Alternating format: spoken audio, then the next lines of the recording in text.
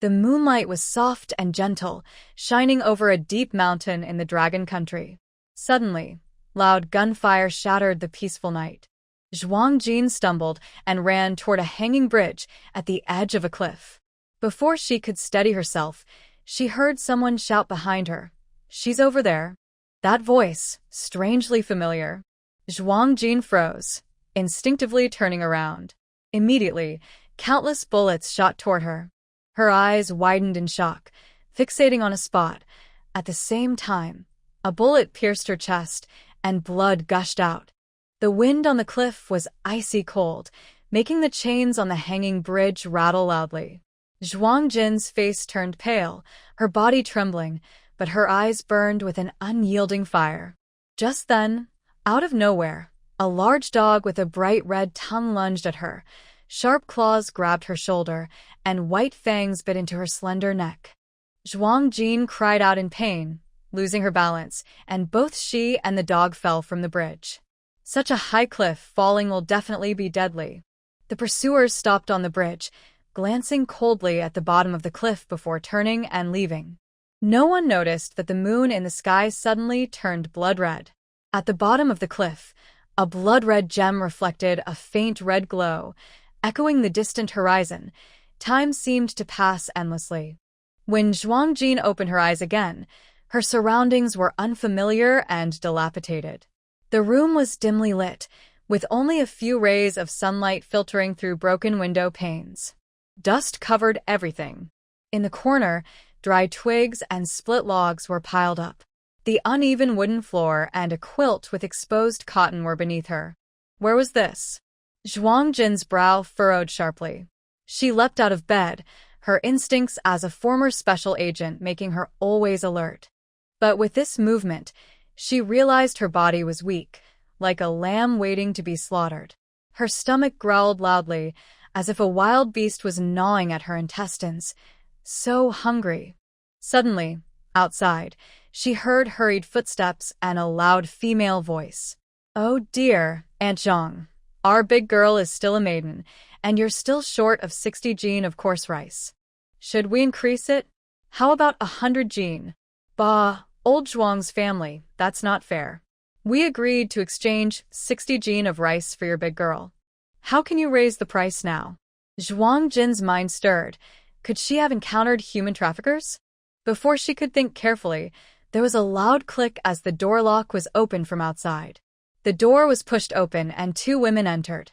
One was in her 30s, wearing a rough gray cloth coat, with small, narrow eyes and thin lips, looking quite mean.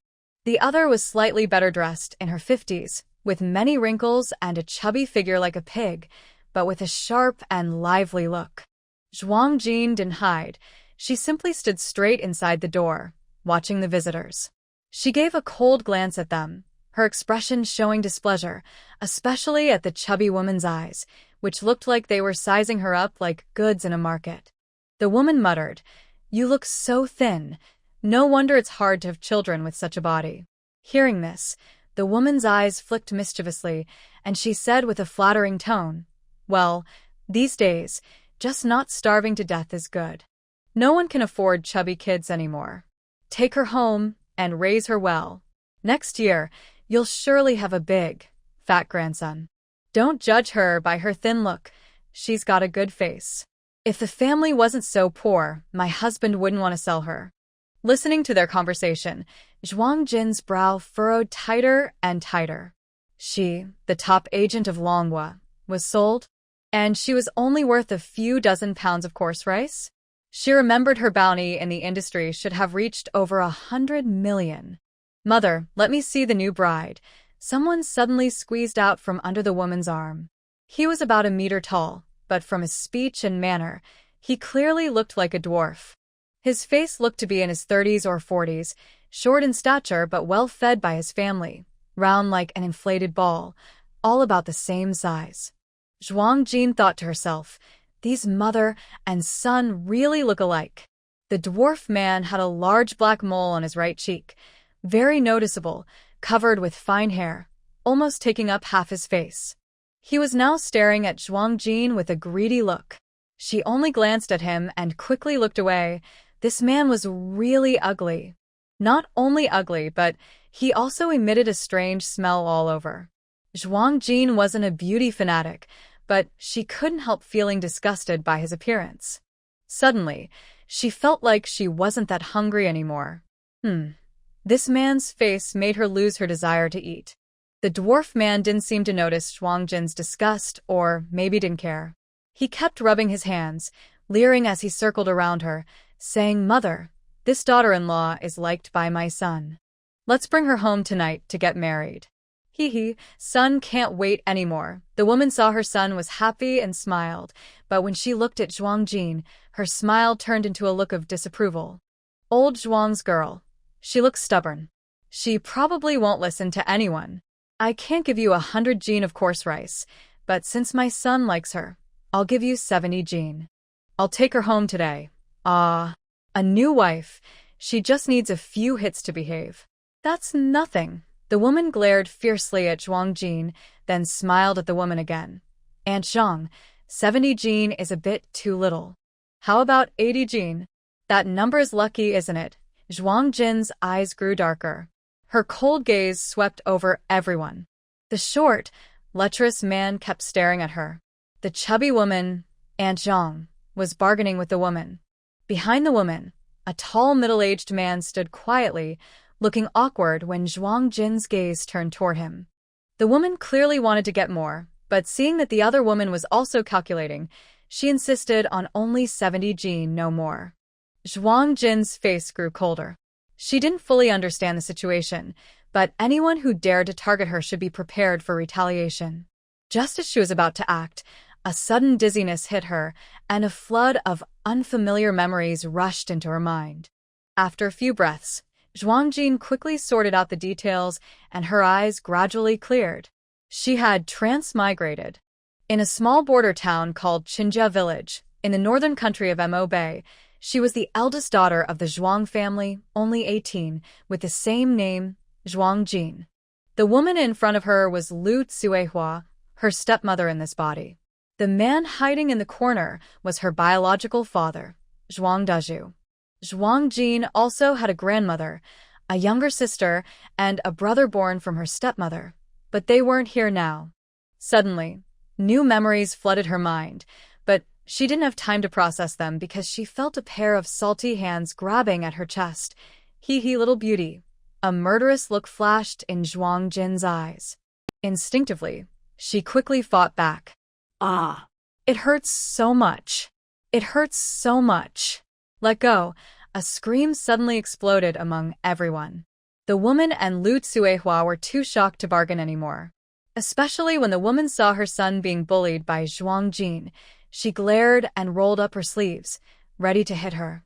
Zhuang Jin gently twisted the arm of the dwarf man, hearing a cracking sound as a bone dislocated.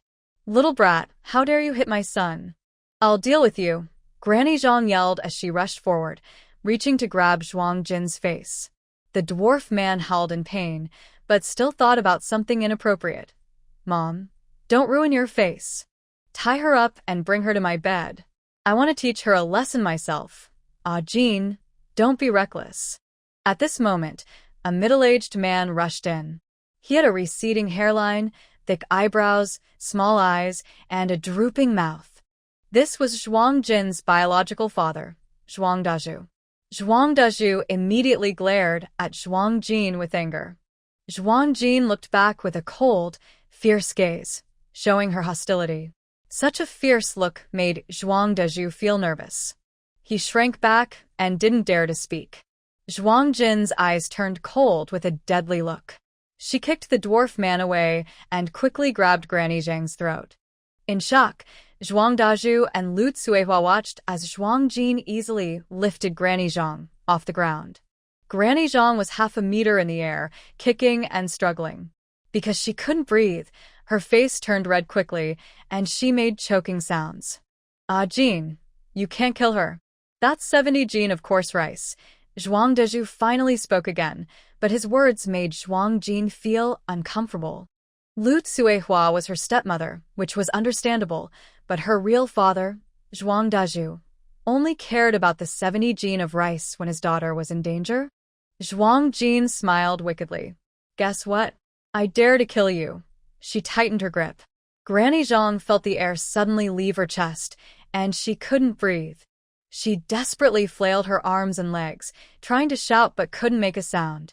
Looking at Zhuang Jin's deadly expression, Granny Zhang was truly scared. This crazy girl really dared to kill her. Her eyes changed from wild to pleading. Suddenly, a foul, pungent smell filled the air. Granny Zhang wet herself. Oh no, Ajin, killing someone will get you into trouble. Don't drag us down. Dezhu, you better control this crazy girl. She really is going to kill her. Lu Tsuehua, seemingly coming out of shock, collapsed to the ground and started crying loudly. Let go of my mom, you crazy girl. Seeing her mother in trouble, the dwarf man covered his chest and struggled to get up, rushing toward Zhuang Jin. Little brat, let go now. Zhuang Jin gave Zhang Pozi a disdainful look, then forcefully swung her arm, knocking the 200 Jin Zhang Pozi hard towards the dwarf man. Two screams of pain. The dwarf man had just gotten up, but was knocked back to the ground again. The mother and daughter, both plump, rolled together on the ground for several turns before finally stopping. Cough, pain, cough, cough. Oh no. Old Zhuang's daughter is trying to kill someone. Zhang Pozi clutched her chest, grimacing and crying out in pain. Zhuang Jin shot a cold glance at her, causing her to fall silent out of fear. Get out of here, Zhuang Jin said coldly, her eyes filled with a deadly look that made everyone tremble. She really didn't want to waste more time with these people. Her body was too weak. Just a little activity made her dizzy, and her stomach started cramping painfully. She needed to eat and regain strength quickly. The others were frightened by Zhuang Jin's fierce attitude and instinctively ran toward the door. As they stepped outside, Zhang Pozi twisted her face in frustration. She was scared by a girl just a few years younger than her? How embarrassing! She glared fiercely at Zhuang Jin, feeling angrier the more she thought about it. She had come to pick up her daughter-in-law, but hadn't gained any benefits and had even been beaten. She felt so resentful inside. Feeling bold, Zhang Pozi sat stubbornly on the door sill, refusing to leave. Everyone, come look. The eldest daughter of the Zhuang family just tried to kill someone. Who will judge for my wife and me? Look at my neck. She was strangling me, Zhang Pozi cried and shouted, pulling open her collar to show the passing villagers. Lu Tsuehua, my mother and I almost died at your house just now. You must compensate us. Zhang Pozi sobbed and made a scene, giving a signal to the people sitting on the ox cart. The people on the cart understood immediately, urging the oxen to run away. Lu Tsuehua, already unhappy about Zhang Pozi demanding compensation, looked even more upset when she saw they were calling for help. She glared at Zhuang Dezhu with hatred and cursed, "It's all because of your daughter's trouble." Zhang Pozi was from the neighboring Zhang village. The two villages were close. The ox cart quickly returned, carrying 7 or 8 strong men, followed by 30 or 50 more aggressive-looking people, many holding tools like hoes, shovels, and even a few waving sickles. Lu Tsuehua was so frightened she nearly fainted, grabbing Zhuang Dezhu to try to close the door. The other side moved faster. Before the door latch was even secured, 2 big men jumped out of the car and kicked her away. "Are you bullying my aunt?" One big man punched Zhang Dezhu's face. Zhang Dezhu was hit so hard that blood flowed from his nose. He curled up in the corner, holding his head. "No, it's not me. It's my daughter who did it. Don't hit me." "Go find that bratty girl." Zhang Dezhu pointed to the storeroom behind him, betraying his own daughter without hesitation. A group of dozens of people came running toward the storeroom to seek revenge. When the door was kicked open, Zhang Jin was holding a bun and chewing. She brushed off the crumbs from her hands and slowly stood up. "That's really rude, stinky girl," the attacker cursed angrily. Before he finished, Zhang Jin's figure flashed, and her right fist slammed into the leading man's stomach. The man groaned and fell to the side. Zhang Jin was quick. She followed with a kick to another man's knee, hearing a cracking sound. At the same time, Zhang Jin formed her left hand into a blade shape and slashed at a third man's neck. Within moments, more than 10 men were knocked down. Anyone else want to die? Zheng Jin said coldly, smiling faintly. The others looked scared, hesitating and not daring to step forward again. But their fear was only for a moment. They didn't believe that dozens of men couldn't take down a young girl. They exchanged glances and quickly surrounded Zheng Jin, trapping her in the middle. As top national agents, even lions or tigers would be easy to handle. But now, she could barely take down 10 or so men. Zheng Jin's face was cold. She took a deep breath, ready to rush forward. Suddenly, she felt dizzy. She staggered a few steps before barely stabilizing herself. When she looked up again, her eyes couldn't see clearly. Zheng Jin sighed bitterly in her heart. Her body was so hungry it was seeing double. Then, she lost control of her body. In the stunned eyes of everyone, she suddenly collapsed. Seeing this, the crowd burst into laughter. Thought she was so capable? Turns out she's just a girl. Hurry, beat her up and take her away. They were trying to kill her while she was down. Such ruthless scoundrels. Lying on the ground, Zheng Jin cursed inwardly. Over a dozen people swarmed her, punching and kicking her unconscious body. Although Zhuang Jin cannot move, her consciousness remains. She can clearly feel every pain from the punches hitting her body, and she even senses someone tearing at her clothes in the chaos. When her little uncle, Zhuang Xiaohu, returned with his wife and children, he saw the scene of disorder in the yard. Seeing this, Zhuang Xiaohu's heart trembled with anger and sadness. He shouted loudly, "Stop it now! Zhuang Dezhu, you heartless man! Your daughter is being beaten and you don't stop it." Zhuang Xiaohu scolded his own older brother without holding back. I would also get beaten if I went up there, Dezhu replied timidly, shrinking his neck. Xiaohu was so disappointed he snapped, "Good for nothing," and grabbed a broom from the corner of the yard, rushing forward. At the same time, he yelled for his wife to go to the village and call for help. However, it was the busy time when everyone was working in the fields, so help couldn't be summoned quickly. In the chaos, Zhuang Xiaohu was soon injured. Suddenly, someone struck Zhuang Xiaohu's head with a shovel. Blood spurted from his forehead, and he instinctively wiped it, turning his rough face into a bloody mess. His eyes widened with rage, burning with fury. "A bunch of bastards, too vicious." Xiaohu's eyes blazed with anger as he grabbed a hoe from someone nearby and swung it to fight back. Meanwhile, a sneaky man holding a shovel approached Zhuang Jin. Realizing the danger, Zhuang Jin couldn't move and felt anxious. At that moment, her jade pendant suddenly emitted a hot glow, and a strange, old male voice echoed in her mind. "Help from the martial world. Ancestors are coming." Then, Zhuang Jin completely lost her sense of the outside world, her consciousness falling into darkness. The next moment, everyone saw Zhuang Jin move.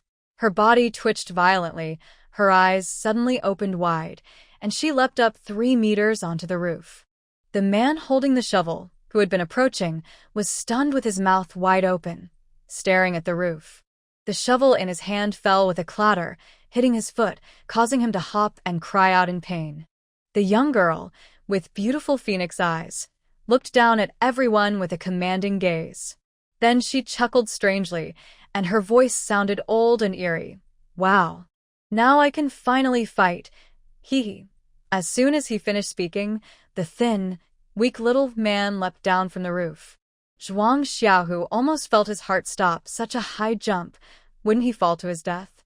But before Zhuang Xiaohu could finish worrying, an even more shocking scene unfolded. The little man landed on the ground, moving so quickly that only blurred shadows could be seen as he darted among the crowd. Bang bang. Only the sound of slaps filled the air, but it was hard to see how he was hitting. Wherever Zhuang Jin passed, there were streaks of shadow.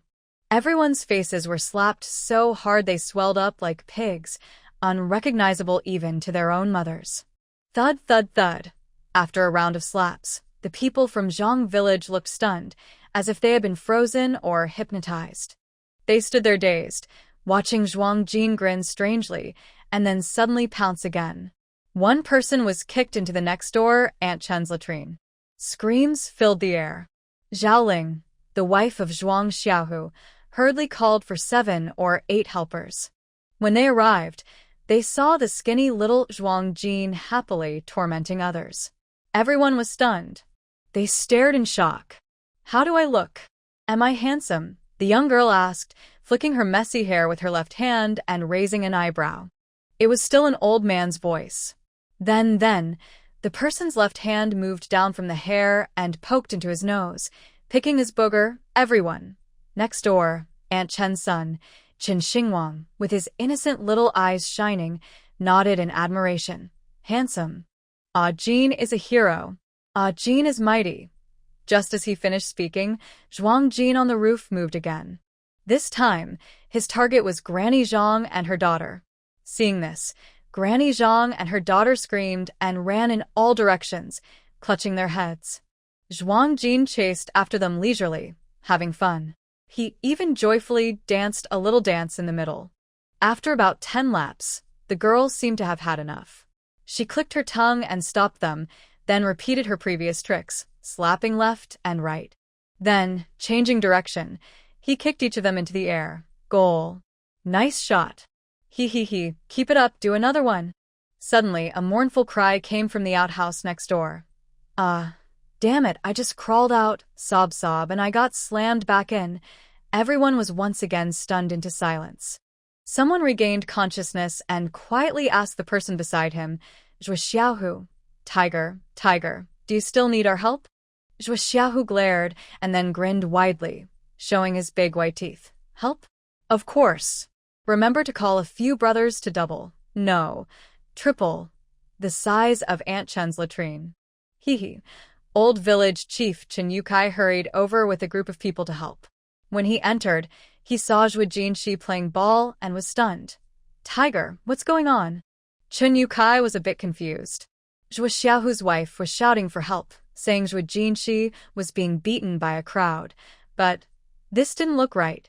It was clear that Zhuo Jinshi was actually beating up that group of men. But, come to think of it, when did Jinshi become so strong? If she's so powerful, she could just beat up these troublemakers directly. Why did she need him to bring people to help? Thinking this, Chen Yukai looked at Zhao Ling, Zhuo Xiaohu's wife, with dissatisfaction. That wife of his was really fierce. He had always thought himself steady, but Zhao Ling had just slapped his door and 2 windows to call him, almost exhausting him. His old bones nearly gave out. He finally arrived here. Was it just to show how impressive Jinshi was? In this situation, was there really a need for help? Chun Yotsai's eyes burned with pride as he looked at Zhuo Jinshi. "Our Zhuo family village has capable people." Zhuo Jinshi looked confused. Then she spoke coldly. "Who beat them up? This guy is pretty skilled." "Everyone. Are they pretending to be naive? Or are they bragging?" Everyone's mouths twitched. Zhuo Jinshi looked innocent. After everyone dispersed, her younger uncle Zhuo Xiaohu comforted her and even handed her 2 plain steamed buns. Then her wife pulled her back inside to bandage her wounds. Zhuo Jinshi learned from Qin Xingwang about her powerful deeds during the time she was unconscious. Suddenly thinking of something, she took off the blood jade to examine it and fell into deep thought. This blood jade was shaped like her original one, with the same red veins and lines. There could be no 2 identical blood jades in the world. This was her original one. At that moment, the blood jade trembled gently in her hand. Zhuo Jinshi remembered that old voice and seemed to have a bold guess. Perhaps she could find a way back through this blood jade. Thinking this, Zhuo Jinshi hurriedly left the house. The sun was setting, and based on the memories in her mind, Zhuang Jin climbed the mountain at the west end of the village. The mountain was not tall, but at its base were many graves, so few villagers came here except for rituals. She crossed the graveyard and reached a deep cave halfway up the mountain. Zhuang Jin went straight inside. "Who are you?" "Come out." Zhuang Jin sat on the ground, holding a blood jade pendant. Her cold voice echoed in the dark cave. As she spoke, the blood jade in her hand started to pulse again. Suddenly, a red light reflected from the jade, flashing briefly before disappearing. At that moment, the light vanished, and the cave was empty. Zhuang Jin disappeared from where she stood. She only felt her vision blur, and she found herself in a strange space. The land was barren and endless, with only a small water pond in sight. Not far from the pond stood a weathered 9-story tower, with peeling walls and a crack at the top, as if split open by a sharp blade.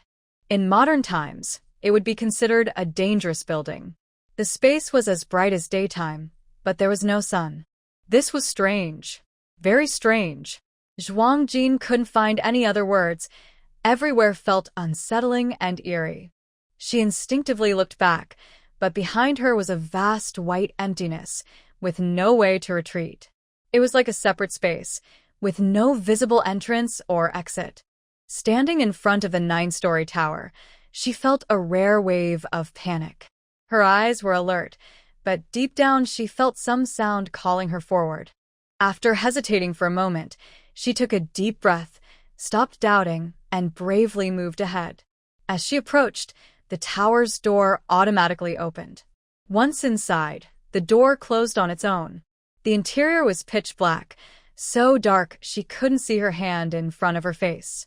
There was no wind, but she felt a cold breeze on her neck, as if someone was blowing air there. This scene was just like many supernatural movies.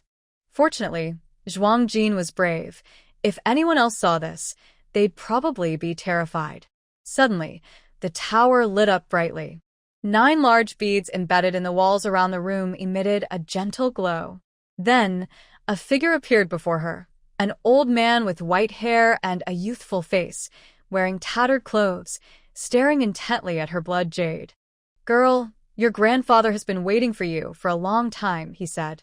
His voice, Zhuang Jin's eyes widened in shock. It was really him. "Are you the one who helped in the martial world emergency?" Zhuang Jin asked slowly. The old man immediately smiled happily, looking for praise. Yes. Zhuang Jin gritted his teeth and asked, "And you still use my body to dance that dance?" "Yes, I did. I danced really well." "Look."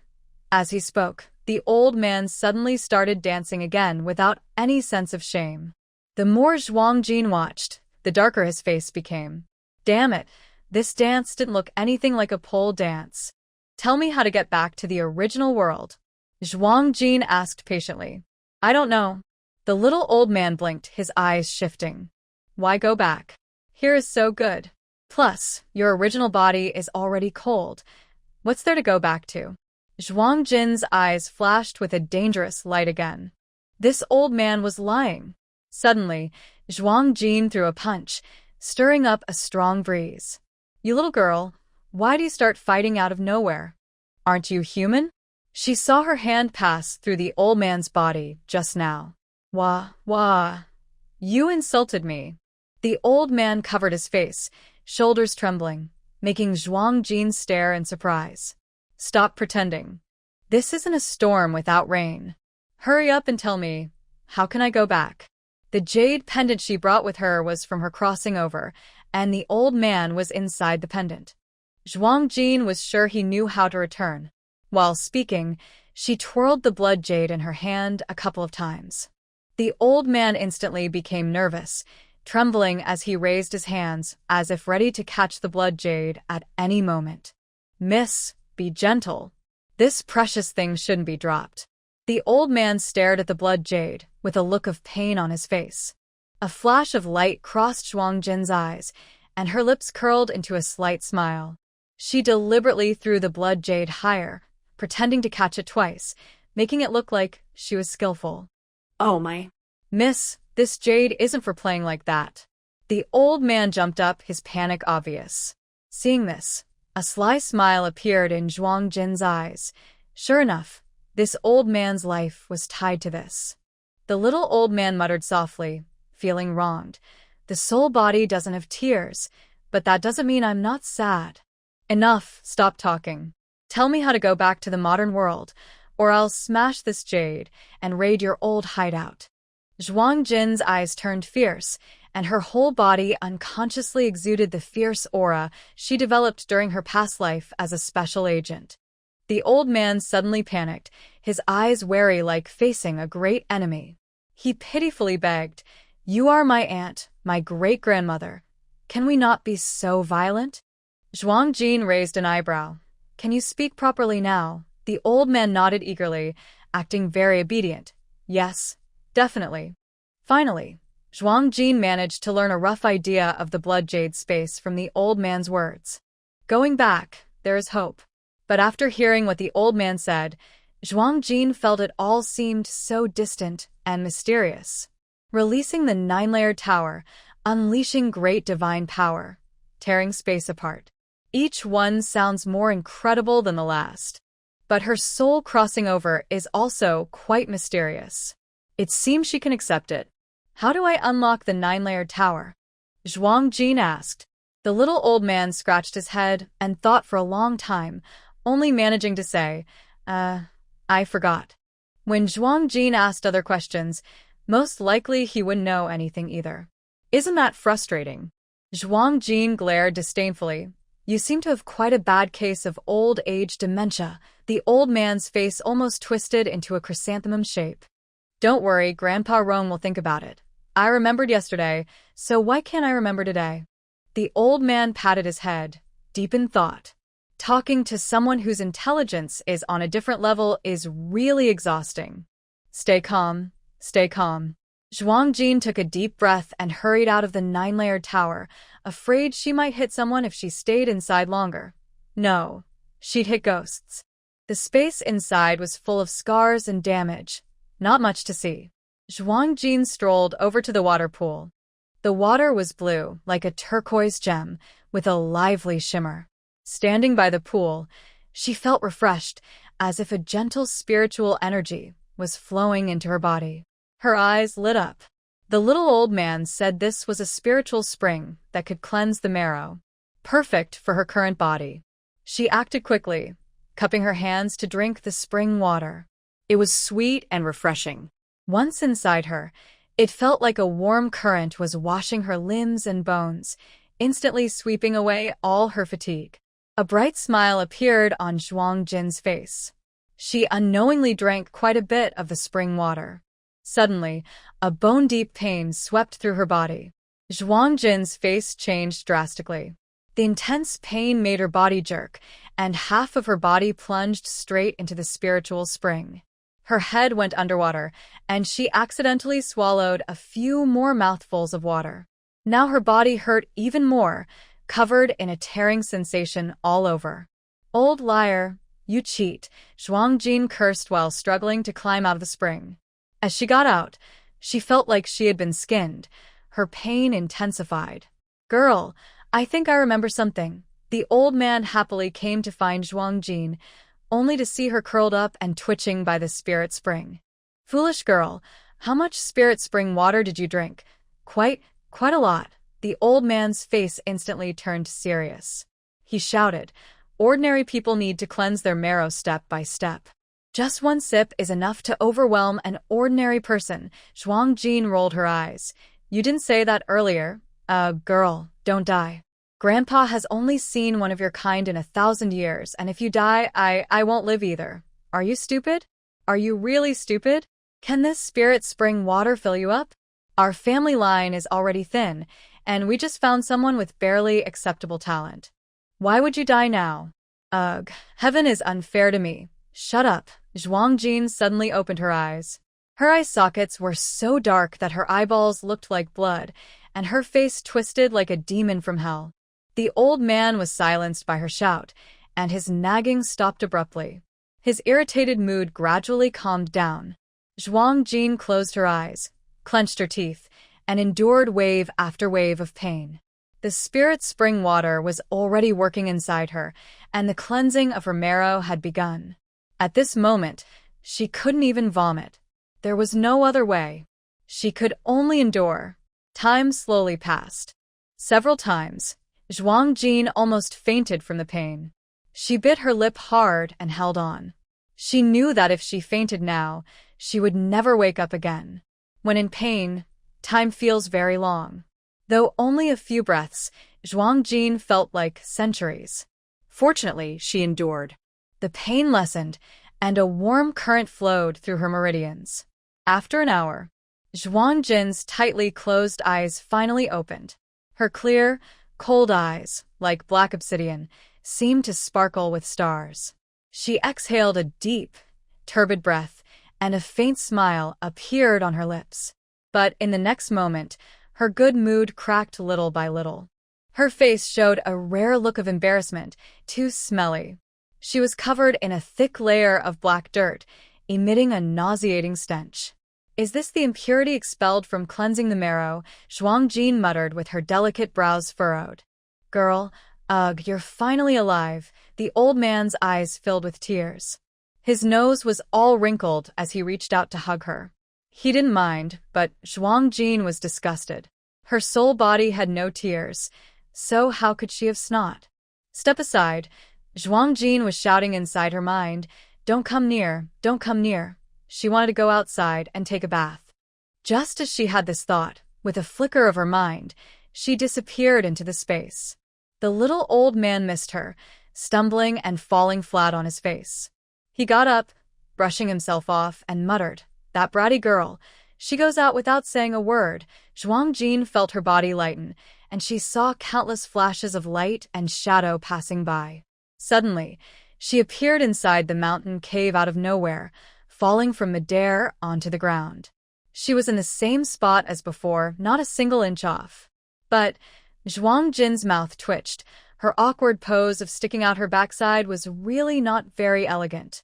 It turns out that entering and leaving the space just requires thought.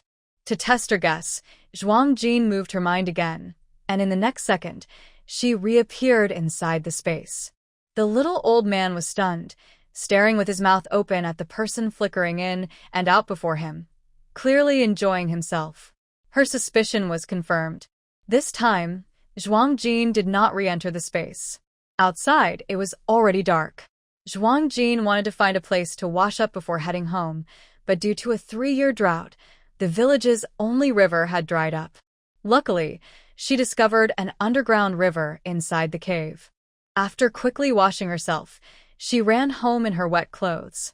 On the way, she felt as if her body was light as a swallow, full of endless energy. As she entered the village, her expression suddenly changed, and she stopped in her tracks. Ahead, a group of about 100 people carried torches and entered from the east side of the village, heading toward the old Zhuang family estate. Her vision had improved after her body cleansing, so even from far away, she could see clearly. The leader of the group was a middle-aged man wearing a deep blue Taoist robe, holding a whisk.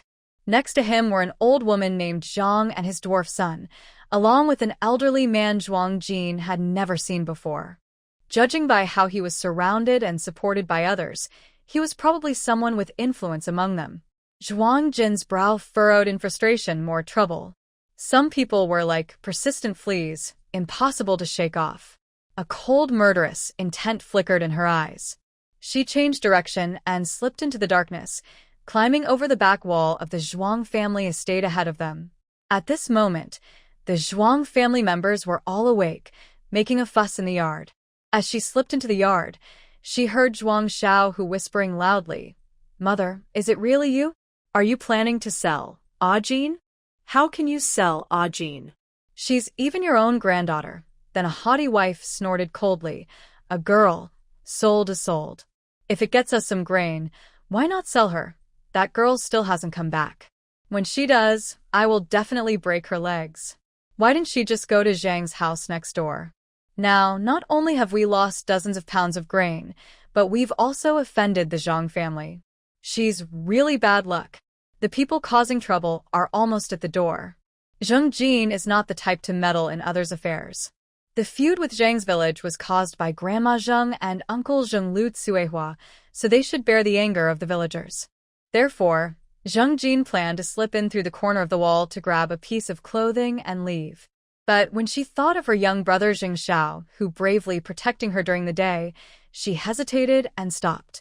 While Zheng Jin hesitated, she suddenly felt her hand warm, and a pair of small hands held hers. She was surprised. She hadn't noticed anyone approaching. Looking down, she saw a very thin girl, wearing torn and short clothes, with protruding cheekbones and sunken eyes, looking like a refugee from Africa. On closer look, the girl's eyes lacked light, like a shell without a soul, dazed and foolish. It was her younger sister, Zheng Xiao, a 10-year-old child. Big sister, eat. The girl's voice was soft and gentle as she carefully handed Jingjin a hard, dry bun. For a moment, Jingjin felt warmth in her heart and a sense of pity for the little girl in front of her. Could this be leftover emotion from her original self? Thinking this, Jingjin instinctively held the girl's hand again. Suddenly, Zheng Xiao's stomach made a gurgling sound, but she still whispered, "For sister, eat."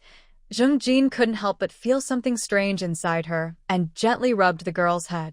"Xiao Xiao, eat." The people from Zhang's village were approaching with a fierce attitude, and inside the Zheng family house, the noise continued. "Our family also has 2 daughters." What? "Do you want to sell our eldest and second daughters too?"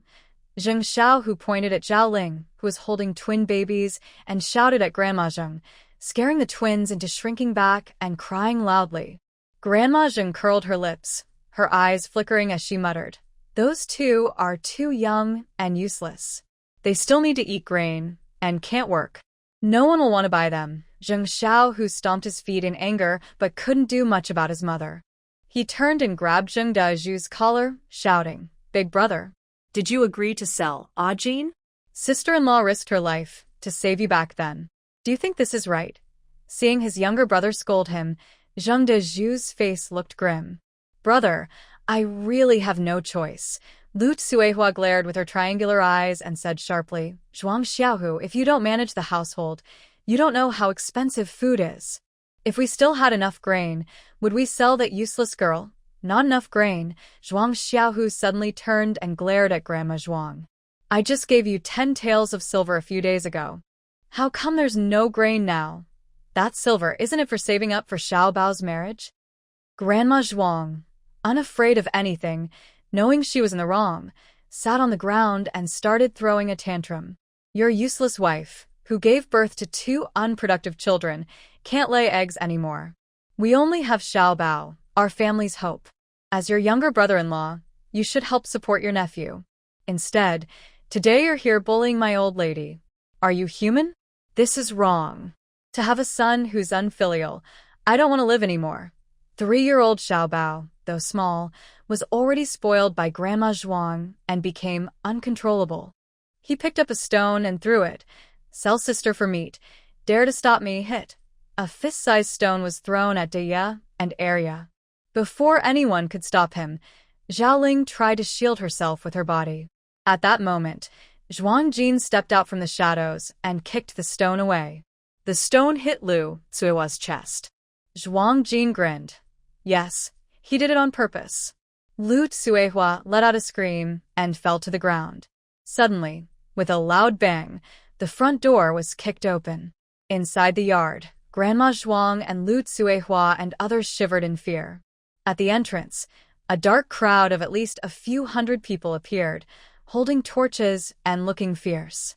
Zhang Posey led the way into the yard and shouted, "Grandma Zhuang is home." "Perfect. Let's settle the compensation." She looked around the yard and finally fixed her gaze on Zhuang Jin. "Long-robed Taoist, the demon is right there. Quickly capture her." As she finished speaking, a middle-aged man dressed like a Taoist priest stepped out of the darkness, nose pointed upward, eyes slanting. This is Master Qingyun's long-robed Taoist, who is highly respected and powerful. Master Qingyun said that a woman's words are evil spirits taking over. He is kind-hearted and here to exorcise the demon. Zhang Posey, pretending to be impressive, introduced the man. "Humph. Pretending." Zhuang Jin snorted coldly, his eyes sharp, a slight sneer on his lips. Seeing Zhuang Jin's contemptuous look, the Taoist immediately frowned and shouted loudly, "This demon is filled with evil energy. Village Chief Zhang, catch her. I will perform a ritual to exorcise the demon." The man called Village Chief Zhang respectfully bowed to the man in the mysterious robe and said, "Master Dao, don't worry. I brought 500 men this time, and we will make sure this monster can't escape." Village chief Zhang Yongwang from Zhangjia village waved his hand, and a few people rushed out to surround them. Lu Tsuehua was so scared by their show of force that she kept retreating. She clutched her aching chest and said angrily, "Aunt Zhang, you can take Zhuang Jin's girl, and we've already given you Zhuang Xiao. As long as you don't ask for compensation." Old Lady Zhuang also agreed. "Yes, Aunt Zhang, not only Zhuang Xiao, but even those twin children if you want to take them. That's fine." Zhuang Xiaohu's face turned red with anger. "Damn it. Without some trouble, you'll never see clearly who is really around you." That's exactly how Zhuang Xiaohu feels right now. Old Lady Zhuang, Zhuang Dazhu, and Lu Tsuehua's selfish and cruel faces hit him like a hammer, pounding hard on his heart. The last bit of family affection, stretched to its limit, snapped completely with this final blow. Zhuang Jin was not someone who would swallow her anger. She sneered and slapped Lu Tsuehua and Old Lady Zhuang each with one hand. The crisp sound of slaps echoed in the yard. Lu Tsuehua and Old Lady Zhuang were stunned. Holding her sore face, Lu Tsuehua cursed angrily. "Damn it. Stinky girl. How dare you hit your elders?" "Elders," Zhuang Jin sneered. "You. Who do you think you are?" I treat you the same way. If you dare to keep talking, I'll beat you without mercy. If you like selling so much, why don't you two sell yourselves too?" Zhuang Jin pouted and said, "So, you call that mysterious robe master, right? I guess you're a monk, probably a bachelor, never tasted a woman's touch, right? How about I sell these two old women to you?" "Deal. Cheap." "Buy one, get one free. You buy the younger one, and the older one is free." The mysterious robe master's face instantly turned red with anger. He glared fiercely and swung his dust brush, shouting, You monster, shameless." "Dirty words." Zhuang Jin laughed mockingly. "Ha. You, an outsider, helping them bully innocent women, and now you're talking about shame? Do you even have any shame? Are you ashamed? Did your mother forget to give you a face when she gave birth to you? Or did she give you too much face? You. The master in the robe trembled with anger, his beard twitching. "You, what are you? Stammering while talking, trying to perform some ritual? With that mouth of yours, can you even read the scriptures? Exorcising demons, do you need to recite a spell? Can you do it? You say your father had the skill to do this when you were born. Going out for a little tea or a walk would be good. Why cause trouble and bring into the world something shameful and speechless?" Zhuang Jin kept arguing fiercely. Longxian, a Taoist, rolled his eyes in frustration, unable to speak coherently anymore. He only kept saying, you, repeatedly. This made Zhuang Jin roll his eyes in annoyance and say, "Stop with the you. Are you a repeating machine? Shut up. Talking to you lowers my IQ." While Zhuang Jin was in the middle of scolding, 3-year-old Zhuang Xiaobao threw a stone over. "You're a little brat, a little bastard. If I sold you, I could buy some meat to eat." Zhuang Jin reached out to block the stone. This little brat needed a lesson. "Don't think I won't hit you just because you're small." Suddenly, Zhuang Jin grabbed Zhuang Dezhu by the collar. "Am I a bastard? Then what is he?" Zhuang Xiaohu watched with wide eyes. When did Jin become so sharp-tongued? It felt so satisfying. It was so satisfying to hear her scold. "Village chief, stop arguing with them. Hurry and catch them." Seeing his people hesitating, the dwarf man was anxious and stomping his feet. He had overheard Grandma Zhuang say she would give those 3 naughty girls to him. 3 for 1, he thought. He'd profit. The 3 girls were small, but tender. First, he'd deal with that brat Zhuang Jin. Then he'd take the other 3. Yes, village chief. Quickly catch that demoness. Don't waste time arguing with her," Granny Zhang urged. Zhang Yongwang also stepped forward. "Taoist, evil spirits often deceive people's minds. Don't be angry. Once we catch her, let's see how she still dares to be so arrogant." The Taoist in white looked grim and nodded. "Village Chief Zhang, start the attack." Zhang Yongwang waved his hand, and hundreds of people stormed into the yard, full of momentum. They rushed toward Zhuang Jin. Zhuang Xiaohu's face immediately changed. He took a quick step forward to protect Zhuang Jin and growled, "Jin, run quickly." Zhuang Jin ignored him. She coldly threw out a sentence. I'll draw their attention. You hide auntie, big sister, and second sister at the village chief's house first. After saying that, Zhuang Jin swiftly knocked down a few people, created a gap, and jumped over the back wall. Now that her body had been refined successfully, she was no longer afraid of these hundreds of ordinary people. But with so many people and the chaos, the narrow space made it hard to fight effectively. She was worried that in the chaos, she might accidentally hurt Zhuang Xiaohu and the others. Seeing Zhuang Jin run away, the people from Zhangjia village raised torches and rushed after her. Zhuang Jin ran westward.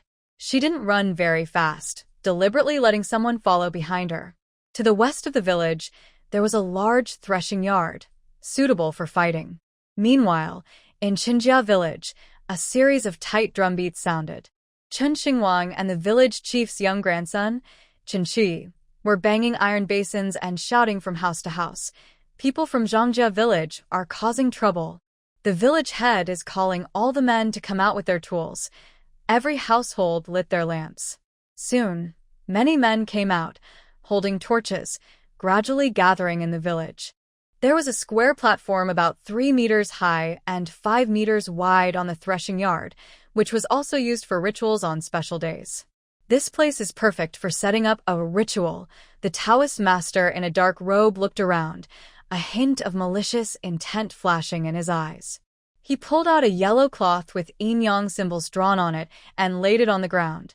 The dwarf man immediately fawned, placing incense burners and candles on the cloth.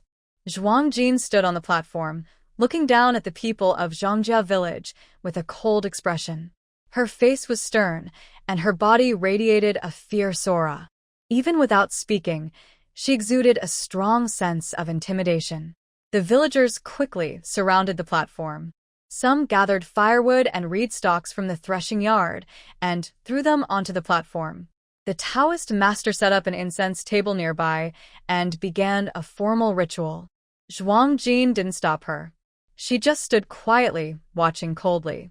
From her vantage point, she could see many villagers holding torches and approaching. Leading them was the old village chief, Chen Yukai. Qinjia village was small. Soon, villagers gathered. The old chief, Chen Yukai, with a pipe in hand, hurried over with everyone. His face was filled with suppressed anger. Zhang Yongwang, you brought your people from Zhangjia village here to cause trouble. Do you really think we Qinjia village is easy to bully? Brother Yukai, I'm just doing my duty. That girl is possessed by a demon. If we don't burn her, she'll cause chaos everywhere. Besides, she hurt dozens of our villagers today. We have to settle this account. Zhang Yongwang squinted and smirked, then began to stir trouble. Their Zhuang family are just outsiders. Brother Yukai, why fight us over these outsiders? Is it worth it? Nonsense. You're the real evil spirit. You're just a half-dead ghost, and you think you can trouble a young girl? It was Zhuang Xiaohu who cursed loudly. He still had a bandage wrapped around his head, and his eyes, bloodshot, were full of anger. He held a sickle and was about to rush at Zhang Yongwang. Seeing the situation, several people immediately rushed out from behind Zhang Yongwang, protecting him at the front. Although the old villagers were outsiders, Zhuang Xiaohu was known for being brave and generous, and he had a good reputation in Qinjia village. When he saw Zhuang Xiaohu being unfairly treated, villagers from Qinjia village quickly stepped forward to support him. Suddenly, the two villages faced each other with tense hostility, and a fight seemed about to break out. Since the Zhuang family has registered in our Qinjia village, they're part of our village.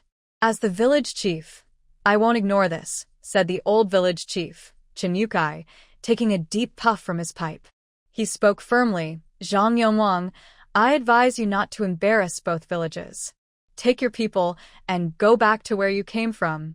Don't forget whose territory this is. Ha ha ha. Zhang Yongwang burst into loud, arrogant laughter, as if he had heard the funniest joke. Chen Yukai, do you understand? How many people are in our village? How many in yours? Who's afraid of whom? Chen Yotsai's face darkened instantly, and the people from Qinjia village also looked unhappy. The Zhang family village has over 2,000 people, including men, women, and children. Today, about 500 villagers, mostly strong young men, came to cause trouble. That's not even all of them. Chinjia village has only about 500 people, with fewer than 200 strong young men. The numbers are clearly uneven. But everyone in Chinjia village seemed unafraid, showing a kind of unity that Zhuang Jin couldn't understand. In her past life as a special agent, she always worked alone. She had never experienced being protected by a group like this. Suddenly, a strange feeling arose in Zhuang Jin's heart. So what? Even if we're fewer, we're not cowards who fear trouble, Chen Yukai said, exhaling a cloud of smoke. He put his pipe down and shouted to his people, "Save Sister Jean first." Both sides immediately grabbed their weapons and started fighting. The night was dark, and the fighting on the threshing ground was intense.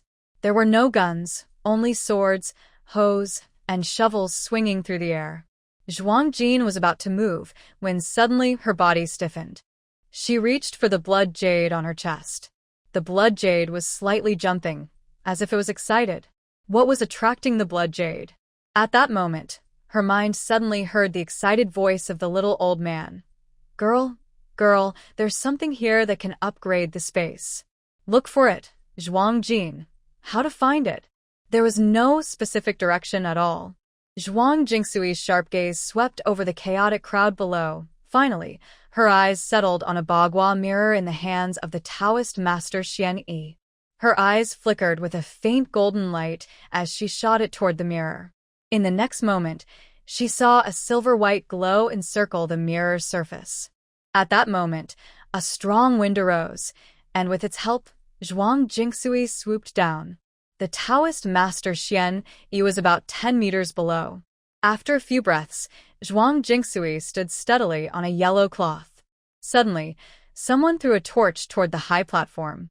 The surrounding orange flowers on the platform instantly caught fire.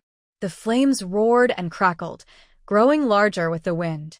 When the Taoist master Xian Yi looked up, he saw a girl standing with her back to the fire, her clothes fluttering close to his face. He was stunned, confused about how the girl, who had been on the high platform just a moment ago, appeared right in front of him so quickly.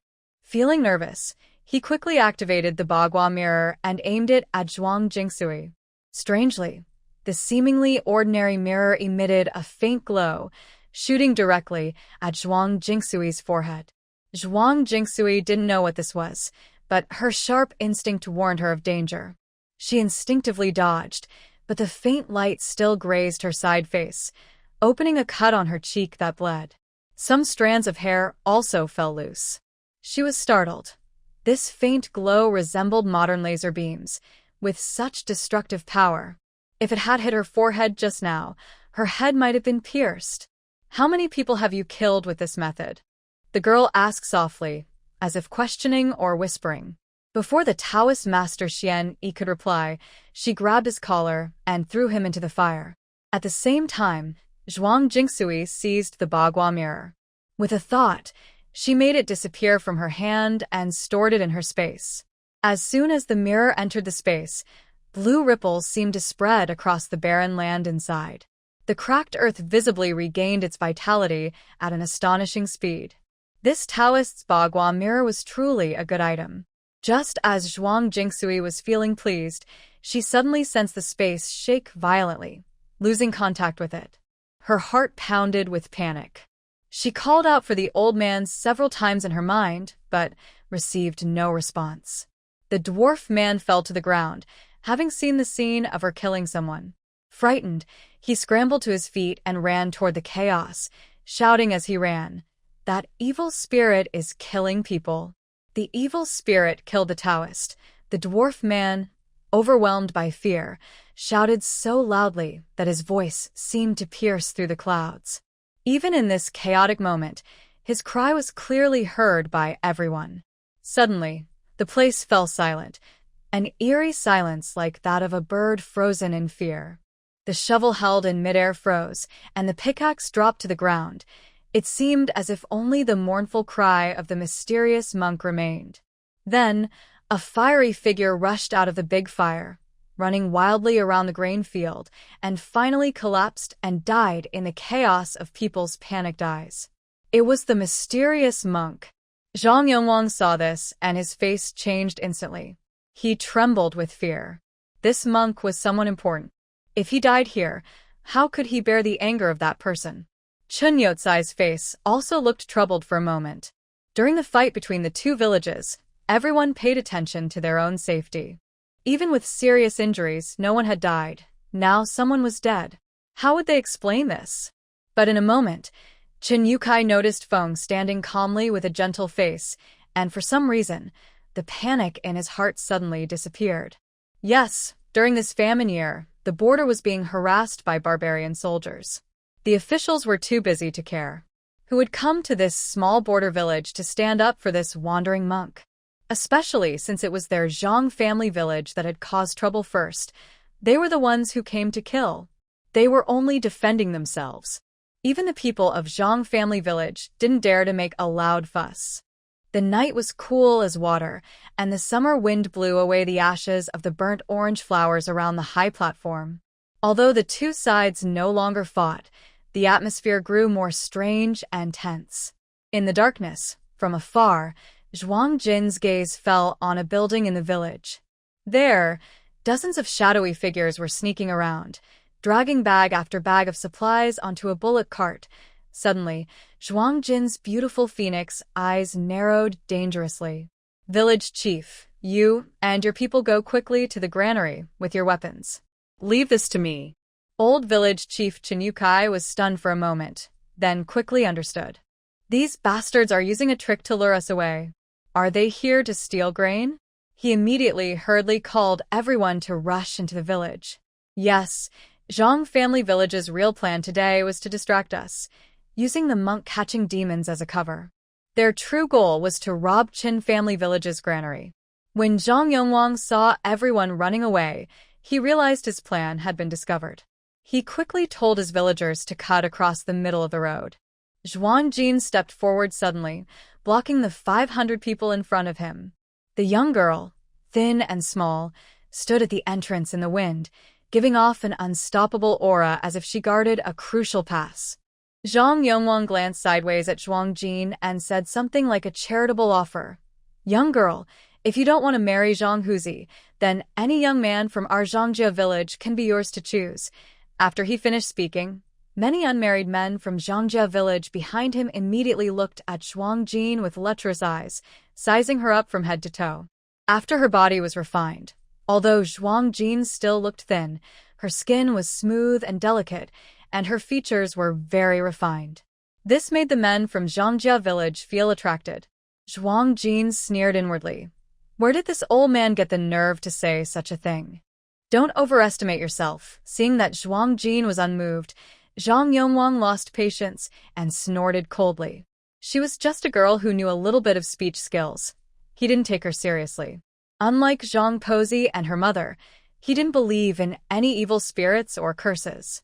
Men speaking like women, women sounding like men, or even animals roaring or birds chirping. Some storytellers in the tea houses in the city often did that. It wasn't unusual. Zhuang Jin's lips curled slightly, but she said nothing. Strength is never something you can talk about. It must be shown. She bent down, picked up a shovel from the ground, and slammed it hard at a nearby stone. With a loud bang, the wooden handle connected to the blade broke, and the shovel head fell off, leaving only a small wooden stick about the width of a child's arm. In the next moment, she darted into the crowd. Fight. One stick at a time. If they didn't fall, she'd hit again. Wails filled the air as Zhuang Jin swung the sticks, creating a blur of shadows, looking very fierce. Zhuang Xiaohu and Qin Xingwang, along with Qin Qi, watched in shock. It seemed like this was all Zhuang Jin's battlefield. Zhuang Xiaohu's group could only form a triangle around her, picking off those trying to run away and hitting them with a few sticks. They fought all night, and at dawn, the sky was turning pale. Everyone in Zhangjia village, including the village chief Zhang Yongwang, was tied up and thrown onto the grain threshing ground, guarded by dozens of strong men. Old village chief Chinyukai held a meeting with other household heads in the ancestral hall. Zhuang Jin was the only woman allowed to attend the meeting inside, a decision made by Chinyukai. Although some people opposed it, the village chief was the highest authority, and Chinyukai made the decision directly. No one dared to oppose it, and even those who were dissatisfied could only grumble quietly. Among them, Zhuang Dazhu was the most eager and mouthy, muttering sarcastically, "What does a woman know? Especially a girl. Cunning into the ancestral hall is embarrassing. Long hair, short sight." Zhuang Xiao, who was so angry he laughed. "Zhuang Dazhu, can you speak properly? If you can't speak properly, then shut your foul mouth. When Lu Tsuehua pulled your ear and called you a coward, why didn't you dare say that women have long hair but short sight? Now you're just pretending. What a show." Humph. Cough cough. Chukai 忍着笑，轻咳两声说：“好了，别再啰嗦了，开会吧。” Usually, only one man from a family comes to the meeting. Today, Zhuang Xiaohu secretly told him he plans to leave the Zhuang family estate and start his own life. Chen Yukai was happy that Zhuang Xiaohu was thinking clearly, so he let him come to the meeting too. Chen Yukai doesn't think much of Zhuang Dazhu. During the meeting, he almost had his seat outside the ancestral hall. This person, being cowardly isn't scary. If you're cowardly everywhere, and most people will call you a coward. What's really scary is when some people act tough outside but are cowardly and shameless inside. Zhuang Dazhu is like that. He's cowardly with everyone, even playing tricks on his own two daughters. Zhuang Jin and Zhuang Xiu have suffered a lot because of their father. Chen Yukai sighed inwardly, then shifted his focus to the problem at hand. How should we handle the people from Zhangjia village? Everyone, share your opinions. Some say report to the authorities, some say imprison them in the village, and some young and brave say to kill them all. Of course, there are also those who are afraid and want to release them. The village elders looked worried. If they let these people go, they might cause trouble again soon. Reporting to the officials might be useless if the government doesn't act. Word is, the border defenses are about to collapse and many officials and their families have already fled, so who would bother with this? And then, a wandering Taoist priest died in their village, reporting that might be hard to explain. As for killing them, those are 500 lives. They wouldn't have the heart to do it, and even if they did, they'd be wanted by the law. Could they really expect their whole village to run away? Plus, there are still 1,500 or 1,600 people from Zhangjia village who haven't come back. If they retaliate, they couldn't handle it. Zhangjia village is a big village, connected by marriage to many nearby villages. Killing someone would be like poking a beehive. Most importantly, they are ordinary folks. They don't have the courage to kill. Imprisoning them is even more impossible. Feeding 500 people would require a lot of grain. Right now, with the famine, each household doesn't have much food. They couldn't feed 500 people for even a day. Jin, what do you think? Chen Yukai suddenly asked. Zhuang Jin frowned and hesitated for a moment, then said, "Let Zhangjia village exchange grain for the people. A person can exchange 20 jin of coarse grains for 10 jin of fine grains." Chen Yotsai's eyes lit up immediately. That's a good idea. For 500 people, if they can trade 1,000 jin of coarse grains, they would also have 500 jin of fine grains. Everyone was excited when they heard this. With so much grain, their entire village could eat for 3 months. If they ate carefully, it could last 4 or 5 months. Harvesting rice from the fields is still 3 or 4 months away. The drought is severe, and many rice plants have died. It seems that even with the grain exchange, they need to eat sparingly.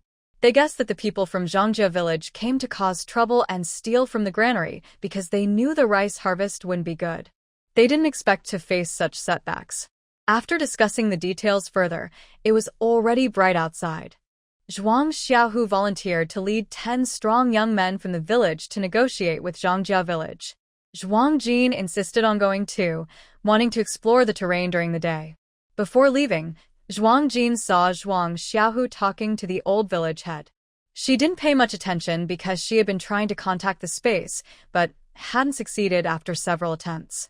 Zhangjia village is at the foot of the mountain. Zhuang Jin and Zhuang Xiaohu and their group of 12 stopped on the hillside. They didn't go into the village, but asked a passerby to deliver a message, and then found a shady spot to wait. From this position, they could see the entire Zhongjia village. Zhongjia village is much larger than Qinjia village. The low, small houses cover 5 times the area of Qinjia village. Zhuang Jin scanned the village and focused on 2 places, the 2 largest courtyards. One had a main house with 2 rows of rooms at the front and back, and several side rooms.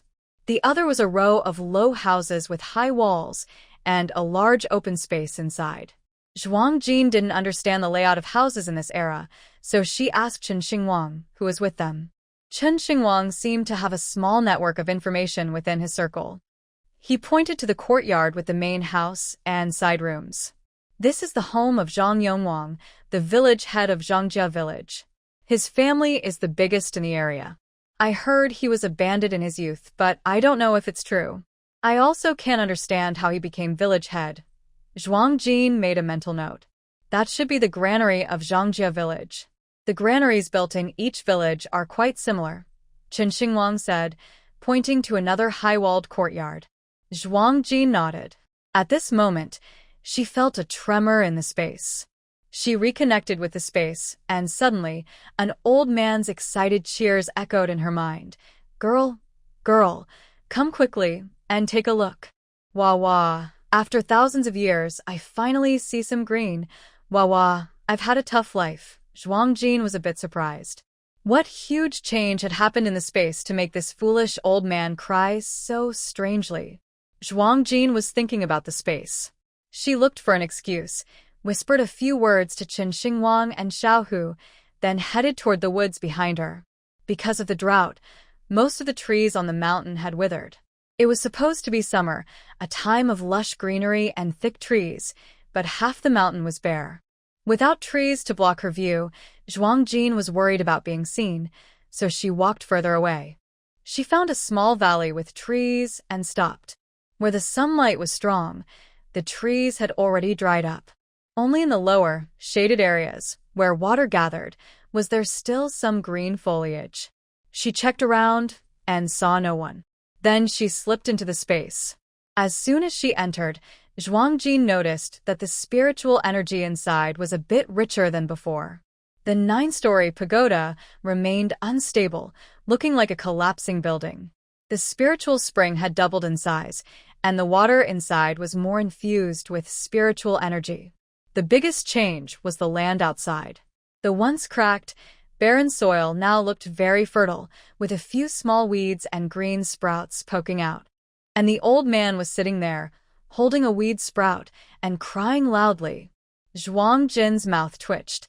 She wanted to go over and ask if the space had any hidden upgrades, but as she approached, she saw some suspicious liquid dripping from someone's nose.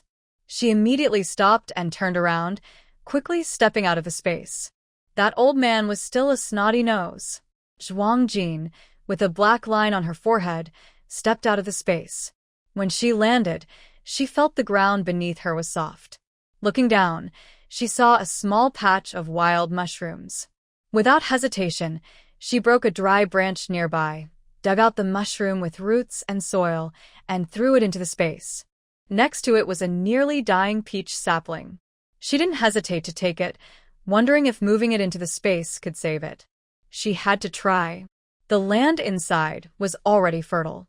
She thought she should find some fruit or vegetable seedlings and seeds to plant and experiment. Thinking this, she decided it was still early, so she walked a few hundred meters deeper into the woods. And she really found something good, a gray rabbit. Zhuang Jin felt a sudden joy. At the moment the rabbit darted into the weeds, she quickly picked up a stone and threw it. The rabbit was hit and fainted.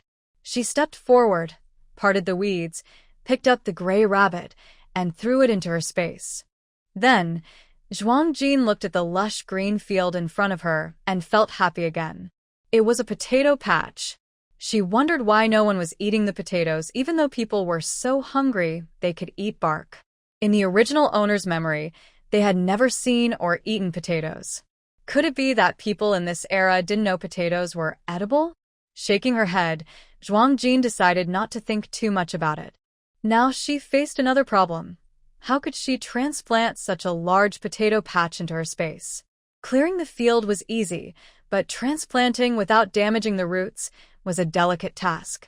She didn't have time now. Sigh. She faintly heard Chen Xingwang calling her. Zhuang Jin hurriedly moved a few intact potato plants into her space, then randomly pulled some weeds to cover the roots, and finally left. When she returned to meet with Zhuang Xiaohu and the others, they had already finished negotiating with the people from Zhangjia village. The negotiation went very smoothly. With Zhang Yongwang present, even if the Zhangjia villagers felt resentful, they had no choice but to accept the grain for people deal. The exchange was scheduled for noon at the eastern entrance of Qinjia village. Under the blazing sun, Zhangjia village brought 10 carts full of grain. Watching the heavy bags of grain being unloaded from the ox carts, the villagers of Qinjia village looked happy. In contrast, under the scorching sun, the 500 Zhangjia villagers, including Zhang Yongwang, had not had water since last night. They had been tied up and left in the sun at the village entrance all day. Their lips were chapped, and their faces looked pale and sickly. The grain was weighed, 10,000 jin of coarse grain. Zhuang Xiaohu and Chen Xingwang, following the old village chief's instructions, were about to release the people when Zhuang Jin strode over and stopped them. First, inspect the grain. Only if it's good, then release them. As she said this, Zhuang Jin noticed a few people from Zhangjia village with obvious signs of panic on their faces. Frowning, she said sternly, "Inspect the grain." Insisting on inspecting the grain, the 20 or so villagers from Zhangjia village who came to deliver it started shouting, "What do you mean? Damn woman! When did Qinjia village start letting a girl take charge?" Old village chief Chen Yukai, seeing the chaos, hurried over and asked softly, "Jin girl, is there a problem with the grain? In this day and age, which would you choose? 20 jin of coarse grain or 10 jin of fine grain?" Zhuang Jin swept her eyes over the pile of grain and said coldly, "Is it so coincidental that all 10,000 jin are coarse grain?" Upon hearing this, Chen Yukai was momentarily stunned. Of course he preferred coarse grains, cheap and filling. Fine grains are precious, and usually reserved for the wealthy. In this tough year, no one cares about taste. As long as there's enough to eat and they won't starve, that's enough. Furthermore, since their village chief, Zhang Yongwang, is being held here, the village's grain storehouse must be sealed. To exchange for enough food for 500 people, every household would need to contribute. It's impossible that so many families have no fine grains at all. Realizing this, Chen Yukai suddenly understood. He tapped the cigarette in his left hand against his palm and stomped his foot, shouting loudly, "Check the grains. Inspect them bag by bag. Be thorough." When they did the inspection, they found something suspicious. Besides the first few bags, the rest were large bags containing smaller bags. The outer layer was coarse rice, and inside the small bags were small stones. Chen Yukai was so angry, he couldn't help but laugh. Is Zhangjia village trying to keep your village chief from going back? Or, do you have a better candidate for village chief now? His words were sharp and hurtful. As soon as he said this, Zhang Yongwang's old face twisted in anger. He glared hatefully at a tall, middle-aged man. "Zhang Yushu, are you really in such a hurry to become village chief that you want to kill me early?" The man called Zhang Yushu waved his hands to explain but was cut off by Zhang Xiaohu. Enough, enough. I'm not interested in your family's internal quarrels. Now let's do the math on this grain. We're not unreasonable. After removing the stones, these grains weigh 5,000 jin. And you, give us 6,000 jin. That settles the account. 6,000 jin? Adding the 5,000 jin here, that's 11,000 jin. What? Zhang Yushu's eyes widened in disbelief. Isn't it supposed to be only 10,000 jin in total? Why has it increased by 1,000 jin? Why? Because you cheated us first, and now you're not allowed to collect a little interest to soothe our wounded hearts? Or, are you really thinking about taking the village chief's position? Don't you want your village chief to go back? Zhang Xiaohu shouted loudly, spitting saliva onto Zhang Yushu's face. Zhang Yushu instantly froze, his face turning green. And his wounded heart? Damn it! He was upset about an extra 1,000 jin of grain? Who's going to comfort his wounded heart? Zhang Yushu. Zhang Yongwang roared. Listen to them. Go fetch the grain. The grain sent from Zhangjia village was finally pulled out at dusk, 8,000 jin of coarse rice, and 1,500 jin of fine grains. Part of the grain was kept as public food, and the remaining was evenly divided among each household based on the number of people. The villagers of Qin village cheered happily. Zhuang Xiaohu received a share of grain, but did not plan to return to the Zhuang family old house. He borrowed a house from the old village chief, intending to split up today and move out with his wife, children, and a few others. The old village chief also announced the news of Zhuang Xiaohu and Zhuang Jin's family separation during the grain distribution. Zhuang Xiaohu could say he left his family without taking anything from the old house, only taking the grain allocated per person today. But Grandma Zhuang was not happy. She thought about the 100 jin of grain that would be taken away with the 6 people, and she immediately clung to Xiaohu's leg, crying and scolding. Oh, I don't want to live anymore. I raised a wolf in sheep's clothing. When he's got wings, he doesn't need his mother. You ungrateful person. I raised you with my own sweat and tears. Now you have a wife, and that wicked woman is persuading you to abandon your mother. Boo-hoo, oh, my son's father, take me away too. If I'm unfilial, living is just suffering. Zhuang Xiaohu stood there, holding his grain, feeling torn. He was a son who was cared for by his parents in old age, but he never received much love from them. He was raised partly by his former sister-in-law, Zhuang Jin's mother, but in front of him was his own mother. Xiaohu felt a bit reluctant. Mother, this is just a family separation. I still won't abandon you. Xiaohu planned that after splitting up, he would send her a monthly allowance. Zhuang Jin saw Grandma Zhuang crying and yelling, yet she kept staring greedily at their grain like a wolf. She clearly wasn't reluctant to part. She was just eyeing the grain. We can give you the grain for all 6 of us. I will also give you 20 taels of silver within a month, Jean said, walking over and looking down at Grandma Zhuang, who was throwing a tantrum on the ground. Grandma Zhuang was stunned. Grain for her?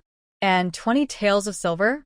Hearing about such good news, she immediately stopped crying and jumped up from the ground. Really? It's true, but you must write a severance letter. A severance letter is a severance letter. Bah. They're all good-for-nothings. Keeping them at home is just wasting food. Grandma Zhuang didn't hesitate and agreed immediately. Zhuang Dazhu and Lu Tsuehua, the couple, were even more ruthless. One borrowed paper and pen from the village chief and started writing the severance letter on the spot. The other snatched the grain from Jean and the others and dragged it to his own house, moving so quickly as if afraid Jean might change his mind. Zhuang Jin kept staring into Zhuang Xiaohu's eyes, watching as the last spark of life in them faded to gray. Little uncle, if you don't want to sign this separation letter, you don't have to. I will sign with Xiao. Zhuang Jin's meaning was clear. If Zhuang Xiaohu refused to cut ties with his family today, she would also sever her relationship with them. She didn't want to split the family. She wanted to completely break away from everyone. Zhuang Xiaohu, a tall man, also had tears in his eyes at this moment. He clenched his teeth and stomped his foot loudly. Fine. If that's what you want, I'll sign the separation letter. After saying that, Zhuang Xiaohu signed his name on the letter and turned his face away, no longer willing to look at Grandma Zhuang and Big Zhu at this moment. Grandma Zhuang's action completely crushed her last bit of affection for her son. Once the separation letter was signed, they were strangers from then on. They worked hard all day and night, but in the end, all 6 of Zhuang Jin's group had nothing to show for it. Feeling down, they went to a vacant house borrowed from the village chief. The house was very old, 2 low, leaky rooms.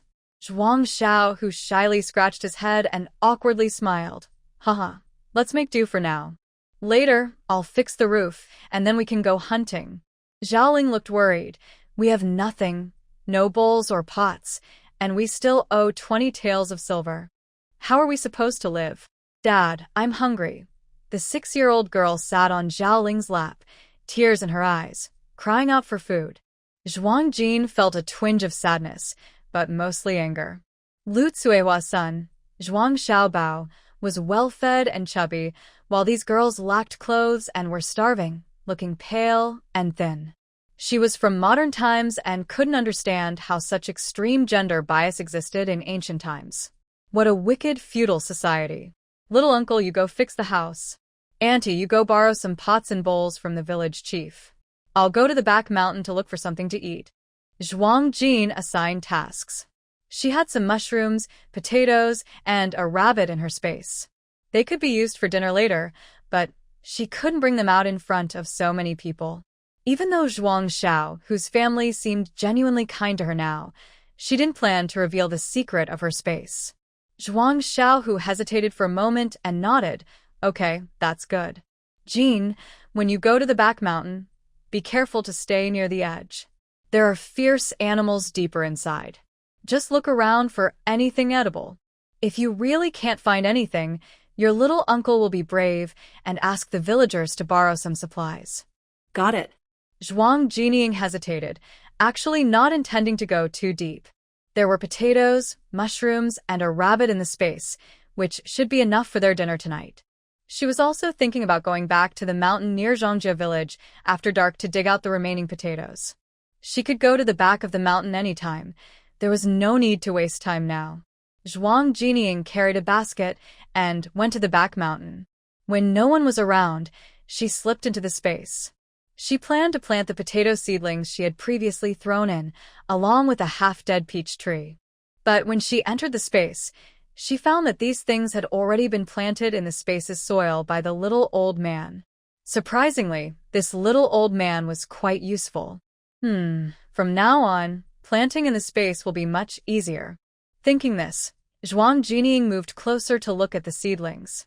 To her surprise, in just half a day, the small peach tree not only survived but also grew very well, about 10 centimeters taller than before, and she could see a few branches even had flower buds. Zhuang Jinying was very excited. It wouldn't be long before she could enjoy delicious big peaches. The potatoes were buried underground, so their size wasn't visible, but the leaves growing outside the soil were twice as large as before, shiny and green, showing healthy growth. Curious, she dug out a potato seedling to check. To her amazement, a potato about the size of a child's fist had grown into a watermelon-sized one in just half a day. There were also wild mountain mushrooms nearby. She hadn't planned to grow these mushrooms in the space. They were just stored there for quick snacks. Unexpectedly, the little old man had planted them in the soil, and they had survived, growing even larger than before. This made Zhuang Jinying even more surprised. Mushrooms like shade and cultivating fungi isn't just about soil. It seemed the land in this space was truly a treasure. Could it grow all kinds of plants? Since mushrooms and potatoes could grow together in the space, she wondered if she could plant rice too. She asked the little old man, but he didn't give a clear answer. It seemed she needed to do more research and try planting more plants. Maybe she could grow rice, corn, or sorghum. Perhaps, who knows, organisms from the South and North Poles could even survive together. Zhuang Jinying had a sudden wild idea. But soon she started to worry again. Such large potatoes, if she took them out, wouldn't she scare people to death? Old man, do everything grown in this space turn out this big? Zhuang Jin looked at the giant potato that had been dug up and felt a bit worried. She had wanted to eat rabbit stew with potatoes tonight. She cast a reluctant glance at the lively gray rabbit inside the space and swallowed hard. It seemed the rabbit sensed someone's fierce, wolf-like gaze, and after a moment of hesitation, it suddenly sprinted away on its short legs, as if fleeing for its life. This one grew big because it was watered with spiritual spring water. Over there, the old man pointed to 2 separate plants at the edge. Those weren't watered with spiritual spring water, so they're about the same size as normal, but they taste better, more delicious, yes, more delicious. Zhuang Jin moved closer and dug them out to check. Indeed, they were a bit bigger than those outside, but not enough to surprise anyone. All right, then tonight we'll have rabbit stew with potatoes. A suspicious sound came from above. Zhuang Jin stiffened and looked up, only to see someone, no, a spiritual being, sitting there, greedily licking saliva while staring at the gray rabbit. Zhuang Jin rubbed her forehead. You, a spiritual being, can't eat anything. What are you doing here? It must be hard to just watch and not eat, right? She said with a mischievous smile. Suddenly, she remembered something and warned the old man sternly, don't attach yourself to me again. She didn't want to be possessed by a demon or evil spirit, nor did she want to be forced to eat until she gained weight while possessed. Ah, I wish I could. The old man sighed sadly, giving her a resentful look. Last time, I could possess you because your body wasn't fully connected to this one. After the cleansing, you're completely bonded to this body. I wanted to try possessing it to taste what meat is like, but I can't do it anymore. Zhuang Jin suspiciously glanced at the old man, feeling something strange, but couldn't quite figure out what. Oh well, never mind. She decided to forget about it and go catch a rabbit for stew. Just as she thought this, something surprising happened. The gray rabbit, which was happily running away, suddenly ended up in Zhuang Jin's hands. The quick change seemed to scare the rabbit even more. It stared blankly with its tiny eyes, blinking at Zhuang Jin. This space recognizes you as its owner. As long as you think about it, you can control everything inside. Even if you don't enter the space, you can still access anything inside. The old man blurted out quickly, almost finishing his sentence before suddenly realizing the danger and hurriedly covering his mouth. He got it. Zhuang Jin waved her hand. The next moment, she saw the little old man's figure rush past her and crash into the 9-story tower. Zhuang Jin listened with interest to the screams coming from inside the tower and nodded happily. Yes, the little old man is also a creature within the space, so she can control him too. Does this mean that inside the space, whether it's a person or a ghost, as long as they are disobedient, she can deal with them at any time? Feeling happy, Zhuang Jin left the space, packed the gray rabbit, the potato, and a few mushrooms into her basket, then gathered some firewood on top and headed back. When Zhuang Jin returned with her basket, Zhaoling also borrowed some pots and bowls from the village chief's house. Additionally, the village chief, Chen Yukai, gave Zhaoling a small bag of grain. Zhuang Jin weighed it and guessed it was at least 10 jin, about 5 kilograms. Honestly, this old village chief is really kind to them. Zhuang Jin looked at the bag of grain and thought for a moment before calling over Zhuang Xiaohu. Little uncle, have you seen this thing before? She took out 4 or 5 potatoes from her basket and asked, what is this? It looks like a dirt lump. Zhuang Xiaohu tilted his head, confused. Zhaoling was starting a fire in the stove and, seeing what Zhuang Jin held, also curiously leaned over to look. Jin, are you hungry? Let me tell you, even when we're starving, we shouldn't eat dirt. It can be deadly. As she spoke, Zhaoling wiped tears from her eyes with a look of concern. Zhuang Jin was silent. When she dug the potatoes, she was in a hurry, and the skin still had a lot of mud on them, but it was obvious enough to tell what they were. It seemed she was right. People in this world don't know about potatoes, nor do they realize these things can be eaten. Little uncle, auntie, these aren't dirt lumps. They're called potatoes. I met a stranger when I was gathering firewood in the mountains, and he cooked these to eat. They're edible, Zhuang Jin explained to the two. Really edible? How do you eat them? Zhaoling looked at the dirt lumps in front of her and was worried. She'd never seen these before and didn't know how to prepare them, and she was mainly concerned. Could they be poisonous? Zhuang Jin smiled inwardly. In modern times, potatoes are a staple food in every household. She never expected that people in this world wouldn't recognize them. But not knowing is actually good for her. The stranger gave me a piece before. I ate it, and it wasn't poisonous. Not only that, it was very tasty. Tonight, I'll cook the meal. The stranger told me how to prepare potatoes, she said. During a casual conversation, a gray rabbit suddenly jumped out of a basket. It's unclear if the rabbit is truly naive or just silly, but it directly hopped into Zhuang Xiaohu's arms. Instinctively, Zhuang Xiaohu held it, looked down, and was momentarily stunned before breaking into a silly smile. Zhaoling was also surprised and asked, where did this rabbit come from? Today's lucky day. I caught a rabbit from the mountain. Tonight, we'll have rabbit stew with potatoes. Little uncle, go clean this rabbit. Dad, Mom, Sister Ajin, are we going to have meat to eat? The eldest and second daughters, hearing about meat, happily ran over, their eyes shining with excitement. Even Zhuang Xiao, who was standing still, stared intently at the rabbit in Zhuang Xiaohu's arms. Seeing Zhuang Xiao's innocent look, Zhuang Jin was worried she might feel sorry to kill the rabbit and want to keep it as a pet. But then, Zhuang Xiao hesitantly managed to say one word. Eat. All right. Little uncle, I'll clean it now. We'll have meat soon. Zhuang Xiao grinned, showing his big, white teeth. This was the first genuine smile he'd shown since breaking ties with Grandma Zhuang earlier today. Xiaoling was also happy and reminded Zhuang Xiaohu, be careful when peeling the rabbit's skin. Don't damage it. In winter, make a wool scarf for little Axiu. Got it. Watch my skill in peeling the rabbit. Seeing everyone's sincere smiles, Zhuang Jin suddenly felt a bit dazed. In her past life, she was an orphan. She only felt a little bit of parental love after being adopted by her foster father, but he was busy with his career and couldn't care for her. Later, she joined a special forces team and became very independent. She had never experienced warm family bonds like this. At that moment, something seemed to flow into her heart.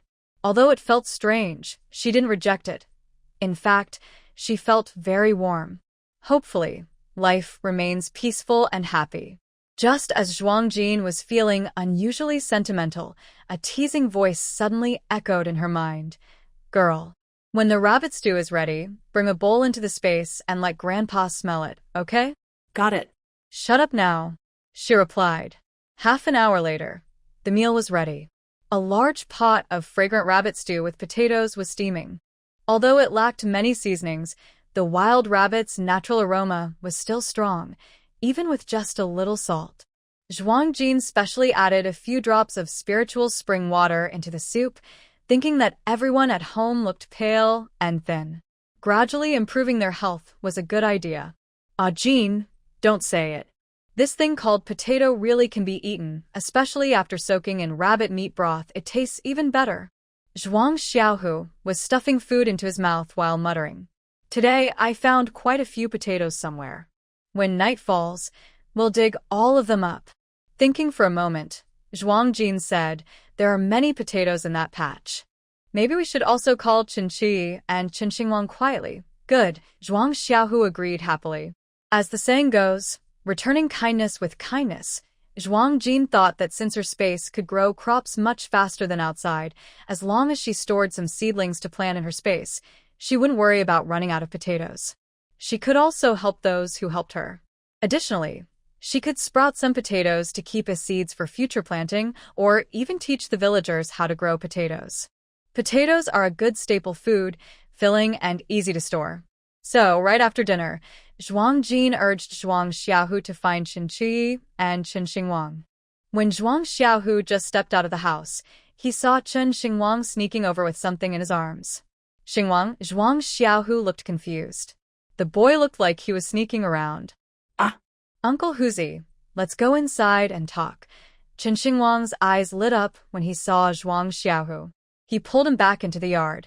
My mother said you all gave all the grain to the Zhuang family's old house, and you might go hungry. So, my mother asked me to bring you some food, afraid someone might see. That's why I came after dark. During a famine, families hide their food to prevent others from taking it. Inside the yard, Qinxingwang took a cloth bag from his pocket. When he opened it, there were steaming buns, about a dozen of them. Seeing the dozen buns in front of him, Zhuang Xiaohu felt a bit embarrassed and scratched his head. They had eaten rabbit meat tonight and were full, but they hadn't thought about sharing with anyone. Yet Aunt Qin still thought of them. For some families, a dozen buns might not be much, but for Qinxingwang's family, it could be their food for 3 days. Last year, Qinxingwang's father fell and broke his leg while working in the mountains. He couldn't do farm work and needed care. Aunt Qin was also in poor health. The whole family relied on this young boy to support them. Zhuang Jin had buried some potatoes under the stove while cooking. Now she had just dug them out and was carrying some when she saw her little uncle acting awkwardly. Xingwang is here? Perfect, try this. Zhuang Jin also said, Little uncle, that is Aunt Chen's kind gesture. Please accept it. As the saying goes, courtesy demands reciprocation. When you have good things, think of returning them. Yes, Jin is right. Xingwang, try this. It's called a potato. Zhuang Xiaohu wanted to say it was delicious, but when he saw the dark, blackish thing on the plate, he suddenly hesitated. Can this really taste good? However, Chen Xingwang didn't mind. When he's hungry, he's eaten tree bark before, so he casually took one and stuffed it into his mouth. This skin needs to be peeled before eating. Zhuang Jin wanted to stop him, but it was too late. Chen Xingwang had already shoved the whole potato into his mouth, with black soot around his lips. But as he chewed, Chen Xingwang's eyes lit up. This was much tastier than tree bark. If only the soot hadn't gotten in his mouth. Inside, there was a hint of sweetness. Is this called a potato? Chen Xingwang asked vaguely with food in his mouth. Night fell deeper. Chen Xingwang carried a huge basket on his back, and he, Zhuang Jin, Zhuang Xiaohu, and Chen Qi quietly left the house under the cover of darkness. Zhuang Jin led the others to the mountain they visited during the day. Under the moonlight, Zhuang Xiaohu and the others saw potatoes everywhere and giggled happily. Zhuang Jin pretended to dig some potatoes, but seeing the others so absorbed, he took the opportunity to slip away. Standing on the hillside, Zhuang Jin looked out over Zhangjia village. The cold moonlight shone on the land. At this moment, the village was dark, with no lights on. It seemed everyone was asleep.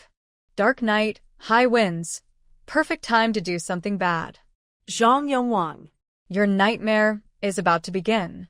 Zhuang Jin has always been a vengeful person. If you dare to find a Taoist priest to burn her, you will face her revenge. Zhuang Jin chuckled coldly and quietly entered Zhangjia village. Late at night, Zhangjia village was very quiet. No one was around. Only a few stray dogs barked occasionally. Zhuang Jin glared coldly at them. The angry dogs immediately cowered, tail between their legs, whimpering and not daring to approach. Zhang Yongwang's house was easy to find. Zhuang Jin effortlessly climbed over the wall into the yard. Once inside, he headed straight for the cellar. Without caring whether the contents were useful or not, he quickly gathered everything into his space. After looting the cellar, Zhuang Jin carefully pried open the main house door. At this moment, Zhang Yongwang was sleeping soundly, snoring loudly. Zhuang Jin quietly approached the bed, her eyes fixed on the box in Zhang Yongwang's arms. With a swift hand strike, she knocked him out, took the box, and left. A few minutes later, Zhang Yongwang's house was completely looted. Zhuang Jin took everything, even the kitchen pots and utensils. After robbing Zhang Yongwang's house, Zhuang Jin silently moved to the grain depot in Zhangjia village. At the depot entrance, two villagers were dozing against the wall. Zhuang Jin didn't disturb them and climbed over the wall from the side. Zhangjia village had recently suffered a big loss of grain to exchange for people, so there wasn't much grain left in the depot. But what surprised Zhuang Jin was a mother cow that had just given birth and two calves in the barnyard. The mother cow had light brown fur mixed with dark brown spots, a clear feature that was easy to recognize. Zhuang Jin hesitated for a moment, then only took the two calves, put them into her space, and turned to leave. Just then, the mother cow seemed to realize her calves were leaving and started mooing loudly, nervously snorting in the barn. Zhuang Jin frowned. Separating mother and calf might be a bit immoral. Well. Okay. In the next second, Zhuang Jin waved her hand and also put the mother cow into her space. Hey. It might be nice to keep her for milk later. Next up, Granny Zhang's house. After a thorough raid, Zhuang Jin felt satisfied and headed back home. The dark night was silent and still. The moon above was moving west nearly dawn. It hadn't rained for a while, and the summer night breeze was a bit hot. Walking along the mountain trail, thinking about tonight's harvest, Zhuang Jin felt very happy. Suddenly, from behind Zhangjia village, loud barking dogs sounded, restless and agitated. At the same time, countless birds took flight from the mountain. They flew out in groups from the deep forest. Looking up, she saw many dark shadows rushing out in panic from the woods under the moonlight. Zhuang Jin stopped abruptly, a hint of doubt flashing in her eyes. She had only raided 3 households. Was there really such a big commotion? Is there a full animal search? Zhuang Jin's expression darkened, and she scowled unhappily. But then, suddenly, she stopped in her tracks. Something was wrong. Very wrong. At that moment, many small black heads moving along the ridge caught her eye. The faint flapping of wings drew her attention. She bent down and looked carefully. In the next second, her pupils shrank suddenly. Locusts. Looking closer, the number was astonishingly large, covering the ground densely. It's just that it isn't dawn yet, and it's not the time for locusts to be active. They are all hiding underground somewhere. If she didn't have good eyesight and looked carefully, she wouldn't notice them at all. Could it be? Where there's a drought, locusts usually follow. She almost forgot this fact. Oh no! Is a locust plague coming? Zhuang Jin felt anxious and quickly called 3 others, including Zhuang Xiaohu, and urged them to hurry back. At first, Zhuang Xiaohu and the others were confused when they heard about the locusts. Ah, Jin, are you serious? Don't scare us.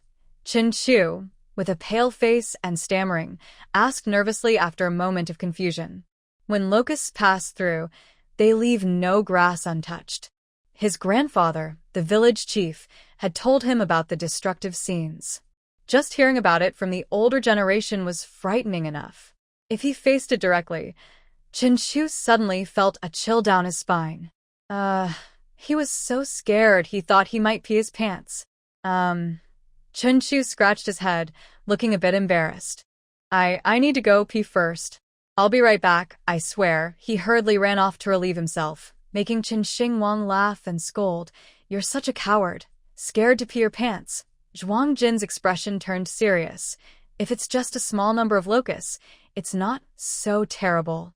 But if a large swarm passes through, the destruction can be severe, even attacking humans. We don't know how many there are, so we must prepare early. Time is tight. There's just over an hour before dawn. Before sunrise, the village chief should gather everyone to store the food properly, and everyone should hide somewhere safe. Is it really that serious? Qin Xingwang's face turned pale. Seeing Zhuang Jin nod, his heart tightened with worry.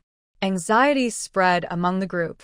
At this moment, Zhuang Jin felt a heavy weight in her heart. She had other worries too.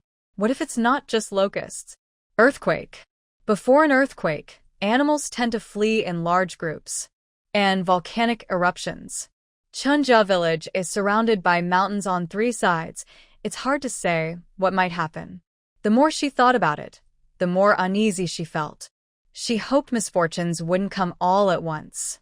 Zhuang Jin sighed softly. By now, Qin Chu had returned, but his face was even paler than before. He looked distressed and said, "What Jin just said probably isn't wrong.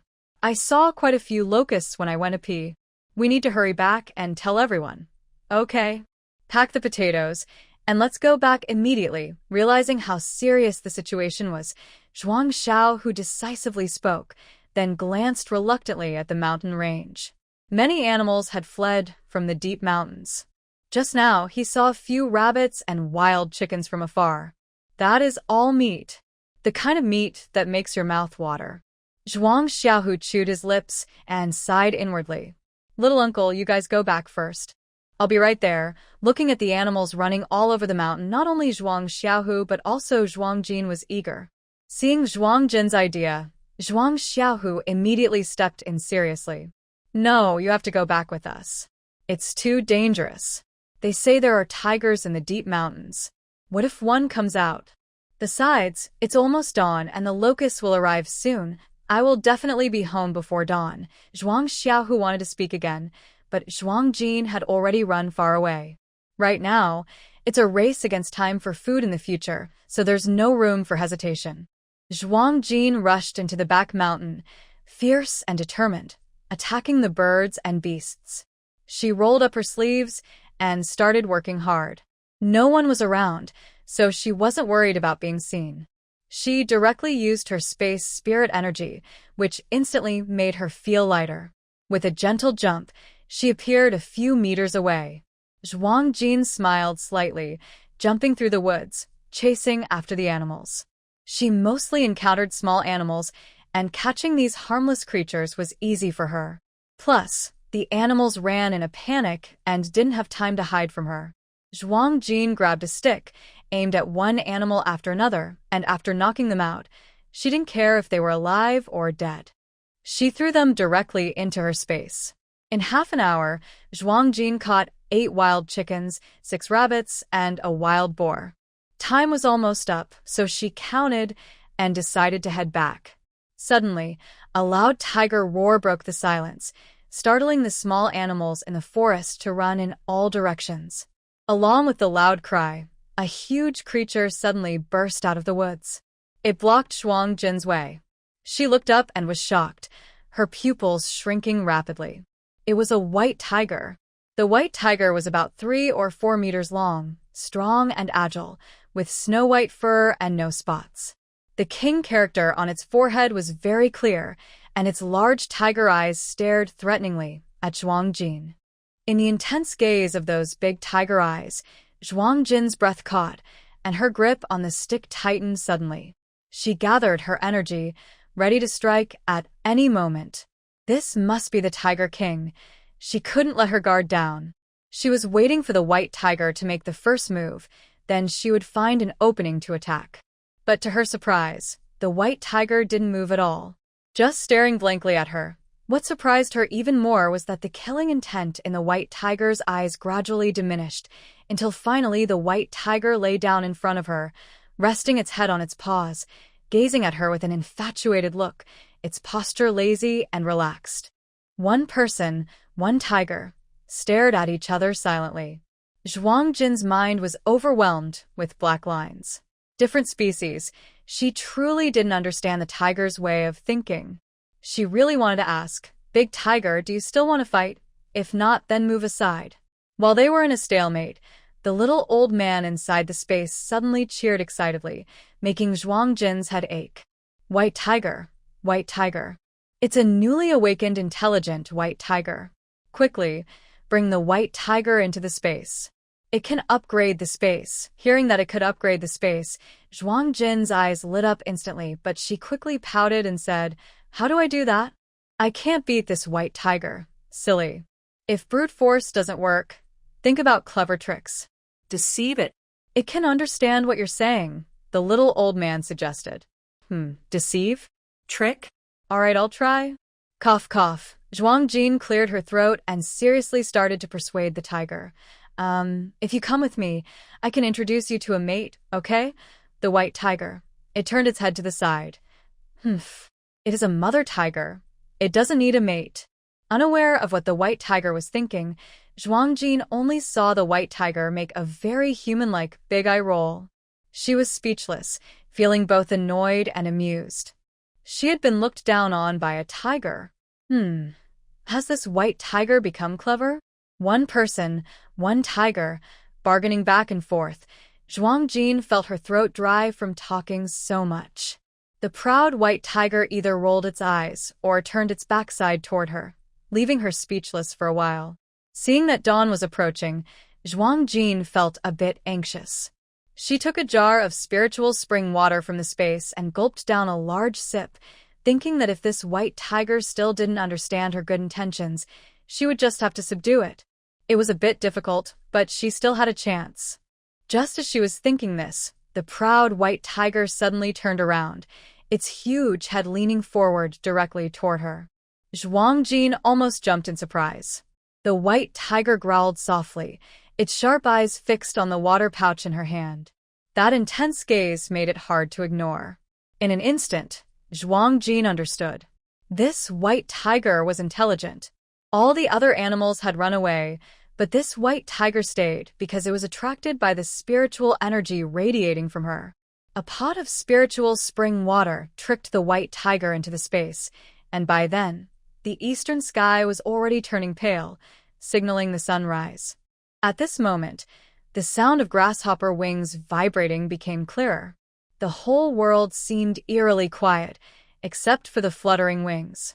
It was like the calm before a storm, a quiet waiting for something to happen. As dawn broke, the grasshoppers became active. Zhuang Jin didn't have time to think much. She infused her body with spiritual energy and rushed toward Qinjia village. Halfway there, she saw several rice paddies by the roadside. She thought, whether the grasshoppers eat the rice or she steals it, it's all the same. It's better to put it into her space. So, she delayed a little more. After finishing her work, Zhuang Jin hurried back home in a rush. Even though Zhuang Jin was already very fast, she could still see with her eyes that behind her, the sky was slowly gathering a dark, heavy mass. More and more grasshoppers gathered, eventually blocking the sky and spreading toward her. There were only a few hundred meters left to Qinjia village. Zhuang Jin was sweating heavily as she ran. From afar, she saw Zhuang Xiaohu anxiously looking in her direction at the village entrance. When he saw Zhuang Jin, Zhuang Xiaohu finally relaxed. But then, suddenly, Zhuang Xiaohu's eyes widened in horror. He saw a huge swarm of grasshoppers behind Zhuang Jin, rushing toward her like a tornado. He saw a small wildcat caught in the grasshopper storm, instantly turning into a skeleton. After the swarm passed, the bones fell from the sky and hit the ground. It was terrifying. Could these grasshoppers really eat living creatures? Zhuang Xiaohu was so scared he felt his liver and gallbladder tremble. Quick. Jin, run. Zhuang Xiaohu ran toward Zhuang Jin, his voice trembling with tears. Uncle, don't come over. Run home quickly. Zhuang Jin also saw Zhuang Xiaohu. She wasn't afraid of her space. She could hide inside if the grasshoppers came. But Zhuang Xiaohu couldn't do that. He hadn't yet told anyone about the space's secret. At this moment, Zhuang Xiaohu didn't think about anything else. His only thought was, she can't get into trouble. He took off his coat, running and waving to drive away the approaching grasshoppers. When he grabbed Zhuang Jin's sleeve, he was already covered in bites from the grasshoppers, with bloodstains all over his body. Still, he didn't hesitate to cover Zhuang Jin with his coat. Zhuang Jin looked at him with a surge of gratitude. She grabbed Zhuang Xiaohu's arm and secretly released spiritual energy from her space, forming a protective shield around both of them. She had never tried this before, but surprisingly, it actually worked. As the protective shield formed, the sky was quickly covered by a dense swarm of locusts, blocking out the sunlight. The land was cast into shadow. Thanks to the earlier warning from Zhuang Xiaohu and the others, every household in Qinjia village had their doors and windows tightly closed. On the outskirts, Zhuang Jin and Zhuang Xiaohu were also surrounded by a thick cloud of locusts, but no one noticed the strange phenomena around them. Zhuang Xiaohu, realizing late, asked in confusion, "Strange, why are those locusts avoiding us?" "Well," Zhuang Jin replied calmly, "maybe I smell so bad that they flew away." Zhuang Xiaohu was speechless. That's just a kid's story. He knew his niece had a secret, but since it was a secret, he didn't ask further. As long as she was safe, that was enough. They rushed back to their small yard. Inside, Zhaoling was hiding with Zhuang Xiao and her twin daughters. The situation was not good. The yard was already in poor shape, with holes in the roof that hadn't been repaired. Earlier, they had temporarily covered a hole with some dried herbs and mud, but now, with the locusts sweeping through, even the dried herbs were no match. The hole was quickly broken again. Zhaoling held blankets to drive away the locusts that had entered and tried to block the hole again. But the locusts were everywhere, crawling in through the chimney and window cracks. Wherever there was even a small gap, the frantic locusts relentlessly attacked. When Zhuang Jin and Zhuang Xiaohu returned, Zhaoling finally felt relieved. "It's good you're back. But it looks like our house can't hold much longer. Do you have any ideas, Dad?" She pointed at the damaged roof and windows, her voice trembling slightly. "I'll block it," Zhuang Xiaohu said, grabbing old clothes and blankets to cover the holes. Zhuang Jin secretly used her spiritual energy to expand the protective shield, covering the entire yard. Soon, a strange scene appeared in Qinjia village. Outside, the locust disaster raged fiercely, sweeping across the land. But strangely, they avoided Zhuang's house, as if the house created a vacuum zone, cutting it off from the swarm. Wow. It looks like all the locusts flew away. The 8-year-old eldest daughter and second daughter cheered and jumped excitedly. Zhuang Xiaohu looked at Zhuang Jin thoughtfully, but said nothing. The locusts, like a raging tide, swept across the northern border of the country, causing severe damage. Wherever they went, crops and trees were devoured completely, leaving only scarred, barren soil. In some areas severely affected by locust plagues, many people have been injured or lost their lives.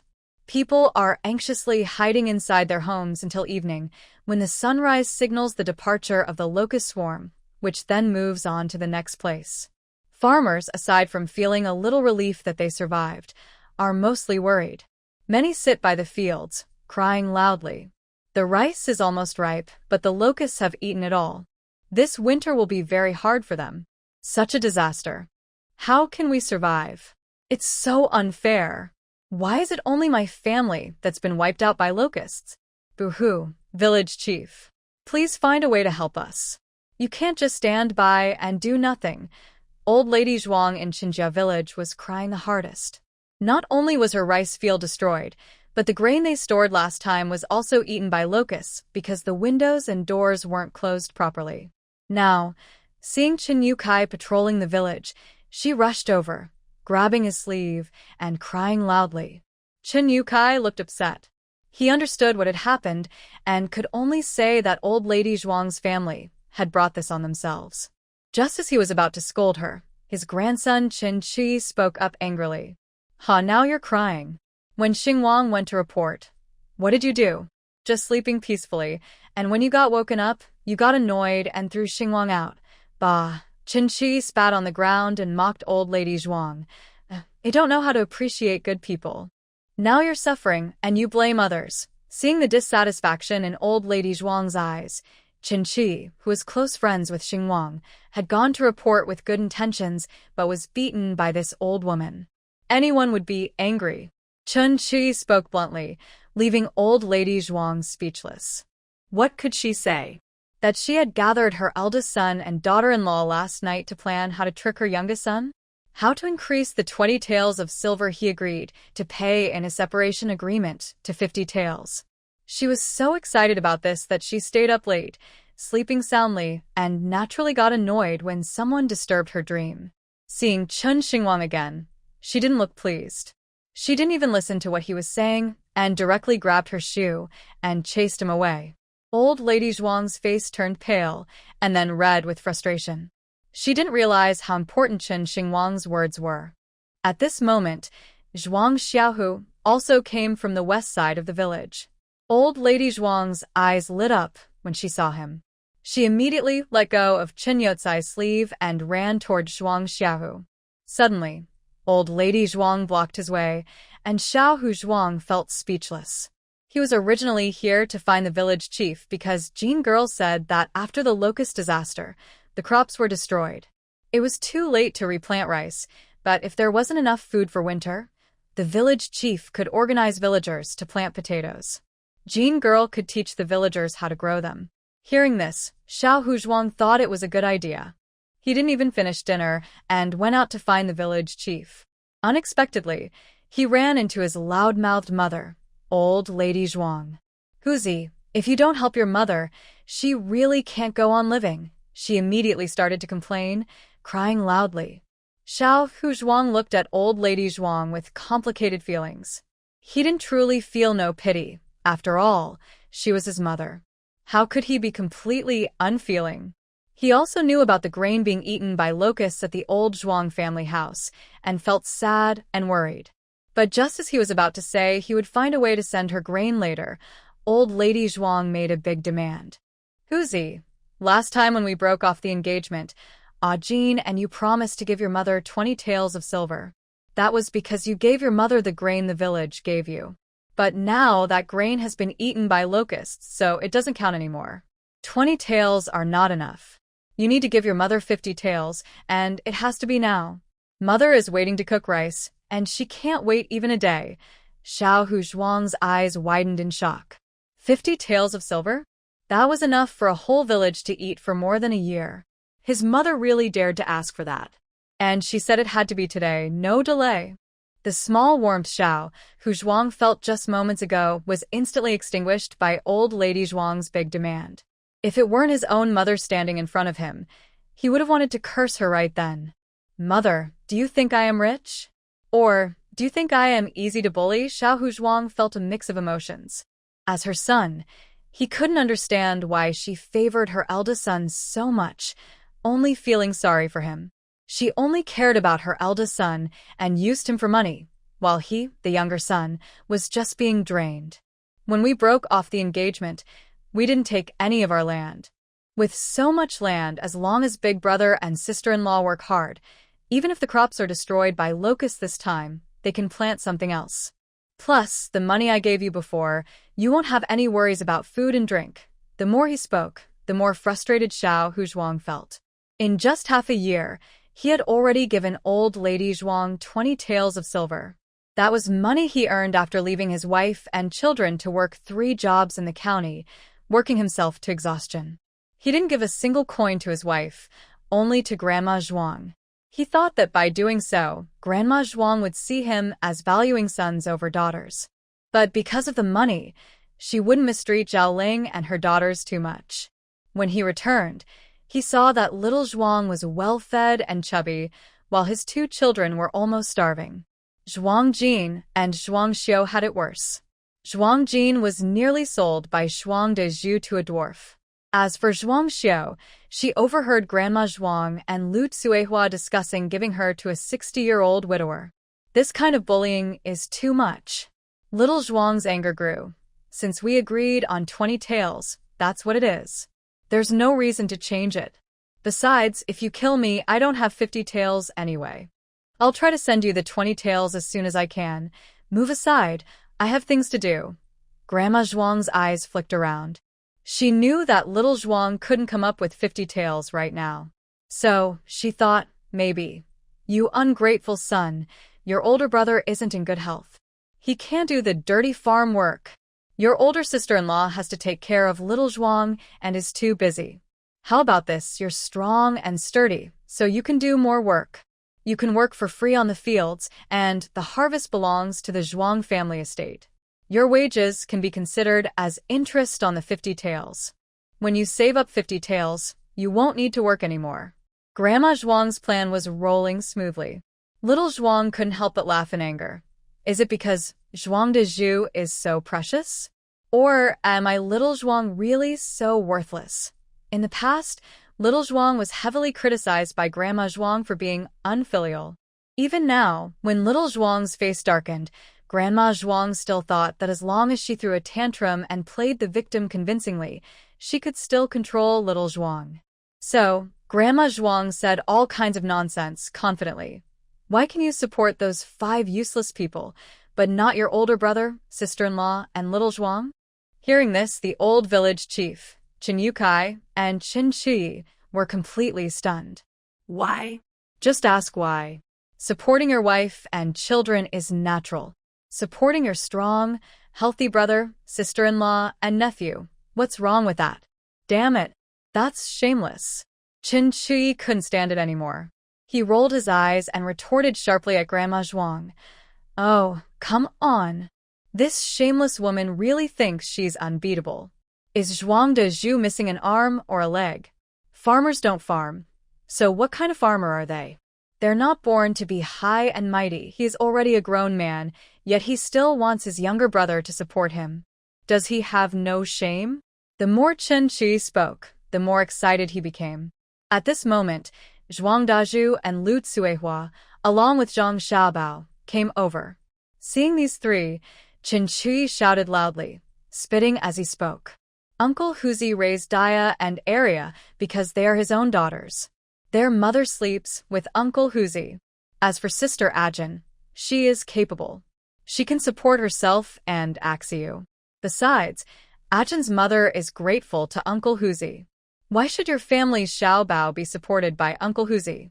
Is it because Lu Tsuehua is grateful to Uncle Huzi? Or because she sleeps with him? Zhuang Dezhu married and had children, but now he can't support them. He's causing trouble, asking other men to support his wife and kids. I ask you, where do you get the nerve? Zhuang Xiaohu was originally quite angry, but when Qin Shi blurted out, "She sleeps with Uncle Huzi?" he couldn't help but laugh. This kid, although a bit vulgar in speech, was actually quite right. Old village chief Qin Yukai helplessly looked at his beloved grandson. He thought if only this kid would study for a few more years. He hadn't learned much, but he had learned to curse. However, Qin Yukai lifted his drooping eyelids and glanced at the furious Zhuang Laotai and Zhuang Dezhu, whose faces were almost purple with anger. Suddenly, he felt amused inside. This brat's cursing is pretty satisfying. Zhuang Laotai, we have no relation now. Please watch your manners and don't block the road again. Zhuang Xiaohu, holding back a smile, spoke coolly. He casually sidestepped Zhuang Laotai, whispered a few words with village chief Qin Yukai, and then the three of them walked away. Only Zhuang Laotai and her husband were left gritting their teeth in place. 3-year-old Zhuang Xiaobao said something shocking. Mom, is it true that as long as you sleep with a man you get food? Then Mom, you should go. As soon as he finished, Lu Tsuehua slapped him hard. Zhuang Xiaobao cried loudly from the hit. Zhuang Laotai felt distressed and stepped forward to protect her grandson, but Lu Tsuehua also slapped her. It's all your fault, you old fool, embarrassing me in front of outsiders. Zhuang Laotai, who was the queen at home, had never been treated like this. She immediately tried to scold Lu Tsuehua. Suddenly, mother-in-law and daughter-in-law started fighting. They pulled hair, bit each other. What a lively scene. Of course, Zhuang Xiaohu and Qin Yukai didn't know about this. At this moment, Qin Yukai and Qin Shi were sitting at Zhuang Xiaohu's house, eating a full potato feast. Baked potatoes, steamed potatoes, vinegar-spiced shredded potatoes, spicy mixed shredded potatoes, potatoes stewed with cabbage, potatoes stewed with mountain chicken, potato pancakes, mashed potatoes. While eating, the old village chief, Qin Yukai, was crying. Delicious, really edible. This is truly a life-saving thing. Let's all plant potatoes. Jean girl, if we can grow these potatoes, you will really be a great benefactor to our village. Village chief Qin Yukai was overwhelmed with tears. No one knew how he endured that day. Before the locust plague, he worried about drought and poor harvests, fearing the villagers would run out of food for winter. After the locusts came, all the crops were eaten up, and even the small hope they had was gone. He felt like he aged 10 years in a day. What a sad thing. Zhuang Jin looked at the old man and felt like laughing. In modern times, potatoes are easy to grow, but in this world, no one knew about them. People were so hungry they would rather chew bark than eat potatoes. It's really sad. While Zhuang Jin was feeling this way, Qin Xingwang suddenly rushed in, looking restless. He entered the room with a big smile. Ah, Jin, thanks to you noticing the locusts early, we could harvest our grain in advance. You don't know how bad Zhongjia village is. Locusts invaded their homes, and all their grain was eaten. I heard their village chief, Zhang Yongwang, cried so hard he almost bled. Zhuang Jin's face twitched. Zhang Yongwang bleeding probably wasn't just because of the locusts. Before dinner, she secretly took out a box she had looted from Zhang Yongwang. Inside, there were 200 taels of silver. No wonder Zhang Yongwang was sleeping clutching it tightly. He had lost all his savings, no wonder he didn't care. Did he really bleed? Hearing that Zhang Yongwang bled, old village chief Qin Yukai couldn't help but stretch his neck and start gossiping. Hey, village chief, why are you here? Qin Xingwang scratched his head awkwardly, smiling foolishly. He really did bleed and fainted. Not only Zhongjia village, but nearby Lijia village and Liuji village are also in trouble. Qin Xingwang didn't think much and happily gossiped. Even Qin Shi didn't realize how serious things were and cheerfully agreed with Qin Xingwang. Only Zhuang Jin, the old village chief, and Zhuang Xiaohu looked more and more worried. Village chief, we need to prepare defenses early, Zhuang Jin said first. Zhongjia village had donated nearly 10,000 jin of grain. At this moment, everyone was eyeing it greedily. If the other villages joined forces to seize the grain, our Qin village wouldn't stand a chance.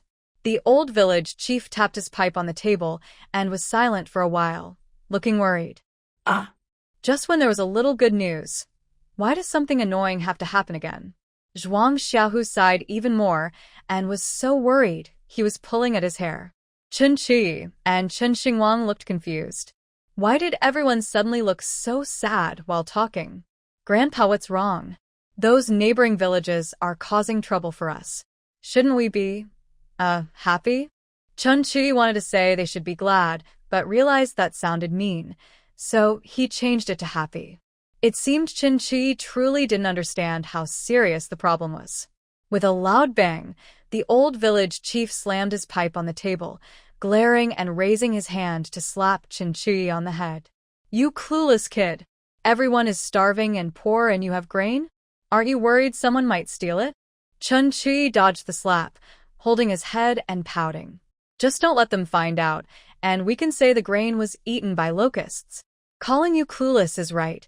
You're the only one who tries to find out about other villages, but they won't bother to find out about you. The old village chief sighed heavily. Don't forget, many of the women in our village are from those neighboring villages. People's hearts are unpredictable. Out of a few hundred people, not everyone shares the same mind. There are plenty of cases where they turn away from each other. Zhuang Daju's wife, Lu Tsuehua, was from Liujia village. Yesterday, he saw Lu Tsuehua secretly moving grain back to her family. In a day or two, if something big happens, it's impossible to hide it for long. So, if they really come to steal, we'll fight them. Fight? With what? We're only 500 men, women, and children. They have over 10,000 people from several villages. How are we supposed to fight? Chen Qi and Chen Xingwang froze and didn't say anything more. The atmosphere inside was gloomy and heavy. Zhuang Jin's mind was turning, but she couldn't think of a good plan and felt a bit anxious. Suddenly, she felt the space tremble. Zhuang Jin was stunned and then remembered something. She quickly slapped her forehead. Oh no! She needed to check the space. She had forgotten about the white tiger after a whole day of work. When the space reacted just now, she remembered the white tiger she threw inside, along with 3 cows, 8 wild chickens, 6 rabbits, and a wild boar. She felt dizzy. Hopefully, the white tiger was kind and didn't eat all those animals. They were their family's only hope for survival. The village chief and a few others were worried about how to protect their grain. Even Zhao Ling, who was bringing food into the house, was sighing along with everyone else. No one paid attention to Zhuang Jin, and she was happy to avoid explaining her whereabouts. She was about to quietly leave the dining table. Just as she was leaving, Zhuang Xiao grabbed her sleeve. Little Zhuang Xiao held tightly to Zhuang Jin's sleeve, looking at her dependently and softly calling, "Sister, sister," wanting to follow her. Zhuang Jin's anxious heart suddenly calmed when she saw Zhuang Xiao. She smiled gently, naturally patted her fluffy head, and took out a water pouch infused with spiritual spring, handing it to Zhuang Xiao and saying, "Be good, Xiao. Sister is going to get some tasty food and will be back soon. Drink this water, and when it's finished, sister will return." Every day, Zhuang Jin gave Zhuang Xiao a little water with a few drops of spiritual spring. In just 2 days, Zhuang Xiao's complexion looked much healthier, rosier, and more delicate. Her eyes were no longer dull and blank, though she still couldn't speak full sentences. Any positive change showed that the spiritual spring water was effective in treating Zhuang Xiao's dullness. She believed she could cure her sister's condition gradually. After comforting Zhuang Xiao, Zhuang Jin left the village and went to the cave on the western mountain. Once inside the space, even with mental preparation, Zhuang Jin almost broke down and went crazy. 8 wild chickens, 6 rabbits, and 1 wild boar. All eaten? This reckless thing. That was her half of her savings. Is this like going back to square one? Zhuang Jin stared angrily at the culprit. The culprit was lying lazily on the grass, licking its paws contentedly. Its fierce tiger eyes occasionally glanced greedily to the right, as if saying, "When I've rested enough, I'll come to enjoy you all." On the right side, a mother cow, and two calves looked so frightened their legs were trembling. Their mooing had even changed tone. Zhuang Jin's anger surged uncontrollably. Damn it! She couldn't hold it anymore. She was going to deal with this lawless beast. With a wave of her hand, she prepared to use her authority as the landowner and teleport the white tiger into her grasp. A bloodthirsty smile appeared at the corner of Zhuang Jin's mouth. She thought. Outside, she was afraid of this white tiger, but inside the space, she was the boss. Soon, she would beat this shameless thing so badly that even its mother wouldn't recognize it. Thinking this, she instantly teleported the white tiger in front of her. The white tiger was stunned. Its tiger eyes flickered with confusion. It didn't understand how it suddenly changed places. Before it could react, Zhuang Jin started rolling up her sleeves, with a murderous grin on her face, approaching the tiger with a bloodthirsty look. The white tiger shivered instinctively and tried to run away. After entering the space, the white tiger realized that the girl in front of him was not simple. It's better not to provoke her if possible. If it can't fight, then it should hide. Anyway, there's no way it can hit her. But in the next second, it found itself in trouble. It couldn't move at all. An invisible pressure suddenly pressed down from above, trapping it and making it hard to breathe. Under this pressure, it instinctively felt like surrendering. Roar. The white tiger lowered its head and let out a soft whimper. It was scared now, no more daring to fight. Are you afraid? It's too late now. Today, I won't leave you with your teeth intact until I've beaten some sense into you. Zhuang Jin shouted loudly, swinging his fist as if to strike the tiger's head. Oh no! I can't hit. I really can't hit. The little old man suddenly appeared tremblingly, blocking in front of the tiger. It's pregnant, so you can't hit it. What? Zhuang Jin was stunned. Pregnant? Isn't that just a male tiger? He lowered his fists and suspiciously looked at the tiger's belly. It does seem a bit big. He thought the white tiger was a male because it was so shameless, but it turns out it's a female with cubs. The white tiger rolled its eyes secretly. This is gender discrimination. Zhuang Jin looked at the white tiger crawling on the ground. Suddenly, a bright idea flashed in his mind.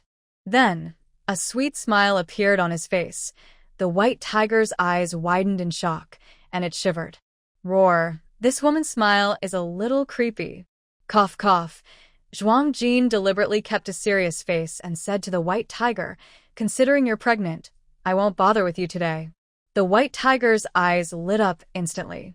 Then Zhuang Jin changed his tone and said, "But since you ate my 8 wild chickens, 6 rabbits, and a wild boar without my permission, a total of 15 animals, this can't be let go easily. Unless what?" The white tiger perked up its ears. "Unless you pay me back in numbers. You have to give birth to 15 tiger cubs to settle the debt." Suddenly, the white tiger froze in place. Oh my goodness.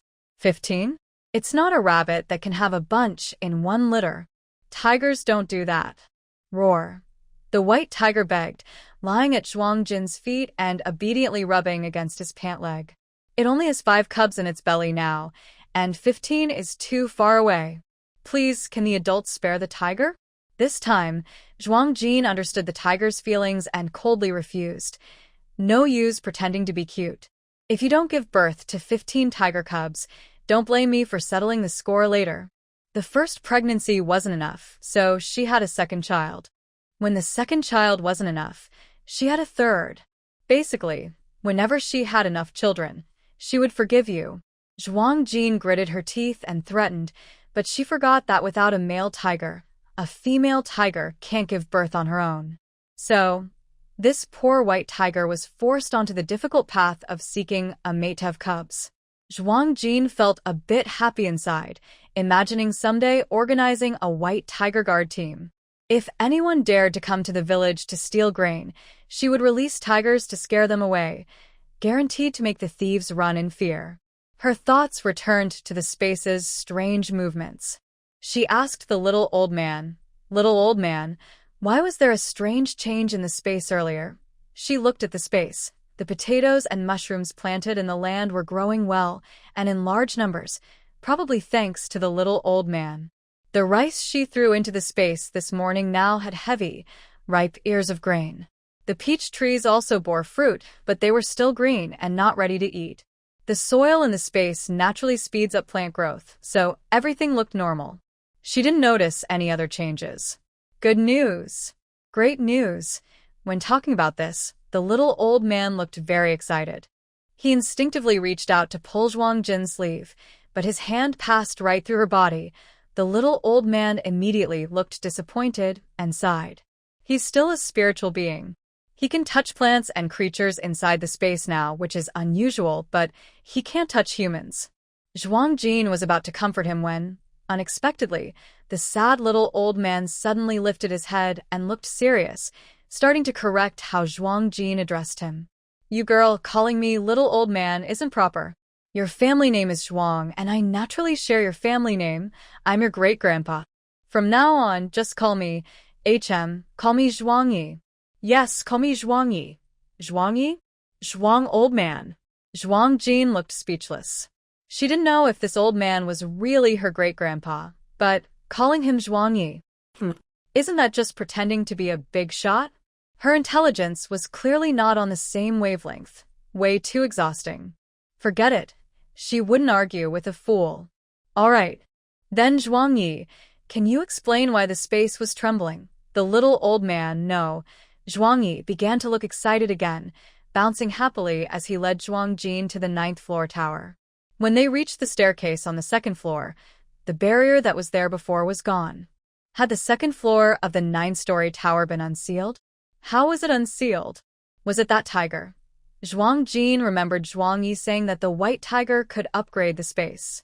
It is the blood of a white tiger, and that white tiger still retains a trace of divine beast bloodline. Using its blood can unlock this layer of the barrier. The old man's hands trembled with excitement. 1,000 years. He has finally unlocked the 2nd layer. He always believed that young Master Zhuang Jin must be his bloodline. Only his bloodline could be recognized by the blood jade. Only when the owner of this space is his descendant can the 9-layer tower be gradually unlocked. There's hope now. Young Master Zhuang's excitement made Zhuang Jin even more curious. What treasures might be on the 2nd floor? But when Zhuang Jin reached the 2nd floor, she was a bit stunned. The 2nd floor was empty, with only a random old book lying on the ground. Very old, with yellowed pages. She picked up the book, and the cover had crooked characters that read Beast Language Secret Method. Just as she was about to open it, the book suddenly turned into a golden light and shot into her forehead.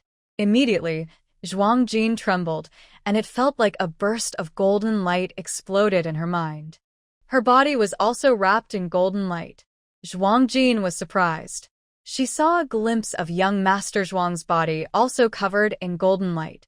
His soul and body flickered between being solid and transparent. After half a quarter of an hour, the golden light faded. Zhuang Jin skeptically stretched her arms and legs. Nothing seems different. Young Master Zhuang chuckled mischievously. You'll find out once you leave the 9-layer tower. Quite mysterious. Zhuang Jin glared and went downstairs. But as soon as she stepped out of the 9-layer tower, her face darkened.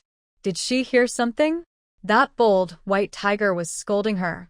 Is that stupid girl really dumb? Is she really dumb? Let me have cubs, cubs, cubs. If I don't get a male tiger, how can I have cubs? This is so inhumane. Zhuang Jin clenched her fists tightly, her teeth grinding loudly. She wanted to hit the tiger again. Wait. Why could she hear the white tiger talking? Could it be that the beast language secret method was real? Zhuang Jin's eyes lit up immediately. She was in a good mood and decided not to argue with the white tiger. She ran straight to the 3-headed ox. Yes, she wanted to try again. When Zhuang Jin approached, the mother cow mooed loudly. And in her ears, it sounded like this. Master, help. That bully said it will make the cow nurse its tiger cubs after they are born. When the cubs grow up and are weaned, it will slaughter the cow. Moo moo. Why does the mother have to make things difficult for her own mother? How can it not count? Moo moo. Zhuang Jin's face darkened. That bully definitely needed a lesson. No worries, I'll deal with that bully. Zhuang Jin patted the back of the cow and squeezed some milk. Before leaving the space, she warned Bai Hu once more. Then she left the space with a serious face. But as soon as she stepped out, her face quickly fell into disappointment. Bai Hu was pregnant and couldn't go out to hunt. Now, she not only had to take care of her family of 6 but also feed the big eating Bai Hu. The pressure was really heavy. Outside the cave, the moon hung high and the stars shone brightly.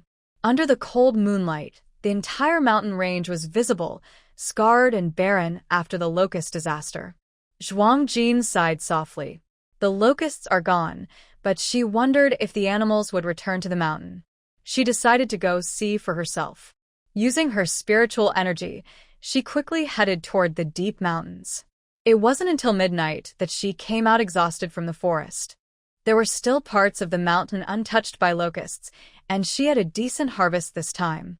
Even in times of disaster, some groups of animals tend to stay put and resist moving. After learning animal language, Zhuang Jin called a small sparrow to lead her to a group of wild pigs, more than 30 in total. But wild pigs have thick skin. Although her strength was improving, she was still unarmed and had to work hard to catch 5 pigs.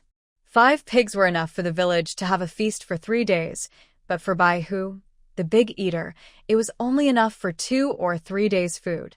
Sigh. Zhuang Jin felt regret again, wishing she had a good weapon. Her strength was limited without proper tools. When she reached home, she was thinking about buying a good weapon in the county tomorrow. No, she should get weapons for the whole family. It would be even better if everyone in the village had weapons. As she thought, she suddenly felt she was still too poor. Oh. She sighed again. Her house still had a hole in it. If there hadn't been an earthquake, she would have already started rebuilding, which would cost a lot of money. They were so poor. Lost in her thoughts, Zhuang Jin entered the house absent-mindedly. A loud crash suddenly brought her back to reality. She looked up blankly. Under the eaves, Zhao Ling was staring at her with wide eyes. On the ground, a spilled water bucket was leaking water. Half of it spilled out, and the remaining water reflected faint light under the moon. "Auntie, why are you still awake so late?"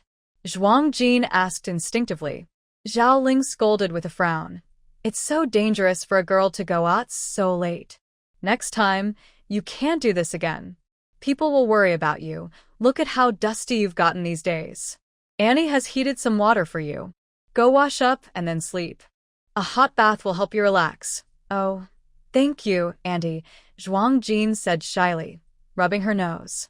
In her past life as a spy, she was used to being independent, never needing to report when she left or returned. She had overlooked that here. Zhao Ling went to the kitchen to fetch water. Zhuang Jin turned around and took a wild boar out of her space. The boar was dazed from being beaten. When it was pulled out of her space, it was still recovering. Zhuang Jin dragged it into the yard. The pig snorted heavily, its mouth wide open, saliva dripping from its jaws. Zhao Ling finished fetching water and turned around. She saw Zhuang Jin dragging a big wild boar and was so shocked she almost dropped her basin. Goodness. That pig must weigh at least 500 jin. "How, what's going on with this pig?" Zhao Ling asked in surprise, walking around the boar, her face full of excitement and disbelief. There's a locust plague. Many animals are fleeing from the mountains. I thought I might find something good, and I found this wild boar that ran into a tree and got knocked out while escaping." Zhuang Jin lied smoothly, her face unflushed and her heart steady. Zhao Ling was speechless. That was quite a lucky find. She shot a glance at Zhuang Jin, as if to say, "You're fooling the kids now." Jin, Zhao Ling wanted to ask, but she hesitated. Suddenly, she remembered her husband's words. He told her that Zhuang Jin was capable and to trust her. She shouldn't ask too many questions or interfere. She swallowed her doubts. The next morning, Zhuang Xiaohu started boiling water in a large iron pot to remove the pig hair. He kept a small half of the pig for their family to eat, and the rest was sold or given to villagers. The villagers who received the pork were so happy they couldn't stop smiling, praising Zhuang Xiaohu and Zhuang Jin for their kindness. The prices were almost free. Zhuang Jin also took a piece of pork early in the morning and went to the village chief's house. After talking privately with village chief Chen Yukai for about half an hour, she came out and borrowed a bullock cart from him. She took Chen Xingwang, Chen Qi, and Zhuang Xiao to the county town. Before leaving, Zhuang Jin gave Zhuang Xiaohu 50 taels of silver. She had heard about old lady Zhuang extorting 50 taels from Zhuang Xiaohu. She deeply understood that family bonds are very strong. With Zhuang Xiaohu's personality, if Grandma Zhuang truly faced difficulties, it would be hard for Xiaohu to just watch silently.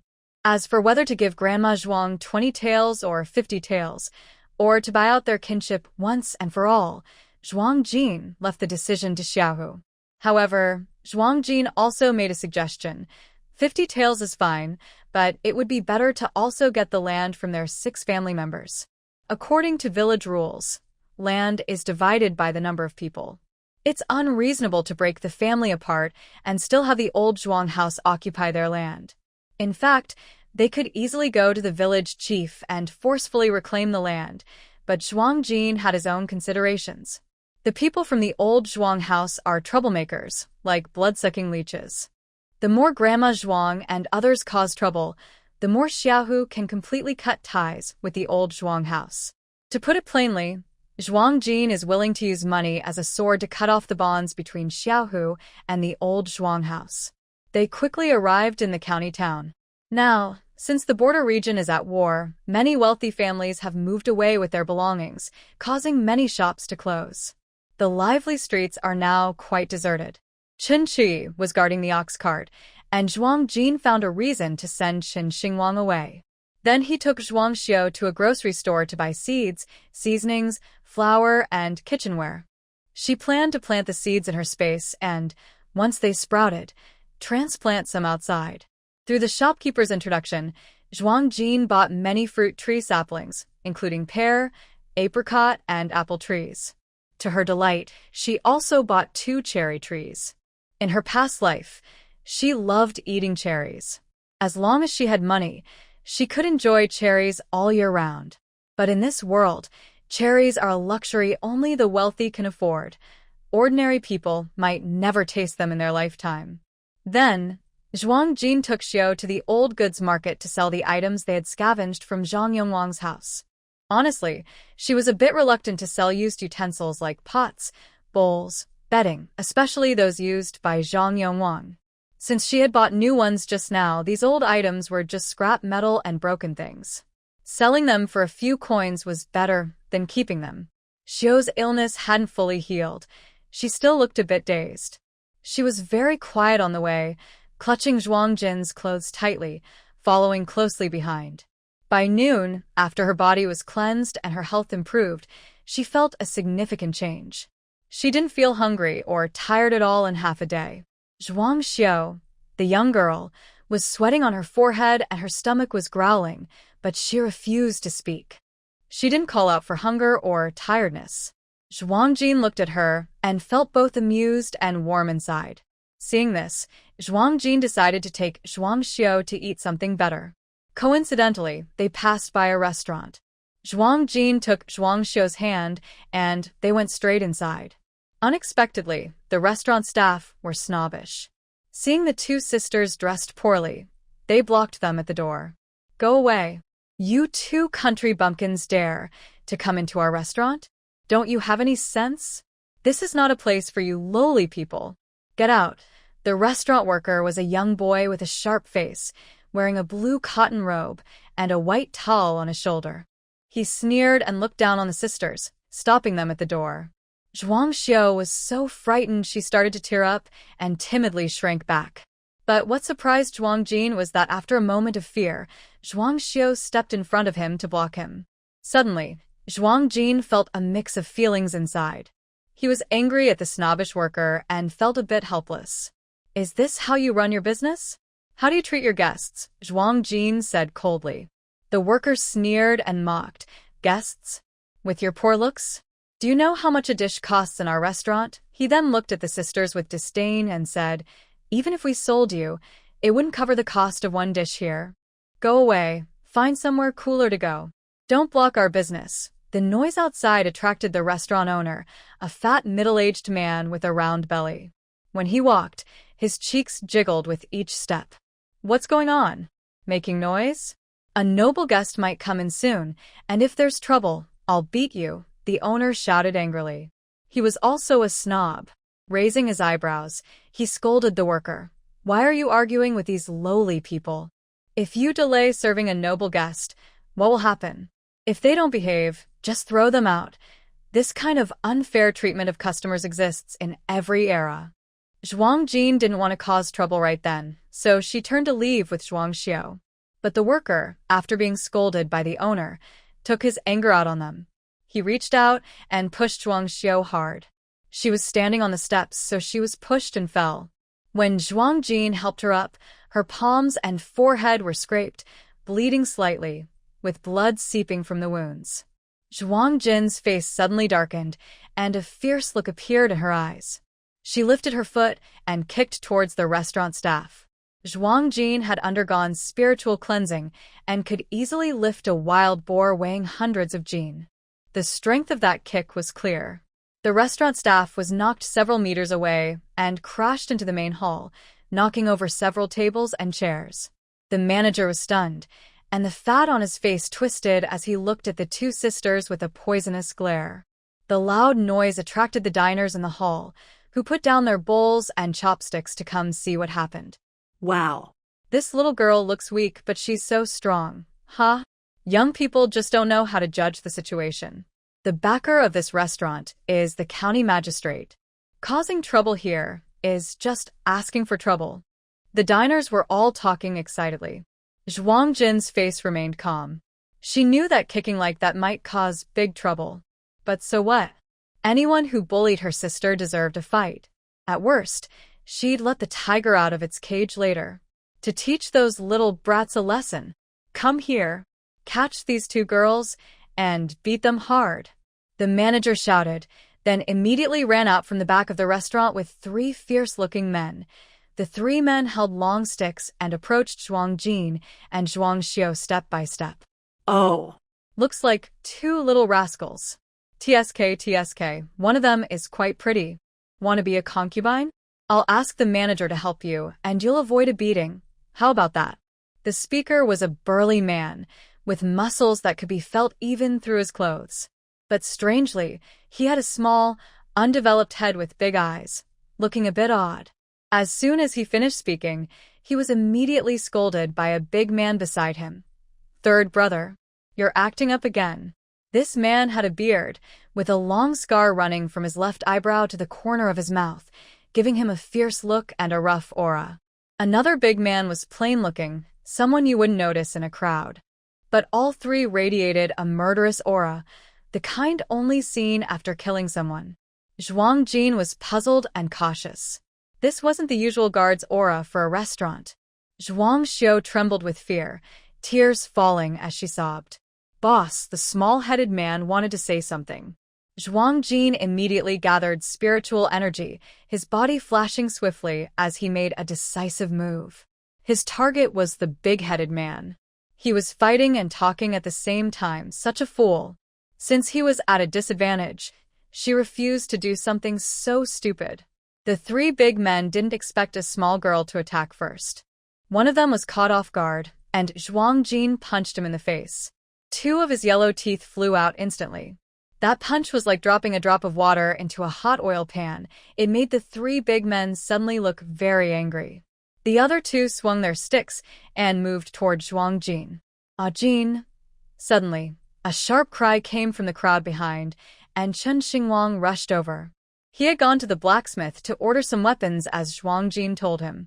After finishing, he saw a crowd gathered on the street and went to see what was happening. He never expected to witness such a shocking scene. A teenage boy, only 17 or 18, was shouting loudly as he pushed through the crowd and lunged at the biggest man at the front, who was the scar-faced man. Chen Xingwang clung to the scar-faced man, using his hands and feet to hold on, then bit down hard on the man's head, aiming for the closest spot. Oh, He let out a loud, piercing scream. The scar-faced man grunted and struggled, unable to make any sound. Zhuang Jin was about to punch the man in the stomach, but was stunned by the sudden rush of the boy and stopped his move. Looking closer, she saw Chen Xingwang wrapped around the scar-faced man, biting his head, where she couldn't bear to look. Her eyelids twitched violently. The scar-faced man was in pain, jumping and twisting to try to shake Chen Xingwang off. But the more he moved, the harder Chen Xingwang bit. Zhuang Jin covered her face, afraid to watch. Everyone around was stunned too. This young boy was biting the big man's mouth? Oh my goodness. They wanted to laugh, but they were afraid of the big man's power and didn't dare to. They held back their laughter, almost hurting themselves. The other two big men and the shopkeeper were also stunned by this shocking scene and forgot to react. When they finally separated, the scar-faced man's mouth was swollen like a sausage, looking miserable and almost crying. Zhuang Jin suddenly thought of Ouyang Feng from the movie East Meets West she saw in her previous life.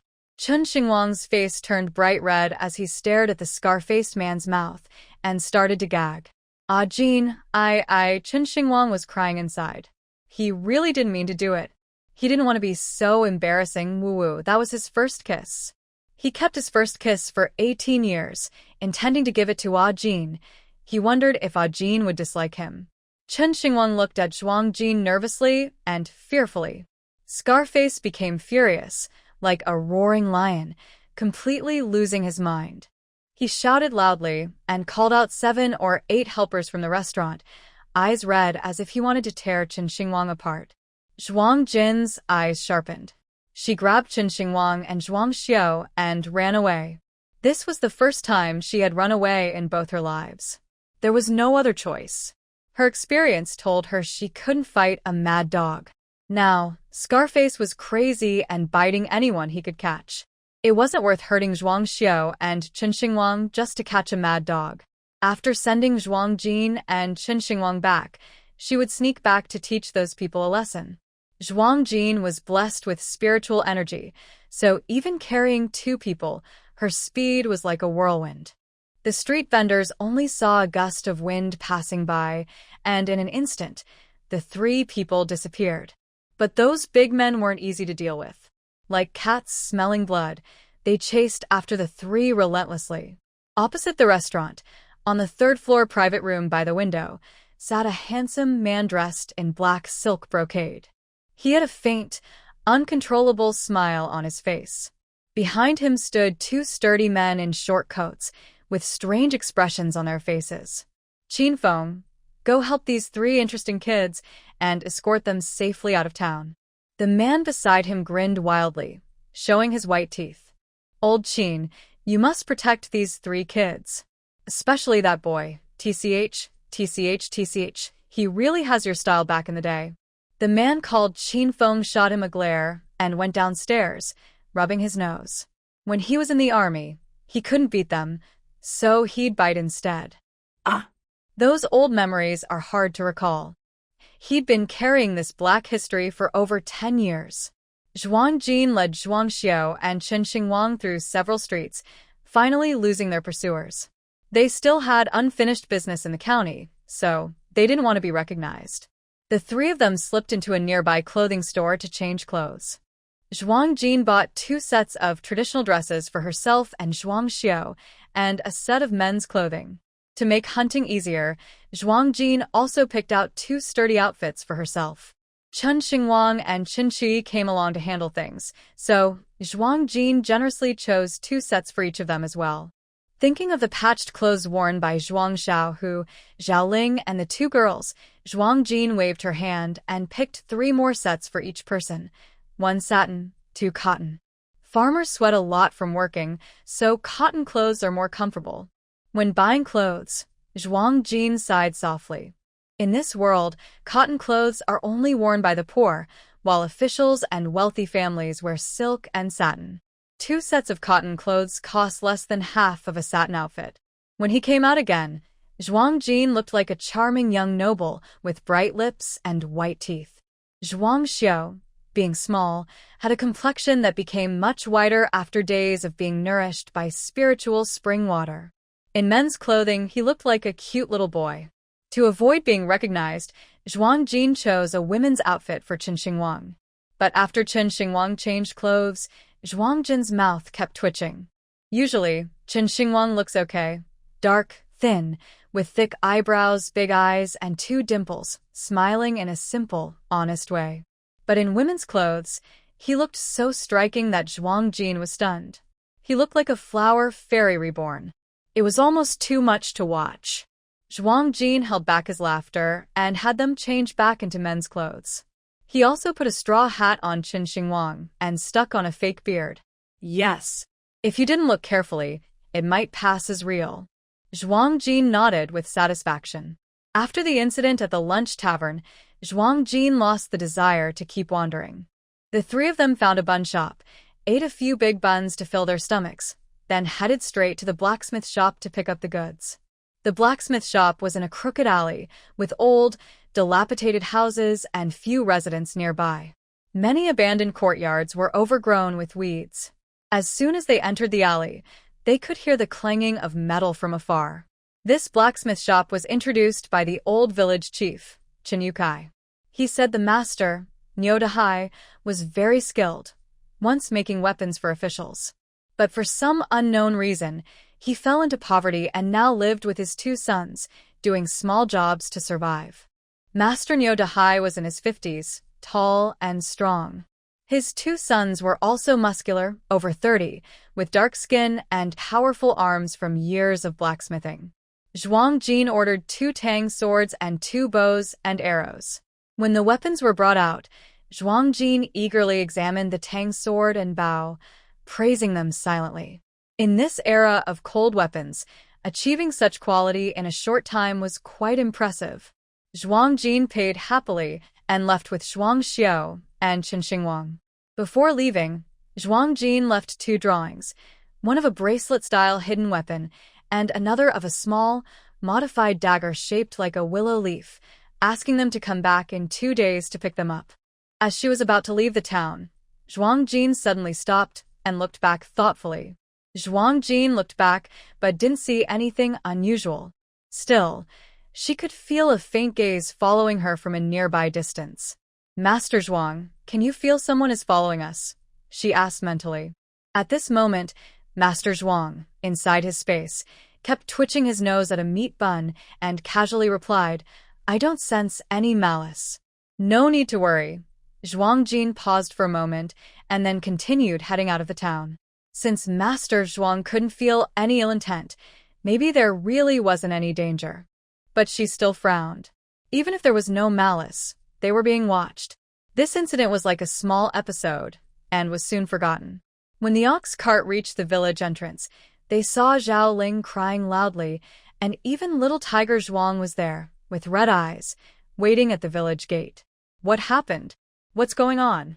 Zhuang Jin panicked, jumping down from the cart, feeling uneasy. Could it be that the neighboring village came to steal grain? So soon? She thought those villagers only dared to come when they were truly desperate. Thinking this, Zhuang Jin's right hand instinctively reached for her sword on her back. Little uncle, but Zhuang Jin started to speak, but then she saw little Tiger Zhuang, smiling again.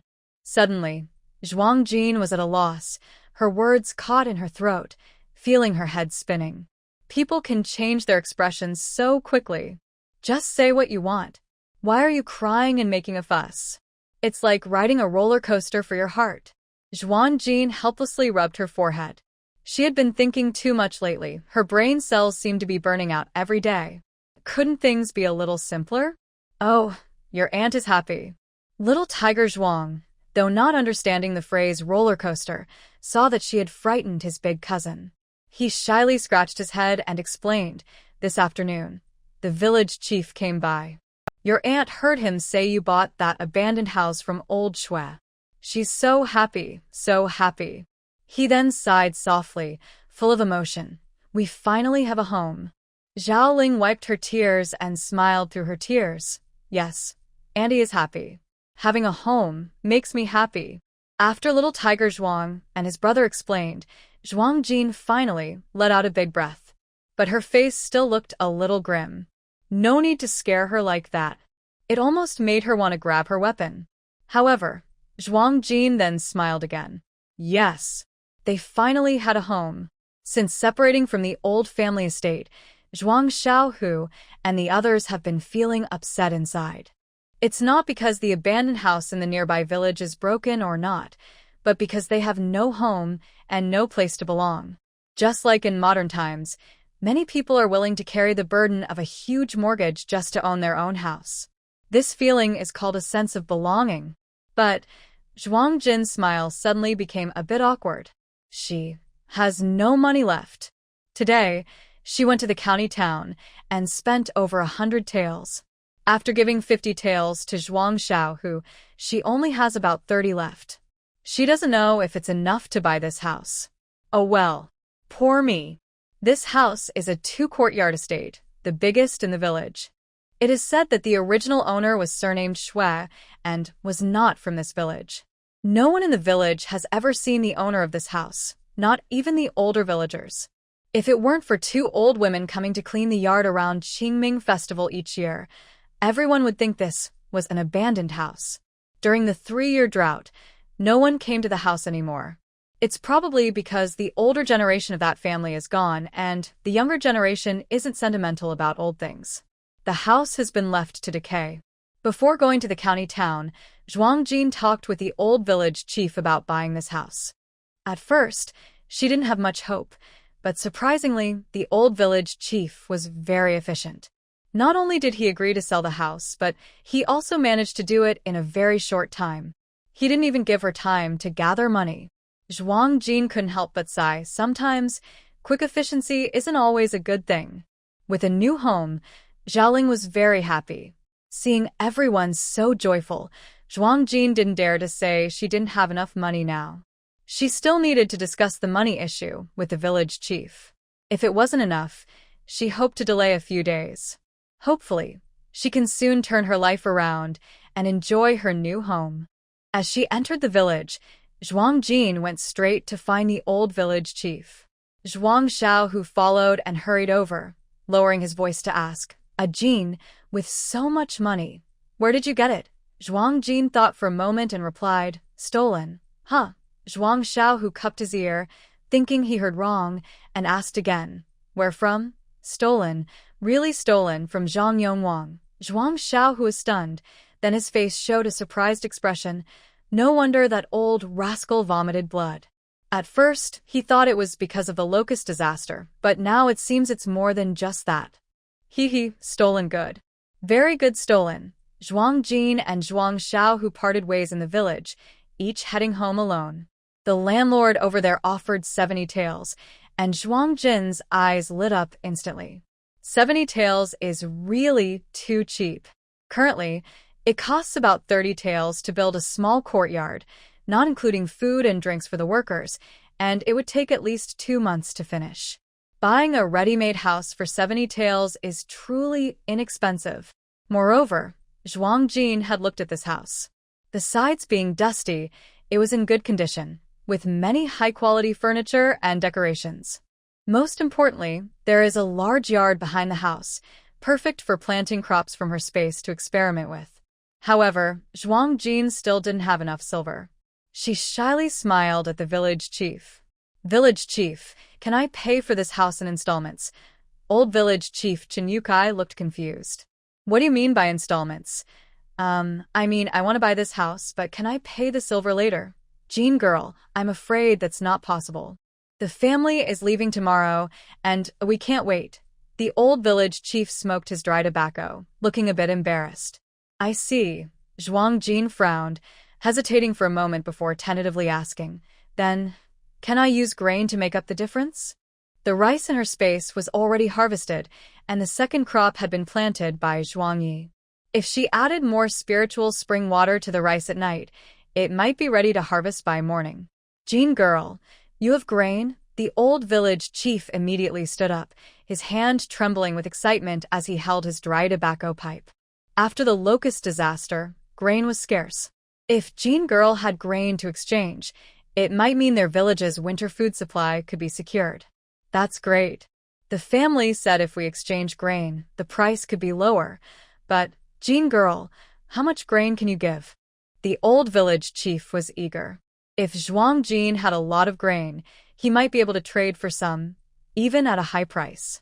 Although Zhangjia village had sent a lot of grain, it wasn't suitable for seed. The village's public grain store didn't even have enough seed for next year, which worried him. Perhaps because the old village chief's eyes were so eager, Zhuang Jin felt a bit uncomfortable. Not much, but it should be enough. Now, the price of grain was changing daily, and she couldn't say exactly how much it was worth in silver. But based on pre-Locust disaster prices, if all the space's grain matured, it could sell for at least 100 taels or more. Thinking about the rice in her space, Zhuang Jin couldn't help but chuckle secretly. She used a plate of pork head meat and 2 pigs' trotters to persuade Lord Zhuang, who happily became a laborer. When planting the second crop, the area of the rice seedlings doubled 5 times in space. That silly old man still hasn't fully formed a physical body, so he can't eat, only smell the aroma. This made Zhuang Jin feel a bit guilty. Tonight, she plans to cook some braised pork head and trotters to send into the space, a large portion. Village chief, can we store the grain here in the village, convert it into silver, and then I will pay that silver to the family? The old village chief was surprised and suddenly understood. Jean, you think things through. Now, with the world like this, even if we have grain, we can't show it outside. We should just use it internally. All the grain in our village has been bought. No worries about having too much. Old village chief Chen Yukai responded generously. Zhuang Jin looked at the cheerful old man with a strange expression. There's so much grain, he might really not be able to handle it all. Then, for the money to buy the house, the village will cover it today, and before dinner, we'll handle the paperwork. As for the grain, you can bring it to the public granary whenever you want in the next few days. Zhuang Jin nodded. That was her plan. Village chief Chen Yukai is clever and knows his limits. He never asked where Zhuang Jin's grain came from. This also meant that in the future, Zhuang Jin would often bring him along for good things. The old village chief's weathered face flashed with a hint of cleverness. Sometimes, pretending to be clueless is a blessing. And now, there's going to be sweets to eat soon. At dinner, the village chief brought the deed and keys to the new house. Zhao Ling couldn't stop smiling, not even wanting to eat, eager to move in that very night. Zhuang Jin couldn't help but laugh and cry at her excitement. Finally, she managed to comfort Zhao Ling by saying that moving at the auspicious hour of dawn was the best choice. After dinner, Zhuang Jin hurried to the space to speed up the ripening of the rice. Now she can control the space flexibly. Sprinkling spiritual spring water on the rice is easy. She just thinks, and rain begins to fall over the rice field. Tiny droplets of bluish, luminous water sprinkle down, soaking into the rice. Within minutes, the rice plants grow taller, and the ears of rice become plump from their previous, withered state. Zhuang Jin was very satisfied. At this rate, the rice should be ready by tomorrow morning. Today, she bought many seeds and saplings in the county town. Lord Zhuang has already planted half of them. Seeing that there was still time, Zhuang Jin also started helping out. After working for a while, I remembered my promise to the village chief to provide potato seeds. I turned around and went back to the potato planting area, where I saw 2 wild boars rooting around in the vegetable field. I had captured 5 wild boars into my space, but now only 2 remained after a day. My eyelids twitched again. Taking care of White Tiger, this big eater, really tires me out. Sigh. Tomorrow I, the caretaker, will go hunting again. Big White, do you know why the animals in the deep mountains ran out a few days ago? Hopefully there won't be any more earthquakes or volcanic eruptions. A locust plague has already caused a lot of suffering for the people. These days, I've been worried that besides the locusts, other natural disasters might cause chaos, especially with the wild animals. Many animals can sense approaching disasters, and since White Tiger has the bloodline of a divine beast, it should have a stronger sense of danger, right? Roar, Those little turtles were chased away by this Tiger King. White Tiger looked a bit confused. Why is the big boss asking about this? Ever since White Tiger was conquered by me and my space, it always calls me Big Boss whenever we meet. Living with the boss is great. The Tiger King is happy to call me Big Boss. Following the boss means drinking spiritual spring water every day, and even the tiger's intelligence has improved a lot. Its fighting power is now incredible, but it's just too lazy to move. Hee hee, thinking of this, White Tiger half closed its eyes comfortably. What? I was stunned, thinking I must have heard wrong. Could the culprit behind the mass escape of birds and beasts really be here? Is it White Tiger? I looked at it with a serious face. The one responsible for all this is still using a very disdainful tone, confidently explaining why it wants to dominate its territory. Big boss, you know I need to have babies, so I need peace and quiet. Those little animals are too noisy and annoying. I asked, is it because of the earthquake? White Tiger lazily lay down and lifted its eyelids slightly. Earthquake? If there really was an earthquake coming, I'd run away first thing. I let out a small breath of relief. Then there won't be a volcanic eruption either, right? If a volcano was about to erupt, I'd run too. How could I stay here? White Tiger leisurely licked its paws. Phew. That means there won't be earthquakes or volcanic eruptions. I took a deep breath, finally feeling less anxious. But still, I was a bit confused. You scared away all those animals. What do you eat? As soon as I said that, White Tiger proudly lifted its head. I have stored some food supplies. In the deep mountains, I left a group of wild boars, a herd of deer, a flock of wild chickens, and several rabbit nests. Zhuang Jin raised an eyebrow. There are too few animals. It's not good for hunting. What hunting? Do I, the king tiger, need to hunt? As long as I roar loudly, those little animals will obediently come and present themselves to me. At worst, when I run out of food, I can roar from another mountain and call those annoying little creatures back. Zhuang Jin's eyes widened. Is this really possible? She rubbed her pounding temples. Her head hurt. This tiger, so arrogant. In the next second, a proud white tiger was thrown out of the space by Zhuang Jin. It was confused when it appeared. What's going on? Why did it suddenly turn hostile? Boss, did it get abandoned by its leader? The white tiger panicked. There's no good space outside. Inside the space, there's food, water, and spiritual spring water to nourish the body. Every day is blissful. Life inside the space is the tiger's dream life of relaxing. Wah! It doesn't want to leave. Zhuang Jin appeared angrily, her eyebrows raised, gasping for breath, clearly furious. You roar loudly and bring back those animals. Your boss wants to set up a breeding farm inside the space.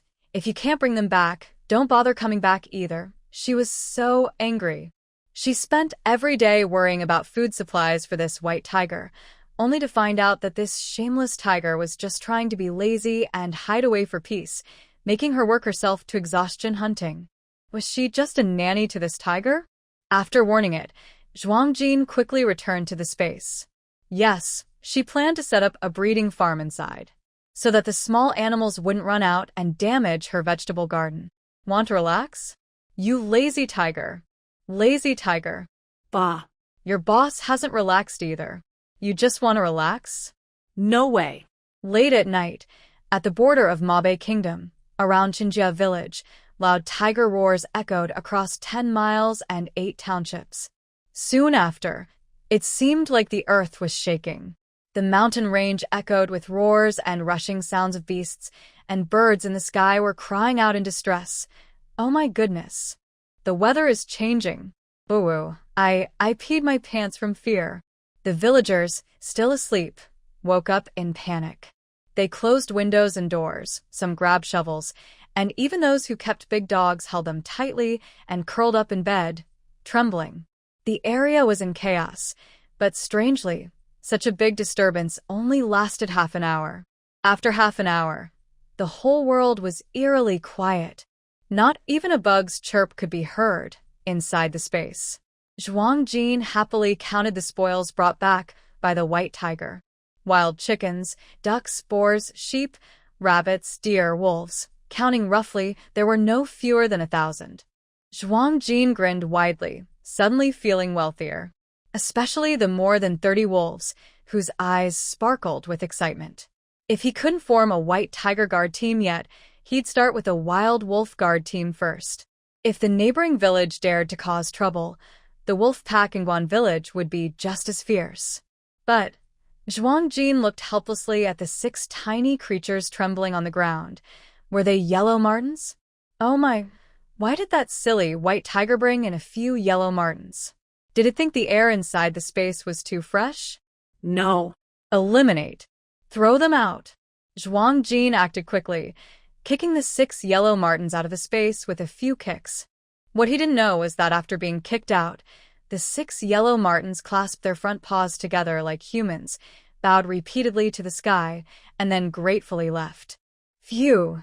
Finally escaped the tiger's claws. The morning sun bathed the land in light. Today was a bright, sunny day. A perfect day to move into a new home. Zhuang Jin and his family began packing their belongings to move. The old village chief also led dozens of villagers over to help. Village chief? Why do you have such dark circles under your eyes? Zhuang Jin asked curiously. The old village chief cleared his throat awkwardly. I'm getting old. I often can't sleep. Zhuang Jin looked suspicious, noticing that all the villagers accompanying him also had panda-like eyes. Collective insomnia? Bah. No insomnia, just nonsense. Chin-Chui snorted, laughing openly without holding back. Last night, there was a tiger's roar in the mountains. My grandpa, he shivered all night holding Big Yellow, and didn't sleep. Smack. The old village chief slapped Chin-Chui's head and blushed as he scolded. You brat, what nonsense are you talking? Do you think I'm that cowardly? After saying that, he looked around nervously, making sure no villagers heard him, then sighed in relief, and took out his pipe, taking a puff. Think before you speak next time. He still cared about his reputation as village chief. Zhuang Jin touched her nose, feeling that the entire village's insomnia seemed to be her fault. Jin thanks everyone for their help. After we finish, everyone stay for a simple meal. We'll stew some meat and eat together. At the entrance of the new house, Zhuang Jin raised his voice and spoke to the villagers who came to help. Hearing there was food to eat, the villagers' eyes lit up immediately. Hee, I'm so embarrassed. Your house doesn't really have much work, just some cleaning. It doesn't take much effort, and you even provide meals. You're too kind. The villager was about to say more when a thin, dark man suddenly covered his mouth. Sure. Be quiet. Can you stop talking? You're pretending to be modest, but be careful. You might really lose the chance to eat meat.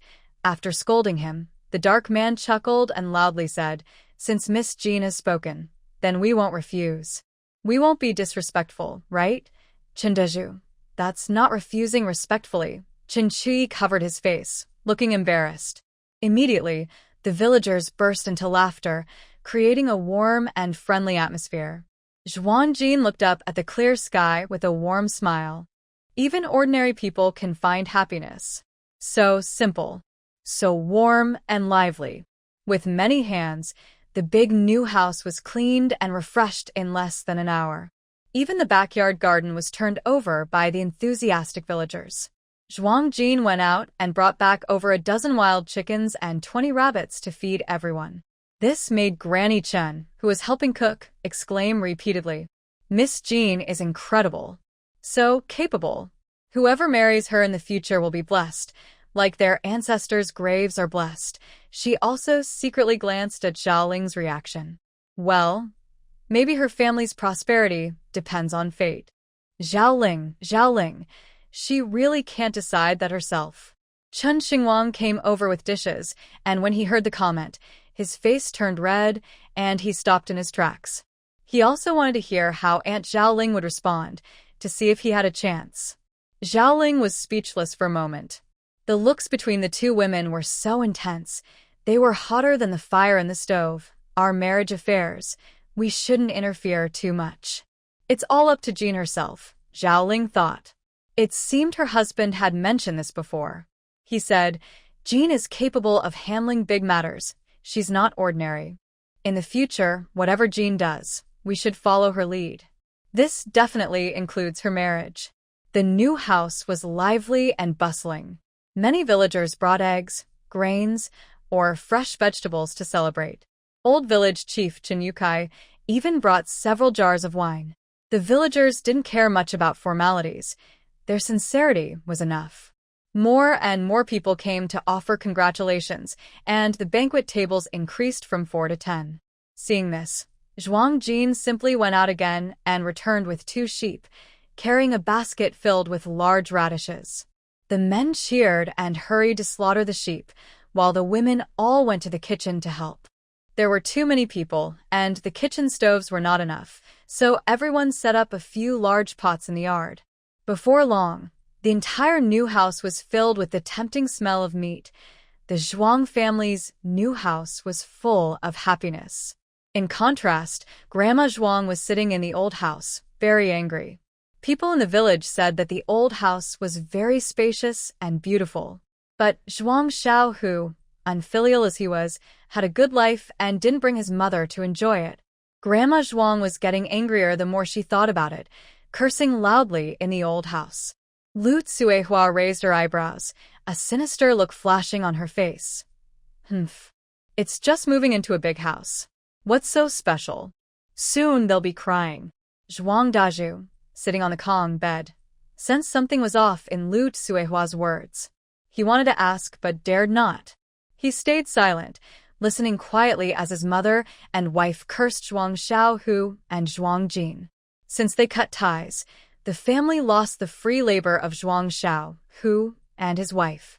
Now, all the chores fell on him.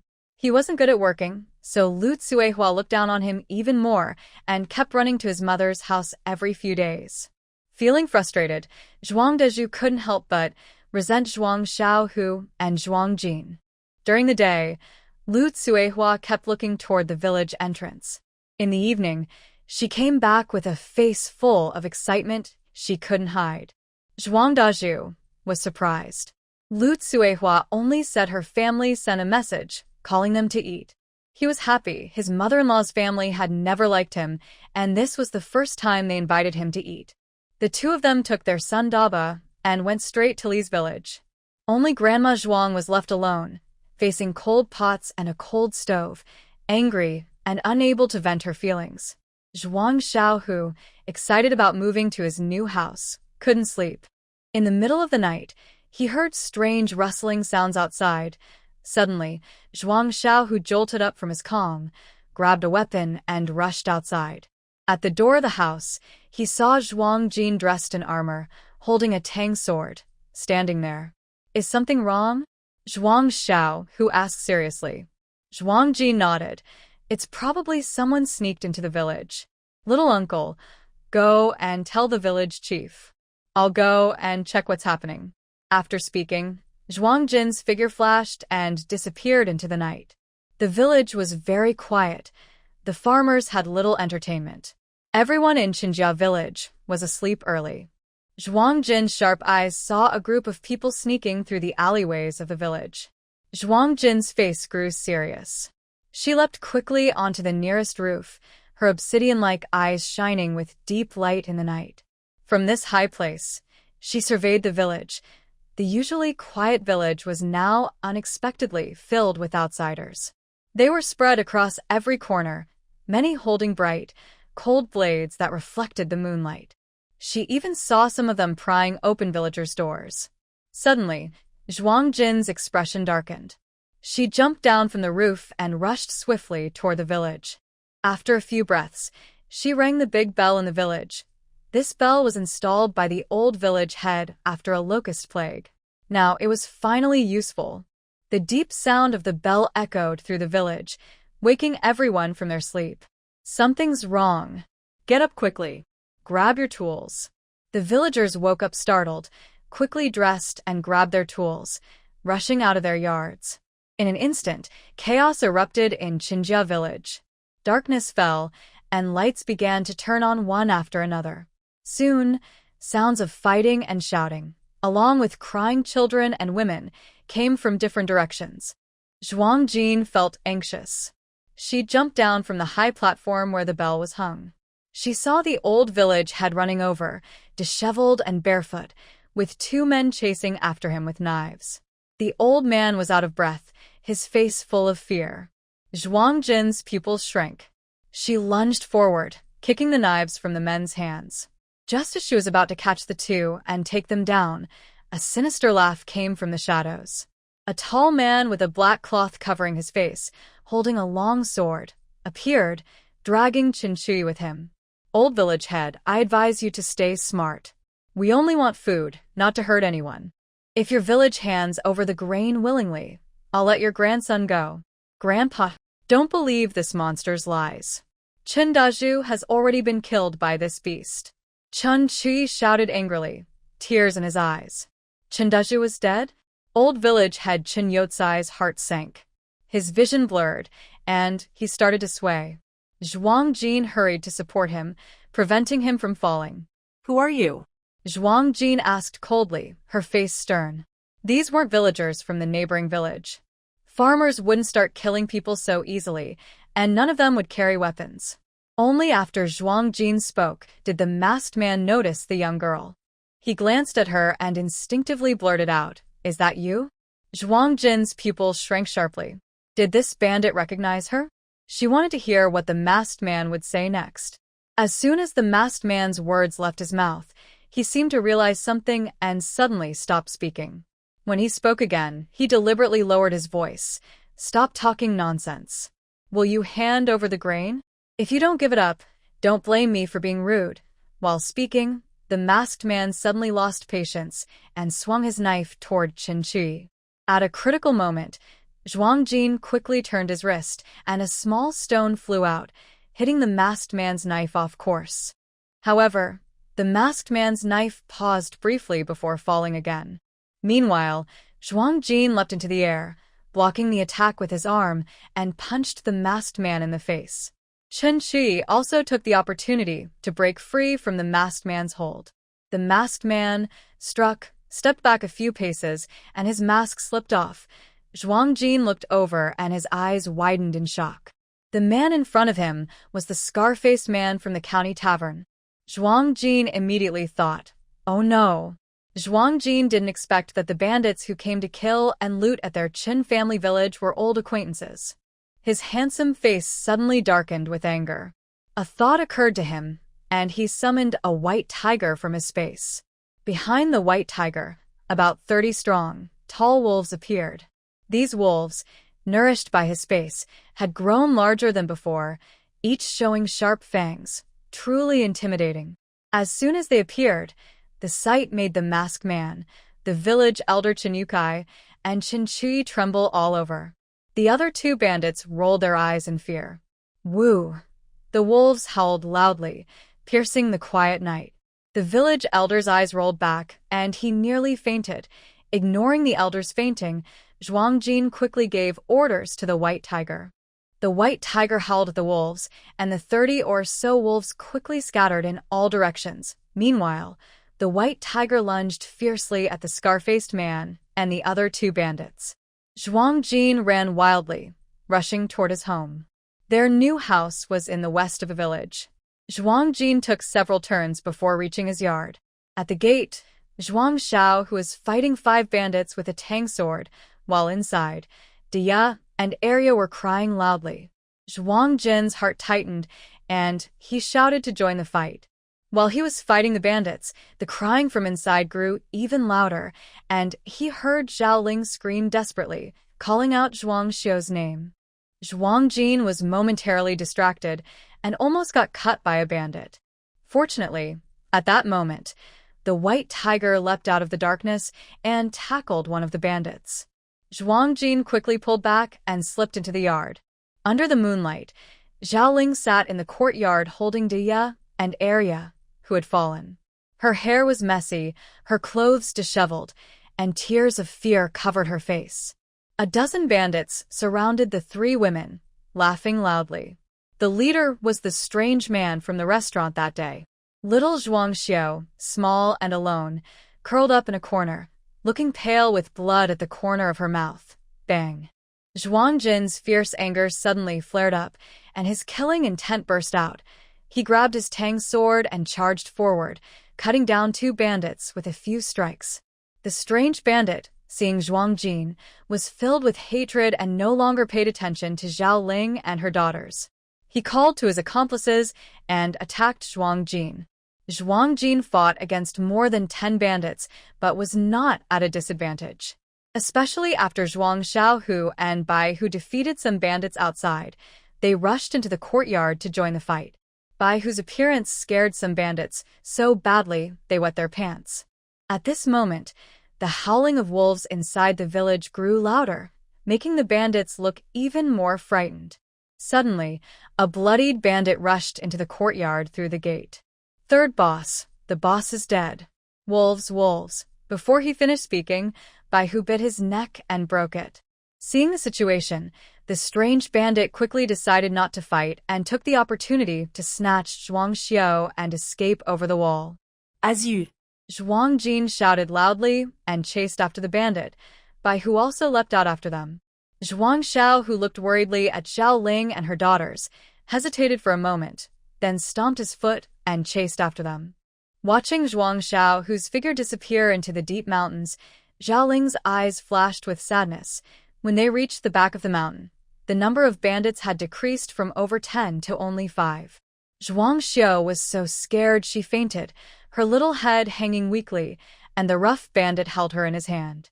Zhuang Jin felt a sharp pain in his chest, his dark eyes turning blood red, glowing eerily under the moonlight, looking both charming and strange. "Let my sister go." Zhuang Jin's voice was cold and terrifying, like a demon from hell. The strange bandit was so frightened he shivered all over. Damn it!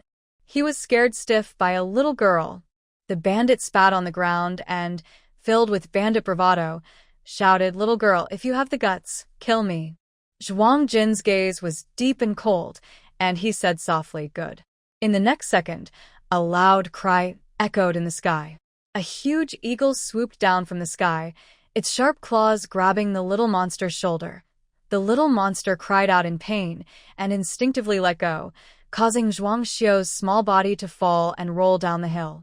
Zhuang Jin rushed over and caught Zhuang Xiao in his arms. After rolling several meters down the slope, they stopped. On the hill, the bandits no longer had the hostage. The white tiger, Zhuang Xiaohu, and the eagle quickly took care of the bandits. Unfortunately, the little monster took advantage of the chaos to escape into the deep mountains. Zhuang Jin checked Zhuang Xiao's condition and found she was fine, finally feeling relieved. But as he looked in the direction where the little monster fled, a fierce killing intent filled his eyes. "Little uncle, you take Xiao back first." "I'll be right back," Zhuang Jin said calmly, staring in the direction of the escape. Zhuang Xiao, who understood what Zhuang Jin was about to do, concealed his worry and nodded. "Come back safely." Zhuang Xiao, who carried Zhuang Xiao down the mountain. After the white tiger let out a few low growls at the giant eagle, the eagle soared into the sky, escorting the two of them. Zhuang Xiao, with the white tiger, rushed into the deep mountains, but they lost track of the bandit monster at a cliff. Zhuang Xiao clenched her teeth and led the tiger back. At this moment, the moon hid behind the clouds, and the land was plunged into darkness. One person and one tiger wandered through the forest. Suddenly, they caught a faint smell of blood in the air. Zhuang Jin's face changed dramatically. With a thought, the tang sword appeared in his hand out of nowhere. "Come out," Zhuang Jin shouted sternly into the darkness. No one responded from the shadows. Zhuang Jin carefully moved closer. Suddenly, a loud crash sounded as someone fell behind a large rock. At that moment, the moon peeked out from the clouds, illuminating the ground again. Zhuang Jin cautiously approached. It was a young man, handsome, with his eyes closed, breathing unevenly. He had multiple wounds and his clothes were torn and dirty, but his noble aura still shone through. The first thought that flashed through Zhuang Jin's mind was, "This man is trouble." So, without hesitation, Zhuang Jin was about to leave. Don't pick wild flowers by the roadside. Don't pick up men by the roadside. If you do, it's trouble. And Zhuang Jin has always been someone who avoids trouble. She walked forward without hesitation. But suddenly, her mind was interrupted by a loud shout from Zhuang Yi. Hey, hey, hey, girl, save him. Zhuang Jin helplessly stopped in her tracks. Can he upgrade the space? Huh. Zhuang Yi seemed choked by her question and didn't answer immediately. Zhuang Jin rolled her eyes and continued walking ahead. Please don't go. I sense something unusual about this man. Maybe he can help upgrade the space. Lord Zhuang was anxiously jumping around inside the space. This man is very handsome, just right to be a son-in-law for Sister Jean. Hee. Okay, Zhuang Jin replied calmly, then immediately grabbed the man and entered the space. Is it bloodletting or sacrificing at the tower? As soon as they entered, Zhuang Jin eagerly took out a knife and started to examine the man. Last time, they used the blood of the white tiger to unlock the second level of the 9-story tower. It seems that bloodletting is the right choice. Thinking this, Zhuang Jin was about to cut. This scene scared Lord Zhuang so much he was trembling and hurriedly stopped. If you cut like that, he might die. The little old man stared at the knife at the man's neck, tears almost coming out. Why doesn't this girl understand the idea of cherishing the beauty? In front of a handsome man, this rude girl is unbelievable. Zhuang Jin simply nodded, then moved the knife down, aiming at the man's chest. The little old man was so angry he almost fainted. Girl, don't you think this man looks very handsome? He frowned and glared. Does this girl have a grudge against men? Zhuang Jin rolled her eyes. Does handsome matter? Can being handsome upgrade the space? Can it unlock the 9-story tower? Today is a busy day, especially with the hidden danger of the bandit leader. Zhuang Jin was a bit angry. Lord Zhuang. This question from the soul made the little old man speechless. No one noticed that the man, still unconscious, twitched his eyelashes. Ling Yihan, pretending to be unconscious, silently shed tears in his heart. Has his appearance become useless? How many years has it been? He hasn't felt this kind of helplessness before. This woman, one day, I will make her see my charm. Ling Yihan secretly lifted a corner of his eyelid and glanced at Zhuang Jin. Just one look, and Ling Yihan suddenly stiffened. His heart started pounding wildly. It's her. Ling Yihan felt a surge of excitement. In a quick glance just now, he could see that the environment he was in was definitely not the border area of Mo Bay country. After the Locust plague, the entire border area no longer had such lush, green grass and vibrant life. That girl has a secret. Thinking about how fierce she was when she hit someone, Ling Yihan's heart was pounding. He was worried she might silence him. Zhuang Jin suspiciously glanced over and quickly grabbed the man's hand to make a cut. Let the blood flow. Ling Yihan cried out inwardly, almost unable to hold back. That girl was really ruthless. She was truly cruel to make him bleed. Oh, poor him. His first time caring about a girl, and it turned out to be like this, sigh. Flowers fall with intention, but the water flows without feeling, sigh. While Ling Yihan was feeling self-pity, Zhuang Jin pulled him out of the space. Very roughly, he threw the person next to a withered tree and turned to leave. Ling Yihan immediately panicked, unable to pretend anymore, and staggered to chase after him. Miss? Did the miss save me? Miss, what is your surname? How should I address you? Miss, I will repay your kindness with my life if needed. May I ask if the miss is married? If not, I am willing. Shut up. Zhuang Jin rubbed his temples in frustration. The man was indeed handsome, but also extremely annoying. Don't follow me anymore. Hearing this, Ling Yihan immediately covered his face and cried, Wah, why are you so cruel, miss? I am just a helpless person. How can I walk out of this deep mountain forest? Zhuang Jin rolled her eyes. Her face darkened. This man, really a bother. The two, along with the tiger, returned to the Qin family village. At this moment, the village was cleaning up the battlefield. The wolf pack had obediently retreated outside the village. 3 people from the Chen family had died, and 30 were injured, 5 of whom were seriously hurt. The skinny, black man Chen Daju, who had been joking and laughing earlier, was killed by a bandit's sword. An elderly man who protected his grandson also died at the hands of the bandits. The most tragic was a new wife, who was stripped of her clothes and murdered by the bandits. Her husband was also severely wounded by the bandits. It's worth noting that after the bandits robbed the old Zhang family's house, they initially had no intention of bothering Grandma Zhang. However, Grandma Zhang, somehow brave and foolish, loudly cursed the ruthless bandits and was also severely injured by them. Zhuang Xiaohu, feeling compassionate, temporarily took the old lady back to the new house. Everyone in the village had suffered some loss, whether injuries or damage to their homes. Zhuang Daju and Lu Cuehua, along with Zhuang Xiaobao, luckily escaped the disaster because they returned to Li village. Angrily and sadly, Chen Chui couldn't help but blurt out, "It's really the same name but different fate." The same name Daju, but Chen Daju was killed, while Zhuang Daju, the scoundrel, stopped talking. Chen Xingwang quickly interrupted Chen Chui, awkwardly turning to Zhuang Jin and explaining, "Ah, Jin, don't take it to heart." Chui was just scared and talking nonsense. Even though Zhuang Daju was a terrible person, he was still Zhuang Jin's father. Speaking badly about him behind his back was really not right. But Chen Chui didn't think so. He even said indifferently, "Ah Jin wouldn't care about that. That bastard Daju isn't worthy of being Ah Jin's father." Chen Xingwang, Zhuang Jin smiled slightly. "Chui understands me best." As soon as he said that, Chen Chui immediately felt a chill down his back. He looked up and saw a handsome man behind Zhuang Jin, glaring at him with cold eyes.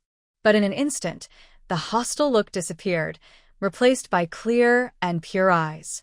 Chen Chui shook his head, thinking it was just his imagination. Actually, at this moment, Ling Yihan was furious inside. At the border where he was stationed, such rampant bandits were truly disgusting. Angry, Ling Yihan felt even more pain from his injuries. His beautiful, almond-shaped eyes looked resentfully at Zhuang Jin. He had been chasing this girl all the way, but she couldn't see that he was injured, and she repeatedly scared him away with White Tiger. Sigh. He could see that this girl was cold on the outside but warm inside. Others would have run away from her long ago. A truly cold-hearted person wouldn't put himself in danger for his sister. There were 2 hours until dawn. Zhuang Jin disappeared into the night again. Outside the village, over 30 wolves guarded vigilantly. Zhuang Jin happily patted the head of the wolf. "Good boy. Come with me to the county."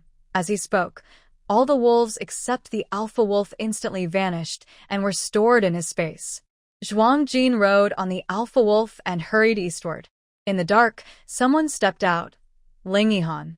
He looked shocked and muttered to himself, "This girl really has many secrets." Suddenly, a faint sound came from the darkness, and another person rushed over. A burly man with a rugged face, Qin Feng, was from the tea house opposite the restaurant that day. Qin Feng bowed slightly to Ling Yihan, still trembling with fear, and said, "Master, I finally found you." Qin Feng carefully examined Ling Yihan with his sharp eyes. Seeing blood on Ling Yihan's body, he frowned immediately. "Master, are you hurt?" "I'm fine. Just a small wound." Ling Yihan waved his hand. Then he asked, "Have you found the exact location of the boss's hideout?" "I'm useless." Qin Feng's face turned dark purple. "Forget it. The boss is very clever. Since he dares to block the military supplies and eat the relief money, he won't let anyone easily find his weakness. Send more people to search secretly in the deep mountains. I suspect there are secret paths there." Qin Feng exclaimed, "Secret paths? No way. The mountains are hard to carve through. How could they make secret tunnels? Otherwise, how do you explain those people suddenly disappearing and dropping from nowhere?" Ling Yihan chuckled softly. In the past, he might not have believed it, but since witnessing Zhuang Jin's mysterious power, he believes that anything is possible in this world. "I want to stay in this village for a while.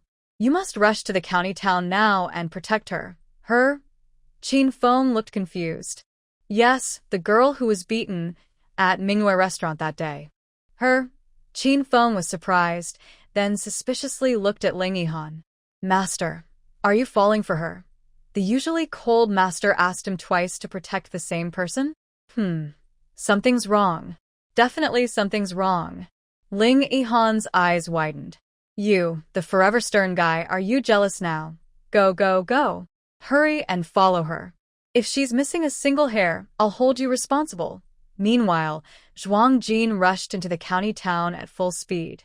While the restaurant steward was sleeping soundly, suddenly someone dragged him off his bed.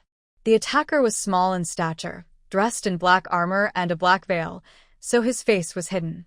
Without warning, they covered his mouth and started beating him fiercely. The steward couldn't speak. Who did he offend? He was beaten without reason and wasn't given a chance to explain. Only after the attacker vented enough did they remove his dirty sock from his mouth and question him. That's when he realized it was the bandits from Leopard Ridge causing trouble. The innkeeper immediately cursed in his heart, cursing his luck.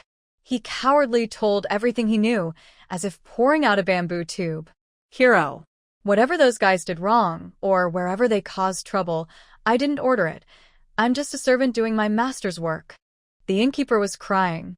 He felt he had fallen into some terrible misfortune. He had already warned the people from Leopard Ridge many times. These guys are hard to train and can't be trusted. They might cause trouble at any moment. Now, karma has come back to them.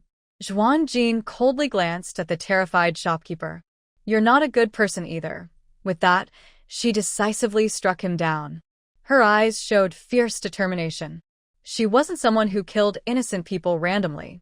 She had hesitated about killing the shopkeeper, but she couldn't gamble with everyone in Qinjia village. The person the shopkeeper revealed was involved in too many secrets. If it got out, Qin family village would be doomed forever. The county magistrate? What a corrupt official who oppresses the common people. What a bandit den at Leopard Ridge. Collusion between officials and bandits. Zhuang Jin was determined to put an end to it. Killing and looting always go hand in hand. After quickly clearing the scene, Zhuang Jin began to search for valuables. But there was very little worth taking. It seemed the master of the house was also stingy, even with those who worked hard for him. Looking at the 2 taels of silver and a low-quality jade pendant in her hand, Zhuang Jin sneered. So poor. Even poorer than my sister. Ah, even a grasshopper's leg is meat. Zhuang Jin silently stored the items in her space. Suddenly, the space trembled. She was startled and quickly led the wolf into the space. In front of her, ripples of light blue water spread like waves, one after another. Tiny glowing dots floated in the air, like fireflies, scattering on the land inside the space. Behind the fields, mountains suddenly rose up, lush and green, looking very pleasing. At the foot of the mountains, a winding river appeared. The water was clear, and fat fish were blowing bubbles in it. What's going on? Did you throw something into the space? Zhuang Yi hurried over, excited, his beard twitching. Just 2 taels of silver and a broken jade, Zhuang Jin replied, surprised. Could the space be eating silver? No, that didn't make sense. She had stored silver in the space before, and it hadn't been eaten. So it must be the jade? Zhuang Jin froze. Coming back to her senses, she rushed into the small wooden house beside the 9-story tower. This house was built by Zhuang Yi to store her belongings. She rummaged through the items she had thrown in, and sure enough, the jade was missing. Jade could upgrade the space. Zhuang Jin felt a surge of excitement. But it seemed the energy of this jade wasn't enough. The 9-story tower only trembled slightly and didn't change. It was still early, not yet dawn. There was still time to do something big. Zhuang Jin clenched her teeth and stomped her foot. Let's go. Raid the magistrate's house. County Magistrate Song's residence was only 2 streets away from Manhwa Tavern. Zhuang Jin quickly arrived outside the magistrate's courtyard. Government houses are guarded and patrolled, so Zhuang Jin dared not enter recklessly. She called a small sparrow to lead the way, avoiding guards and patrols, and smoothly found the warehouse inside the magistrate's residence. Once inside the warehouse, Zhuang Jin couldn't help but curse. The room was filled with gold, silver, jewelry, silk, and satin. Coral, agate, and jade carvings almost blinded her eyes. Now, the people were suffering, yet Magistrate Song, a minor official, had so much wealth. He was clearly a corrupt official. Zhuang Jin was determined to take the wealth from the corrupt official. She collected everything, no copper coins were left behind, all taken away. Even so, Zhuang Jin was still not satisfied and broke into the granary inside the residence, planning to empty it completely. Suddenly, the space trembled again, and this time, the noise was much louder than before. Zhuang Jin was surprised. She covered the grain bag, planning to take the food and find a safe place outside to check the space later. But this time, no matter how hard she tried, she couldn't put any grain into the storage. The space closed, and her mount, the head wolf, was still inside the space. Zhuang Jin was a bit stunned. At this moment, the eastern horizon turned pale, and the morning light appeared. Faint voices came from outside the granary. Zhuang Jin hurriedly closed the door of the granary and tiptoed away from the corner of the wall. The timid sparrow, afraid of people, had long since flown away. Zhuang Jin had to find her own way. At a corner of a corridor, she turned suddenly and saw a pair of surprised eyes. She froze. In front of her, a young maid was holding a copper basin, staring in shock, standing still. She was so frightened she made no sound. The young maid trembled, and the copper basin in her hand was about to fall. Zhuang Jin quickly caught it and knocked the maid out with a slap, then ran away. She didn't notice that another young maid was coming around the corner. A few steps away, she heard someone shouting behind her, "Catch the thief! The thief is inside!" Suddenly, the entire residence became lively. Zhuang Jin hurriedly ran toward the courtyard wall. Behind her, the sound of arrows flying through the air reached her ears. Damn it! A small magistrate's residence actually had archers. Zhuang Jin cursed silently, instinctively reaching for her tang sword, ready to draw it from her space. But her hand was empty, her tang sword didn't appear. She remembered that the space had closed. She could only roll on the ground a few times to dodge the arrows. The courtyard wall was right in front of her, but the archers were behind her. She couldn't escape, feeling anxious and helpless. It would be great if I had a weapon. Just as she was thinking this, a blue figure suddenly appeared. Catch! A long sword was thrown over, and Zhuang Jin instinctively caught it. With quick wrist movements, she swung out a sword flourish, clanging loudly, cutting through a pile of arrow feathers on the ground. Seizing the chance, the two of them jumped over the wall, outside the city gate. Zhuang Jin bowed to the man in blue. "Thank you for saving me." Qin Feng awkwardly waved his hand. "It was just a small favor, no need to thank me so much." "What do you want as a thank you? Silver? Or food, huh?" Qin Feng was momentarily stunned, his mouth twitching. "What do you want? Silver? Or food?" Zhuang Jin asked again, as she disliked owing favors. The hardest debts to repay are always favors. Does she have food? Qin Feng's eyes lit up. She has food. Can he ask for some? Will the lady scold him? But she's just a small village girl. How much food could she really have? Qin Feng's bright eyes dimmed again. "Miss, there's no need to be polite. It was just a small favor, not worth mentioning. I don't lack silver." "A small favor?" Zhuang Jin didn't believe it. Someone who appears at the county magistrate's residence. Her eyes flashed with a hint of darkness. 2,000 jin of food. Qin Feng was stunned and forgot to answer. Seeing this, Zhuang Jin frowned slightly. 5,000 jin, perhaps? Qin Feng was a bit taken aback. "Miss, if you reveal so much food, aren't you worried I might become greedy and steal it?" Zhuang Jin chuckled softly. "One thing is one thing. I give you the food to repay your kindness in saving me. If you come to steal it, I will kill you. This is to avenge the theft of my food." Her expression was cold, her lips curved into a faint smile, but it made people feel a chilling sensation all over. Qin Feng shivered instinctively. This lady. She's not someone to be trifled with. "Miss, you're joking." It was just a small favor. But I do need food. If you have some, I'd be willing to buy it at twice the price. For the first time, Qin Feng spoke so politely, and suddenly he felt a shiver all over. After a pause, he blushed slightly and awkwardly said, "But I don't have silver on me right now. Could I go and gather some?" "Zhuang Jin, I can pay a deposit first." Seeing that Zhuang Jin didn't respond, Qin Feng thought he had upset her and hurriedly added, "Miss, could I use this sword as a deposit?" He then eagerly held up a sword, the same one Zhuang Jin had used earlier. Zhuang Jin gave a faint glance. The sword was good, but she already had a Tang sword. Next, Zhuang Jin's gaze drifted to the black horse behind Qin Feng. "No need for a sword. I prefer using a knife. Maybe, can you let me have that horse first?" Zhuang Jin asked cautiously. She urgently needed a means of transportation. Okay. Qin Feng nodded, but he thought to himself, this girl really isn't polite. His horse is worth much more than 5,000 jin of grain. After retrieving the dagger and hidden weapons she ordered from the blacksmith shop, Zhuang Jin rode the black horse back to Qinjia village in less than half an hour.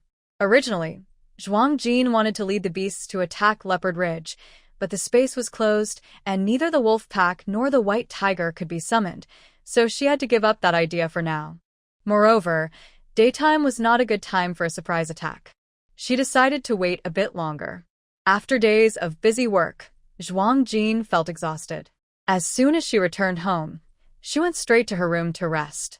Just as she entered, she heard Qin Chui come to knock on the door. "Did something happen again?" she asked as she opened the door. No wonder she asked. Qin Chui's face looked bad. Jin, some villagers found that 2 of the bandits were from Li Jia village," Qin Chui said. Zhuang Jin's breath caught and she quickly asked, "Have Zhuang Dazhu and Lu Tsuehua returned yet?" Qin Chui shook her head. "No. Do you suspect they might be involved?" "It's hard to say right now." "It's always good to keep someone watching," Zhuang Jin replied grimly, not wanting to say more. "Understood." Qin Chui nodded and left. Just as Zhuang Jin was about to close the door and lie down again, a large hand suddenly blocked it. The door was blocked, and Ling Yihan's handsome, devilish face peeked in. Jin, you're back. Are you hungry? Tired? Do you want something to eat?" Zhuang Jin's pretty face immediately fell. "Why are you still here?" Jin, I have no home. You can't just abandon me." Ling Yihan looked genuinely distressed, like a little wife who had been left behind. At that moment, coincidentally, Zhuang Xiaohu and Zhao Ling appeared on the corridor, their faces showing awkwardness. Zhuang Jin's throat tightened. Damn.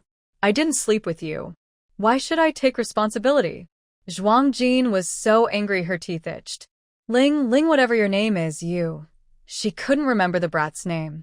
"I am Ling Yihan, 25 years old, 8 feet tall, unmarried, with no bad habits.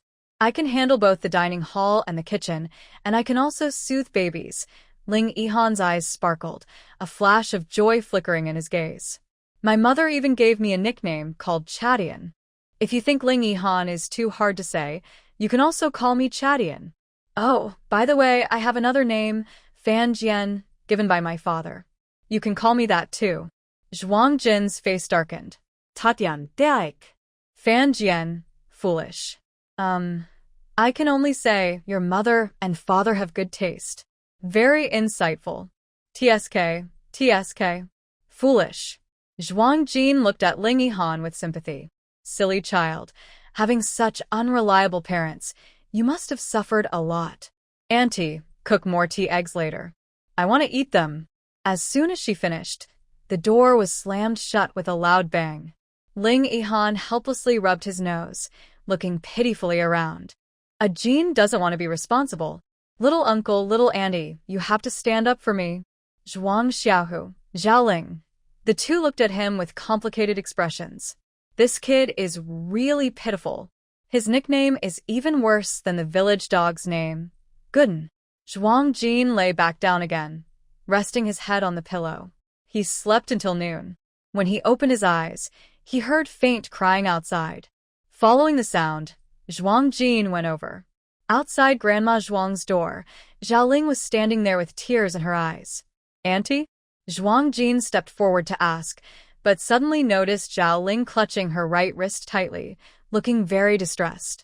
He stepped closer and pulled back her sleeve, revealing her entire right arm swollen and red, with several large blisters. Did she do this? Zhuang Jin's face instantly darkened. I made medicine for Grandma and brought it over. It was a bit hot, so I left it by the bed. I told Grandma to let it cool before drinking. I was about to prepare lunch, and she scolded me for not being careful and broke the medicine bowl. Zhao Ling's eyes were red. She couldn't have children and was often not treated well by her mother-in-law. Over the years, she had endured much hardship from Grandma Zhuang. She thought that after moving out and cutting ties, she could finally escape. But unexpectedly, this morning, Xiao Hu from the Zhuang family brought Grandma back again. Grandma was injured, and even if they were no longer related by blood, she still felt connected. Though she didn't want to, she couldn't say she wanted to throw Grandma out. She just tried to serve her with all her heart. But, sigh. Zhao Ling let out a low sigh. Zhuang Jin patted Zhao Ling's shoulder, then turned around and kicked open the door. With a loud bang, Grandma Zhuang shivered, dropping her chicken leg onto the ground. Cough, cough. Grandma Zhuang coughed violently, her old face turning a bluish purple from the effort. She was eating a chicken leg when Jing Jin startled her, causing a chicken bone to get stuck in her throat, making her feel uncomfortable. Her cough pulled at her wound, and she grimaced in pain, rolling her eyes. Jing Jin found this amusing and quickly shouted behind her, "Little auntie, the old lady is stuck. Hurry, bring the emetic, so we can make her vomit. We don't want her to choke to death." Outside the door, Zhao Ling was stunned. "What is an emetic?" "It's that small jar under the bed, near the foot of the bed," Zheng Jin explained. "The small jar under the bed? Isn't that the urine pot for big girl and second girl?"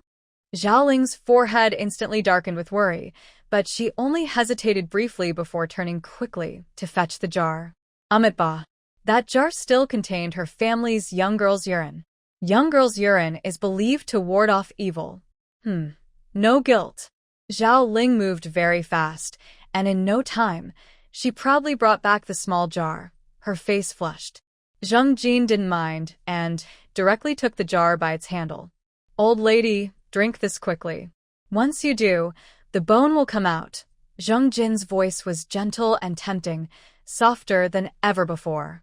At this moment, old lady Zheng was truly uncomfortable with the chicken bones stuck in her throat. She believed Jing Jin and took the jar, gulping it down. But as she drank, she felt something was wrong. She licked her lips and asked, "What's this taste? It smells sour and foul." She lifted her drooping eyelids and saw Jing Jin's half-smiling face. "Old lady, does the urine taste good?" "Urine?" Zheng Jin kindly explained, "Old lady, this is young girl's urine. Don't worry, it's very good for driving away evil spirits. Trust me." Ugh. Old lady Zheng's eyes rolled back as she vomited violently. Half an hour later, after emptying her stomach, she finally stopped vomiting and leaned on the bed edge, panting heavily. When she regained some strength, old lady Zheng suddenly opened her eyes wide. "You're asking for it. Dead girl." She cursed with a twisted face. "You little brat, you should have drowned you back then. Why didn't you die with your unlucky mother? So you wouldn't be causing trouble. Well, with that much strength to curse, you must be okay now. I'll send you back to the Zheng family's old house," Zheng Jin said coolly, raising an eyebrow. Hearing this, old lady Zheng became even angrier. "This is my son's house. I can stay if I want. What does a little brat like you have to do with it?" She didn't want to go back to the Zheng family's old house.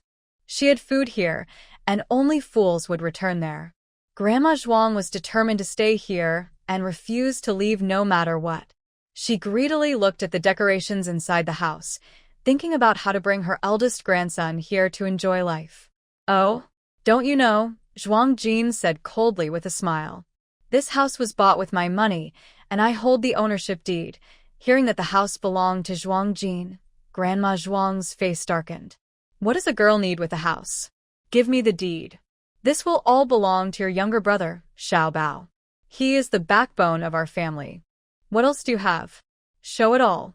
Your brother will marry someday, and as a sister, you should think about him. Grandma Zhuang acted as if everything was obvious, which made Zhuang Jin feel sad for the original owner. What kind of family is this? Do you think girls are worthless? Zhuang Jin suddenly asked. What use does a girl have?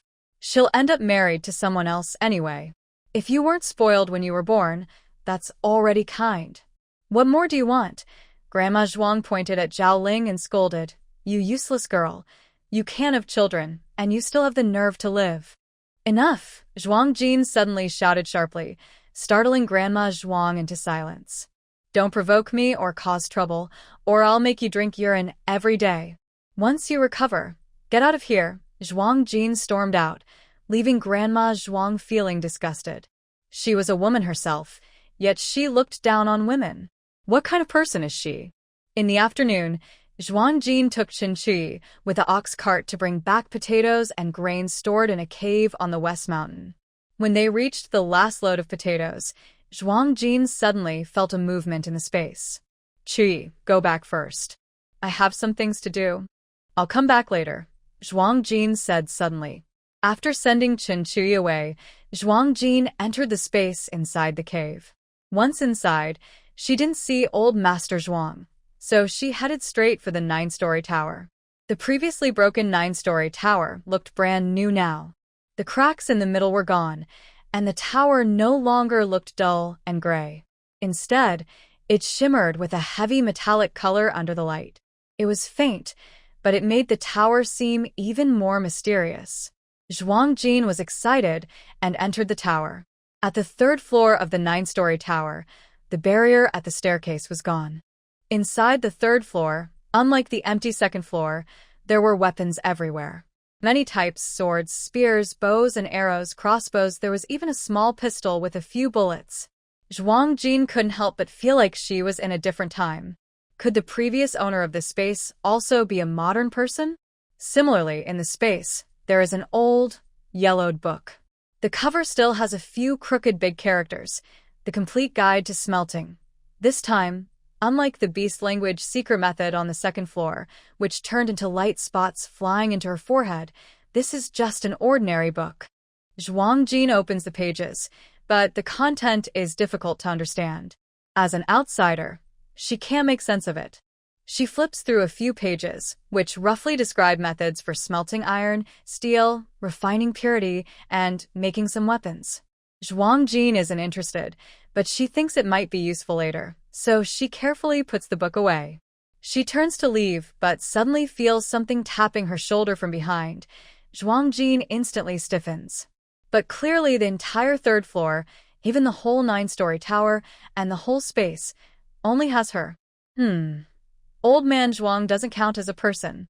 When she turns around, she sees a rusty, floating sword pointed directly at her. Zhuang Jin is surprised and blurts out, "What the heck?" As she speaks, the rusty sword seems annoyed and trembles twice in place. Suddenly, the sword's handle turns around with a bang and hits her on the head, then flies back in front of her. Zhuang Jin is stunned. Is the sword alive? Or just a bad temper? She pauses in shock. In that moment of distraction, the sword flicks again and cuts a small gash on the back of her hand. Bright red blood beads appear. Next, the rusty sword suddenly shines brightly, and the rust spots quickly fade away at a visible speed. A simple, elegant, ancient sword appears before her, with a shimmering glow on the blade. "Master, master!" A cute, childish voice echoes in her mind. Recognizing the sword as her master. A blood oath. Such a familiar scene.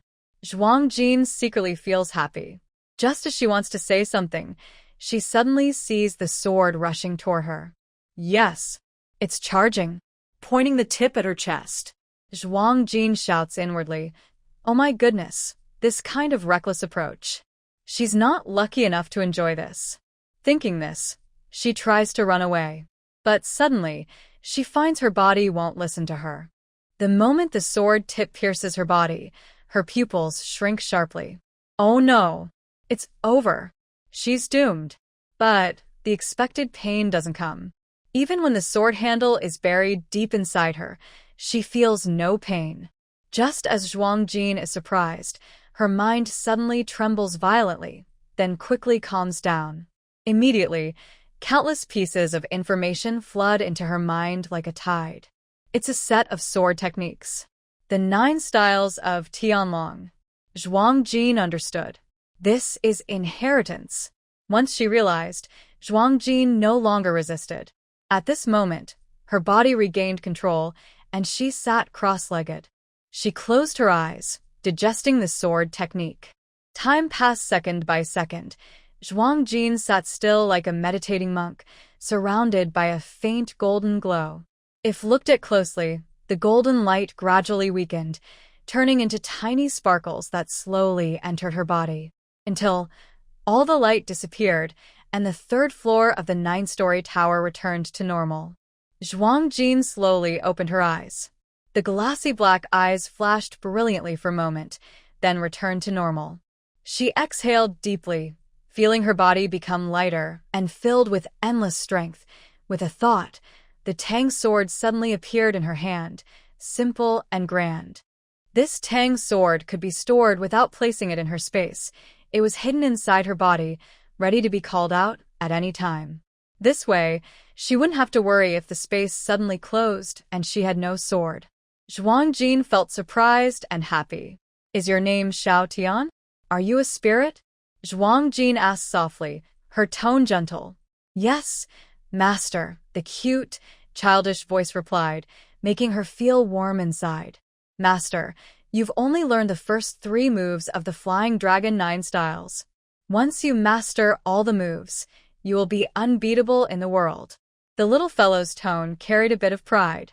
Xiao Tian, how long have you been in this space? Zhuang Jin asked. Xiao Tian seemed a bit troubled. I don't remember. It's been a very long time. Much longer than that old man. The old man? Zhuang Jin was surprised. Is that Lord Zhuang?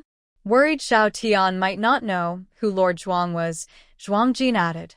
That scruffy little old man. Yeah, that's him. Xiao Tian snorted. Humph. And he's Lord Zhuang? What a pig's nose with a big green onion. That bad old man. Zhuang Jin was speechless. Isn't he your previous master? From his tone, it seemed not. No spirit would curse its master like that. Sure enough, Xiao Tian's disdainful voice came through no way. Xiao Tian doesn't like him at all. Why? Hearing Xiao Tian's cute yet proud words, Zhuang Jin felt a strange urge to laugh. Because he's ugly. Too ugly. Xiao Tian emphasized. Zhuang Jin's face darkened. This spirit was quite the appearance-conscious one. That old man wanted me to acknowledge him as my master. Xiao Tian is super powerful and chased him away. The smelly old man has no shame. He couldn't defeat me, so he sealed the space and set up a restriction seal. Only his bloodline can unlock it. Even if he doesn't get it, he won't let outsiders benefit, waiting for his descendants to come and avenge the shame. He made little Tian lonely for many, many years. But now the owner has appeared. The owner is both beautiful and fierce. Little Tian likes her. Zhuang Jin listened with a twitching mouth. Sad. It seems I might really be a descendant of that old man. These two are still enemies. All right. The space is about to become lively. She put away the Tang sword and little Tian, then left the 9-story tower to find old man Zhuang. Now she suspects old man Zhuang is hiding because he's afraid of little Tian. But when she looked, it wasn't the case. An old man with white hair and a youthful face, dressed in tattered clothes, was squatting at the foot of the space mountain by the small river, staring at the fish in the water with a greedy look. Slurp, slurp. The old man was swallowing saliva, drooling so much it soaked his front. Zhuang Jin helplessly frowned. Master Zhuang, can we pay attention to our image? Image can't be used to eat, so forget it. Zhuang Jin sighed. This mountain range is so big, we can catch some beasts to bring in. Suddenly, the old man looked up at the mountain range seriously. It's best to catch more sheep. I want to roast a whole lamb. Slurp, slurp. A lot of black lines appeared on Zhuang Jin's forehead. Could you stop drooling? You're a soul body, no matter how greedy, you can't eat. This was a bit harsh. Normally, the old man would feel sad and hide away. But today, after hearing this, not only did he not feel sad, he burst out laughing happily, even looking a bit crazy. Ha ha ha, now I can recover my physical body for 2 hours every day. I can finally enjoy good food and drinks.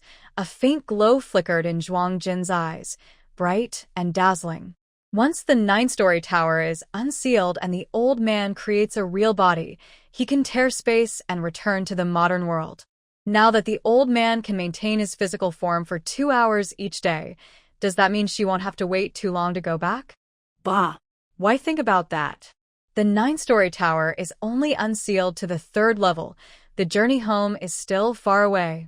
Moreover, from what little Tian told her, this old man might not be very reliable, just as she was thinking. Suddenly, a cute, milky voice rang out. Old man Zhuang. Bad old man. Next, Zhuang Jin saw a knife fly out in front of her, howling as it rushed toward Master Zhuang. Master Zhuang looked surprised, then ran away quickly. Oh no! Why is it you, little troublemaker? Is he the one who unlocked the 3 seals? Unbelievable. Unbelievable. Ugh. Ah, Jin, help. Zhuang Jin smiled slightly, but did not go to help. She saw that little Tian was using the knife handle to chase the old man, knowing little Tian wouldn't really hurt him. That was enough. As for Master Zhuang, he's quite old now, so let the kids vent their anger. After all, the old man was the one who did those things. Well, it was quite shameless.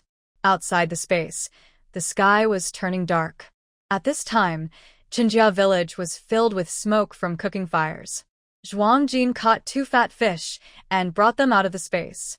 One was for her family to eat, and the other she planned to send into the space for old man Zhuang to enjoy. Oh well. After a scolding, she needed to comfort herself. After dinner, the moon rose high in the sky. Zhuang Jin, dressed in black combat gear, quietly left the village. Tonight, she had a big plan. She called out the head wolf and mounted it. Although riding the white tiger would be more impressive and faster, the white tiger was pregnant, so she didn't want to ride it now. Counting the days, the white tiger's delivery date was getting close. Although she learned the secret of beast speech, she couldn't control many beasts yet. She could mainly communicate with flying birds and land animals. To command beasts to help her, she still relied on the white tiger to intimidate. Most land animals could be commanded by the white tiger, but flying creatures like birds couldn't be easily called. The eagle that helped earlier was a favor, according to the white tiger. Zhuang Jin decided to first deal with the Leopard Ridge bandits. After that, she planned to let the white tiger rest and prepare for birth. Not far on a branch, 3 little sparrows sat. Following her usual method, she made a few tiny sounds with her mouth, holding out her palm. Thinking quickly, a small handful of millet appeared in her hand. The 3 sparrows happily flew over and landed on her palm. They pecked at the millet and ate. Once finished, the sparrows flew into the sky, leading the way for Zhuang Jin. 1 person, 1 wolf, and 3 sparrows headed toward the deep mountains. Zhuang Jin rode the lead wolf and traveled to the place where the bandit little boss had disappeared last time. It was a small cliff, not very high, and under the moonlight, she could see the scenery at the bottom of the cliff. Beyond the foot of the cliff, there is another mountain peak. It is like a sword splitting a deep valley between 2 mountains. One mountain is tall and steep, rising straight up like a sword pointing to the sky, with no way to climb. On this mountain is Leopard Ridge. If not for the innkeeper's hint, no one would think there is a hidden world here. Anyone would find it hard to believe someone could climb this dangerous peak.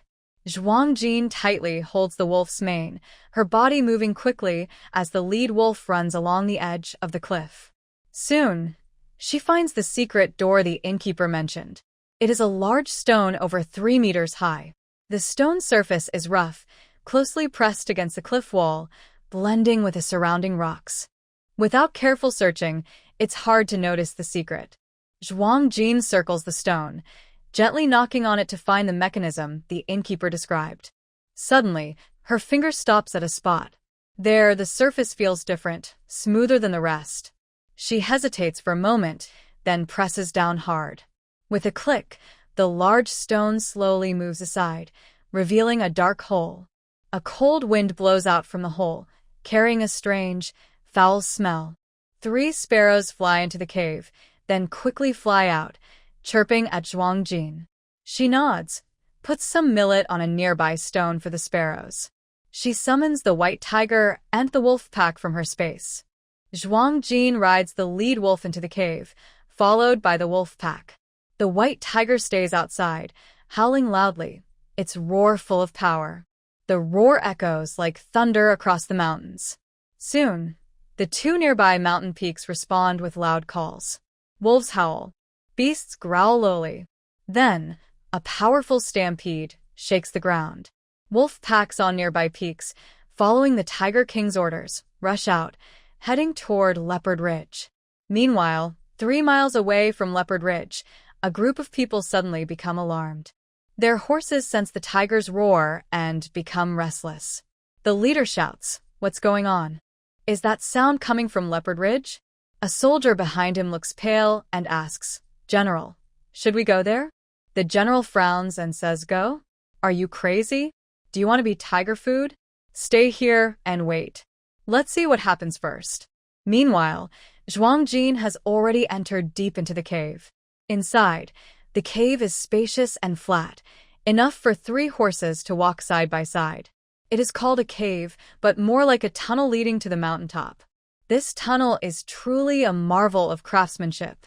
It amazes everyone. Like the inspection by sparrows, there are no guards inside, and Zhuang Jin moves smoothly all the way up to the top. She rushes straight to the mountain peak. The top is a wide, flat area.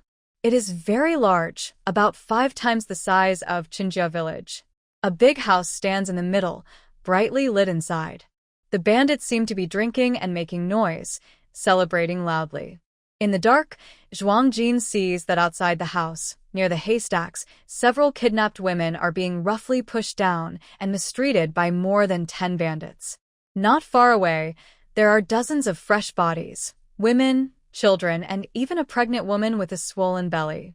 The pregnant woman's body is completely stripped, her eyes wide open, her face showing she is dead and unblinking. Seeing this, a murderous rage suddenly rises in Zhuang Jin's eyes, burning like a wildfire. She holds her Tang Dao Shout Eon and leaps into action. She attacks the bandits. The bandits are laughing loudly, tearing at the clothes of the women beneath them, unaware of the danger. Without hesitation, Zhuang Jin approaches in the dark, and with a swift slash of her sword, bright red blood splashes everywhere. 2 bandits open their eyes wide, unable to react, and fall to the ground with a thud. She successfully kills 2 bandits. The remaining bandits are shocked and turn around in fear. They immediately see Zhuang Jin's fierce eyes. They are so scared they almost faint. Some of them are so frightened they forget to run, and they scramble away in panic. Hearing the noise, the old enemy Xiao Tugwai and his bandits rush out of the house in a panic. He looks at Zhuang Jin with a cold, vicious face, holding his weapon, ready to fight. But when he sees the dense pack of wolves behind Zhuang Jin, his face turns pale instantly. Under the night, over 100 wolves with glowing green eyes. It's terrifying. Good heavens! Why are there so many wolves? The bandits behind him shout in surprise, stunned. Some start to scream and run back in fear. From the first moment she appeared, Zhuang Jin crushed the bandits' morale with her strength.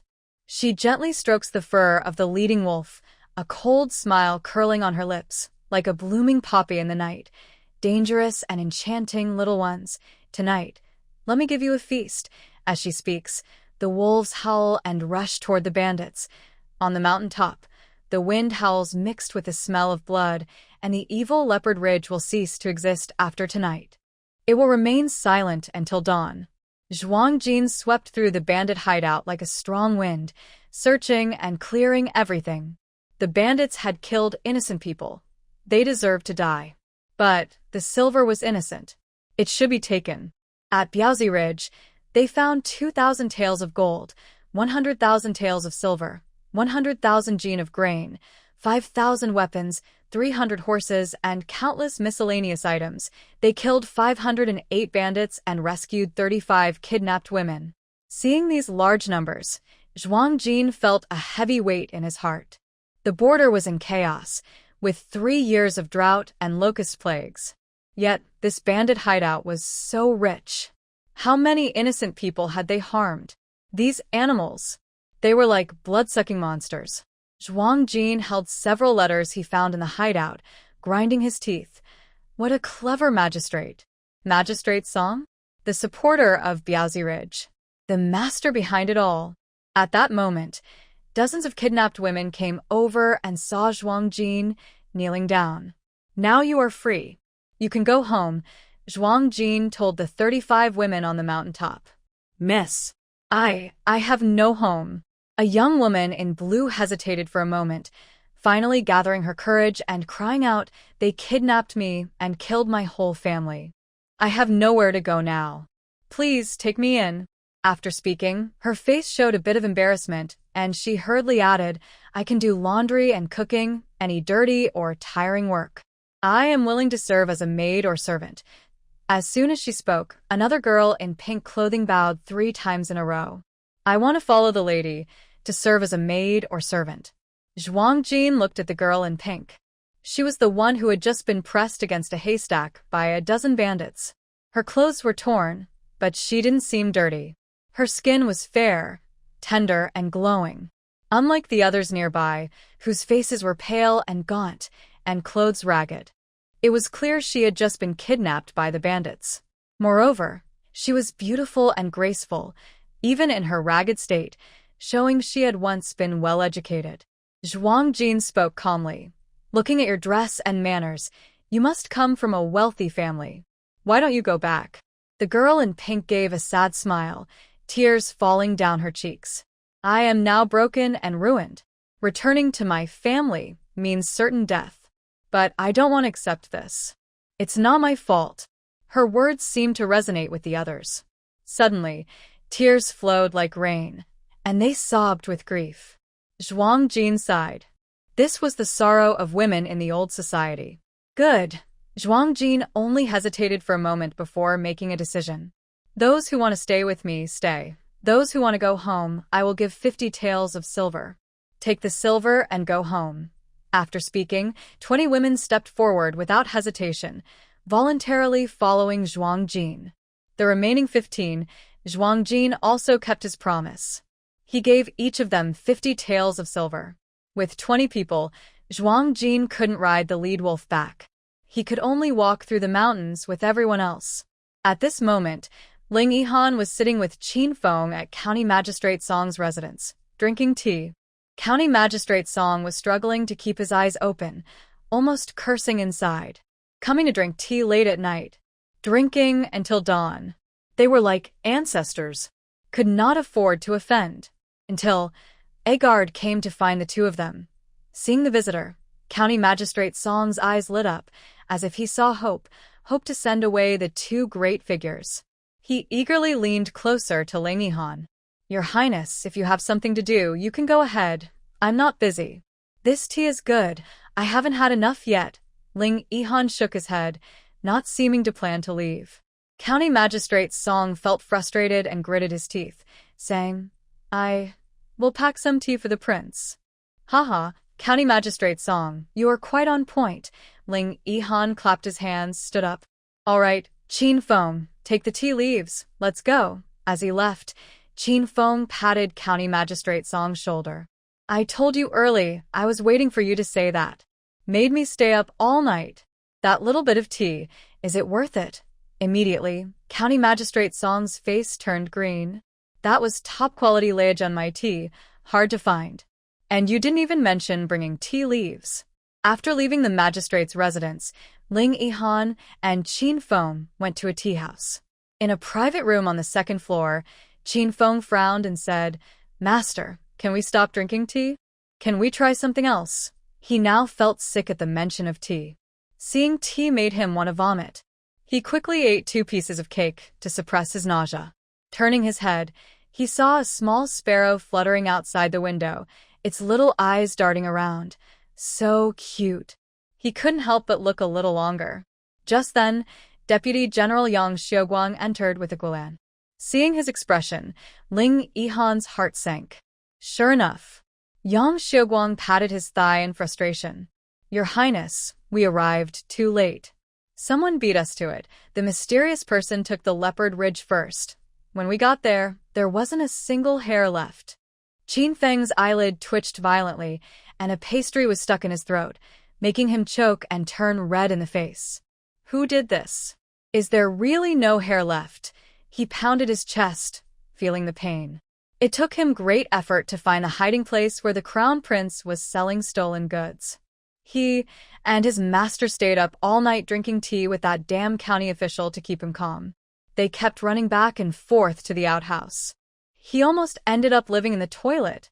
And then, was it all gone? Did they tell him there was nothing left?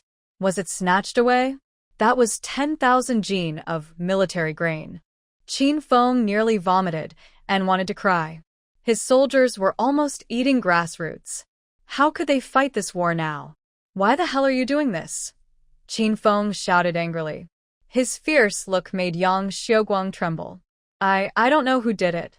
It was all wild animals, tigers, wolves, no human seen, he said. Really, nothing was left, not even a copper coin. Damn it. Wild animals don't even eat silver, right? How could there be nothing left? Not even a broken bowl. They're so dishonorable. This is too damn dishonorable. Ling Yihan was stunned, thinking of someone, and asked urgently, was it the white tiger? Yang Xiuguang shook his head. No, I didn't see it. I only heard the roar of a tiger. Very terrifying. Yang Xiuguang frowned, still finding it unbelievable. Who had such skill to lead a group of wild animals and clear out Leopard Ridge? If he hadn't seen it with his own eyes, he wouldn't believe it. Anyone who told him this would face military punishment. Thinking of this, Yang Xiuguang felt a shiver and secretly looked at Ling Yihan. This boss had a bad temper. Would he really suffer physical punishment today? But when he looked up, he saw Ling Yihan staring blankly. Was this guy stunned out of anger? Yang Xiuguang shrank his shoulders and dared not speak. Got it. Let's drop this matter. Go back and tell Tianbing to turn the soil and prepare to plant potatoes. After saying that, he saw Ling Yihan grinning foolishly. Qin Feng. Yang Xiuguang. He really looked stunned. Can someone tell him what potatoes are? Meanwhile, Zhuang Jin and 20 women didn't return to Qinjia village until noon. What she didn't know was that the events at Leopard Ridge had alarmed several factions. And a few days later, the news reached the capital. This caused some factions to be in chaos. After a day and night, Qinjia village had regained order.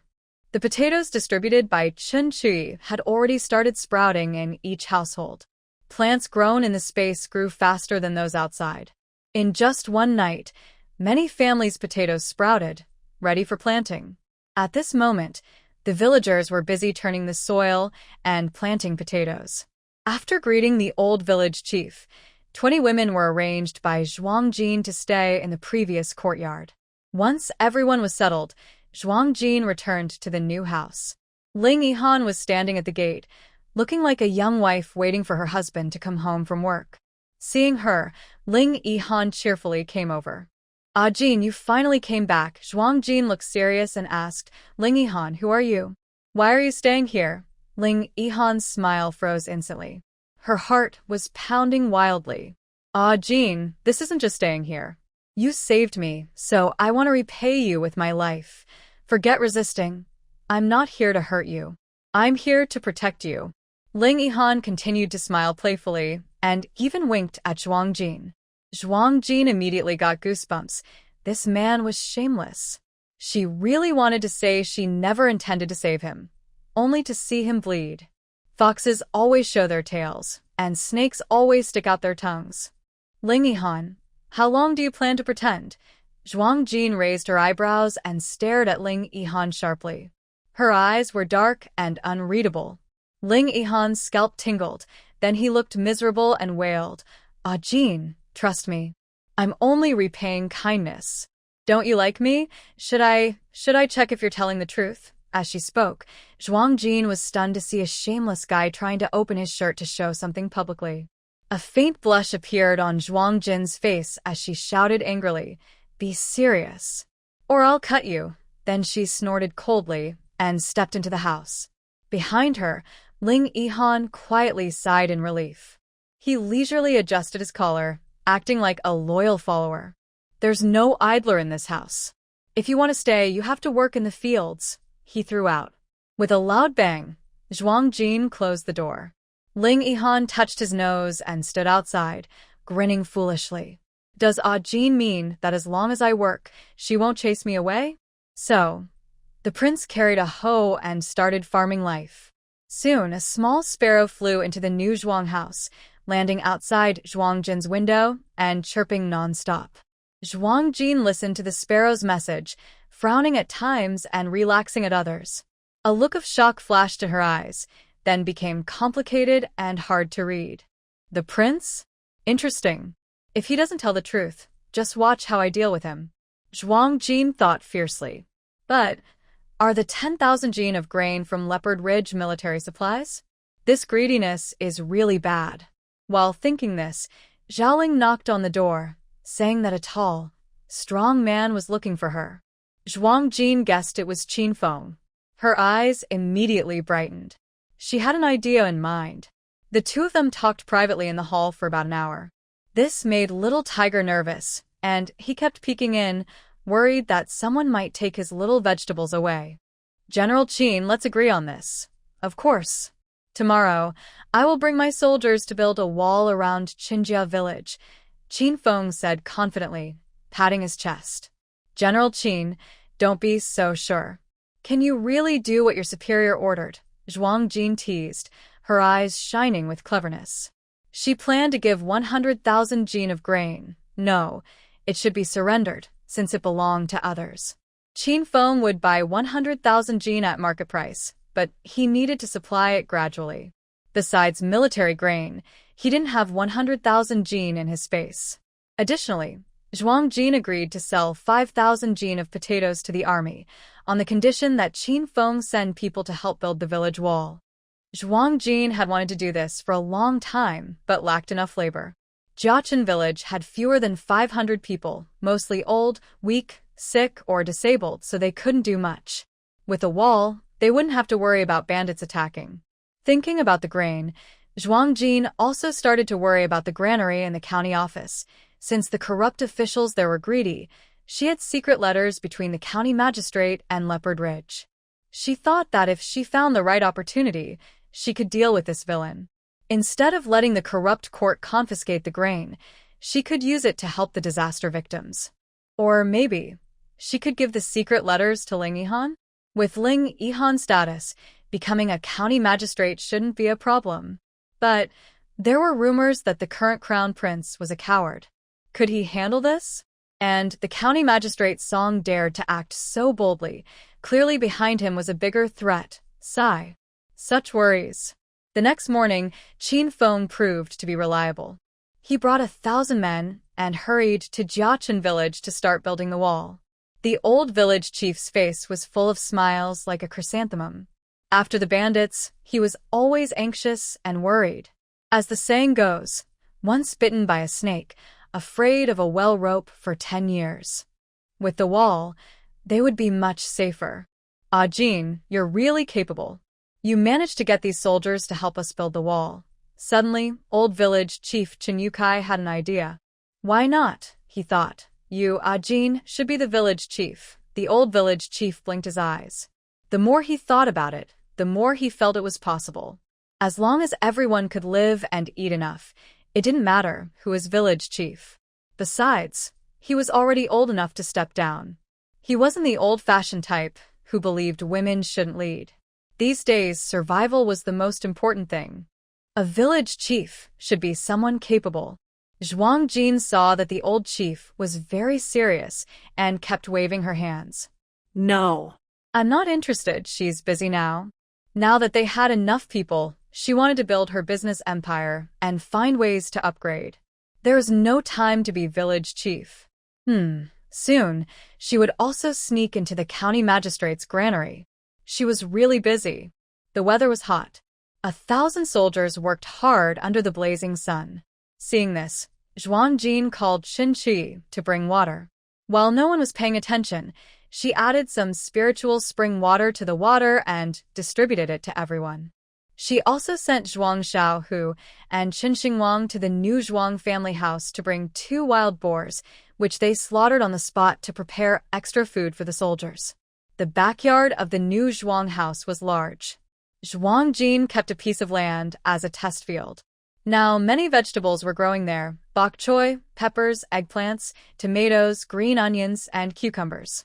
In another space, soybeans had ripened. Zhuang Jin took out many beans and taught Zhao Ling and Zhuang Xiu how to make large amounts of soybean paste. Thinking about the hot weather, she felt eating some dipping sauce was very refreshing. After a day of nourishing Zhuang Xiu with spiritual spring water, her silly symptoms had improved a lot. Though she still spoke with difficulty, she could do basic chores clearly. When Zhuang Jin first tasted the meal Zhuang Xiu cooked, she was surprised. The girl had a real talent for cooking.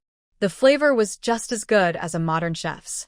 Zhuang Jin was very happy. Her cooking skills weren't bad either, but she was too busy to cook often. But that didn't matter. She loved good food. Besides the vegetable garden in the backyard, Zhuang Jin had Zhuang Xiao, who enclosed the rest of the land and built a pig pen and a chicken coop outside. Now, there were over 10 pigs in the pig pen and dozens of wild chickens in the coop. After all, she couldn't always go out and bring back meat every time she wanted to eat. If she wanted her horses to run, they needed grass. Zhuang Jin understood this well. Seeing the 2 pigs happily squealing and jumping, the soldiers cheered and worked even harder. A few large iron pots were set up about 300 meters away from where the soldiers were working. They started boiling water and slaughtering pigs. Zhuang Jin deliberately called Ling Yihan to come over. Those soldiers saw the pig butcher and thought he was their prince. They were so shocked they stared with wide eyes. Zhuang Jin secretly chuckled and deliberately nodded at Ling Yihan. "Remember to clean the pig hair thoroughly, or it will poke your mouth when you eat." Ling Yihan touched his nose and smiled awkwardly. Definitely, definitely. He was so obedient, it was surprising. Qin Feng, standing nearby, looked at him in shock. Oh. His master had turned into a little lamb. After dark, Zhuang Jin rode Qin Feng's black horse to the county town. She took all the stored grain from the county granary. She even cleared out the kitchen completely. County Magistrate Song was drinking and celebrating with his new 17th wife. When they found out thieves had entered the house again, Zhuang Jin had already run far away. Angrily, County Magistrate Song only cursed, "Damn thieves. They're stealing like sheep, not just wool from one sheep," and fainted on the spot. On the way back, Zhuang Jin saw many refugees and felt even more heavy-hearted. Late at night, when she returned to Qinjia village, she saw every household with their lights on, which made her heart tighten. She hurried into the village and saw many villagers gathered outside old village chief Chen Yotsai's house. Chen Qi was even crouched in a corner, wiping tears. "Qi, what's going on?" Chen Qi quickly wiped his tears and choked out, "It's Lu Tsuehua and Zhuang Dezhu. They came back at dusk." Grandpa went to check. He overheard Lu Tsuehua say that those bandits were brought in by her in alliance with Li's village. Grandpa was so angry, he called people to catch Lu Tsuehua, and she stabbed him. Zhuang Jin was shocked. Did the village chief get hurt? Hearing this, Chen Qi's tears started flowing again. "He's still being treated. Our village only has an old veterinarian, no doctor. Xingwang went to the county to get a doctor, but hasn't come back yet." Zhuang Jin's heart ached deeply. Medical care here was poor. If he was hurt in a vital spot with the old village chief's age, he might. She immediately went inside. The old village chief was indeed in bad shape. Though he hadn't fainted, it was clear he was barely holding on. His face was pale and bloodless, with large bloodstains on his waist and abdomen, and the house was filled with a strong smell of blood. Next to him, the old veterinarian with white hair was panicking, holding cloths to stop the bleeding. When the old village chief saw Zhuangjin come in, he weakly tried to smile but couldn't speak. Seeing this, Zhuangjin frowned tightly. Don't speak now. You'll be fine. Yes, he would be fine. These words made Zhuangjin feel a bit uneasy when she said them herself. Looking at the amount of bleeding without blood packs, it would be very difficult in modern times. First, she decided to try the spiritual spring water, though she wasn't sure if it would work. Zhuangjin brought over a bowl of red sugar water, secretly adding a little spiritual spring water into it, and asked Qinqi to feed it to the old village chief. Zhuangjin didn't dare put too much spiritual spring water in, remembering the pain of her own cleansing, and worried the old village chief couldn't handle it. Fortunately, after drinking the water, the old village chief finally regained some strength. However, Chen Xingwang and the doctor still hadn't arrived, and the old village chief's bleeding hadn't completely stopped. Everyone waited anxiously and nervously. Outside, many villagers were kneeling on the ground, praying to the sky, the earth, and the gods. In this poor, remote village, the village chief was everyone's main support. Without him, the villagers couldn't imagine what to do. The situation with the old village chief was urgent. If only there was a hemostatic medicine now. Suddenly, Zhuangjin remembered the items she had taken from the county office. She hadn't had time to look at them carefully. She wondered if there might be medicines or similar items inside. She found a hidden spot and entered her space. She rummaged through the items. Finally, she found a bottle of hemostatic powder, a century-old mountain ginseng, reishi mushrooms, and some other herbs she didn't recognize. She didn't know medicine, so she handed everything over to the old veterinarian to handle. Use it all out, don't worry about wasting. As long as the person can be saved, that's enough. Okay, the old veterinarian nodded heavily, holding the herbs as if they weighed 1,000 pounds, his cloudy old eyes filling with tears. He had wandered into Qinjia village years ago, nearly starving to death when the old village chief, not rejecting him, saved him and took him in. Over the years, he married and had children in the village, living a simple but peaceful life. All of this was thanks to the great kindness of the old village chief. Time slowly passed. The herbs seemed to pour onto the old village chief as if they were free, finally waiting for the county doctor to arrive.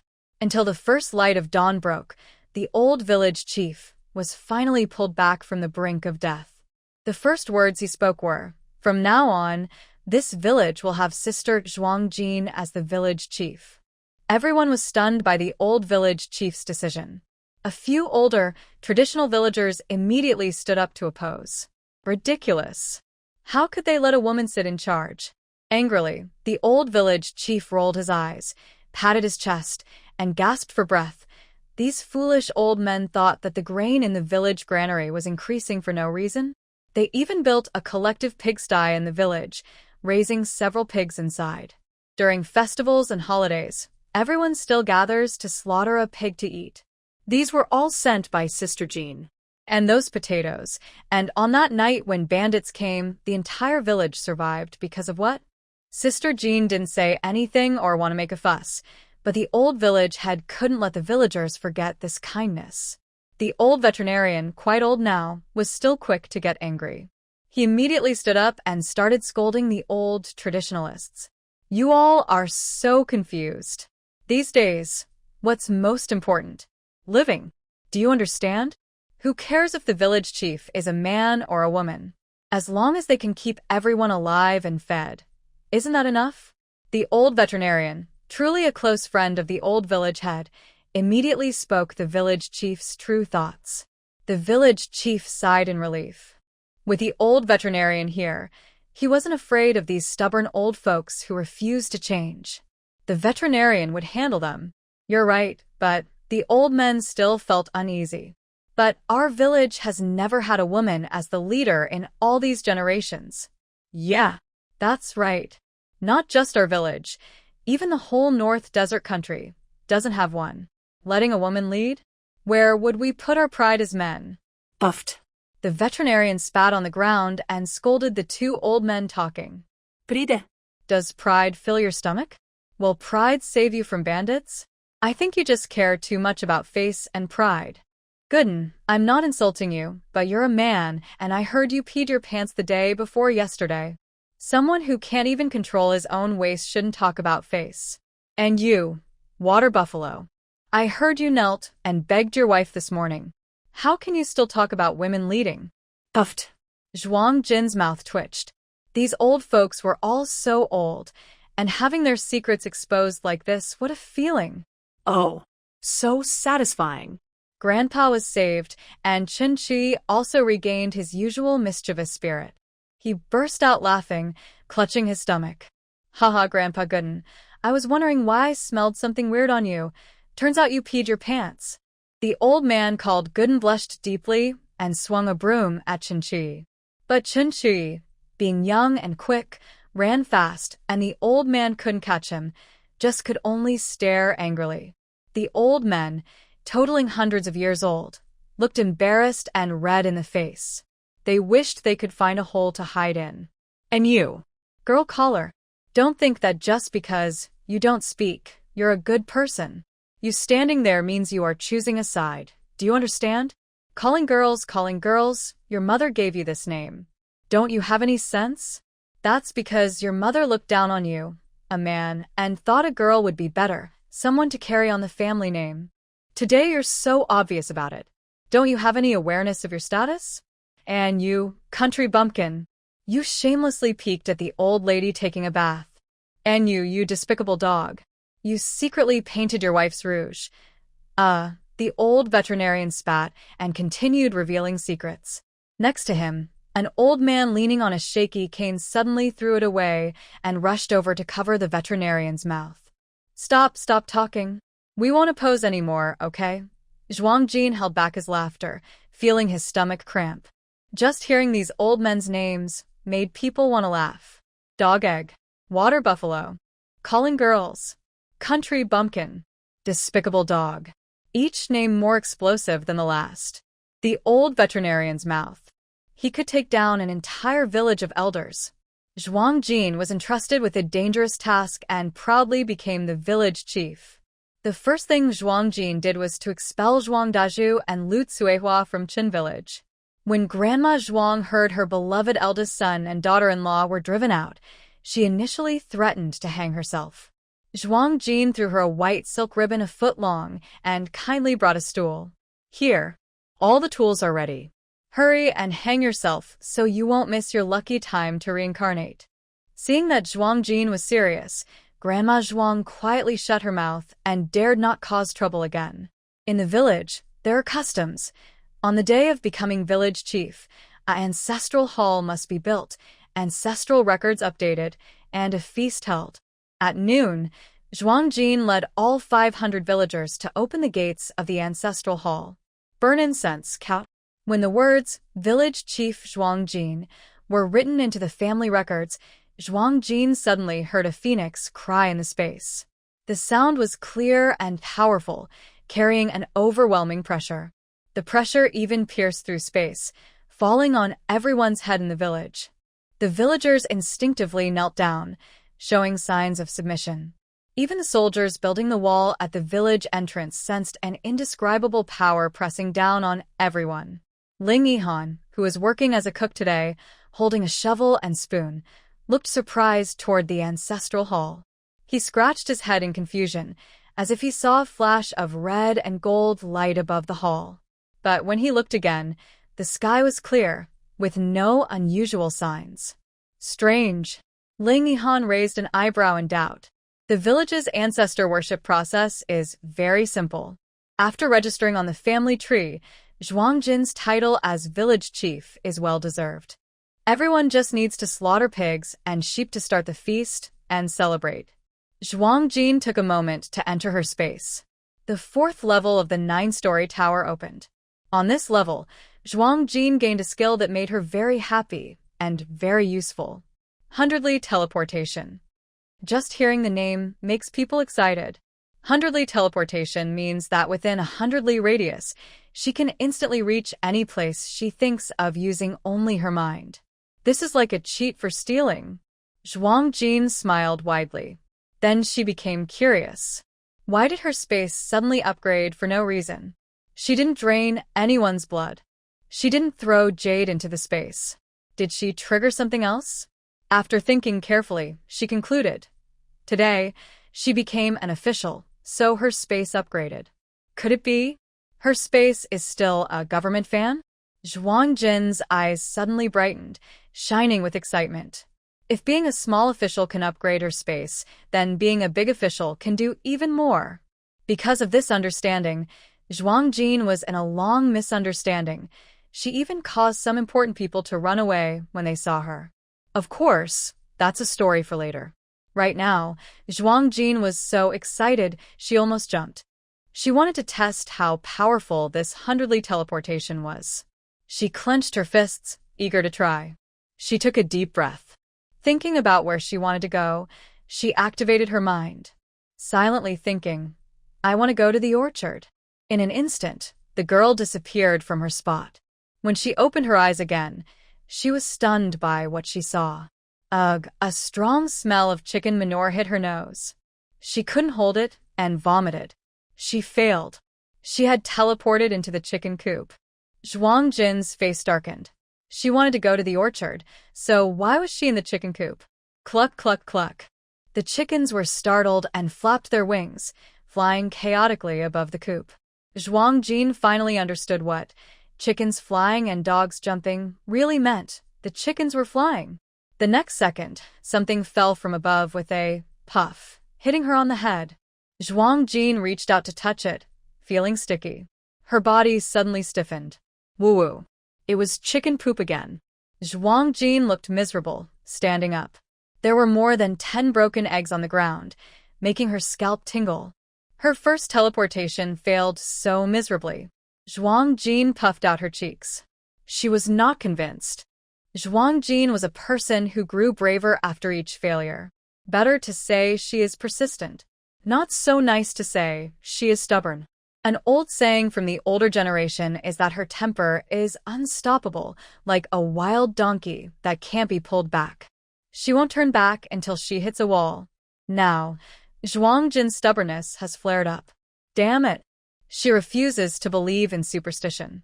Until she masters the art of instant teleportation perfectly, Zhuang Jin swears she won't give up.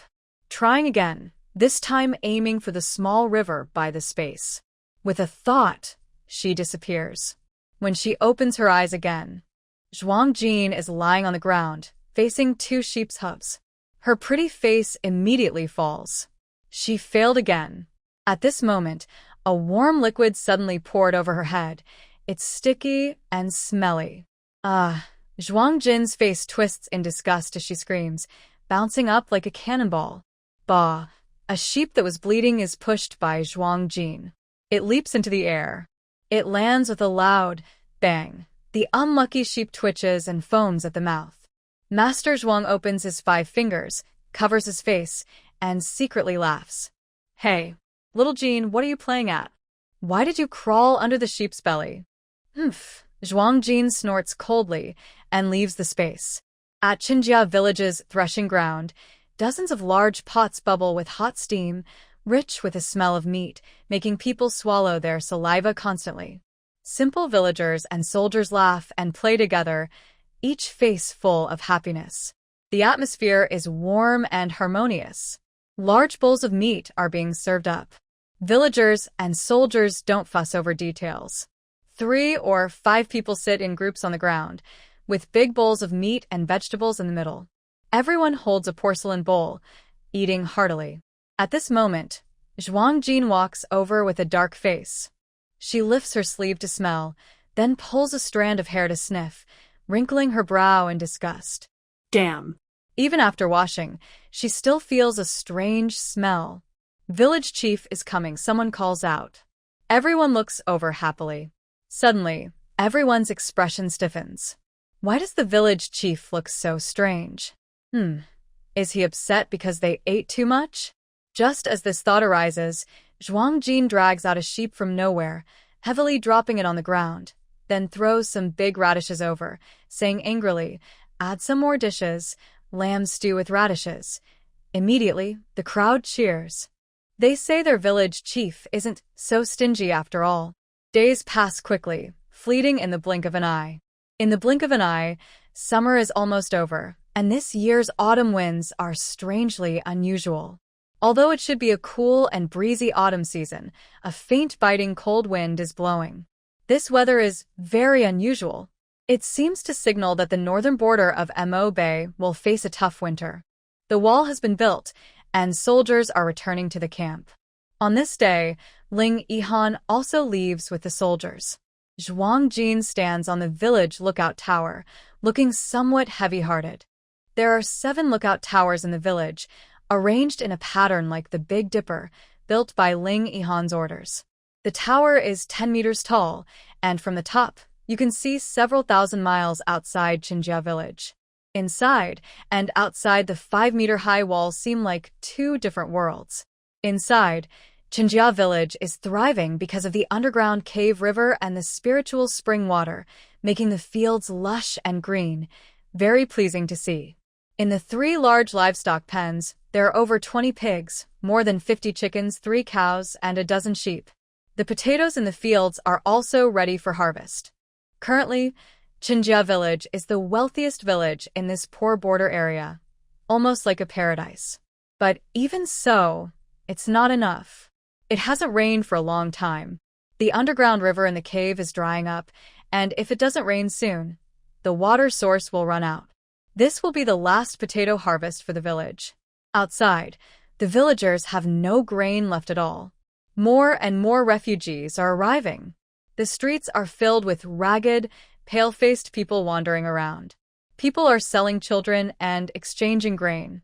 Some places even have cases of cannibalism. The Locust disaster is not only affecting Mo Bay, but also the neighboring Bay D country. Both countries have suffered heavy losses, and their national strength has greatly declined. To fight over food resources, frequent small and large battles happen at the border. Ling Yihan's departure also shows how tense the border war situation is. Jin, Zhuang Xiao, who appears from behind, hesitating to speak. Just say what you want to say. Zhuang Xiao, who is someone who can't hide his feelings and always shows his thoughts openly. During these days, Zhuang Jin has already regarded him as a close family member. When the soldiers left, Zhuang Xiao, whose intense gaze on the armor and battle robes couldn't be hidden from Zhuang Jin. He wants to join the army, but at his age, he has missed the best time to enlist. However, it's not too late. Zhuang Xiao, who is the youngest son of old lady Zhuang, only about 10 years older than Zhuang Jin. It's time for him to go and pursue his future. Zhuang Xiaohu hesitated to speak, but ultimately couldn't bring himself to say that he would leave the family and join the army. The entire Zhuang household had only him as the male heir. He, in fact, should take on the main responsibility of supporting the family. Now, everything was left to Jin to hold up, and Zhuang Xiaohu felt both ashamed and worried. But seeing the chaos outside, if the country falls, their home will be gone forever. He also has a passionate desire to protect the homeland. Moreover, the niece in front of him is not someone ordinary. She will surely rise higher and higher. As her uncle, he doesn't want to be a burden to Jin. He also wants to act like an elder, protecting her behind him, not letting her get caught in the rain. Go if you want, little uncle, Zhuang Jin said calmly with a smile. Seriously. Protecting us doesn't always mean being right here. Even if you're defending the border from enemies, you're still protecting us. Yes, Zhuang Xiaohu's eyes reddened, and he remained silent for a long time. Zhuang Jin turned around, leaning on the railing, gazing into the distance. After a moment, she spoke calmly but firmly, without room for argument. Little uncle can go, but Jin has one condition. Zhuang Xiaohu looked up, confused. Then Zhuang Jin continued, I'll teach you a set of sword techniques. Within 7 days, you must master the first 2 moves. Only after that can you go. The 9 styles of flying dragon, a total of 9 moves. On the day she received this martial art, she had already learned the first 3 moves. The moves become more difficult as they go on. Now, she has reached the 5th move. It shouldn't be hard for Zhuang Xiaohu to master the first 2 moves in 7 days. Okay, Zhuang Xiaohu nodded seriously. The next day, at dawn, Zhuang Xiaohu got up early and practiced the sword techniques hard in the yard. He was not alone. Chen Xingwang, Chen Qi, and 20 women rescued from Biaozi Ridge were practicing with him. Zhuang Jin didn't expect that Chen Xingwang, who was dark, thin, and had a baby face, was surprisingly talented in martial arts. He was far ahead of Zhuang Xiaohu. As for Chen Qi, sigh. It's hard to describe. After one set of movements, he either tripped over his left leg or fell flat on his face. Zhuang Jin looked at him and felt he was more like performing a ritual than practicing martial arts. Finally, she couldn't bear it anymore and told him to rest aside. Among the 20 women, not all had martial talent. Zhuang Jin called them over to practice together, mainly thinking that, given the difficult times, especially for women, it was good to have more self-protection skills. Even just for health and fitness was fine. Villagers passing by saw the lively scene at the Zhuang family's new house and came to watch. Especially among the younger people, they are eager and ready to try.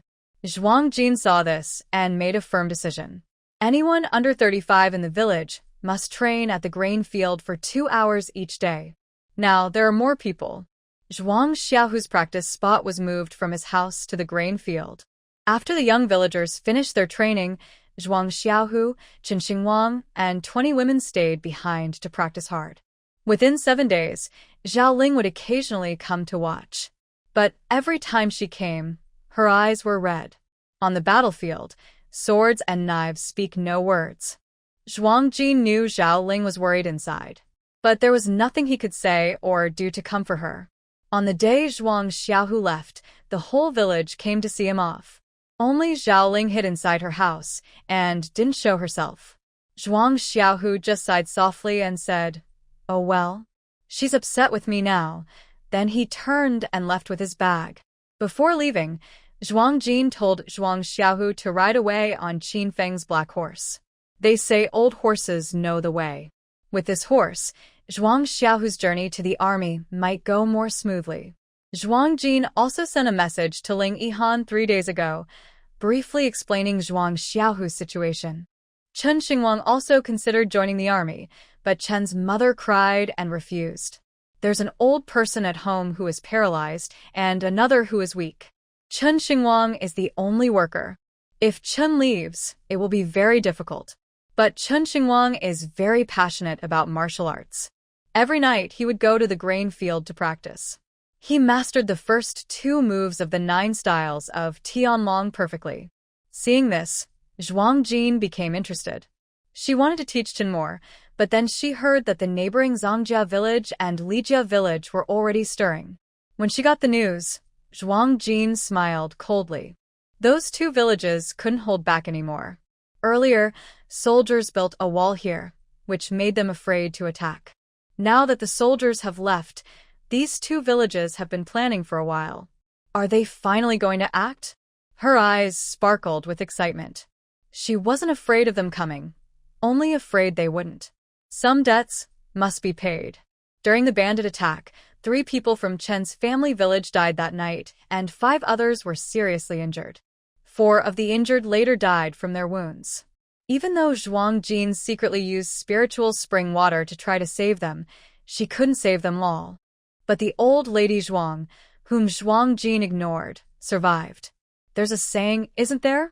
Disasters can last for 1,000 years. It's quite fitting. However, 3 days later, Zhuang Jin hadn't yet prepared for the possible attack from Zongjia village and Lijia village. A person came to the county town to deliver a message. The messenger was a middle-aged man with a suspicious look. He said that the county magistrate had summoned all the village heads of Ping'an County for a meeting. At that moment, Zhuang Jin was stunned. She realized she was about to meet her enemy. That corrupt official was definitely up to no good. The secret letter revealing the collusion between Magistrate Song and the bandits, Zhuang Jin finally handed it over to Ling Yihan on the day the soldiers left. She thought that Magistrate Song wouldn't have many days left. But for now, he was still her superior. Zhuang Jin couldn't go against him. Reluctantly, she had to take a bullock cart and follow the messenger to the county office. Zhuang Jin slowly drove the cart from behind, while the middle-aged man rode a tired old horse ahead. She didn't want to go and moved very slowly on the road. The man was anxious and urged her several times. But each time he urged her, the old horse beneath him would act up. It would kick or refuse to obey, running off to nibble on tree bark. Twice it even threw him off.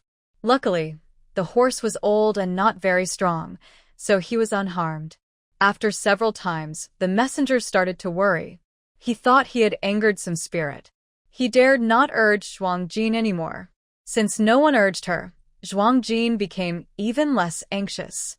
Halfway, she pretended to go to the toilet and disappeared behind a nearby hillside for a while. When she returned, her eyes sparkled, and a faint mischievous smile played on her lips. Seeing this, the man felt that this girl was quite strange and a bit sinister. He couldn't help but shiver. The girl was pretty but a little weird. If the master hadn't warned her before coming, saying Qin village was a fat sheep, she would have run away long ago. When Zhuang Jin arrived at the county office, it was already crowded with people. Looking around, most of them were old men with either gray hair or bald heads.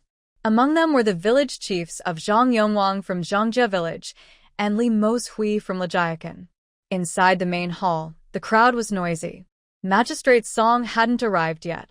When Zhuang Jin entered, the old men all looked at her sideways and whispered. The younger village chiefs didn't say anything.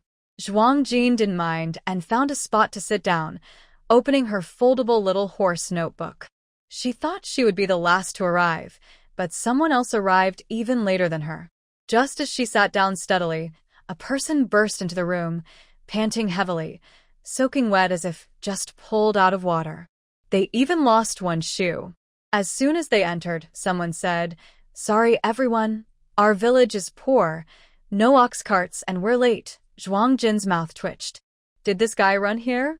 After speaking, he headed to the corner and just happened to stand next to Zhuang Jin. This is Lu Damei, the new village chief of Lu family village. Don't misunderstand. Lu Damei is not a woman but a man, a gentle-looking, fair-skinned young man. It's said he is the son of the former village chief, Lu Dali.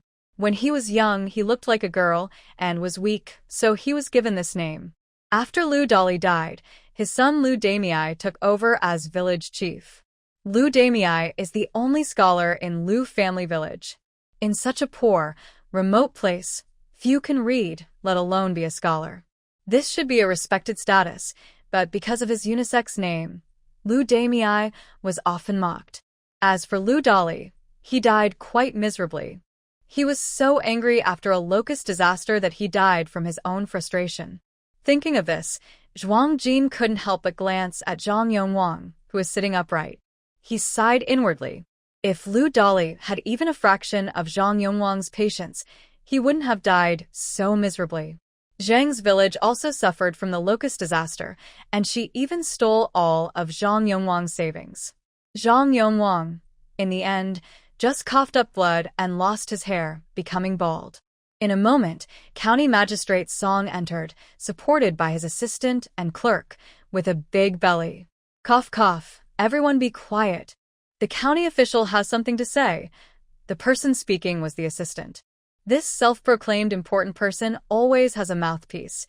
The assistant's flattering face shows he's just that. But everyone present was respectful and quickly quieted down. However, the county magistrate, proud of his height, began to show his authority. He raised an eyebrow at the assistant, signaling him to speak for him. The assistant cleared his throat and said, "After the Locust disaster, the lives of the people in our county are difficult, and the number of refugees is increasing daily. The magistrate feels very distressed." He even pretended to wipe non-existent tears. The county magistrate lowered his head and shrugged, making it look like he was crying, but no one understood. Zhuang Jin sneered. He knew this was a political show, but there was no food or drink. They came hungry and left hungry. However, now there are too many refugees, and the magistrate wants to help but feels powerless due to his limited strength. I was just thinking that Ping'an County belongs to everyone. So, Let each village head lead the effort to help the homeless in Ping'an County, and let's get through this difficult time together. Therefore, the magistrate decided that each village should contribute 1,000 taels of silver to help the homeless. When this was announced, everyone was shocked, and the officials' hall immediately became chaotic. Everyone looked worried and frowned. 1,000 taels. Forget about 1,000 taels, even 100 taels is too much for them. They couldn't sell their entire village for 1,000 taels. Ping'an County has 51 villages. One village contributes 1,000 taels, so 51 villages total 51,000 taels. Magistrate Song was clearly asking for a bribe, or outright extortion. Everyone was furious inside, but they looked at each other, hesitant to be the first to stand up and oppose. If Zhuang Jin didn't step forward, she would treat Magistrate Song's words as nonsense. 1,000 taels? She didn't even plan to give a single copper coin. Anyway, this corrupt official wouldn't last long. Even if the court didn't take action against him, Zhuang Jin would. The village heads of other villages didn't step up because they didn't want to be the first to offend their superior. They were just pretending to be obedient, but there are always exceptions. Suddenly, a refined and handsome young man, barefoot, squeezed out from behind the crowd. "Sir, our village is too poor. We really can't afford that much silver." Lu Damei timidly stepped forward. "Don't laugh at me, sir. I've never seen so much silver in my life." As she spoke, a faint blush appeared on Lu Damei's fair face. With some embarrassment and hesitation, she said, I have 2 copper coins. Maybe I can give these to you first. This is what the villagers, worried about missing the magistrate summons and caring for my weak body, collected specially.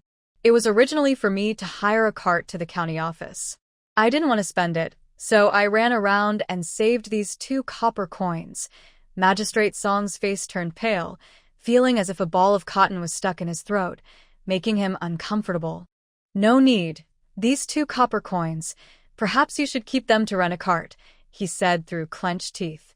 Lu Damei looked innocent and helpless. "No, I think I should give them to the magistrate. I checked in the county earlier, and 2 copper coins aren't enough to rent a cart." Then she stretched out her bare foot, showing it to ensure Magistrate Song could see clearly. Sorry about this." To save 2 copper coins, the shoe was lost. County Magistrate Song's face turned green with anger. "Then you might as well keep the money to buy a new pair of shoes. Damn it. Who cares about these 2 copper coins? If you weren't pressed by the higher-ups, I wouldn't bother talking to you country bumpkins. None of you know what's good for you." County Magistrate Song was about to explode with rage. Achoo! Suddenly, Lu Dashue sneezed loudly, spraying saliva right into County Magistrate Song's face. Unable to hold back, County Magistrate Song was about to lose his temper, but Lu Dashue moved faster than him. She knelt down with a thud, trembling like dry leaves in the wind, choking with tears, begging for mercy. "Your Honor, please have mercy. Please have mercy." The Lord shouted so urgently that I ran all the way here, sweating a lot. "Maybe I caught a cold, and that's why I lost my composure." County Magistrate Song. Lu Dashue looked pitiful, kneeling on the ground and wiping tears as if she had suffered a great injustice. County Magistrate Song felt like he was about to burst with frustration. If he punished Lu Dashue now, it would cause a riot. "Fine. Since you've caught a cold, go back to the side. Stay away from me." County Magistrate Song felt like he had swallowed a bitter pill, unable to speak his pain. 51 pairs of eyes were watching him. He swallowed a mouthful of old blood, his expression deep and fierce. Zhuang Jin sat in the corner watching the show, muttering to himself, "Lu Dashue is no ordinary girl. She's talented. If this were modern times, she'd be a typical green tea little sweetheart." Zhuang Jin was happily watching the drama unfold, munching on popcorn. Suddenly, a teasing voice sounded from the crowd, reporting to the county magistrate, "I hear Chinjia village is doing very well lately. They even built a wall. Surely, they must have some silver to spare. Who the hell is so nosy and annoying?" Zhuang Jin looked up and saw Zhang Yongwang's mischievous face, full of schadenfreude. and his shiny forehead. Zhuang Jin cursed inwardly. Old troublemaker is causing trouble again. Oh, really? County Magistrate Song kept a serious face, shifting his gaze to Zhuang Jin, his eyes filled with scheming. Chunjia Village. Zhuang Jin slowly stood up, speaking confidently. Chunjia Village is poor. A while ago, Chunjia Village was raided by bandits. They really couldn't pay any silver. The wall-building project was a kind act by General Qin Feng. Because of the wall, Chunjia Village owes General Qin a lot of silver and they still owe money. Maybe I should go talk to General Qin? Ask if we can delay paying him? We can first take care of County Magistrate's side. County Magistrate Song suddenly choked on his words and froze with a stiff expression. This person, so direct, and using General Qin to pressure him. Maybe you should first listen to General Qin, Song thought angrily. He's just a minor official, fighting over money with a general. Doesn't that invite trouble? Thank you for your kindness, Magistrate, someone said politely. But there's one more thing. About the bandits. I've heard that these bandits were brought in by people inside our Ping'an County, working together secretly. Please help us catch these traitors. As soon as he said this, Zhang Jin saw that a few faces in the hall suddenly changed. Li Mo Shui, the village head of Li Jia Village, looked nervously and dared not meet Zhang Jin's eyes. Zhang Yongwang's face also looked uncomfortable.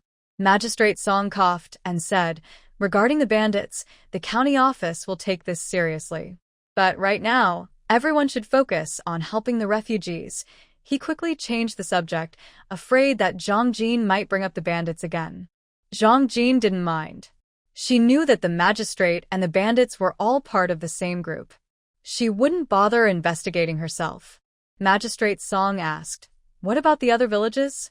Is helping the refugees going smoothly? Hearing this, the old folks from other villages immediately started crying poverty, exaggerating their hardships. One said their family was starving, another said they had no toilet paper. Everything was terrible. The hall was noisy and chaotic. Magistrate Song's teeth started grinding, his anger almost bursting out. Zhang Jin quietly moved to the door, secretly taking out a handkerchief to cover her mouth and nose.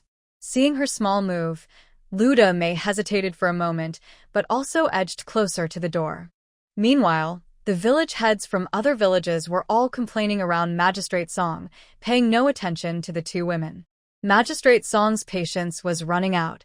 His anger was about to explode. He took a deep breath, ready to yell. Suddenly, a foul smell burst out from nowhere.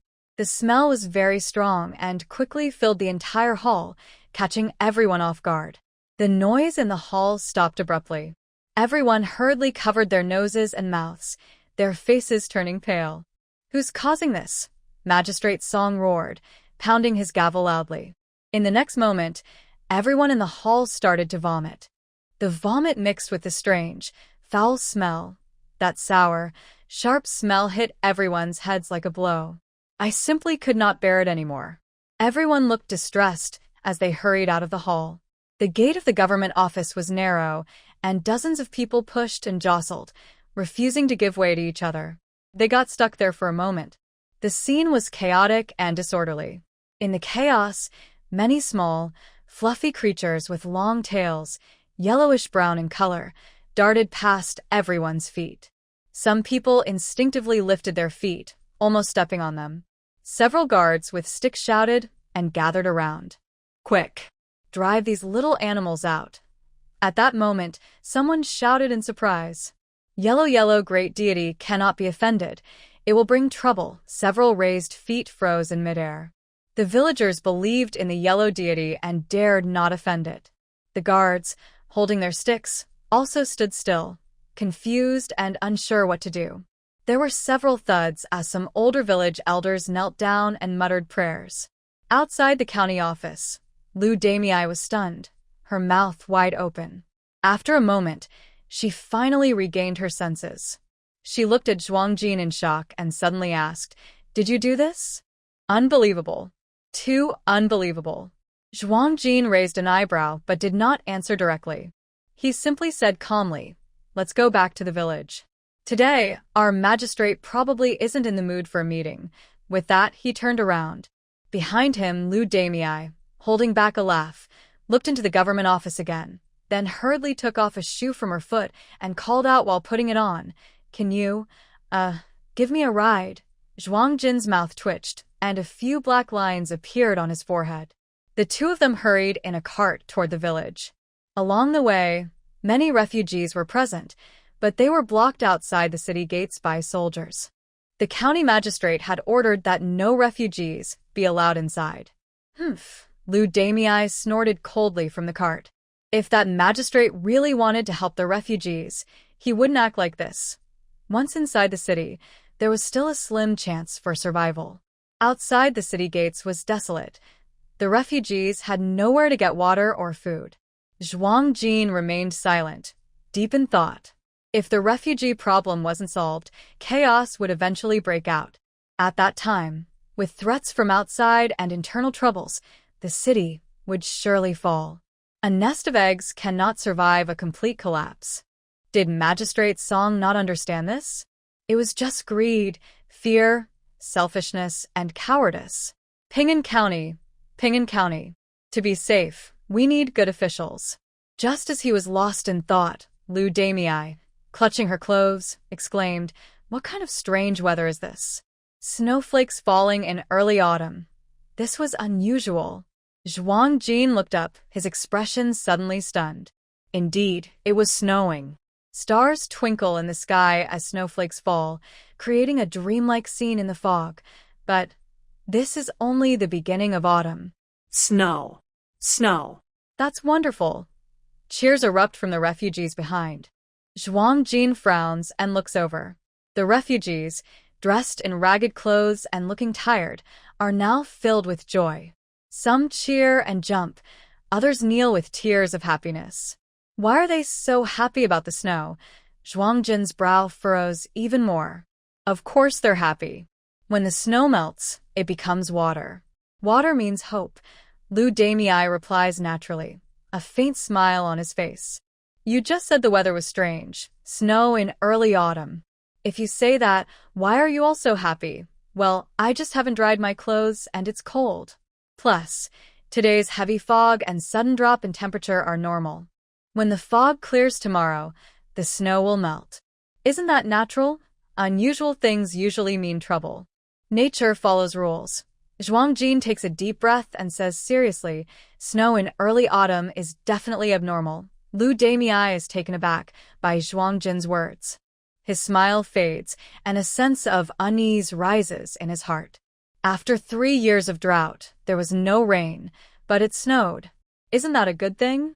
Lu Damei looks a bit dazed, his heart pounding like a drum inside his chest. Are you worried? Could this be another disaster? Lu Damei feels a shock. Zhuang Jin doesn't answer directly.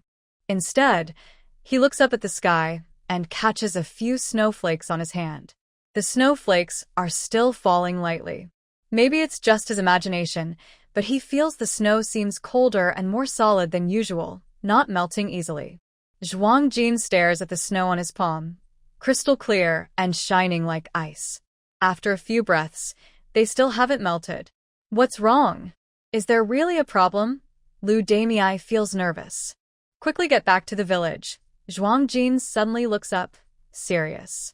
His expression is very intense, and his tone is serious, making Lu Damei's scalp tingle and tremble. Why aren't we leaving yet? Lu Damei, responsible for driving, hesitates with the whip in his hand. Zhuang Jin's face darkens, and he urges urgently. Move now. Don't scare me, Lu Damei says anxiously. Zhuang Jin is speechless for a moment. Get out of the way, I'll do it. Zhuang Jinting jumped down from the ox cart, grabbing Lu Damei by her collar. He lifted her up entirely from the cart's yoke. Then, with a loud bang, he threw her onto the cart's floorboard. Lu Damei let out a cry, about to say that Zhuang Jinting, a young girl, was too rough, but she was met with a fierce glare that made her stop. Despite hurrying, they still reached about 2/3 of the way when heavy snow began to fall. Large snowflakes drifted from the sky, turning to ice upon landing. The ox cart started slipping.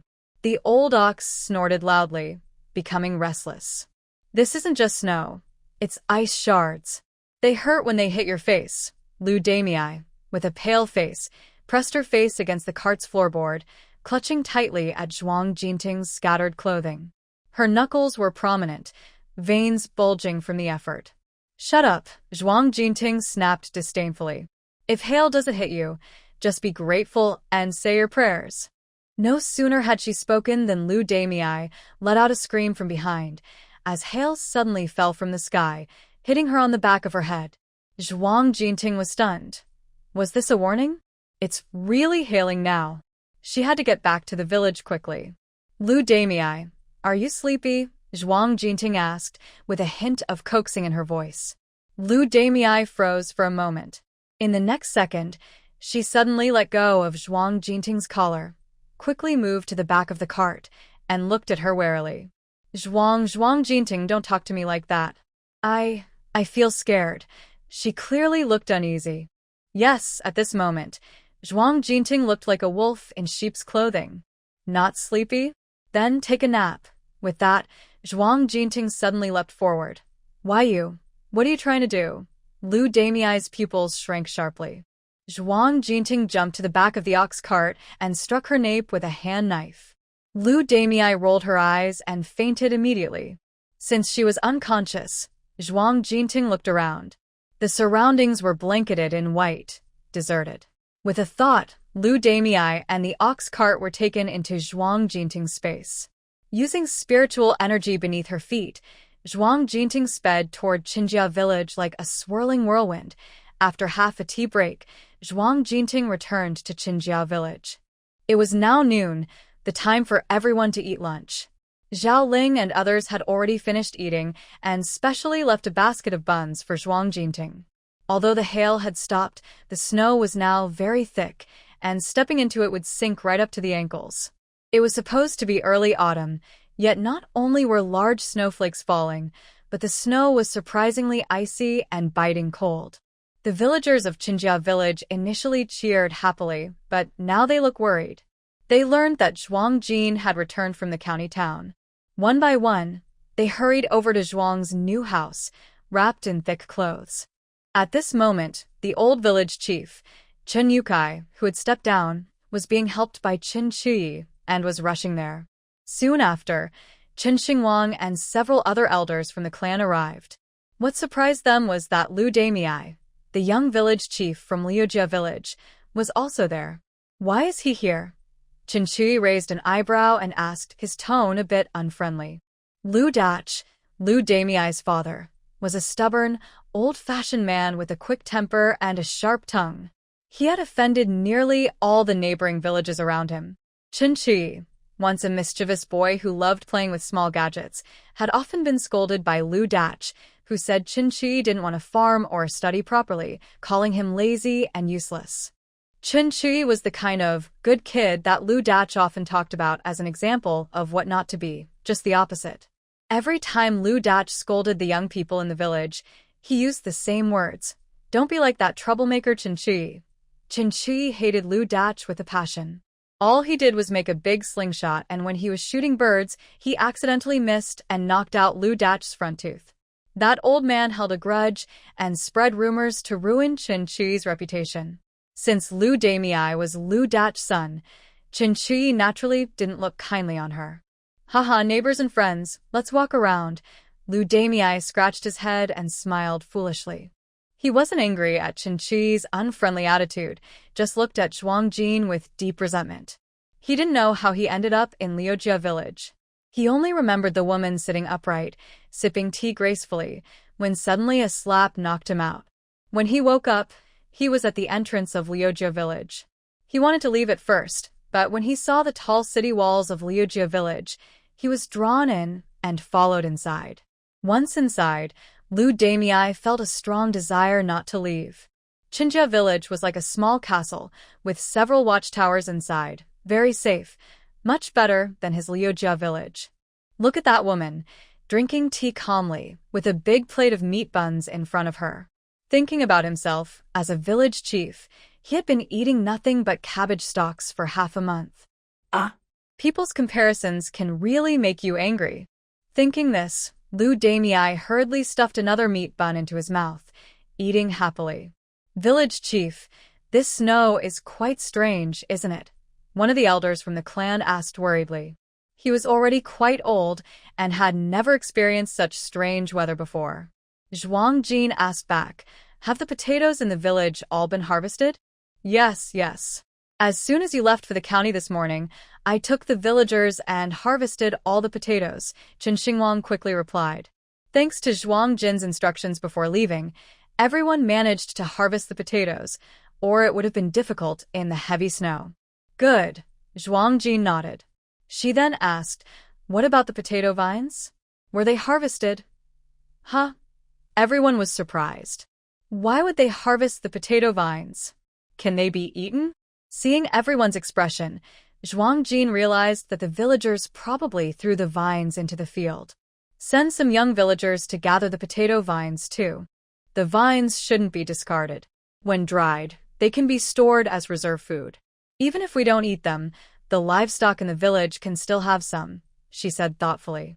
She had never eaten potato vines before, but she remembered from her previous life that they could be eaten and were quite valuable. She also recalled that boiling the vines could help treat diseases like foot and mouth in pigs, though she wasn't entirely sure. Anyway, they could definitely be eaten. All right, I'll go gather some people now. Chen Xingwang nodded immediately and was about to call the villagers. But Zhuang Jin stopped him. Wait, let Chu Yi take some people to handle the vines. As for your other plans, I'll handle that. Chen Xingwang was capable now, so sending him to the mountains was the best choice. Choose some strong and healthy villagers to go up the mountain. Whatever they can find, trees or dry branches, bring back as much as possible. Don't worry about having too much.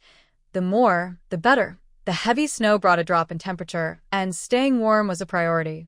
But remember, you must return before dark, and if the snow gets too heavy, come back early, Zhuang Jin instructed.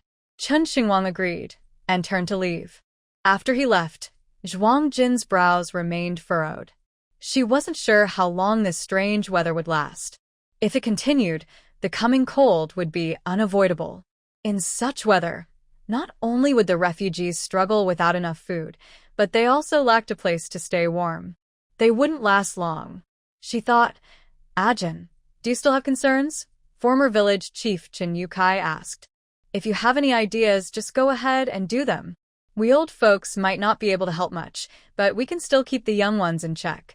After Chen Yukai finished speaking, the other elders in the room nodded in agreement. Yes, since we've recognized Ajin as the village chief, we will follow her lead. The old veterinarian was also present, patting his chest confidently and glaring fiercely, saying, Miss Jean, you can go ahead and do what you think is right. If anyone dares to oppose, let him come to me, the old man. Zhuang Jin felt a small warmth in her heart but remained serious, saying, I want to expand Qinjia village and properly accommodate some refugees. Of course, she would carefully screen these refugees to ensure they were good people. We cannot take in bad individuals. As soon as she spoke, the room fell silent. Chun Yotsai's eyebrows furrowed deeply, showing his worry. Expanding Qinjia village. That was also his dream when he was village chief. After all, a big village with many people is less likely to be bullied. But now, they seemed a bit overwhelmed. Can they afford to take in more refugees? I understand everyone's worries, mainly about food supplies. Rest assured, I have the situation under control. I and only I am managing the food. You don't need to worry about that. But there is one thing I need everyone to understand. The current situation is serious. If the court doesn't take effective action soon, a riot among the refugees is inevitable. When that happens, the first to suffer and most vulnerable to attack will be small villages like ours. The world is tough, and people's hearts are not pure anymore. Who knows if, besides refugees, others might also come to trouble Qinjia village, but an elder from the clan hesitated before speaking. We have walls, Zhuang Jin chuckled softly. That wall can only block outsiders' eyes but can't stop their greedy hearts. If outsiders find food inside the wall, not only a 5-meter-high wall, Even city gates could be broken. In life and death situations, evil thoughts can be easily triggered. Miss Jean is right. Chen Yukai suddenly slammed his smoking rod on the table. Instead of being worried about thieves, let's gather people first. When we have enough, those with bad intentions won't dare to target us. Everyone discussed this matter openly, without hiding it from Lu Dashue. Actually, Lu Dashue was so insignificant that everyone had forgotten about him. Until suddenly, Lu Dashue jumped out from the corner. He was holding a half-eaten meat bun. With shining eyes, he said to Zhuang Jin, maybe you could include me too. Everyone. Does this kid have a crush on Miss Jean?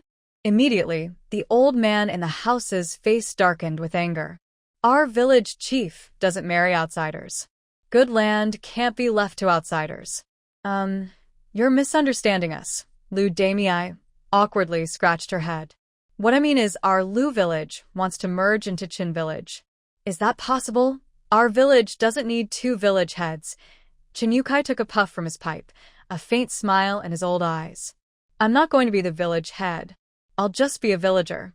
Everything will follow village chief Ajin, she said, raising her hand to swear. How many people are in your village? Zhuang Jin's eyes flashed with a sly look. Just wait and see. She was secretly proud. She had long wanted to annex nearby villages. Not many, just under 1,200 people. Lu Damei replied with a grin, showing a hint of pride. That many? Zhuang Jin was a bit surprised. Lu village's population was more than twice that of Qin village. Can you be the boss? Chen Yukai clenched his pipe tightly, deep in thought. The largest village in Ping'an County had over 4,000 people. If they merged Lu village and took in some wandering folk, could Qin village also become a big village? But so many mouths to feed. How could they afford that? I'll go persuade the villagers. Lu Damei hurriedly raised her hand to promise, worried someone might say no. Jean girl, what do you think? Chen Yukai looked at Zhuang Jin. No need to force it. Those willing to come can, and those unwilling shouldn't be forced, Zhuang Jin said after a moment of thought. Also, she added, but let me be clear, this is a special time. Our Qin village might need some reforms. Once you're in Qin village, you must follow our rules. Otherwise, you'll be expelled. Yes, Lu Damei nodded repeatedly. Her plan was to take as many people as wanted to come. Those who didn't want to come could choose their own village head and stay there eating cabbage and gnawing on bark. Anyway, Lu Damei was determined. To be a village head? Nothing beats the smell of fresh buns. After promising with her hand on her chest, Lu Damei hurried back to Lu village to start a mobilization meeting. She even stuffed a few buns into her pocket before leaving. Inside, the elders scowled and glared. Why does Lu Damei look so unreliable? One elder from the clan muttered disdainfully. I don't know what their villagers are thinking, putting up such an unqualified person as village head. Remembering what Lu Damei had done at the government office, Zhuang Jin couldn't help but chuckle softly. Don't underestimate him. He's just a little fox. As for Lu Damei, Zhuang Jin actually admires her. She knows how to read people and can pretend to be weak, mainly because she's smart. If such a person were in modern times, she would definitely succeed. At this moment, Chen Yukai suddenly asked, Jean, when you went to the county town today, did those two old folks from Zhangjia village and Lijia village cause you trouble? Hearing this, Zhuang Jin's expression suddenly hardened. Just now, Lu Damei was here, so I didn't say anything. Starting tonight, the whole village must strengthen its defenses, arrange people at the watchtower, at the village entrance, and patrol inside the village if possible. When she said this, everyone's faces changed dramatically. Is something going to happen? An elderly person in the clan asked tremblingly. Zhuang Jin nodded. Lijia village and Zhangjia village have no food left. Today's heavy snow means they will be desperate. Thinking about the gazes of Zhang Yongwang and the village chief of Lijia village inside the government office, Zhuang Jin's eyes grew fierce. Moreover, when I left the county town, I saw that the magistrate didn't open the city gates to let refugees in. In this weather, those poorly dressed refugees will definitely riot. If they can't get into the city, they will have to go to the surrounding villages. What Jing Jin didn't say was that those refugees were not just starving. Along the way, she also saw many dead bodies of refugees, some intact but emaciated. Some were mutilated, with neat cuts, not bites from animals, but inflicted by humans. These scenes forced her to think the worst. In hunger, some people might have lost their humanity. Perhaps there have already been cases of cannibalism. The snow hasn't stopped for the past 2 days. Dead bodies everywhere. A scene of devastation. In the face of life and death, morality means little. If it's just about grabbing food, that's one thing, but she fears encountering those vicious and cruel people. An old man with white hair slammed his cane on the ground loudly. Sighing, he said, "Ah, just a few days of good days. When will this end? Isn't it true that the court has allocated disaster relief silver? Why is it still like this? Disaster relief silver." Zheng Jin was stunned. The last time she looted the 100,000 taels of silver from Beaziling, it had official seals. Could it be? Send someone immediately to the county town to bring over the 3 members of Niu Dahai's family. She wanted to seize the official silver. The entire village is busy organizing patrols and assigning guards. The first guard team in the village has begun to form. Zhuang Jin took out the weapons and horses she collected from Leopard Ridge last time, about 5,000 weapons and 300 horses. She distributed them to the young men in the village, but there are still many left. There are too few young people in the village, only about 200 capable ones. Now she has weapons, but no one to fight with. Looking at the thousands of weapons piled in the yard, and thinking about the high-quality weapons still stored inside the 9-story tower, Zhuang Jin frowned tightly. She sighed deeply. We'll have to wait a few more days for Lu family village's reply. Such a big matter. Surely they need a couple of days to discuss. If Li family village and Zhang family village attack now, and if they lose, then the plan to take over Lu village will fall apart. Oh well. Should we release the wolves? But that would be too obvious. Since the Leopard Ridge incident, Zhuang Jin has not allowed the wolf pack to come out in large numbers from the space. As long as Magistrate Song is not overthrown, her Wild Wolf Guard team should stay hidden. That day at Leopard Ridge was so intense. Who knows if anyone saw what happened? She's not afraid herself, but if the Leopard Ridge incident involves the White Tiger and the wolf pack and gets linked to Qin Village, the consequences could be serious. What Zhuang Jin doesn't know is that somewhere in the luxurious palace in the capital, things are exploding with anger. Useless. A bunch of useless people.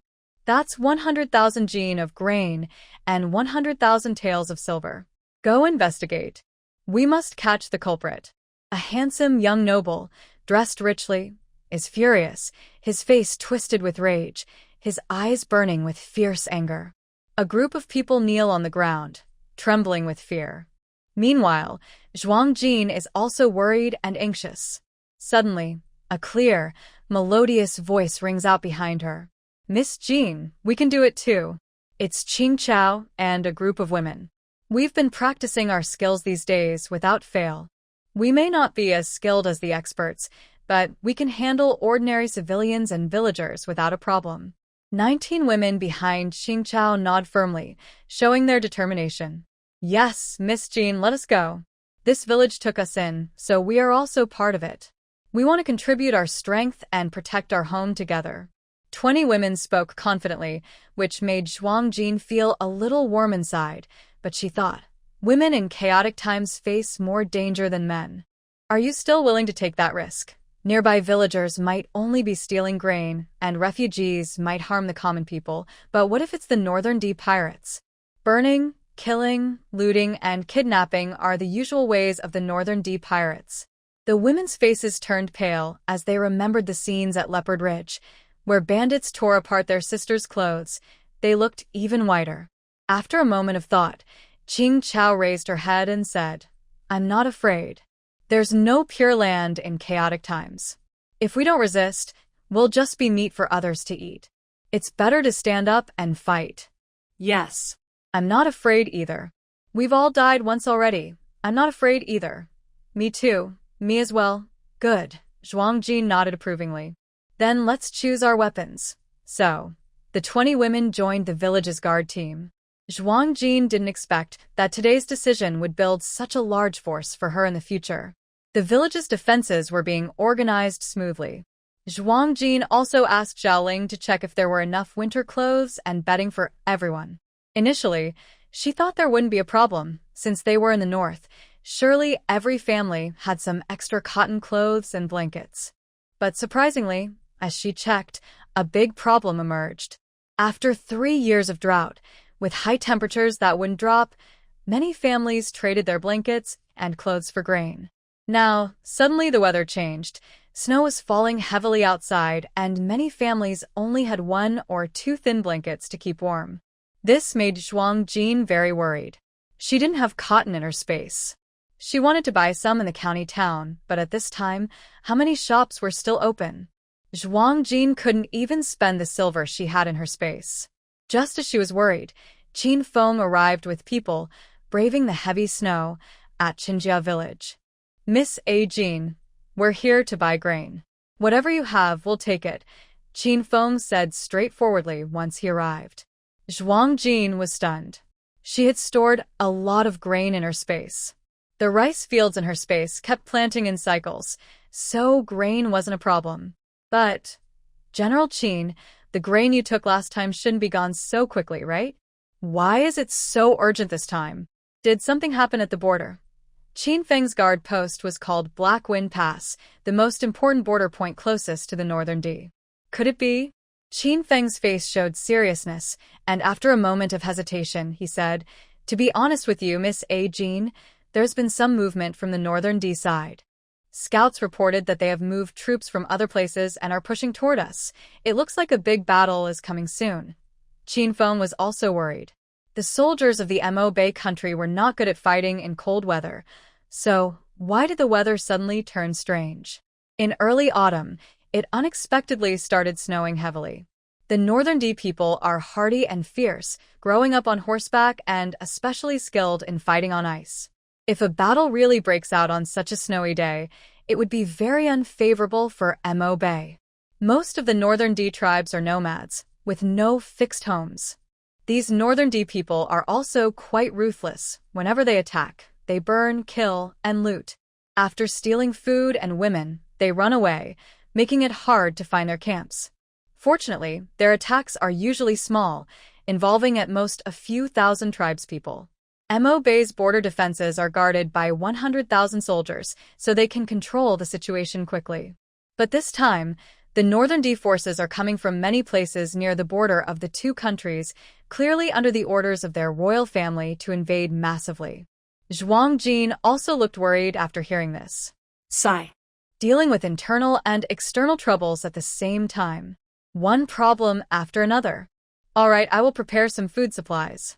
General Qin, you can leave immediately, but I don't want silver this time. Would it be okay to exchange for something else? Miss Jin, please tell me. If I can do it, Brother Qin will do my best. Do you have any cotton clothes or blankets in your army? Since Qin Feng said this, Zhuang Jin was no longer polite. Even used ones are fine. Just enough to get through this sudden cold snap.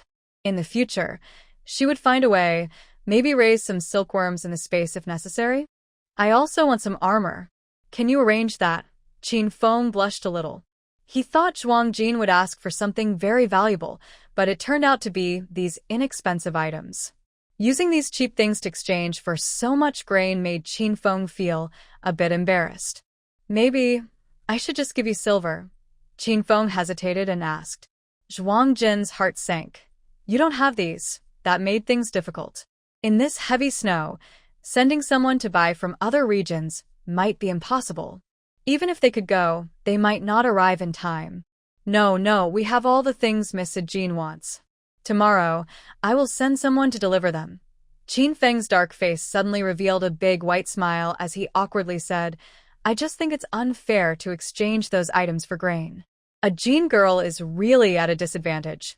Zhuang Jin didn't mind and waved her hand, saying, It's okay. Needs are what matter most. Next time you buy grain, just buy as much as needed. Let's settle on that. After inquiring about Zhuang Xiaohu's situation, Zhuang Jin went out alone. She still took grain out of her space and placed it in the cave. Later, She called Qin Feng to bring people to take it away. The grain was transported in carts, covered with dry straw to hide it. By evening, Qin Feng had finished pulling the grain with his team, 10 carts in total. Before leaving, Zhuang Jin saw them off at the village entrance. Qin Feng smiled with a hint of meaning and took out a letter from his bosom, handing it to Zhuang Jin. "Is this written by the young master?" Zhuang Jin asked casually as she took the letter. "No, it's from the prince." Zhuang Jin paused, speechless. Zhuang Jin held the letter like a hot potato. At this moment, Qin Feng, quite inconsiderately, chuckled twice and leaned in softly to say, "The prince asked me to tell Miss A. Jin to read it carefully, or he'll be sad."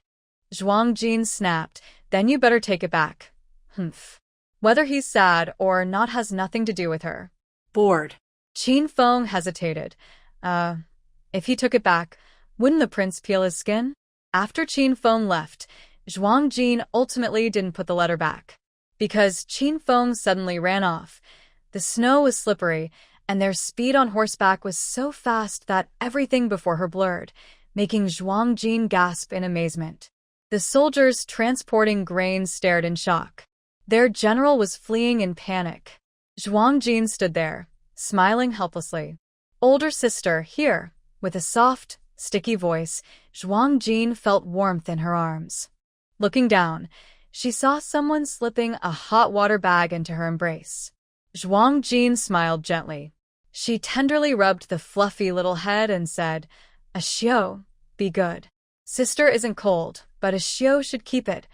She put the hot water bag back into a xiao's arms, but the little girl stubbornly refused, saying seriously, "A xiao is grown up now, not afraid of cold. Sister is busy with big things, so a xiao will use it." Zhuang Jin couldn't help but laugh and cry. Silly girl, she probably learned that from Xiaohu again. A xiao's small face looked serious as she tilted her chin up to look at her. Her eyes, no longer dull and sluggish, sparkled with liveliness, making her look very adorable. Recently, Zhuang Xiao has become able to speak fluently. Although she still looks a bit small and thin compared to other children her age, she appears healthy and rosy. She is dressed in a small red cotton jacket, looking like a child from a traditional painting. Zhuang Jin couldn't resist gently pinching Zhuang Xiao's little nose, making her blush with embarrassment. Just as dawn was breaking, Qin Xingwang returned from the mountain with some wood. The amount he gathered was not much, only enough for the village for 3 days. "We didn't have time to go deep this time. I will take people tomorrow morning to check further," Qin Xingwang said, wiping sweat from his forehead. Zhuang Jin nodded. "All right, today you and the others who went up the mountain rest first. The others will guard during the first half of the night, and you will take over later." And so, a night passed. That night, the Qin family village remained peaceful and quiet. Neither Zhang's village nor Li's village made any moves. The next morning, the heavy snow had stopped, but the sky was still gray, as if the sunlight couldn't break through the thick clouds to reach the ground. Zhuang Jin yawned as she stepped out of her house. Since it was too cold to plant crops, she needed to find something for the women in the village to do. Today, she planned to help everyone make tofu, sprout beans, and ferment soybean paste. There were many beans in the space, yellow, green, and red beans, perfect for use. With these, the villagers would have more food options. If conditions allowed, Zhuang Jin cared about living a good life. In cold weather, they couldn't grow vegetables in the fields, but she didn't want everyone to only eat plain rice and potatoes every day. However, she couldn't take vegetables out of the space easily. If only plastic existed in this world, she might even consider building a greenhouse in the village to grow green vegetables during winter. A greenhouse? Maybe someday she could try using soldier tents for a greenhouse, planting green vegetables inside? She would mention this to Qin Feng when she saw him later. Lost in her thoughts, Zhuang Jin suddenly heard Zhao Ling's panicked shout behind her. Her voice trembled with fear. This made Zhuang Jin feel uneasy. "Ah, Jin, something's wrong. Something terrible." Zhao Ling ran over hurriedly, tears seeming to glisten at the corners of her eyes. Seeing this, Zhuang Jin's heart tightened, and she felt a growing sense of dread. "Auntie, what happened? Is something wrong?" Zhuang Jin looked behind Zhao Ling, but she didn't see the person who usually followed her everywhere. Her bad feeling grew stronger. Ah Xiao is missing. Zhao Ling's words sounded like a loud thunderclap. It made Zhuang Jin feel dizzy and see stars. By now, the heavy snow had covered the adult's knees. Where would Ah Xiao go in this weather? When did she disappear?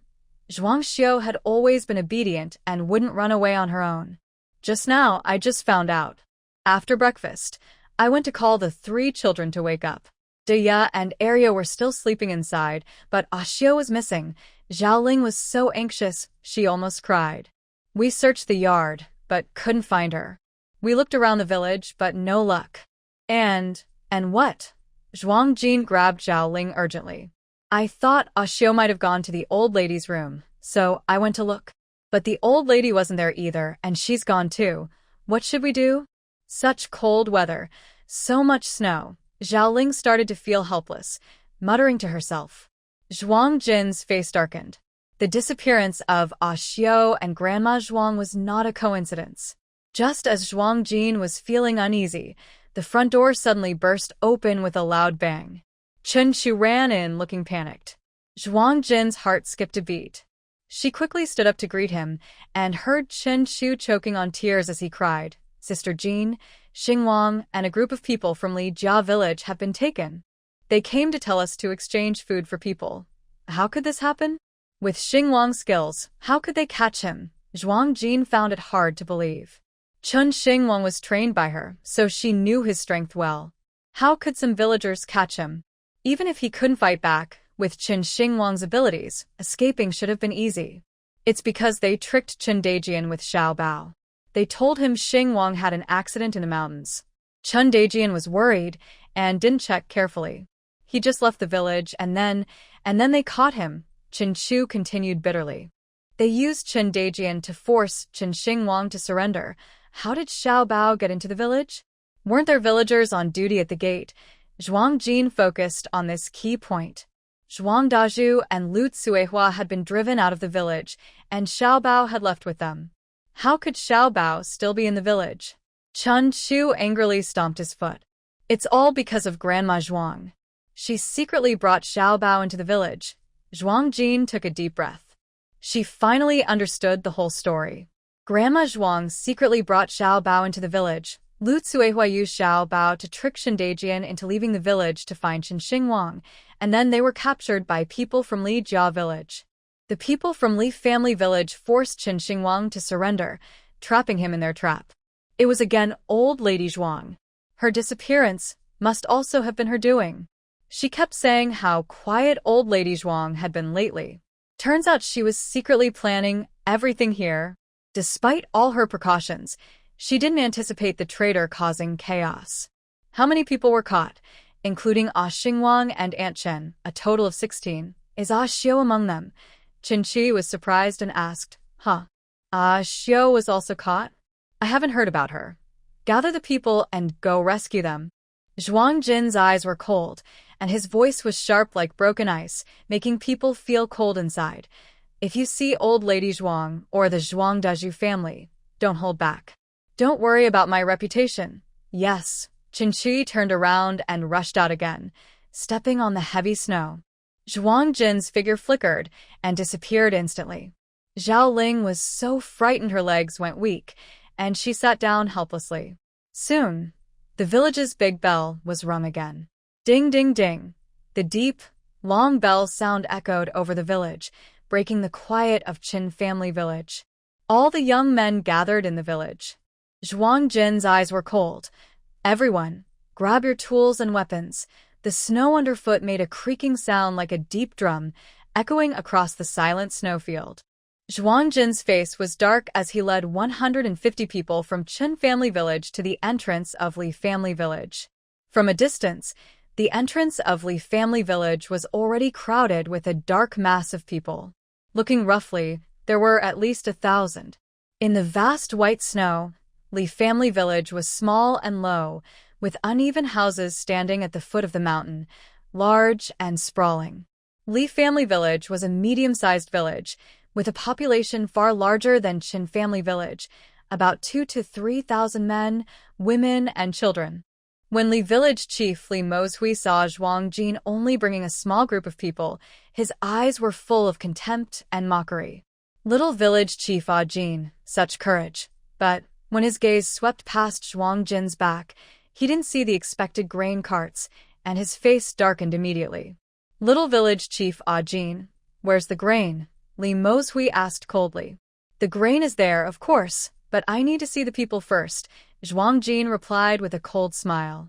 His tone was firm, leaving no room for negotiation. Li Mozhui hesitated. Chen Qi was impatient. His face immediately darkened with anger. Old helper, you want food, and I thought you'd come to take it like a real man, but it turns out you're too cowardly to fight fair and play tricks, Li Mozhui sneered disdainfully. Do you think I would be like that fool Zhang Yongwang? Not taking the shortcut but wasting effort to steal? Fine. I'll have someone bring them here, so you can see. But whenever we see the food, we'll release the people. 2,000 jin of grain is essential. I also heard your village harvested a lot of potatoes, so we want 1,000 jin of those. Plus, you need to give us 500 sets of cotton clothes and blankets. Also, bring your pigs and sheep here too. Li Mozhui suddenly raised the price, even though he only asked for 1,000 jin of grain when he sent the message. These additional supplies are exactly what Chenjiakan openly shows as their stock. Someone has told these bandits about Chenjiakan's hidden wealth. The villagers' hatred for the traitorous old lady Zhuang grew even stronger. Everyone in Chenjiakan kept their anger hidden on their faces. Chen Qi was so angry he wanted to curse, but Zhuang Jin's look stopped him. Now's not the time to get angry. When we see them, we'll settle the score together, Zhuang Jin whispered softly to comfort Chen Qi.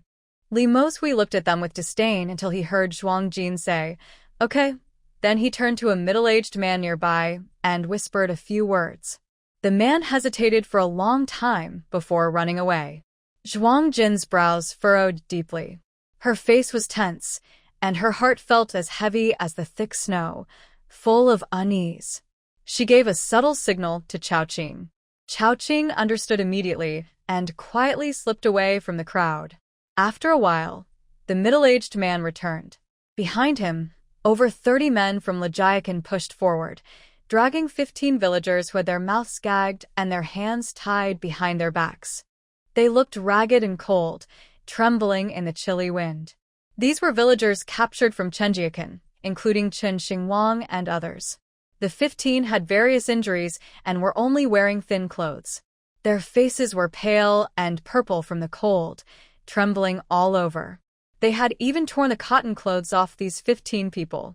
Seeing this, the 150 villagers of Chenjiakan behind Zhuang Jin's group immediately twisted their faces with anger. Where Granny Chen and Xiao? Seeing that Granny Chen and Zhuang Xiao weren't there, Zhuang Jin's unease grew. Where are Granny Chen and Xiao? She demanded sharply again. Little village chief Ajin, don't rush. People will naturally let you see. As long as you hand over the grain and supplies, I promise they will return safely to your side. The two villages stood still, about 20 meters apart. Suddenly, it seemed that something had triggered him. Chen Xingwang, who was gagged, suddenly roared like an angry lion, with bloodshot eyes. With a loud bang, he rammed his head into the large man holding him and, losing all reason, charged wildly into the crowd of Lijia village. His upper body was tied with hemp rope and his mouth was gagged. Relying only on brute strength, he knocked down several people in a row. Meanwhile, the other 14 villagers from Chenjia village, like fierce beasts, charged at the people from Lijia village, headbutting and kicking. This sudden change stunned everyone. Even Zhuang Jin and others were surprised. Chen Xingwang's abnormal behavior disrupted her plan. At the same time, Chen Xingwang and the others' frantic actions also frightened the villagers of Lijia village. Most of them froze in place. When they finally regained their senses, Zhuang Jin had already led 150 people rushing toward them. Although they didn't understand why Chen Xingwang suddenly went crazy, Zhuang Jin couldn't just stand by and do nothing. Stop. Little village chief Ajin, don't you care about your sister and Chen Lapa's lives? Li Mozhui shouted coldly at Zhuang Jin and the others. His cold gaze fixed on the group of Zhuang Jin, only 10 meters away from them. Furthermore, with just a few of you, you think you can oppose our Li Jia village? That's a joke, he sneered disdainfully. At this moment, Cao Cao quietly returned to Zhuang Jin's side and whispered, Miss Jin, I couldn't find Miss A Xiao. I questioned a villager from Li Jia village. He said Miss A Xiao has never been to Li Jia village, so she probably wasn't kidnapped by them. But Aunt Chen is dead. I saw her body in their warehouse on the back mountain. Hearing this, Zhuang Jin's beautiful brows suddenly darkened with fierce anger. Aunt Chen. The Aunt Chen now might just be a corpse. This statement caused a huge stir. Suddenly, chaos broke out among the people of Chunjia village. Those who had been silent started to become restless. Village chief. Charge forward, village chief. Forget it. Let's avenge Aunt Chen first. At this moment, Qin Xingwang and his 15 men were once again controlled by the people of Li Jia village. They were pressed down onto the snow, and although their mouths were gagged and they couldn't speak, each of their expressions was full of grief and anger. Wah, sobbing towards Zhuang Jin. Qin Xingwang was pressed to the snow by a strong middle-aged man. From afar, Zhuang Jin saw the other person with a swollen face, tears in his eyes, staring at her with a plea, pleading for her to kill the scoundrels of Li Jia village. Zhuang Jin took a deep breath. She finally understood why Qin Xingwang suddenly went mad. If you don't produce food soon, none of you will be able to keep your lives. Since Aunt Chen's death had already been exposed, Li Mozhui felt there was no need to hold back anymore. After giving a signal, several strong men from Li Jia village drew their sharp blades, pressing the blades against the necks of 15 people. Terrified, the villagers of Qinjia village froze in place. They dared not move. Village chiefly, aren't you afraid of karma for doing this? Someone from Qinjia village shouted angrily.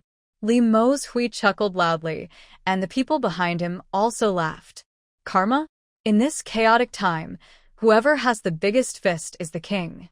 Your Qin village is weak and small, so you're bound to be bullied by us. If you're smart, hand over the food, cotton clothes, and blankets now. Otherwise, I don't mind spilling your blood in Qin village. Threaten me? You're not even worthy. After speaking, Zhuang Jin used the 100 miles teleport and disappeared instantly. Li Mozhui was stunned. Where is she? Where is Zhuang Jin? As Li Mozhui felt panicked, several wails suddenly sounded behind him. He turned around, and a bloody head flew straight at him. Ah! Li Mozhui's eyes widened in terror, and he let out a scream, collapsing to the ground. On the pure white snow, blood stained the snow red. That head belonged to the big man holding Qin Xingwang. His eyes were still wide open, and his face showed the terror before death. Li Mozhui's face instantly turned pale. Killed someone. Li Mozhui's shrill, terrified scream echoed through the snow. He sat on the ground, eyes wide with fear. In front of him, a cold young girl's sleeves fluttered as she moved swiftly through the crowd of Li Jia village villagers, wielding a tang sword that seemed alive, cutting down the villagers' lives.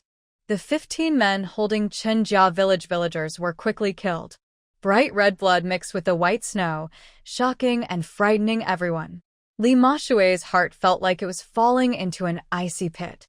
He had never seen such ruthless strength. Zhuang Jin held a blood-dripping longsword, walking slowly with a cold gaze.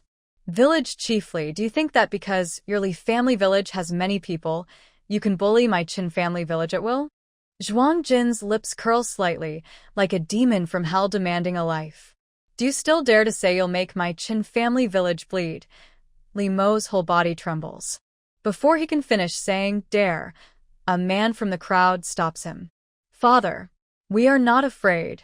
We have the magistrate behind us. Moreover, with so many people from Li family village, if we all attack together, we can overpower them. The man speaking has wide eyes and a big, strong build, with a mustache that looks like a villain from a certain country. Zhuang Jin secretly snickers. Here comes a bully who relies on his power. At this moment, Qin Chi, A loyal follower runs forward and whispers to Zhuang Jin, "This guy is Li Mo's eldest son, named Li Biao. He used to be a constable at the county office. He was responsible for finding beauties for that corrupt official." Zhuang Jin just glances at him indifferently. She even wants to take down the old hideout of county magistrate Song, so she's not worried about his underlings. He's just a dismissed dog now. Meanwhile, the people of Chen family village, taking advantage of the chaos, protect Chen Xingwang and others and return to their own ranks.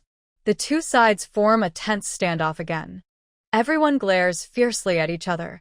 The 1,000 people from Li family village, initially frightened by Zhuang Jin's fierce and murderous aura, are now regaining their confidence because of Li Biao's words. Yes, they still have the magistrate backing them. They are many. It was just that woman's sneak attack that caught them off guard earlier. Yes. Charge together. The crowd from Li family village begins to stir, their faces once again showing cruelty and arrogance. Li Biao raises a long sword high and shouts, "Let's attack together. First, kill this damn woman to avenge our fallen villagers. Then, seize their village. This winter, we won't have to worry about anyone starving to death." Li Biao is very good at stirring people's hearts. Every word and phrase hits the core of the Li family villagers. They bunch together, especially after hearing Li Biao say, "This winter, no one will starve." Their faces change. It's as if Zhuang Jin's slaughter earlier was just a nightmare, and the fear from then is immediately forgotten. It's that kind of feeling, if you die, I survive, so just do it. Over 1,000 people look at the Chen family villagers like wolves eyeing sheep, fierce and greedy. Chen family village, though small in number, does not back down. Everyone is armed, ready to attack at Zhuang Jin's command. Chen Xingwang's angry gaze seemed ready to burn everyone in Li family village. Despite his injuries, he was eager to rush forward. Zhuang Jin threw a water pouch and said calmly, "Drink this before you go." As soon as he finished speaking, the people from Li family village shouted and charged at them. Without hesitation, Zhuang Jin quickly shouted to Chen Qi, "Hold him back," then joined the fight with over 100 people from Chen family village and more than 1,000 from Li family village. Although Chen Xingwang didn't understand why Zhuang Jin wanted him to drink water, he instinctively obeyed, gulping down the water from the pouch. The water seemed a bit sweet, and the bloodstains in his mouth were immediately washed away. A warm feeling spread through his body, as if all pain and exhaustion disappeared the moment he drank. He regained his strength. His eyes turned red with anger as he stared ahead. "Give me back my mother's life," Chen Xingwang roared, grabbing his sword and rushing into the crowd to fight. He attacked anyone from Li family village he saw. Mother, I am unfilial. I am here to avenge you," Chen Xingwang cried as he fought, tears and blood mixing on his face. His wild look made everyone tremble with fear. Chen Qi watched from outside the fight, seeing Chen Xingwang split a man from Li family village in half. The fierce look of a killing god made Chen Qi's eyelids jump. He knew he must not provoke Chen Xingwang. When Chen Xingwang was angry, he was also very dangerous. At the entrance of Li family village, the scene was chaotic, with shouting and fighting everywhere. Though the numbers were uneven, not everyone in Li family village had weapons. With Zhuang Jin and Chen Xingwang as two fierce fighters, Chen family village was not at a disadvantage. Zhuang Jin targeted those with weapons, killing one with each strike. Soon, Chen family village surprisingly gained the upper hand. "Attack this damn woman with all your might," Li Biao shouted loudly, holding a large cleaver and rushing toward Zhuang Jin. Zhuang Jin sneered, "Overestimating yourself." Tang Dao Xiao Tian flew from his hand, spinning in the air and slashing at Li Biao's head. Then, it spun back and returned to Zhuang Jin's hand. Meanwhile, Li Biao's face froze in a look of terror, the last expression of fear in his life. Blood splattered. His head rolled to the ground. Li Mo Shui stared at Li Biao's body and let out a sharp scream, looking wild and frantic. His throat made a wheezing sound as he lunged at Zhuang Jin. Zhuang Jin's eyes flashed with a faint light. He kicked Li Mo Shui away. With a sharp crack, Li Ma Shui's spine broke. His body twisted into a strange pose as he fell to the ground, no longer breathing. This scene completely shocked everyone in Li family village. Their village chief was dead? From now on, anyone who wrongs my Qin family village, I will make them pay with blood. Zhuang Jin held a blood-stained long knife, standing in the snow with a cold gaze sweeping over the villagers. Under Zhuang Jin's intimidating presence, the villagers trembled in fear, scattering in all directions.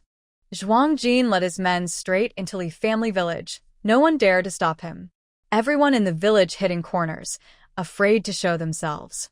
Even a few mischievous children who shouted out loud were quickly silenced by nearby adults. From then on, Zhuang Jin's fierce reputation spread.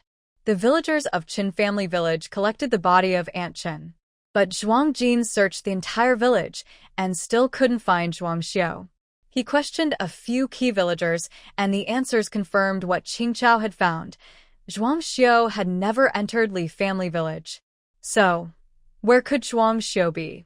As time passed, Zhuang Jin's face grew darker. Standing inside Li family village, Zhuang Jin looked around, her heart increasingly uneasy and restless. At this moment, a trembling villager from Li family village approached. Seeing Zhuang Jin and her group look serious and fearful, he dared not come close, but peeked from afar. Zhuang Jin's sharp eyes caught him. Qingqiao, bring that person here. Qingqiao quickly turned and brought the person over. She was a young woman, about 20, pretty but dressed in rags, with many scars on her body and a bruise on her face. Who are you? Why are you sneaking around? Zhuang Jin asked coldly. The woman couldn't withstand Zhuang Jin's pressure and knelt down with a thud, trembling and unable to speak for a moment. At this time, Qin Shi spoke up. She is Li Biao's wife. Li Biao's wife? Hearing this, Zhuang Jin was also stunned. She had just killed her husband's man. Is she here to seek revenge? But, looking at her attitude, it didn't seem like that. No. I am not his wife. I was kidnapped by Li Biao. The woman seemed to gather her courage, lifting her tear-streaked face. I didn't want to marry him. He forced me. It's not like that. I didn't really marry him. She hesitated. I was more like their father's toy. No wedding, no marriage certificate. What kind of marriage was that? And moreover, Yang Fei's face showed deep sorrow. She briefly shared her story. The woman is named Yang Fei, a refugee fleeing with her family. At that time, Li Biao was a constable who often captured beautiful women for county magistrate song. Seeing Yang Fei's beauty and knowing he was a widower who had just lost his wife, he secretly took her home. Yang Fei has a strong personality. At first, she was unwilling, but Li Biao was patient and tried to coax her a little. However, when she still refused later, Li Biao lost patience and resorted to violence to force her. Even after losing her innocence, Yang Fei refused to cooperate. Each time, she was beaten severely before he could succeed. Over time, Li Biao grew tired of Yang Fei. He lost interest, and his desire to possess her faded. Coincidentally, Li Mo Shui and Li Biao, father and son, were both widowers without wives. They reached a silent agreement, sharing one woman. Everyone was stunned when they heard Yang Fei's story.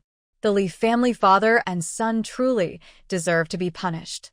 Yang Fei also revealed a hidden cellar in the village, possibly where Grandma Zhuang was kept, because she saw Lu Tsuehua take Grandma Zhuang into Li Jia village herself.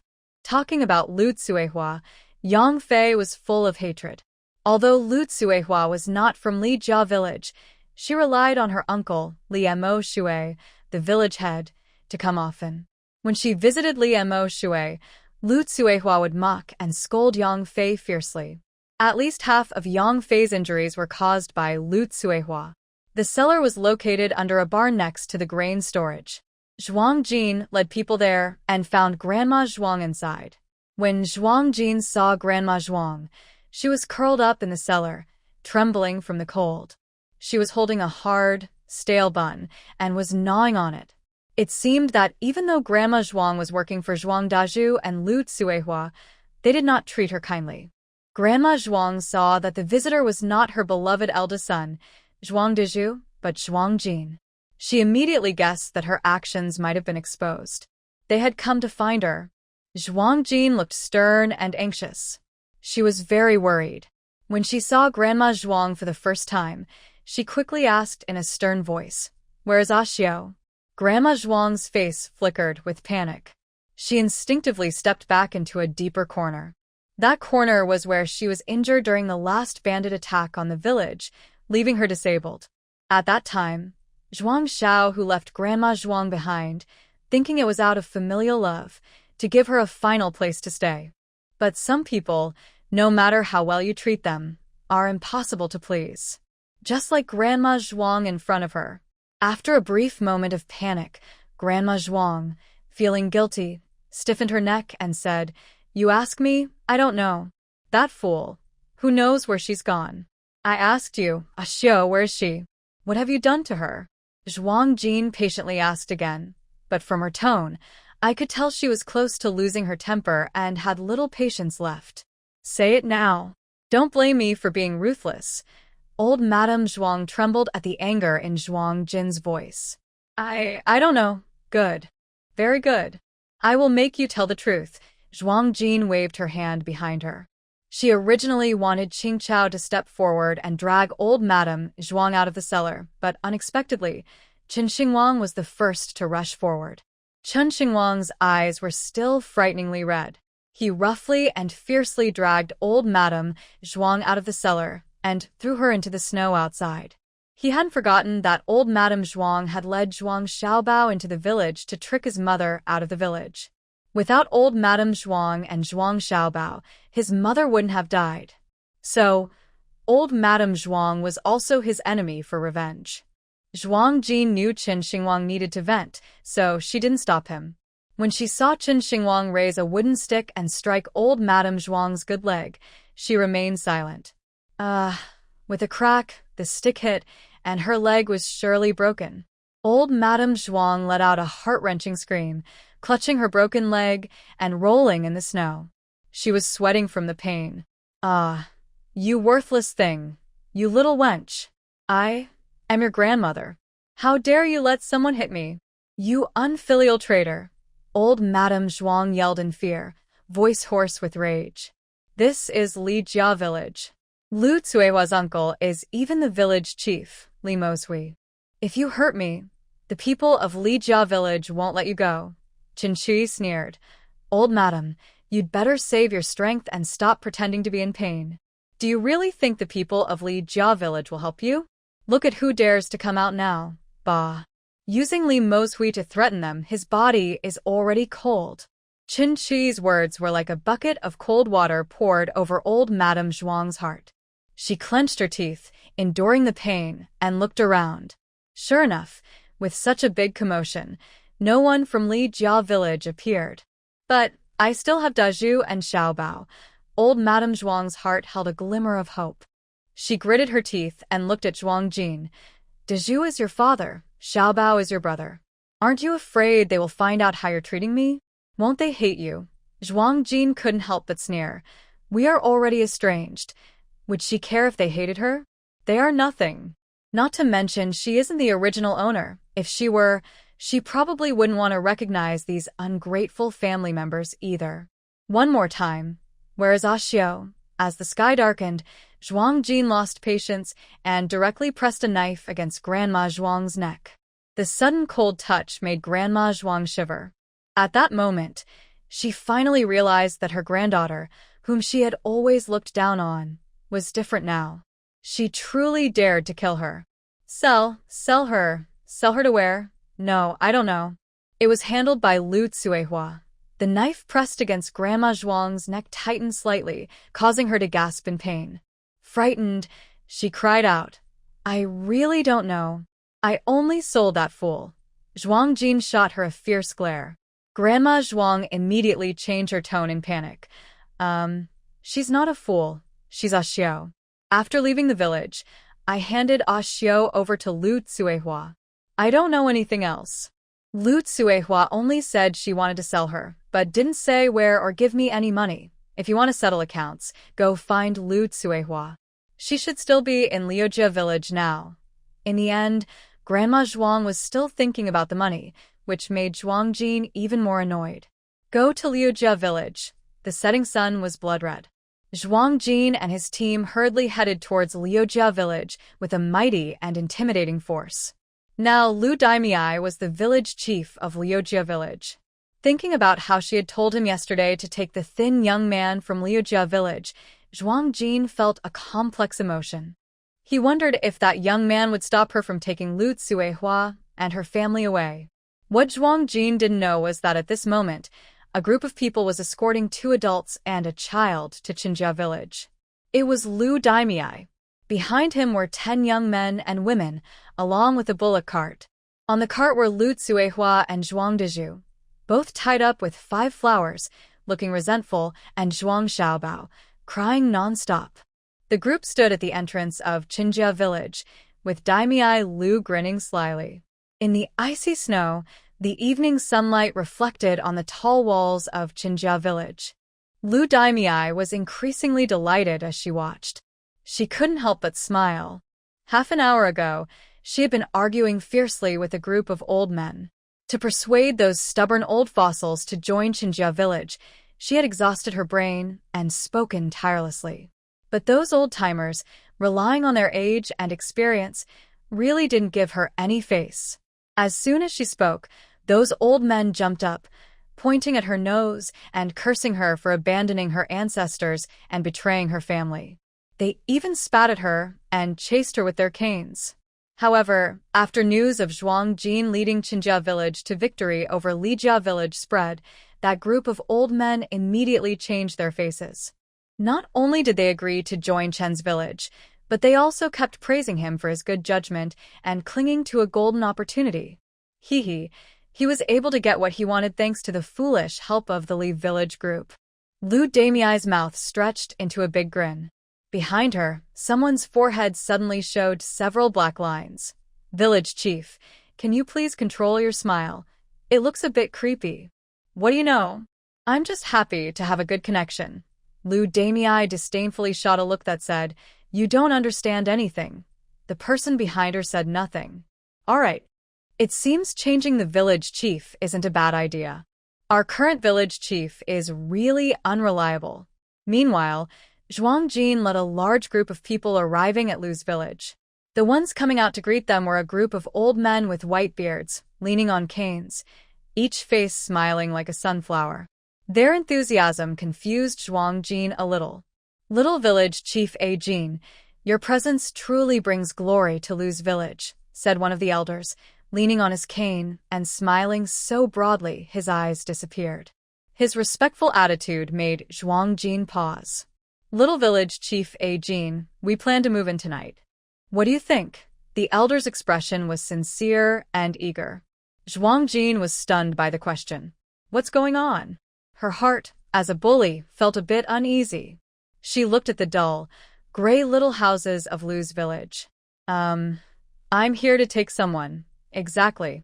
We're moving over tonight with 1,200 people. Zhuang Jin, I'm here to get Lu Tsuehua and Zhuang Dezhu. Lu Tsuehua and the others have already been sent to Chen's village. Little village chief A Jin, don't you know? Worried about Lu Xiu's safety, she didn't have time to ask more and hurried back. At the entrance of Chen's village, Lu Daimiai and her people waited for a long time, enough for a cup of tea, before they saw Zhuang Jin and her group return exhausted. Ah Jin, Lu Daimiai's eyes suddenly lit up. She grinned widely and happily ran forward to greet him. But he only caught a glimpse of a water-blue figure flashing in front of him, stirring up a gust of wind that lifted snowflakes everywhere. In a flash, it swept past him. Zhuang Jin's face was angry, and he moved quickly. He rushed to the ox cart, grabbing Zhuang Dezhu and Lu Tsuehua and pulling them down harshly, smashing them onto the ground. Zhuang Dezhu and Lu Tsuehua had no time to react or see who was coming. They only felt a sudden dizzy spell. The next second, they fell heavily onto the snow. A sudden powerful blow made both of them scream in pain. Lu Tsuehua endured the pain and tried to get up. Immediately after, Zhuang Jin flashed forward and lunged at Lu Tsuehua. She viciously grabbed her by the neck and pressed her down onto the snow. Tell me, where is Xiao? Zhuang Jin asked with gritted teeth. Sold her, Lu Tsuehua and old Madame Zhuang answered together. Yes, she was sold, for 50 taels.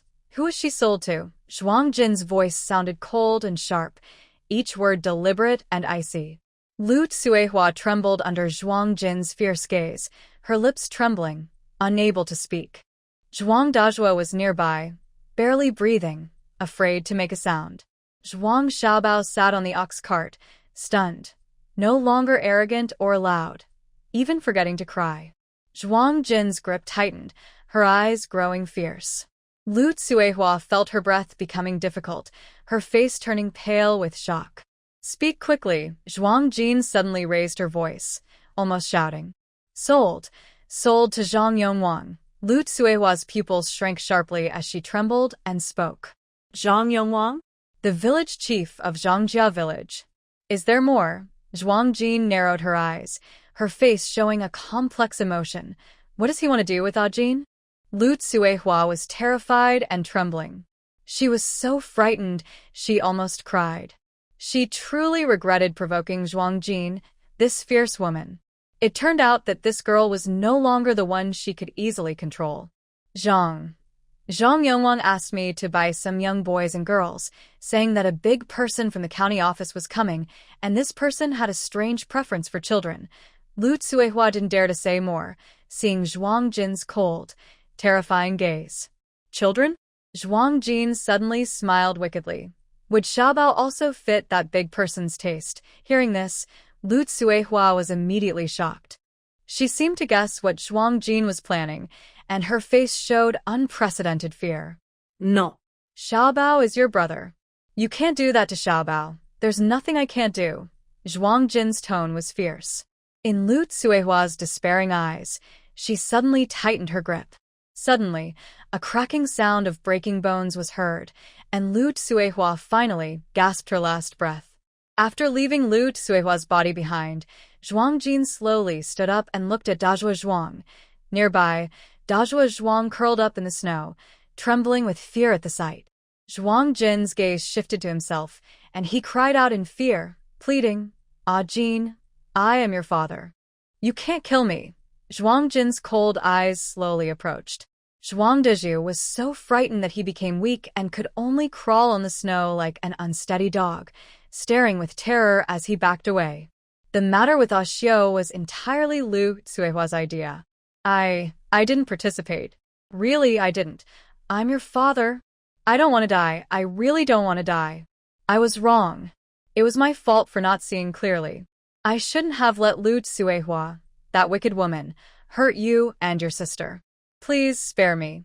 Zhuang Dezhu begged desperately, but Zhuang Jin's face remained unmoved.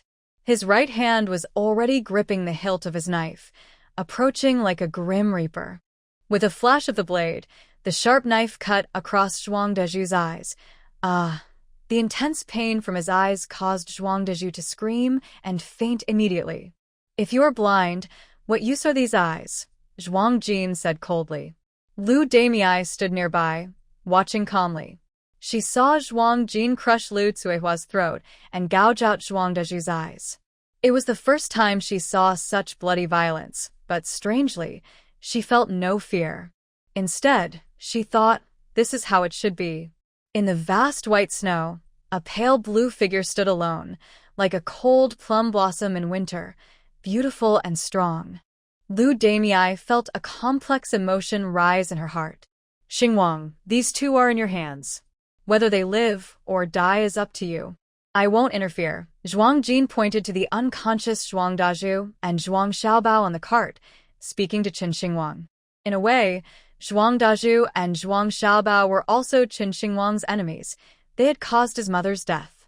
Qin Xingwang stepped out from the crowd, holding the cold corpse of Aunt Chun in his arms. The boy, who had once smiled innocently, was now silent as death. The sadness radiating from him was heartbreaking. At some point, a long scar appeared on his forehead, torn open to reveal flesh. He lifted his cracked lips and said, Thank you, As soon as he finished speaking, large tears silently rolled down his face. Zhuang Jin sighed softly.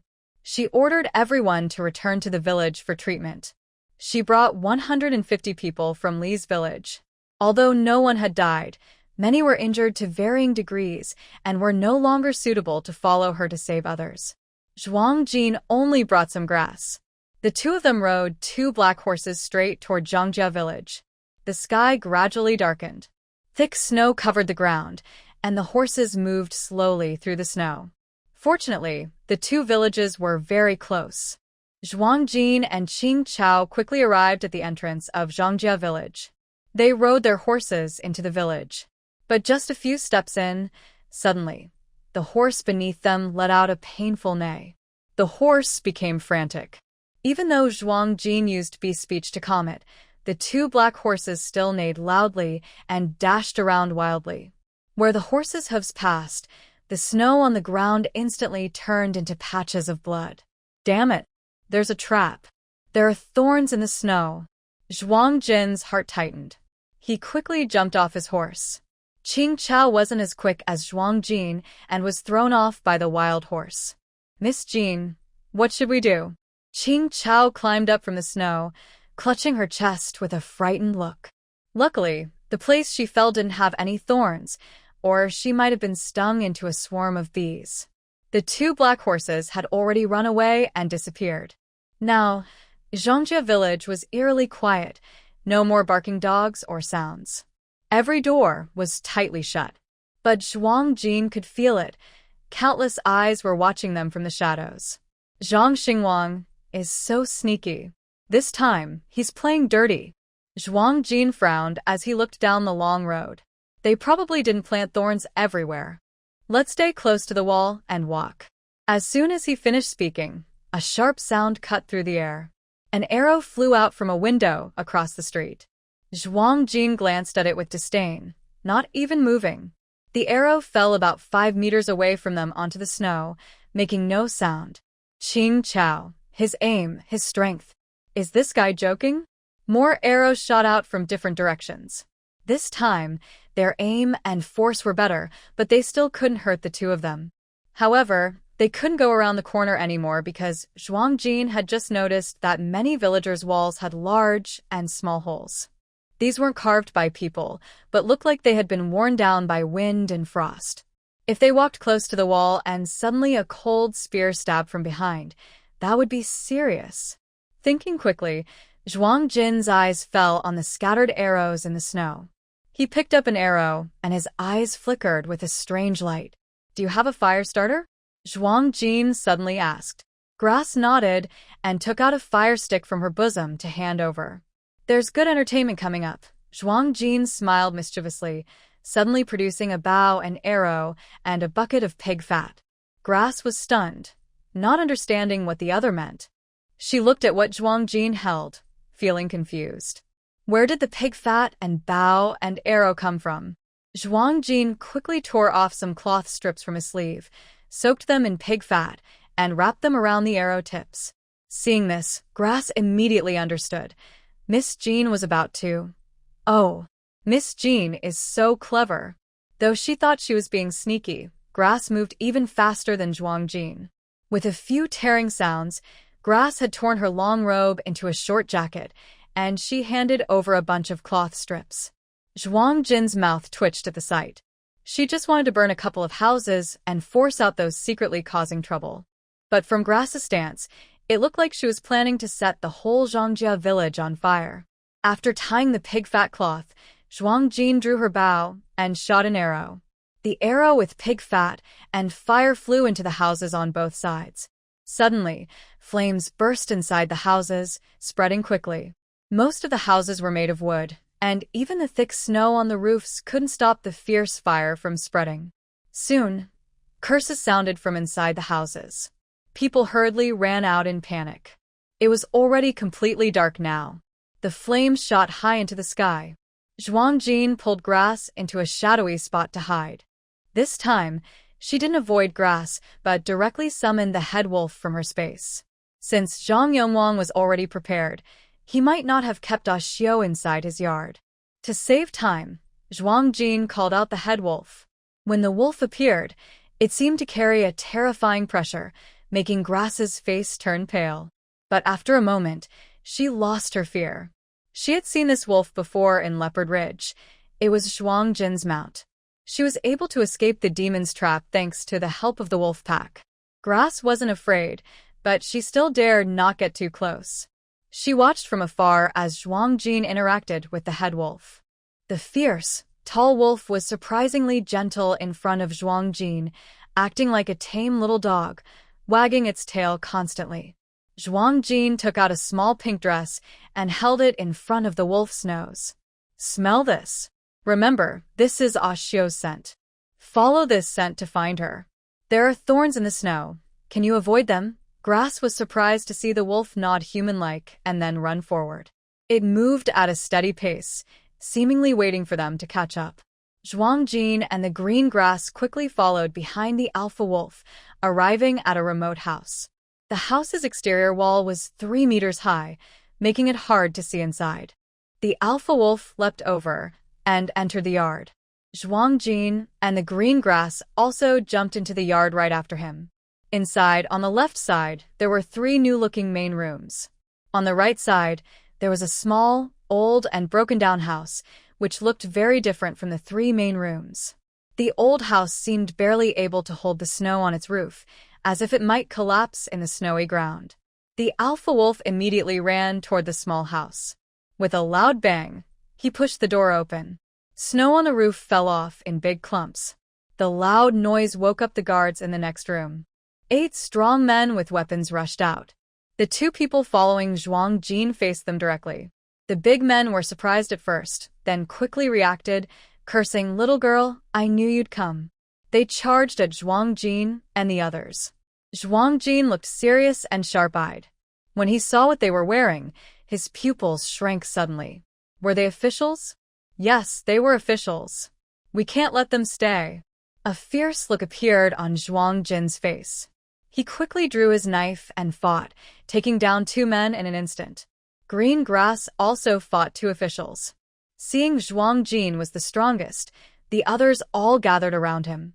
Just as Zhuang Jin was about to move forward to deal with them, he suddenly heard a scream from inside the small house.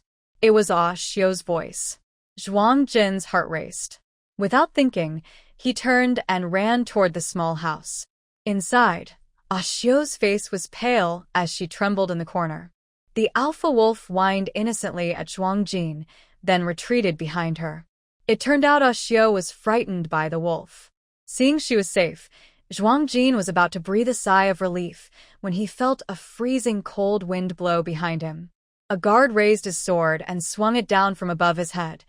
The guard's face showed a triumphant smile, but before his smile could grow wider, he suddenly felt a terrible pain in his backside. His smile froze instantly, and his long sword clattered to the ground with a loud clang. The guard turned his head in shock and saw a strong black wolf, like a little calf, chewing on a bloody piece of meat happily. His backside gone. The guard's eyes rolled back, and he collapsed straight down. Ah! Wolf. It's her. She can control wolves. At the door, 3 more guards were about to rush in. Seeing what happened, they were so scared they ran away immediately. Zhuang Jin was about to chase after them when she heard a soft, gentle voice behind her calling, "Sister." Although only 2 words, Zhuang Xiao's voice was trembling with emotion. Zhuang Jin paused, hesitating for a moment. "Be good, Xiao. The Black Wolf is watching over you. Don't be afraid. Sister will be back soon." After saying that, Zhuang Xiao ran out, but in just a short while, the 3 guards had disappeared without a trace. These guards were not good people and must not be left alive. Zhuang Jin clenched her teeth and followed the footprints in the snow. The footprints showed that the 3 guards did not run into the village, but headed towards the back mountain.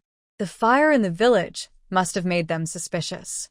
That was good. Less people on the back mountain made the footprints easier to track.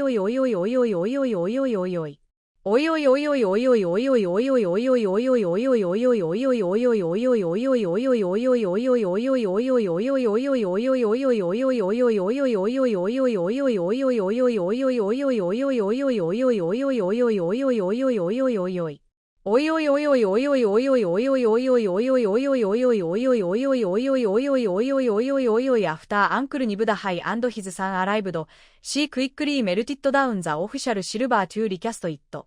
With this, she could strengthen Chun village. Today, she also owed a lot of lives in Li village. As the saying goes, many lice are not afraid to bite, and what must come will come. She is prepared for it. Thinking this way, Zhuang Jin felt much happier. However, she still wanted to learn about the so-called important person first. She needs to know who her future enemies are, after all. She picked up Zhuang Xiao and was about to leave, but the little girl stubbornly refused to go and pulled her toward a small room. Zhuang Jin was surprised. Usually, Zhuang Xiao was very obedient. Older sister, little brother, Zhuang Xiao pointed to the corner of the room, her voice a little nasal. The dim room had no light, and in the shadows, she could vaguely see a pile of grass about half a person tall. Looking closer, it seemed something inside the grass was gently moving. Zhuang Jin stepped forward and cleared away the weeds. Inside, she found a delicate little boy. The boy's eyes were tightly closed, his body trembling uneasily, face flushed and breathing faint. If Zhuang Xiao hadn't pointed it out, she might not have noticed there was a person hidden there. Seeing the boy's condition was strange, Zhuang Jin touched his forehead and was shocked to find it was burning hot. Oh my God! There's still a child here. And he has a high fever. These animals, Qing Chao exclaimed, showing some concern on her face. She took off her outer robe and wrapped it around the boy. Let's go quickly. We shouldn't stay here too long, she said. Maybe that escaped prisoner would come back with people to kill. Zhuang Jin urged, holding Zhuang Xiao, while Qing Chao carried the boy. The wolf-headed figure led the way, and the group disappeared into the darkness. The fire in Zhongjia village was blazing high, nearly burning half the village. This was unexpected for Zhuang Jin. She only set fire to a few houses, but after the fire started, the wind suddenly shifted. The flames flickered and spread rapidly from house to house. Zhang Yongwang couldn't stay inside anymore. The fire was about to reach him. He hurried out of the house and ran straight into Zhuang Jin and her group. Zhang Yongwang's face instantly stiffened. Hadn't the guards captured that girl? Enemies meeting always sparks anger. Before Zhang Yongwang could react, Zhuang Jin quickly drew her sword and stepped forward, the sharp blade pressed directly against Zhang Yongwang's neck. Tell me, what's going on with those guards? Zhuang Jin's eyes were cold, glowing like a ghost in the firelight from afar. Zhuang Jin, the cold sword pressed against his skin made Zhang Yongwang break out in goosebumps instantly. Suddenly, he felt the other person increasing the pressure and a cold, piercing pain shot through his neck. He only felt his lower abdomen grow cold and realized he had peed himself. The foul smell stung his nose, making Zhuang Jin and the others frown in disgust. This old man has become more timid. Village Chief Zhang. Are you scared? Zhuang Jin maliciously tapped Zhang Yongwang's face twice with a knife. Are you going to confess or... Confess? Confess. Zhang Yongwang was about to cry. What was he supposed to confess? They hadn't even asked clearly. Damn it, they were all wearing official uniforms. What more was there to confess? Zhang Yongwang cursed inwardly. Zhuo Jin's eyes widened. I'm asking, who are those officials gathering these children for? Who is the big person you mentioned? I really don't know. He was just a small village head. He had no right to meet any big person. Zhang Yongwang felt extremely frustrated. He had accidentally heard that magistrate song was collecting children for a big figure, so he volunteered for the job, hoping to impress the magistrate and maybe get revenge on Zhuo Xiu, that fool, and Zhuo Jin. Who would have thought it would lead to his village being burned down? At this moment, Zhuo Jin shouted angrily, not telling the truth, huh? Zhang Yongwang shivered again. His voice even carried a sobbing tone. I haven't seen that big person.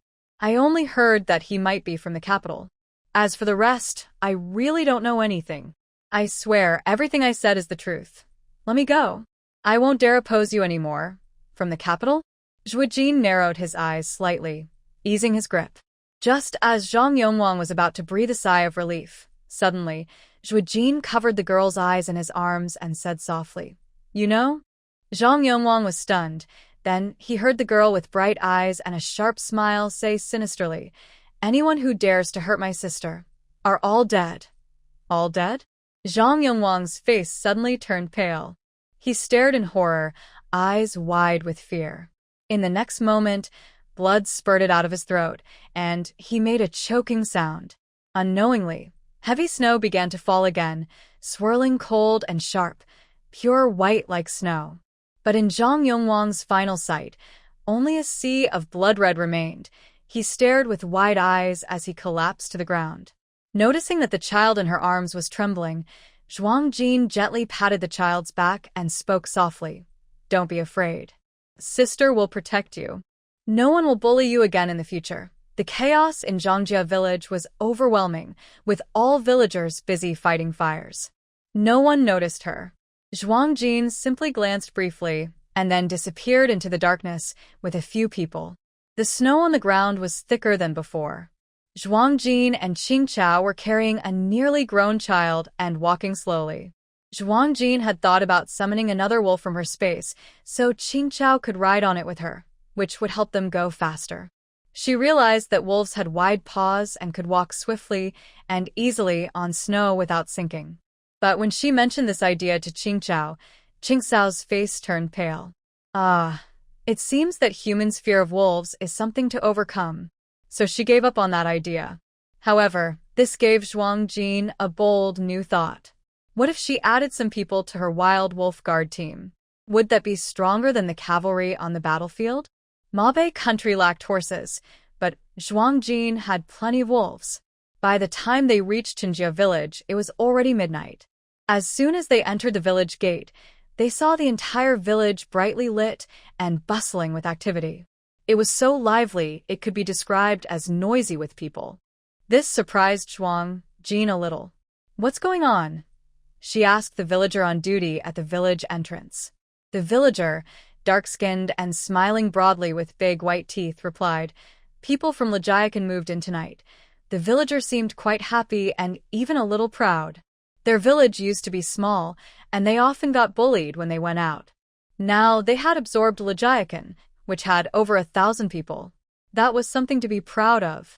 But with more people, there was less land. No problem, there were still plenty of wasteland behind Qingjia village, and they could start farming in spring. Zhuang Jin was stunned. The old man from Lajiakan said they moved in tonight. Really moved in. During this cold weather, where did they stay without houses? She asked, wide-eyed. She thought they would at least wait until some houses were vacated before moving in. The villager hesitated. They said they had no houses in Lajiakan either. No matter where they are, they'd be cold, so they decided to move in early for peace of mind. Zhuang Jin was surprised. How could Lajiakan have no houses? Were there really no small cottages? The snow collapsed the houses. The villager at the gate stifled a laugh. Zhuang Jin was speechless. What a coincidence. The young boy in the grass was still burning with a high fever. Zhuang Jin didn't have the energy to ask more questions. She decided to let them handle it first. After she settled the boy, she would go check on them. Thinking this, Zhuang Jin hurried back to the house. She wasn't a doctor, but she knew it was dangerous if the boy's fever didn't go down. The grass went to find the old veterinarian. There was no other healer in the village, and the old man was almost toothless.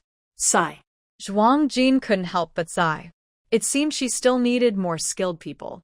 Before the veterinarian arrived, Zhuang Jin used warm water to gently wipe the boy's body, hoping to lower his temperature a little. She thought if only the boy didn't go crazy from the fever, it would be such a waste. As she thought, Zhuang Jin couldn't help but glance at Xiao, who was sitting on the kong, a traditional bed, looking a bit dazed. The child had been nourished by the spiritual spring water for a long time, and now he looked much better than before. But often, his eyes still looked a little vacant. In modern times, maybe just 2 tablets of pain reliever could fix this, but here it was a serious illness that could be life-threatening. Big sister, here, suddenly, the dazed little Xiao took something out of her bosom and handed it over. Zhuang Jin didn't pay much attention. She was changing the towel on the boy's forehead. She glanced casually, but that one look made her freeze in place. Xiao, where did you get this jade pendant? She took the jade pendant from Xiao's hand. It was a piece of fine white jade, smooth and delicate to the touch. On the front, a blooming plum flower was carved, with a small, luo, character in the center. The back had a qilin sculpture. This jade pendant was clearly not ordinary. That's for the little brother. Xiao pointed at the boy with her small finger. So, you mean this jade pendant was given to you by this little brother? Seeing Xiao nod, Zhuang Jin looked at the boy more carefully. The boy was very delicate, with smooth, fair skin. Although he wore rough cloth, he didn't seem like a poor child's. Could this jade pendant be related to his background? Just then, Grass brought the old veterinarian over. Zhuang Jin instinctively put away the jade pendant and stepped aside to make room for the old vet. By morning, after a night of treatment, the boy's fever finally broke. Zhuang Jin felt relieved. Because she was worried about the people in Lu's village, she didn't rest. With dark circles under her eyes, she hurried to the grain threshing ground in the west of the village. She heard that last night, the people from Lu's village had been settled in an abandoned house near the threshing ground. Seeing how dilapidated those abandoned houses were, worse than the small courtyard she used to live in, Zhuang Jin felt worried. Could a few people freeze to death tonight? When Zhuang Jin arrived at the threshing yard, he saw a peaceful scene. Although it was still snowing and very cold, everyone in Lu village had happy smiles on their faces. At the threshing yard, men were busy repairing old houses, while women had set up large pots.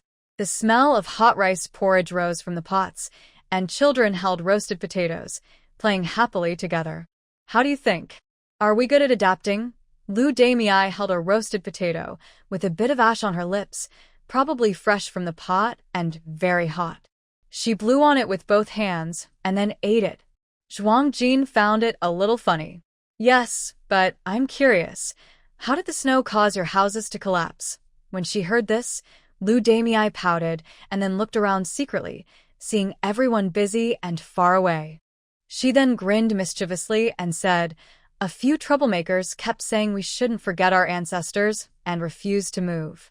They even tried to stir up trouble among the villagers, almost convincing some old folks to turn against us. I secretly tampered with their houses." Lu Damei's smile was a bit sinister. You don't know, once the houses collapsed, those troublemakers listened right away. She looked proud of herself. Zhuang Jin was speechless. What kind of tricks did you pull to make the houses fall? She was really curious. How could Lu Damei, who looked delicate and weak, do such things? It's all thanks to my little cuties. Little cuties? When Lu Damei said that, Zhuang Jin almost choked on her own spit.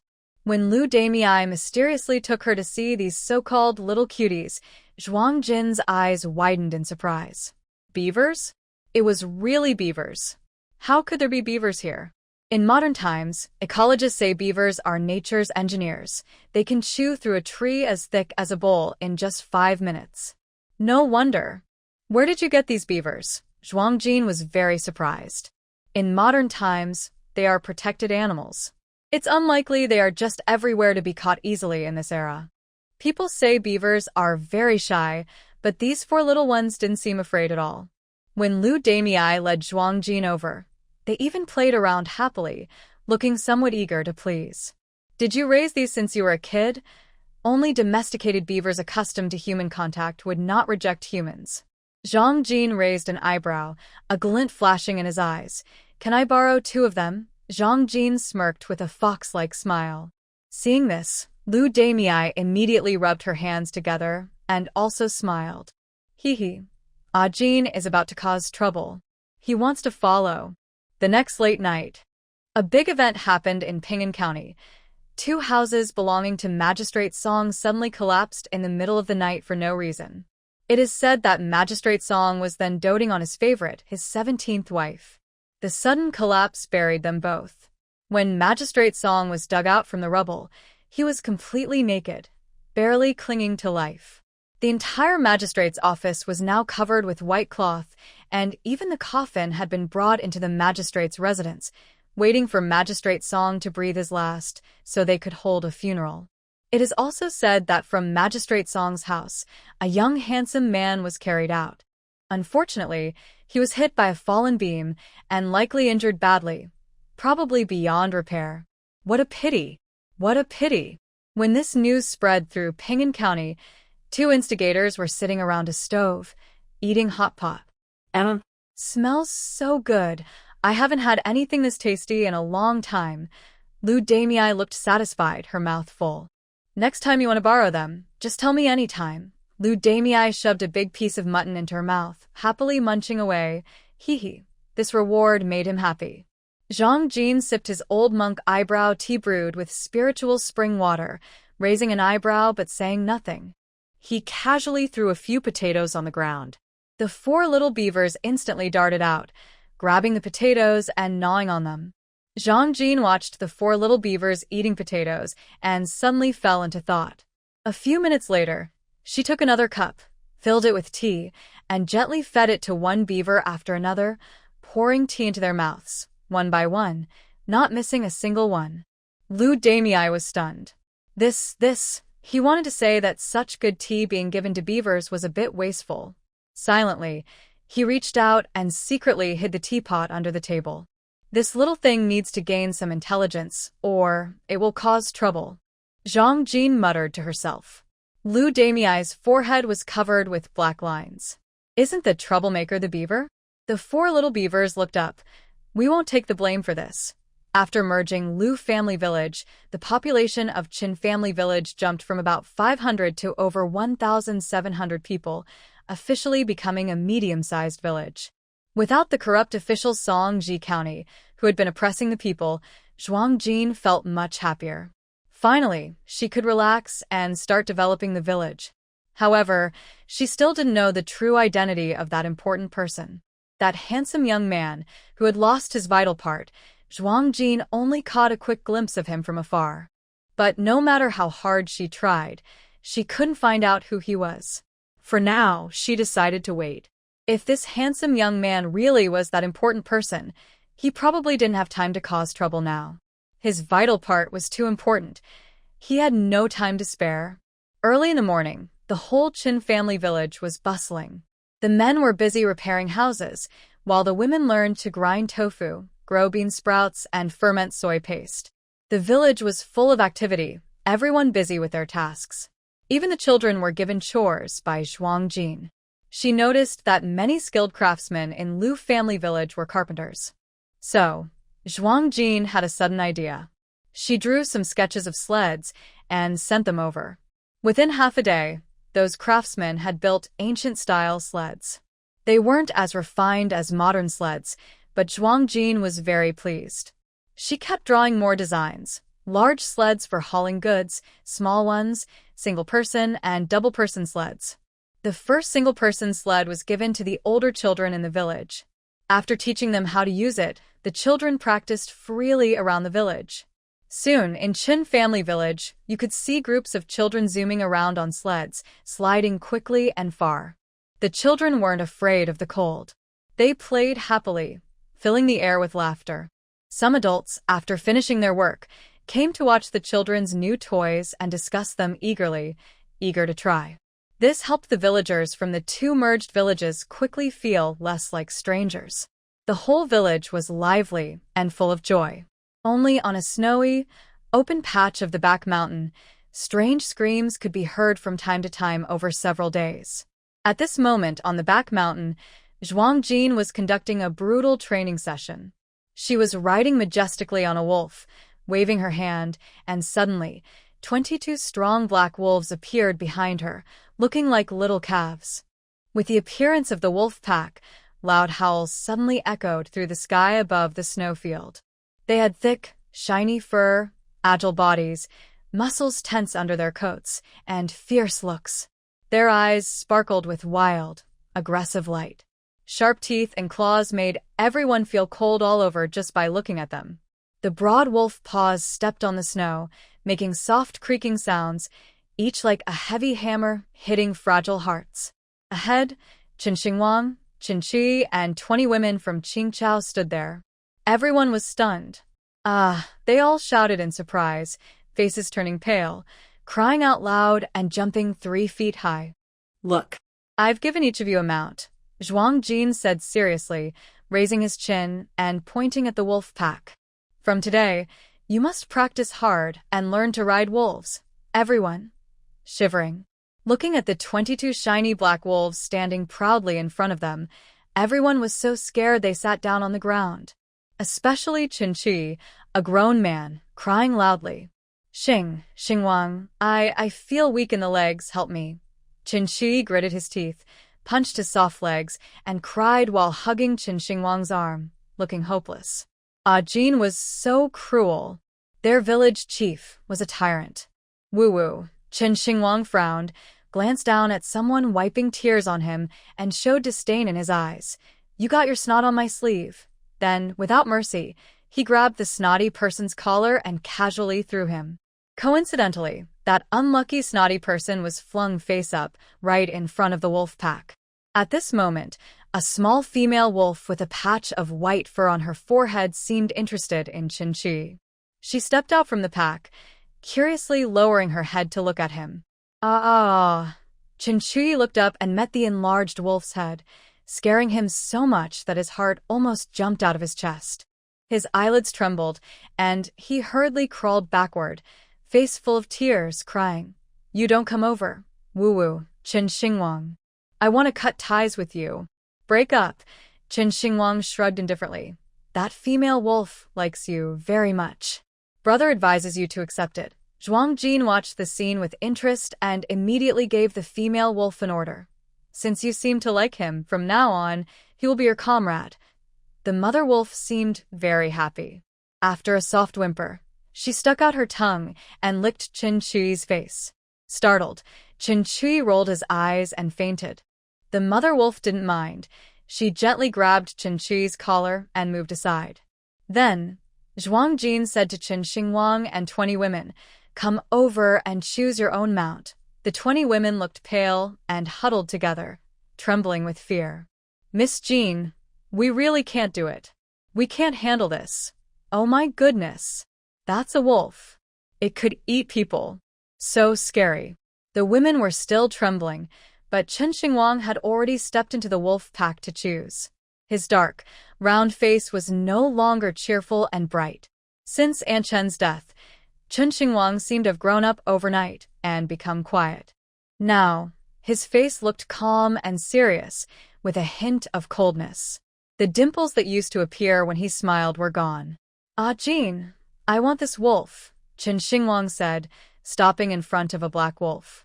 He turned to look at Zhuang Jin, his eyes soft with affection. Zhuang Jin looked at the wolf. It had a scar on its forehead, about 2 fingers wide, very similar to the scar on Qin Xingwang's forehead. Good, Zhuang Jin nodded. Qin Xingwang led the wolf to the side. He noticed that although the wolf looked fierce, it seemed to understand people and was loyal, like a faithful guard. It stayed close to him, neither too near nor too far. It even wagged its tail at him, like a dog trying to please its owner. This made Qin Xingwang like his new friend even more. He gently patted the thick fur on the wolf's head. The wolf didn't resist and closed its eyes comfortably. At that moment, Chow Chow nervously stepped forward. Miss Jean, I want to choose too. The wolf pack was watching fiercely, and Chow Chow hesitated. She closed her eyes and randomly pointed at a wolf. This one, Yowl, the strongest wolf in the pack, leapt out. Gao Gao Wistun. Its head was so big. It seemed she had chosen the second brother of the alpha wolf. Chow Chow stared blankly at the big wolf wagging its tail at her. She patted her chest, relieved. Luckily, the big, strong wolf was hard to climb on, but it seemed to have a good temper. With Chow Chow leading the way, the other women gradually overcame their fear and chose their own wolf mounts one by one. From today, our wild wolf team is officially formed. In the cold wind, Zhuang Jin proudly sat on the lead wolf and said, "You are the first group." Later, our wild wolf squad will grow larger. Yes, she still has over 100 wild wolves in her space. Once this first batch of students graduates, she plans to select more villagers to form a big wild wolf squad. You must learn to ride wolves quickly, and you need to build good teamwork with your partners. Just a small suggestion, Zhuang Jin said with a mischievous smile. To help you and your new partners get along better, it's best if you eat and sleep together with your wolf mounts. Qin Shi, who had just woken up from fainting, rolled his eyes when he heard this. Boo-hoo, Jin is a devil. So scary. In the following days, howling wolves echoed day and night from the back of Qin family village. At first, villagers were frightened and trembling, but over time, they got used to it. Sometimes, when wolves caught the smell of food from the village, they would come down, lick their faces, wag their tails, and beg for some food. The villagers' initial fear turned into quiet kindness. They would secretly take some food from their bowls to feed the wolves whenever they saw them coming. However, Zhuang Jin gradually noticed that these wolves no longer liked raw meat, but were very fond of cooked food. Even a pot of stewed potatoes made the wolves drool collectively. Wolves eating vegetables? Too terrifying. She really didn't want to be a cook. The weather was still very cold, with another night of heavy snow. The mountains outside were covered in snow, some places over a meter deep, making travel difficult. In such harsh weather, Nudahai and his two sons arrived at Qin family village, looking very disheveled. When Zhuang Jin learned they had arrived, she was training Qin Xingwang and others on the mountain behind the village for wild wolf team tactics. She immediately burst into a wide smile, as if she saw silver coins falling from the sky, making her overjoyed. Her master of reforging had come, and she planned to melt all the 10,000 taels of official silver in her space to reforge. Recently, not being able to spend her silver felt like a hungry person staring at a big ham but having no teeth to eat. So frustrating. Sigh. Finally, she could get excited again. Zhuang Jin happily rode down the mountain on the lead wolf, ready to welcome distinguished guests. But when she saw the three of them, she nearly bit her tongue in shock. She rubbed her eyes and looked at the three people with disbelief. "Did something happen to you?" she asked. "You look like refugees from some distant place." The once strong and tall men were now very thin, with prominent cheekbones and deep eye sockets, completely different from before. They wore ragged clothes, their faces dirty, with cotton filling visible through many tears in their jackets. When the cold wind blew, cotton fluff floated in the air. TSK. These three men, especially below, looked terrible, more like strips of cloth hanging there than pants. When the wind blew, Zhou Jin even saw faintly through the gaps in their clothes the thick hair on their legs. The wind made them shiver and shake their legs. This was really too sad. Seeing how they looked, Zhou Jin hurriedly brought them inside, offering hot tea and food. She was worried that if they stayed outside too long, the cold wind might blow them away. After drinking a few sips of hot tea, old man Nyo Da Hai sighed heavily. "There's a riot among the refugees in the county." Hearing this, Zhou Jin's breath caught. The worst was always coming. But once she melted down the official silver and remelted it, she would have a lot of silver to use. At that time, she could expand Qinjia village and attract kind-hearted refugees to settle there. Many refugees flooded into the county, some begging door to door. The more aggressive ones looted inside the city. Overall, the county is in chaos now, Niodahai sighed. Ugh, Niodahai's two sons, Niodahi and Nioshaohi, were stuffing food into their mouths and occasionally chiming in. Actually, at first, those refugees didn't attack the common people. It was only after Magistrate Song was buried that they started bothering the villagers. On the day the corrupt official was buried, the refugees surrounded his house. When they were stealing grain, officials came and said Magistrate Song had committed a great crime. They took all his property and led him away. That day, some officials even killed a few refugees. Later, the refugees gradually started to riot. Sigh. After hearing this, Zhou Jin also sighed. So, you were robbed by the refugees too. Hearing this, Niu Xiaohe immediately stopped eating, glaring with big cow-like eyes and crying out. These refugees are shameless. They're just a bunch of thugs. As he said this, Niu Xiaohe suddenly stopped, his face showing a mix of shame and anger. Thugs? There seems to be a story behind that word. Zhuang Jin blinked with wide, starry eyes. So, what happened next? There's no next. That's it. That's all there is to it, Niu Xiaohe mumbled nervously, lowering his head and absent-mindedly stuffing food into his mouth. Really? Zhuang Jin asked, puzzled. Nothing more exciting in the middle. Bah. What's there to be shy about? We almost ran around the street naked. What's there to be embarrassed about? Niu Dahuang slammed his bowl on the table, glaring. He was too shy to say it, so I will. Hearing this, Zhuang Jin's interest grew even more. Running around the street naked? This story is pretty shocking. Zhuang Jin raised an eyebrow, signaling Niu Dahuang to continue. Go on, I'm listening.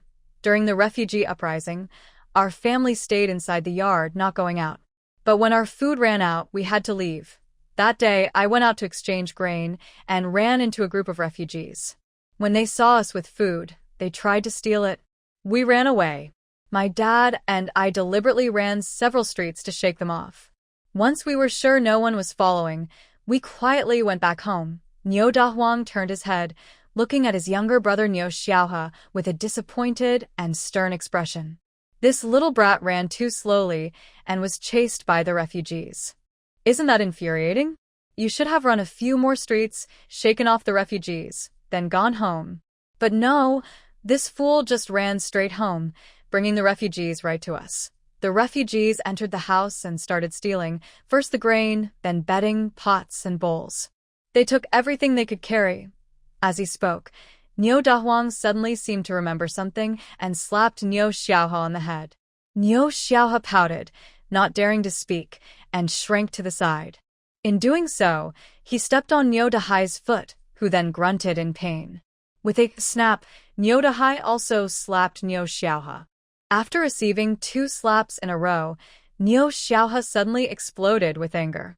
When he looked up, it was his father. He looked aggrieved, pouting like a hurt little kid, and squatted in the corner. Zhuang Jin watched, stunned. What big thing did Niu Xiaohe do? Did he cause such a huge fuss? You see, when the refugees are stealing, we can't fight them. So we hide in a corner. But this fool, when the refugees took things and left, he followed behind, shouting and scolding. He even drove the refugees back. Niu Dahuang seemed to have finished talking and took several sips of tea. Zhuang Jin blinked and asked eagerly, and then? Cough, cough. Then, the refugees saw this young man wearing cotton clothes and tried to strip his clothes before leaving. My father and I went to rescue him and almost got our clothes torn off too. Niu Dahe pointed at his breezy pants and said, look. Then, the refugees tore his clothes into strips like this. At this, Niu Dahe started eating his meal eagerly. Zhuang Jin waited for a while, but didn't hear him continue. He asked aloud, is that all? Surely, this small matter wouldn't make Niu Xiaohe become the target of these 2 men's anger. Niu Dahe looked up blankly and said, that's all. He had finished explaining. Zhuang Jin pointed at Niu Xiaohe in the corner and asked, then why is he blushing? Those refugees were all women. Niu Dahe also pointed at his younger brother, Niu Xiaohe, and said, this kid was stripped of his pants and exposed his backside, scaring those women away. Wow. Zhuang Jin's face darkened. Imagining 3 grown men being pressed and stripped by a group of women was indeed quite disturbing. No wonder Nyo Dahai looked so frustrated and helpless. But with your skills, the three of you shouldn't have been defeated by a group of women, right? Nyo Dae replied confidently, my father said men shouldn't fight women. Zhuang Jin was speechless, looking helplessly at old Master Nyo Dahai. They got robbed, but didn't fight back? He wanted to say something to Nyo Dahai, to advise him to be more flexible and not so rigid. But just as he opened his mouth, he swallowed his words again. Forget it. Better not to say anything. Not fighting women is a good tradition, a way to protect our female compatriots. Whether they are refugees or troublemakers, inside the house, the fire was burning brightly, and Nyo Dahai and his sons finished eating and burped happily. Suddenly, cheerful children's laughter came from outside. Zhuang Jin smiled knowingly, knowing that it was Zhuang Xiao and Xing Luo playing snowball fights. Xing Luo was the little boy Zhuang Jin rescued from Zhongjia village that day. Since Xing Luo arrived, Zhuang Xiao had become much more cheerful and lively. But Xing Luo, sigh. That child, a trembling voice suddenly sounded in his ear. Zhuang Jin looked puzzled and saw Nyo Dahai's lips trembling, eyes wide, pointing at the two children playing in the yard. Zhuang Jin was stunned. Nyo Dahai's reaction was unusual. My sister, Zhuang Xiao. No, that boy next to him. Nyo Dahai's voice still trembled slightly. Zhuang Jin frowned in suspicion and quietly wrinkled her brow. His name is Xing Luo. I rescued him a few days ago from the kidnappers. When I asked where he lived, he just shook his head and said he didn't remember. Zhuang Jin spoke slowly, secretly observing Nyo Dahai's reaction with her peripheral vision. Xing Luo, what a good name, a good name. Nyo Dahai lowered his eyelids and whispered softly, seeming both wistful and nostalgic. Do you know this boy? No, I don't know him. I just think he's good-looking and was surprised, that's all. Nyo Dahai denied quickly, which only made Zhuang Jin more suspicious. This old man seems a bit strange. But since he didn't want to say anything, Zhuang Jin didn't press further. Anyway, she liked Xing Luo quite a bit. Despite being only about 10 years old, he was surprisingly mature and sensible. The only thing he refused to talk about was his background. Every time she asked, he said he didn't remember. But Zhuang Jin could tell that Xing Luo hadn't lost his memory. Maybe someday she should have a good talk with Xing Luo. Or perhaps, her gaze shifted to the two Nyoda brothers. These two brothers aren't good at keeping secrets. Maybe they could reveal something. Nyo Dahai was restless. Originally, Zhuang Jin wanted the three of them to rest for a couple of days before starting to melt and reforge the silver. Nyo Dahai refused. After a quick wash and changing out of his flashy clothes, he was eager to get started while the iron was hot. Since they arrived at Zhongjia village, they couldn't afford to waste time. With their pride on the line, they had to act fast. That night, the three began working. When they revealed the 10,000 taels of silver, it blinded all three of them. Father, I'm a little scared. Nyoda Xiaohe's eyes welled with tears. With so much silver, isn't that enough for rebellion? Nyoda Hai slapped him hard. Stop talking nonsense. His mouth was completely uncontrolled. Even if Sister Jean really plans to rebel, you can't just say it out loud. Just keep it in your heart. Nyoda Hai's voice was loud and strong like a bull. Zhuang Jin, your voice is the loudest. Nyoda Xiaohe, unbothered, took the silver and pressed it to his teeth, leaving marks. Hee, if I can bite it, it's real. His greedy look made him smile like a fool. Suddenly, Zhuang Jin's heart started pounding wildly. These three men, two of them are easy to leak secrets, and one might have the risk of fleeing with the money. She felt exhausted. Zhuang Jin waved her hand sharply. A wolf howl suddenly erupted, and the mighty wolf had appeared, almost scaring the three into peeing. Something important is happening. I'll arrange a bodyguard for you. Zhuang Jin pointed to the wolf head and introduced it to the three. Seeing the three people with wide eyes, Zhuang Jin remembered they probably didn't know what a bodyguard was. She patiently explained, a bodyguard is like a protector, yes, someone who keeps you safe. The three people gulped loudly. A bodyguard? With one here, wouldn't it be even less safe? Miss Jean, our three men are rough and ugly, and our lives aren't worth much. No one would want to harm us. Niu Dahan tried to persuade Zhuang Jin to send the wolf guard away. Uncle Dahan, no need to be polite. Please use them. She was worried about losing her money. Zhuang Jin smiled kindly and ordered more food. Large baskets of meat buns, a roast chicken, 2 pots of wine, and a plate of peanuts. If you're hungry in the middle of the night, you can eat these. After eating and drinking well, they were ready to work. Zhuang Jin was very clever with her plans. After Zhuang Jin left, Niu Xiaohuan nervously looked at the wolf outside the door and asked Niu Dahan, Dad, do you think we've entered a wolf's den or jumped onto a thief's boat? Niu Dahan picked up a chicken leg and took a few sips of wine, smiling contentedly. Whether it's a wolf's den or a thief's boat doesn't matter. There's wine and meat. How could life be better? Why worry? Niu Xiaohua was silent. To avoid disturbing the villagers, Zhuang Jin arranged their place at the foot of the western mountain. It was a bit far from the village, but still within the walls. There was a watchtower about 500 meters away, where villagers took turns watching day and night. This way, they wouldn't bother the villagers and would stay safe. On the way back from Niu Dahan, Zhuang Jin suddenly felt something move in her space. She paused, looked around, no one was nearby, and quickly slipped into her space. Inside, thick smoke filled the air, making it hard to see. Zhuang Jin was startled, her eyelids trembling. Was her space on fire? She panicked immediately.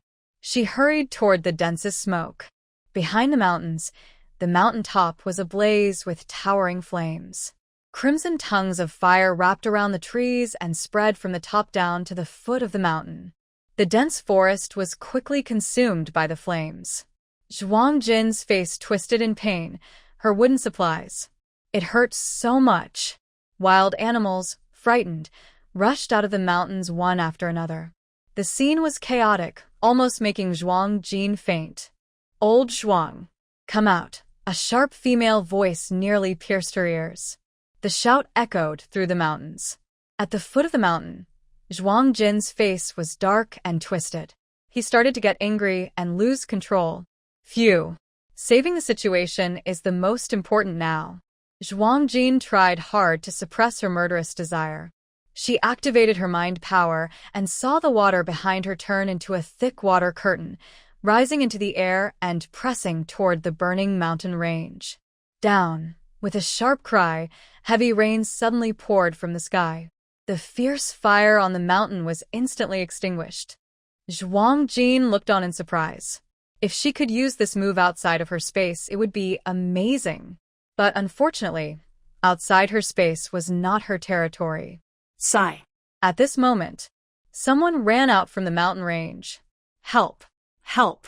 With urgent cries for help, a person dressed in ragged clothes, soaked all over, with white hair and a white beard, covered in charcoal, ran down from the mountain. Seeing the person, Zhuang Jin was furious. Master Zhuang, did you start the fire?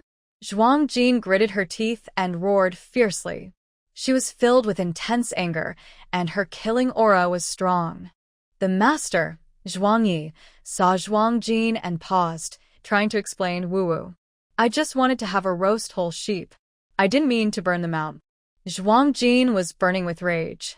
How could eating a roast sheep set the mountain on fire? Master, little Tian will help you deal with this old man.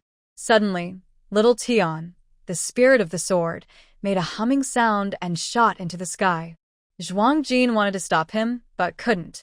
Then, the 9-story tower in the distance shook, and continuous buzzing sounds exploded in the space. Dense weapons emerged from inside the tower, rushing toward little Tian. It was like a swarm of locusts attacking the day. All the weapons inside the 9-story tower moved out together. Whoosh! Whoosh! Whoosh, swords, bows, arrows, axes, flying through the air like shooting stars. In midair, all the divine weapons from the tower gathered behind little Tian. A loud buzzing filled the space. Suddenly, little Tian, with a cute, childish voice, said, "Brothers and sisters, we must make that old man cry and call for his mom. Let's go." Then, all the weapons flipped in the air, their sharp sides aimed at Zhuang Yi. Zhuang Yi didn't have time to breathe, screamed loudly, and ran away. let's go. Little Tion's cute voice echoed in the space, with countless weapons behind him, forming a triangle formation led by Little Tion and rushing toward Zhuang Yi with overwhelming force. Woo-woo, Jean girl. Listening to the old man's excuses, listen to my explanation. The old man just wants to eat a whole roasted sheep. Really. Yes, that sheep. It's unruly, with fire on its body, running around wildly. The little old man darted around like he was paralyzed, sometimes rushing into the chicken coop, sometimes hiding in the cow shed. Shut up. Finish the beating first, then you can argue. He, moo. Inside the space, chickens and dogs were running everywhere. Zhuang Jin rubbed her forehead. So, this old man is roasting a live sheep as a whole roast?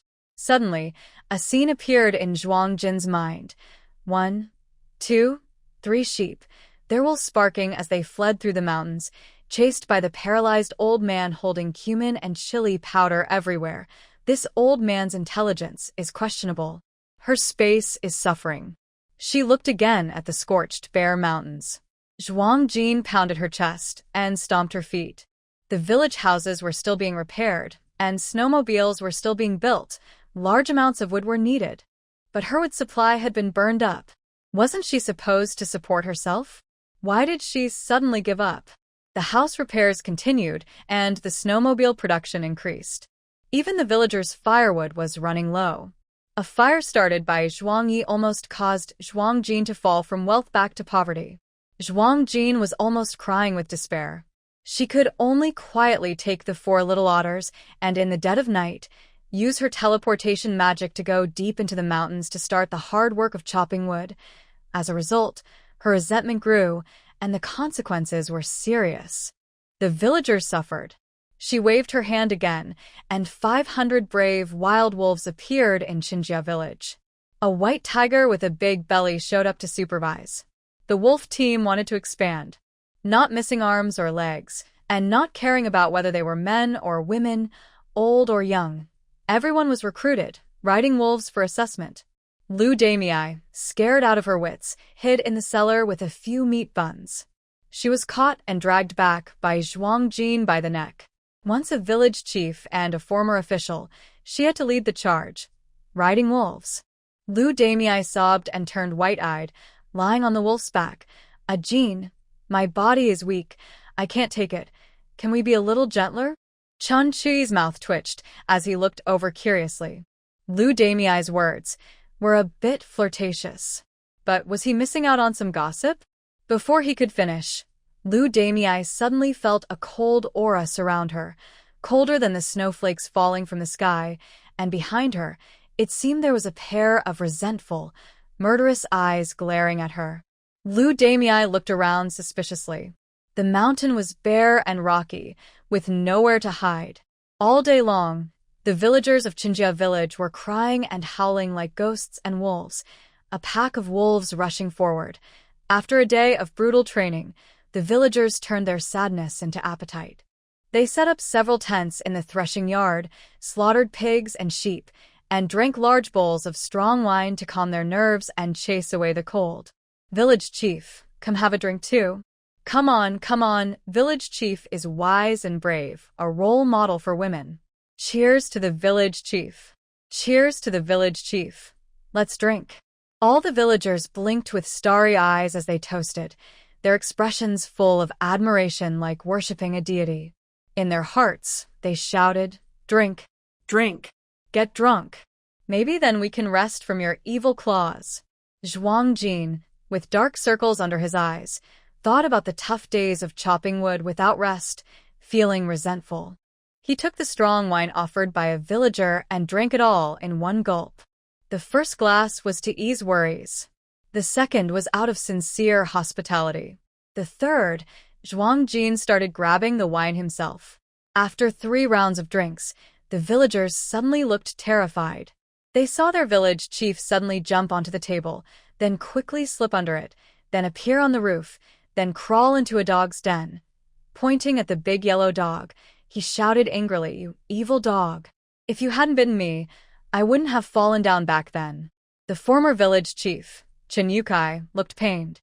His big yellow dog was pitiful, its fur almost pulled out by that girl. Until Zhuang Jin mumbled, hick, I want to go to sleep now. As soon as he finished speaking, he suddenly disappeared from sight, gone without a trace. Phew. The villagers collectively sighed in relief. Next time, they would never let their village chief drink again. Their village chief's drunken transformation. Unaware to the villagers, in Zhuang Jin's original world, everyone who knew her was afraid to let her drink because once she drank, she would turn into a wild drunkard, a force that could make you cry and call for your mother. Speaking of which, when Zhuang Jin was drunk, she instinctively activated her teleportation ability, Bailey Blink. With the phrase sleep now, she instantly teleported back to the Zhuang family's new house. But then, with a splash, water splattering everywhere, the drunken Zhuang Jin crashed headfirst into a sturdy chest. Ling Yihan's face twitched as he watched the drunkard fall into his bathtub from the sky. He was stunned. The Northern D Army was about to push through the pass, and he didn't trust this little girl. He secretly took Zhuang Xiaohu and snuck out. But unexpectedly, what's this romantic encounter? They greeted each other so warmly right away. Hee. It's coming right to your door. Do you want to eat it? Do you want to eat it? Are you going to eat or not? Holding something warm and soft in her arms, Ling Yihan's heart was stirred, and he felt conflicted, with his wolf claws twitching eagerly. Zhuang Jin's face was flushed, her hands pressed against Ling Yihan's bare chest, and she tilted her head to look at him steadily. Perhaps because of the alcohol or the steam from the bath, her normally clear eyes were now misty. The young girl was different from her usual coldness. Today, her face was charming with a hint of confusion. Hee. Brother looks so handsome. Zhuang Jin pouted and leaned in. Be good. Sister will spoil you. With a quick kiss, she pressed her lips against Ling Yihan's tightly closed ones. Bang! Ling Yihan felt like fireworks exploded in his mind. Losing his reason, he suddenly turned into a wolf. He flipped over and pinned the mischievous little sprite beneath him. Their bodies intertwined, emotions running high. Ling Yihan thought to himself, you initiated this, don't blame me later. As they tangled, her sash loosened slightly, and her dress was half open, revealing her graceful figure in the water, faintly visible. Ling Yihan slowly extended his claws, trying to control those two tempting peaks that seemed ready to burst. Suddenly, with a loud bang, the young woman beneath him suddenly changed her expression and swung a punch at his handsome face. Clang! Splash! The bathtub cracked, water spilled everywhere, and Ling Yihan was flung onto the ground in a parabola. With dark circles under his eyes and a look of disbelief, the beautiful intimacy just moments ago had turned into sadness. Didn't you say you'd spoil me? The little puppy looked hurt. Do you like Lu Daxia's weak girl? Earlier that day, he even heard Lu Daxia shouting at a Jin to be gentle. Zhuang Jin gracefully stepped over the wooden debris on the ground, her laughter tinkling like chimes. Her smile was charming, with her eyes curved and two small dimples showing. I'm the queen, and the queen wants to dominate from above. Hiccup, dash. She placed a delicate hand on Ling Yihan's chest, moving downward. Hey, you even have six-pack abs. Boom. Such a charming rogue. Ling Yihan felt thunderclaps overhead and waves of heat rushing from below his waist to his head, causing two nosebleeds to flow instantly. When Zhuang Jin wasn't smiling, she was as cold as ice. After drinking, she laughed wildly and freely. Zhuang Jinqing, when sober, is cold and distant like a snowy mountain flower. When drunk, she becomes passionate and wild, making Ling Yihan hard to handle. She simply gave up her weapon and surrendered. Zhuang Xiaohu and Zhao Ling heard the noise and hurried over. Just as they were about to knock on the door, they heard Zhuang Jinqing inside shouting fiercely, instantly blushing. Zhao Ling awkwardly looked at Zhuang Xiaohu. Are we going in again, Zhuang Xiaohu? His dark face turned a sickly purple. He clenched his teeth, stomped his foot, and said, Go in. If we don't, our little cabbage Ajin will be taken away by someone else. Zhao Ling. Bang. Zhuang Xiaohu kicked the door. Poor door. It wobbled and then shattered with a loud crash. Inside, Ling Yihan let out a sharp scream, jumped onto the bed, and covered himself with a blanket. Zhuang Xiaohu, full of anger, stormed in, grabbing Ling Yihan to start hitting him. To hell with the boss. To hell with the prince. At this moment, Zhuang Xiaohu only cared that his little cabbage A-gene was almost taken away. Who cares about the big boss? He would beat him up first. Seeing the two new people, Zhuang Jinqing opened her confused big eyes. Hick, hooray, fight. Fight well. Hick, fight slowly, don't hold back. Sister's going back to sleep, sleep. After saying that, she collapsed onto the ground, and faint snores sounded from her. Ling Yihan was stunned. He was about to cry, but had no tears. This woman, after teasing him and then stirring up more trouble, just fell asleep like that? The next morning, Zhuang Jinqing was sleeping soundly when she faintly heard sobbing nearby. The sound was so sad and mournful, choked and sobbing. Who was crying so early? Zhuang Jinqing's face was full of anger. She got up, dressed quickly, and stomped out in one breath. As she took a few steps, she suddenly felt something trip her. She hurriedly stabilized herself and instinctively kicked. A muffled groan and louder sobs came from below. The thing on the ground moved slightly.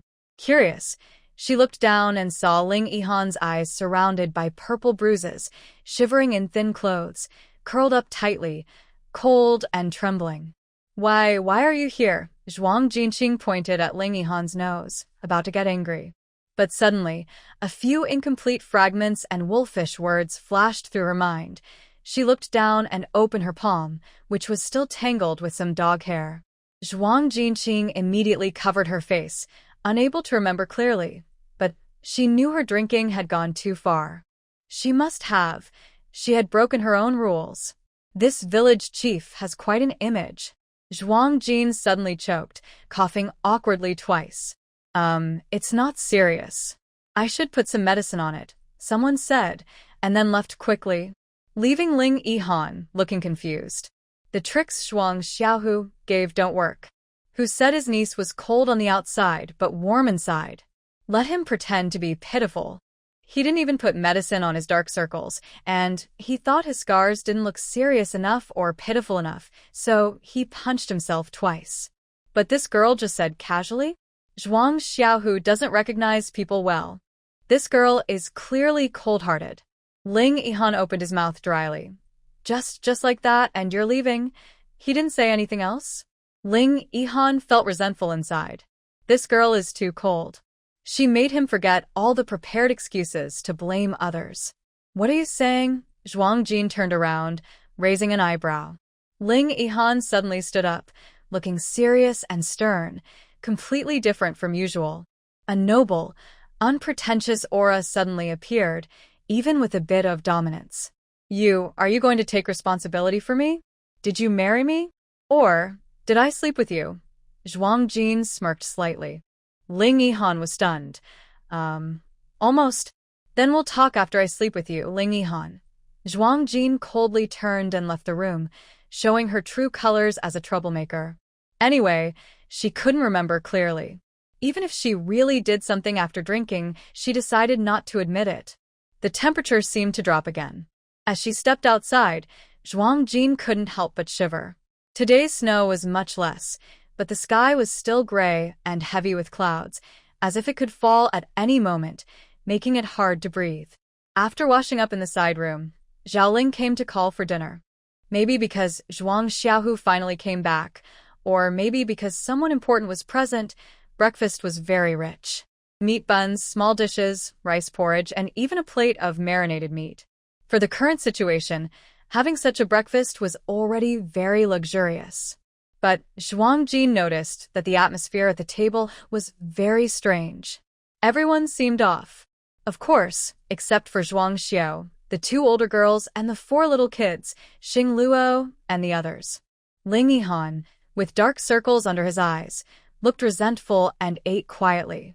Zhuang Jin also noticed that Xiaoling kept glancing at her several times, with her face turning red. Little Uncle Zhuang Xiao, who looked even worse, with dark purple circles around his eyes, looking more frightening than Ling Yihan's panda eyes, and even his lips had bruises. Zhuang Jin glanced over and felt a bit worried. What kind of look was that from her little uncle? Sometimes he looked conflicted, sometimes sad, and other times fierce. Could it be, little uncle, your face? Zhuang Jin hesitated, feeling a bit embarrassed and sorry. Did she really hit her little uncle after drinking? Zhuang Xiao, who gritted his teeth for a moment. It's okay, I just got into a fight and didn't hit anyone. He then secretly glared at Ling Yihan. And, Jin, next time don't drink alcohol. When others drink and boast, she drinks, oh well. Troublemaker. The prince is the country, and he is the people. Yes, that phrase fits perfectly. Zhuang Jin. Before nightfall, Ling Yihan and Zhuang Xiao, who had to return to the military camp.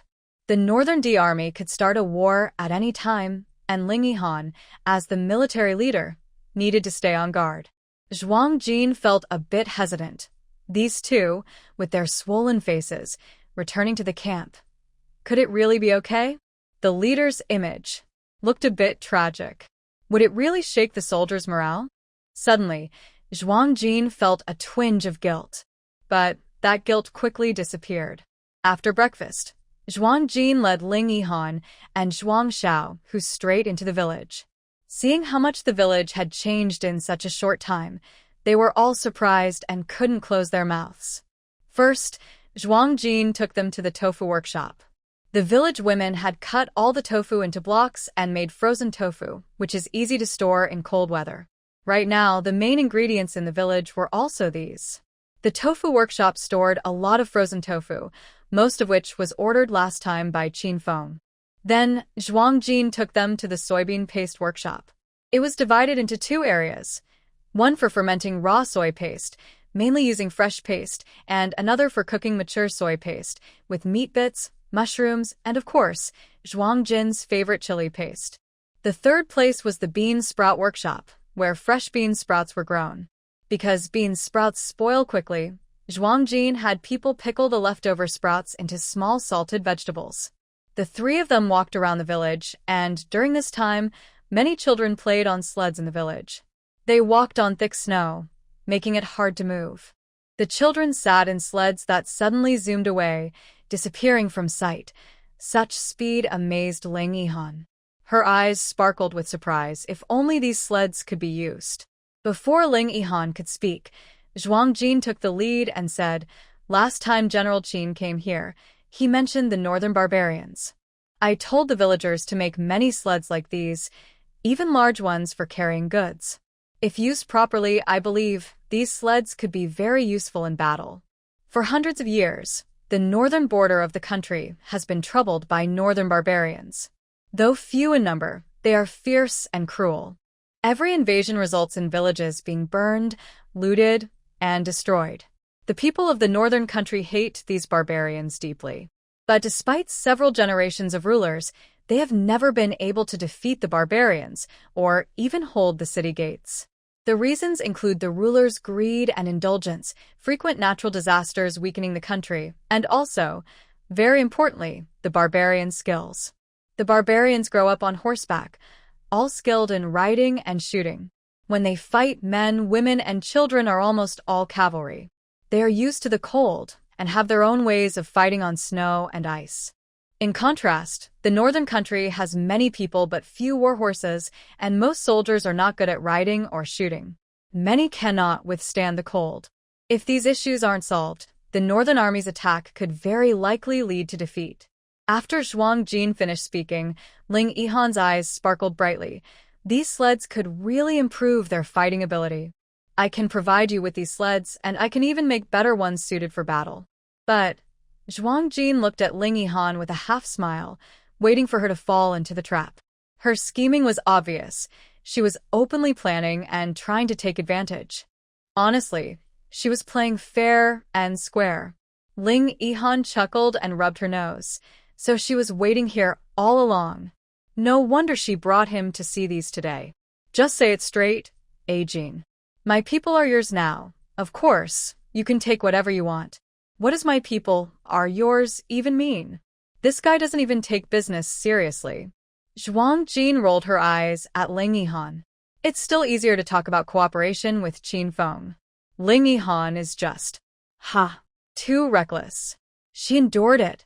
Cough, cough. Zhuang Jinxing cleared her throat and said seriously, I will provide you with a combat-ready snowmobile, and you will give me the official position of county magistrate.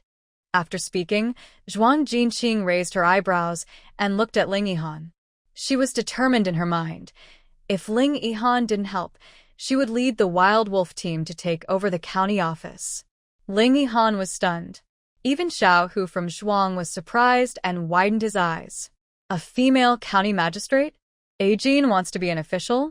I know you can do it. The old county magistrate has died, and the new one hasn't taken office yet. Now, Ping'an County is leaderless. I volunteer. I want to take the position of county magistrate. Okay, Ling Yihan agreed quickly. As long as Ajin wanted it, he would give it. When the court's newly appointed county magistrate heard that the border was about to be chaotic, he was so scared he faked illness and still hadn't left. That person didn't come, so Ajin could take this position. If he did come, he was such a coward that she could quietly deal with him halfway. After getting Ling Yihan's firm answer, Zhuang Jinxing immediately smiled happily. It's foolish not to take a shortcut. All right. You guys can leave now. Zhuang Jinxing waved her hand generously. Ling Yihan and Xiao Hu looked at each other with a mix of tears and laughter. Was this person already kicking people out after using them? This girl truly prefers to use people from the front, not the back. Zhuang Jinxing was now eager for these two, especially Ling Yihan, to leave immediately. She hadn't forgotten that she still had a stash of stolen goods at Nyoda Hai's place in the West Village. She definitely couldn't let Ling Yihan see it. Moreover, the official appointment document for the county magistrate would take 2 more days. She needed to use this gap to win people's hearts.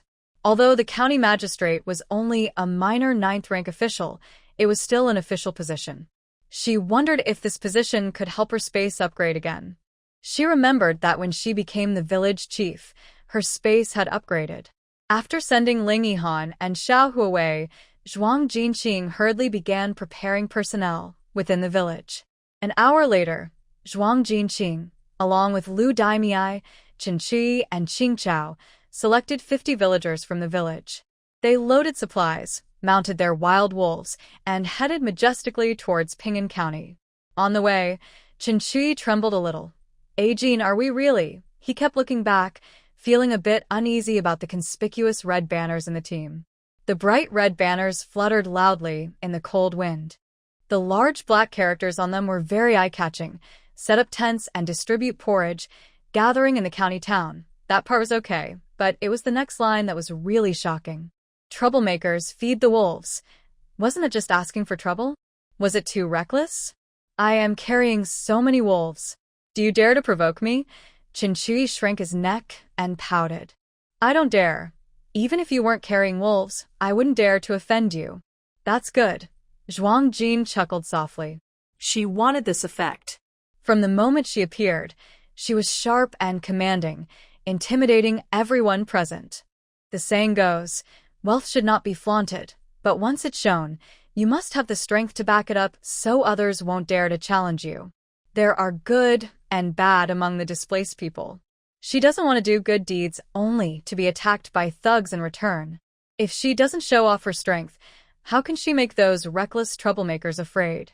She aims to help the displaced people and also to scare those troublemakers. Moreover, after the death of County Magistrate Song, there are still corrupt officials in the county office. If she doesn't shock these people all at once, they might have already divided the food before she even starts distributing it. A smile appeared at the corner of Zhuang Jin's mouth as she continued riding her wild wolf forward. When they arrived at Ping'an County, it was already dark. The city gates were closed, and in the cold wind, only a few soldiers stood trembling on the wall. Outside the city gate, some displaced people curled up in the corner, mostly the elderly, women, and children, with no young men among them. Seeing this, Zhuang Jin frowned. Something was very wrong. Didn't Nyoda Hai say there was a riot among the displaced people inside the city? Could it be that only the elderly, women, and children were causing trouble? Or were the rioting displaced people still inside the city? But Zhuang Jin's hearing was very sharp. The city was silent, not like there was a riot happening. Moreover, if there really was a riot, could just a few soldiers hold the city gates? At this moment, Lu Daimiai stepped forward. Ajin, something seems off inside the city. Even Lu Daimiai noticed something unusual. Go knock on the city gate. Let's go in first. Chinchi went to knock, and soon a soldier ran over. Seeing this soldier, Zhuang Jin's eyes twitched. This soldier was old, missing his front teeth, and spoke with a draft, which didn't match the usual guards or the soldiers previously stationed there. Could something be wrong inside the city? The old soldier initially looked at them with suspicion, but when he saw the wild wolves under Zhuang Jin and the others, he shivered in fear and collapsed to the ground. Everyone, what is this? The old soldier's legs trembled, and his lips quivered so much he couldn't speak coherently. Sir, we are from Qinjia village, here to deliver porridge today. Lu Daimiai jumped down from her wild wolf and approached the old soldier, intending to gather some information. However, the old soldier was trembling so much that he couldn't speak clearly. After asking for a while, we only learned that he had just taken up his post in the past 2 days, and that young refugees had been taken away by the steward to work. He knew nothing else. Another soldier hurried to report to the steward. The group waited outside the city gate for half an hour before the steward, who was very full-bellied, finally arrived late. This steward was not the same person Dongjin saw earlier at the government office. He was a stranger, looking fat and bloated, with cross-eyed eyes and large ears that flapped in the wind. His name was Chao Guang. His background was unknown to Gongjin for now, but it was clear he was a very proud man. People tend to have subordinates who match their own character. When Chao Guang first appeared, he held his chin high. But when he saw Dongjin and his group, his eyes flickered with fear, and he quickly tried to flatter them. Hey, is this the village chief of Qinjia village? Chao Guang said in a greasy tone, with his cross-eyed gaze making Gongjin unsure who he was looking at. Dongjin didn't like to make small talk, especially with this obviously untrustworthy Chao steward. He just nodded faintly and looked up at the sky. Humph, you're proud, but I am prouder. Lu Dashua happily stepped forward, slightly bowing. Steward Chao, we heard there are many refugees in the county town. We came to help and ask you to open the city gates. She kindly pointed to the red banner among the crowd, which had words about feeding wolves to troublemakers, making sure Chao Guang saw it clearly. Chao Guang looked carefully and almost couldn't hold back a shock. His face turned pale. Troublemakers feeding wolves. That was a direct threat. Chao Guang dared not say anything and had to open the city gates obediently. The group entered the city directly, followed by wolves. The elderly, weak, women, and children hiding in the corners also wanted to come in. Although they were afraid of the wolves, staying outside in the cold and hunger meant certain death. It was better to go into the city to see what was happening. Moreover, they had just heard that these wolf-riding people were here to give porridge, so they decided to follow. But as soon as Chao Guang saw these refugees trying to enter the city, he immediately sent people to block them. Dongjin frowned and coldly said, Steward Chao, we are here to give porridge. These refugees are the people we want to help, so they must be allowed in. Yes, Chao Guang nodded repeatedly, but his cross-eyed eyes flashed with a subtle, sinister look that was hard to notice. Dongjin had sharp eyes and clearly saw through him. However, she pretended not to know and secretly sent people to set up porridge stalls in different parts of the city overnight. There were 5 porridge stations, each staffed by 10 people, with 10 wolves. To prevent wild wolves from frightening the people, Zhuang Jin ordered all the wolves to lie behind the stalls. They would only appear if troublemakers came to cause chaos. The next morning, the 5 porridge stations began serving porridge smoothly and very successfully. The refugees coming to get the porridge were all very orderly, lining up quietly, with no loud noise or chaos. There was no scene of refugees rushing to grab food, which Zhuang Jin had feared. In just one morning, only the elderly, weak, women, and children came to collect porridge. Not a single young man was seen. This surprised Zhuang Jin. Could it be that all the young men had been recruited by the master?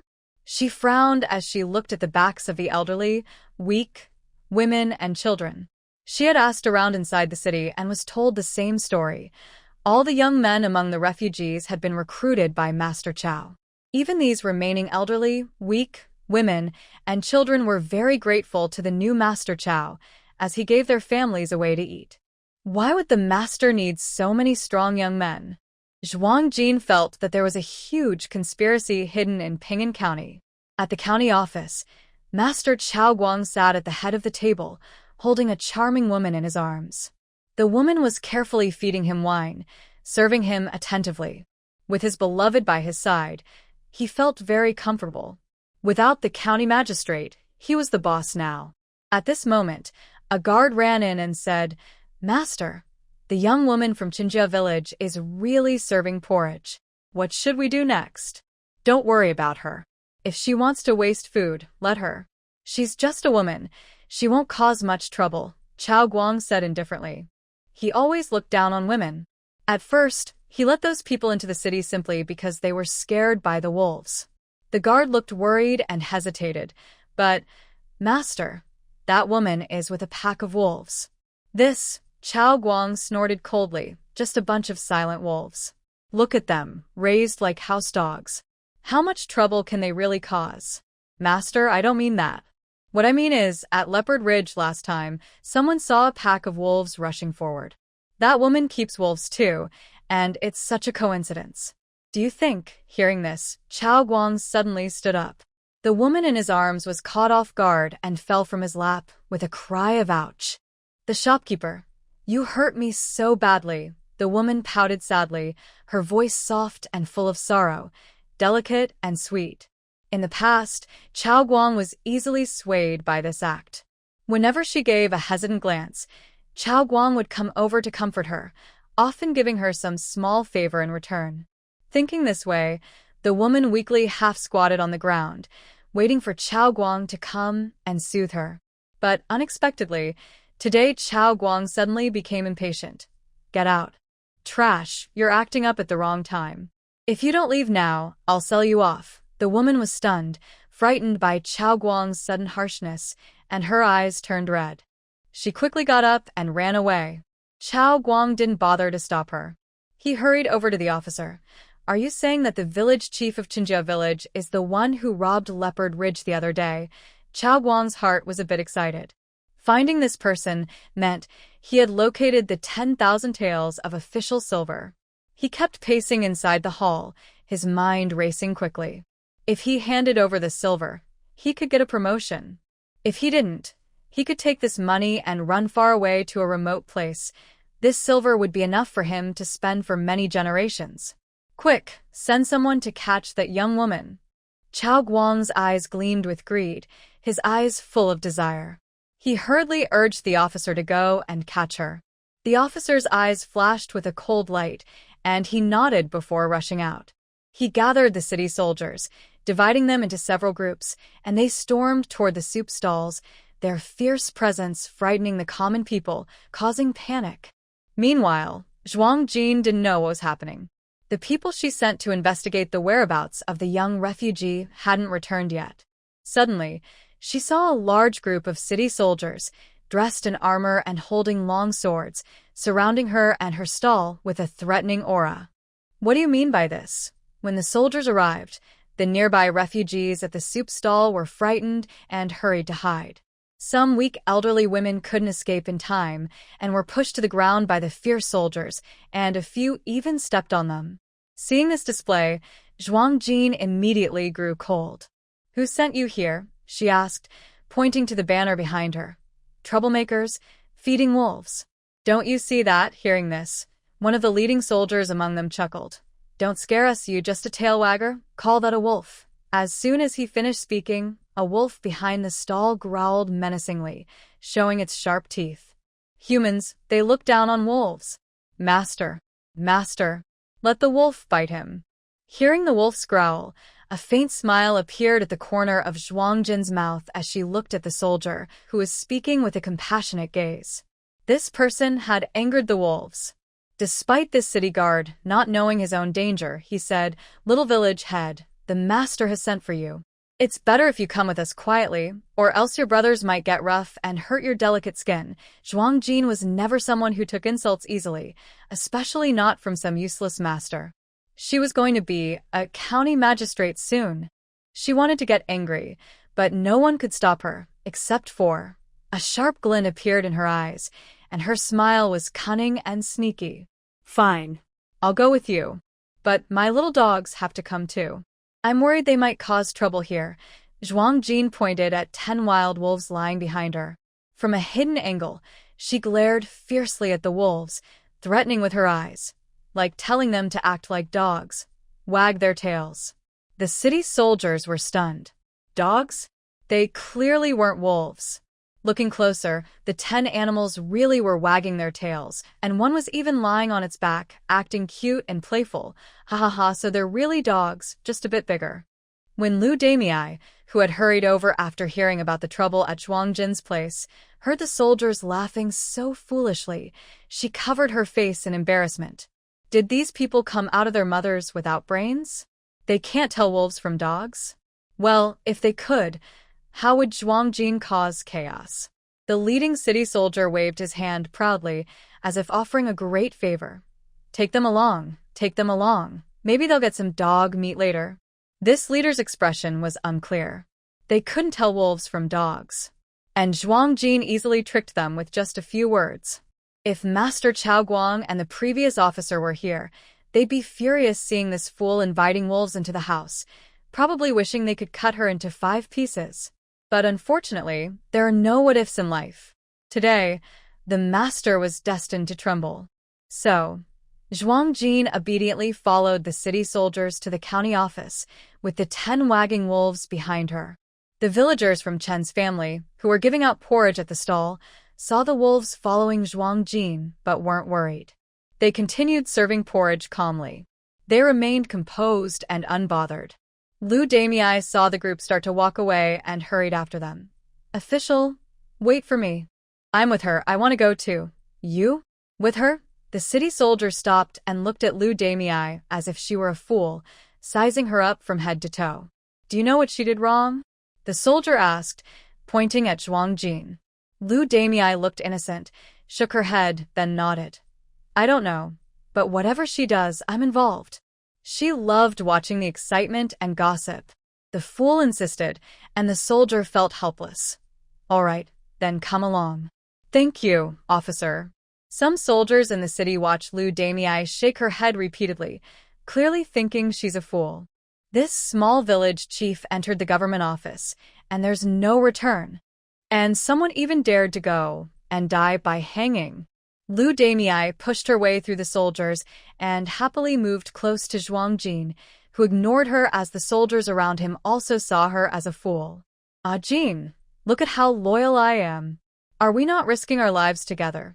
Lu Damei whispered proudly. Zhuang Jin rolled his eyes. "You're such a troublemaker," he said, annoyed at the fuss. Zhuang Jin looked at her with disgust. He had never seen a man act so foolish. It turns out, people of all ages and genders love to watch gossip. Later, we'll see the teacher pee his pants. Zhuang Jin looked up at the sky. The time was almost right, and the person should be arriving soon. "Really?" Lu Damei's eyes brightened. The two, along with 10 wild wolves, were guarded by a team of soldiers escorting them. Such a group was very noticeable on the street. Many townspeople braved the cold wind to gather and watch, whispering among themselves. More and more people gathered. Some refugees who had received Zhuang Jin's porridge knelt and shouted, "Our benefactor is a good person." Kind-hearted villagers threw vegetable leaves at the soldiers, but when the soldiers glared angrily, they hurriedly stepped back. Zhuang Jin's porridge was never stingy. Each pot was thick and hearty, sometimes even with bits of meat added. To the refugees, this was a delicious, life-saving meal, truly a taste of heaven.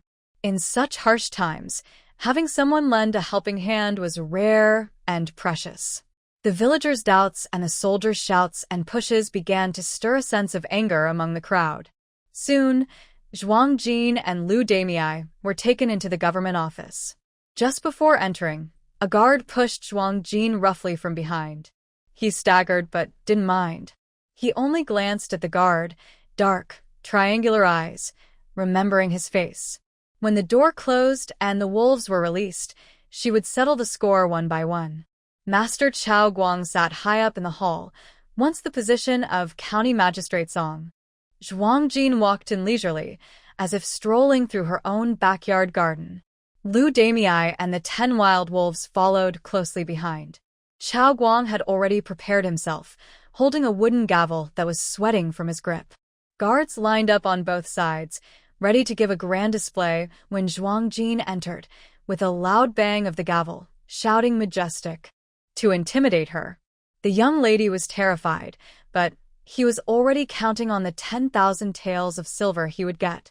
Chao Guang's heart was full of joy, as if everything he saw was silver. At this moment, loud noises came from outside the door. Chao Guang immediately sat up straight and clenched the wooden gavel in his hand. However, as Zhuang Jin stepped in with a gentle smile, Chao Guang only glanced at her and was stunned, his legs trembling. Why is she bringing wolves here? Zhuang Jin stood below, casually stroking the fur of a wild wolf, then looked at Chao Guang with a half-smile, staring at the wooden gavel in his hand. Master, are you about to hold court? Why are you arresting people? Chao Guang opened his mouth but was speechless, unsure how to answer. Master, this little village chief has been brought here by you. Even her accomplices and dogs are here. The city guard flattered and stepped forward to take credit. The guard's face was full of flattery, but his heart was disdainful.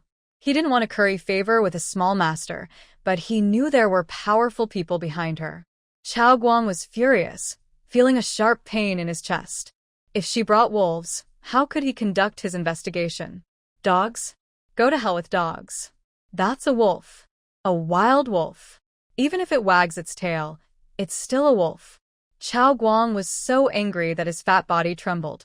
His small eyes glared at the guard, and he gritted his teeth, whispering curses. Is that what you call a dog? Are you blind? The guard said smugly. Isn't that what you said, master? That they're just a bunch of silent, harmless animals? Chao Guang's face turned red instantly. Damn it. Does he want to act tough? Does he really believe it? Chao Guang hesitated, unsure whether to follow his plan. At this moment, the previous officer whispered to him, Master, fortune favors the brave. That's 10,000 taels of silver. Besides, there are only 10 wolves around that woman, and they don't seem dangerous. Don't forget, we have the city's army. Are we afraid of those animals on our own turf? Chao Guang's eyes flickered with greed, unable to hide his desire. He clenched his teeth and was about to bang the gavel. Suddenly, the 10 wolves beside Zhuang Jin howled loudly, their necks stretched out. The sound was deafening and echoed over the city hall for a long time. Chao Guang immediately burst into tears. They're really wolves. Oh, ancestors, money isn't more important than life. Please go. Little village chief, it's all a misunderstanding. I'll have the officer send you back, Chao Guang said hurriedly, looking distressed. Master? Zhuang Jin looked at Chao Guang with a smile. Have you heard this saying? It's easy to summon a god, but hard to send one away. Today, I'm not leaving. Exactly. You haven't even peed yet. We're not leaving, muttered Lu Damei, who was watching the show at the door. Ga? Chao Guang was stunned, feeling he was in trouble. Feeling that something was wrong, I quickly wanted to run away. Zhuang Jin rushed forward and forcefully threw Chao Guang off his seat. Since you're not questioning me, I'll question you instead. Seeing Zhuang Jin's boldness and his fight with the steward, guards and city soldiers drew their swords and stepped forward. Who dares to move? Zhuang Jin shouted loudly. The wild wolf immediately leapt up, showing its teeth and growling low, intimidating everyone. No one dared to act now. Steward Chao, tell me, where did you send the refugees? I don't know, Chao Guang said with a pale face, shaking his head. He truly didn't know. He had food, drinks, and beautiful women every day. Why should he worry about anything else? My wolf is hungry. If you don't tell the truth, I'll feed it, Chao Guang turned pale with fear and pointed to a guard. It's him. He's the one doing everything, even hiring people. Zhuang Jin looked over and saw it was the same guard who had previously encouraged Chao Guang. He narrowed his eyes, ready to act. Suddenly, another guard appeared behind him and stabbed Chao Guang through the heart. It was the guard with the black face and triangular eyes. Chao Guang died in disbelief, realizing he had been betrayed by his own man. This guard was trying to silence Chao Guang. In the chaos, the guard Chao Guang had pointed out earlier actually kidnapped Lu Damei. Let us go, or I'll kill him, the guard threatened, holding a knife at Lu Damei's neck and backing her step by step. The black-faced guard also retreated to the door. Lu Damei looked pale and was very scared. Zhuang Jin's face turned cold. Lu Damei cried out, "Oh no, this melon doesn't taste good." She had come to watch the show but ended up as a hostage. What kind of thing is this? Wah. She had expected to see Steward Chao wet his pants, but now she was the one about to pee herself. Lu Damei was crying inside. At this moment, a commotion suddenly erupted outside the county office. Qin Feng and a group of people rushed in quickly, surrounding the office tightly. Seeing Lu Damei being held hostage, the guard realized he couldn't escape and tried to attack Lu Damei. But Qin Feng threw a flying knife and ended his life. Zhuang Jin couldn't help but feel sorry. It was obvious that this guard had a mastermind behind him. With his death, the clues would be cut off. "Why didn't you leave a clue?" "No need, I know what to do," Qin Feng replied. Zhuang Jin was stunned and didn't understand what Qin Feng meant by knowing what to do, but he didn't ask further, as he was too tired to care. Any progress on the refugees? When the mention of the displaced people was made, Qin Feng's face immediately fell. It looked dark and frightening, and Zhuang Jin's heart skipped a beat. She quickly stepped forward and asked, "Did you find those displaced people?" "We found them, but many have died." The two were not close, but Zhuang Jin still faintly heard Qin Feng grinding his teeth. What happened? At the black mine, they used the displaced people to mine black ore. Less than a third of those who were tricked are still alive. Qin Feng's eyes were bloodshot. He had fought in many battles and seen countless tragedies, but nothing had shocked and angered him as much as this. Around the Dashio mountain mine, there were corpses everywhere. Some were just teenagers, thrown into mountain gullies and left to be eaten by wild animals and vultures. Perhaps this is what hell on earth looks like. If it weren't for Zhuang Jin urgently sending a message to him and the Crown Prince about the strange situation of the displaced people in Ping'an County and asking them to send someone to check, probably in less than 2 days, the remaining living displaced people would also turn into bones scattered across the mountain. Qin Feng clenched his teeth. The person in the capital truly would do anything for that position. Zhuang Jin raised her eyebrows slightly. She didn't want to ask, but she still did. "You don't leave any witnesses alive because you and Ling Yihan both know who the master behind Master Chao Guang is, right? And that person is powerful and influential? You can't do anything to him now." Qin Feng was stunned. He didn't expect Zhuang Jin to see through him. After a moment of hesitation, he nodded. "Yes, Chao Guang and those 2 officials are just small pawns. Keeping them alive won't get us any useful information.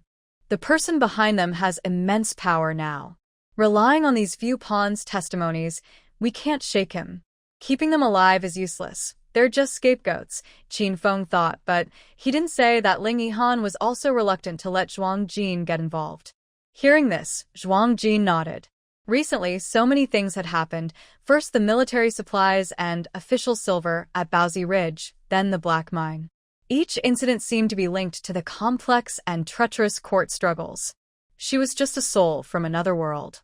When she came here, she only couldn't bear to see the suffering of the common people, and she felt compassion.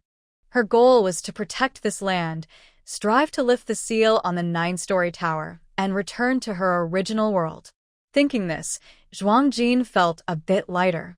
As for the court's power struggles and even the change of dynasties, what did it have to do with her? But her wolf pack had already appeared before the world, and the white tiger wouldn't stay hidden forever. The matter at Baozi Ridge will eventually be known by those with a keen mind. She didn't think much about it at the time, but now the military supplies and official silver seem like hot potatoes. Oh. She already handed the military supplies to Qin Feng, effectively disposing of the evidence. It seems he understands her intentions. Suddenly, Qin Feng said, "Don't worry about the Biaozi Ridge matter, Miss Jean. The military supplies have been received by our camp, and the official silver has been melted down and reminted. It's at your command now." The crown prince said it was all his doing. Zhuang Jin was surprised, her mouth twitching slightly. So Ling Yihan knew everything. She thought he was just a loyal subordinate. Turns out, he was hiding his true strength. Quite clever. That's good. When she takes a dump, someone wipes her, but, well, that sounds a bit crude, but if she kills someone and someone buries the body afterward, that also feels pretty good. That's fine too. Zhuang Jin was in a very good mood, smiling broadly with bright eyes like black obsidian. Her eyes flickered. With someone helping her shoulder the blame, could she perhaps do even bigger things? The so-called useless crown prince actually has some use. Seeing Zhuang Jin's radiant smile, Qin Feng shivered unexpectedly. "What will you do with those people?" Zhuang Jin pointed to the remaining officials and the city guard captured by Qin Feng's men inside the county office, asking. Qin Feng snorted coldly. "Why keep that little rascal Luo Luo? Send him out for execution. We need to give the refugees an explanation. If it weren't for the current threat from the Northern D and the internal stability that couldn't be compromised, he wouldn't want to let those corrupt officials go so easily." Qin Feng was furious, but suddenly, he saw the young girl's face turn slightly red, rare for her. "So, the mines inside the mountain, are there many, Qin Feng? Is she planning something?" "Sure enough," she asked. "If there are many, can I use some?" Zhuang Jin looked at him hopefully. She suddenly remembered she still had a book on smelting in her space. Plus, she had Nutahai and his sons. Maybe she could try to forge some powerful weapons. Once made, she'd be prepared for anything. After all, the border could erupt into war at any time, and her Wild Wolf squad should be equipped with a full set of high-quality weapons. Qin Feng was speechless. Does this girl not feel embarrassed when she asks for things? The official position of the magistrate and the mineral resources are the same. Zhuang Jin widened her eyes, waiting for Qin Feng's answer. She wasn't the type to care only about face or pride. In modern terms, this is resource integration, leveraging connections. It's better to take the easy way through connections when possible. Oh. By the way, where is my official appointment document? Zhu Jin asked, holding out her fair hand as if expecting it. She took what she wanted without feeling shy at all. So, what if her position was obtained through connections? Having a backdoor is smart. Why not use it? As the sky darkened, Zhu Jin happily left the county office clutching her appointment document. Qin Feng was handling the final chores at the office. Zhu Jin was trying to save her energy since tomorrow was her big day to officially start her role. She needed to think about how to make a strong first impression as the new official. A smile appeared on Zhu Jin's face. After Lu Dashue healed her wounded heart, she cheerfully followed along. "Ah, Jin, I think you look better when you're not smiling," Lu Dashue said. "Really?" Zhu Jin smiled. Lu Dashue nodded seriously. "Your smile can make people shiver. Then let them shiver," Zhu Jin said happily today. Lu Dashue looked a bit worried. "Look at this girl. She's smiling so slyly. She must be planning something again." They joked and chatted as they returned to their home. This place used to be Governor Song's residence, but now that Zhu Jin was appointed governor, she was taking over. Zhu Jin was here to take back the house. The lively house was now empty. Even the family of Governor Song was in a bad situation. On the day of his funeral, the government seized the house, and because of his bad deeds, his family was branded as traitors. Zhu Jin had been here before. After walking through the entire estate, she was quite pleased. The old man was extravagant, and the house was beautifully decorated. Now it was hers. Since the house hadn't been empty long, she could move in after a simple tidy-up. Thinking of the villagers who followed her to the town to get porridge, who were still staying in inns, Zhu Jin ordered her people to pack their belongings and move everyone in. Soon, the once quiet house became lively. That night, everyone sat together eating and talking about what had happened at the county office that day. A pack of wolves lay in the yard, each with a big basin beside their paws, filled with food just like the villagers had. The wolves ate happily and wagged their tails from time to time. Zhuojin saw this and shook her head. These wolves, after living in the space for a while and drinking spiritual spring water, had gained some intelligence. Living with humans for so long, they were starting to behave more like dogs. She wondered if one day they would lose their wolf nature. Did you hear? Today, General Qin from the Divine Martial Camp killed dozens of guards and city defenders at the East Market. Tell me more. My porridge stall is a bit far from there, so I didn't hear anything. What exactly is going on? I'm not entirely sure. I only heard from the refugees at the charity kitchen. They said that dozens of officials and soldiers pretending to be government workers tricked innocent people, causing many to die. Even the village elder was harmed by them. What kind of work could cause so many deaths? I don't know. The refugees didn't say. But they suffered a lot after being deceived. Yes, I saw it myself. General Qin was returning to the city with those refugees when we passed by the charity kitchen. The 3,000 or 4,000 people were all injured, and their wounds looked serious.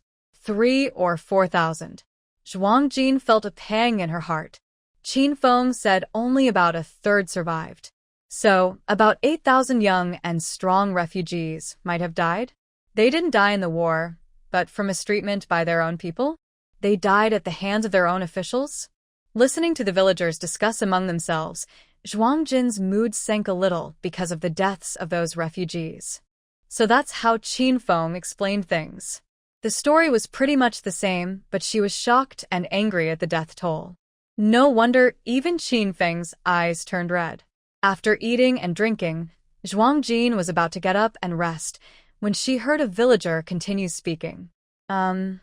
Are you all so focused on talking about the refugees that no one saw General Qin put up a notice for recruiting workers? Recruit what kind of workers? Of course, officials. Since so many officials were killed, there are now vacancies. Then one villager scratched his head foolishly. Do you think we could try to apply for the official jobs? With that badge, it would be a way to honor our family and look impressive. Unintentional words, but they caught her attention. Zhuang Jin immediately started thinking. Tomorrow, she would take her new position. The previous officials wouldn't accept a woman giving orders, so she'd be the only leader. If her villagers could fill those official positions, that would be great. But she frowned again. Would being an official require literacy? Looking at the noisy villagers, she felt helpless. Did they know how to read? Since she was transported here, she hadn't seen a private school in any village, nor heard of anyone who could read. Sigh. A bunch of illiterate people. The night passed quickly, and the next day, Zhuang Jin's first act as the new officer was to hold a meeting. Early in the morning, she sent people to notify each village.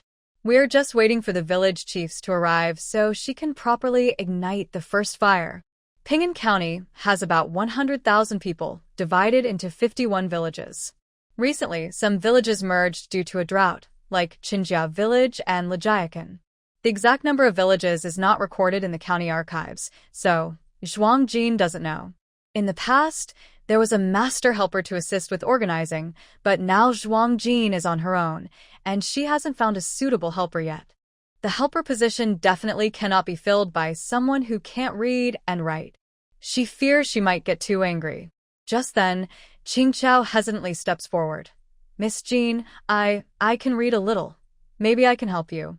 Pink Clothes can also do some calculations and share the workload.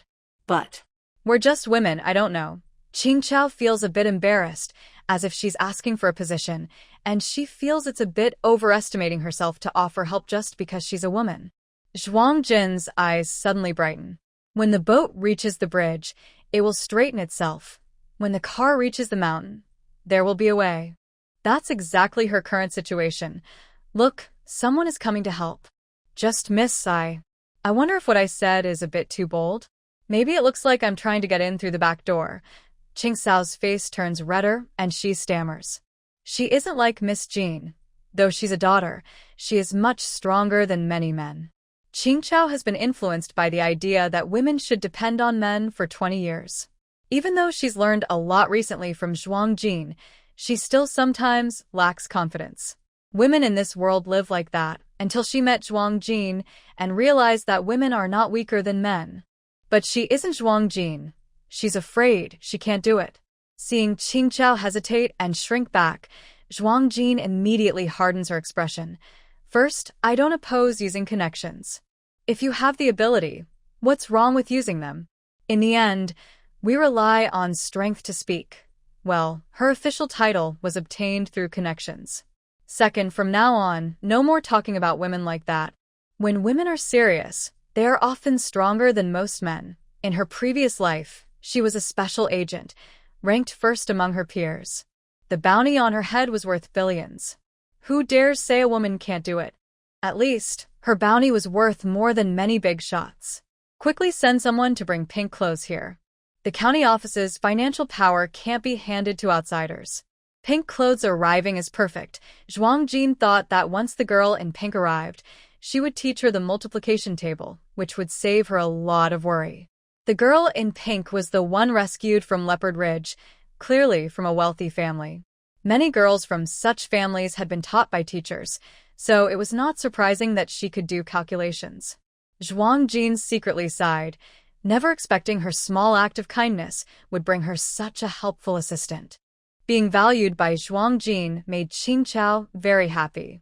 She happily went out to find villagers to bring the girl in pink back to the village. After Qingqiao left, Zhuang Jin waited at the county office for the village heads from each village to arrive. Ping'an County is not large. Even the furthest village would take only half a day to reach the government office.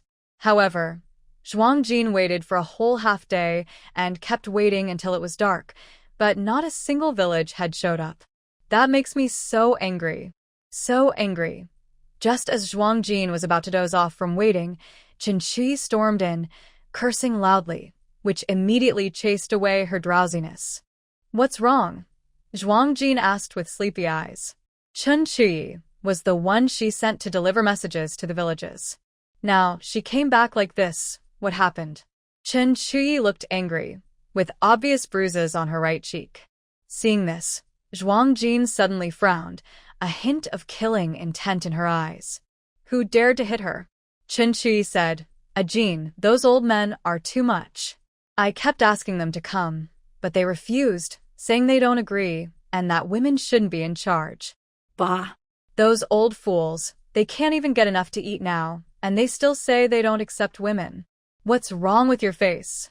Zhuang Jin asked. Chen Qi instinctively touched her right cheek. Ouch.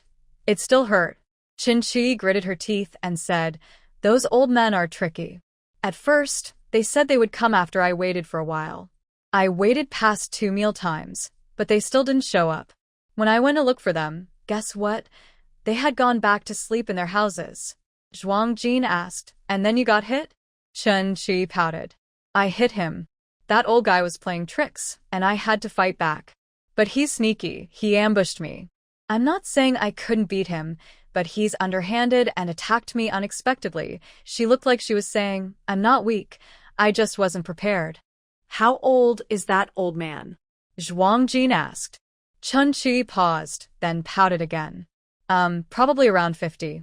Zhuang Jin directly rubbed his forehead, feeling ashamed that he had defeated an old man who was half buried in the ground. He had no face to speak anymore. All right, starting tomorrow, you'll continue practicing with Qingqiao and the others. Hearing this, Chen Qi immediately shouted, Huh? No. Practice is so hard. Jin, you can't be so cruel. Since you can't even beat an old man, how dare you complain? No objections. Practice starts tomorrow.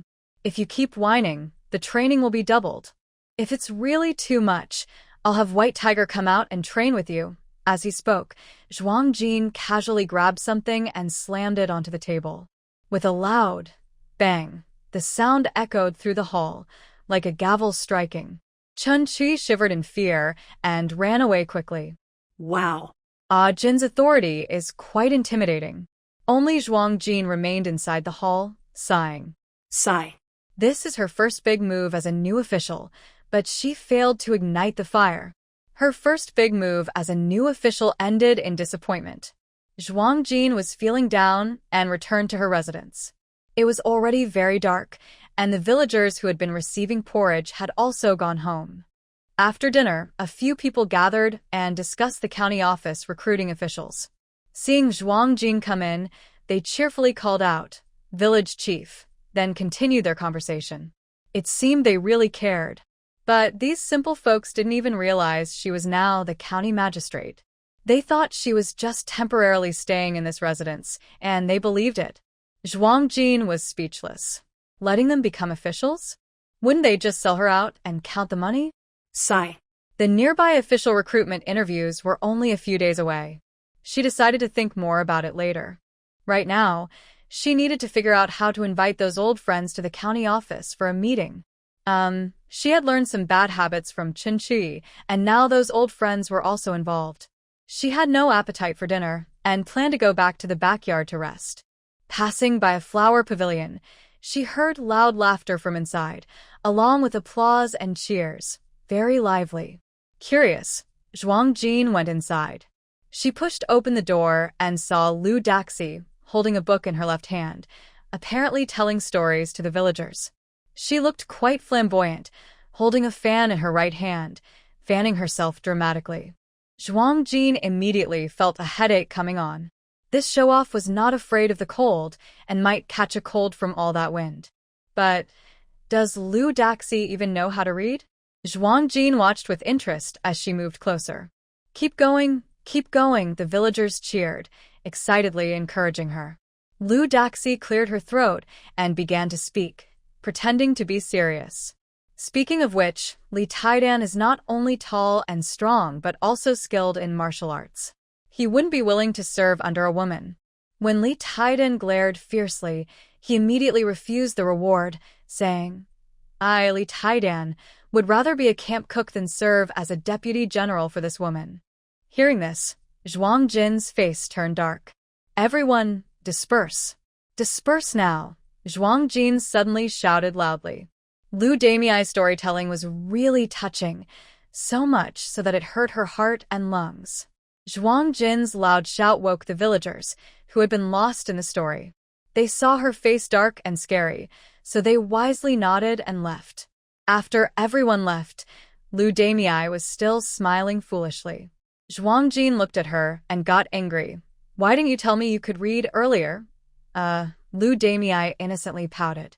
"You didn't ask." Zhuang Jin hesitated, realizing she hadn't asked. "How many characters can you read?"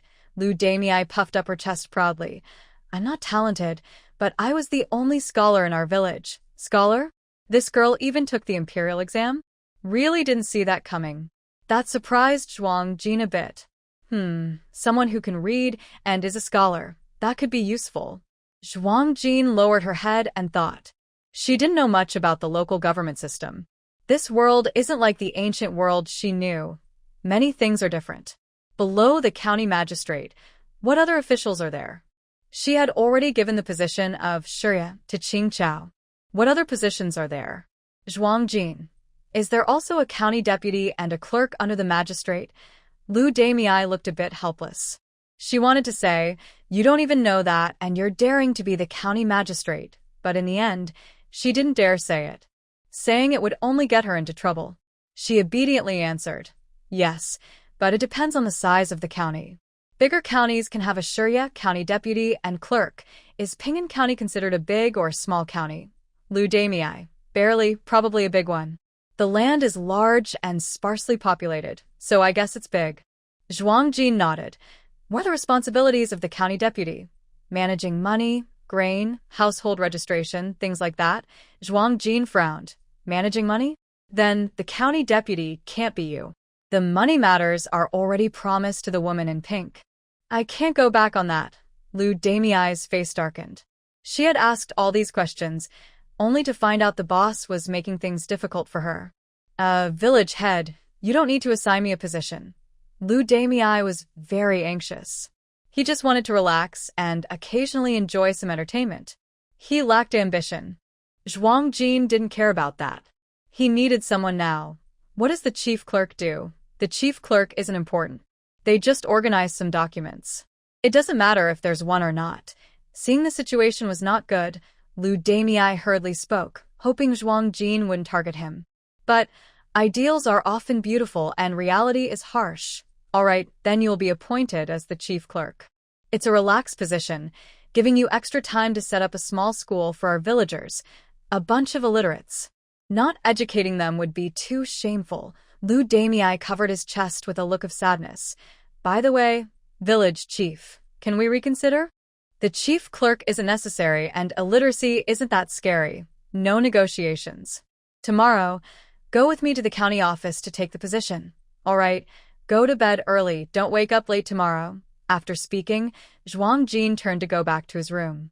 Watching Zhuang Jin's confident and quick departure, Lu Damei's heart was filled with tears. When he reached the door, Zhuang Jin suddenly remembered something and stopped in his tracks. He turned around, glaring fiercely at Lu Damei, gritting his teeth. That storytelling you did today, no more of it from now on. If you do it again, I'll hit you.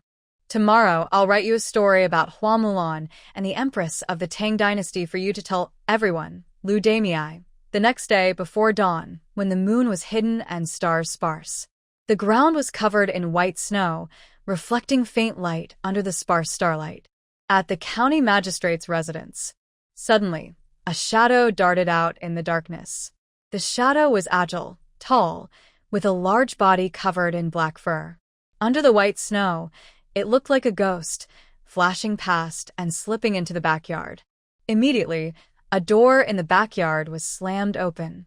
A mother wolf with a small patch of white fur on her head confidently slipped inside. The cold wind carried snowflakes, howling into the house through the wide-open door. Inside, the light was dim. Chen Qi, who was sleeping soundly, was startled by the sudden loud noise, jumping up from the heated bed with a start. Who's trying to wake me up before dawn? Who dares to disturb my peaceful sleep? Chen Qi rubbed his sleepy eyes and cursed unhappily. When he looked closer, in the next moment, Chen Qi's displeasure instantly froze on his face. The remaining sleepiness was instantly swept away. Not far away, a huge wolf was standing. Its eyes shimmered with a greenish glow in the dark space, paired with sharp, fierce fangs, creating a chilling and unsettling atmosphere. Chen Qi's eyelids fluttered rapidly. White Fur, we have a problem. Let's talk nicely, okay? White Fur was the comrade assigned to Chen Qi earlier by Zhuang Jin. The female wolf had a small patch of white hair on her head, so Chen Qi named her White Fur. White Fur let out a low howl, then pounced forward, biting Chen Qi's pants and pulling them down. Chen Qi shouted, Hey, White Fur, what are you doing? Don't pull my pants. They might fall off and get exposed. If Chen Qi understood animal language, he would surely understand what White Fur was whining about. Go practice. Go practice. Master's orders. I am here to supervise. White Fur howled softly.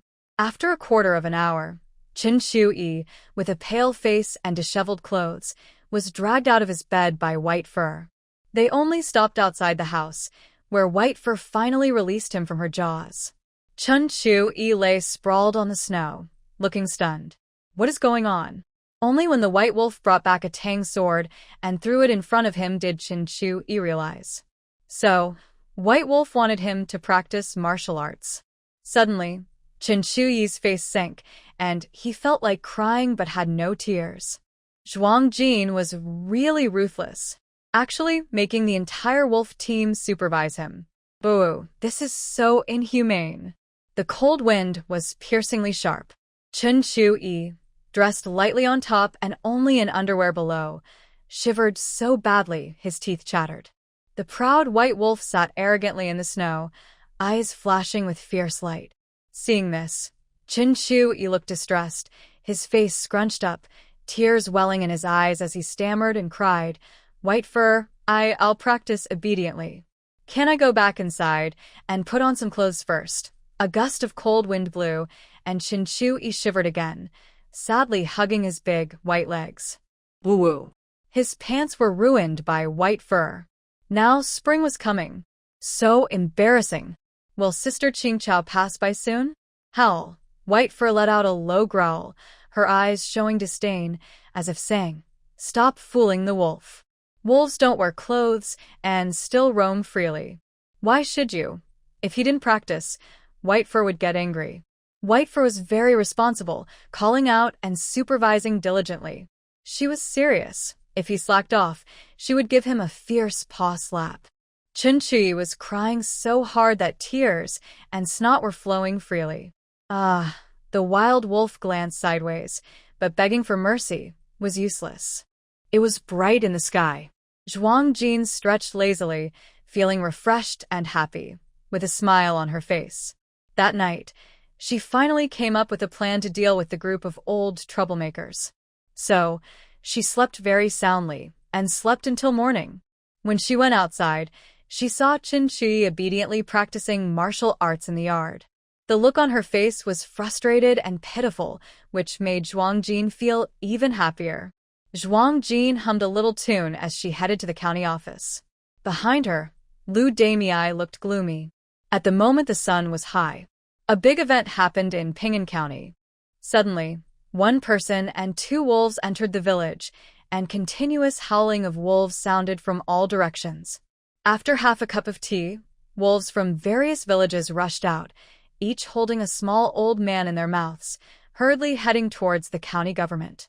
Behind them, a wolf rider rode along, laughing loudly and proudly in the cold wind. Hee hee. The village chief's idea is really good, the wolf rider's wild laughter echoed in the wind. In the freezing wind, the old men in the wolves' mouths looked terrified, tears and snot streaming down their faces. An hour later, Zhuang Jin, dressed in the official governor's uniform, sat upright inside the county hall. She smiled as she looked down at the group of old village heads who had been thrown in by the wolves and were trembling on the ground, scared out of their wits. Village heads, you are really hard to invite. Without my wolves, do you really not plan to come to the meeting? The old men below looked terrified, crying and waving their hands repeatedly. We dare not, we dare not. They felt humiliated, dragged to the meeting by wolves. This newly appointed governor, they couldn't afford to offend her. How is it? Seeing you all with such sad faces, are you unhappy with me, this woman? The old men forced a smile that was even uglier than crying. Your Excellency is a heroine among women. We all admire you. We are very convinced. Good. If you're convinced, then let's start the meeting. Currently, there are many refugees in the city. This matter is urgent. I hope each village can accommodate some refugees. After they enter the village, land should be replanned to ensure all villages treat the refugees equally and guarantee their basic needs. Zhuang Jin talked nonstop for a while, feeling thirsty. She picked up a cup of tea and took a sip, her phoenix eyes sweeping over the crowd in the hall. Everyone, what do you think? The hall was silent. The village heads shrank their necks, not saying yes or no. Lu Damei stood behind Zhuang Jin, her mouth twitching as she silently cursed her. Thinking to herself, Zhuang Jin, you're so intimidating. How could they dare to say anything? It's okay. I am a gentle and friendly person, not someone who is bossy. If anyone has opinions, they can speak freely. The old men shivered again, looking at me and then at each other. No one dared to speak against me. It's a joke. There are wolves and tigers watching nearby. What could they say? Friendly and approachable? Are you joking? They are really foolish to believe that. Everything depends on the master's decision. We have no objections. The little old men trembled and said. Zhuang Jin looked around. Good, everything is under control now. A bunch of old folks. If she doesn't use some tricks, they won't realize that Zhuang Jin is quite capable. Since everyone has no objections, let's proceed. Each village needs to take in some refugees. Lu Shubu will lead you to fill out the forms. Meeting dismissed. When Zhuang Jin announced the meeting was over, the old men suddenly relaxed. But the village chief's legs went weak, and they couldn't stand up. They looked sad and pounded their legs. Zhuang Jin raised her eyebrows. What? Do you still need my wolves to escort you back? As soon as she finished speaking, the old men shook their heads like rattle drums. "No, no need, my lady," they cried out and ran outside. Lu Damii touched her nose and followed behind the village chiefs. After everyone left, Zhuang Jin sniffed and felt there was a strange smell in the hall. She looked closely and saw several puddles of water on the ground. Did these old men get so scared they peed themselves? Zhuang Jin scorned and made a face, changed into official clothes, and headed back to the government office. It was still early, just past noon. The villagers were still outside porridge making, not back yet. Inside the office, only Qin Qi, who was diligently practicing martial arts, remained. No one disturbed her. Zhuang Jin went straight into her room and slipped into her space. Inside the space, the hill burned by old man Zhuang had grown new saplings. Nothing else had changed much. Zhuang Jin frowned. Her promotion to county magistrate didn't upgrade the space. Could it be that her previous promotion to village chief was just a coincidence? Sigh. She still didn't understand how to upgrade the space. She could only take one step at a time. After sighing, Zhuang Jin went to the small warehouse. Recently, old man Zhuang had been very obedient and hadn't caused trouble in the space. The orchard and rice fields were harvested on time. Now the warehouse was full of various grains, fruits, and vegetables. These could be used up easily, but since it's freezing outside and not the season for plants to grow, taking them out would attract attention. Many fruits and vegetables became cheap, filling the space with cattle and sheep, but they were so many that she couldn't eat them all. Zhuang Jin felt it was a waste. Fortunately, the military tents Qin Feng promised would arrive in a few days. Zhuang Jin planned to try turning the tents into a greenhouse vegetable garden. If it worked, the fruits and vegetables could be moved outside. This way, even if she shared some with others, it wouldn't attract too much attention. After checking the storage room, Zhuang Jin went to the 9th Tower Pagoda. The 4th floor still had the smelting manual in its original place. She flipped through a few pages but found the content too complicated and hard to understand. It seems professional work still needs to be done by experts. She decided to ask Uncle Neo and his son for help. Qin Feng agreed to let her use some of the ore. She planned to expand a smelting factory in Qinjia village to produce weapons in large quantities, especially tang swords. If a war really broke out, these weapons could be life-saving. Looking at the stored weapons on the 4th floor, Zhuang Jin knew that with a smelting manual, she could definitely make powerful weapons that could cut through iron easily. However, she wasn't sure if the manual had other hidden features. She thought it wouldn't be right to just give it to Uncle Neo without knowing more, so she decided to copy another copy by hand and send it to him. Thinking this, Zhuang Jin quickly returned to her room, took paper and ink, and started copying the book. But as she copied, she saw the scribbles on the white rice paper that looked like a dog's crawl. She sighed repeatedly, angrily threw down her brush, and left the room.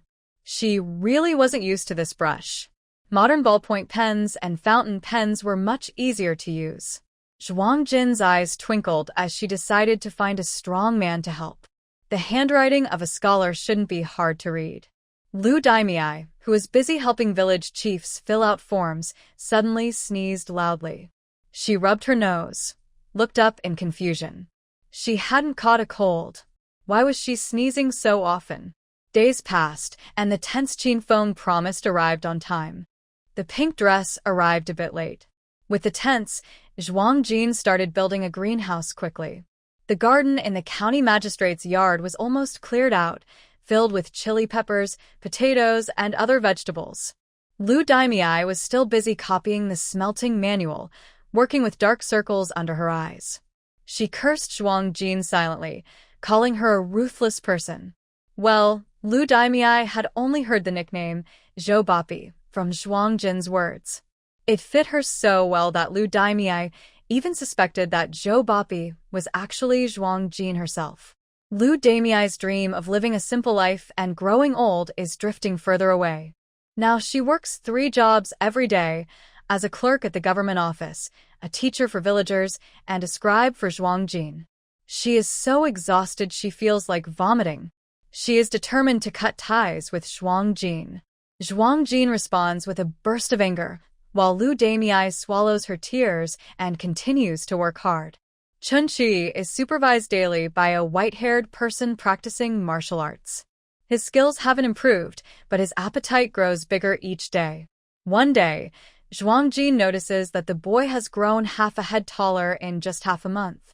One morning, after many experiments, Zhuang Jin finally sees the vegetables in the greenhouse thriving. He is very happy. Lu Damei, call the village heads from all villages for a meeting. Lu Damei's eyelids twitch. Another meeting? Do we really need to send wolves to invite them? Zhuang Jin squats in the greenhouse, not looking up. No need. I believe they will come on their own this time. Lu Damei's mouth twitches. Well, those old men should have learned their lesson. Sure enough, before noon, all the village heads arrive, not one missing. One even arrives on a stretcher, carried by villagers because he is sick. Zhuang Jin is dressed casually today, with some mud on his cuffs, sitting upright in the hall. The village heads below are so nervous they don't dare make a sound, lowering their eyebrows and shrinking their shoulders. Zhuang Jin's brow twitches slightly. Last time, he really scared those old men quite a bit. Looking at the elderly village chief with white hair and beard, struggling to breathe, Zhuang Jin feels a bit sympathetic. Cough, cough. Zhuang Jin clears his throat. Today, I called everyone here for good news. The hall falls silent. None of the village heads lift their eyes. Good news? This magistrate is lucky if he doesn't scold them. The old village chief's faces turn red. The last incident with the wild wolves still haunts their dreams. And the refugee resettlement work has kept them busy and anxious. Who in their village wants outsiders to come and share resources? These old folks have barely avoided being attacked by their own villagers. All of this is thanks to the current magistrate. They don't dare hope for any good news. Zhuang Jin looks embarrassed. This feeling of being questioned is really uncomfortable. Yes, so our magistrate has developed a new greenhouse planting method.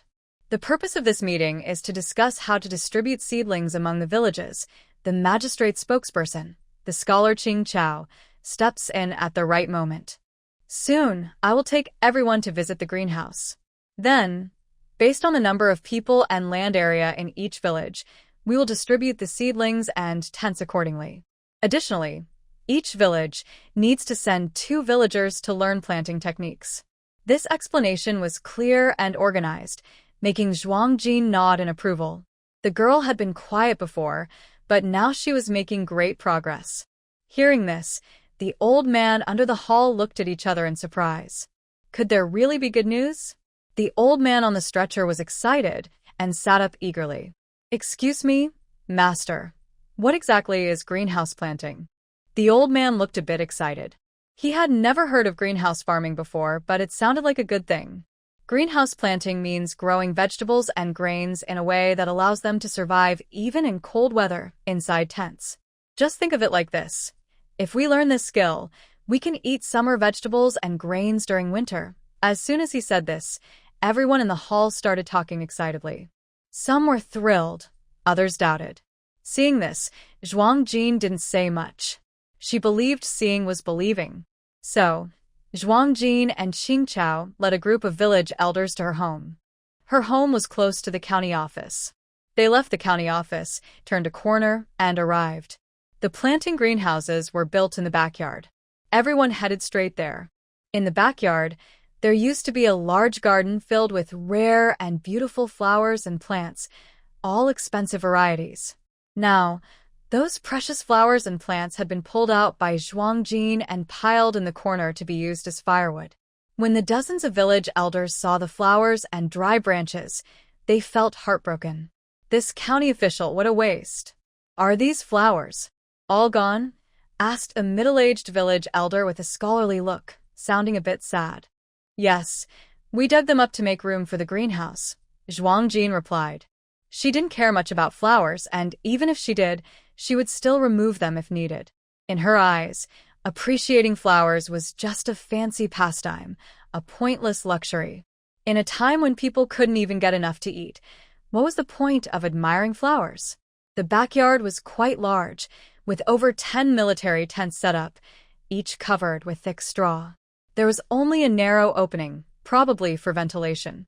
Inside the greenhouse, the temperature was warm and the light dim. Only the vent at the top let in some sunlight. The group entered with torches, and the scene inside was clear. They saw a lush green space, which stunned the village elders into silence. This is a small greenhouse of bok choy, growing happily, with tiny water droplets on the leaves. A group of old villagers watch with tears in their eyes. Wow, in my lifetime, I've finally seen some green. The old village chief on the stretcher struggles to get down, rushes into the vegetable garden, hugs the bok choy, kisses and nibbles on it, tears and snot streaming down his face with excitement.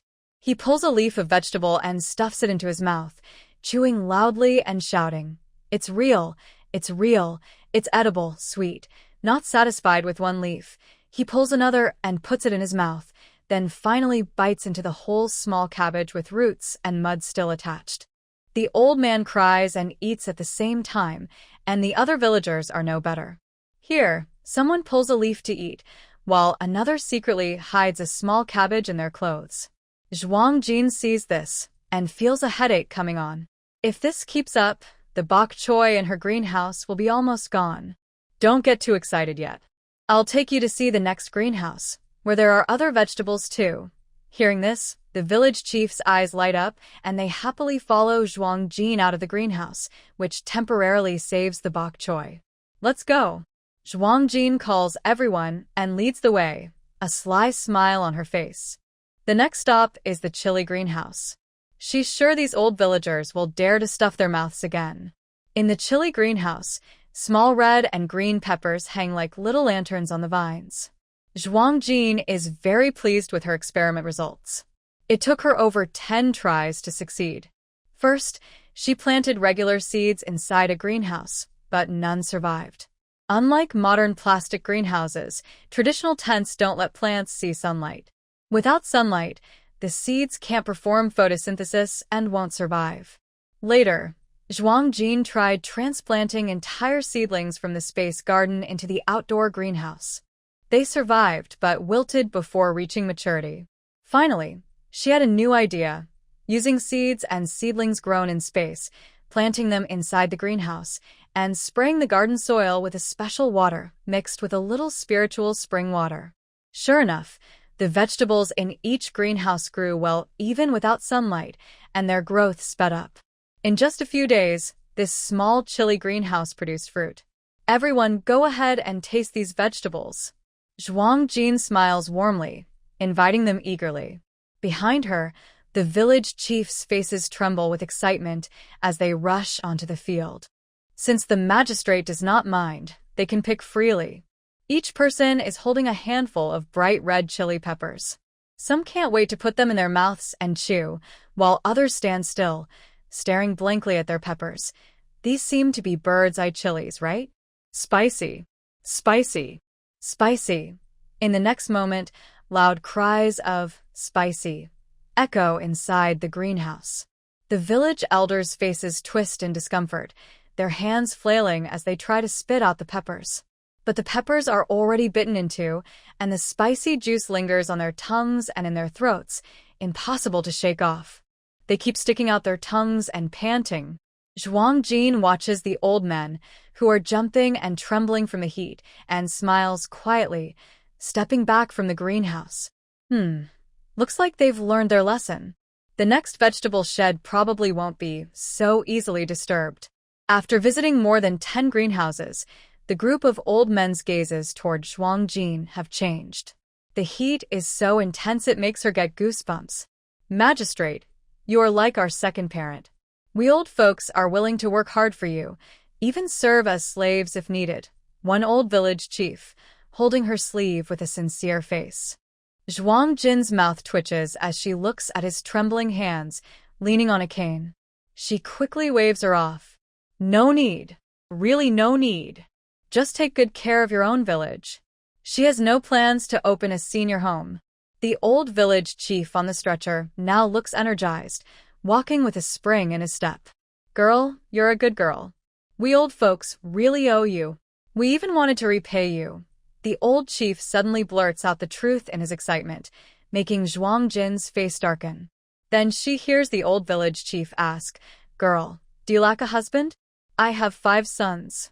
Pick any of them, and I'll give them to you." As soon as he finishes, the other village chiefs all glare at him sharply. This old man has stolen their words. "Sir, I also have a son. If you like him, I can send him over."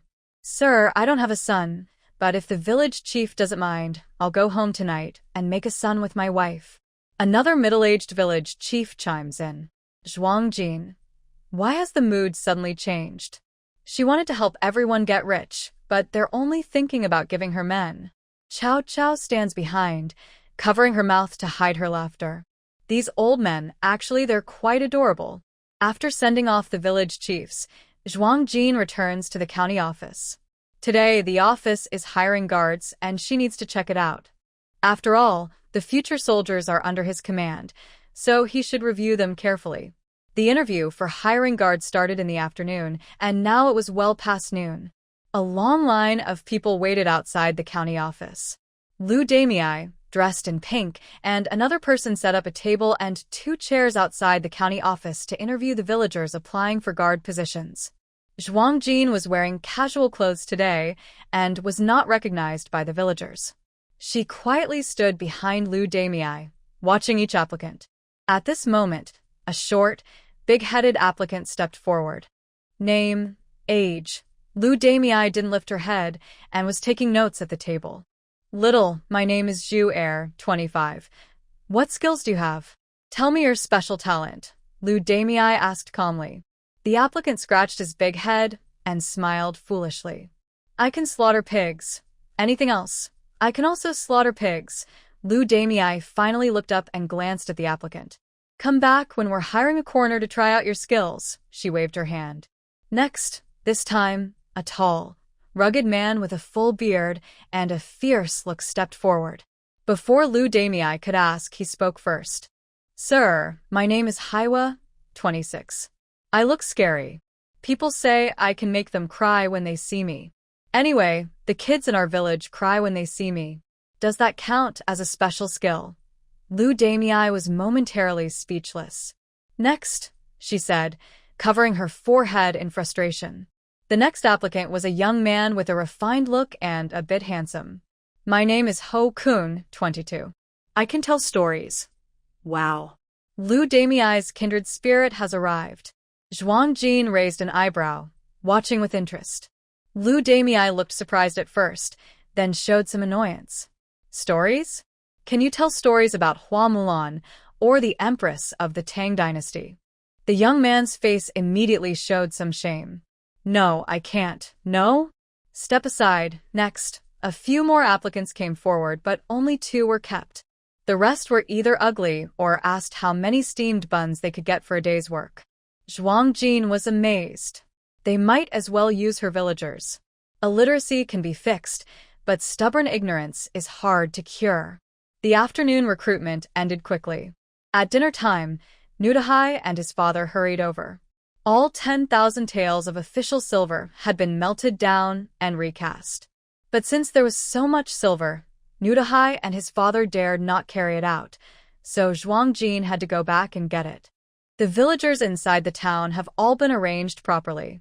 Among the 50 villagers who came out with Zhuang Jin to distribute porridge, more than half are willing to stay and continue living in the town to fill the gaps left by the guards.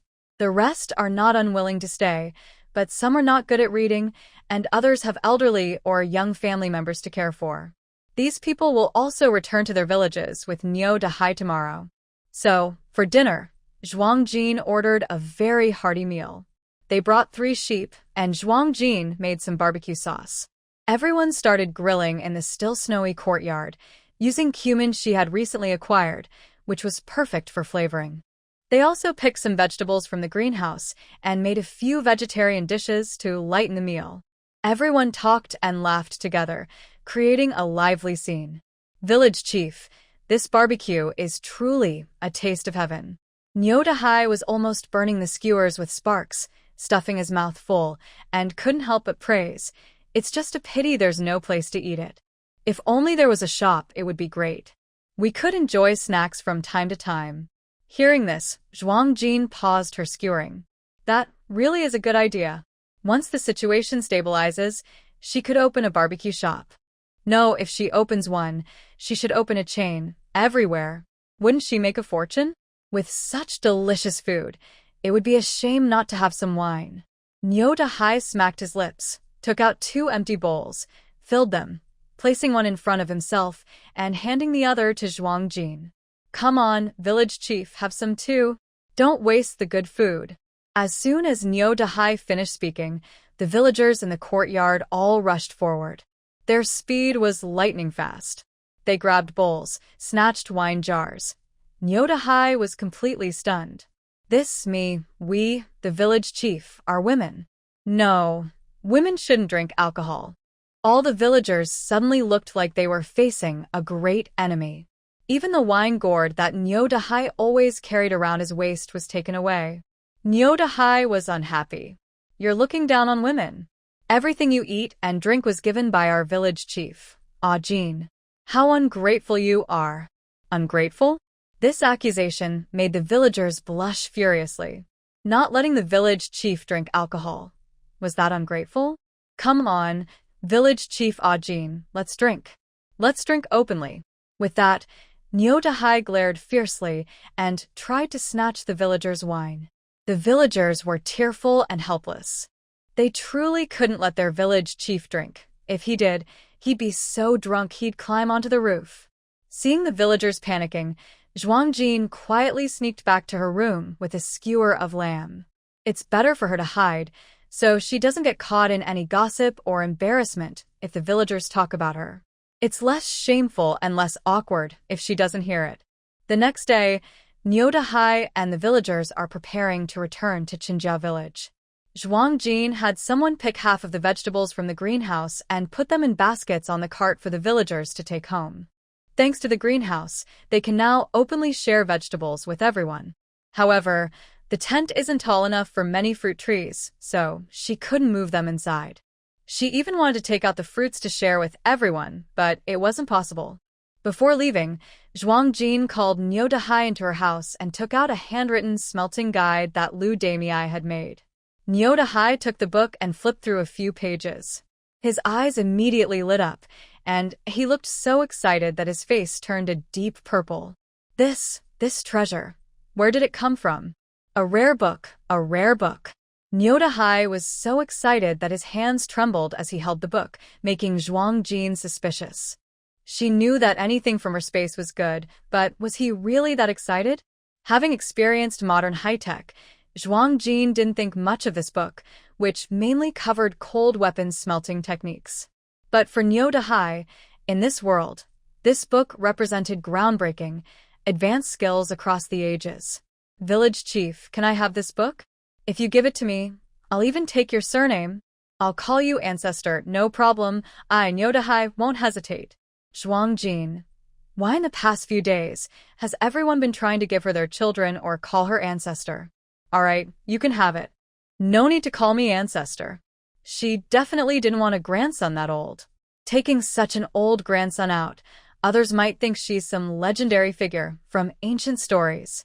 I'll give you this book, but people often don't appreciate what they get easily, so Zhuang Jin decided to be cautious. I plan to open a smelting factory in Qinjia village. I need you to select 20 villagers from there and teach them the techniques, including those in this smelting guide. Having more skills never hurts, and she also wanted to have a group of her own people. Although Niu Dahai now lives in Qinjia village, he is not originally from there. From his strange behavior toward Xing Luo, it seems he might not have been just an ordinary blacksmith before. It's hard to say whether he can always help her. She can't wait until the smelting factory opens and her master runs away, then close the factory. Niu Dahai was surprised. He didn't expect Zhuang Jin to have such simple demands. He's not someone who keeps skills to himself, so he readily agreed. No problem, I promise to teach everything I know. After Niu Dahai and the others left, Zhuang Jin hurried to the mine at Dashan Mountain. Since they need to make weapons, raw materials are essential. There are many types of ores, and she doesn't know which kind is needed for making weapons. She plans to just fill her space with ores when she arrives and let Nyodahai sort them out later. She rides her head wolf along the way, and after half an hour, they reach the foot of Dashan Mountain. The mountain is full of jagged rocks, steep paths, and snow that hasn't melted, making travel difficult. Fortunately, Zhuang Jin rides her head wolf. Otherwise, walking alone could take all day, and she might not reach the mine deep inside Dashan Mountain before nightfall, as Qin Feng described.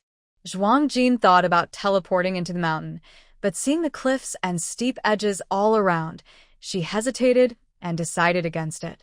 What if her teleport lands her on a dangerous ledge? Sigh. Better not risk her life. She and her wolf race through the deep mountains. In the vast, silent mountain range, the silence is almost frightening. No bestirpin, no insects buzzing. Even during the day, the eerie quiet makes her feel cold all over. Zhuang Jin rubbed her arms and lay on her head wolf's back, feeling the coldness ease a bit. Soon, they arrived at the entrance of the mine. Guards stood there, led by Deputy General Yang Xiuguang. He had never seen Zhuang Jin before but had heard Qin Feng mention her often. Seeing her with her wolf, he guessed she was the girl who made their prince's heart bloom like a flower in winter. He couldn't help but look more. The girl in front of him looked young, with clear, white skin and delicate features. Her eyes, like autumn water, sparkled with lively light. Her eyebrows were like new moons, her nose straight, with a rare kind of strength among ordinary women. She was truly stunning. More importantly, her brows and expressions carried a fresh, elegant, and noble air. It was amazing that such an outstanding girl could come from a poor mountain village. Yang Xiuguang was so captivated he stared blankly, lost in admiration. Zhuang Jin came down from the head wolf. "Hello, I am Zhuang Jin." No one responded. Zhuang Jin frowned slightly. "Is this person perhaps a fool?" Cough, cough. Zhuang Jin waved her hand in front of Yang Xiuguang. "Hello." Yang Xiuguang suddenly snapped out of his daze, looking a bit awkward. Miss Jin, I am Deputy General Yang Xiuguang. General Qin said that you can take the ore inside freely." Zhuang Jin was surprised. Take it freely? She looked strange. She and Qin Feng only agreed to take a small part. If she could really take whatever she wanted, then she wouldn't be polite anymore. "Yes, the Crown Prince and General Qin said so," Yang Xiuguang said honestly, scratching his head. His face was a little red. He was a rough man and not good at talking to women. A bright smile appeared on Zhuang Jin's face. "Then please thank the Crown Prince and General Qin for me." "You're welcome." "Miss Jin, do you need me to send soldiers to help you go into the mine and carry out the ore?" Yang Xiuguang asked enthusiastically. Zhuang Jin waved her hands quickly. "No need, no need. I'll go in myself. I just want to take a look first."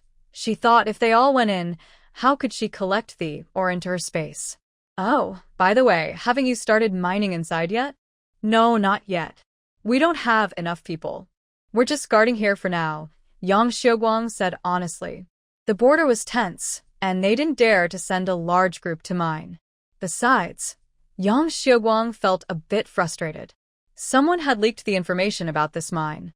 The authorities had sent people to take control of it. Once it was taken over, all their efforts would be wasted.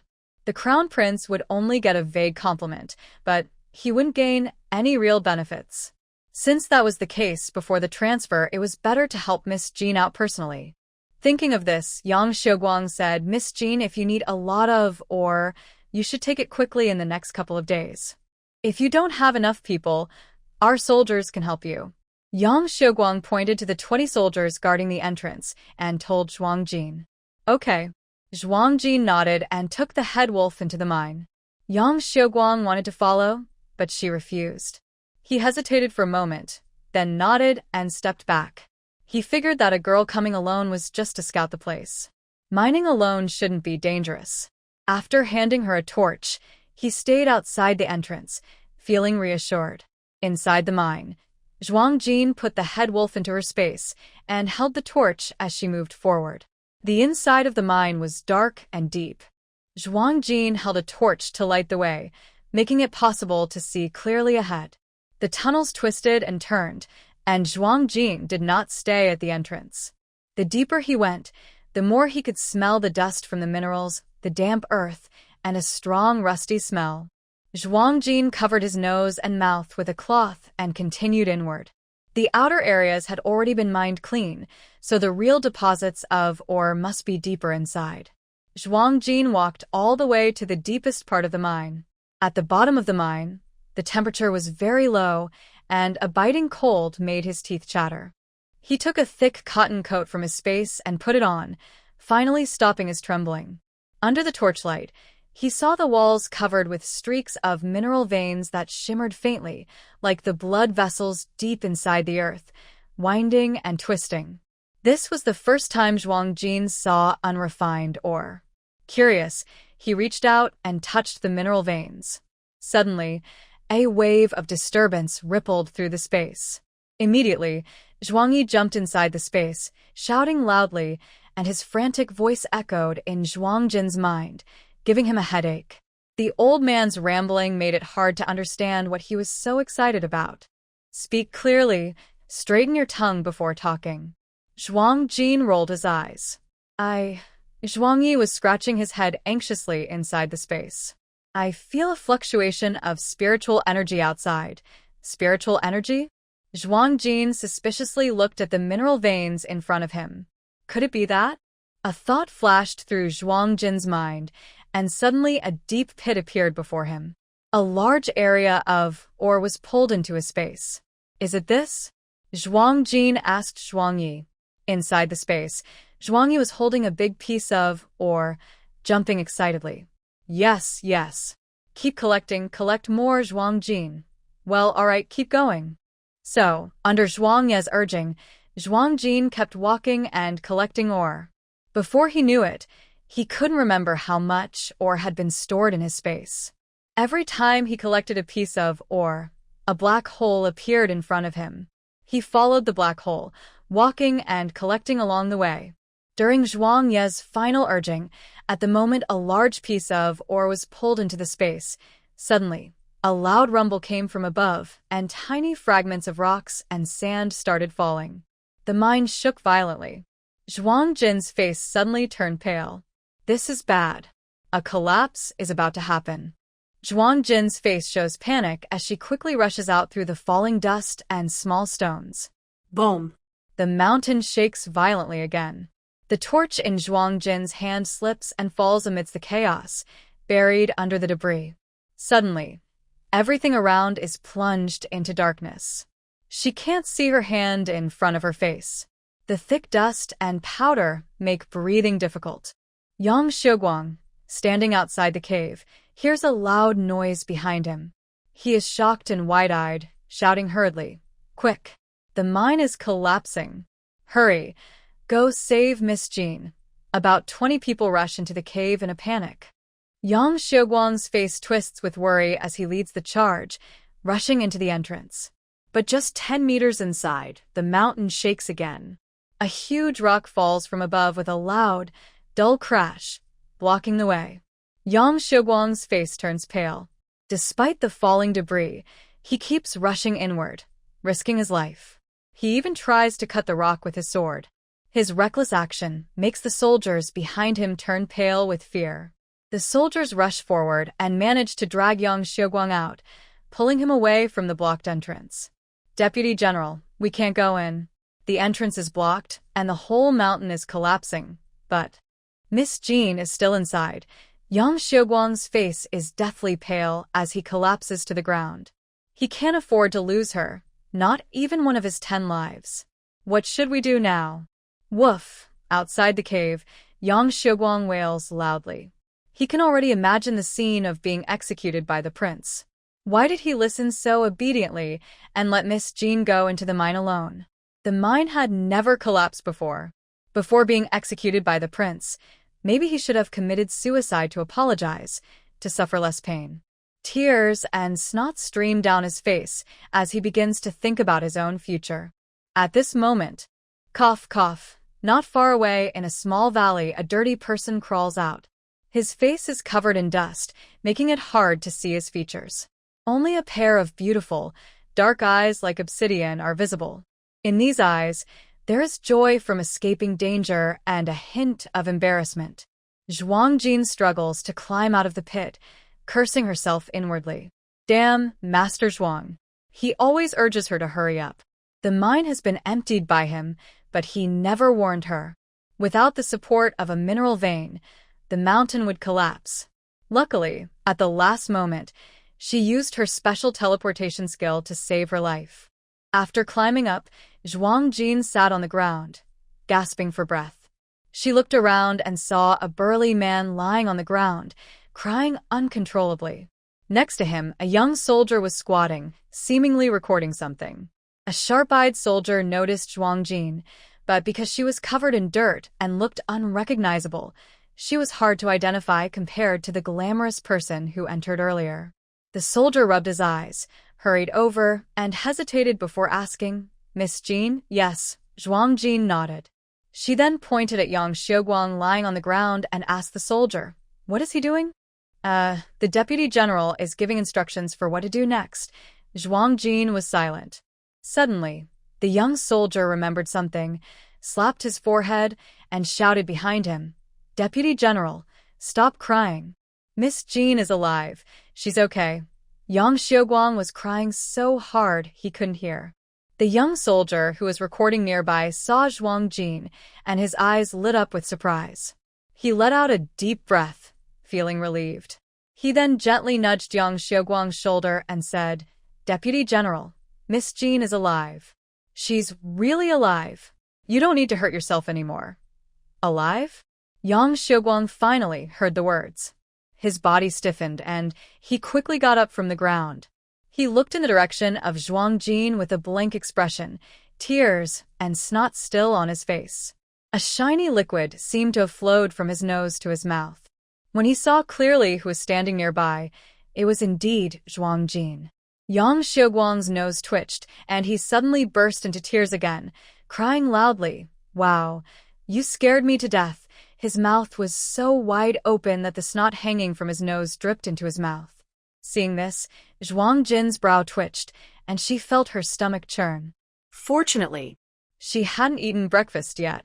As time passed, the noise inside the mine gradually quieted, and a large section of the mountain range visibly collapsed.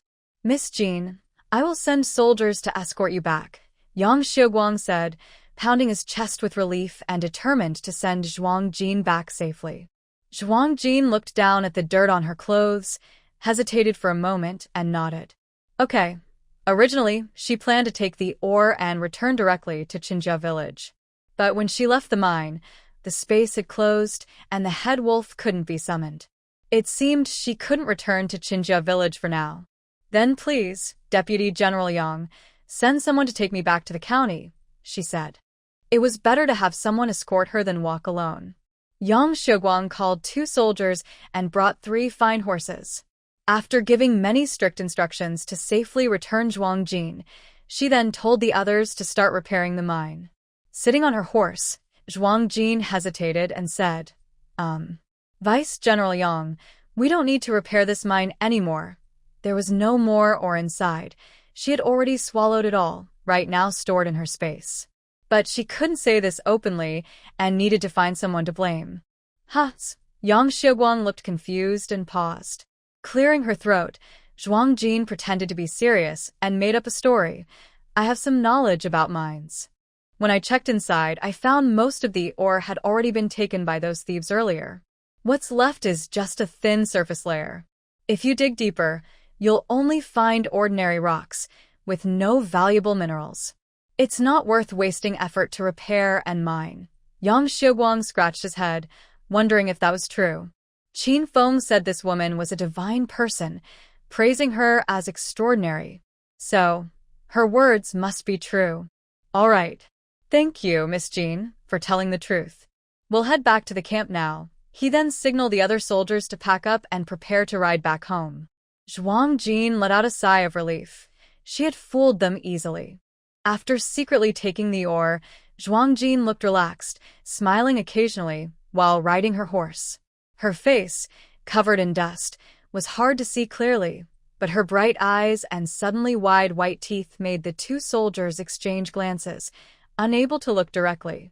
They were escorted back to her residence by two soldiers. The soldiers bowed to say goodbye. Zhuang Jin called out, "Wait, I just grew some fresh vegetables in my greenhouse. Take some back to the camp to let everyone try. Also, ask the Crown Prince and General Qin if they want to order some." She never forgot her business. She told the two soldiers to pick vegetables from the greenhouse. As they left, each side of the three horses carried large baskets filled with colorful vegetables. Even the saddle was tied with a few big radishes. The soldiers smiled broadly, showing their teeth. One soldier carefully hid a small bag of red chili peppers in his pocket. Such rare things in cold weather, he wanted to keep them safe. After seeing off the soldiers, Zhuang Jin hurried into the kitchen to boil water for a hot bath. Since she had just moved into the residence, she hadn't hired a maid yet, so she had to do everything herself. In this world, taking a hot bath was quite complicated.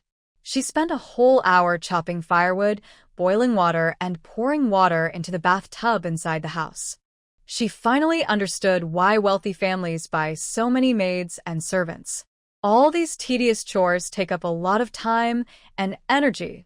While soaking in the warm bath, Zhuang Jin sighed, thinking how modern facilities are better. There's a big bed with a mattress, an automatic shower, and electric kitchen appliances. But here, those are just dreams. Sigh. It seems that when she returns to the village and gets some silver, she'll have to buy a few servants and maids at the pawn shop. After boiling water and taking her bath, the sky outside was getting dark. The villagers, dressed in official uniforms, returned with proud smiles on their faces. Seeing this, Zhuang Jin immediately frowned. "What are you showing off for? Go cook dinner." She hadn't eaten all day and was feeling very hungry. These useless men, just proud of being minor officials. What about her as a county magistrate? Wouldn't she be even more proud? Hearing her shout, the men, who had been showing off earlier, immediately looked down and hurried into the kitchen. Some even went into the greenhouse to pick vegetables. Chao Qing and Finny covered their mouths to laugh and approached her. "Miss, your hair isn't dry yet. You should go inside quickly. We'll go to the kitchen to cook later." "No need, let them do it. You too, I have other plans." Zhuang Jin waved her hand and led Chao Qing and Fun Yi into the house. When Fun Yi arrived, she hadn't yet learned the multiplication table from Zhuang Jin. She took the opportunity while the villagers were cooking to teach them. Inside the house, Fun Yi held a piece of paper, looking excited. "Miss, your method is so strange. It's way faster than using an abacus. 1 times 1 is 1. 1 times 2 is 2. Up to 99 times 99 equals 8,101. Wow. Miss, how did you come up with such an amazing method? It's incredible." She pushed the abacus on the table aside with disdain. "With this multiplication table, I won't need the abacus anymore." Zhuang Jin, Chao Qing, "Miss, your self-created method is truly impressive. If you teach it at the school, you'll become the teacher of all students in the world." Zhuang Jin felt a bit embarrassed by the praise. "It's, something I learned from others." "Miss, you're so modest. I've never seen or heard of this multiplication table before. If it existed, everyone would have known about it long ago." Chao Qing and Fanny thought she was just being humble and didn't believe it at all. Zhuang Jin wanted to explain again, but at that moment, the door was knocked on. It was Chun Chi outside calling for dinner. More than 20 people sat around 3 large tables. Luckily, the dining hall of this mansion was big enough. However, looking at the food on the table, Zhuang Jin hesitated to pick up her chopsticks. The presentation of the dishes was really hard to describe. The bok choy had no roots, the potatoes weren't peeled, and the green beans weren't cooked properly. Undercooked green beans can be toxic. Who is so careless to do that? Zhuang Jin took a deep breath and looked at other dishes. There was a plate of mushroom chicken stew. But, oh no! The chicken feathers hadn't been fully plucked. Zhuang Jin's face darkened. Finally, her chopstick stopped at a dish on the edge, which looked somewhat edible.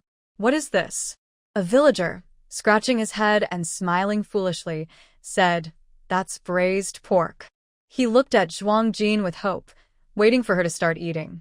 Zhuang Jin stared at the braised pork, hesitating for a long time before picking the smallest piece and putting it in her mouth. Ugh. It was enough to make her wish she had never eaten salt. Her mouth twitched as she silently put down her chopsticks. Forget it. This table of terrible food was more than she could handle. Looking at the others, they also looked uncomfortable, holding their chopsticks awkwardly in midair. Zhuang Jin rubbed her forehead. Who is cooking today? Her expression was calm, showing no emotion, as if she was just chatting casually. Since arriving in the county town, everyone took turns cooking to be fair. After eating so many days of these meals, Zhuang Jin finally felt this was shocking. As she finished speaking, 3 young men nervously stepped forward. They were all around 17 or 18 years old. The tall, thin one was Chen Bin, the one who just enthusiastically introduced the braised pork. The short, chubby one was Chen Wu, and the dark-skinned one was Chen Jun. From now on, you're not allowed in the kitchen. Your only job is chopping firewood inside the mansion. Zhuang Jin said weakly. The dishes will be taken away, especially that green bean dish. Remember, undercooked green beans are toxic.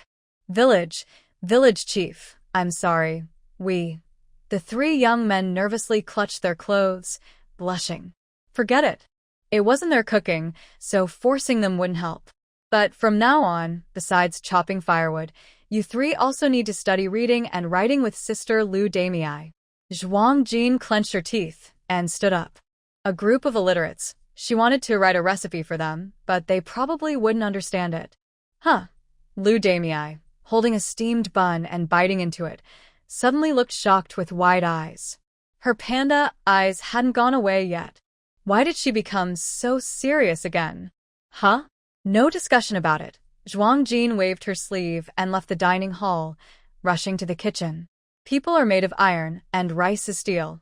Miss a meal, and you'll feel hungry. She hadn't eaten for 3 meals. At this moment, her eyes were almost sparkling. In the kitchen, Qing Chao was helping out. The 2 of them made a few bowls of shredded mee noodles and ate them casually. Only then did Zhuang Jin feel a bit stronger. As for the others, let them handle it themselves.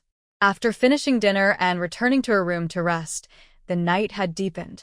Outside, it was still freezing with snow, but inside, there was a warm charcoal fire.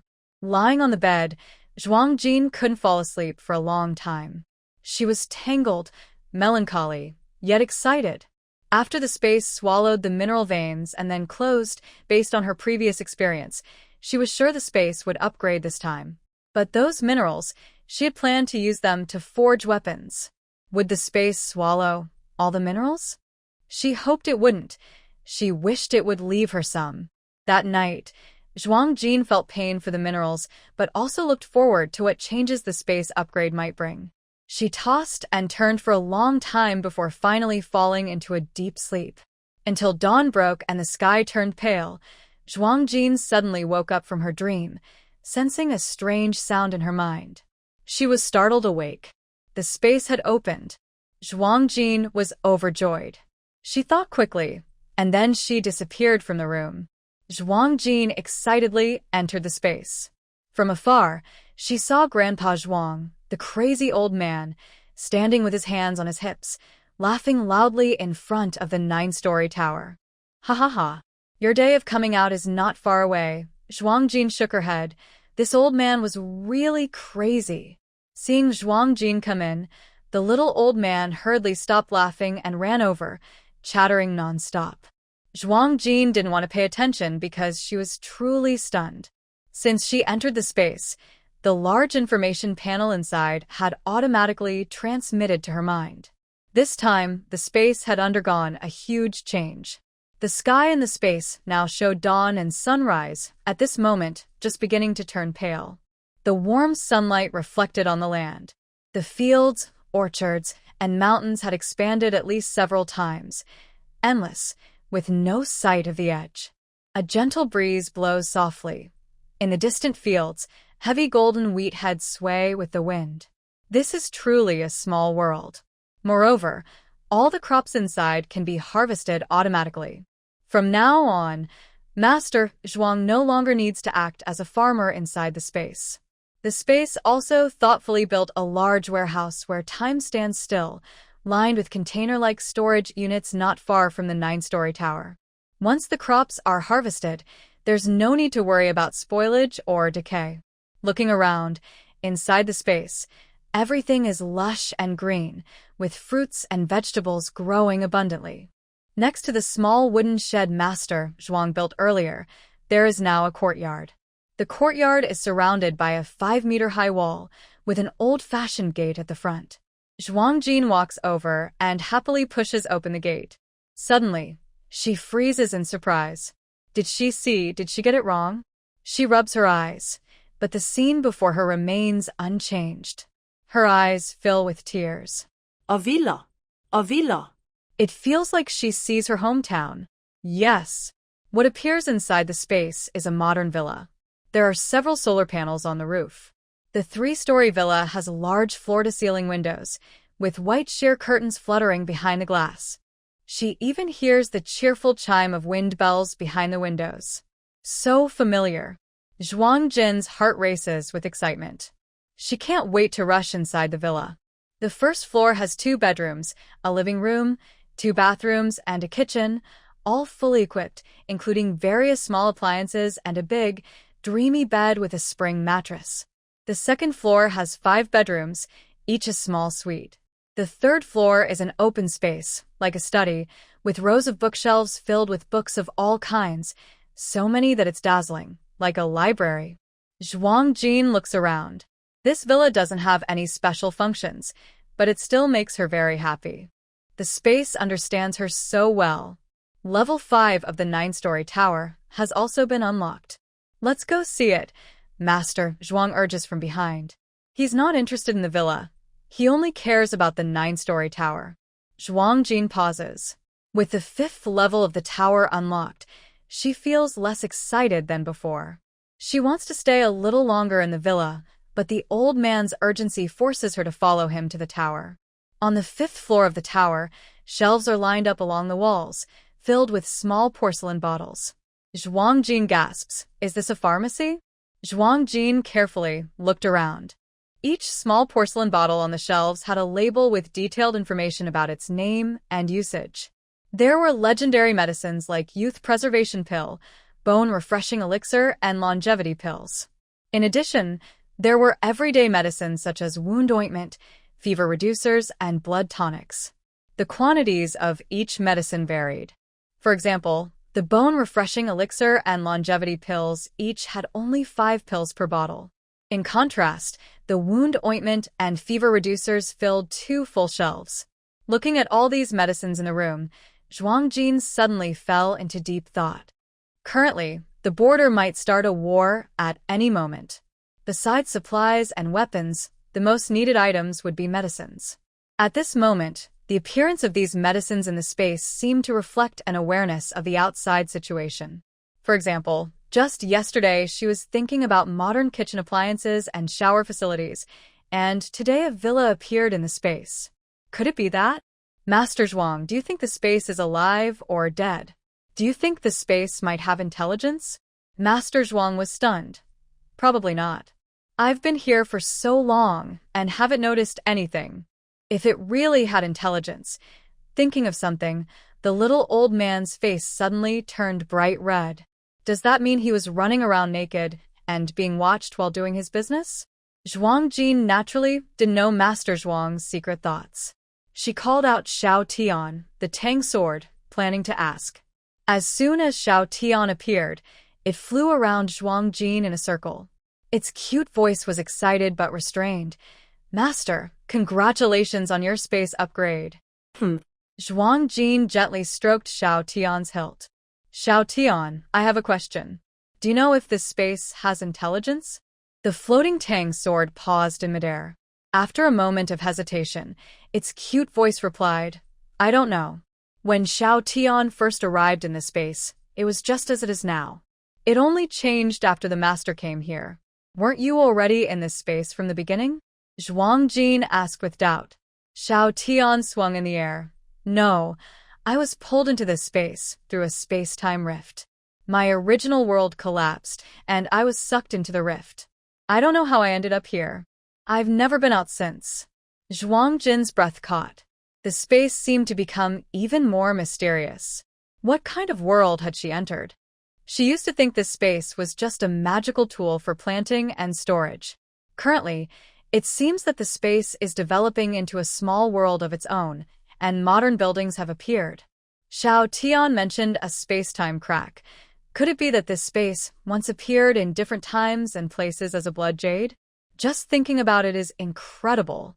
I wonder what this space will look like once it and the 9-story tower are fully upgraded. Zhuang Jin couldn't help but feel curious.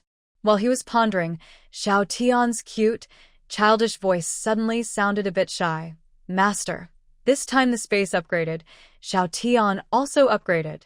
Xiao Tian upgraded? Can Tang Dao also upgrade? Zhuang Jin's expression froze in surprise. He widened his eyes in astonishment. How did it upgrade? Zhuang Yi rolled his eyes and explained. He is a spirit tool. At certain times, if he gets the right opportunity, he can change form. Change form? Zhuang Jin looked excited. Xiao Tian, are you saying you can become human? Yes. Tang Dao trembled slightly in the air. In fact, the upgrade of Xiao Tian isn't just because of the space. It mainly depends on the ores the master has stored in the space. Ores can be refined into materials for making weapons, so naturally, Xiao Tian as Tang Dao's spirit has benefited a lot. It's really a lucky coincidence. Then hurry up and change form. Let me see. Today's surprises are simply too many. Zhuang Jin felt overwhelmed by wave after wave of surprises. Please, master, don't laugh at Xiao Tian. The cute, childish voice added shyly. Zhuang Jin waved his hands quickly. No, I won't.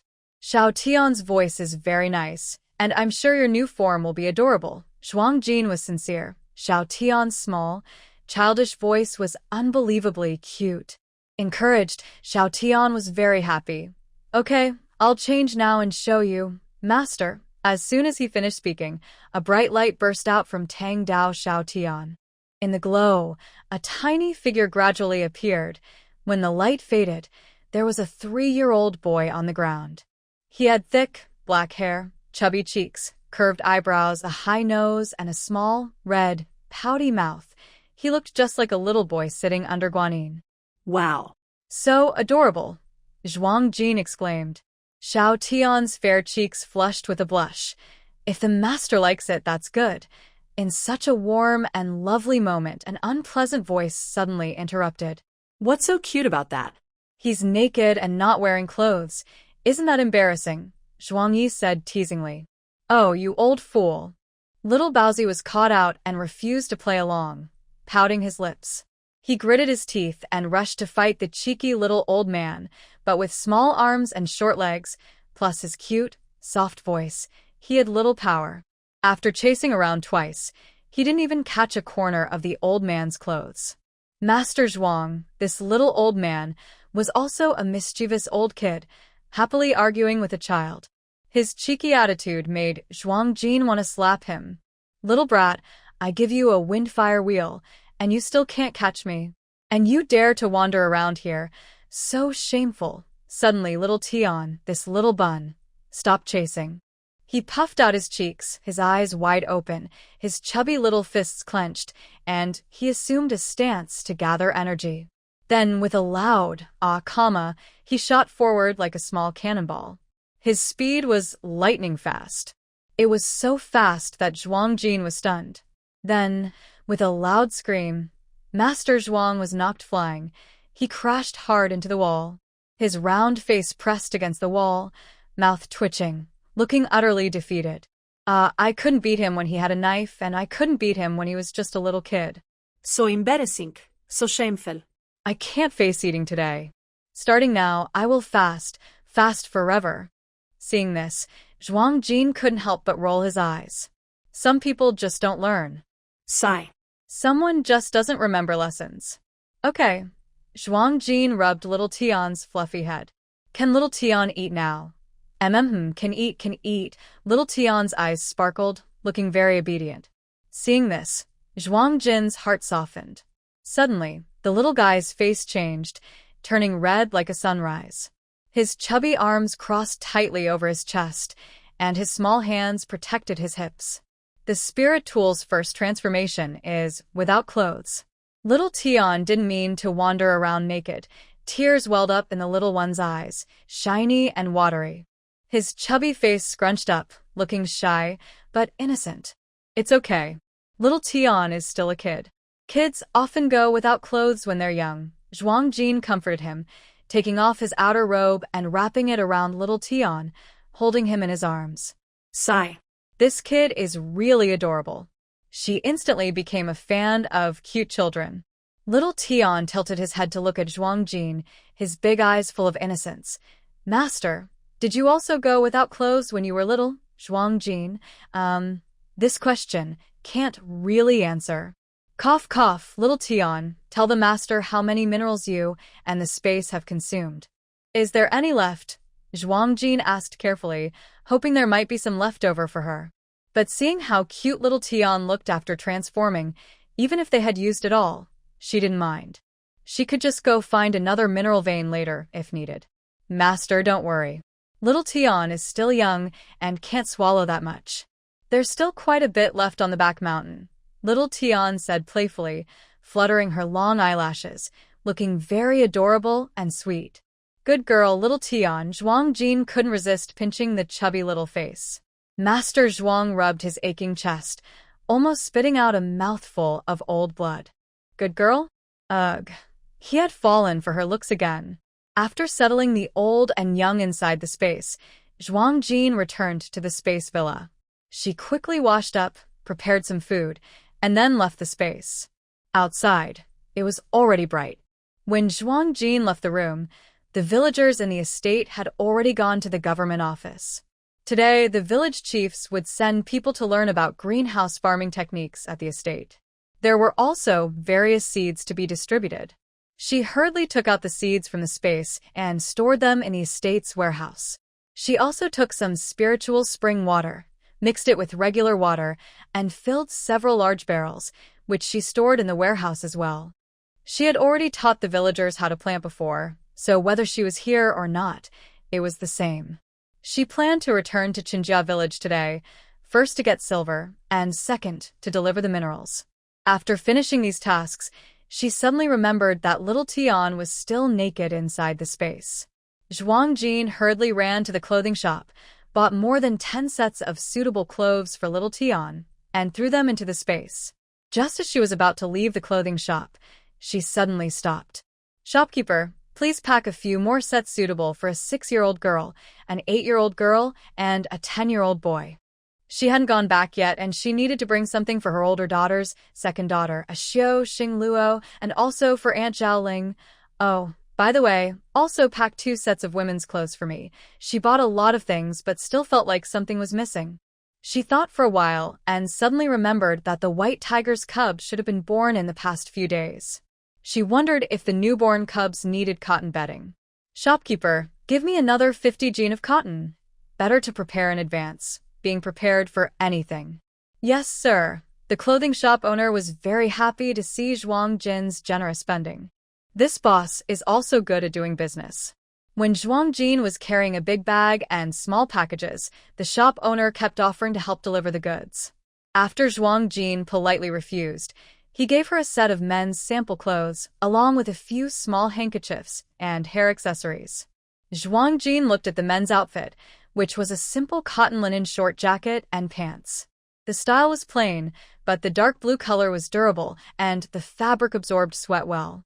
Fortunately, her son's pants were torn by white fur, and this set was the right size for that mischievous boy. It was good for practicing martial arts, and she considered it a good deal for him. After leaving the clothing shop, Zhuang Jin found a quiet spot, stored the clothes in her space, and called out to the wolf to head toward Qinjia village.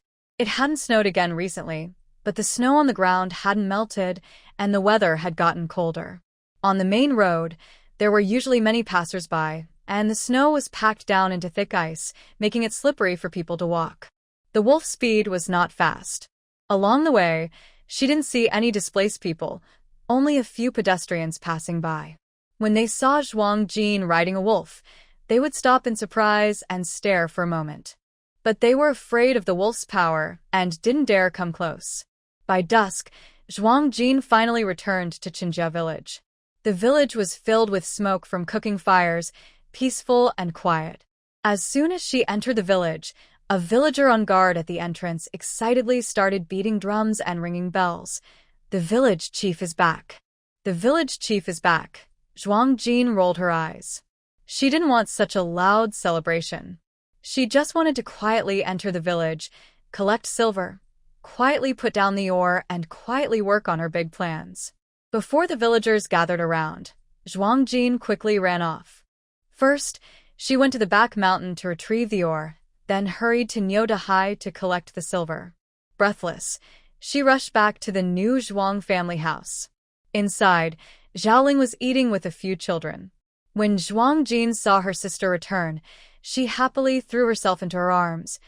"Ah, sister," her words were still a bit jumbled. The little ones looked at her with admiration. "Big sister, eat, eat." "Okay." Zhuang Jin pinched Xiao Zhuang's small hand. Good. She's gaining weight." Xiao Zhuang tilted her head and hugged Zhuang Jin tightly, refusing to let go. "Ah, Jin hasn't eaten yet, right? Sit down quickly. The food is still hot. Auntie will bring you bowls and chopsticks," Xiaoling said warmly, inviting Zhuang Jin, then got up to go to the kitchen. She subtly exchanged a glance with the twin girls, Dia and Arya. These twins are not usually close to Zhuang Jin. This time, after receiving a hint from their mother, Xiaoling, they hesitated for a moment before approaching and calling her sister in a teasing way. Only little star Luo sat quietly at the table, eating small bites of food. Zhuang Jin sat down. Halfway through her meal, Xiaoling tentatively spoke. "Ah, Jin, I heard you became a county magistrate. Is that true?" "Yes." Zhuang Jin nodded openly. She didn't hide it. Everyone in the village knew when she returned, so there was no need to keep it secret. Xiaoling looked hesitant, several times putting down her chopsticks, as if she wanted to say something but stopped herself. Seeing this, Zhuang Jin lowered her eyes and asked, "Annie, do you have something to say?" "Just tell me." Xiaoling looked a bit embarrassed. After a moment of hesitation, she asked vaguely, "I heard your house in the county town is very big. Do you live alone? Isn't it too lonely?" Xiaoling's tone was a bit cautious, and Zhuang Jin immediately sensed there was more behind her words. She pretended not to notice and replied calmly, "It's okay. Some villagers who work as officials in the county government still live there, so it's quite lively." She continued eating.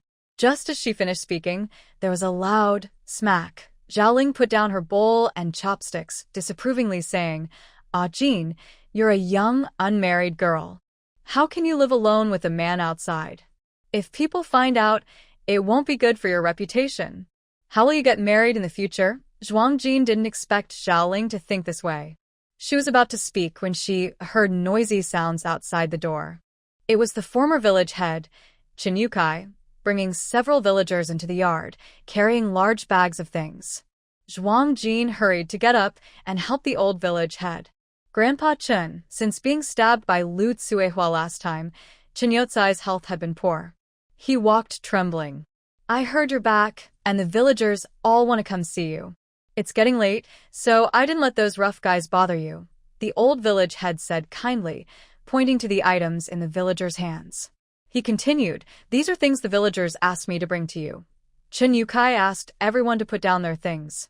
After greeting Zhuang Jin, the villagers left one by one. There were several baskets on the ground, filled with eggs, grains, meat, and homemade pickled vegetables. Zhuang Jin smiled and said, "I don't need anything here. But since it's everyone's kindness, I won't refuse." The villagers are simple and honest. They do not accept gifts, as doing so might make others feel uncomfortable. When Xiaoling saw there was an outsider, she didn't continue the previous topic. She knew the old village chief would have something to discuss with Zhuang Jin, so after greeting him, she took a few children to the inner room. After Xiaoling left, Old village chief Chen Yukai sat down with a serious look, clearly having something important to say. Zhuang Jin was surprised. The old man had never been so hesitant before. Grandpa Chen, has something happened in the village? Chen Yukai took a deep puff of dry tobacco and sighed heavily. It's Xingwang. Something has happened to him. Zhuang Jin's eyes widened suddenly. She didn't bring Chen Xingwang to the county when she took office because Xingwang's family still had a father who was half paralyzed and needed care. She didn't expect that leaving him in the village would lead to trouble. What happened? Chen Yukai took another deep puff, his face tightening with worry. Xingwang's father fell into a dry well. Zhuang Jin's heart sank. Chen Xingwang's mother, Aunt Chen, was recently murdered by Li Jia village. Now, Uncle Chen had fallen into the well. What about Xingwang? When they found him, he was already gone. He had climbed into the dry well, leaving deep marks on the ground. That old man had lived half his life, but he couldn't handle it anymore. Sigh. I understand that old man's feelings. He probably didn't want to burden his son, but this caused Xingwang to lose two close family members at once. That boy. Hearing this, Zhuang Jin felt a slight heaviness in her chest. She had come back hoping to try the medicine from the 9th-tier tower pharmacy, combined with spiritual spring water, to see if she could cure Uncle Chen's illness. But she was too late. Then, how is Xingwang now? Chen Yukai sighed again heavily. He's like a living dead. He hasn't eaten or drunk for days. He's barely hanging on now. Zhuang Jin's heart ached slightly. I'll go see him soon. Yes, go take a look. Maybe that boy will listen to you. They stopped discussing the matter and continued talking for a while. Zhuang Jin also told Chen Yukai about her plan to set up a smelting factory in the village. After a quarter of an hour, she saw old village chief Chen Yukai off and then went straight to Chen Xingwang's house. Chen Xingwang's house is next to the old Zhuang family residence. Since Lu Cuihua betrayed the Zhuang family village, the old Zhuang house has become an empty home. At this moment, the house was dark and silent, with no lights inside. Chen Xingwang's courtyard had no lights on. I don't know if it was my imagination or some other reason, but I felt that the entire yard exuded a decaying smell, quiet and oppressive. I never asked Chen Xingwang about what happened to old lady Zhuang, Zhuang Dazhu, or Zhuang Xiaobao, and Chen Xingwang himself. If I chose not to ask, then I simply wouldn't. Whether they leave or are killed doesn't matter. For Zhuang Jin, their lives are less important than understanding Chen Xingwang's inner struggles. The courtyard gate creaked open with a dull sound, sounding very lonely in the silent night. Zhuang Jin took out a fire stick to light a match and walked inside with a faint glow. In the firelight, she saw a person lying on the bed faintly. The room was cold, with no heat, and even the person on the bed was breathing weakly. Zhuang Jin sighed and lit an oil lamp. The room suddenly brightened. She looked back at the person on the bed, and her eyelids twitched wildly. She hadn't seen Chen Xingwang for a few days. He looked very thin, just a bit more than a skeleton, with dull, wide-open eyes that were bloodshot. If her chest hadn't still been moving slightly, she would have thought she was looking at a mummified corpse. Are you torturing yourself?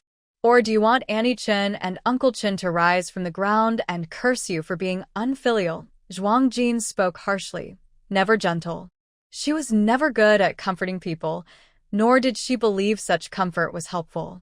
People, when pain reaches its limit, there are only two endings. One is to give up and wait for death. The other is to turn sorrow into strength and become stronger. Right now, Chen Xingwang had chosen the first. In her eyes, that was the act of a weak person. Maybe Uncle Chen's way of loving you isn't right, but now that things have come to this, torturing yourself like this only prevents them from resting in peace even after death. What else can you gain? Do you know that the Northern D army is already approaching the border? If everyone acted like you, wouldn't the common people of Mabe die in large numbers before the enemy even uses their swords? In these years of famine, the people couldn't fill their stomachs, lacked clothing, and even ate their companions' bodies to survive. You've heard and seen all this.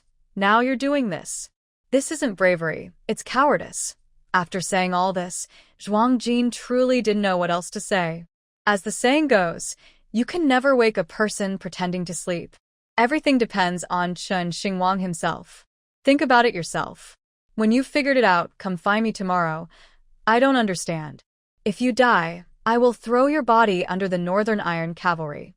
Even if the people of Qin Village have to die, they won't die shamefully. After leaving a water pouch mixed with spiritual spring water and a few meat buns, Zhuang Jin left Qin Xingwang's house. Outside, the bright moon hangs high, and the stars twinkle, a rare good night lately. Zhuang Jin turned back and gently closed the door of Qin Xingwang's house, about to head back. Suddenly, he heard faint, scratching sounds coming from the neighboring Zhuang family's old house. Zhuang Jin's expression darkened as he listened carefully.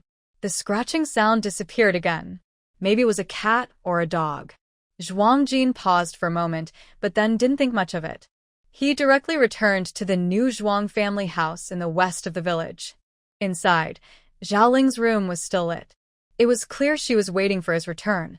Since she was waiting, it wouldn't be polite not to say hello. Zhuang Jin hesitated for a moment, but then headed toward Xiaoling's room. "Auntie, are you still awake?" Zhuang Jin quietly asked from outside the window. If she didn't respond, he planned to go back to his own room. But just as he finished speaking, the door suddenly opened from inside. Xiaoling was dressed neatly, her hair perfectly arranged, without a single strand out of place. It was already midnight, and she had clearly been sitting by the window waiting for a long time. Zhuang Jin felt a headache coming on.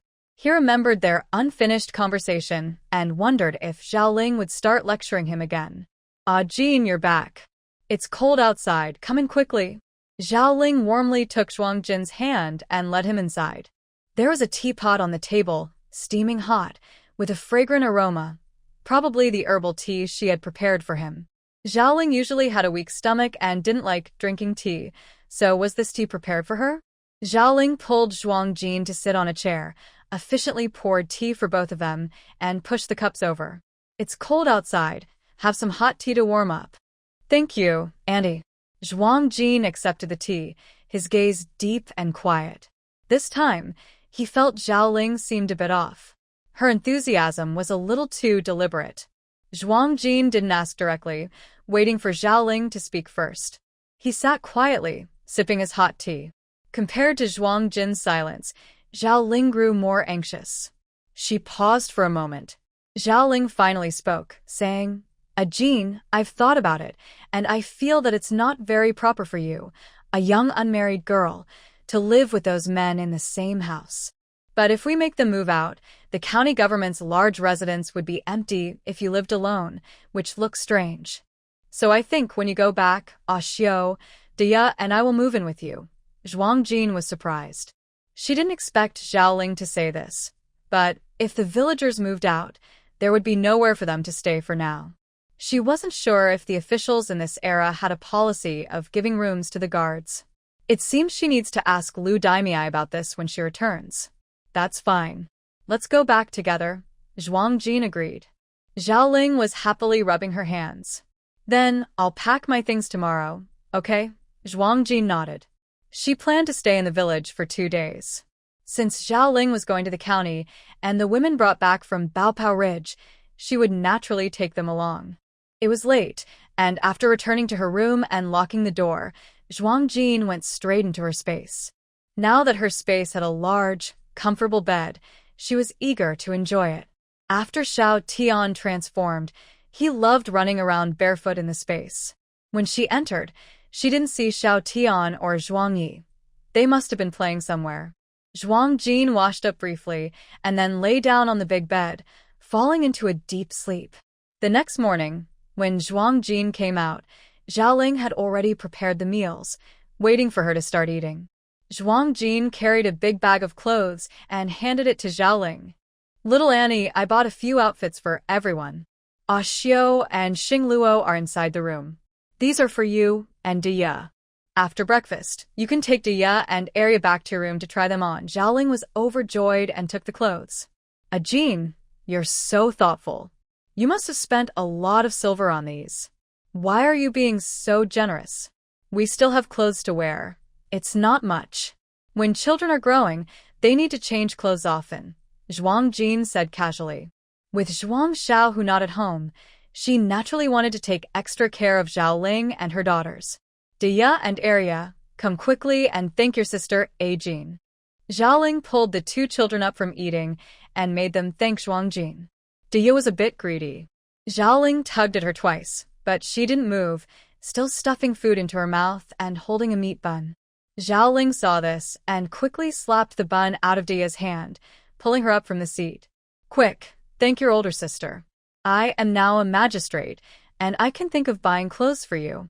You should feel proud and grateful. Hearing this, Zhuang Jin's face briefly turned cold.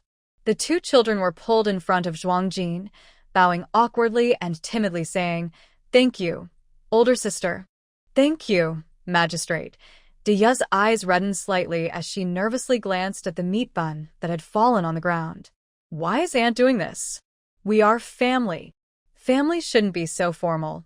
Zhuang Jin frowned, pulling Dia back and placing a bun in the child's hand again. Dia dared not take it. She looked at Zhao Ling until she saw her mother nod, then carefully accepted the bun. Zhao Ling smiled warmly. Now that Ah Jin's status is different, you can't let these two children be disrespectful in front of you. We need to set some rules. Zhao Ling's deliberate flattery made Zhuang Jin feel a bit uncomfortable. In the past, everyone got along naturally without so many rules and formalities.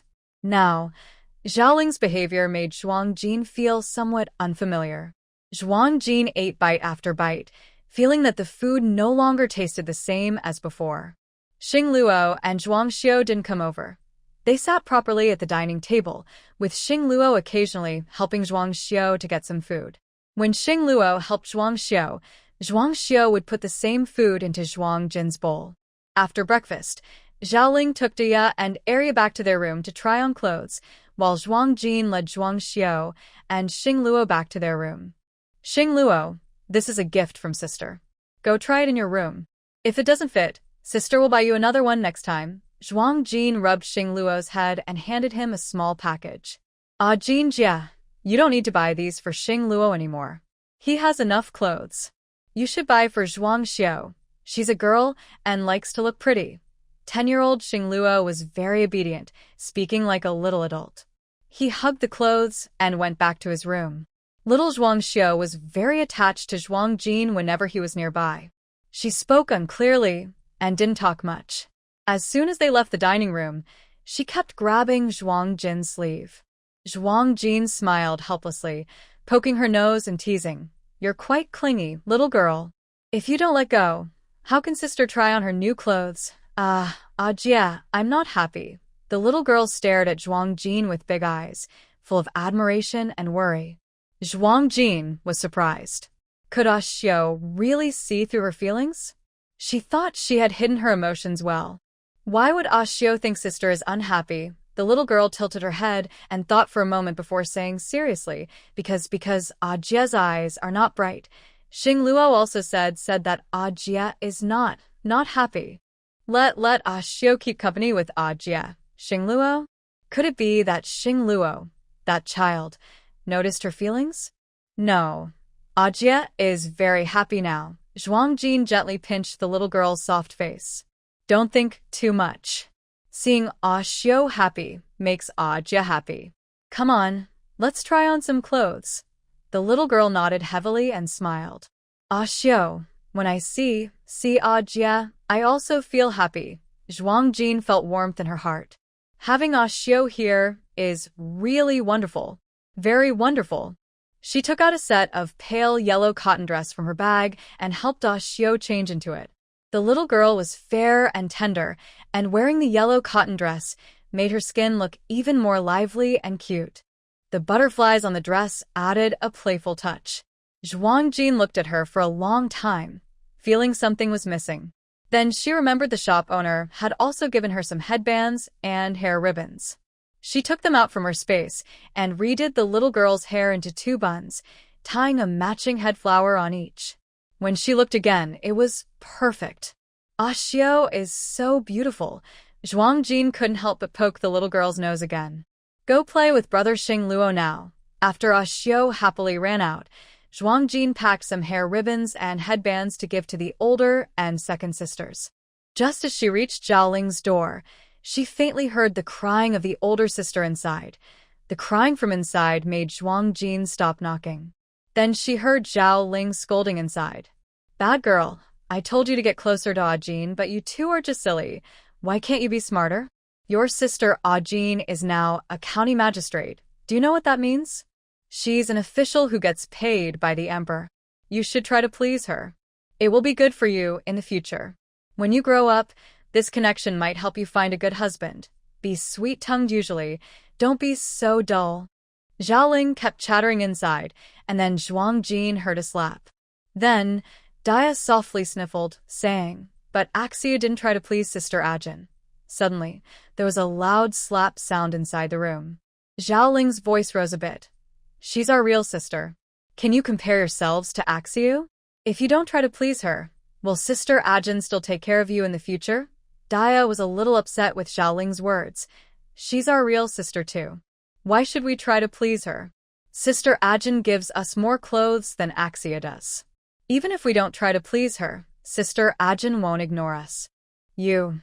Zhaoling's tone clearly showed annoyance. "Mother, I understand. I will be closer to Sister Ajin from now on. I even embroidered a handkerchief for her," said Arya. "We're the clever ones," added Dia. "Big Dia, you should learn from your sister too." Next, Zhaoling continued scolding the two children, but Zhuangjin no longer wanted to listen. She turned around and left the house, heading toward Niu Dahai's place. As she walked, her face was dark and gloomy. She couldn't understand. Does family love really need to be constantly praised to stay strong? Can family love that is only based on flattery still be called love? What has tainted the purest family bonds? Is it just because she became a magistrate? An official? Maybe most people are naturally somewhat utilitarian. But it's false to say she doesn't feel sad. After arriving in this world, Zhuangjin experienced family love for the first time, and also the first time it became distorted because of worldly greed and interests, making her feel low. She walked all the way to the courtyard of Niu Dahai and his sons. Only then did she gather her emotions and push open the door to enter. Niu Dahai's courtyard was lively. About 20 villagers sat in a circle, with Niu Dahai in the middle, telling stories. Sometimes, villagers would ask him questions about things they didn't understand. Seeing Zhuangjin come in, everyone's faces showed admiration they couldn't hide, and they greeted her warmly. "Village chief is here." A villager quickly opened the curtain and welcomed her inside. "Village chief, it's cold outside. Come in quickly." Zhuangjin forced a smile and looked around at the villagers, then said, "Dahai, are these your chosen apprentices?" They were all around 17 or 18, strong and healthy young men. They stood in a line, and they looked quite good, truly eye-catching. Old Niu Dahai opened his mouth and looked at the 20 people, then laughed. "They're all strong in limbs, but not smart. Ironwork is a tough job. Skinny arms and legs can't do this kind of work." Being called not smart, the 20 young men didn't get angry. They just chuckled foolishly. All right, stop laughing here. You're all so silly that even your village chief looks down on you. Get out of here. Standing around is just in the way." Old Niu Dahai, with his fierce eyes, truly looked formidable. The 20 men, a bit frightened by his blunt words, immediately blushed and secretly glanced at Zhuangjin. Seeing that Zhuangjin wasn't angry, they quietly left the house, one after another. "Old man, can you speak a little more gently?" Zhuangjin said helplessly, giving Niu Dahai a look. "Everyone cares about their reputation." Niu Dahai rolled his eyes. "Reputation? What reputation? If your daughter cares about reputation, can your son-in-law still marry her?" Zhuangjin, there's a popular saying nowadays, "A thick face for marriage, a thin face for watching shows." This old man Niu Dahai is quite enlightened. Later, Zhuangjin learned about the progress at Niu Dahai's place and the specific plans for the smelting factory.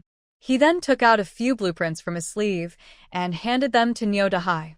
"Uncle Dahai, I need you to make 500 sets according to these blueprints and do it quickly." Niu Dahai took the blueprints, glanced at them, and his eyes widened immediately. "Is this a ski vehicle?" No, wait, a ski vehicle with a blade. Zhuang Jin nodded. Yes, combining weapons with ski vehicles. I want those with double wing blades on both sides, and the blades should be long swords. Niu Dahai's face suddenly grew serious.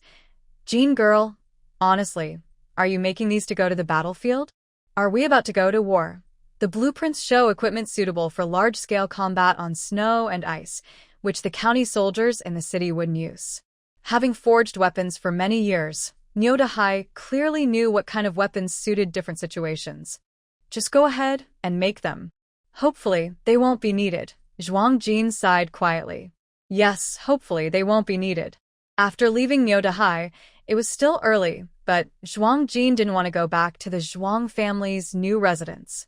He wandered aimlessly around the village. The weather was cold, so there weren't many villagers outside.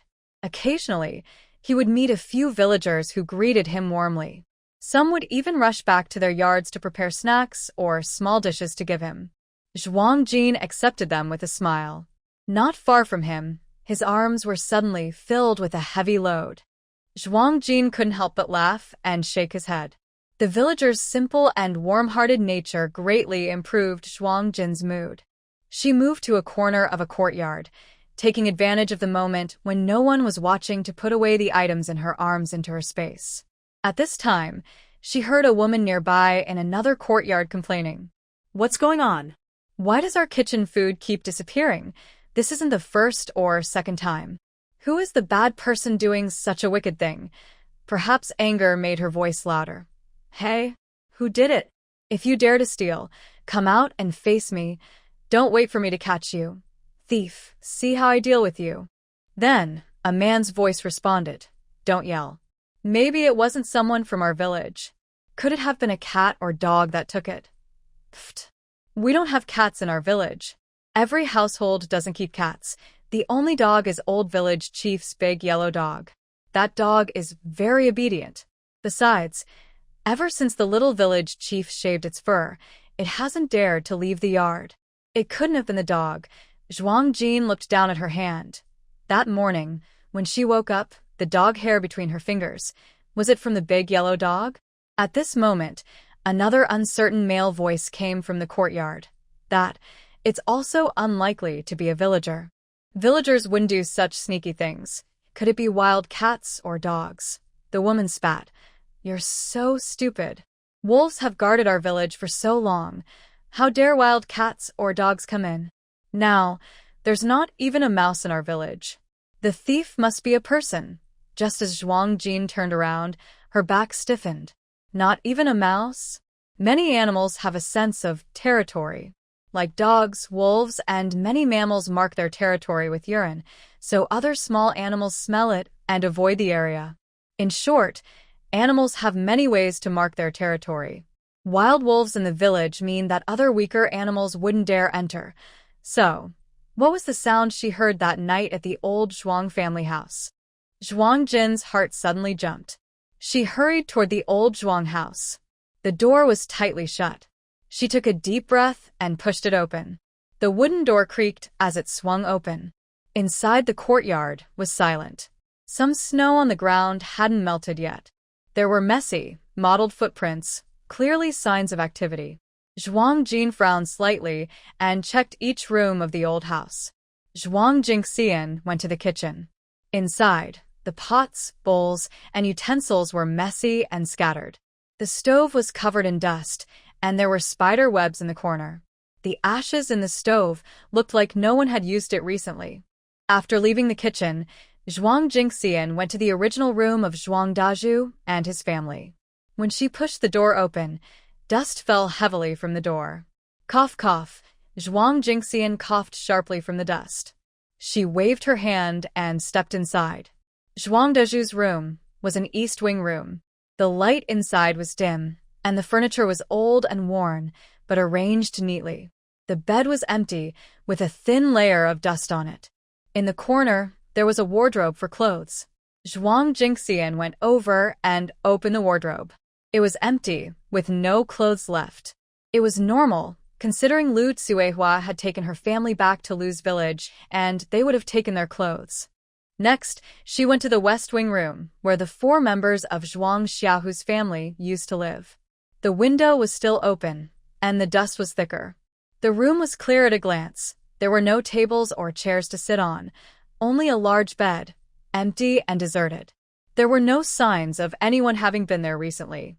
The West Wing was next to the firewood room where she and Zhuang Xiao had lived before. The wooden bed she woke up on was gone, replaced with a pile of firewood in the corner. The floor was heavily dusty, and it didn't look like anyone had been there recently. Finally, she reached the last room, Grandma Zhuang's room. Grandma Zhuang's room was the main room, the only main room in the yard. At this time of day, the light was very good.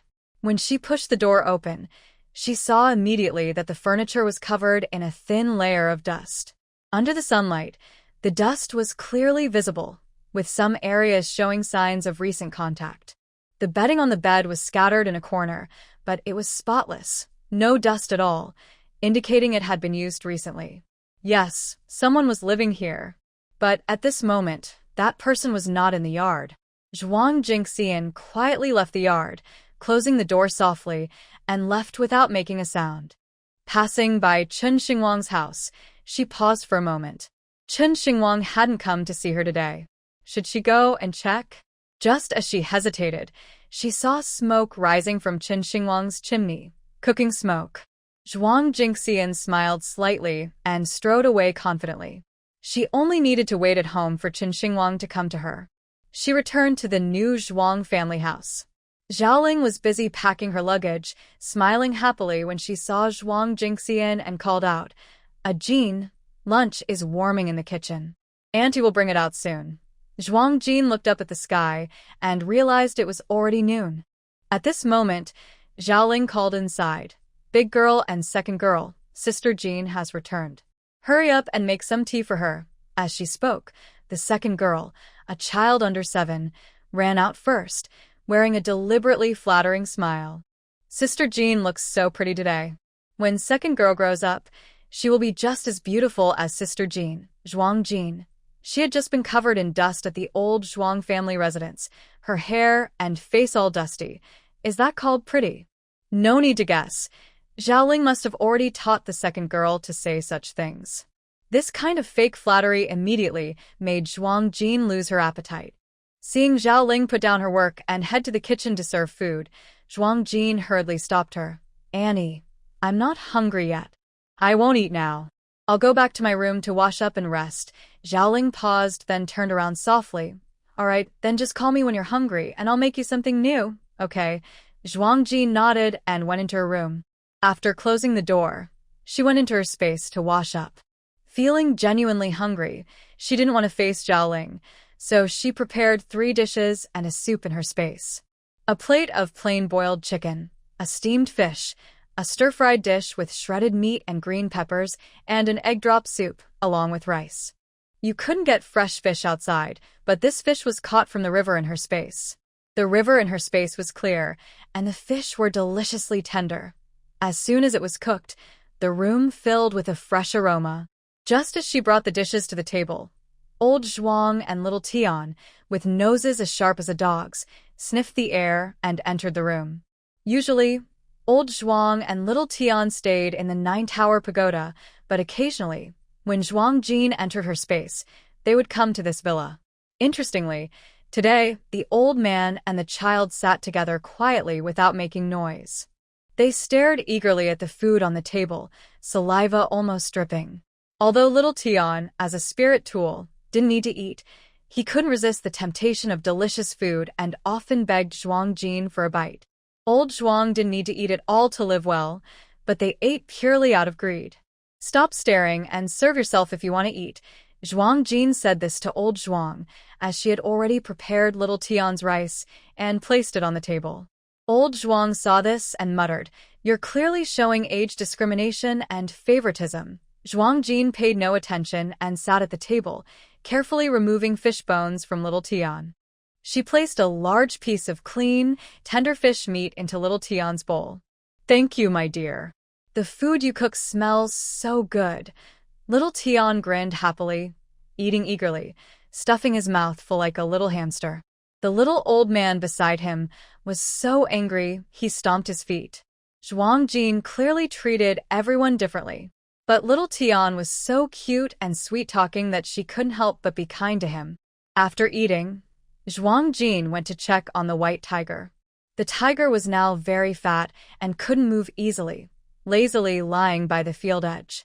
Since it was a rare half-day of free time, Zhuang Jin sat by the tiger, stroking its fur. I bought some cotton. I'll make a few small nests for you in the next couple of days. Maybe they'll be useful when the cubs are born. The white tiger squinted contentedly and rubbed against Zhuang Jin's hand. She secretly thought, sometimes the big boss was quite thoughtful. After these 5 little ones are born, you'll still need to work hard. We're still 10 cubs short of forming my white tiger guard team. The tiger's body suddenly stiffened, and it rolled its eyes in a resentful way. It took back what it just said. This woman was just a ruthless skinflare. Yes, Lu Daimei also secretly cursed this woman, so that was true. It had just been fooled by its tiger eyes. Zhuang Jin casually chatted with the tiger. Suddenly, she sensed movement outside the space. With a thought, she disappeared from inside. Ah, Jin, Xingwang is looking for you. He's waiting for you in the hall. Xiaoling's voice came from outside the door. Okay, Auntie. I'll be right there, Zhuang Jin replied.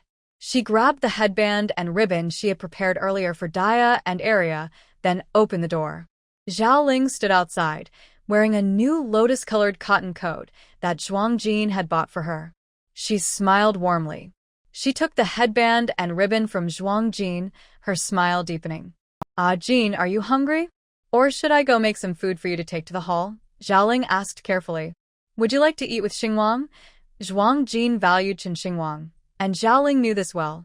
She was very generous to Qin Xingwang. Zhuang Jin wanted to refuse, as she had just eaten in the space and couldn't eat more. But she quickly changed her mind when she thought of Qin Xingwang's skinny appearance. Then I'll trouble you, Auntie, she said. Xiaoling waved her hands quickly. No trouble at all. We're family, no need to be polite. Go find Xingwang. I'll go make some food. Zhuang Jin nodded. Family? But the family Xiaoling spoke of was no longer the same as before. Sigh. Zhuang Jin let out a low sigh and walked toward the front hall. Qin Xingwang sat alone in the main hall, looking very tired and thin. But he was neatly dressed, and his clothes were still damp, clearly after a bath. A strand of wet hair hung down his forehead. He must have gone out before his hair dried, and the damp hair froze into strands. Now, inside the warm room, the frozen strands started to drip water. You went out before your hair dried after your bath. What's wrong? Trying to dye in a different way? Zhuang Jin looked down on his reckless behavior and scolded him as she entered. Qin Xingwang's face turned red. He nervously tugged at his clothes and mumbled, Jin, are you angry? His voice was unusually nervous and uneasy. Zhuang Jin was stunned. Did she say? Too harsh? Jin, I've thought it through. People can't come back to life after they die. You're right. I can't let them die without peace. I have to cheer up. For the people he cared about, he also had to get stronger. As he spoke, Qin Xingwang secretly glanced at Zhuang Jin. His bloodshot eyes flickered with affection, a deep love she couldn't understand. Zhuang Jin raised an eyebrow.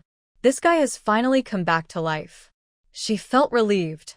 So, what's your next plan? Do you want to go to the county with me? Zhuang Jin found a chair near Qin Xingwang and sat down. Between their chairs was a small table, perfect for Xiaoling to place the meal. Qin Xingwang was about to speak when Xiaoling brought in the food. He stopped mid-sentence. Your aunt made some noodles. You and Jin should eat a bit, Xiaoling said as she placed the tray on the small table. There were 2 bowls of hot noodle soup with 2 eggs inside and a plate of bean sprouts with some pickled vegetables. It looked quite appetizing. After serving the food, Xiaoling, knowing they had something to discuss, quietly left and closed the hall door behind her. Eat now. It won't taste good if it gets cold, Zhuang Jin suggested to Qin Xingwang. Qin Xingwang obediently picked up his bowl and ate heartily. Actually, he wasn't really hungry. He had been very hungry these days and felt his stomach had shrunk, unable to hold much. But since Zhuang Jin told him to eat, he obediently finished a big bowl. When Chen Xingwang finished and set down his chopsticks, Zhuang Jin said, "If you want to go to the county with me, I can arrange a guard job for you. We'll leave in the next couple of days. If you plan to stay in the village, that's fine. I happen to be opening a smelting factory there, and you can help me manage it." Chen Xingwang didn't hesitate and firmly said, "I'll go back to the county with you. But I won't be an official. I will only be your bodyguard from now on." Zhuang Jin was surprised. A bodyguard? It seems that officials in this world all have bodyguards. But with her skills, she probably doesn't need one. However, having this guy under her watch might be good, just in case he tries to do something foolish again someday. "All right. You go rest first. Tonight, we'll catch a thief." Catching a thief? Chen Xingwang looked confused. Qinjia village has always been honest and simple. Of course, every village has a few troublemakers, but most villagers wouldn't do such sneaky things. Zhuang Jin smirked coldly. Yes, the thief from the Zhuang family estate. When Chen Xingwang heard Zhuang family estate, a cold look flashed in his eyes, and his face grew more stern. That night, the villagers had little entertainment. Every household had turned off their lights. The whole Qinjia village seemed to be asleep, silent and still. A shadow moved out from a courtyard in the west of the village. It tiptoed quietly toward the Zhuang family estate. When it reached the door, the person looked around for a long time before pushing it open. Inside, they quickly closed the door behind them. After a moment, Zhuang Jin and Chen Xingwang came out from behind a corner. Based on height and footprints, it should be a woman, Chen Xingwang whispered, frowning as he looked at the footprints in the snow. The person was wrapped in a large cloak, from head to toe, tightly covered. From their posture, it was hard to tell if they were someone familiar. "Let's sneak inside and take a look." The two carefully climbed over the courtyard wall and moved along the wall to go inside. Inside, there was little sound. They could faintly see shadows moving in Zhuang Lao's room. Not long after, low voices came from Zhuang Lao's room. It sounded like two people talking, but even with her good hearing, Zhuang Jin couldn't catch exactly what they were saying. Soon, there were rustling sounds, mixed with subdued, gentle moans. Zhuang Jin and Chen Xingwang looked at each other in surprise. Could it be that the village girl was sneaking in here for fun? The people inside seemed to be getting more excited, and the noises grew louder. Although it was clear they were trying to keep their voices down, the muffled sounds of and ah, along with the noises of bodies colliding, still sounded very clear in the quiet, open courtyard. Zhuang Jin and Chen Xingwang stood stiffly in the courtyard, caught in a difficult situation. Chen Xingwang's ears were so red they seemed to burn. Zhuang Jin raised an eyebrow and looked at Chen Xingwang. "With such a big commotion, you live right next door, and didn't notice anything?" Chen Xingwang, recently, he had been starving himself to death, so he wouldn't have paid attention to what was happening next door. Zhuang Jin hesitated, unsure whether to go in or not, feeling stuck. She is the village chief and also the local magistrate. She has the power to manage village affairs and household matters. But this matter really brought bad luck. Just as Zhuang Jin was debating and feeling conflicted, a man's low shout ended the noise inside the house. They heard a woman say something, and the man suddenly pulled up his pants and acted as if he didn't recognize her. With a loud slap, the sound echoed loudly in the quiet courtyard. Then, a woman's scream followed by sounds of a scuffle inside the house. There were crashes of furniture and objects falling. Zhuang Jin looked on with a speechless face. She was fed up with the wild couple inside. One second they were tender, the next they were fighting. The drama changed so quickly. While she hesitated, inside, the noise turned into frantic shouting. If she didn't go in now, even if no one was seriously hurt, the people inside would probably end up badly beaten. Taking a deep breath, Zhuang Jin kicked open the door. With a loud clang, the fighting stopped abruptly, and the two faces, full of anger, froze instantly. Under the moonlight, Zhuang Jin looked inside. Oh my! She quickly covered her face. These two were really something. They didn't even bother to wear clothes while fighting. The man was grabbing the woman's hair. Her hair was messy, and Zhuang Jin couldn't even tell who the woman was. The man? She only saw a big, pale backside. Zhuang Jin was speechless, rolling her eyes. She was about to get a headache. Put on your clothes, Zhuang Jin shouted fiercely into the house before stepping back out. Her ears were burning red. Before she transmigrated, she had lived for over 20 years and was still a maiden. She had only seen dead bodies without clothes, never a living man's backside. This was a real eye-opener. Inside, the two people silently put on their clothes and came out one after the other. Outside, the cold wind was biting. After 2 intense struggles, they were covered in sweat. When they stepped into the cold air, they shivered fiercely. Both of them buried their heads into their chests, so their faces were hidden.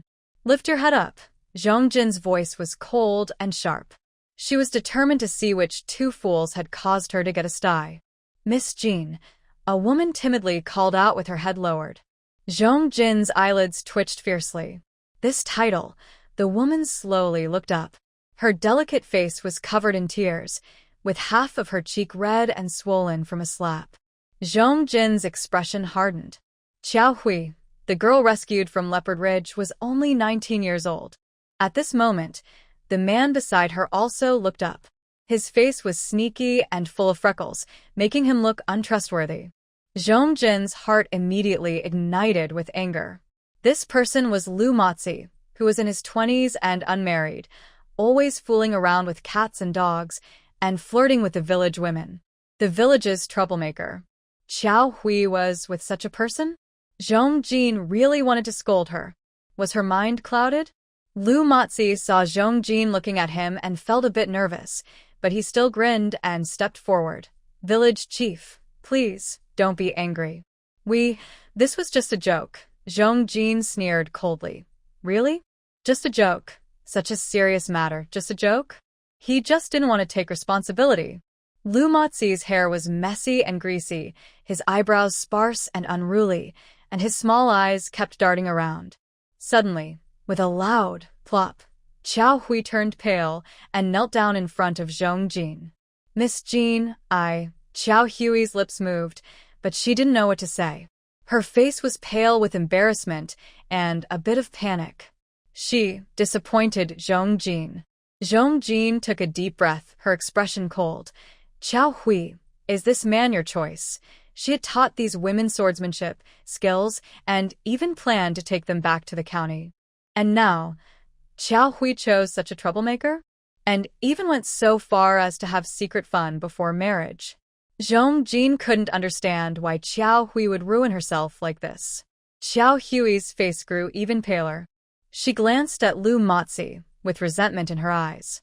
Just now, Lu Motzi had refused to acknowledge her and didn't want to marry her, which is why they fought. Suddenly, Zhong Jin sharply looked at Lu Motzi. Do you have anything to say about this? Lu Motzi was stunned, thinking Zhong Jin was defending Qiao Hui, especially since Zhong Jin had brought these women into the village. Lu Motzi hurriedly shouted, Village chief, it's Qiao Hui's fault for seducing me, not mine. That woman is not a virgin at all. I would never marry her. As soon as he finished speaking, Qiao Hui, kneeling on the ground, suddenly shed 2 lines of tears, and her body trembled. Seeing Lu Motzi's face made Zhuang Jin feel sick. Xingwang, throw this troublemaker out. Chen Xingwang, following Zhuang Jin's order, without hesitation, grabbed him by the collar and threw him out of the old Zhuang family house. Through the door, Lu Motzi's shameless shouting could still be heard. Village chief, you can't force me to marry. That unclean woman. Our Lu family definitely won't accept her. Chen Xingwang, annoyed, lifted him by the collar and threw him far away before returning. Inside the courtyard of the Zhuang family house, things finally calmed down. With Lu Motzi gone, Qiao Hui, no longer holding back, knocked 3 times on the door frame and, feeling embarrassed, said, Miss Jean, I've disappointed you. By then, Zhuang Jin had also calmed down. Everyone makes their own choices. If that's what Qiao Hui wanted, she thought, even if she found her foolish, she wouldn't interfere. If you want to marry Lu Motzi, I can try to pressure him, she said. That's all I can do to help. Hearing this, Qiao Hui shook her head desperately. No, Miss Jean, I was wrong. I won't marry Lu Matzi anymore. If he doesn't want to marry her, she wouldn't have a good life even if she married him. She only pushed him to marry her out of desperation, but Lu Matzi turned hostile and hit her hard. Marrying him would only lead to her death sooner or later. If you don't want to marry, then why hurt yourself like this? Zhuang Jin said coldly, full of disappointment. Miss, I was mistaken. I did something stupid. Qiao Hui looked full of sadness, choking on her words. We girls from Leopard Ridge are considered unclean. I thought if I could find a man who wouldn't despise us and give us a home, that would be the best ending. So, when Lu Matzi said he didn't mind, I thought, maybe this is okay. I can stay in Lu Village openly and honestly.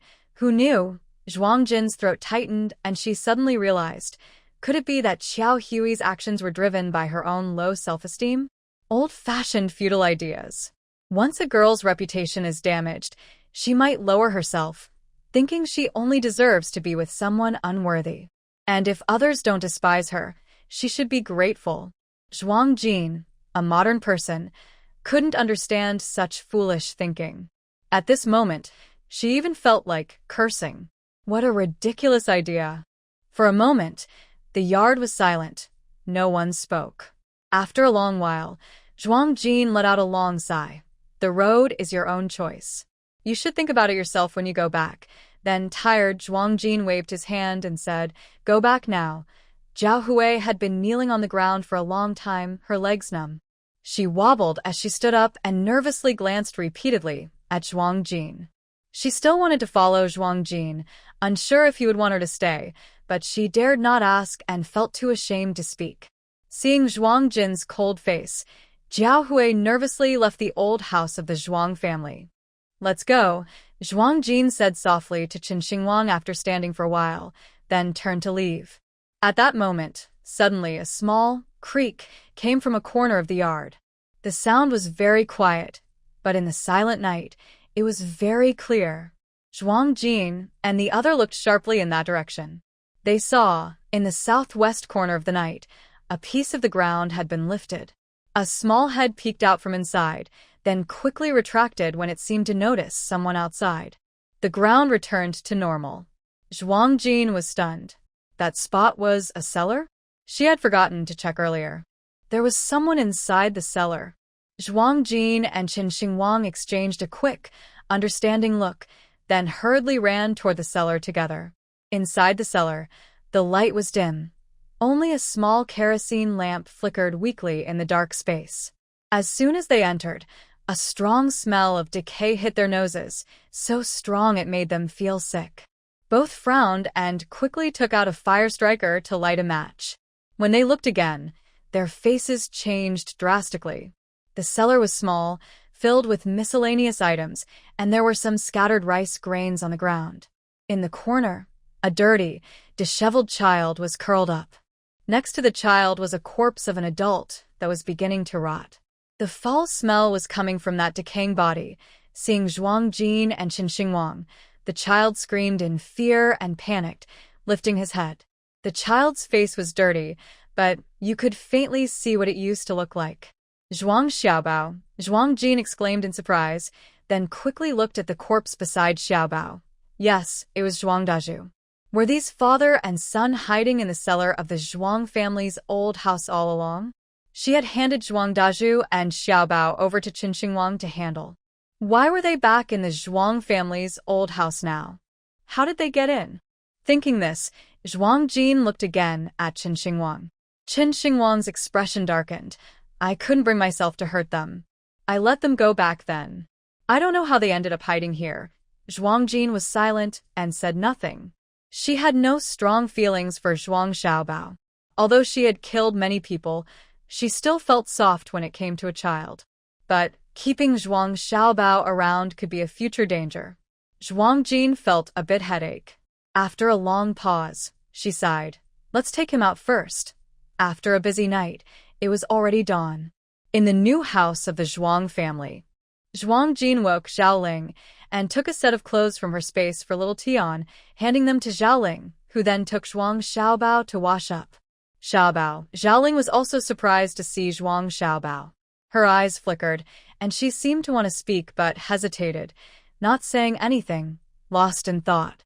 Zhuang Jin and Qin Xingwang sat in the hall, looking worried. I thought that back then, Zhuang Dezhu would take Zhuang Xiaobao far away from here, Qin Xingwang sighed, his thin face looking even more tired. Deciding what to do with this child was a big matter.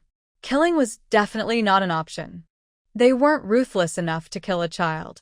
But if they kept him close, what if he grew up to become a troublemaker and turned against them? After all, Zhuang Xiaobao's mother, Lu Tsuehua, was killed by Zhuang Jin herself. Moreover, Lu Tsuehua had betrayed the Qin family village several times, causing deaths and nearly leading to the village's destruction. The villagers probably wouldn't accept Zhuang Xiaobao either. She couldn't always carry this hidden danger around. Find someone to adopt him, Zhuang Jin decided after a moment of thought. When Xiaobao comes out later, I'll talk to him. When it was bright enough, Zhao Ling brought out the freshly washed Zhuang Xiaobao. After arranging him in front of Zhuang Jin, Zhao Ling went out to prepare breakfast. Come here, Zhuang Jin called, signaling Zhuang Xiaobao to come closer. But it was clear the child was strongly resistant. He moved back, not only refusing to approach, but retreating a few steps, his small body almost pressed against the doorframe, as if ready to run away. His face was no longer round and soft, and his eyes were filled with resentment and rejection towards Zhuang Jin. Seeing this, Zhuang Jin also frowned. Your mother, Lu Tsuehua, did something wrong, a big mistake. She deserved her punishment. Even if you blame me or hate me, I don't mind. If I could do it again, I would still kill her. I didn't kill her not because of anything else, but because you're still young. But being young doesn't mean you shouldn't understand right from wrong. Zhuang Jin's words. She wasn't sure how much a 3-year-old Zhuang Xiaobao could understand. After Zhuang Jin finished speaking, Zhuang Xiaobao immediately welled up with tears. You're a bad person. You're my mother's killer. On his young face, there was a cruel expression unfit for his age, and he shouted loudly, When I grow up, I will definitely kill you. Qin Xingwang saw this and also became a bit angry. This kid doesn't know how to appreciate kindness. Leaving him alone would only bring trouble. He looked at Zhuang Jin and tentatively said, Maybe. Just kill him? Cut off all roots. Zhuang Jin was filled with hostility, her eyes cold like icy frost, making the room seem colder. Zhuang Xiaobao trembled with fear, holding onto the doorframe tightly, but still looked at Zhuang Jin with resentment. Zhuang Jin suddenly smiled as she looked at him. Forget it. Arrange for someone to take him away.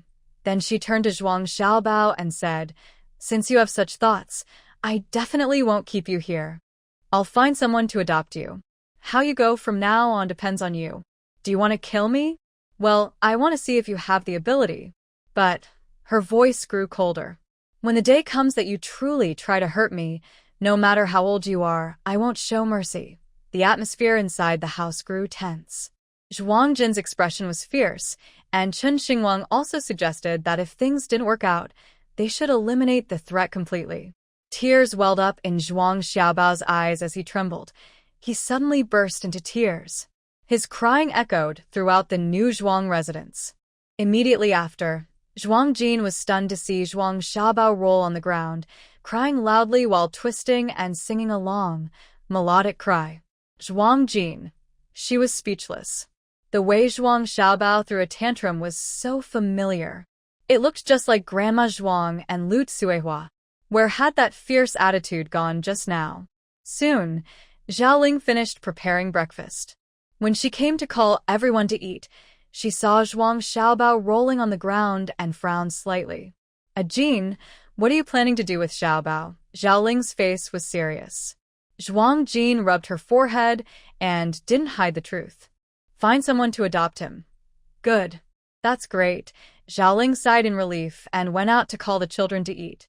Qin Xingwang saw that the Zhuang family was about to start eating but felt awkward staying, so he stood up to leave. Eat if you want, I'll be going now. Stay and eat with us. You said you wanted to be my guard, right? Guards get free meals and a place to stay. Qin Xingwang was speechless. Is that really the case? He just wanted to protect Zhuang Jin, but in the end, he ended up benefiting himself? For breakfast, Zhaoling prepared a hearty meal, probably thinking she would leave in a few days. She almost couldn't wait to use up all the ingredients and fill her stomach, so nothing would be wasted when she left. On the table, there were 2 small cold dishes, a large pot of minced meat porridge, 2 stir-fried dishes, a steamed batch of plain buns, and another plate of seasoned meat. When Zhuang Xiaobao heard it was time to eat, he stopped crying and followed quietly into the dining hall. He climbed onto the table and started eating wildly, cleaning everything up. In the dining hall, a few people sat around a table. Zhuang Xiao and the other 2 children still looked sleepy. When they saw Zhuang Xiaobao sitting at the table, they instinctively shrank back. Zhuang Xiaobao was not very big, but he had often bullied Zhuang Xiao and the other 2 before. Seeing Zhuang Xiaobao also sitting at the table, these children looked displeased. Zhuang Jin paid no attention, thinking she would send Zhuang Xiaobao away as soon as possible. Having Zhuang Xiaobao here made everyone uncomfortable. After the meal, Zhuang Jin remembered something and asked Zhuang Xiaobao, "Did you steal food from the villagers?" This time, Zhuang Xiaobao put away his claws and nodded obediently to admit it. The village theft case was finally solved. 2 days later, with the help of the old village chief Chen Yukai, they found a middle-aged couple from the neighboring county who had no children. The couple was well off, simple in family size, and the head of the family was a scholar who ran a small private school at home. They were very happy to adopt Zhuang Xiaobao. Zhuang Jin was very pleased with this couple. Finding a scholarly family to adopt Zhuang Xiaobao was the best outcome. She hoped that under such an environment, Zhuang Xiaobao would stay on the right path. Zhuang Jin planned to send Zhuang Xiaobao there first and then return to Ping'an County City. So, she arranged for the women brought back from Beaziling to escort Zhao Ling and the others back to the county government office first. Of course, Qiao Hui was not taken away by Zhuang Jin. She stayed in Qinjia village, continuing to ferment soy paste, grow bean sprouts, and make tofu under Zhuang Jin's arrangement. Currently, the village's food products, besides being for their own use, were also supplied to Ling Yihan's army. But that was far from enough. Zhuang Jin planned to wait until the roads were clearer, then establish a trade route to sell the village's produced food and vegetables grown in greenhouses to nearby counties. Only by increasing sales could Ping'an County become prosperous. After everything was arranged, she and Chen Xingwang drove a carriage, taking Zhuang Xiaobao to the neighboring Yunshui County. Zhuang Xiaobao remained very quiet throughout the journey, holding a small bundle with a few changes of clothes that Zhuang Jin had prepared for him. He curled up inside the carriage, silent and unresponsive.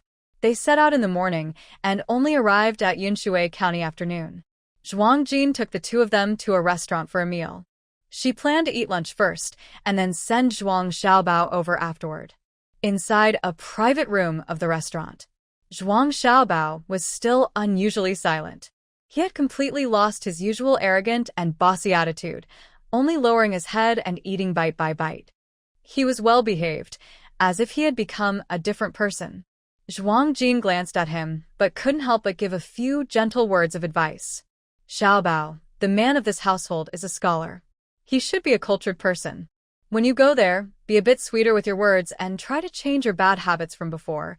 She paused and added, if you want to come back and seek revenge when you grow up, that's fine. But if you do, I won't go easy on you. If you can settle down and start anew, I only hope you won't become unrecognizable because of revenge. Just be a proper person. Zhuang Xiaobao, still eating with his head down, suddenly trembled. From an angle no one could see, his eyes were filled with tears. Chen Xingwang looked up and glanced at the small figure shrinking in a chair, his expression complicated and deep. After that, the 3 of them sat in silence. After lunch, Zhuang Jin and her companions continued their journey. The household was located on the west street of Yunshui County. Mabe country valued the east as the main area. Almost all towns had officials and wealthy families living in the east.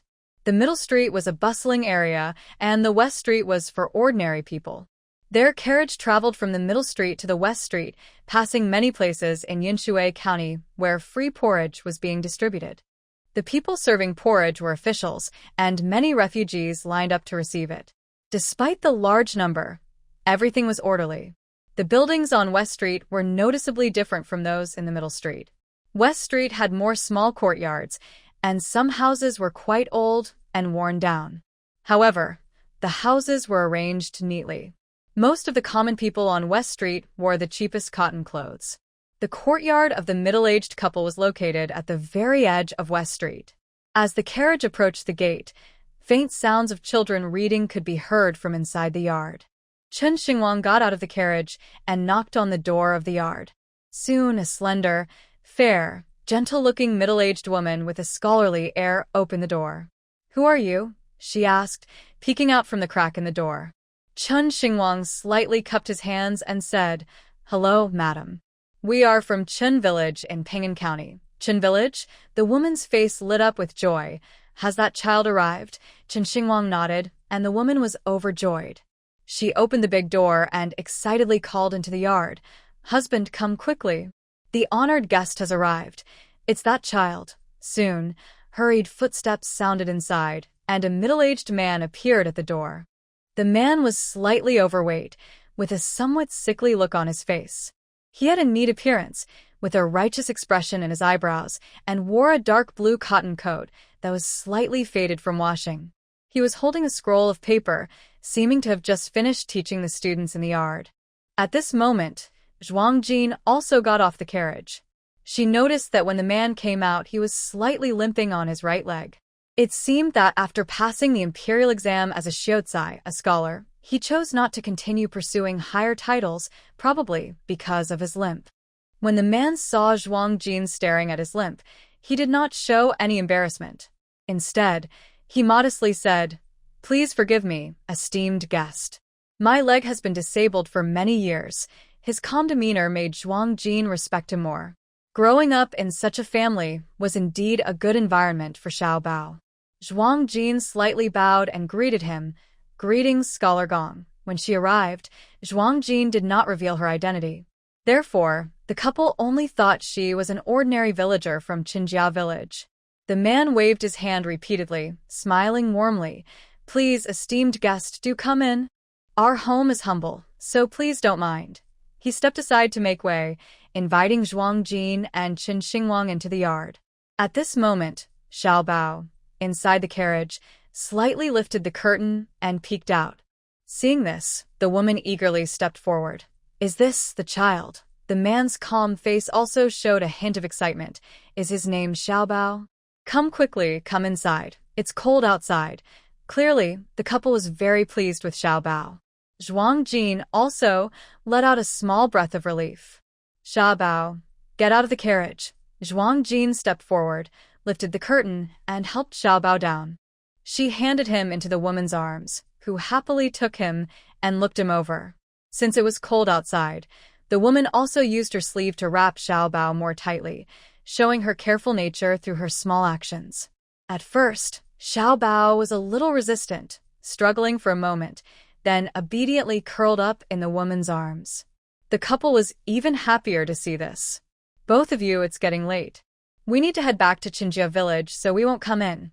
Zhuang Jin took Zhuang Xiaobao's package and placed it in the man's arms, then also handed him a wooden box. "What's this?" The man was surprised to be given something suddenly and instinctively wanted to refuse. "This package contains Xiaobao's clothes." "I'm used to it," Zhuang Jin said calmly with a gentle smile.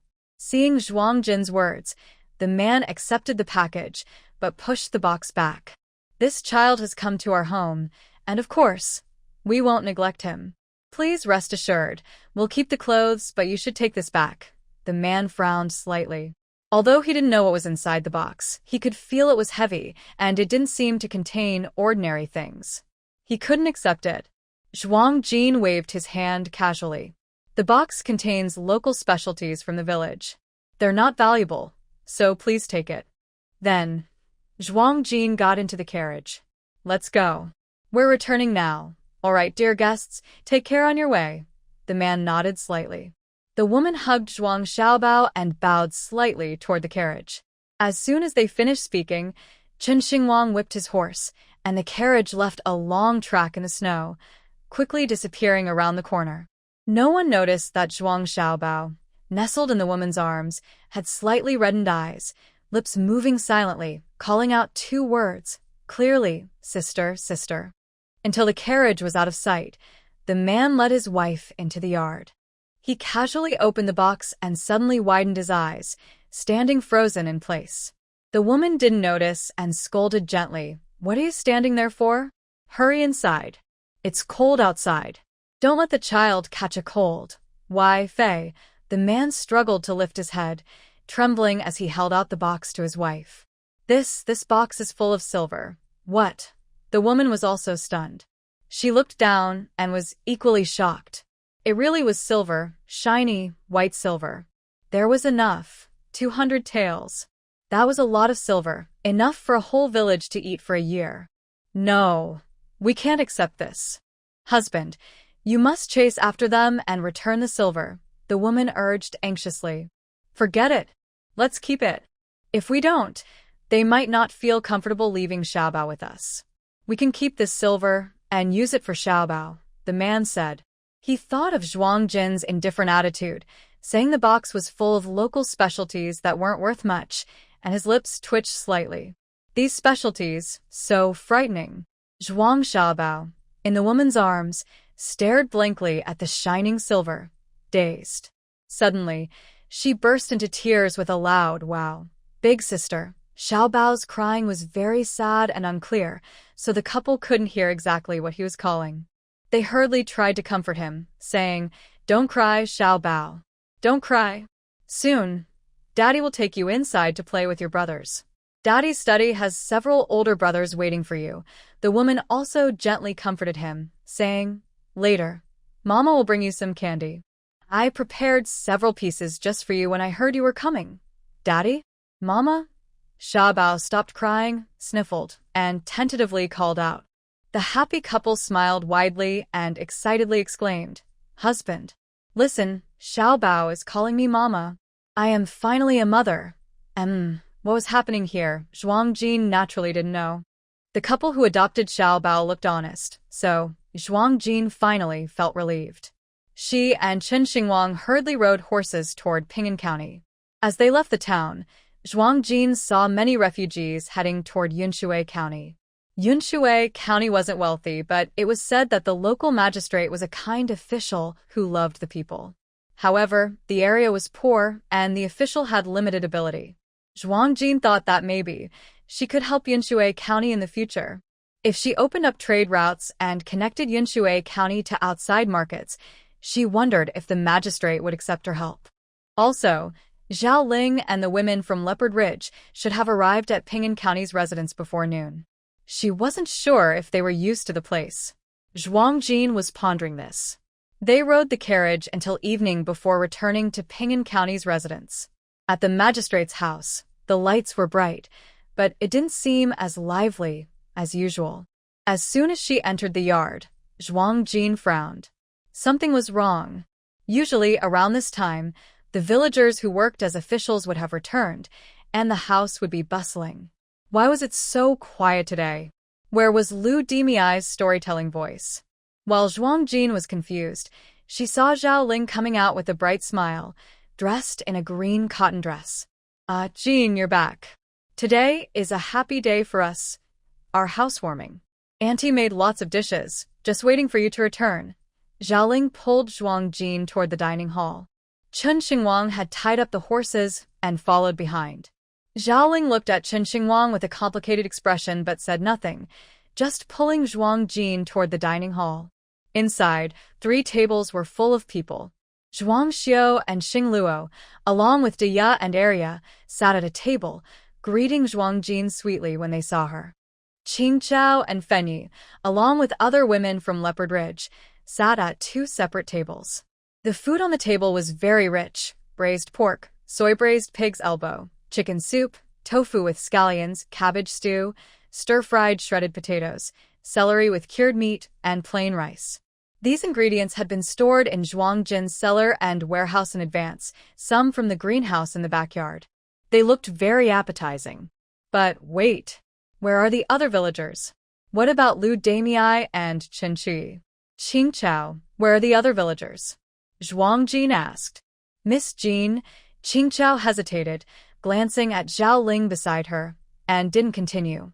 Her face showed she was troubled. Ah. With that look, Qing Chao didn't need to say more. Zhuang Jin understood what was happening. Her little sister-in-law, Zhao Ling, had already taken action before she returned, pushing people out. Zhuang Jin's face darkened instantly. Seeing her expression, Zhao Ling hurried to explain, Jin, you're not married yet. Living with a man outside the family isn't good for your reputation. Besides, we have many people now, and there's not enough room in the house. My sister-in-law asked Lu Damei, and she said the government has public housing for officials. The villagers moved there overnight. Even with Zhao Ling's explanation, Zhuang Jin's face remained very grim. She had planned that if the government had public housing, the villagers could move out. But Zhao Ling's unilateral decision made her very unhappy. Why couldn't she come back to handle it herself?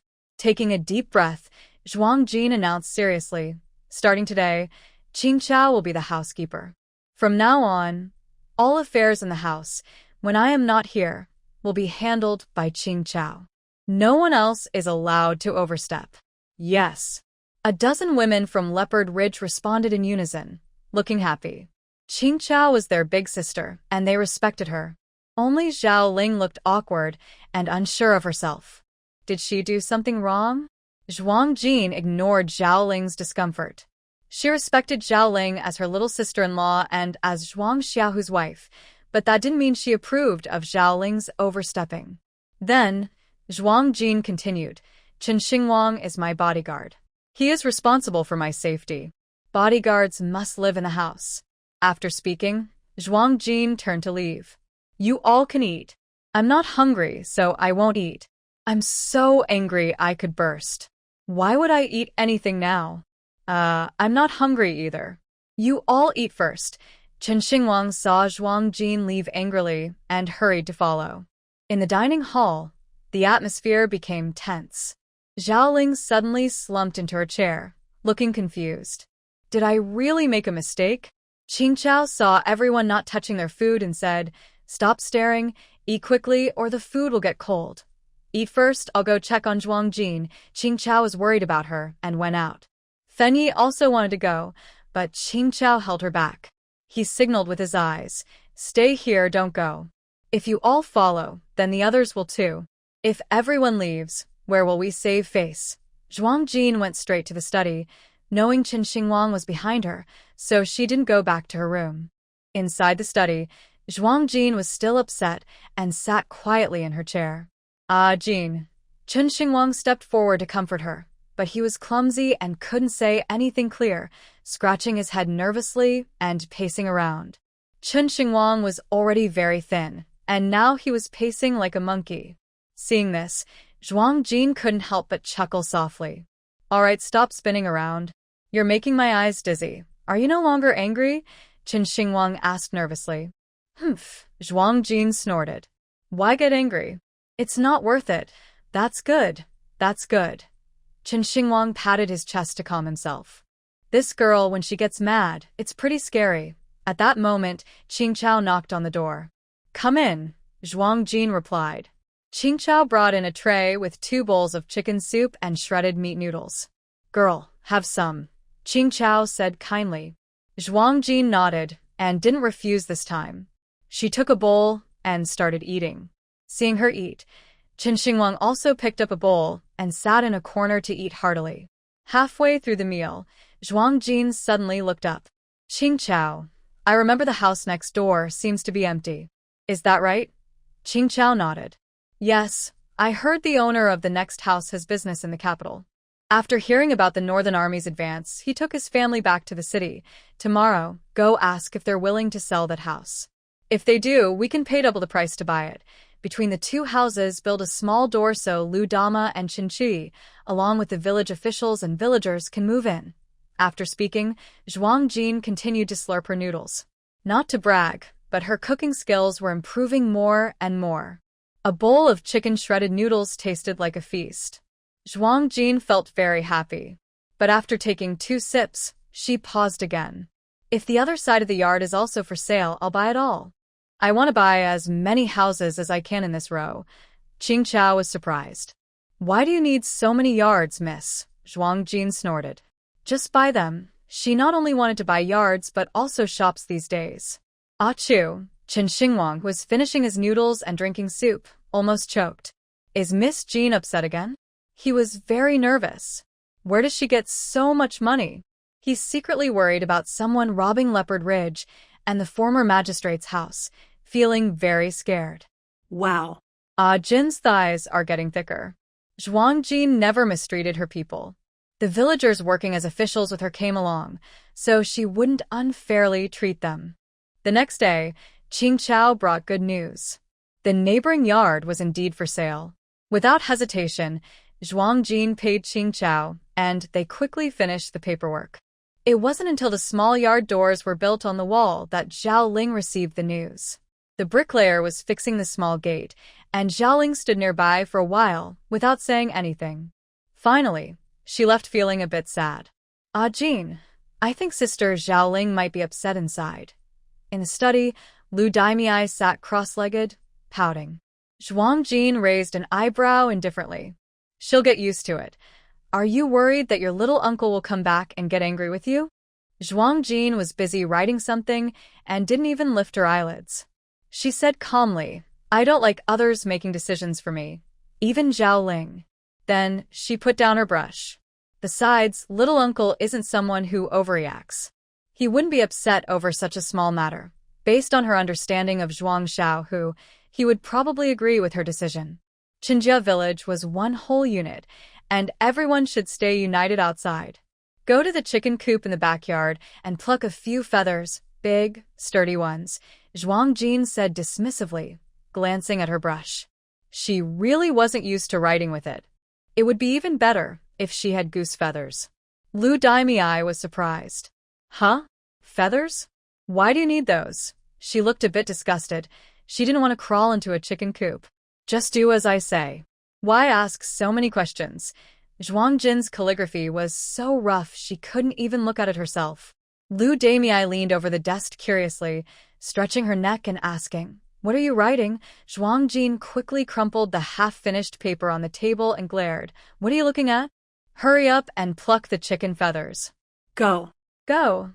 It's funny, if Lu Daimei's big mouth saw these scribbles, she would probably laugh at her for half a year. Not letting me see? Fine, I won't look. Why are you so fierce? Lu Daimei mumbled as she turned away, touching her nose. Oh well, the scholar is really in trouble now. Just as Lu Daimei left the study, Zhuang Jin sensed some movement in the space. He hurriedly slipped inside. The white tiger activated. It was about to give birth. Zhuang Jin panicked. What should he do when a tiger is having cubs? Should he prepare hot water? A towel? Is it going to be a difficult birth? Should he get scissors? He didn't know where to find a pair of scissors, grabbing one and clicking it open and shut. The person was about to run up the mountain, causing Zhuang Yi and little Tian to blink rapidly in alarm. They quickly stopped him. Master, the white tiger can handle it herself. We don't need to go over. Causing trouble. Zhuang Jin rolled his eyes. He hadn't experienced this before. When he was a secret agent, he was often on the move and had never raised a kitten, let alone understood what it was like for a tiger to give birth. A tiger's birth clears out all creatures within 10 miles. Roar. A long tiger cry. Inside the space, the white tiger sat on the highest hill. Centered on that hill, 10 nearby hills' small animals were driven away by the deafening roar. A large herd of animals rushed out of the forest, a breathtaking scene of thousands of horses galloping. Zhuang Jin was stunned. Was her space this rich now? So many animals?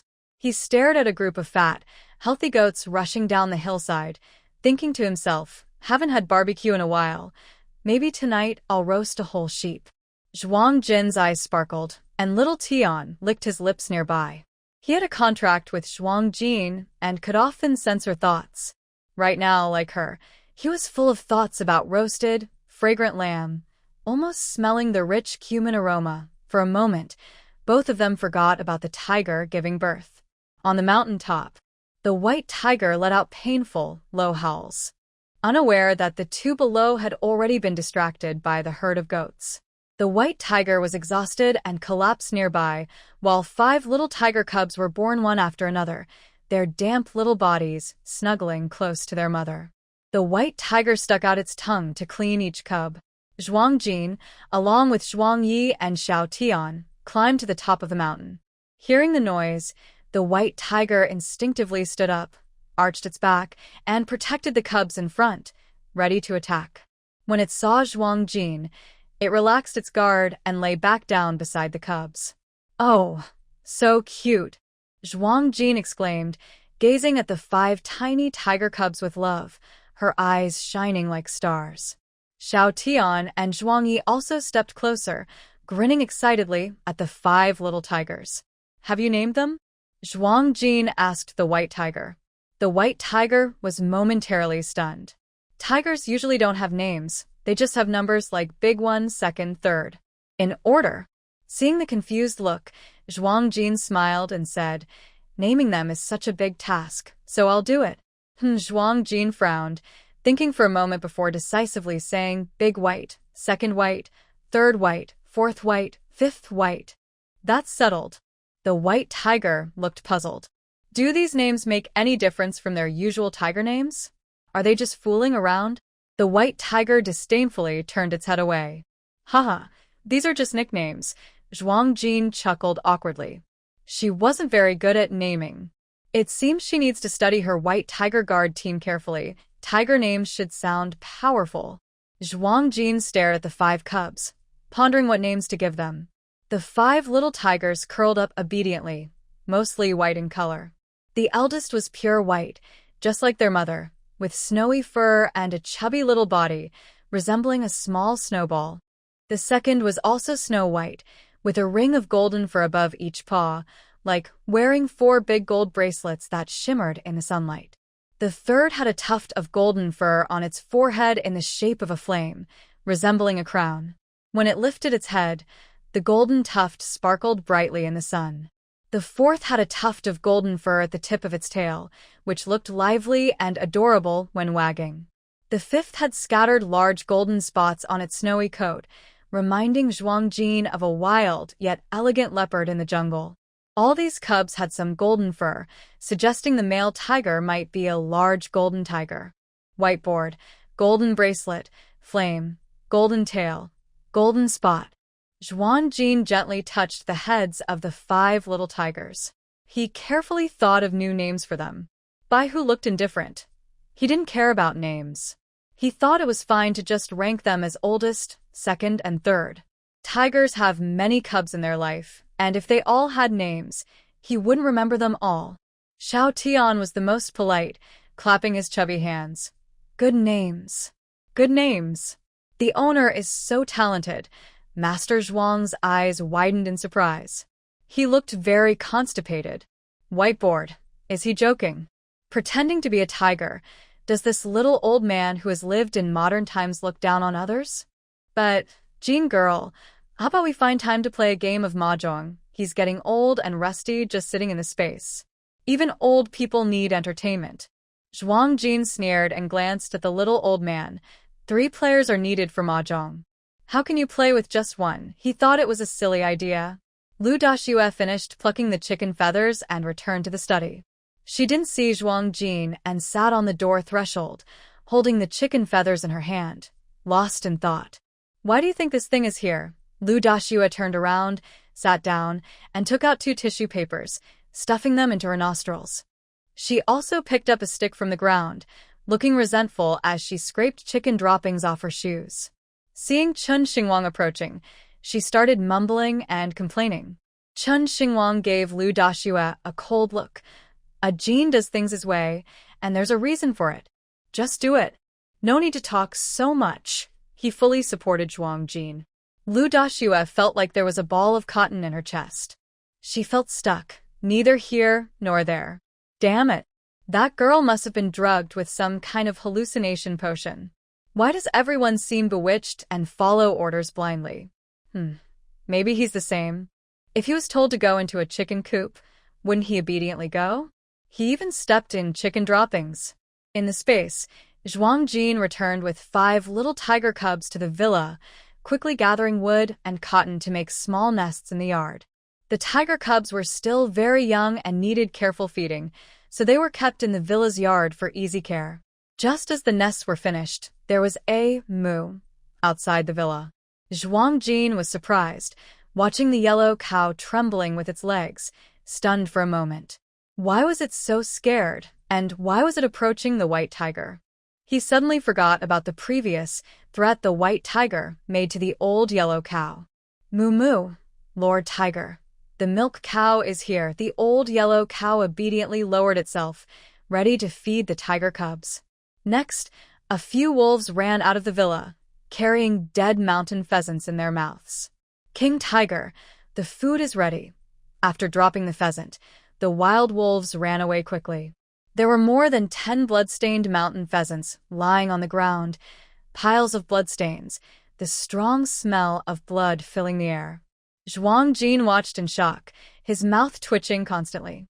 White Tiger, this big mountain king, is really living well. But now, with this villa, will I still be able to smell that smell in the future? White Tiger, maybe. I should build a bigger nest outside for you. Zhuang Jin wasn't asking White Tiger. He was giving a notice. The thatched hut built earlier by Zhuang Yi was empty, so Zhuang Jin immediately took down the newly built tiger nest, carried some cotton, and rushed into the thatched hut to work quickly. Soon, White Tiger, along with 5 cubs and Old Yellow Bull, was driven out of the villa by Zhuang Jin. They moved into the thatched hut. After finishing here, Zhuang Jin came out of the space around noon. Lu Damei was bored, squatting on the ground, scraping chicken manure off her shoes, flipping through a crumpled piece of paper she had previously thrown into the corner by Zhuang Jin. She was curious about what the girl had written earlier, but she wouldn't let anyone see it. Ha ha ha, what is this? Writing.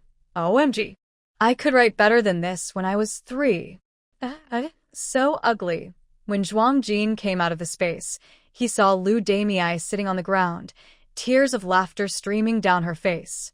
Zhuang Jin's handsome face immediately darkened. Where's the feather? His voice was cold and sharp, like a chilling wind. Lu Damei stiffened. When did this girl come in? He hadn't noticed at all. Lu Damei hurriedly threw away the paper and carefully kicked it under the table, then took out a handful of chicken feathers, offering them as if presenting a treasure. Here, here. Zhuang Jin looked at Lu Damei with a cold expression. He grabbed a chicken feather, sat back at the table, and took a piece of white paper, dipping the feather into ink to start writing. Curious, Lu Damei leaned over. Can chicken feathers write? Seeing is believing. Zhuang Jin replied irritably. Zhuang Jin focused on writing a plan on the desk. Now, the insulated greenhouses in each village had all been set up. The vegetables grown inside had a high survival rate, but the villagers couldn't eat all the vegetables themselves. They needed to exchange some for money to improve everyone's living standards. She needed to sell the leftover vegetables that couldn't be consumed internally to Lin County, or even farther away. Additionally, the vegetable greenhouses are easy to manage, so they can be entrusted to the older villagers in the village. The young villagers planned to recruit some from the county to teach others in the village how to make tofu, bean sprouts, and fermented bean paste. These products can also be sold in nearby counties. In Ping'an County, a distribution center for agricultural and sideline products needs to be established. She also needs to think about what other farm products can be processed, as making fermented bean paste and tofu is too simple and easy to imitate. Zhuang Jin also considered opening a chain of milk tea shops here, but then she thought that currently many towns nearby are full of wandering people, and just having enough to eat is already good. Who would waste money on something like milk tea, which is not essential? Making milk tea is not impossible, but it should be done in richer towns. Zhuang Jin was busy writing at her desk. Lu Damei was leaning beside the desk, watching her. As she watched, Lu Damei became more and more amazed and surprised. Using chicken feathers as a pen is surprisingly useful.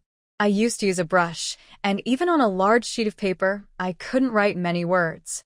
The characters written with chicken feathers are not only delicate, but also very small. One page can hold so much content. Ah, Jean, how did your little brain come up with so many new ideas? By the way, your calligraphy with a brush is simply... Before she finished, Zhuang Jin looked up and glared at her, causing Lu Damei to quickly shut her mouth awkwardly. I mean, the characters you write with chicken feathers look quite nice. Zhuang Jin didn't speak. Just then, Qin Xingwang, who had just entered, spoke up. Of course, Ah Jin is always the best. Lu Damei's heart started to flutter with nervousness again. Do you know how it feels when a serious person with a cold face says flattering words? Anyway, Lu Damei just wanted to slap him with her shoe. Look at what you can do. Qin Xingwang, I'm clinging to Ah Jin's leg. Flattering is one of my duties. After half an hour, Zhuang Jin finally lifted her head. Go call Qing Chao and the others over, she ordered Qin Xingwang.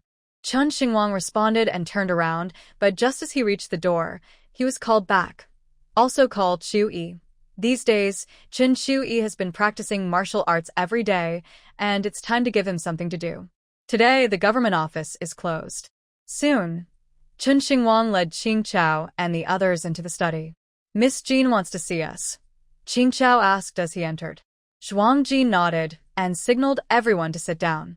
This is a plan document. Starting tomorrow, the three of you should begin working on it.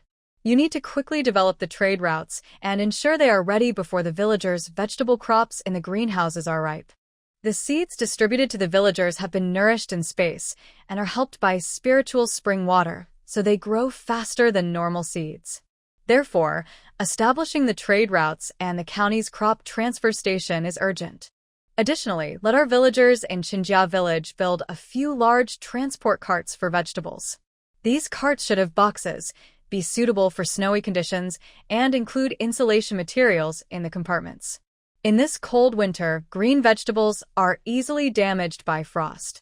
Also, buy a house in Pingan City with a large yard, wide entrance, and enough space for carriages. Zhuang Jin carefully gave detailed instructions. Qing Chao and the others listened carefully.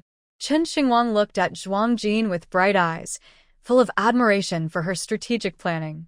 However, no one noticed the strange glint in Qin Xingwang's eyes. After finishing the important matters, Qin Chui grinned and asked, Jin Jia, I'll go handle these tasks. Can I stop practicing martial arts for now? No. You must practice martial arts every day without stopping. Zhuang Jin immediately became serious. She scanned Qin Chui carefully. This boy has grown taller and stronger. But Zhuang Jin's gaze fell on Qin Chui's stomach. Her expression became a bit complicated. How come this boy's martial arts practice has given him a little belly? Night falls and the moon is bright. A rich aroma of cumin roasted meat drifts over the county magistrate's residence. In the courtyard, several fire pits are set up, with lamb meat sizzling and crackling in the flames, bubbling with oil, making everyone drool. The villagers from the neighboring residence also come through the small gate into the courtyard.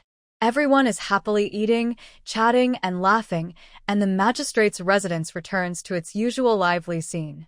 Lu Damei holds a lamb hoof, eating with a greasy mouth, while animatedly telling a story about Hua Mulan going to war in place of her father. This story was written by Zhuang Jin in her spare time. Now, after finishing work each day, everyone is happiest listening to Lu Damei tell the story. Of course, Zhuang Jin is the one narrating, but the actual writing was done by Lu Damei. Zhao Ling, feeling awkward after previous events, ate a few bites and then took Dia and Arya back to their rooms. Zhuang Xiao and Xing Luo, two little kids, were wrapped in thick cotton clothes, snuggling on either side of Zhuang Jin. Their bright eyes watched eagerly as Lu Damei presented her treasure. The little girl's foolishness had improved a lot. Zhuang Jin often found chances to feed her some spiritual spring water. Now, with its nourishment, her skin was rosy and smooth like a freshly peeled eggshell. She had also grown taller, her features more developed, and was starting to look like a beautiful young lady. The ninth-layer tower was filled with many medicines. Zhuang Jin searched through them, but couldn't find any suitable for treating her foolishness. Strong medicines were too risky for her. In the end, Zhuang Jin decided to gradually treat her with small amounts of spiritual spring water. Xing Luo and the two older girls had already passed the age of enlightenment. Zhuang Jin planned to invite a teacher in a few days to give lessons to the children. While eating, Zhuang Jin took the opportunity to secretly toss some lamb ribs and legs into his face, feeding Lord Zhuang and little Tian. As for the white tiger, Zhuang Jin threw in a whole, unsalted lamb leg. The recently born white tiger couldn't eat too much salt, as it would affect its fur and milk. Only Qinqi, like a little victim, curled up in the corner, sadly swallowing his saliva. "Ah, Jinjie," he called out mournfully. "Stop calling. First, run 30 laps around the estate before you can eat. You're lazy about practicing your skills. Next time, dare you to slack off again." As soon as Zhuang Jin finished speaking, the wild white wolf started nudging Qinqi with its head. "Can we make a deal?" Qinqi begged, swallowing nervously. "No deals. You run first, then you can eat." Whitefur extended its wolf claws and kicked Qinqi's backside. He howled loudly twice. Whitefur bared its wolf teeth, making a move to bite Qinqi's pants. Scared, Qinqi squealed and jumped up. "Don't bite. Don't bite. If you bite again, the spring light will leak out. There are so many people here." Qinqi's face turned pale with fright, and he ran away. Whitefur followed at a moderate distance, howling to intimidate him when he slowed down. Poor kid, running and crying. "Ah, Jinjie, can we roast 2 more sheep? Or maybe you guys can eat more slowly. Leave some meat for me. Remember to leave some meat for me." His crying echoed through the courtyard. No one paid attention. When Qinqi finally finished his laps and returned, exhausted, he found everyone had already eaten their fill. He proudly patted his bloated belly and burped happily as the feast gradually ended. Zhuang Jin had already returned to his room and entered his space to check on the little tiger cub. The yard was full of leftover food and scraps. No, there were not even any leftovers. Only a pile of sheep bones. The tempting aroma of cumin lamb still lingered in the air. Qinqi was stunned, lips trembling with anger. Lu Damei was chewing on a lamb rib, munching happily, her greasy paws reaching out to pat Qinqi's shoulder with sympathy, leaving 2 oil stains. "Kid, hold on. There are some bones on the shelf. Keep gnawing, maybe there are some meat scraps left." "Ah." Qinqi looked up to the sky, crying loudly. This was so unfair. Bai Mao glanced at the timid kid, then suddenly jumped up, grabbed a sheep bone from the grill, and ran away. "Not interested. No bones were left for you." The night was long. The next morning, Qingqiao and Qinqi left the estate together. They had many things to do that day. First, they went to the pawn shop. This pawn shop not only handled house buying, renting, and business, but also dealt in people. Many children from poor families were sent here, hoping to be sold into wealthy households as maids or servants. It solved their family's food problem and could earn a little silver to help at home. Besides buying a big house to serve as a transfer station for farm products, they also planned to buy a few maids and servants to bring back. The large magistrate's residence had no maids or servants, which was too shabby. Zhuang Jinyuan was originally very opposed to the idea of buying and selling people. Even the 20 women rescued from Leopard Ridge, including Qingqiao, had voluntarily signed contracts to sell themselves, but Zhuang Jinyuan kept all the contracts, and Qingqiao still held onto hers. But when in Rome, do as the Romans do. A big estate couldn't be maintained without help. The officials and villagers needed to go to work, and the women from Leopard Ridge would be responsible for their business empire and the Wild Wolf Group in the future. They couldn't let trivial household matters slow them down. So, they had to buy a few maids and servants. Lu Damei was pressured by Zhuang Jinyuan to study every night, and after returning from work at the government office, she picked up her books again, preparing to take the imperial exams in spring. All because of Zhuang Jinyuan's words, "We can't all be rough folks. Both civil and military skills must be mastered. The Chen family village's backbone must be strong." "Qinqi, besides managing the farm product transfer station, also continued practicing martial arts. This time, he was determined not to slack off, training every night until his legs were sore before stopping. Everything was proceeding smoothly and in order. A half-month has passed, and now it is deep winter. The weather is getting colder, and heavy snow begins to fall again. This snowfall is different from before, as if a hole has opened in the sky, and endless white flakes pour down without end. One day, in the early morning hours, the large gate of the mansion was loudly knocked. In the quiet night, the knocking was so loud it made people feel uneasy. The visitor seemed very urgent.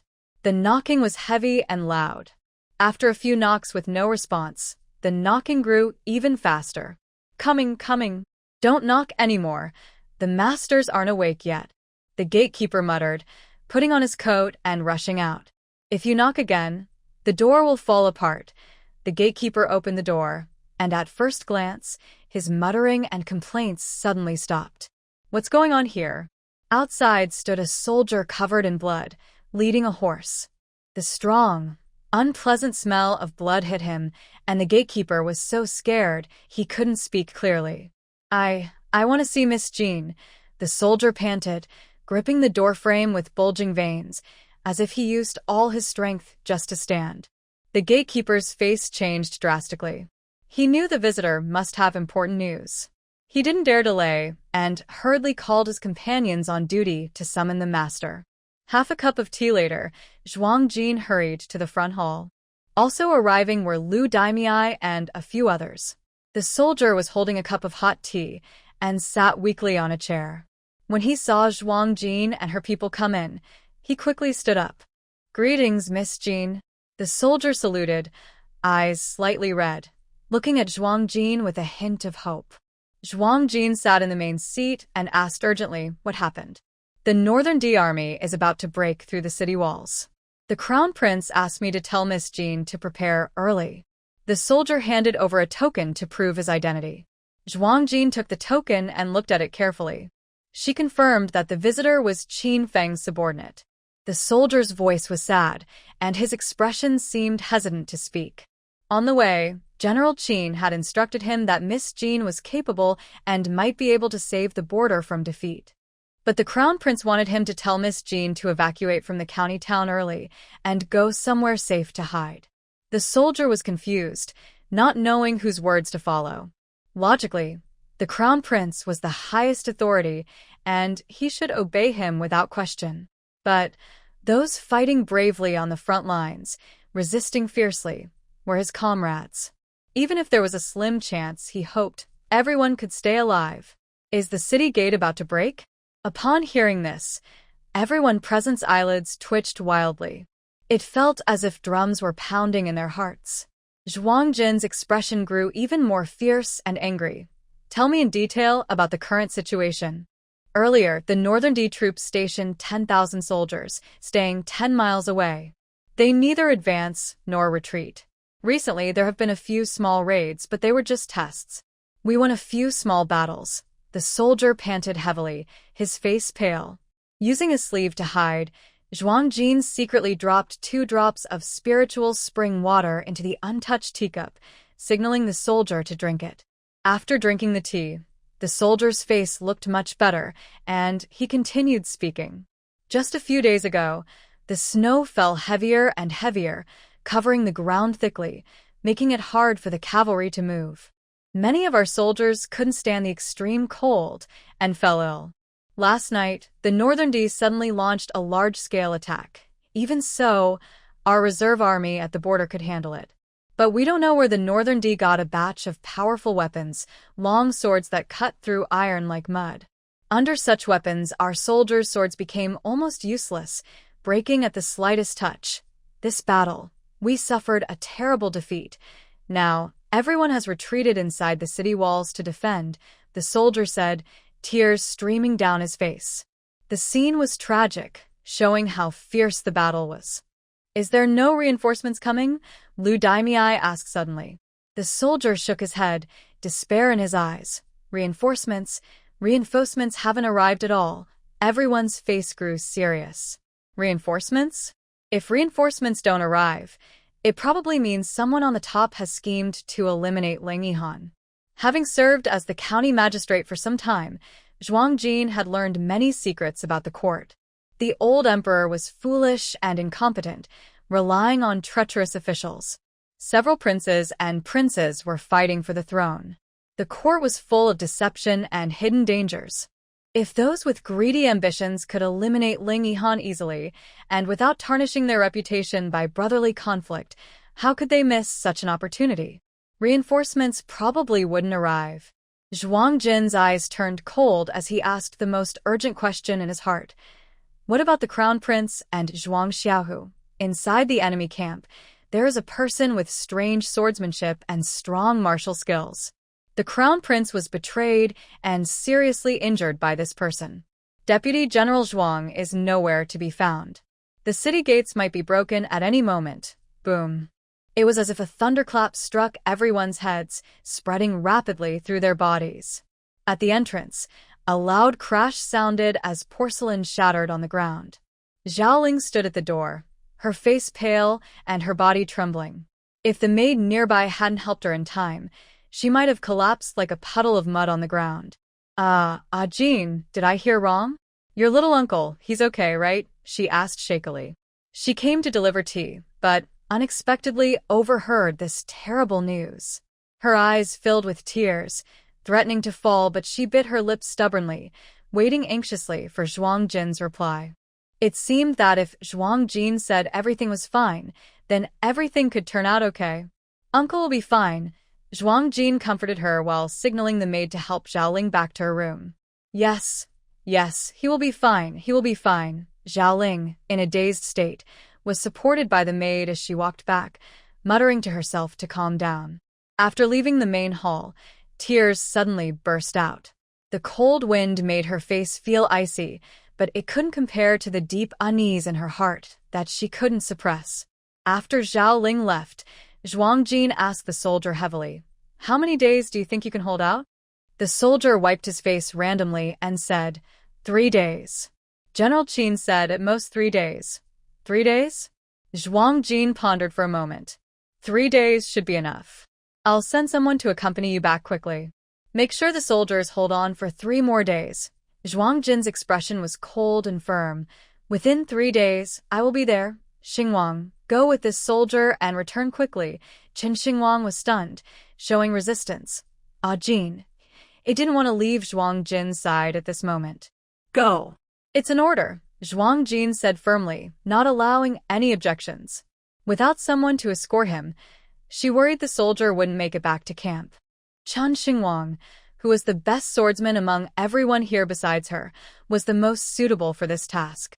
Seeing Zhuang Jin's resolute attitude, Qin Xingwang could only nod reluctantly. This water has been mixed with a stimulant.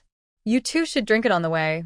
Zhuang Jin threw Qin Xingwang a pouch of water infused with spiritual spring water for emergencies. She returned to her room to take more than 10 bottles of medicine from her space, anti-inflammatory, hemostatic, fever-reducing, detoxifying, and handed them to Qin Xingwang. If anything happens on the way, these are life-saving medicines. When you arrive, give the remaining medicine to the prince. Ling Yihan was seriously injured, and she probably wouldn't last 3 days. She had to send the medicine ahead in advance. Besides that, Zhuang Jin also selected a fine longsword and a bow and arrow from her space weapon storage for Qin Xingwang to carry. The snow outside was too thick, and the horse's speed was far less than that of wild wolves. Qin Xingwang rode the wild wolf that Zhuang Jin had equipped him with, which had a scar on its forehead. Zhuang Jin called out another wild wolf and handed it to the soldier to ride. When the soldier first saw the wolf, he was so scared his legs trembled. But when he saw the wolf behaving like a small dog in front of Zhuang Jin, he gathered his courage and climbed onto its back. Zhuang Jin stroked the wolf's head and made a soft, low sound. No one could understand it, but the wolf seemed to understand and nodded repeatedly, looking very intelligent. After tying some dry food onto the wolf, the 2 people and 2 wolves set off into the snowstorm, leaving Ping'an County just before dawn. After seeing them off, Zhuang Jin called a meeting with everyone in the government office. He began assigning tasks. Some villagers who worked as officials were sent to Qinjia village to bring supplies and weapons, including sleds. Others were ordered to gather soldiers in the city and patrol day and night to strengthen security. Lu Damei and Pink Clothes were responsible for county affairs. Chun Chui and Green Grass organized the women from Biaoli Ridge, who would also accompany them to the border. During recent training, almost all the women from Biaoli Ridge had become skilled with knives. Plus, Zhuang Jin sometimes secretly added spiritual spring water into their food to improve their strength. Now, everyone in the government office, from the women of Biaoli Ridge to the villagers working as officials, had martial skills. After finishing the assignments, Zhuang Jin used her teleportation ability to travel quickly. In just half a day, she visited all the nearby mountain peaks. At each place, she summoned the white tiger to roar. With each call, wild wolves from thousands of miles around rushed out from all directions and were all absorbed into her space. Including the previous wolf pack, there were now over 5,000 wolves inside her space. After gathering the wolves, it was already late at night. Zhuang Jin stood on the highest mountain, gazing toward the border for a long time. If the city gates were broken, the city inside would be flooded with blood. The poor people, already suffering, would lose all hope. She absolutely could not let such a tragedy happen. After a long, deep sigh, Zhuang Jin disappeared into her space. Last time, when she unlocked the 5th level of the 9-story tower, the spirit cleansing pill appeared. She had been busy and hadn't taken it. This time, to be prepared, she planned to take the spirit cleansing pill. She wanted to see if her knife skills could improve further. The enemy's skilled swordsman, who could secretly attack Ling Yihan, was definitely not an ordinary soldier. She couldn't afford to underestimate her opponent. After entering the space, Zhuang Jin first made the wolf pack drink a small amount of spiritual spring water. She found that the water could make animals smarter. The wild wolves, now with increased intelligence, could cooperate better in battles. After finishing her task, Zhuang Jin went to the 5th floor of the 9-story tower. She poured out a pill from a porcelain bottle containing the bone cleansing pill and took it. The pill had a pleasant fragrance and melted instantly in her mouth. Soon after, Zhuang Jin felt a strange hot flow in her body. The bone-cleansing pill melted as soon as she took it, and the medicinal liquid flowed down her throat. Very quickly, she felt a burning sensation in her body. At first, it was tolerable, as if it was nourishing her muscles and tendons. Her whole body felt warm and cozy, but soon the heat grew stronger, as if it was burning her from within. When the burning sensation hit, her whole body also experienced stabbing pain, like needles piercing every inch of her muscles and pores. A layer of sweat appeared on her forehead. But that was not the end. The intense pain, as if needle holes were penetrating her, continued to worsen. Every pore felt torn apart, followed by a fiery burning in her internal organs, and her limbs and bones also felt like they were being scraped. Zhuang Jin bit her lip hard until a strong metallic taste filled her mouth. After about half an hour, the pain persisted, then another wave of agony struck her, flooding her like a rising tide. Her eyes gradually became unfocused. Finally, after enduring 2 hours, the pain eased, and her muscles felt sore and heavy. Slowly, a warm, gentle spiritual energy enveloped her whole body, making her feel comfortable and warm. When Zhuang Jin opened her eyes again, the bone-cleansing process was complete. Her body still looked as if she had just drunk a large amount of spiritual spring water, with many impurities expelled. Her clothes were soaked with dirt and mud, her hair tangled with mud, and she reeked terribly. She rushed back to her villa inside the space. After an hour of washing, she finally cleaned all the dirt from her body. When she came out, she felt light and full of energy. Outside the space villa, dawn was breaking and gentle sunlight shone on the land. The cycle of day and night inside the space was the same as outside. It was probably early morning now. She still had less than 2 days. Enough. Master, master. At this moment, little Tian rushed over like a small cannonball. Zhuang Jin hugged the little fellow warmly and said with a smile, "Why are you so impatient? Master's marrow cleansing was successful. Little Tian helps the master continue practicing the Flying Dragon 9 styles. Zhuang Jin affectionately rubbed Little Tian's head and said, "Good." As she finished speaking, a streak of light flashed, and Little Tian transformed into a tang sword, floating in front of Zhuang Jin. The sword was long, with a sharp edge, emanating a fierce aura, and seemed to hide the sound of a dragon's roar, making it intimidating. "Hurry, master, hold the hilt. Now that your marrow cleansing is successful, practicing the Flying Dragon 9 styles sword technique will be much easier," Little Tian urged. Zhuang Jin smiled gently, her delicate features shining brightly. She wore a flowing green dress that moved with the breeze. Slowly, she reached out and gently grasped the hilt of the tang sword, feeling its cold, hard surface, and a strange excitement filled her heart. She took a deep breath, closed her eyes, and began to focus her mind. The spiritual energy inside her slowly flowed, resonating with the tang sword and Little Tian. In the next moment, she suddenly opened her eyes, a sharp glint flashing in them. Her body moved swiftly, transforming into a blue afterimage, darting through space. The tang sword in her hand turned into a streak of silver lightning, tearing through the air with a piercing scream. Zhuang Jin's movements grew faster, her attacks more fierce. Sometimes she leapt into the air, swinging the sword horizontally. Other times, she slashed diagonally downward. After becoming more skilled with her moves, she tried to channel spiritual energy from the space into the blade repeatedly. Fail, then try again, fail, then try again, until the sun was setting in the west.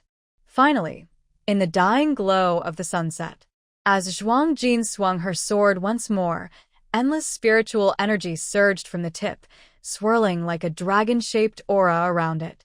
The air around her was stirred by her swordsmanship, forming whirlpools of energy. Her figure merged with the tang sword, transforming into a blue storm that ravaged the space. "I did it," Zhuang Jin exclaimed happily. She had broken through to the 7th form of the Flying Dragon. The tang sword in her hand shimmered with golden light, transforming into a streak of light that fell to the ground, revealing a cute, chubby baby with 2 small pigtails on her head. Little Tian waved his chubby little hands and cheered along. "Master is #1 in the world. Master is awesome. Master is invincible." Zhuang Jin's face suddenly darkened with a few black lines crossing her forehead, and she couldn't help but laugh and cry. "Where did you learn that from?" "Old man Zhuang, that old little man is shameless. He always says he's #1 in the world." Little Tian pouted and said in a cute voice, "But I think the master is the strongest. That old man can't compare. This is just Wangpa bragging about her melons. Such a shameless person." Zhuang Jin was amused by Xiao Tian's innocent words and laughed heartily. "All right, let's go back to the villa. The owner will cook fish for you. Not for that, Wangpa." "Okay." Zhuang Jin held Xiao Tian's chubby little hand and went to the riverbank to catch a fat fish. The fat fish had a big head and few spines, perfect for Xiao Tian to eat. Although Xiao Tian was small, she liked spicy food just like her. She planned to make a double-spiced fish head with this fish. The fish body would be cooked into a milky white soup, with fish bones and scales filtered out, then added tofu, chopped cilantro, and green onions to make a fish soup. While the fish head was simmering, Zhuang Jin was busy too. She picked a bunch of tender chicken feather greens from the space garden to make garlic chicken feather greens. The bright green leaves paired with golden garlic looked very tempting. Then, Zhuang Jin chose the tenderest tenderloin from the warehouse. The warehouse inside the space was frozen in time, so ingredients remained fresh from when they were stored until taken out. She made cumin tenderloin strips, which were crispy outside and tender inside, with a strong cumin aroma with each bite. The big and small ate happily, with Xiao Tian stuffing her mouth full. When chewing, her cheeks puffed out like a cute little hamster, very adorable. After eating, Zhuang Jin didn't rest. Instead, she used her 100 miles teleportation again and returned directly to Ping'an County residence. In the past 2 days, she had used 100 miles teleportation multiple times. Even after successfully refining her body and making a qualitative leap, she still felt a bit exhausted. When she arrived at the residence, her face was already pale as a sheet of paper. It looked quite frightening. As soon as she entered, she saw Qing Chao. Qing Chao was startled by Zhuang Jin's pale face and exclaimed, "Miss Jean?" She hurried over to support Zhuang Jin, anxiously checking her from head to toe, thinking she had been seriously injured. "I'm fine, just a bit tired." Zhuang Jin waved her hand and asked, "Have the people from Qinjia village returned?" Qing Chao nodded. "Yes, they came back afternoon. Everything is ready. We're just waiting for your orders, Miss Jean. Then we can set out." "How many people came?" Zhuang Jin's expression turned cold, heavy with worry. The snowmobile with blades needed someone to drive it, but she had no time to teach others how to operate it. She could only have the villagers from Qinjia village go to the border. Many young people in Qinjia village have learned some swordsmanship from Qin Xingwang. Usually they handle local troublemakers and bandits easily. But fighting on the battlefield is very different from small fights. Forcing villagers to go to the battlefield is a last resort. Most of them have never seen the brutality and bloodshed of war. Zhuang Jin is most worried that villagers might hesitate when fighting the enemy, risking their lives. 378 people have arrived, including officials, villagers, and sisters. We have made 1,800 snowmobiles with blades and over 3,000 without blades. Good. Notify everyone to leave tonight. We set out immediately, but Chao Qing looks worried at Zhuang Jin's pale face. "Maybe you should rest first? We can leave at dawn." "No, we leave in an hour. We have to go tonight. My brother-in-law is missing, and we can't delay." Zhuang Jin's face is serious. If Xiaohu is captured by the enemy, or if Xiaohu is badly injured during a fight and lost in some unknown snowfield, both situations are dangerous. She has told Qin Xingwang to use the wild wolf sense of smell to find Xiao, who as soon as they arrive. Qin Feng is also sending forces to search. But Zhuang Jin still feels uneasy. If Xiaohu is in danger, thinking of this, her chest aches painfully. How has little Aunt been these past 2 days? She's been locked in her room and hasn't come out. Chao Qing hesitates.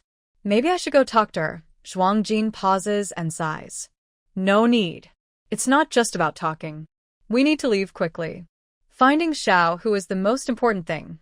While they talk, they reach Zhuang Jin's door. I'll rest now. You go gather everyone. We leave in an hour. Inside, Zhuang Jin enters her space.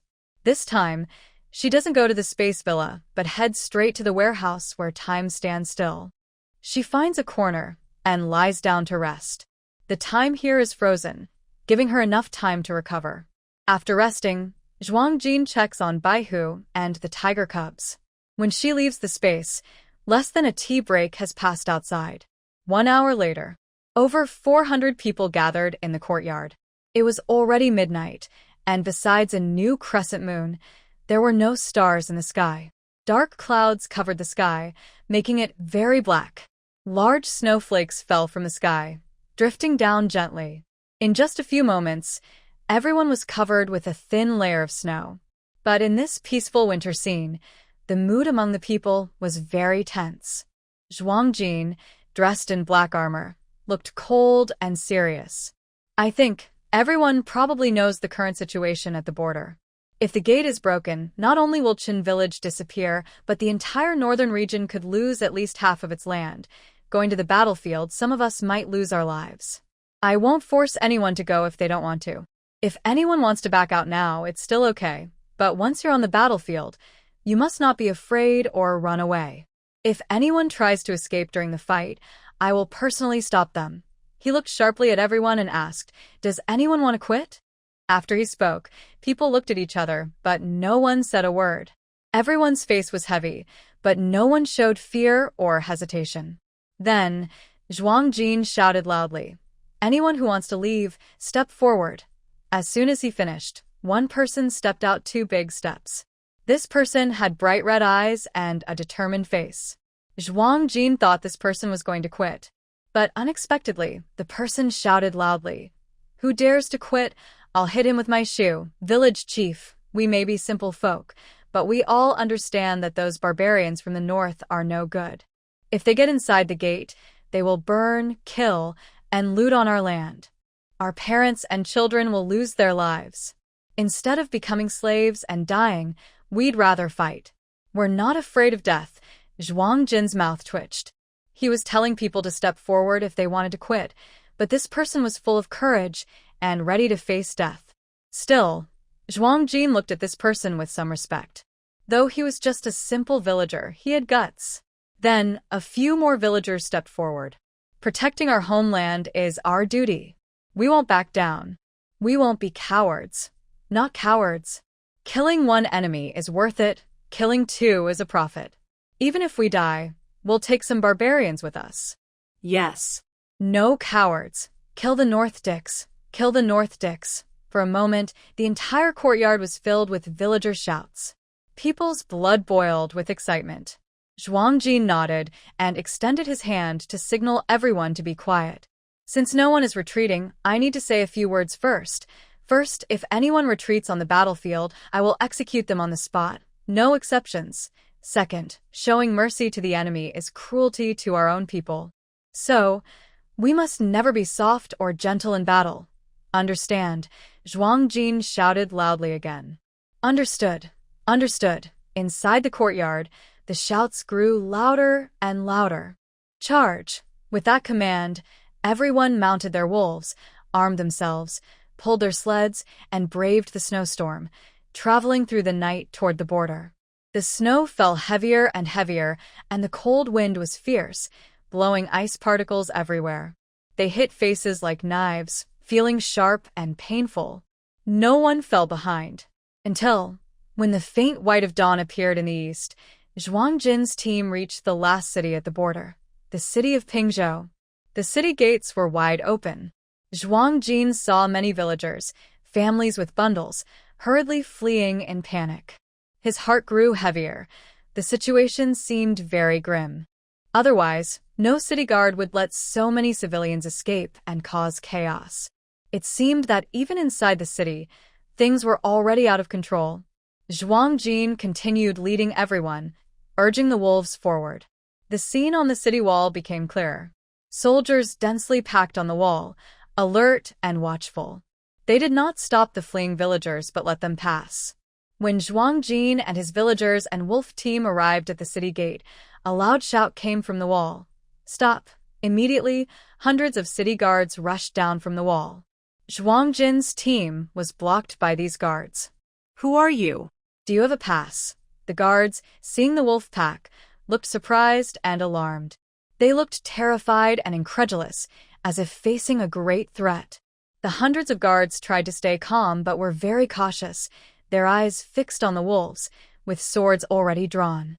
Zhuang Jin dismounted from his wolf, stepped forward, and bowed to one of the guards dressed like a city commander, saying, "We come from Ping'an County. I am the county magistrate of Ping'an. We heard that the North D invaders are attacking, and we have come to support the border guards." The city guards heard this and looked surprised, but they still kept their eyes on the wolf pack. They didn't put away their swords. Zhuang Jin handed the proof of identity to the city guard leader for inspection. After confirming her identity, the guard's suspicion eased a little, but he still didn't let his men lower their weapons. "We can't let the wolves enter the city," the guard insisted, his face complicated and twitching at the corners of his mouth. "Wolves. That's a wolf pack. Wolves can eat people. Who would ride wolves openly in the city? And it's a whole pack of wolves."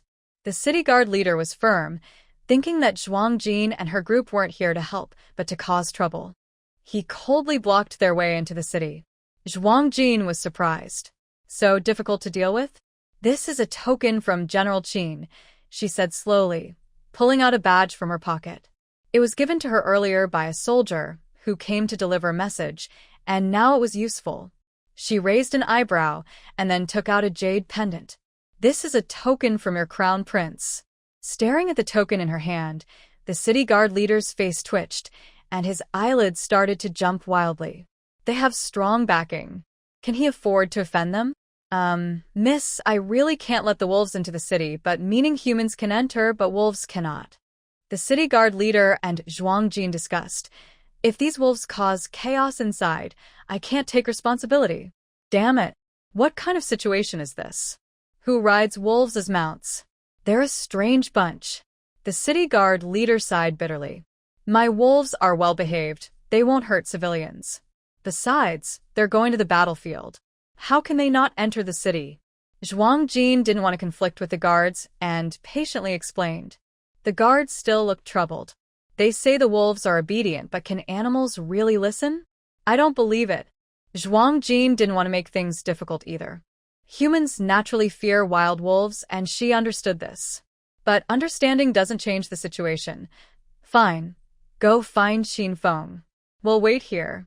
After speaking, Zhuang Jin climbed back onto the wolf's back and closed her eyes to rest.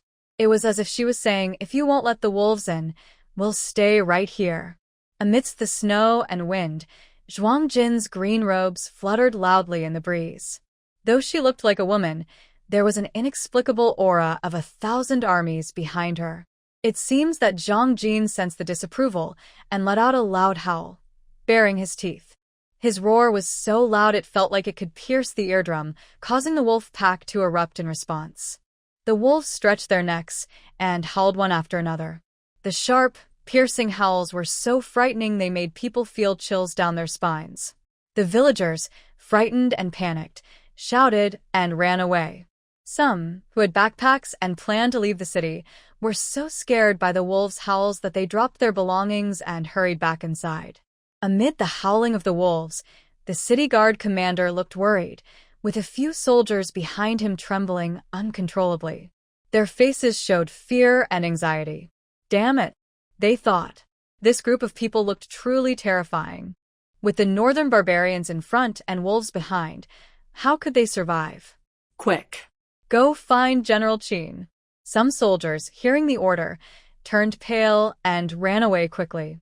Their cries of fear mixed with the wind. Wolves are attacking. Zhuang Jin was speechless. She was here to help, so how did it turn into an attack? Stop shouting.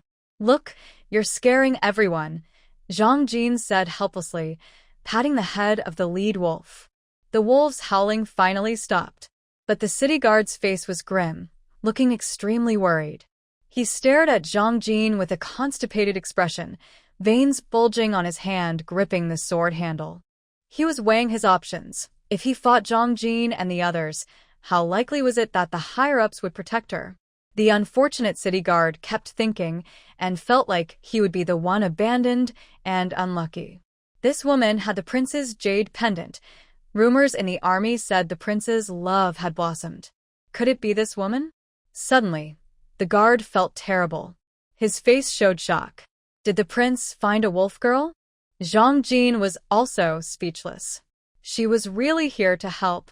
Before long, Qin Feng and Chen Xingwang hurried over. From a distance, Qin Feng looked quite worn out, with a scruffy beard and dusty battle robes. Chen Xingwang saw Zhuang Jin, and his eyes turned slightly red. Zhuang Jin's heart skipped a beat. What's wrong? Haven't you found the young master yet? She asked. A sense of foreboding rose in her heart. She quickly stepped forward, trying to get some clear news from Chen Xingwang. Chen Xingwang shook his head, took a deep breath, and tried to calm his emotions. He said, "We found the person," but Chen Xingwang's face was bitter, and he couldn't continue. His eyes grew redder. Zhuang Jin was anxious. "Just tell me." His hesitant words were really tormenting. Zhuang Jin was very worried, but Chen Xingwang kept hesitating. It made Zhuang Jin want to slap him hard. God knows, she was working day and night just to confirm the situation of Zhuang Xiaohu and the crown prince. When I found Uncle Huzi in a snow cave, he had his tendons and ligaments cut by the enemy. Now, his life is temporarily safe, but it's likely he'll be paralyzed in the future. When Zhuang Jin heard this, her face suddenly turned serious. At this moment, Qin Feng came over. His gaze lingered on Zhuang Jin for a moment, and a complex emotion flashed in his eyes. "Miss Jin," Qin Feng called out, his voice a little hoarse. "How is Ling Yihan?" Zhuang Jin's heart pounded, and she asked with difficulty. She silently prayed that the crown prince was okay. If something happened to him, her support would collapse. The crown prince, Qin Feng wanted to say something but paused when he saw the people around. The crown prince's condition was also bad. He couldn't let the soldiers know, or it would cause chaos in the army. Ah. Miss Jean, you should go see for yourself. Maybe, after Miss Jean arrives, the crown prince will get better? They won't let us in. Zhuang Jin helplessly pointed to the guards and soldiers standing stiffly behind the crowd. She also wanted to rush into the city, but those soldiers still held their swords.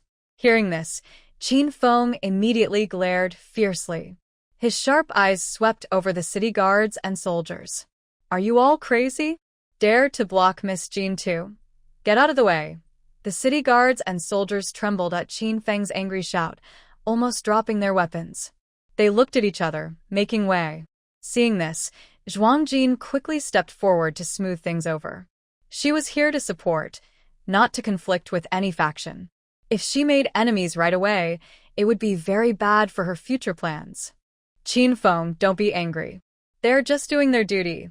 Zhuang Jin softly comforted him and gave a reassuring smile to the guards and soldiers. They felt a little better, but still looked worried. They knew that Miss Jean was a guest of the crown prince and the general, but because the border situation was tense, they had to be very careful.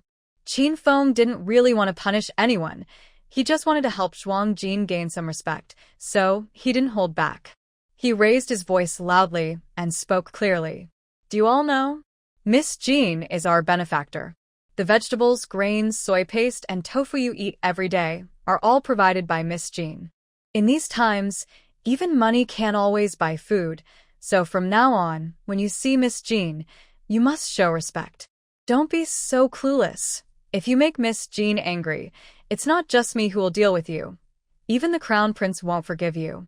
From now on, whenever Miss Jean enters or leaves the city, you are not allowed to stop her. Even if Miss Jean brings her wolf pack into the city, you are not allowed to block her. As he spoke, Qin Feng suddenly remembered that the girl also had a white tiger, so he paused, then raised his voice again. Even if she brings her tiger group into the city, you are not allowed to stop her. Understood? Understood. Got it. The soldiers responded one after another. This time, their eyes on Zhuang Jin showed more respect and gratitude. When they were starving and fighting, some comrades couldn't resist hunger and ate dirt, which caused many to die. It wasn't until the crown prince and General Qin somehow brought in food that they managed to survive. It turned out to be Miss Jean who provided the food. The mincemeat paste spread on buns or mixed into rice smelled so good. Sometimes they could even eat fresh vegetables in the cold winter. Life in the city officials' households was probably just like that. The soldiers now felt very satisfied with their rations. Some young soldiers even looked at her with admiration. They were afraid of wolves, yes, but riding on wolf mounts was truly impressive. A young soldier watched the wolf pack with envy. Whimper, he also wanted to be impressive. Suddenly, his gaze at the villagers turned a bit jealous and resentful. Things had really changed. When did ordinary people become so powerful? Miss Jean, can I also ride a wolf? He wanted to look impressive too. One young soldier spoke up, immediately attracting eager looks from the others behind him. They all stared at Zhuang Jin with longing. Her eyes lit up instantly.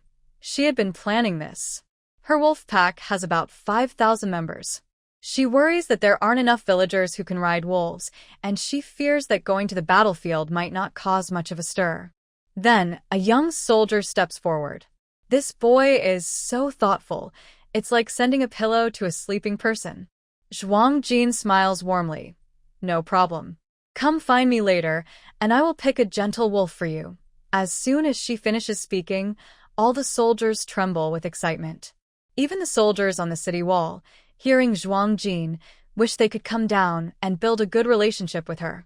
At this moment, a small soldier on the wall sticks out half his body and excitedly shouts, Miss Jean, it's me. Zhuang Jin looks up. It's still a young face, looking even younger than Qinqi. His skin is tanned from the sun and wind, with cracks and redness, but his eyes are bright and lively. When he smiles, it strangely brings a sense of joy. However, it also makes Zhuang Jin feel a little pain in her heart. If this boy were in peacetime, he should be studying at school. Good. Anyone who wants to learn to ride wolves can come find me. The soldiers cheer loudly. The city guard commander glares at the small soldiers who have popped up and grits his teeth. Miss Jean, let's go into the city. If you don't go in now, your soldiers might rebel and follow you. Qin Feng hurriedly leads everyone into the city. They pass through a large courtyard. Ling Yihan and Zhuang Xiaohu are both recovering from injuries inside. Miss Jean, it's two. Qin Feng points to the main house, wanting to say that Crown Prince Ling Yihan is inside, but he is interrupted by Zhuang Jin. General Qin, take me to see my little uncle, Zhuang Jin says urgently, with a worried look. Qin Feng is stunned, his face twitching. Seeing Zhuang Jin like this, it seems she hasn't even remembered their crown prince? Oh well. Their prince's pursuit of love will probably be a long journey. Ling Yihan, hearing that Zhuang Jin has arrived, eagerly waits inside. After a long wait, she still doesn't come out, and his face darkens. When asked, he learns that the girl went directly to Zhuang Xiaohu's place. Suddenly, he feels like a big jar of jealousy has been overturned. If she doesn't come, then she doesn't come. I'm still annoyed by her, Ling Yihan mutters stubbornly. When Zhuang Jin arrives at Zhuang Xiaohu's house, the first thing she smells is a strong medicinal odor. Her heart sinks even more. On the bed, Zhuang Xiaohu stares blankly, his face pale and yellow, with no sign of life. Little uncle, Zhuang Jin calls softly. Only then do Zhuang Xiaohu's eyes move slightly. After a long moment, he finally shifted his gaze and looked as if he had lost his soul. Yes, Jin. His lips were cracked and dry, and when he slightly curled them, the cracks opened and a trickle of blood seeped out. Qin Feng, who had come in with him, sighed heavily. After Xiaohu was rescued, he knew his limbs. Qin Feng quietly explained to Zhuang Jin. Zhuang Xiaohu's tendons and muscles had been cut, and now he could only lie in bed like a useless person, needing help even for basic needs like eating and going to the bathroom. This blow was really hard for Zhuang Xiaohu, who was always proud. But, General Qin, I want to be alone with my uncle for a while, Zhuang Jin said calmly. Qin Feng nodded. All right, I'll go arrange accommodations for the villagers. Zhuang Jin brought not only villagers but also many women. It's better if she personally checks the arrangements to make sure no careless person puts them together improperly. After Qin Feng left, Zhuang Jin poured half a glass of water from the table. When no one was looking, she added a few drops of spiritual spring water. She had secretly fed Xiaohu this water before, and he had become used to it. After thinking for a moment, she added a little more, about half of what was left in the cup. Then she held the cup in one hand and carried a small stool with the other, walking to the bedside. She sat down beside Xiaohu's bed. Jin, Xiaohu's voice was bitter, and he looked at Zhuang Jin with guilt. He joined the army hoping to be a strong support for the family, but unexpectedly, he became a burden. Zhuang Jin smiled slightly and comforted him. Don't say that now. Drink some water first. She brought the cup to Xiaohu's lips and gently lifted his head to feed him. This time, Xiaohu didn't refuse the water. But after drinking, he said, Jin, I don't want to be a burden. Just let me die in the camp. You'll get some pension money then. Xiaohu seemed to be contemplating suicide. Hearing this, Zhuang Jin's face instantly turned cold. How can my little uncle say such depressing words? Do I still lack that pension money from you? Xiaohu's throat tightened, and he couldn't speak. Yes. He had heard that after Jin became a magistrate, she also led the villagers of Ping'an County to grow greenhouse vegetables. Many of the supplies in the military camp were bought from her. How could Jin lack money? The more he thought about it, the more bitter Xiaohu felt inside. Could he not even help his family by dying? Knowing that Zhuang Xiaohu was thinking the wrong way, Zhuang Jin sighed and said, Little uncle, breaking the meridians doesn't mean there's no chance of recovery.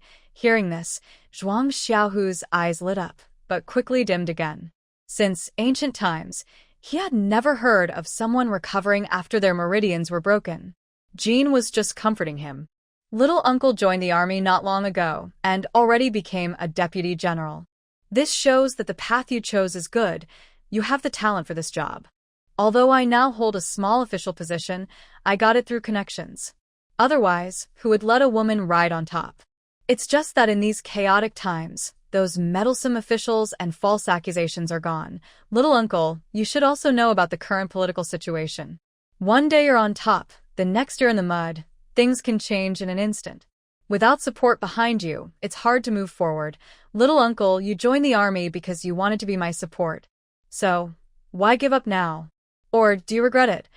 Zhuang Xiaohu's pale face slightly reddened. Little uncle would never regret. It's just that my condition now makes me a burden. Zhuang Jin frowned. If I say it can be cured, then it can be. Don't you believe me? Really can be cured? Zhuang Xiaohu's eyes suddenly brightened, staring nervously at Zhuang Jin. Zhuang Jin nodded. When have I ever lied to you? There was a medicine in the space pharmacy that could reshape the meridians. But it will be very painful, Zhuang Jin warned. That pain might be worse than the pain she experienced when cleansing her marrow, maybe even more intense. Zhuang Jin was worried that Zhuang Xiaohu might not be able to handle it. The best way was to use spiritual spring water to nurture his body for a while. But now, Zhuang Xiaohu's strong desire to end his life suggested he might not have the time to wait. Zhuang Xiaohu grinned. As long as I can reconnect the meridians, what's a little pain? That's not just any pain, Zhuang Jin reminded him again. We can also take it slow, so the pain will be less. Zhuang Xiaohu shook his head firmly. No, I won't wait. The sooner I recover, the better. Damn it, after I'm better, I'll go find those barbarians and get my revenge. His teeth clenched with a grinding sound, his eyes bloodshot. The hatred in his eyes was almost overflowing. Zhuang Jin was surprised. When the Beatty people broke her uncle's meridians, did they also do something else? Zhuang Jin looked suspiciously at the angry Zhuang Xiaohu, feeling that there was something she didn't know. Her heart was pounding. It seemed, after this, she had to investigate. However, the most important thing right now is still Zhuang Xiaohu's meridians being restored. Whether it's driven by hatred or something else, having hope makes Zhuang Xiaohu feel alive again. Seeing this, Zhuang Jin no longer tried to stop him. If a person loses the will to survive, no amount of medicine will work. This is the moment when Zhuang Xiaohu regains his desire to live and his strongest will to survive. So, immediately, give him the medicine. Little uncle, eat some food first and rest a bit. If the pain gets worse, you won't be able to hold on. We'll give you medicine in half an hour. Zhuang Xiaohu was surprised. Medicine? He thought he needed surgery. Earlier, the military doctor said some injuries required surgery, but they didn't have enough medical skills. Zhuang Xiaohu wanted to ask more, but kept quiet. He always knew his niece had many mysterious aspects. She also had many secrets. He understood that her future path would be different from others. Maybe her future would be even higher. But with that, troubles would also come. He didn't need to ask much, just focus on making himself stronger and quietly support his niece from behind. He wanted to be her backing. He couldn't fall behind. Zhuang Jin had no idea that Zhuang Xiaohu had already thought so much in just a short time. She left the room and ordered the soldiers at the door to bring Zhuang Xiaohu some food. Then she went to find the military doctor who was treating Zhuang Xiaohu to understand his injury. Afterward, she returned to the small courtyard arranged for her by Qin Feng. Her small courtyard was next to the main house. To get back to her courtyard, she had to pass through the main house. She happened to see Qin Feng and a young soldier looking downcast coming out of the main house. She could faintly hear the sound of porcelain breaking inside. Zhuang Jin looked suspiciously, but didn't pay attention. She had already learned from Qin Feng that Ling Yihan was not in danger of losing his life. Since there was no life-threatening danger, she wasn't in a hurry. Zhuang Jin continued walking toward her own courtyard. She needed to quickly go into her space and check her medicine supplies. Miss Jin, Qin Feng suddenly called out behind her. Is something the matter? Qin Feng felt awkward. He wanted to ask Zhuang Jin to check on the grumpy old man inside. He really couldn't stand taking care of him anymore. But he didn't know how to speak to Zhuang Jin, so he hesitated in place. Zhuang Jin turned around and saw Qin Feng's hesitant look, which made her feel overwhelmed. I have something to do later. If it's not urgent, I'll tell you after I finish. After saying that, Jin didn't look back and quickly entered her small courtyard, even locking the door. Qin Feng was stunned. Then he forced a smile. Fine. It looks like he was being ignored. The young master inside is also waiting. Suddenly, Qin Feng had a bright idea. He called over a soldier behind him and lowered his voice. Go, tell the crown prince that Miss Jean is busy. She'll come after she's done. But she said if he doesn't eat soon, she won't come anymore. Just then, Qin Feng saw some soldiers outside the yard door peeking around. They were the guards who had promised to teach the wolf riding to Jean earlier. He paused and grinned slyly. Say that after Miss Jean arrives, she is very popular among the soldiers. Many handsome soldiers are surrounding her. The soldier was surprised and shrank back, trembling. Is this a threat to the crown prince? Won't he lose his life? Outside, Jean knew nothing about what was happening. She went straight to her room and locked the door. Then she slipped into her space. Inside her space, Jean headed straight for the 5th floor of the 9-story tower, where the medicine storage was. The storage was full of all kinds of rare herbs and medicines. Shelves were lined with porcelain bottles, and underneath, there were boxes filled with precious herbs. Jean looked through the shelves while thinking about Xiao Hu's injuries. His tendons were broken and he had deep wounds that showed bones. Xiao Hu needed more than just medicine to reconnect tendons. He also needed herbs to promote blood flow and help wounds heal. Some healing pills were stored on the shelves, made from herbs. The pills in the porcelain bottles were stronger, more effective, and worked faster. But Jean didn't want Xiao Hu to take 2 types of pills at once, worried they might conflict. She thought that besides the broken tendons, the other wounds looked scary but weren't deadly. A gentle treatment with traditional Chinese medicine would be best. Luckily, her space had plenty of these herbs and medicines. But as she looked through them, Jean started to feel overwhelmed. She didn't recognize most of the herbs. If it weren't for the labels on each item, clearly stating their names, effects, and precautions, she wouldn't be able to tell them apart.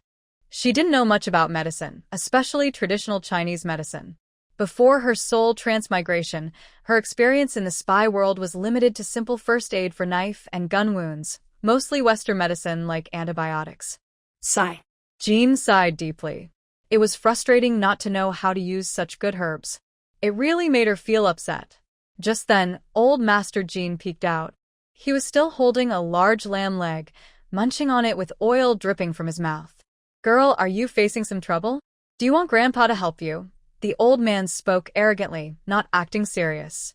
Zhuang Jin rolled her eyes and said, all you do is eat. Do you know medical skills? It's not that Zhuang Jin looked down on the old man. It's just that besides causing trouble and bragging, she hadn't seen him do anything truly impressive. Hearing this, the old man immediately got angry. You look down on me. Your grandpa. Not only is I the best in martial arts, but I'm also excellent in medicine. The old man pounded his chest loudly. Bang, bang, bang. Zhuang Jin felt her chest hurt just listening to it. This sound could only be from... Zhuang Jin suddenly froze, a possible idea flashing through her mind. She looked at the old man in surprise. Recently, she seemed to have overlooked something. Aren't you only able to maintain your physical form for 2 hours a day? Zhuang Jin narrowed her eyes. During the last space upgrade, the old man didn't say whether he gained any benefits. Could it be? Sure enough, the next second, the old man immediately looked resentful and complained.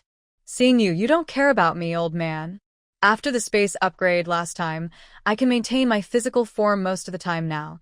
Does that mean I can now tear through space and return to my original world? Zhuang Jin raised an eyebrow, feeling a bit excited. She remembered it was said she needed to unlock the 9th level of the 9-layer tower. The old man sneered. Dream on. You need all levels of the 9-layer tower to be unlocked first. Hearing this, a shadow of sadness crossed Zhuang Jin's eyes. But she quickly regained her composure. It was originally said that only after unlocking all levels of the 9-layer tower could she go back. It seemed she had misunderstood. She thought that if the old man could fully materialize, he could tear through space and return to the original world. Well, looking at the old man's appearance, he didn't seem to have that ability. It mainly depended on how much the space and the 9-layer tower could be upgraded. Do you really know medical skills? Zhuang Jin asked again, a bit skeptical, as she needed to treat Zhuang Xiaohu first and focus on the matter at hand. 一个 I'm very skilled. The old man looked determined, swearing with wide eyes, but inside, he felt very guilty. His eyes kept flicking toward the pills on the shelf. He knew basic medicine, but he didn't know how to refine those pills. The reason he was trapped in the space was not only because he coveted the techniques inside, but also because of the pill formulas. After the 5th level was unlocked, there was only pill medicine. He searched every corner of the tower but couldn't find the formula. Bah. This space is lying. Where is the promised pill formula?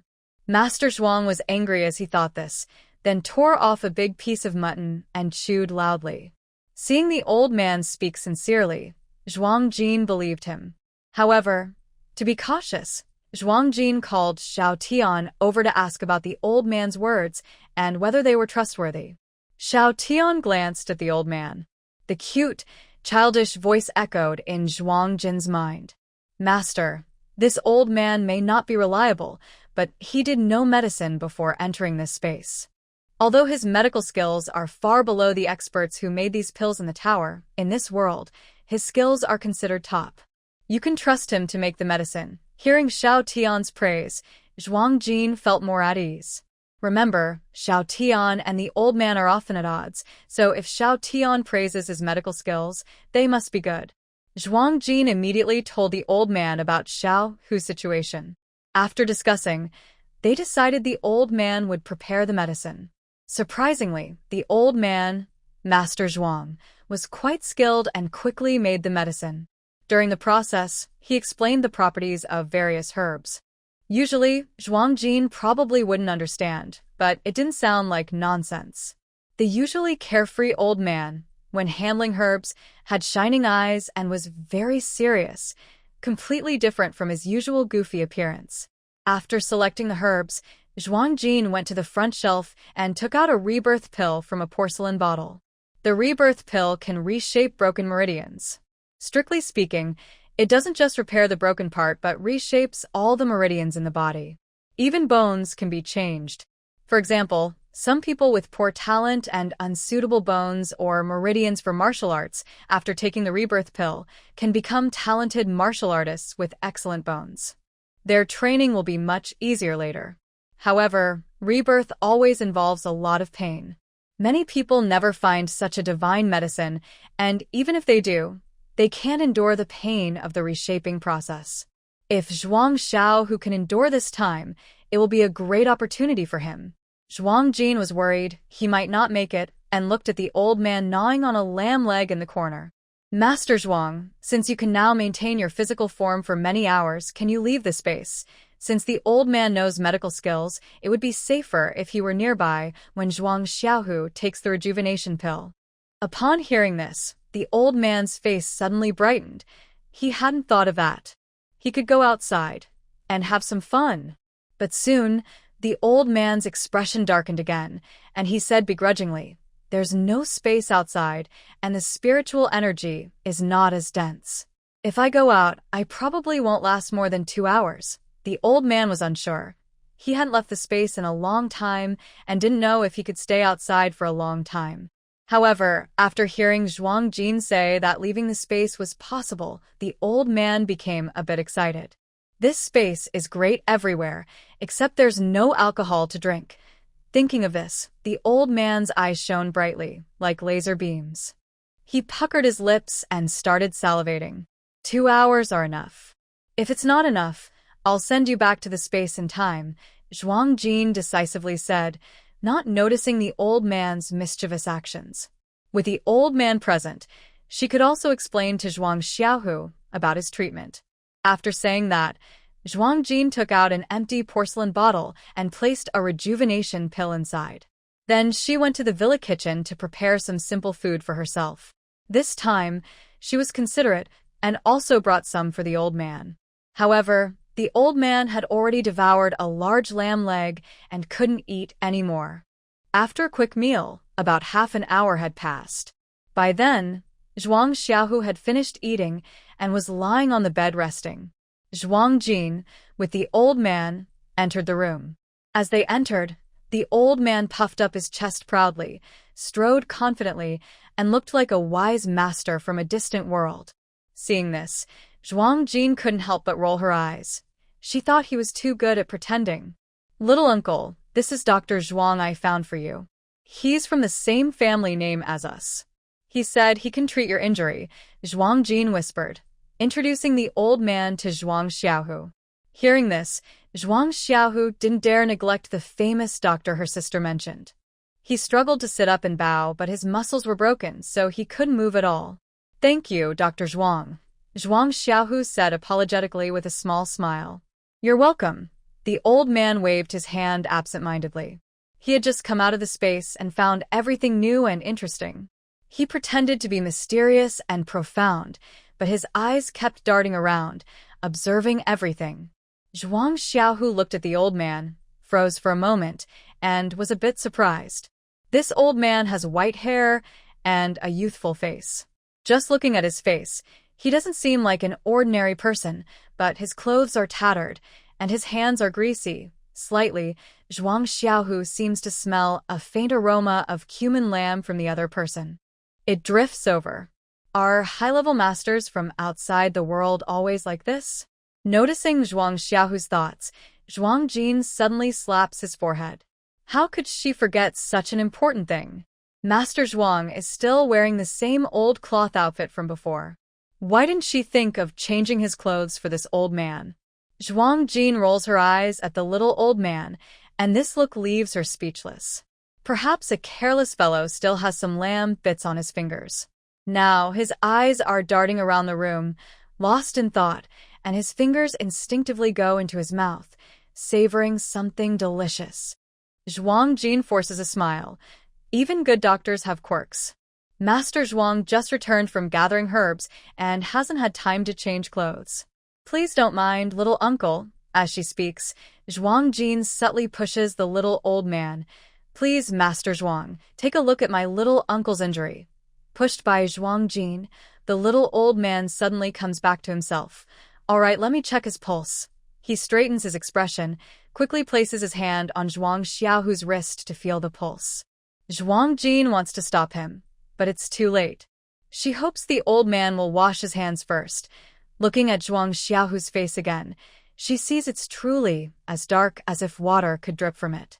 As the little old man, Master Zhuang, approaches, Zhuang Xiaohu only feels the strong smell of cumin lamb growing more intense.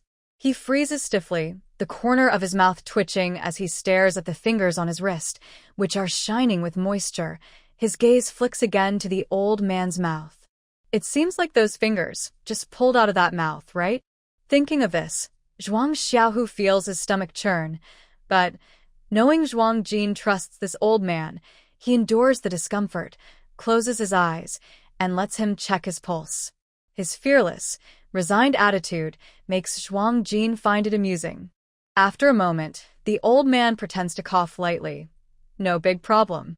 Taking the pill will definitely help him recover. He then takes out a porcelain bottle from his bosom, which Zhuang Jin had given him earlier. Zhuang Xiaohu stares at the bright green porcelain bottle, instinctively looking at Zhuang Jin. Seeing her nod, Zhuang Xiaohu finally relaxes. Knowing that Zhuang Xiaohu can't move his limbs, Zhuang Jin quickly rushes over before the old man can do anything, snatches the bottle, and pours out the pill to feed it directly into Zhuang Xiaohu's mouth. At the same time, she couldn't help but glance disdainfully at the greasy little old man's rough hands. In her heart, she sighed, "This little old man is lowering our image."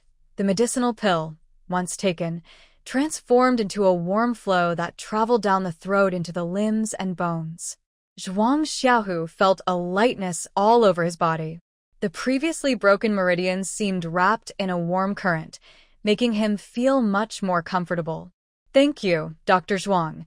A look of happiness flashed in Zhuang Xiaohu's eyes as he expressed his gratitude to the little old man. Then, he looked at Elder Zhuang with less suspicion and more trust. The little old man puffed up proudly, stroking his beard confidently. Just a small matter, not worth mentioning. Dr. Zhuang truly has excellent medical skills. I, Zhuang Xiaohu, will remember your kindness. If I get the chance in the future, I will definitely repay you." Hearing this, the little old man became even more proud, acting like a wise man from another world. Zhuang Jin couldn't stand the arrogance anymore and subtly shot a glance at him. "What are you pretending for? You didn't make this pill yourself. Do you have the nerve? How thick is your face?" Then, Zhuang Jin's expression turned serious as she carefully advised Zhuang Xiaohu. "Little uncle, don't speak for now. Save some strength. When the medicine fully takes effect, it might hurt. You must endure it. Both I and Dr. Zhuang will stay by your side. If you really can't hold on, just let us know." Seeing Zhuang Jin speak so seriously, Zhang Xiaohu nodded. Previously, Jin had warned him that reshaping the meridians would be very painful. As she spoke, Zhuang Xiaohu already faintly felt that the warm flow inside him was gone, replaced by a sharp, dense pain pulling at his meridians. Gradually, Zhuang Xiaohu's face grew paler, and beads of sweat appeared on his forehead. But since he remained silent and still, it seemed he could still endure it for now. At this moment, Zhuang Jin heard someone calling her from outside. She went out and saw dozens of soldiers from the city guard. "Miss Jin, we came to learn how to ride wolves." The funny-looking, dark-skinned young soldier on the wall, scratching his head shyly, said. Zhuang Jin suddenly remembered and almost forgot about this matter. "I have something to do now. I'll ask Qingchao to come and teach you." The soldiers nodded repeatedly and thanked Zhuang Jin. She called Qingchao over and instructed him to give the Tang sword they brought to Qin Feng, asking him to arrange it. These Tang swords were hurriedly made by Niu Dahai and others, crafted using techniques from the refining manual in the space. They were made from specially refined ore, making them truly sharp enough to cut through iron like mud. In this era, they could be called divine weapons. However, due to the limited time, aside from the necessary equipment for ourselves and the snowmobiles, only about 1,000 units are left. This was only possible because Niu Dahai almost trained half the village's villagers as apprentices to produce them quickly.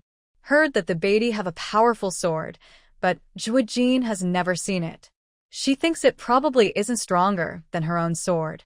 The problem is there are too few. Zhuo Jin sighed softly. She hopes the Beatty's attack can be delayed so Niu Dahai can send more swords over gradually. After making arrangements, Zhuo Jin hurried back to Zhuo Xiaohu's room. The reshaping pill has fully taken effect, and the muscle and tendon restructuring is at a critical stage. Zhuo Xiaohu's face shows more pain. Worried he might bite his tongue from the pain, Zhuo Jin holds a clean cloth, ready to stuff it into his mouth at any moment. The muscle and tendon restructuring won't take long, much shorter than the marrow cleansing. But the pain is just as intense as the marrow cleansing pain. Having experienced marrow cleansing herself, Zhuo Jin knows how extreme that pain can be. Time passes slowly, and Zhuo Xiaohu's face has lost all color. His features are twisted, teeth clenched tightly. Just as he is about to let out a low roar and bite his tongue, Zhuo Jin quickly stuffs the cloth into his mouth during his open moment. By now, Zhuo Xiaohu is soaked in sweat. His clothes cling tightly to his body, trembling constantly. His eyes roll upward, and low whimpering sounds escape through the cloth, looking extremely miserable. Zhuo Jin feels terrified. "Master Zhuo, is there any way to lessen his pain?" She is pacing anxiously inside the room. The old man also scratches his head nervously. "Maybe, try adding spiritual energy from the space to protect his heart meridian." Zhuo Jin is stunned. Use spiritual energy to protect the heart meridian? She doesn't know how to do that.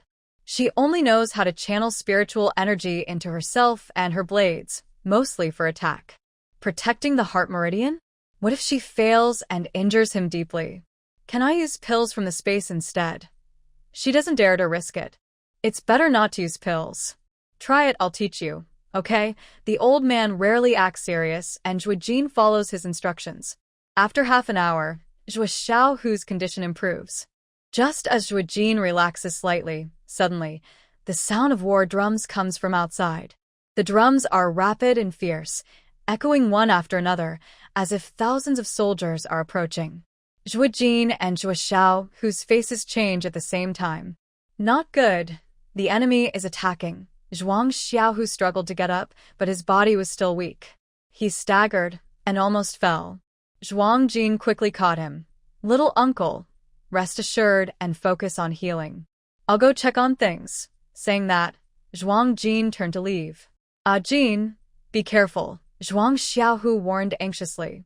Zhuang Jin nodded and turned to inform Zhuang Yi, little uncle, I'm leaving him in your care. Remember to make the medicine for him later. Zhuang Xiaohu's muscles and veins were almost healed, but because he had just moved too vigorously, many of his wounds reopened and bled. Zhuang Jin's face grew serious. Even Zhuang Yi, this carefree old man, looked serious for once. Don't worry, leave it to me. After giving instructions, Zhuang Jin strode out of the house.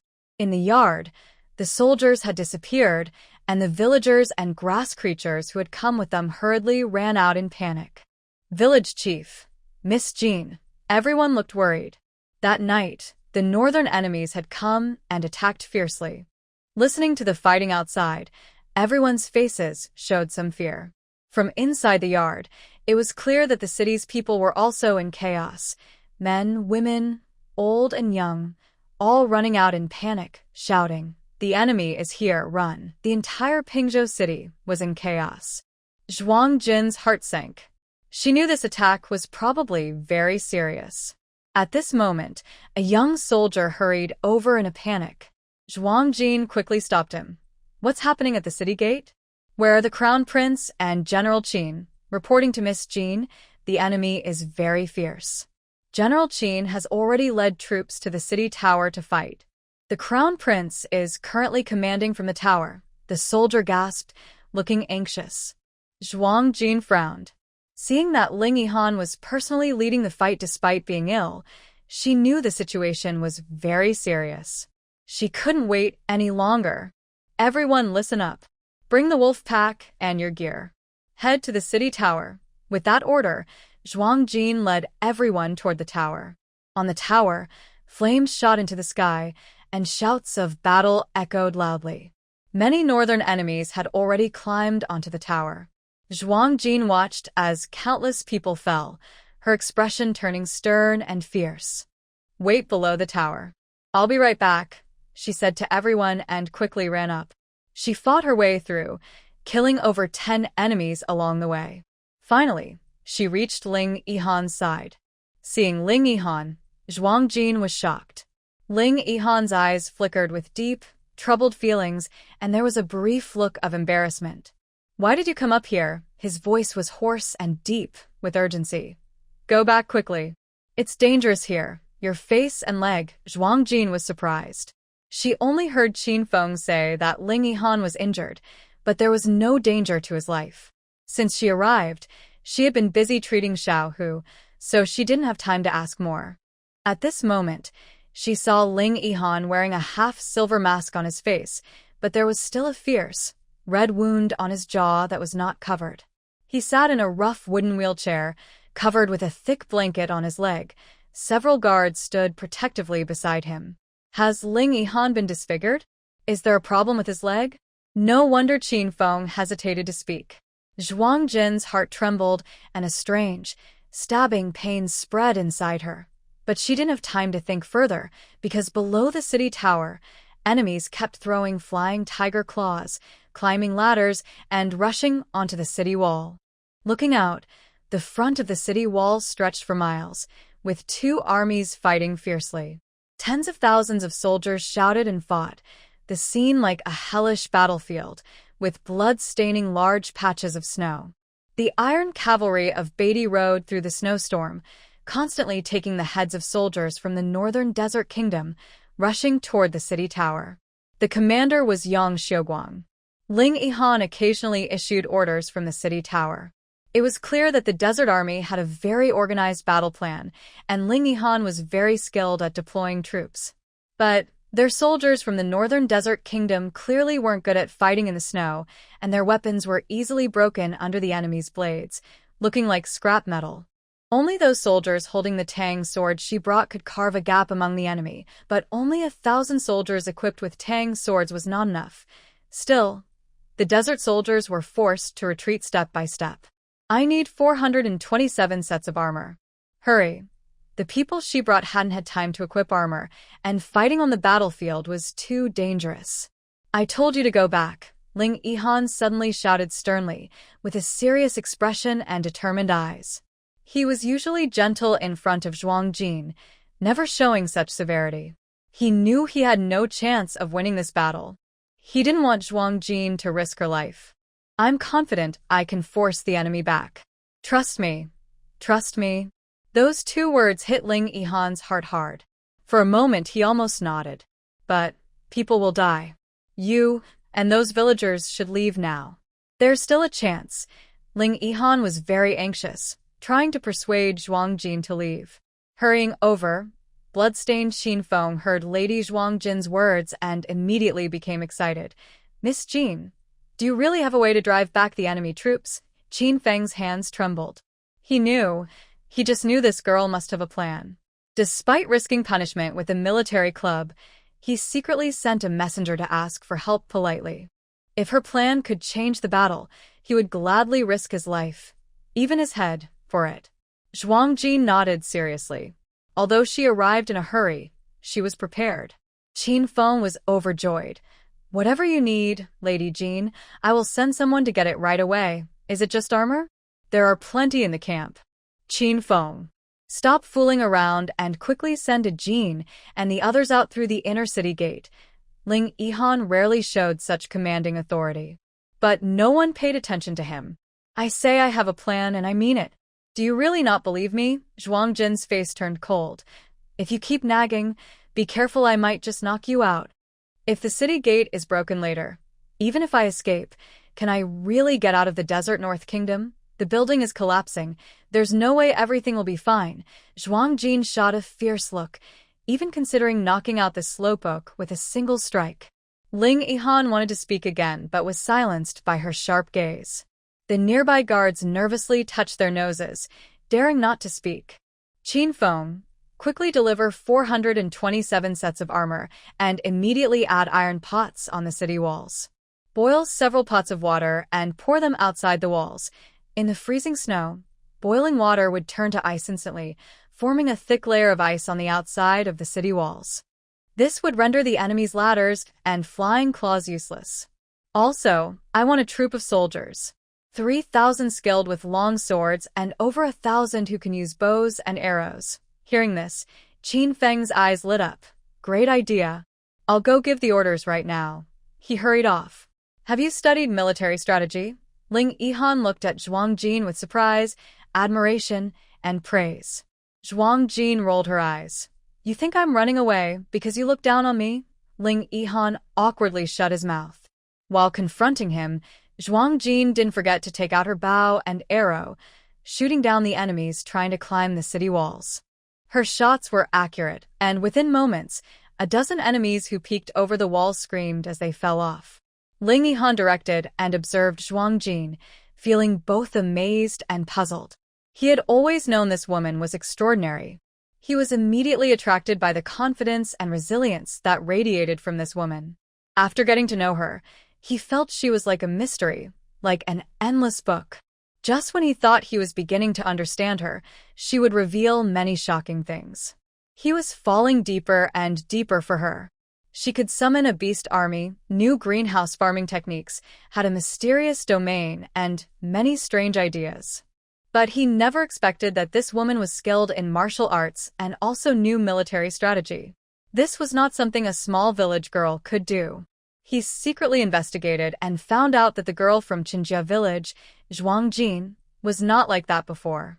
In the past, she was weak and easily bullied, afraid to speak up against her biological father, stepmother, and grandmother. Suddenly, she changed completely. People don't usually change so drastically overnight. Could it be that the original person was possessed by a wandering ghost? Is this current body inhabited by an unknown wandering spirit? The biggest possibility in Ling Yihan's mind was that Zhuang Jin was not really herself, but possessed by a wandering ghost. While observing the battlefield ahead, Ling Yihan casually smirked. Who cares what kind of ghost it is? As long as I like her. But Ling Yihan instinctively looked at his legs and touched his mask. He was now scarred and ugly. Would this girl still look at him? Zhuang Jin was busy fighting the enemy, unaware that in just a short while, Ling Yihan's mind had taken a wild turn. If she knew, she would definitely beat him up. Thinking about these messy thoughts on the battlefield was really inappropriate. He was about to lose his life, and he was still thinking about how to impress her. What's wrong with him? Qin Feng was very fast. In just a stick of incense, he delivered the armor. On the city tower, hundreds of large iron pots were boiling hot water. A command was given. Pour. The boiling water poured down along the city wall, scalding the enemy soldiers climbing with ropes, tearing their skin and flesh, causing them to fall. Below, the enemy soldiers howled in pain and terror. Qin Feng saw this and cheered happily. He chuckled strangely. Not enough? Burn more. Pour mort. This method, damn, it really works. Come on. Northern barbarians. I'll burn you to death. Boiling hot water was splashed out, instantly forming a thin layer of ice around the city wall. The northern enemy soldiers below, who had just set up ladders, slipped immediately when they stepped on the ice. Flying tiger claws also couldn't find a grip point. Aha! Come on. I'll teach you how to play ice skating. Qin Feng shook off his recent gloom, drew his bow, and began shooting. The armor was in place. It was time for her to go out and fight. Put it on. Zhuang Jin was about to leave the city wall when Ling Yihan threw something at him. Zhuang Jin instinctively caught it and looked surprised. A golden silk armor? It still had residual warmth. In the Northern Desert Kingdom, only royalty and those who have made great contributions wear golden silk armor. This armor is very hard to make. It's described in the forging manual, but Nyodahai has never studied it thoroughly. The golden silk armor fits close to the body, as delicate as silk, light as nothing, shimmering with a rainbow of colors. The fine gold threads weave together like the Milky Way, shining brightly. It is extremely soft yet unbreakable. It allows the wearer to move freely and comfortably. Zhuang Jin was a bit stunned. Was this armor from Ling Yihan himself? Looking at Ling Yihan. Indeed, in the cold wind and snow, his collar was slightly open, not yet tucked in. Did he just take off this golden silk armor himself? I don't need it, Zhuang Jin refused. This armor was for protection. She couldn't accept it. Ling Yihan also hardened his temper. If you don't wear it, I won't let the city gates open. Zhuang Jin had no choice but to put on the golden silk armor. Below the city tower, inside the city gate, all villagers and others, including Qing Chao, had already put on armor. Their expressions were serious. Qin Feng personally summoned 5,000 soldiers, all ready for battle. Zhuang Jin stood proudly in front of everyone, her expression cold, radiating a strong aura of seriousness and determination. Ahead, 4,472 fully armed soldiers stood in formation. Behind the crowd was a dark pack of wild wolves. The wolves were fitted with saddle-like gear and attached to long ropes over 2 meters long, with sleds connected to them. There were 1,800 sleds with blades, acting as the vanguard. The remaining over 3,000 sleds formed the rear. This makeshift team had many flaws. Even with fierce fighting outside, Zhuang Jin remained calm and briefly explained the battle plan to everyone. A few minutes later, Zhuang Jin gave the command. Everyone quickly mounted the wolves, each paired with a wolf and a sled with blades. He can ride a wolf, daring to ride a wolf with a tang sword in hand. One person sits on the back of the wolf, holding a bow and shield, while another sits behind on a small sled. This action used up 3,600 people. The remaining wolves, without riders, are the 1,872 people who hold tang swords or carry bows and shields, standing behind on the sleds without blades. On the city wall, archers are working together to clear the enemy soldiers near the city gate. The city gate slowly opens, making a heavy creaking sound, as if drums are beating in everyone's hearts. Zhuang Jin also rides on the leading wolf with a fierce yet calm face. Remember, soldiers with tang swords cut the enemy cavalry's horses' legs. Cut them hard. Then, Zhuang Jin's voice suddenly rises. Understand? Understood. Got it. More than 5,000 people respond together. Their voices are full of unstoppable confidence. At such a powerful moment, suddenly, an unexpected change occurs. In the distance, a wolf and a person rush toward them like lightning. The wolf's white fur shines like snow. The boy on the wolf opens his mouth wide, shouting, "Wait! Wait for me!"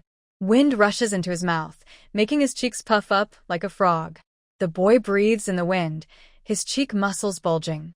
Seeing this, Zhuang Jin's eyelids twitch wildly. This brat. Why is he here? Chen Qi, dressed in ragged clothes, has his hair blown into a thunder god style by the fierce wind. His face shows grievance and anger. Ajin, you're so unfair. You actually sent me away and brought others to earn military merit. Zhuang Jin's forehead instantly darkens with many lines. She told Qing Chao to distract Chen Qi because she didn't want to bring this guy along. But unexpectedly, this brat chased after them on his own. Are you speaking human words? What do you mean earning military merit without you? Next to him, Qin Xingwang can't stand it anymore. He glares and scolds. That's a matter for your head to handle. You little kid with no hair, what are you doing here? Chen Xingwang rarely gets angry at Chen Qi. Anyway, right now, whoever says a gene isn't right, he'll argue with them. Chen Qi is stunned, his face turning red instantly. No hair? Damn. This guy is acting all high and mighty, humiliating people. Chen Qi's face flushes like a cat with its tail stepped on. Who's the little kid? How many years older are you than me? Calling me a little kid? He angrily shouts. Believe it or not, I'll take off my pants and show you whether I have hair or not. As soon as he says this, everyone almost bursts out laughing. Ha, this kid is so funny. Take them off, we're waiting to see. The soldiers below cheered. Chen Qi puffed out his chest, stubborn and determined. Anyway, I want to join in. Zhuang Jin felt a headache coming on. This reckless kid really needed to be disciplined. Go back, she shouted sternly. At her command, Qin Chu shrank back instinctively but still stubbornly refused to retreat. Except for Lu Daxiao, that weak scholar, everyone else is here. Why can't I come? I'm not a coward. I can fight too, Zhuang Jin sneered. Fine, you can go. But if you dare die on the battlefield, I'll burn your body with fire and scatter your ashes. By now, the city gate was wide open, drums pounding loudly. There was no time to wait. Zhuang Jin's face turned cold. She issued the order. Charge! Howls of wolves filled the air as the wolf pack stormed out of the city like a bowstring released. Chen Qi was eager to join, wanting to rush out with them. Qin Foam quickly pulled him down from the wolf's back, swiftly putting armor on the reckless kid before allowing them to leave the city. Outside the city gates, snowflakes fluttered on the battlefield, and the sound of enemy iron horses thundered loudly. Suddenly, a huge white tiger appeared behind the wolves. Its roar was like thunder crashing to the ground, shaking the sky. The wolf pack quickly formed a triangular formation, partially surrounding a team of one wolf and one person, and charged at the enemy cavalry with lightning speed. In an instant, the wolf pack clashed with the enemy cavalry, blades flashing and blood filling the air. The North D cavalry's horses reared and neighed loudly at the tiger's roar and the wolf's howls, causing chaos among the enemy soldiers. Wherever the sleds with blades passed, they automatically cut the hooves of enemy horses that came too close, making the enemy cavalry fall off. The archers on the sleds kept shooting arrows like rain, killing enemies swiftly. They watched all around, ready to shoot at any approaching enemies, coordinating perfectly with each other. Far away, Yang Xiuguang led the Mo Bay Kingdom army, already exhausted from fighting, began to feel like retreating. But seeing the powerful wolf army suddenly joining the fight boosted their morale instantly. Kill the North D. Yang Xiuguang raised his long sword high, his voice booming across the battlefield. Kill! Kill! Kill! The soldiers of Mo Bay shouted together, their voices shaking the sky. For a moment, the soldiers seemed to be filled with unstoppable fighting spirit, fighting with unprecedented energy. However, amidst this fierce battle, one unusual figure stood out even more. That is Chun Chui, riding a white-haired horse. He is charging recklessly behind the wolf pack, mainly sneaking up to attack and chase down fallen or weakened Northern D cavalry. His sneaky tactics are so ridiculous they make people laugh and cry. The Northern D soldiers being chased by Chun Chui cry tears and rush into the wolf pack, even risking their lives to be eaten. On their faces, there's despair and shame. You guys are so unchivalrous, shameless, disgraceful.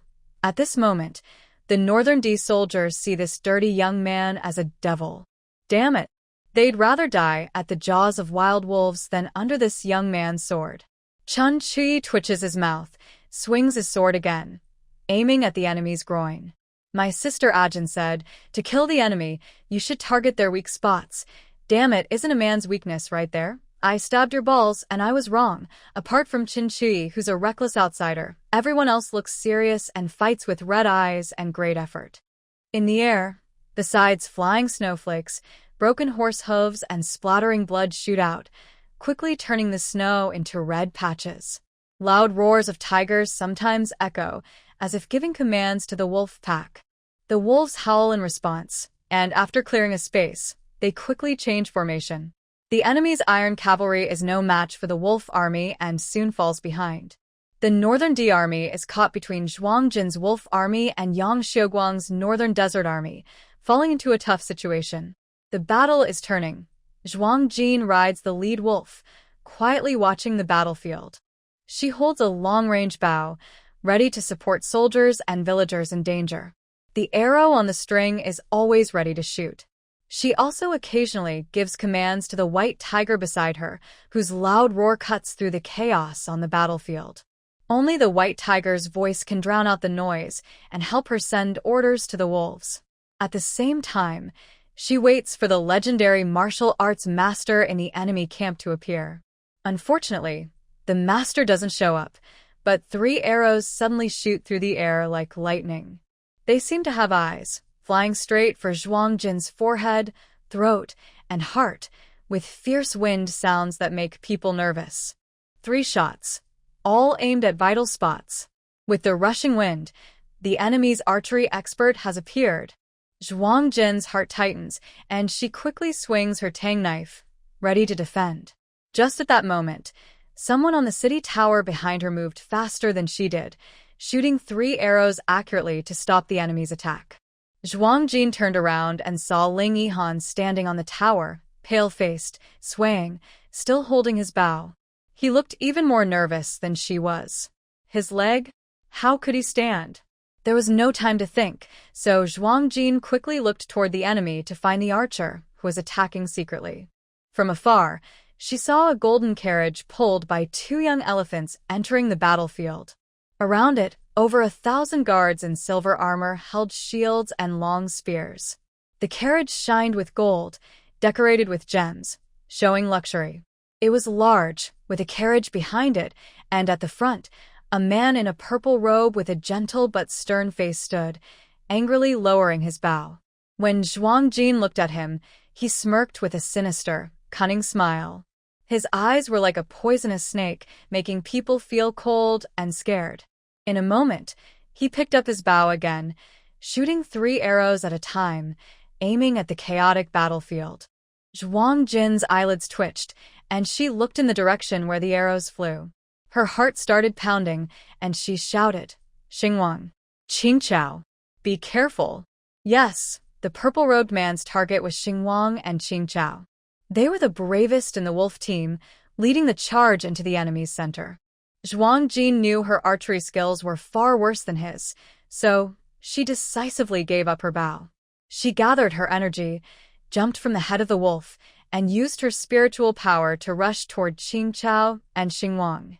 But because she had already used her spiritual energy to protect Xiao Hu's heart earlier, she was exhausted. Even with all her strength, she couldn't outrun the speed of the arrows. She watched helplessly as 2 arrows aimed at Xingwang's forehead and heart, and the last one shot toward Qingxiao's back. Xingwang was fighting enemies head-on, noticing the arrows in time, and swung his sword to block one. The other arrow missed his heart by a hair's breadth, piercing into his shoulder blade with a poochie sound. He narrowly avoided death. Qingxiao, with his back to the incoming arrows, was unaware of the danger approaching. Qingxiao. Zhuang Jin's eyes widened with rage as she watched this scene, her body rushing forward, almost falling from the air. In the blink of an eye, a figure leapt toward Qingxiao from behind. With a poochie, an arrow pierced through the body. The sound of blood and flesh being pierced was faint on the chaotic battlefield, but it seemed to freeze time. Zhuang Jinfeng's eyes suddenly turned blood red. Chao Qing rode a wild wolf and suddenly felt a great force coming from behind. She quickly turned around and saw a figure slipping off the wolf's back. She was quick and grabbed that person, feeling warm flesh in her hand. The person had a long arrow stuck in his back, with the feathers still trembling slightly. "Brother Fugen!"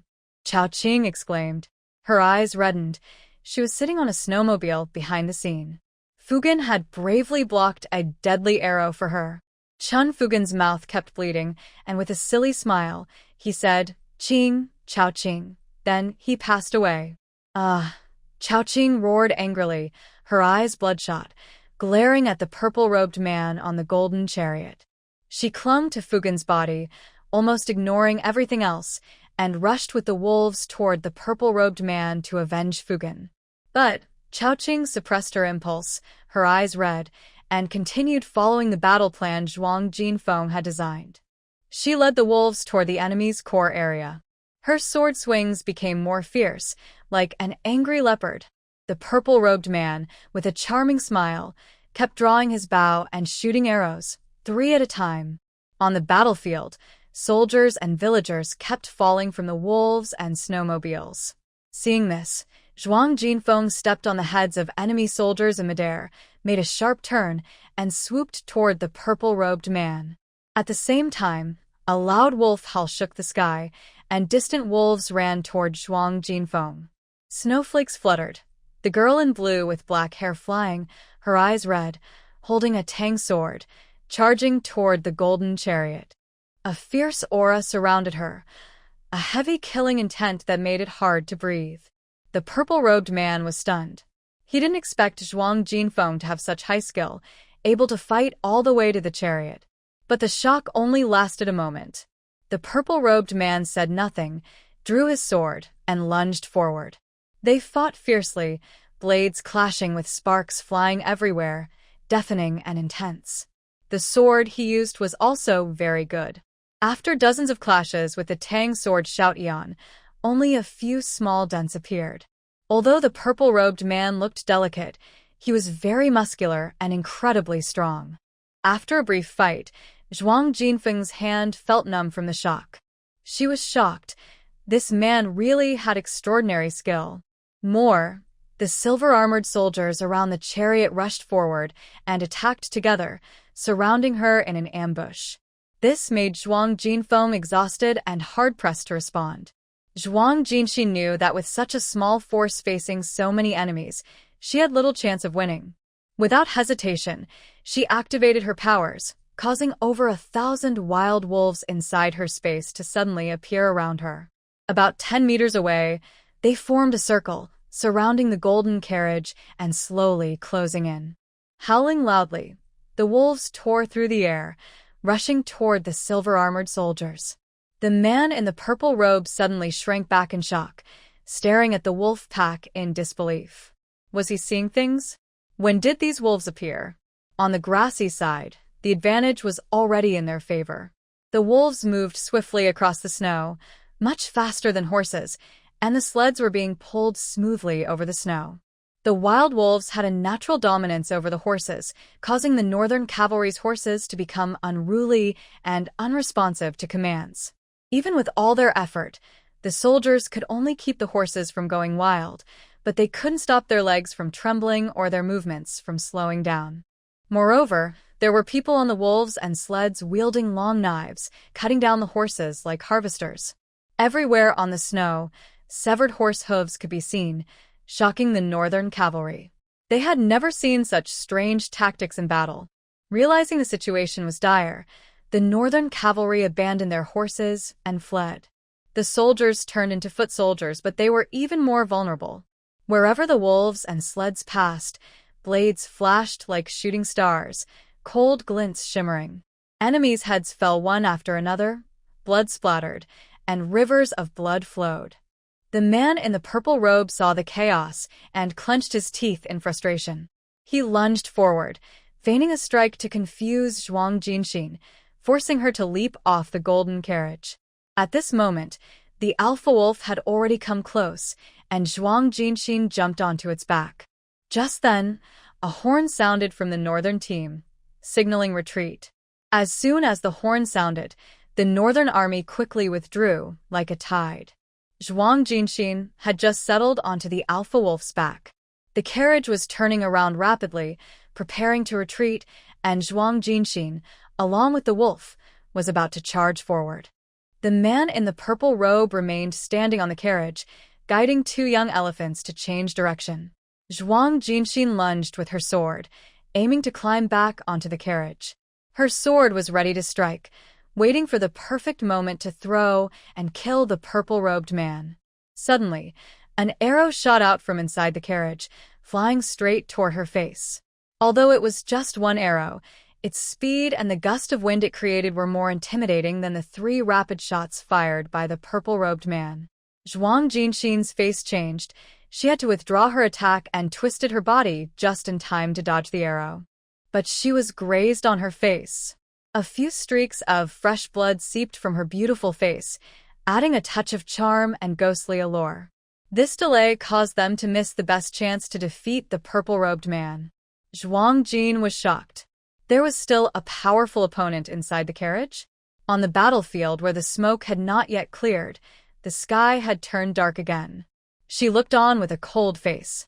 The enemy army had retreated thousands of miles ahead. The Northern D army hurriedly retreated, but both Zhuang Jin and Yang Xiuguang instinctively chose not to pursue the victory. The Northern D are cunning. During the chase, Zhuang Xiao, who was ambushed by the enemy and almost lost the entire army. Zhuang Jin stood firm in the snow and wind, feeling unwilling, but knowing it was not the time for a fight. She turned around, mounted the wolf, and went to the white tiger's side. "Pull back the troops." Zhuang Jin gently stroked the tiger's head. The white tiger roared, and the nearby wolf pack quickly ran back toward the city. Zhuang Jin was busy counting the casualties. Only Fu Zhen died, saving Chao Qing. Chao Qing looked at Fu Zhen's body with a sad face, full of grief, his armor stained with blood, tears dried by the wind on his pretty face. Zhuang Jin stepped forward to comfort Chao Qing, patting his shoulder. "Give Fu Zhen a proper burial. Remember to send some silver to his family from the kilometer, and let Kilo take care of their future." Chao Qing wiped his face fiercely with his sleeve. "Fu Zhen sacrificed himself to save me. His family should be taken care of by me." Zhuang Jin nodded. "We'll do it together." Besides Fu Zhen, no one else from the wolf army was killed in this battle, which was quite lucky, much better than Zhuang Jin expected. Only Chen Xingwang was wounded by an arrow, but not fatally. With space spiritual medicine, Zhuang Jin could ensure Chen Xingwang would leave no lasting damage. She used her sleeve as cover and took out a pill from her space, placing it in Chen Xingwang's hand. "Go find the army doctor to treat the wound, then take this medicine." After helping the pale-faced Chen Xingwang away, Zhuang Jin looked at the others. Most had minor injuries easy to treat. The 5,000 new soldiers, besides exhaustion, looked excited. They had never fought so happily before. This was thanks to the wolf pack and the young woman in green. 5,000 soldiers stared eagerly at Zhuang Jin. What should they do? They wanted to switch sides and follow Miss Jin. Many wild wolves were injured, but none were seriously hurt. Zhuang Jin plans to temporarily take the injured wolves back to her space, use spiritual spring water to heal them, and then have Lord Zhuang check on them later. This battle can be considered a big victory for the wild wolf army. However, thinking about the man in the purple robe and the mysterious person inside the carriage, Zhuang Jin's heart suddenly tightened. After arranging for the wounded to be bandaged and taken care of, Zhuang Jin took advantage of the dark night to recall the injured wolves and white tigers back to her space. The tiger cubs are too young and cannot be away from their mother for long. Later, Zhuang Jin went alone to the city tower. Ling Yihan and Qin Feng were on the tower, watching the retreating enemy army with relaxed expressions. "Miss Jin, you're back," Qin Feng greeted happily. Ling Yihan, sitting in a wheelchair, stretched his neck to look over. Several torches on the tower flickered and crackled.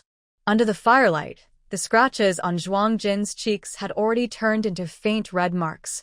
If not looked at carefully, they were hard to see. Thanks to her detoxification and the long-term nourishment from spiritual spring water, her body healed much faster than ordinary people. Ling Yihan, with sharp eyes, immediately looked serious. Are you hurt?" "I'm fine, just a small scratch." Zhuang Jin waved it off casually. "That can't be called a small injury." Ling Yihan turned to Qin Feng and the guard beside him. "Go. Quickly bring old Dr. Zhang here." Qin Feng hesitated. "Is there really an injury?" After looking carefully again, he finally saw the faint red mark on Zhuang Jin's face and was speechless. He looked at someone with a complicated feeling. Why is it that when he gets hurt, it's called tough skin and flesh, not worth mentioning? But when a little girl gets a scrape, she makes a big fuss and gets so nervous. Can he still be friends with her? Ling Yihan, seemingly unaware of Qin Feng's resentful gaze, pushed his wheelchair over to Zhuang Jin, acting overly affectionate. "Ah, Jin, does it hurt?" "I feel so sorry for you." He stretched out the in hurt, making Qin Feng shiver. "All right. This guy is definitely abnormal." The guards and soldiers nearby looked up at the sky, pretending not to see anything. In their hearts, they mourned. His future wife is definitely going to be a total wife-slave. Zhuang Jin's mouth twitched, and she looked at the puppy clinging to her clothes with complicated eyes. Does this guy have split personality disorder?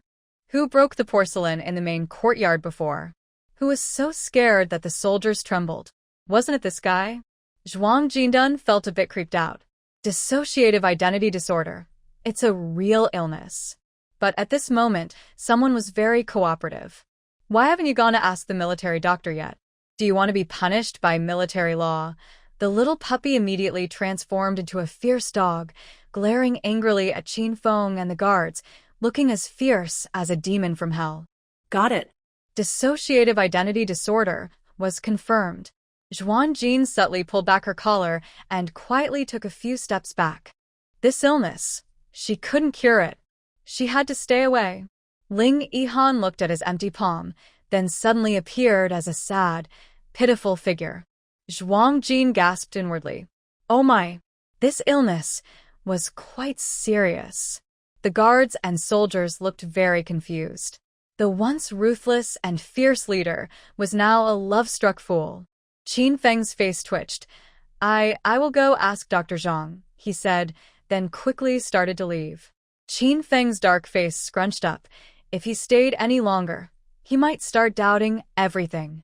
But as he turned, Zhuang Jin stopped him. "I have medicine. No need for the military doctor. Let's talk about the main matter." Qin Feng paused, then stopped in his tracks. Zhuang Jin glared at Ling Yihan angrily, as if to say, "You better act normal, or else I'll deal with you." Cough, cough. Ling Yihan immediately shrank his neck, twisted slightly in his wheelchair to sit upright, then cleared his throat and regained his cold, noble demeanor. Zhuang Jin then said seriously, "It seems there are still experts hiding inside the golden dragon carriage." Hearing this, Ling Yihan's brows beneath his mask furrowed slightly. Zhuang Jin explained in detail about the arrow she just mentioned. Qin Feng's face turned cold instantly. "Damn it. This isn't over, is it? Another one? Are experts so cheap these days?" It's no wonder Qin Feng cursed. Anyone Zhuang Jin called an expert was definitely top tier in the world. After explaining everything, Zhuang Jin left the city tower, eager to go back and see Zhuang Xiaohu. At the corner, she remembered Ling Yihan's face and leg, and paused. Sigh. Maybe she should have her grandpa check on this guy later and bring some pills. Zhuang Jin walked while sighing softly. Though this guy sometimes had brain farts, he was still her strong support. After Zhuang Jin left, Yang Xiuguang finished his work and also climbed the city tower. Ling Yihan's eyes were cold and sharp as he suddenly ordered, "Send the order. Strengthen security inside and outside the city. Increase patrols to ensure the safety of Pingzhou City. Also, send people to investigate, find out the identities of those two." Yes, Yang Xiuguang nodded and took the order, then left the city tower. At this moment, Ling Yihan was surrounded by a fierce aura, exuding dominance, but Qin Feng felt much more relaxed. This is the real Prince Ling Yihan. After hesitating for a moment, Qin Feng carefully spoke. "Can you be more normal in front of Miss Jin? Why do you turn to a softie whenever she's around?" Qin Feng and Ling Yihan share a deep friendship, so they often speak openly. Mostly, Qin Feng couldn't hold back anymore. Ling Yihan rolled his eyes. "You don't understand. Ancient books say, being sweet-talking, shameless, acting cute, and being a little mischievous are the ways to win a wife. You old bachelor, you don't know anything." Qin Feng was speechless. Big brother. Which ancient book is so misleading? He went to dig up the grave of the author of that nonsense. Qin Feng was crying inside. Meanwhile, Ling Yihan reached up and adjusted his mask, frowning as he remembered the handsome soldiers surrounding Jin Jian, trying to flatter him. Suddenly, a cold feeling surged through him. Starting tomorrow, any handsome soldiers who appear in a Jin's presence must wear masks. Damn it! Trying to flirt with his woman. After saying that, Ling Yihan thought for a moment. They didn't have enough masks right now, so he changed his order. If they can't find masks, make their faces dirty with mud. Qin Feng.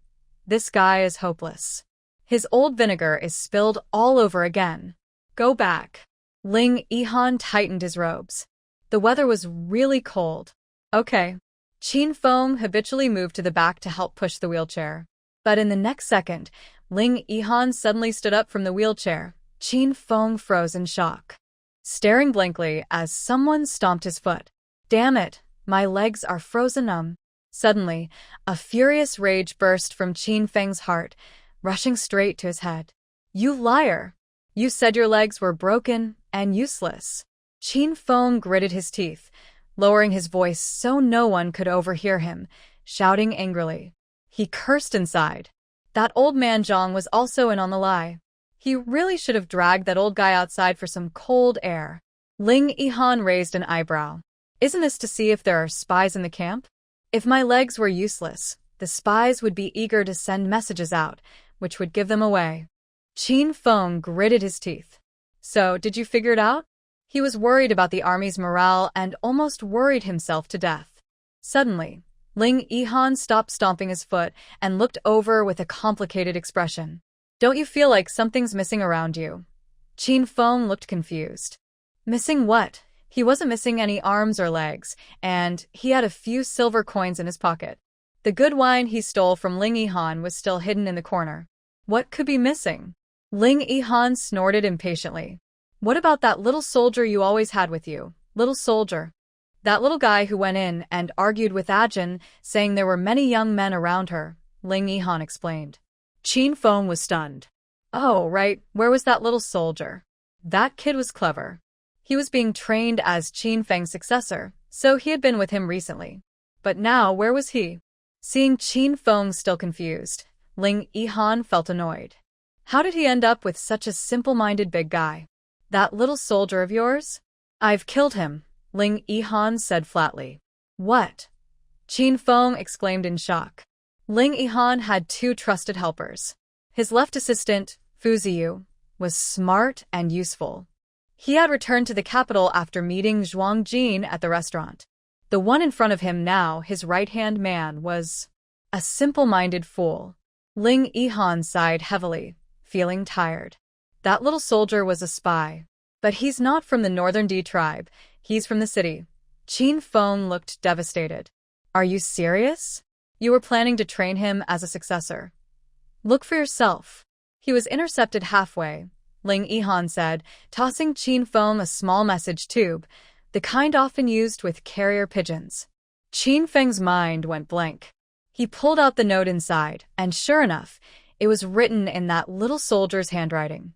Black ink on white paper, and Qin Feng was struck like thunder. That kid had wasted all his efforts for nothing. He deserved to die. Send me back. Ling Yihan glanced coldly at the angry, grinding big guy and sat back in his wheelchair. Wasn't the spy killed? Why are you still in a wheelchair? Is there still a spy? Ling Yihan glared. Kill one, but who knows if there are others? Besides, he suddenly smirked mischievously. They say women are more likely to develop maternal instincts. If I keep pretending to be weak and helpless, maybe Ajin will become more caring and love me a little more. Qin Feng was stunned, almost burning from the inside out, and nearly threw himself and the wheelchair off the city wall. Damn it! How shameless can you be?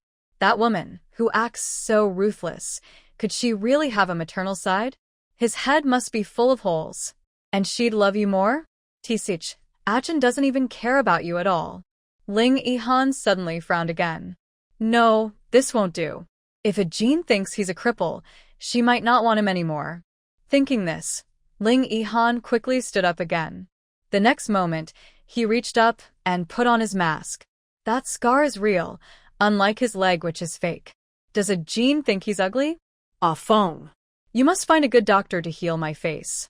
What if Ajin likes someone handsome? Qin Feng. Qin Feng was too tired of his constant worries. This man has too many inner thoughts. He has a weak heart. Meanwhile, after Zhuang Jin came down from the city tower and walked through Pingzhou city streets, it was already past midnight, but the townspeople were still awake. The streets were brightly lit, and the warm yellow lights made the city look peaceful and cozy. Many people cheered on the streets. This victory made the people of Pingzhou cry with joy. The city is poor, but it's their land where they've lived for generations. No one wants to leave their homeland unless forced by war. Some knelt to thank the heavens, others set off firecrackers to celebrate. Many citizens spontaneously joined in caring for the wounded. Inside the city, the gloomy atmosphere from before was gone. Though the city was still somewhat desolate, it now had new energy. This victory quickly spread the reputation of the wolf troop within the city. Zhuang Jin rode on the head wolf, leisurely walking through the streets, attracting many townspeople's attention. They looked at the wolf with a mix of fear and acceptance. Some braver citizens even tried to reach out and touch the wolf's head. The wolf seemed to enjoy the attention, proudly lifting its head high and striding confidently. When Zhuang Jin returned to the courtyard where Zhuang Xiaohu was, Xiaohu had already finished healing his tendons. Aside from some fierce-looking knife wounds, he could now walk. His complexion had improved a lot. After the tendon healing, his aura also changed. From afar, he looked like a true general with a strong, noble presence.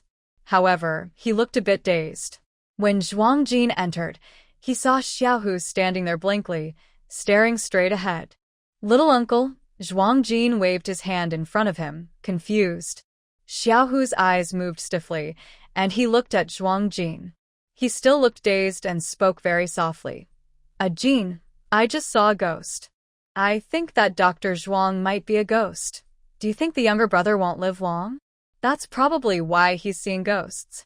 As she spoke, Zhuang Xiaohu suddenly shivered, recalling the feeling of his finger passing through the other person's body, which still made him a bit scared.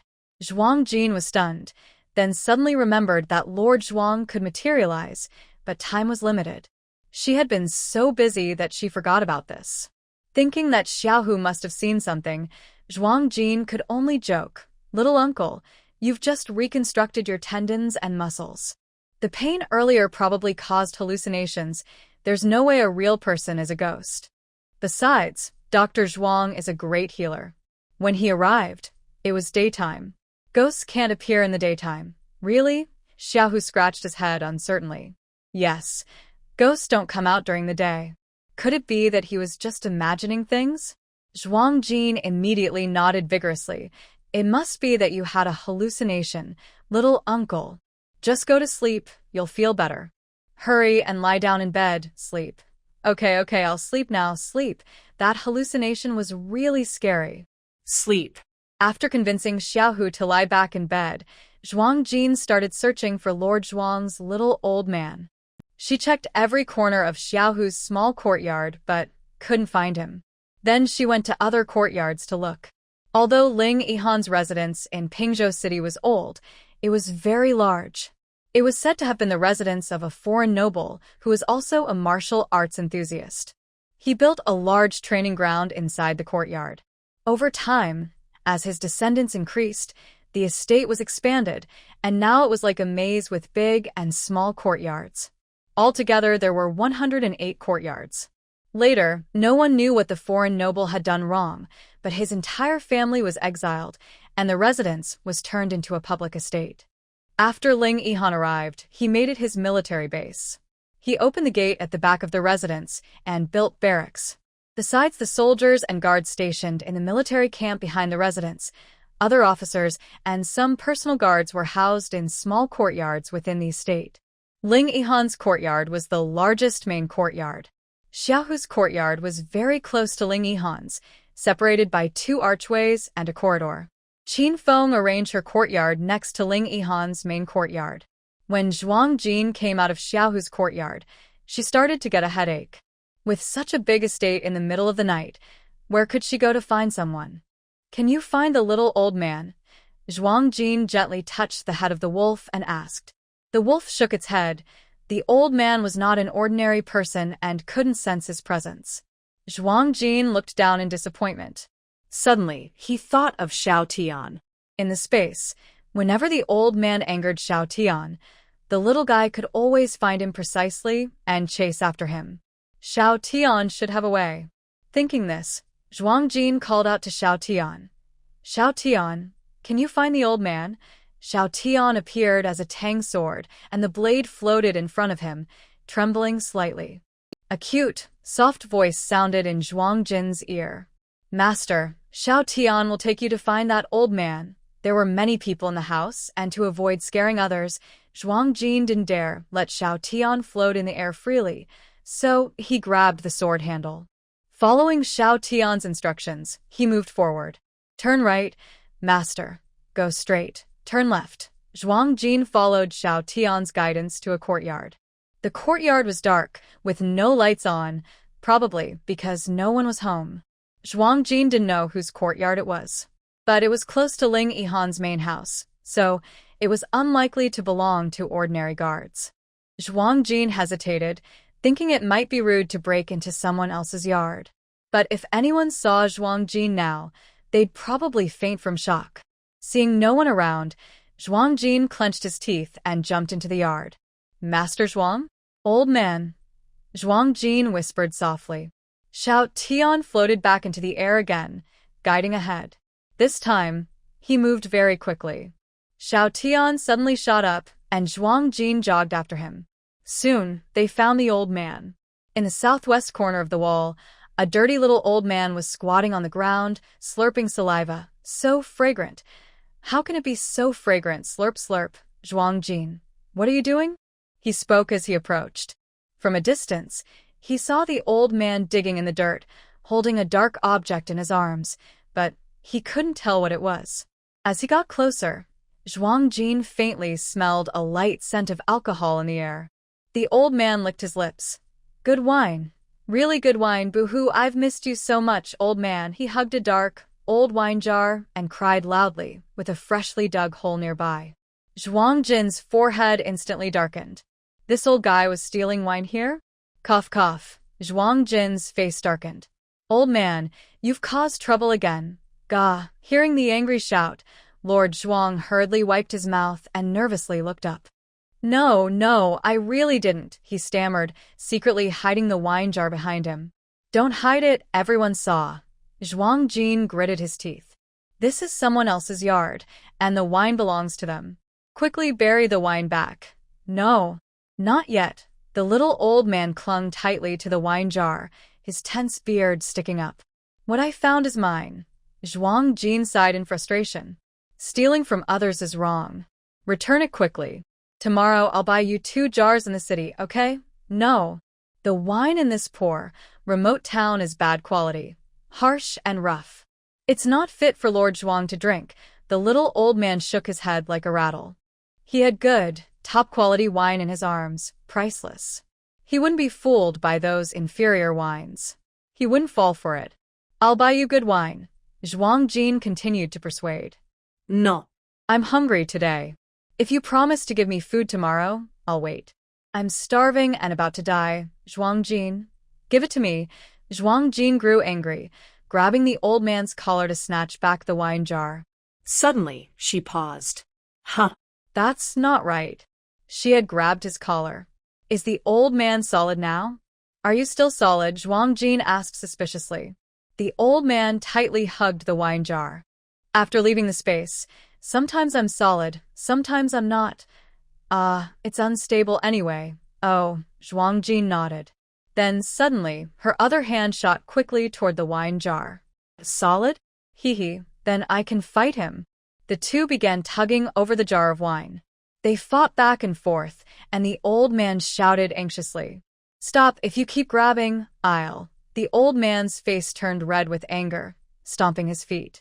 I'll smash the jar and no one will drink it. Good. Very good. Zhuang Jin gritted her teeth in frustration. With a flick of her mind, Lord Zhuang disappeared with the jar into her space. Forget it. Better to let the old man have some wine than waste it by smashing it. She glanced at the fresh dirt pit in the corner of the wall, where 2.5 jars of wine peeked out. Zhuang Jin sighed softly. Luckily, she left 2 jars for the owner of this yard. She buried the pit. Hopefully, it won't be discovered soon. Zhuang Jin began filling the hole with effort. While filling, she sighed again. That old man's nose is really strange. How could he find wine buried in the ground? A dog's nose isn't even this sensitive. Early the next morning, Qin Feng's yard was in chaos. Many people saw Qin Feng rushing into Ling Yihan's main courtyard at dawn. He didn't come out for a long time. Zhuang Jin knew nothing about this. She got up early, finished her breakfast, ordered her servants to buy some men's clothes, and then went to visit Chen Xingwang. After seeing Chen Xingwang take his medicine and that his wound was healing well, she felt relieved.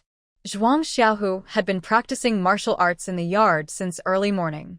After a night, he looked lively and energetic. He swung his sword while thinking to himself how skilled Dr. Zhuang was, and wondered why he had been so blind, thinking he was a ghost.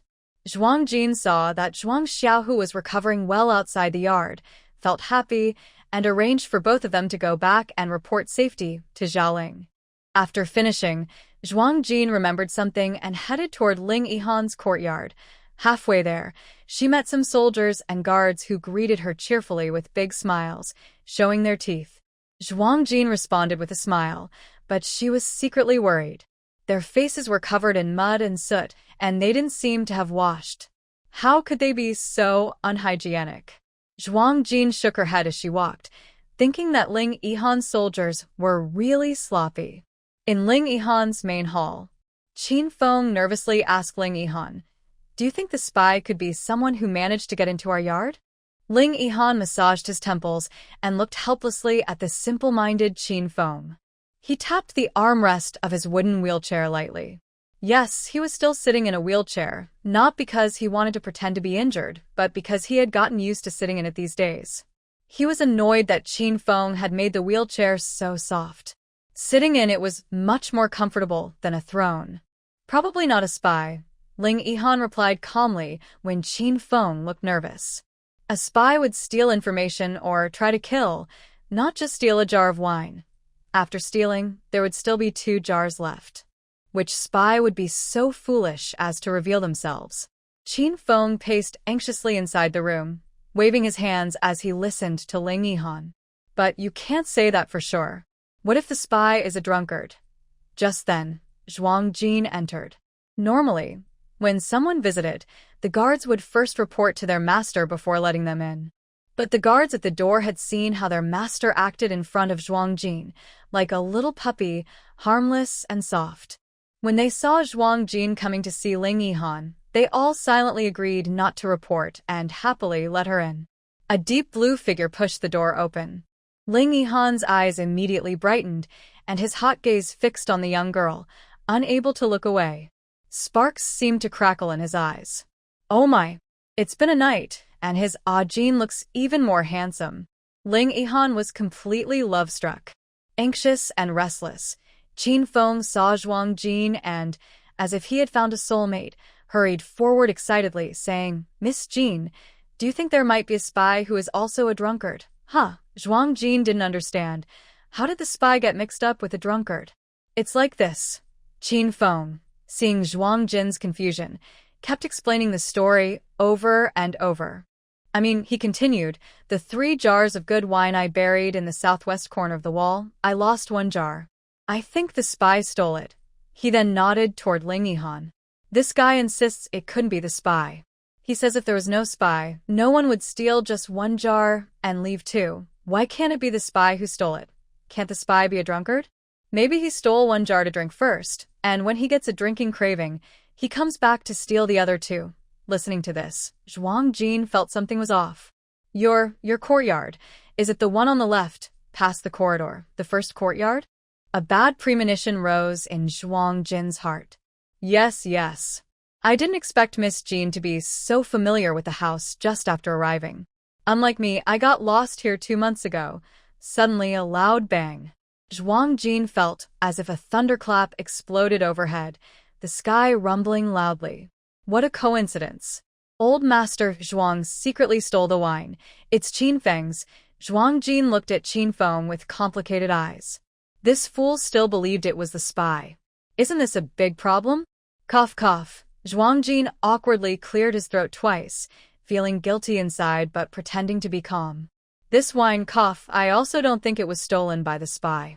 Qin Feng was surprised, scratching his head. Miss Jin, you also say it wasn't the spy. Then who could it be? Analyze it yourself, Zhuang Jin said seriously. What qualities must a spy have first? Qualities? Qin Feng looked curious, eyes wide as he asked. Someone who can be a spy must first have control over themselves. Zhuang Jin's eyes flickered slightly, secretly cursing the Zhuang family ancestors 18 generations. Think about it. Someone who can't control themselves wouldn't be chosen as a spy, right? Exactly. That's impossible. Bringing a drunkard as a spy? That's even less likely. Everyone knows that drinking too much leads to mistakes, right? Drinking too much and making mistakes? Ling Yihan, standing nearby, suddenly lit up with excitement. His mind involuntarily recalled the scene at Chen's village, where Zhuang Jin fell into his bath after drinking and teased him. That dreamy little look in his eyes, that soft body, that confident little manner, those bright red lips, and his fair skin. Bang! Ling Yihan's handsome face instantly turned bright red. Thinking about it, Ling Yihan pounded his chest and sighed deeply, feeling regretful. He couldn't help but shout out how unfortunate it was. Alcohol is such a good thing. Why didn't Jin drink a little more that day? If he had, he could have easily taken him down right then and there. He was so close to losing his innocence. What a pity. What a pity. Just 1 step away, and he could have claimed Jin as his own. Qin Feng and Zhuang Jin were chatting happily, not noticing Ling Yihan's face, which was slightly red behind his mask. Zhuang Jin, feeling thirsty, casually took a cup of iced tea from the table and took a sip, then continued, "Tell me, which fool master would pick a drunkard as a spy?" Smack. Zhuang Jin slapped the table. Right? No such fool exists. Who would entrust their life and secrets to a drunkard? Qin Feng was stunned, nodding repeatedly. Miss Jin, you're right. That's exactly it. According to your view, Miss Jin, who do you think the thief is? Zhuang Jin paused, gulped down her tea, and casually placed the cup back on the table. Ling Yihan's gaze fell on the empty teacup on the table. His heart was racing with excitement, and he smiled like a sneaky cat. That was the cup he just used to drink tea. Jin's lips touched the cup he had touched. Does that count as Jin kissing him? Who could it be? Qin Feng scratched his head, confused. Why would a thief steal only 1 jar of wine, leaving 2 behind? Could it be that the thief couldn't carry more? That would require a lot of strength. I guess the thief might not be human, Zhuang Jin said. Yes. The little old man hadn't fully materialized, so he wasn't human. Maybe he's a half-human, half-ghost creature. That makes sense. Whoa, Qin Feng was shocked, his skin crawling with goosebumps, and he looked worried. Could it be a ghost? Zhuang Jin stared blankly at Qin Feng's pale face, muttering to herself. Isn't Qin Feng the general who has killed countless people? She's seen so many dead bodies, she can't count them. Why is he still afraid of ghosts? No way. I need to find a better excuse. What I mean is, maybe the person who stole the wine was some kind of animal. Animal? Qin Feng looked confused. Do animals also drink wine? Zhuang Jin quickly nodded. Yes, animals. Like my wolves, they also love to drink wine. Then she turned her attention to Ling Yihan and asked loudly, Ling Yihan, am I right? At this moment, Ling Yihan was lost in his thoughts, staring blankly at an empty teacup and smiling foolishly. He hadn't really heard what the two were talking about. When Zhuang Jin called him, he instinctively nodded in agreement. Yes, yes, yes.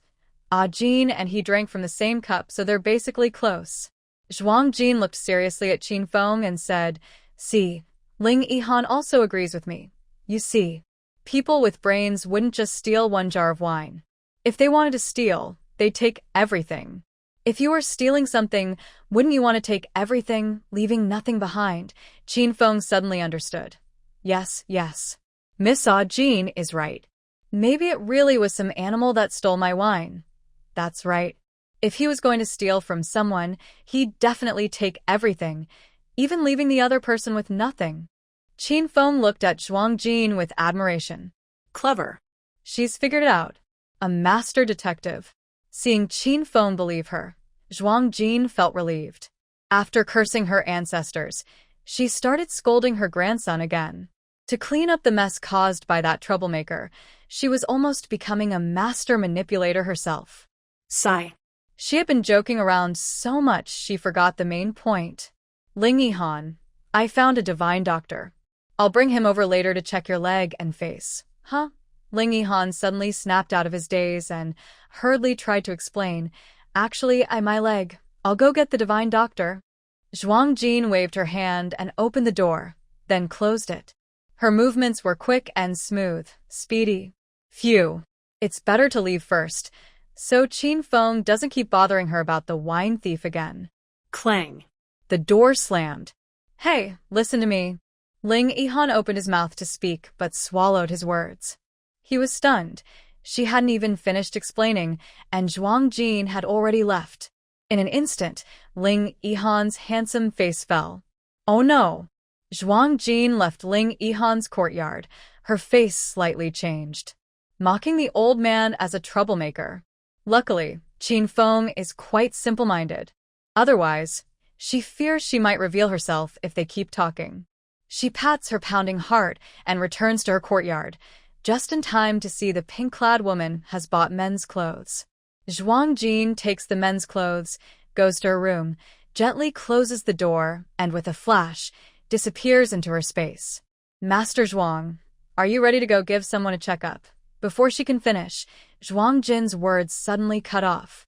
Her gaze is fixed on the little old man, who is holding a wine jar and has a flushed face from drinking. A surge of anger quickly rises inside her. This unreliable fellow. He got himself drunk early in the morning and now wants to go see Ling Yihan. Get up, Zhuang Jin is furious. With a movement of her mind, the old man suddenly lifts into the air like a broken kite. In a flash, he flies toward the small river in front of the mountain space. No, after the last space upgrade, the small river has become a rushing big river. With a splash, Zhuang Jin mercilessly throws the old man into the river. Gurgling sounds follow. Stinky, stinky girl. The old man flails and struggles in the river, trying to get out. But within the space, Zhuang Jin's will is absolute law. No matter how hard the old man tries, he cannot escape. The redness on his face from drinking quickly fades. Oh no, he can't swim. Zhuang Jin wrinkles her nose. She's still a land lover. Quickly, she pulls him out of the river. Are you sober now? Zhuang Jin asks coolly. Once you're sober, change your clothes and come with me to see the patient. Cough, cough. The old man coughs, spits out some river water, and complains, "You brat, are you trying to drown your ancestor?" Zhuang Jin shrugs. Stop wasting time and focus on the task. After a moment, Zhuang Jin, dressed neatly and looking quite elegant, heads to Ling Yihan's place. The old man enters the room, looking around nervously, acting suspiciously, which makes Zhuang Jin grind her teeth silently. "Dr. Zhuang, this is the patient. His leg and face are hurt. Please take a look." While speaking, Zhuang Jin secretly pinches the old man's waist hard, causing him to almost cross his eyes in pain. "If you don't do your job properly and behave, I won't let you have a drop of alcohol anymore," Zhuang Jin warns softly, only loud enough for them to hear. Upon hearing this, Lord Zhuang immediately became honest. He cleared his throat and adopted a serious look. "Come on, extend your hand. Let me check your pulse." He then, with an air of grace and dignity, walked over to Ling Yihan and sat down in the empty seat beside him. However, Ling Yihan did not extend his hand to cooperate. He looked at the two, hesitant to speak, with two nervous fingers intertwined and unconsciously twisting. "Ah, Jin." Zhuang Jin secretly glanced at Qin Feng, who was sitting on the other side of Ling Yihan. He felt worried. Why hasn't that guy left yet? Ba. He prayed that Qin Feng, this silly fellow, wouldn't mention the stolen wine jar again. Old man Zhuang's mouth is too loose. Seeing Zhuang Jin's changing expression, Ling Yihan's heart trembled. This girl was in a bad mood. He must not provoke her. Well, he should be honest and confess. "Ah, Jin, it's like this. Actually, my leg." Ling Yihan took a deep breath. "It's not useless." Zhuang Jin suddenly snapped out of his thoughts and looked at Ling Yihan. Ling Yihan continued to circle his fingers. "I pretended to have a disabled leg to catch the traitor, but my face is really hurt. If you think it's ugly, let the divine doctor take a look at my face." As he spoke, Ling Yihan suddenly lowered his head shyly and whispered, "Of course, I also heard some little soldiers say that having a scar on a man's face can make him look more masculine. If you like that kind of look, I can leave the scar untreated." Lord Zhuang's eyes shone brightly, constantly observing Ling Yihan and Zhuang Jin. He was enjoying the show. Qin Feng was first stunned then. Poof! He spat out the tea he had just taken into his mouth. Ling Yihan, sitting closest, was perfectly caught off guard. Good grief. Qin Feng looked up at the sky in silence, with a hint of tears in his eyes. Oh heavens! Did they have to torment him like this? Sending such a pervert to torment him. Ling Yihan's face flashed with anger. He quickly wiped the water from his face, his murderous aura rising sharply. His eyes locked onto Qin Feng, warning him sternly. "Go ahead and chat. I'm going to check on the camp." Qin Feng covered his mouth and hurriedly left as if fleeing. Damn it. Later, he would ask those little soldiers who got married, do all of them chase after their wives like Ling Yihan, this pervert acting so shameless? If it's all like that, Qin Feng would rather stay a bachelor for his whole life. Thinking this, suddenly, Qin Feng stopped in his tracks, scratching his head suspiciously as he turned to look at the tightly closed door. That old man just now, why does he smell a bit familiar? Is it a trick of the mind? After a while, Qin Feng scratched his head and walked away. Inside the room, Zhuang Jin waved his hand casually. "Forget it, I understand. Since your leg is fine, let's just check your face." Actually, Zhuang Jin wasn't really listening to Ling Yihan. He was always on guard against Qin Feng, afraid that the little old man might slip up and be caught. "All right," Ling Yihan nodded. He muttered to himself, thinking that Ah Jin wanted him to fix his face. It seemed Ah Jin still liked handsome guys. It was definitely right to let those good-looking soldiers cover their faces. So, until his face healed, those soldiers' faces should stay dark. He took off his mask. The scar on Ling Yihan's face looked fierce and terrifying, like a bright red centipede with flesh peeled back, running from one side of his forehead to his jaw, almost touching his right eye. His face was pale right now, making him look even more frightening. Zhuang Jin was startled. He had always thought Ling Yihan was carefree, and he didn't think the knife wound under the mask was serious. Who knew it was so severe? If that knife had hit a little harder, half his head could have been cut off. He could imagine how dangerous it must have been back then. For a moment, Zhuang Jin looked at Ling Yihan with complicated feelings. How did he manage to endure the pain while joking and laughing with her? When he took off the mask, Ling Yihan's face showed rare embarrassment. He awkwardly turned around. You turn your head. Don't look. Jin liked handsome guys. Seeing him look so ugly, he must feel disgusted. His handsome image is ruined. How is it? Should this wound be easy to treat? Zhuangyi pounded his chest confidently. No problem, you'll recover in a few days. He then took out 2 green porcelain bottles from his bosom. Zhuang Jin looked at the bottles and recognized them. Weren't they pills from her 9-story pagoda medicine store? She rolled her eyes. This old man was using her medicine and pretending to be a big shot. Ling Yihan was surprisingly excited. Then I'll be grateful to the doctor. It must not leave a scar. Absolutely can't leave a scar. If he had a scar, he wouldn't be able to find a wife. Seeing Ling Yihan so nervous, Zhuang Jin felt speechless. A grown man was afraid of scars? He had even said before that he didn't care if it was treated or not. Could it be that if she said she likes scars, he wouldn't treat it at all? Sigh. Men's hearts. Underwater needle. Time flies quickly, like a fleeting shadow. For several days, the whole Pingzhou city remained peaceful. The Northern D army retreated thousands of miles away. The heavy snow that had fallen for days finally stopped on a clear morning. People seemed to see the first light of dawn.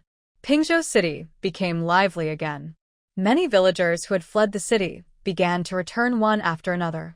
Street vendors set up their stalls and started selling again. This battle was a heavy loss for the Northern D, and it seems unlikely they will attack again soon. Ling Yihan did not pursue the victory, knowing that after so many battles, both the Northern D and the Mo Bay Kingdom needed time to recover. However, the identities of the man in the purple robe and the mysterious person in the carriage remained unknown.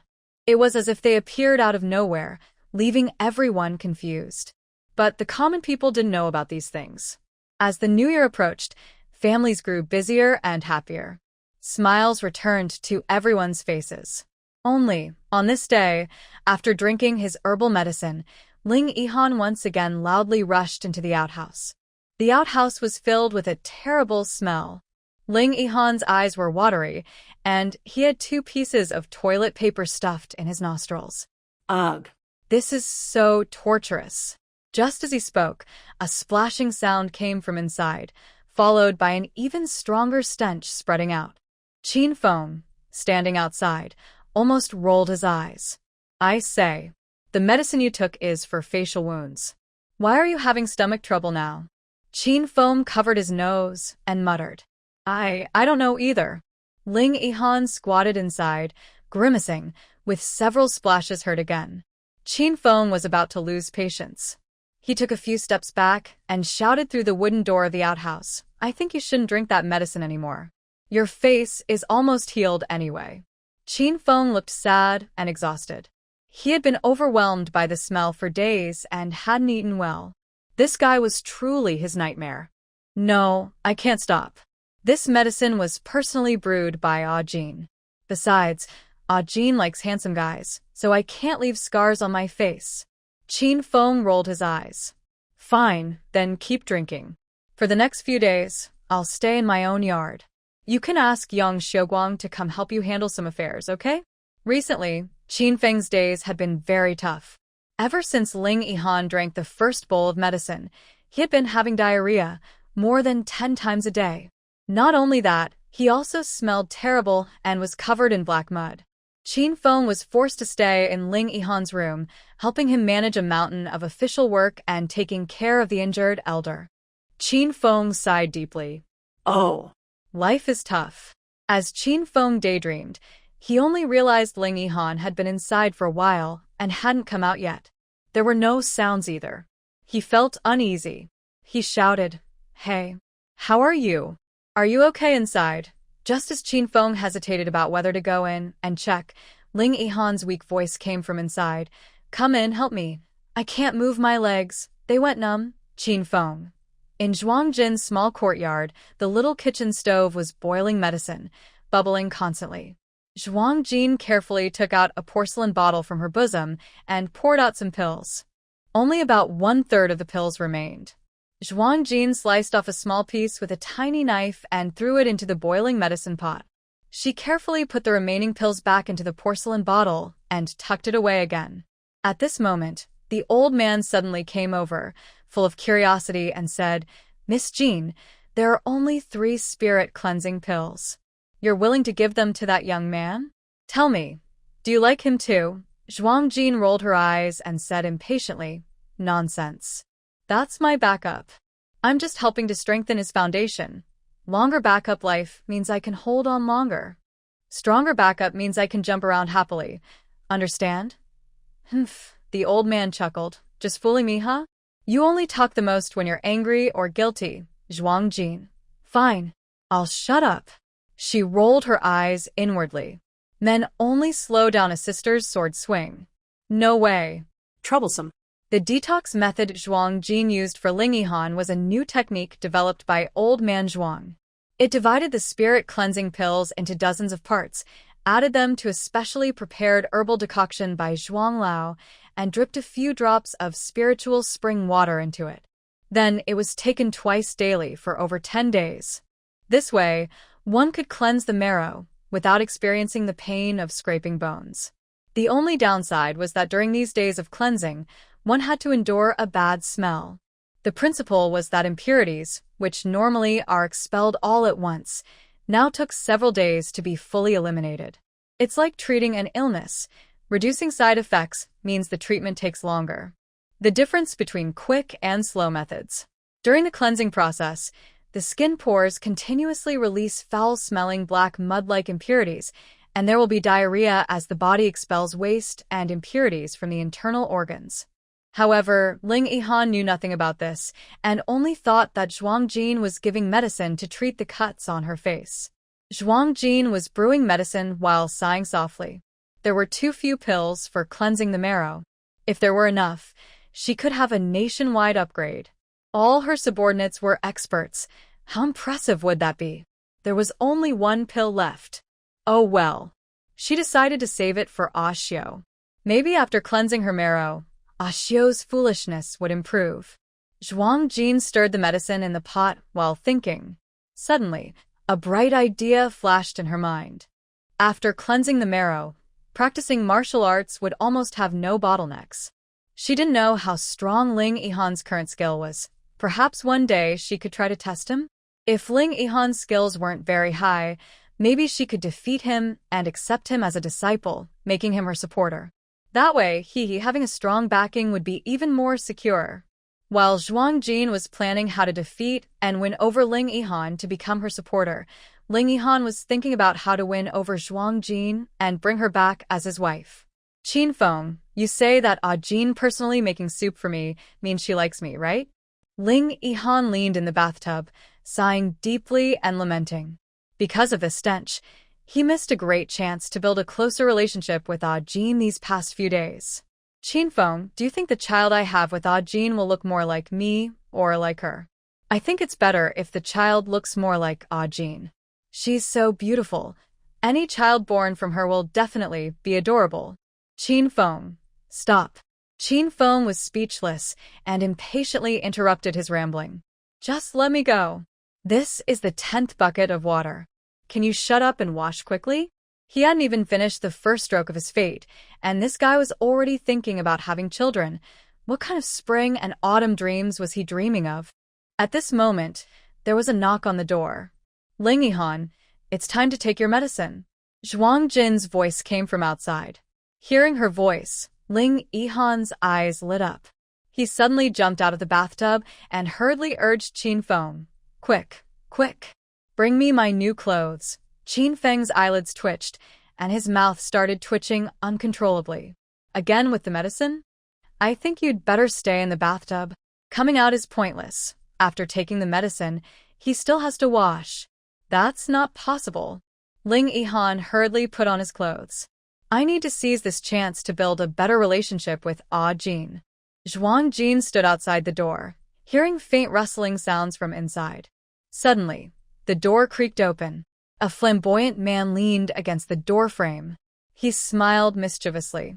The man wore a close-fitting black robe, wet hair draped over his shoulders, water droplets falling. His collar was slightly open, revealing his attractive collarbones and tanned chest muscles. Zhuang Jin was stunned, with a twitching corner of her mouth. Why was this man, in the cold weather, exposing his chest and chest? What was he trying to do? The man playfully tousled his damp bangs and said in a sweet, lingering voice, "Ah, Jin, you're here." His overly sweet tone directly hit Zhuang Jin's ears. Zhuang Jin? Zhuang Jin stared blankly at the flirtatious man in front of her.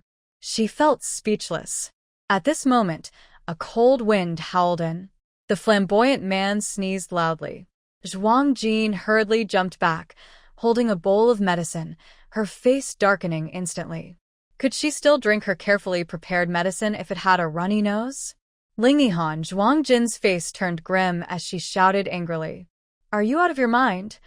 Ling Yihan was startled by her shout, then pitifully rubbed his nose. He dryly said, "Ah, Jin? I just now wasn't a good-looking your head. You're almost making me explode with anger." Zhuang Jin nearly lost her temper. Can't he be normal? Phew. Almost got a pimple. Drink the medicine quickly, Zhuang Jin snapped, handing him the bowl. After he finished, she snatched the bowl and left. His resolute back, leaving without a single cloud, showed no hesitation or longing. Ling Yihan was stunned. Did he fail at seduction? Jin wasn't interested in him at all. Inside the house, Jin Feng wiped tears of laughter, laughing so hard his stomach hurt. Oh my goodness. He was about to laugh himself to death. Who taught you this? Although Ling Yihan tended to become lovesick whenever he saw Zhuang Jin doing silly, flirtatious things, he wouldn't normally go all out with seduction. That's why Qin Feng asked this. Dr. Zhuang, Ling Yihan glared, tightening his robe, feeling frustrated as he closed the door and entered the room. What about Lord Zhuang? Qin Feng held back his laughter, eyebrows twitching. Do you know what you looked like just now? What? Ling Yihan said irritably, just trying to understand why Zhuang Jin reacted like that. Why it was different from what he expected. Like a brothel madam. Qin Feng sneered unkindly, imagining the scene of the madam leaning on the door, attracting customers. Ling Yihan's recent behavior was so similar to the madam's that it was almost like they shared a fancy handkerchief. Madam? Is it that embarrassing? Ling Yihan's face turned pale, and then white again. You old man. Such a bad idea. It's so misleading.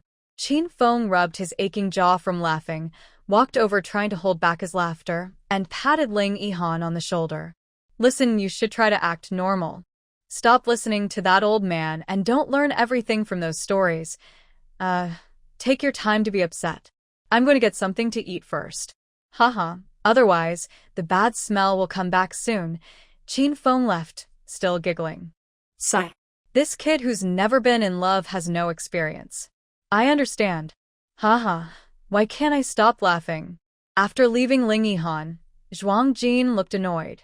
She put her bowl into her space pouch, muttering as she headed to Xiaohu's courtyard.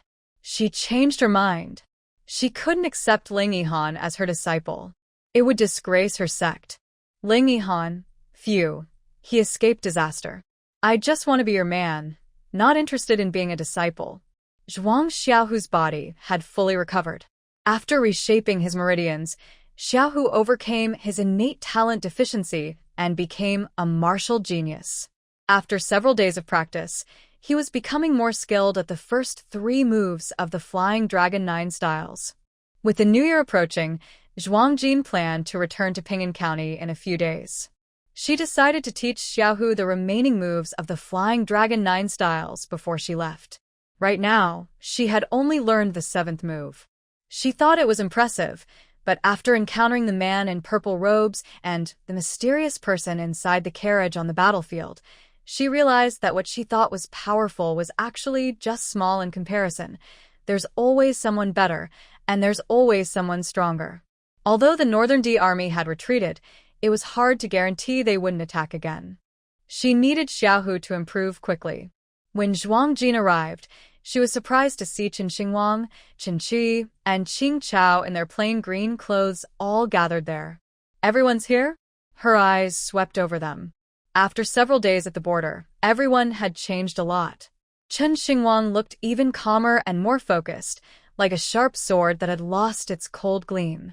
It was plain and unassuming until it was drawn, then it shone brightly. Chen Qi's face, which was somewhat youthful before, now looked more determined and sharp.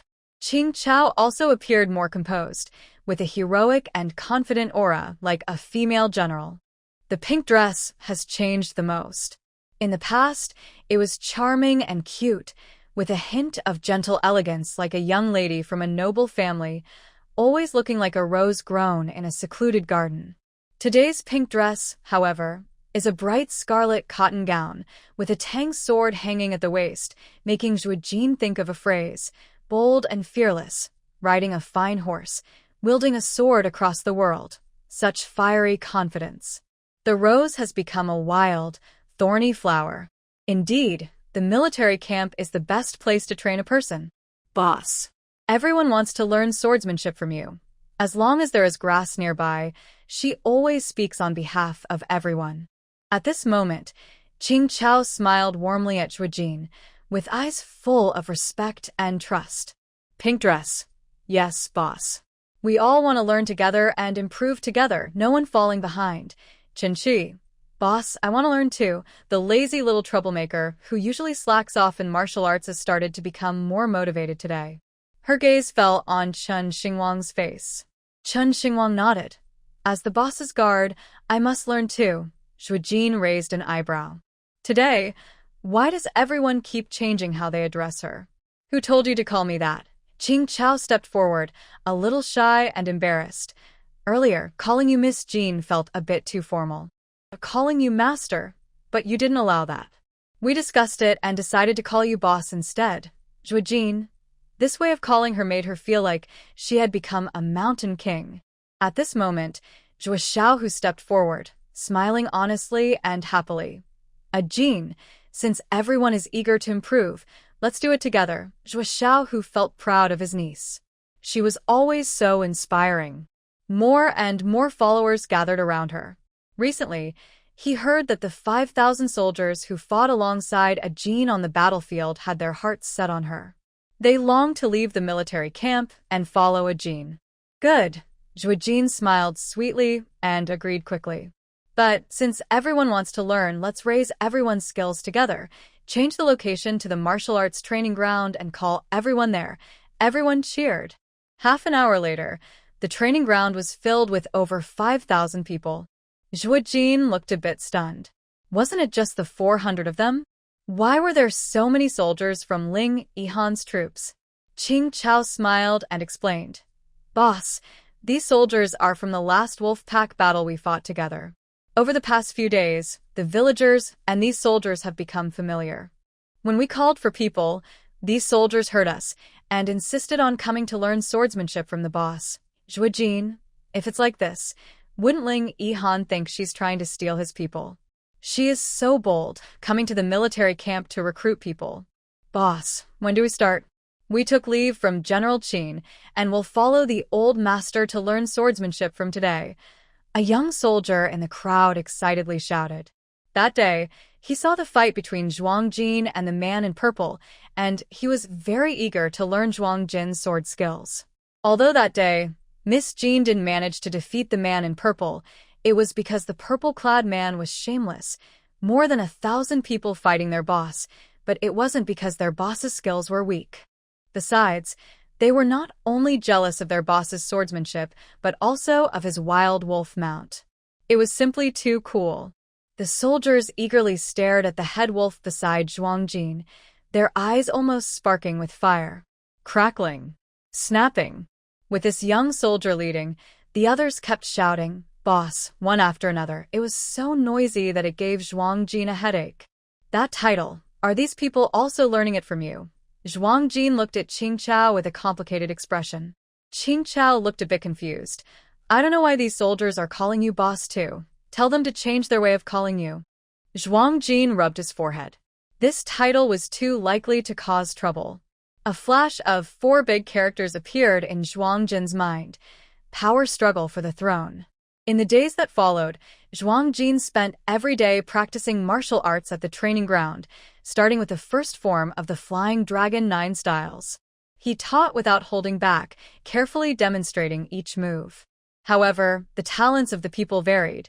Some reached the second form, but then got stuck. Zhuang Jin continued to teach from the first to the 6th form. Only Zhuang Xiaohu managed to learn up to the 6th form, but his foundation was not solid enough, so further progress would take a long time. Qingchao got stuck at the 5th form and couldn't improve further. Chen Xingwang managed to grasp some of the 6th form. After learning the 4th form, the girl in pink also hit a wall. Most villagers from Chen's family village had reached the 4th form. This was thanks to Zhuang Jin occasionally adding some spiritual spring water into their food, which improved some people's talents. Most of the other soldiers learned the first 3 forms, but very few reached the 4th. Even so, everyone had made significant progress compared to before. The coming days were just about practicing repeatedly. As time went on, Zhuang Jin noticed a big problem. That was, the original 5,000 people had somehow grown into nearly 10,000. Zhuang Jin was suspicious. Ling Yihan's soldiers had come with so many people. Does that guy not care at all? Especially among those soldiers, Zhuang Jin noticed a few who looked like they had just come in, their faces covered in ash, making it hard to see their features. They had very good talent and had apparently learned the 5th form completely at some point. One of them even advanced directly to the 6th form. This person was tall and slender, wearing a small soldier's uniform with a face covered in ash, making it hard to see their features, only a pair of bright, narrow eyes visible. They wielded a tang sword fiercely. They even made some improvements to the sword technique she taught. This person's sword skills were excellent, with remarkable bones and high comprehension. They were even better than Zhuang Xiao, a genius who had been genetically modified. Zhuang Jin was sure that if she showed the 7th form, this person could grasp its essence within 2 days. Which camp are you from? Zhuang Jin approached and asked. Ling Yihan's troops were divided into several camps, and she wanted to ask. This person had such good talent. She should mention it to Ling Yihan, to avoid wasting such talent. The soldier put away his tang sword, trembling as he stood there, his eyes flickering with hesitation. Seeing this, Zhuang Jin's heart tightened. Could it be an infiltrator? Her face suddenly darkened. The next second, she drew her sword and lunged forward, blade light and sword shadows, sparks flying. In a few moves, the person only defended and did not attack. But Zhuang Jin's expression grew colder. This person's martial arts were better than hers. Why would they come here to learn martial arts secretly? There's something suspicious. Zhuang Jin gritted her teeth and shouted fiercely, Alpha Wolf, attack. If she couldn't win, let the wolves bite. Suddenly, a series of wolf howls erupted loudly on the training ground. Everyone was stunned, confused by this sudden change. Is this how the boss tests performance? So ruthless? Immediately, many people's legs trembled, and they automatically cleared a space in the middle of the training ground for these two to fight. They hid at the edges, desperately practicing with their swords. Seeing Zhuang Jin get anxious, the soldier being chased looked frustrated, internally crying out in misery. Losing would be embarrassing. Winning might cause his wife to run away. After weighing his options, he hurriedly begged for mercy. Jin, it's me, the long, at the end. Such a familiar tone. Too familiar. Ling Yihan. Zhuang Jin immediately stopped the wolf pack's attack, grinding her teeth and shouting angrily, What are you playing at now? I am here just to see you. As I watched, I became captivated by Ajin's swordsmanship and unknowingly started practicing along with him. Zhuang Jin glared, still angry. Someone's eyes flicked, and they immediately shifted their focus, ruthlessly betraying their teammate. Not just me, look, over there is Qin Feng Yang Xiuguang, and his dozens of guards are also in the crowd. As he finished speaking, a few big, Silly-looking soldiers dressed in simple armor and smudged with soot stepped out from the crowd. Hee, Miss Jean. Qin Feng scratched his head and chuckled foolishly, showing a big white smile. Yang Xiuguang touched his nose, eyes darting around. As it grew darker, the soldiers prepared to return to camp, greeting Zhuang Jin one after another. Master. See you tomorrow. Master, I broke through to the third form today. Master. Amidst calls of Master, Ling Yihan and Qin Feng froze. They looked at each other. Should they also call him Master? Suddenly, a shadow flickered in front of them, like a ghost, appearing beside Ling Yihan. The person wore a dark, patterned combat outfit different from the soldiers. On the back of his hand was a fiery tattoo. Seeing Zhuang Jin, he hesitated for a moment, then, after Ling Yihan nodded, he lowered his voice and said, Master, news from Beatty about those two. Ling Yihan's face turned serious. Go to the study. Then he turned to leave. Just as he stepped away, he looked back at Zhuang Jin with a mischievous smile and said, Ajin, come too. Zhuang Jin instinctively wanted to refuse, but recalling what the man in black had said, Beatty, those two? Could they be the man in purple robes and the mysterious person? Okay, Zhuang Jin nodded. He followed Ling Yihan to the study. Qin Feng and Yang Xiuguang also went along. They stayed in the study until late at night. No one knew what they discussed. The next day, Zhuang Jin suddenly announced that the wolf pack was leaving. The planned martial arts practice at the training ground was also paused. Although the weather was still cold and the snow hadn't fully melted, the sky was unusually clear and bright, like polished jade.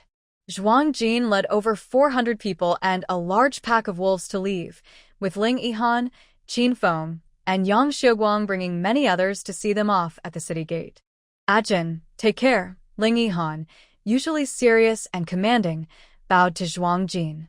Parting always comes with some sadness. Zhuang Jin returned the bow to everyone and said, That's all. Go back now. As she finished speaking, Zhuang Jin mounted the head wolf and waved to everyone. The young girl in blue, with phoenix eyes, looked over the crowd, sending her off. Many soldiers had red eyes, but she didn't see the 5,000 soldiers who had fought with her to lead the wolves. Finally, her gaze settled on the city guard commander, and she paused subtly. She seemed to recognize him. His name might be Sun Qiao. He was the one who stopped her from entering the city before. All right, I remember him.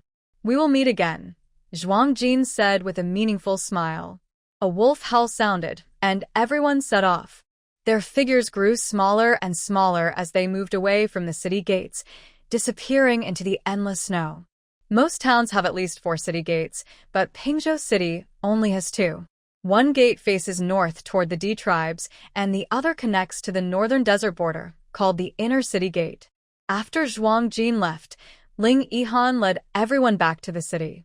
As day turned into night, Ling Yihan's small courtyard was early darkened. The entire residence was silent. Even the military camp behind it seemed to fall into a deep sleep, like a sleeping lion. Quiet and still. Night was thick, with a bright moon hanging high, the time when city guards were most tired. Suddenly, streaks of fire lit up the dark sky. Countless flaming arrows shot densely toward the city walls. Then, the sound of hooves echoed, like 1,000 horses rushing forward. The Northern D tribe was attacking again. The drums of Pingzhou City sounded, once more. Gongs and drums rang out, and shouts of battle rose from the ground. The people of Pingzhou City awoke from their sleep, faces full of fear and confusion. What shocked them most was that the inner city gate was wide open, and an enemy force from the Northern D tribe had stormed in. They've really come, Ling Yihan, dressed in armor, whispered coldly from the shadows of the city tower. Keep Yang Xiuguang ready at all times, follow the plan, lure the enemy into the trap, and strike. In the dark night, war flames soared. The imperial sedan appeared again, slowly entering the inner city street, as if no one was there. By then, no guards were on the city tower of the inner gate.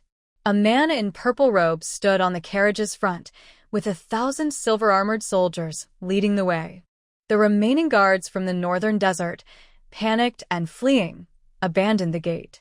In the darkness, Sun Xiao, the city guard commander of the northern desert, slipped into the ranks of the silver-armored soldiers.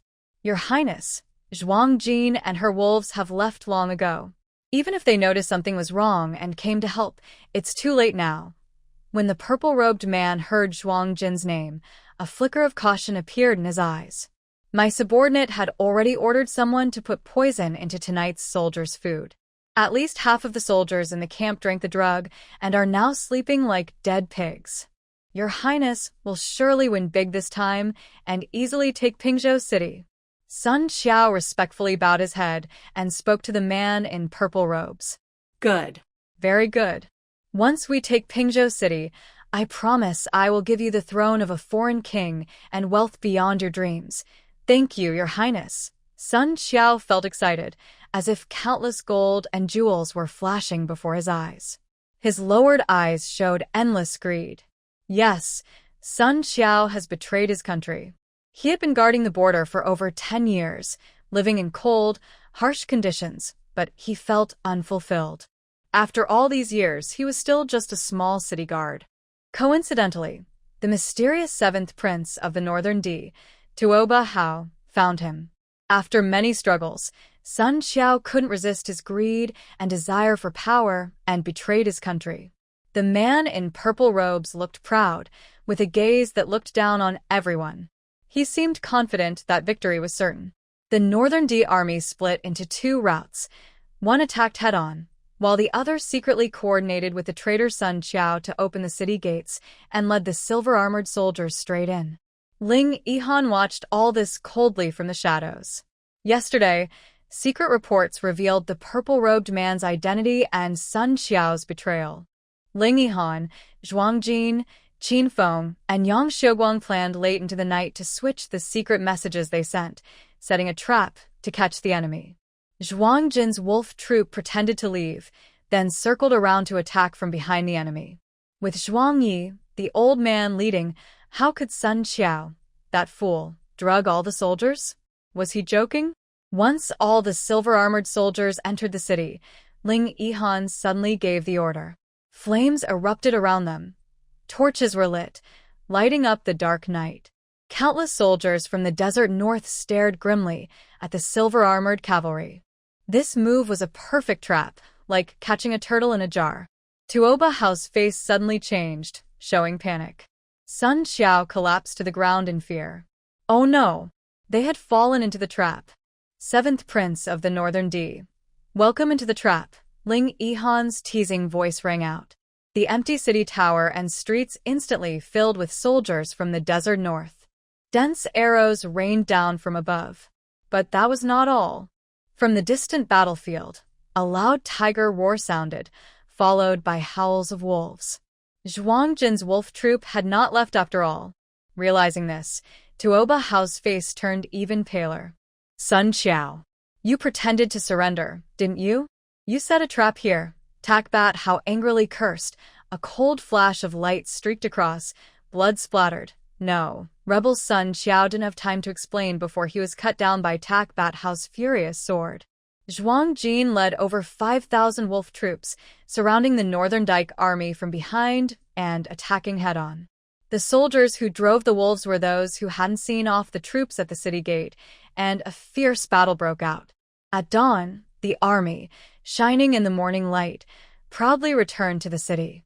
This time, it was a true great victory. 3 days later, the Northern Dike sent a surrender letter. That noon, a strange phenomenon appeared in the sky.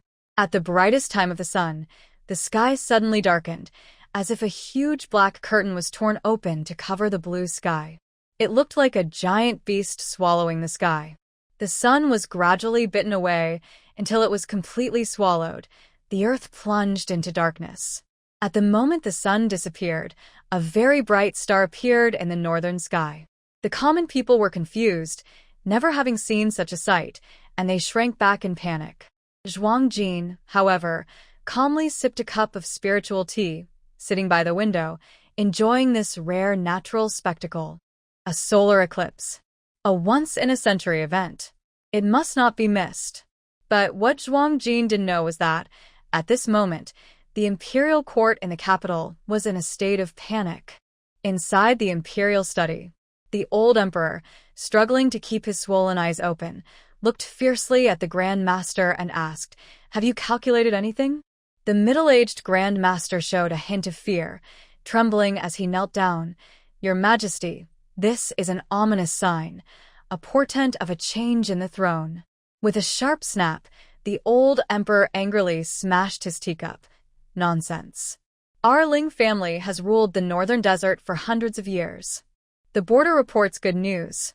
How could the throne change hands?" "Your Majesty, forgive me." The old emperor, quick-tempered, was so furious that the Grand Master kowtowed repeatedly, hitting his forehead until it bled. During the day, the sun was swallowed, and a new star shone in the north. According to the omens, it is a sign of the Emperor Star's appearance. I dare not hide the truth. The middle-aged Grand Master wiped the cold sweat streaming down his face, speaking carefully. Ding, ding, ding. The old emperor tapped the dragon desk with a cold expression, his face twisted. After a moment, he slightly lifted his eyelids. "You mean the Emperor's star appeared in the north?" His tone was filled with turbulent undercurrents. "Yes. I dare not hide it. The location of the Emperor's star's appearance is exactly in the north, roughly near the border area. Then, the person destined by the Emperor's star would also be in the north, right?" The old emperor's expression was sinister, and the middle-aged national master only hurriedly looked up briefly, trembling with fear. The national master didn't understand why the old emperor kept asking about the location of the Emperor's star. He looked up in confusion. Could it be? Thinking of something, the middle-aged national master trembled and quickly lowered his head, a hint of malice flashing across his eyes. "Your Majesty, the Emperor's star appeared in the north. Therefore, this person must be in the north. Based on your judgment, could the person destined by the Emperor's star be the crown prince?" The old emperor spoke calmly. His previous anger was gone, but he seemed even more terrifying than before. The national master's eyes flickered as he considered his words. "Speak. What do you think? Is this a difficult question to answer?" The old emperor prompted lazily. The national master's heart tightened, and he hurried to reply. "Your Majesty, the Emperor's star appeared during the day, indicating that the person destined by the star is a demon transformed. Also, around the star, there is a purple-gold aura, which might mean that the person with the star's fate could be harmful to you. As for who this person is, I am unable to tell right now." The national master's face was serious. The old emperor was foolish, suspicious, and cruel, and he worried for his own safety. The old emperor's gaze lingered on him for a long time before he finally withdrew his eyes.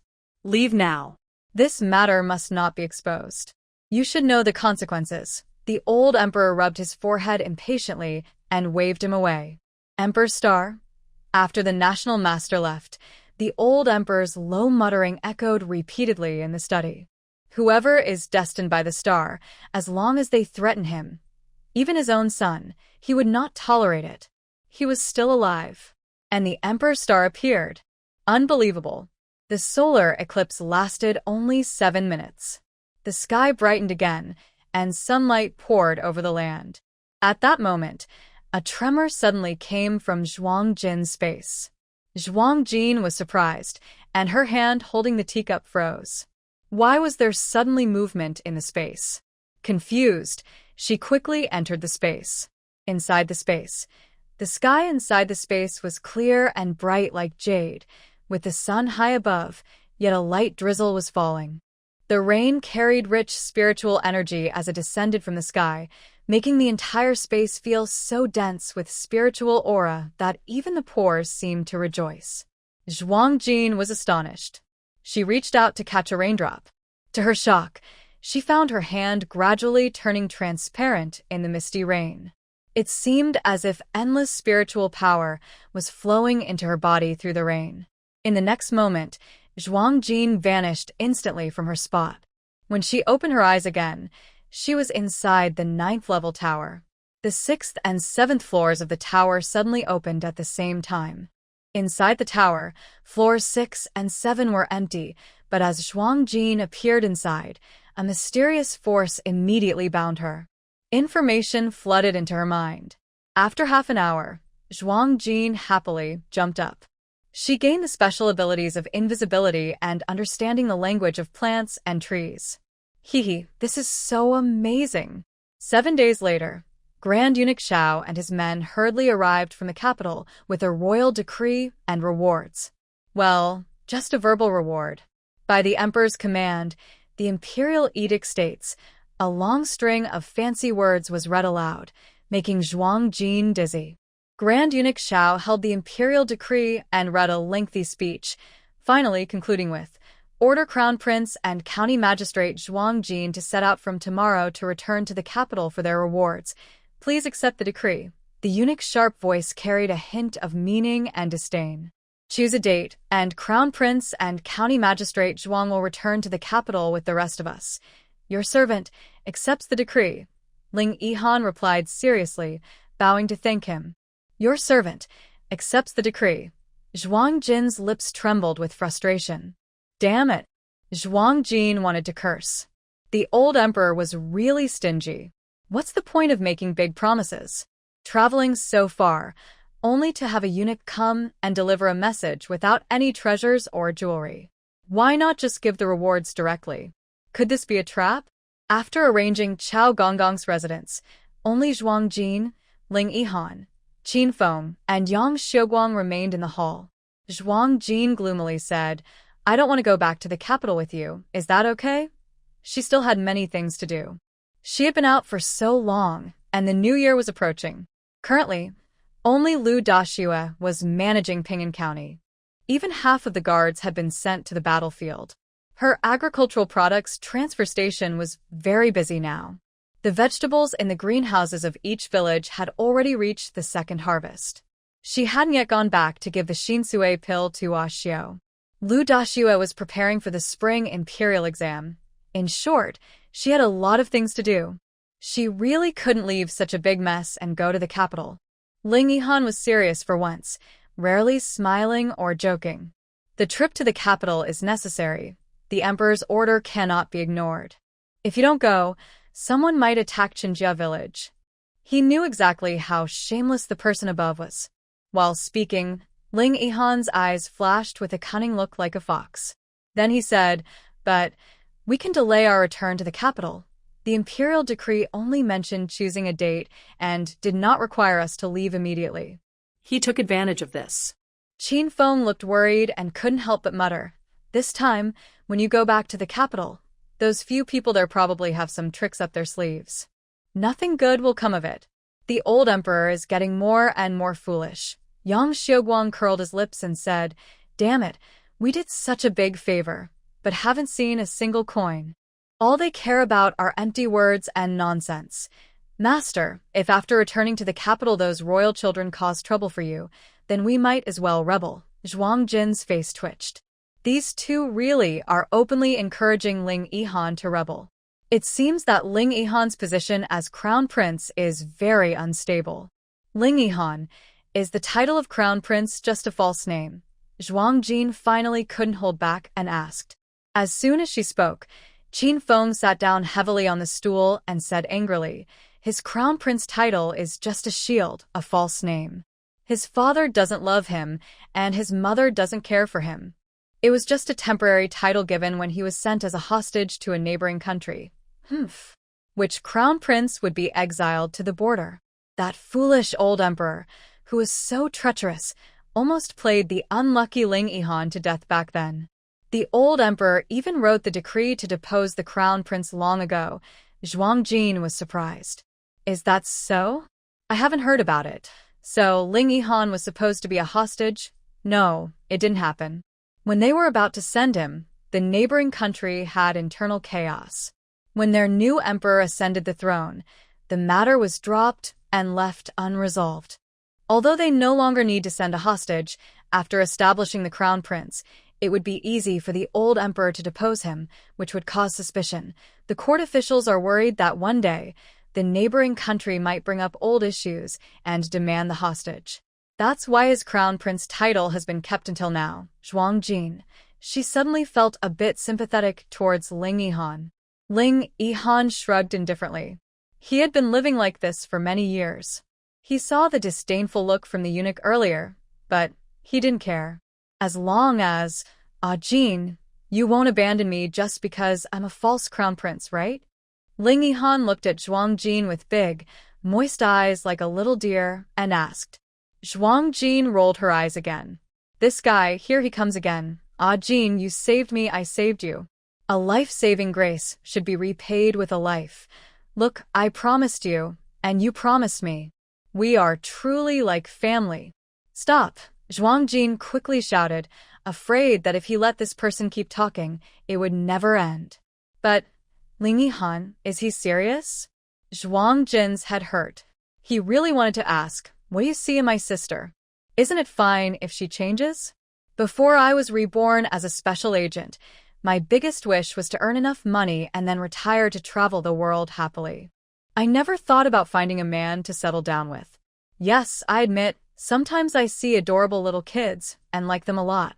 Like Xiao Tian, when he turned into a little baby, my heart softened completely. But having a kid and not wanting a man, aren't they different? In my time, many capable young women didn't want to have children with men. Sigh. What am I thinking? I'm getting off topic. Zhuang Jin rubbed his pounding temples and looked at the pouty Ling Yihan. Tell me about the delay plan you mentioned. I'm listening. Zhuang Jin looked at Ling Yihan with hope. He didn't want to go to the capital. Subconsciously, he felt this trip would be full of danger. Only a fool would rush in. Ling Yihan chuckled mysteriously. I need to borrow from Lord Zhuang. He nodded toward a direction, the courtyard where Chao Gonggong was. Chao Gonggong is close to the emperor and always by his side. This time, being sent to deliver the imperial decree probably has other motives. Maybe it's not just for us. We just need to delay Chao Gonggong so he can't complete the old emperor's task quickly, and then, that eunuch also said he would go back to the capital with him. In other words, the old emperor sent him to keep an eye on him and escort him back. He wouldn't go back alone. So, people from the capital, unfamiliar with the local water and soil, falling ill, this is very normal. Zhuang Jin's eyes suddenly lit up. Are you saying? Let the old man give Chao Gonggong some medicine? Yes, Ling Yihan grinned slyly. Whenever we decide to go to the capital, that eunuch will just stay sick. Bingo, Zhuang Jin snapped his fingers. That's a good idea. Early the next morning, Chao Gonggong sent someone to report that he was very ill. After hearing this, Ling Yihan pretended to comfort him briefly, then immediately ordered the gathering of all the city's doctors to treat Lord Chao. Of course, military doctors were also needed. From early morning until dusk, over 100 doctors took turns, and some still hadn't been called. They caused such a commotion for Lord Chao's illness that there was no chance to catch a breath. One by one, the doctors shook their heads and left, leaving Lord Chao trembling with fear. After dinner, Zhuang Jin went to check on him. When she entered Lord Chao's small courtyard and saw him, she gasped sharply. In just one day, that guy Ling Yihan had worn out this popular person. The strong smell of traditional medicine filled the room. Lord Chao's normally rosy face was gone.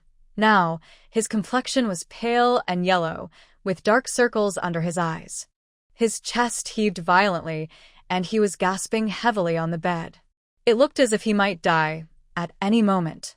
He spoke weakly, without strength, no longer the arrogant person he used to be. It's County Magistrate Zhuang. Please go back so you don't catch the illness. Lord Chao covered his chest, his eyes reddening, politely shooing her away. All he wanted now was to sleep. In the past, with his proud personality, he would have told Zhuang Jin to leave immediately. But now he dared not. He was seriously ill on someone else's territory and needed Ling Yihan and Zhuang Jin's help to recover. He couldn't afford to offend them anymore. Throughout the day, countless doctors came and shook their heads with sighs, frightening him so much he almost lost his soul.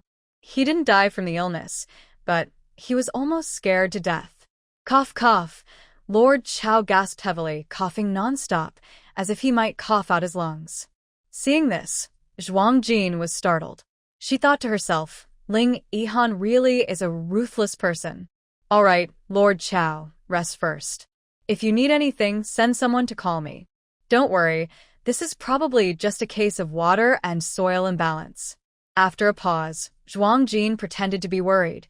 But if you leave now, heading back to the capital, the journey might be no rush. Let me recover slowly, rest my illness. Zhuang Jin held back her laughter and went to Ling Yihan's study. Aren't you afraid of exhausting him to death? She said with a smile, though her face was full of schadenfreude. How could that be? Ling Yihan shrugged.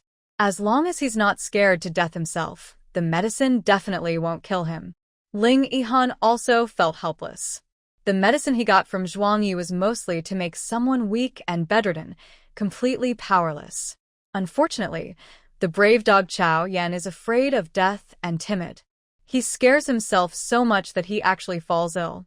You have matters to handle in Ping'an County, right?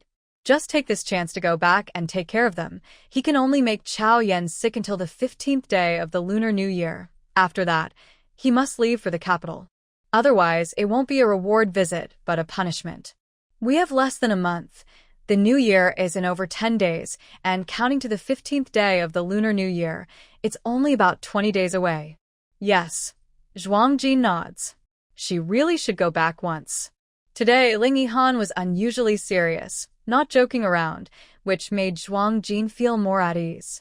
She glanced at the man sitting behind the desk, lost in thought. The flickering candlelight reflected on his side face, outlining perfect features. The man's beautiful fox-like eyes narrowed slightly, with a high nose, tanned skin, and thin lips pressed together. He supported his head with one hand, looking lazy yet charming. His black hair was tied back, with a few strands falling softly on his face. Zhuang Jin sighed inwardly. This kid looks quite good when he's quiet. Better looking than the male celebrities she saw in modern times. Such a charming rogue. As she was thinking this, she saw the man, lost in thought, suddenly furrow his brow and say worriedly, Jin, if I go to your house for the spring festival, what gift should I prepare for the elders? Although Xiao, who is his subordinate, he is also Jin's brother-in-law. Yes. During the New Year, she definitely can't be careless. Zhuang Jin was stunned and asked instinctively, Are you planning to spend the New Year at my house? Of course, Ling Yihan said naturally. I'm yours now, and such an important festival like the Spring Festival, I should go to your house. No, I mean to our home. Can you bear to let me spend it alone here in loneliness? Damn. This guy. Zhuang Jin shot a quick glare and scolded him, pointing at his nose. Clarify. What do you mean you're mine now? Seeing the little woman suddenly angry, Ling Yihan instinctively shrank his shoulders, but then seemed to remember something. He puffed out his chest, stretched his neck, and said, Jin, you're so unfair. Tell me, haven't you touched me? This. All over, almost as if you're mine. He got more excited as he spoke, unbuttoning his shirt, pointing at his face, then his chest, collarbone. Zhuang Jin's mouth twitched. Flashing through her mind were fragmented memories, leaving her speechless. It seems like it's really true. Finally, Ling Yihan, the little puppy, pouted and looked aggrieved as he pointed his finger at his lips. Jin, you also kissed here. Zhuang Jin's gaze followed Ling Yihan's movement to his lips. His slightly pouting lips still had a bit of shiny moisture. The contrast between his tan fingers and his red, thin lips was striking, making Zhuang Jin's pupils suddenly shrink. Bang! Zhuang Jin felt like a fireworks explosion burst above her head, bright and dazzling. Her mind was foggy. Had she really done something so bold? I'm still a virgin. My innocence has been taken by Jin. How can Jin be so reckless, hurting my feelings like this? The little puppy covered his chest, his handsome face scrunched up, looking quite heartbroken, almost like a tragic heroine. Zhuang Jin suddenly covered her face. Oh my gosh. What should she do? She suddenly felt guilty. Did ancient men also care about chastity? Was she really going to take responsibility? Well, it's getting late. We should rest early. Zhuang Jin stammered for the first time ever, unsure what to say, and quickly walked away, her face burning. With a loud bang, the door was slammed shut, causing a gust of wind that made the candle on the table flicker and sway. Ling Yihan's smile grew wider. Ha ha, he covered his mouth, laughing like a duck. Hee hee. Ajin's blushing now. His teasing was successful. That night, someone was so excited they couldn't sleep, only snoring loudly at dawn. By noon, when she got up, she found that the beauty had quietly left. Ling Yihan's face instantly fell. Wah, Ajin. Leaving without saying goodbye, I'm so sad. Meanwhile, outside, the sky was clear.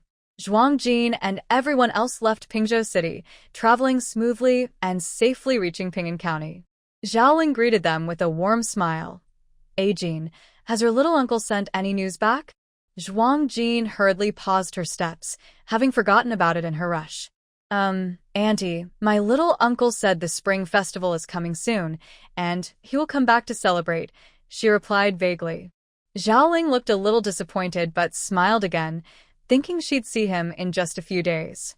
See, Auntie is so anxious. It's cold outside. Ajin, come inside quickly to warm up. I'll start preparing the meal now. On a winter day, the family had an early lunch. Zhao Ling and the others had just finished eating when Zhuang Jin returned, naturally needing to prepare another meal. Auntie, just make something simple. After saying this, Zhao Ling nodded, turned her waist, and called the maids to prepare the food. Zhuang Jin looked at Zhao Ling's back and realized her water-red satin dress was very pretty. At this moment, the two little girls, De Girl and Air Girl, ran over happily, calling out sweetly, Sister Ajin. They were also dressed in brocade. Zhuang Jin instinctively looked down at her own blue cotton outfit, thinking to herself, should I get a couple of satin dresses too? After all, I am a county magistrate. Wearing only cotton clothes every day seems too plain. In a few days, I will go to the capital. Is this outfit too rustic? When she returned to the house, she didn't see Ah Xiao and Xing Luo. She asked the maids, who said they were napping. Zhuang Jin didn't disturb them and went straight to her room. After lunch, little Ah Xiao ran over happily. Her face still had a rosy glow from just waking up. Seeing Zhuang Jin, she smiled and hugged her. Big sister, Xing Luo followed closely, holding a pink embroidered shoe. The little boy, not very tall, muttered loudly behind the curtain. Ah Xiao, how many times have I told you to walk slowly, don't run, and to wear your shoes properly?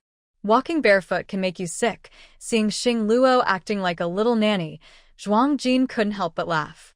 Jin Jia, the curtain was pulled aside. Seeing Zhuang Jin smiling, Xing Luo's handsome face turned red, and he lowered his voice to call her. He quickly squatted down to help Ah Xiao put on her shoes. Ah Xiao hugged her sister tightly, not letting go. She lifted her bare little foot and let Xing Luo squat down to put her shoes on. Watching the interaction between the two children, Zhuang Jin felt a warm feeling inside. When she saved Xing Luo that day, she knew this child must come from a wealthy family. Now, in front of Ah Xiao, he was very caring and considerate, which made her feel a bit sorry for him. Xing Luo, have you ever studied before? Zhuang Jin suddenly asked. Xing Luo was startled and hesitated before nodding slightly. Do you still want to continue studying? Hearing this, the boy's eyes instantly brightened, but then dimmed again. He quickly shook his head. Zhuang Jin was suspicious. Does this boy really want to study or not? Jin Jia, Xing Luo is doing quite well right now, he said, glancing at Ah Xiao, who was happily smiling and holding Zhuang Jin. Zhuang Jin suddenly understood. This boy is worried about Ah Xiao. I plan to open several academies that will accept both boys and girls. Since our household has many children, we won't send them to the academies for now. Instead, we will invite some teachers to come to our home to give lessons. At first, Zhuang Jin did want to send all the children to the academies, but she realized there are too many illiterate people in the household. Not only are their children eager to learn, but also some rough villagers nearby. After the new year, the local exams are coming up. Lu Daimiai needs to prepare for her tests and has no time to teach the village officials and villagers to read. So, Zhuang Jin decided to invite teachers to come to her house for lessons. She counted the children in her household, Xiao, Xingluo, Deya, and Arya, 4 in total. Little Tian can also come out now, and then to join the lessons. During the day, the children attend classes, while the villagers can only learn at night after returning from the county office. Therefore, she needs to invite 2 groups of teachers to teach separately. We can't be poor in education. We should spend money on what matters. As for the children from Qinjia village, once her academy opens, they can go to school nearby. When Xingluo heard about this plan, she was very happy. Then, I will bring Xiao to listen to the lessons too. Zhuangjin nodded, rubbed their heads, and then suddenly realized that after not seeing each other for many days, Xiao and Xingluo had grown taller. It seems Zhao Ling has been taking good care of them. Thinking of something, Zhuangjin pulled Xingluo aside. Starting today, Xiao needs to take medicine. It will probably take a few days. During this time, Xingluo, keep an eye on Xiao and try not to let her leave the house. Zhuangjin remembered how terrible Ling Yihan's detox days were and still felt uneasy, so she explained to Xingluo carefully. When Xingluo heard that Xiao needed to take medicine, he thought Xiao was sick and his face turned pale with fear. What's wrong with Xiao? Why does she need medicine? Hidden in Zhuangjin's embrace, Xiao suddenly raised her head. Big sister, Xiao doesn't want to take medicine. The medicine, bitter, not tasty. Good girl. After taking the medicine, Xiao will become smarter. Zhuangjin comforted her. Smarter? Xiao looked at Zhuangjin with a confused expression, then glanced at Xingluo. Will I become as smart as big sister and brother Xingluo? Zhuangjin smiled and nodded. Then, Xiao, drink the medicine, okay? The little girl pouted, acting brave and determined, which made both of them laugh. Jin, is that medicine for? Xingluo quietly asked, pointing at his head. Yes, Zhuangjin replied. After drinking it, it might cause diarrhea and make you smell bad, like detoxing. Once it's done, you'll be fine. So, I asked you to keep an eye on Xiao these days, and try not to let her leave the house. I've been busy these days, and won't always be at the mansion. I will arrange for Sister Qingqiao to watch over Xiao with you. Xiao is quite attached to Xingluo, Zhuangjin thought. It would be good to remind Xingluo in advance, so he wouldn't panic when the time comes. Don't worry, Sister Jin. I will watch over Xiao. An hour later, Zhuangjin personally brewed medicine and watched Xiao drink it. He didn't go anywhere else, just stayed inside, observing Xiao's reaction until Zhao Ling came to call for dinner. Only then did the 3 leave the room. Xiao didn't react as strongly as Ling Yihan. Although she went to the toilet twice and had some black mud on her, it was nothing compared to Ling Yihan's terrible state. Maybe because Zhuangjin sometimes gave Xiao some spiritual spring water, which helped her body expel impurities. So, Zhuangjin felt more at ease. He called Sister Qingqiao and gave her instructions again, asking her to stay with Xiao day and night these days. Xingluo is still a boy, so it's not convenient for him to stay all the time, especially at night and during baths. Xingluo only needs to watch over Xiao during the day to prevent her from running around and to keep her company. For dinner, Zhao Ling prepared a rich meal, setting up 3 large tables with over a dozen dishes each. The family and the women from Baozi Ridge sat crowded together. They also brought 2 large bowls of cooked meat to the neighboring courtyard for Lu Dama and the village officials and guards. After dinner, Lu Dama came to see them. The 2 went to the study. Lu Dama had lost some weight these days but looked very spirited. Seeing Zhuangjin, she smiled as if she had seen a fortune god. Jin, do you know how much profit our agricultural product transfer station made recently? Lu Dama rubbed her hands, her eyes shining brightly. The profit from the transfer station wasn't high. Zhuangjin mainly wanted to use it to build connections and a business network, mainly to help villagers convert their stored goods into silver. So, Zhuangjin didn't focus on how much money they made. Lu Dama asked, and Zhuangjin casually replied, "Could it be 5,000 taels?" Wrong. Lu Dama excitedly waved her hands and feet. "It's this amount." She held up 2 fingers in front of Zhuangjin and waved them. 2,000 taels. Oh no, that's not right. Zhuang Jin rolled his eyes. Just tell me directly. Why guess like this, playing riddles? So boring.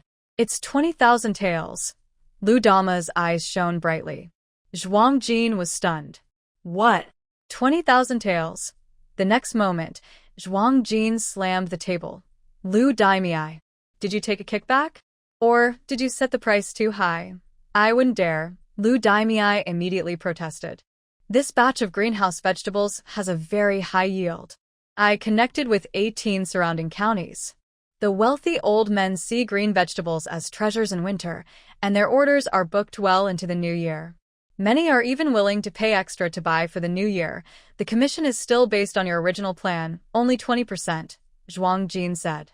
After deducting labor, transportation, and other costs, they still make a net profit of 10%. Zhuang Jin's eyes widened. So much. The mincemeat sauce, mushroom sauce, bean paste. Those have also sold quite a lot. The orders cover half a year, Lu Daimiai explained. These sauces are only made in our workshop and Qinjia village. Other villages haven't learned this technique yet. It's still a unique business. Then why are you just standing around? Zhuang Jin decided. Increase production.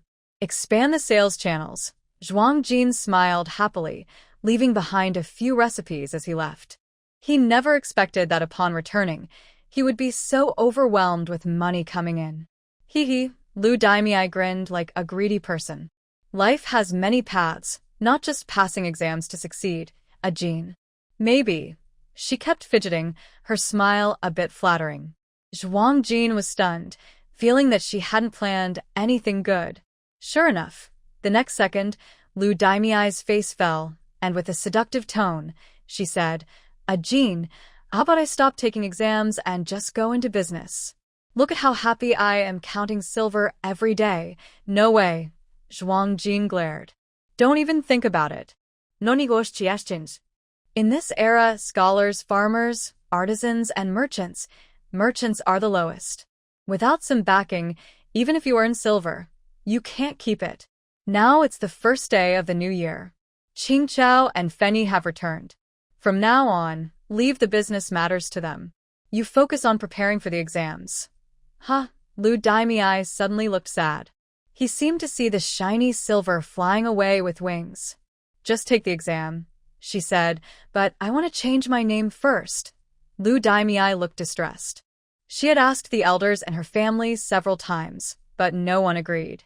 Every time she mentioned it, those old folks would chase her with a cane.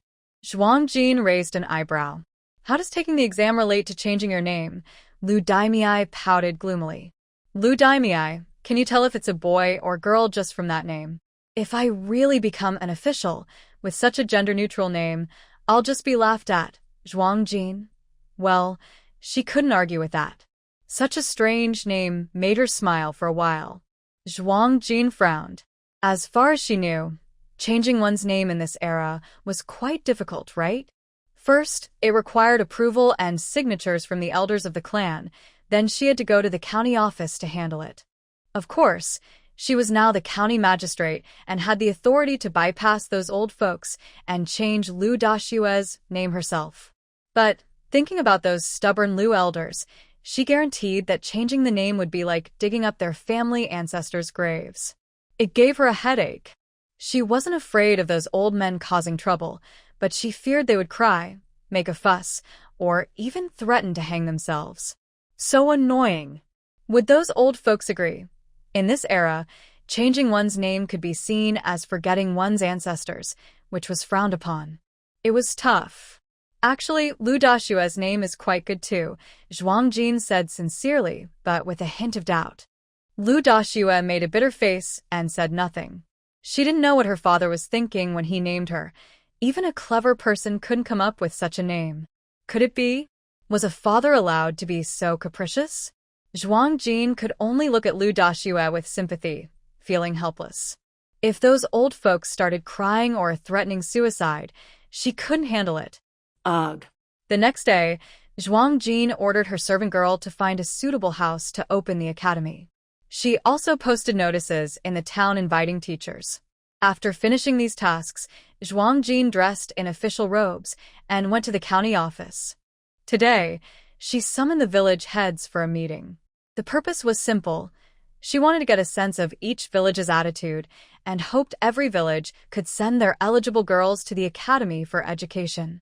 In this world, the idea of valuing boys over girls was very strong.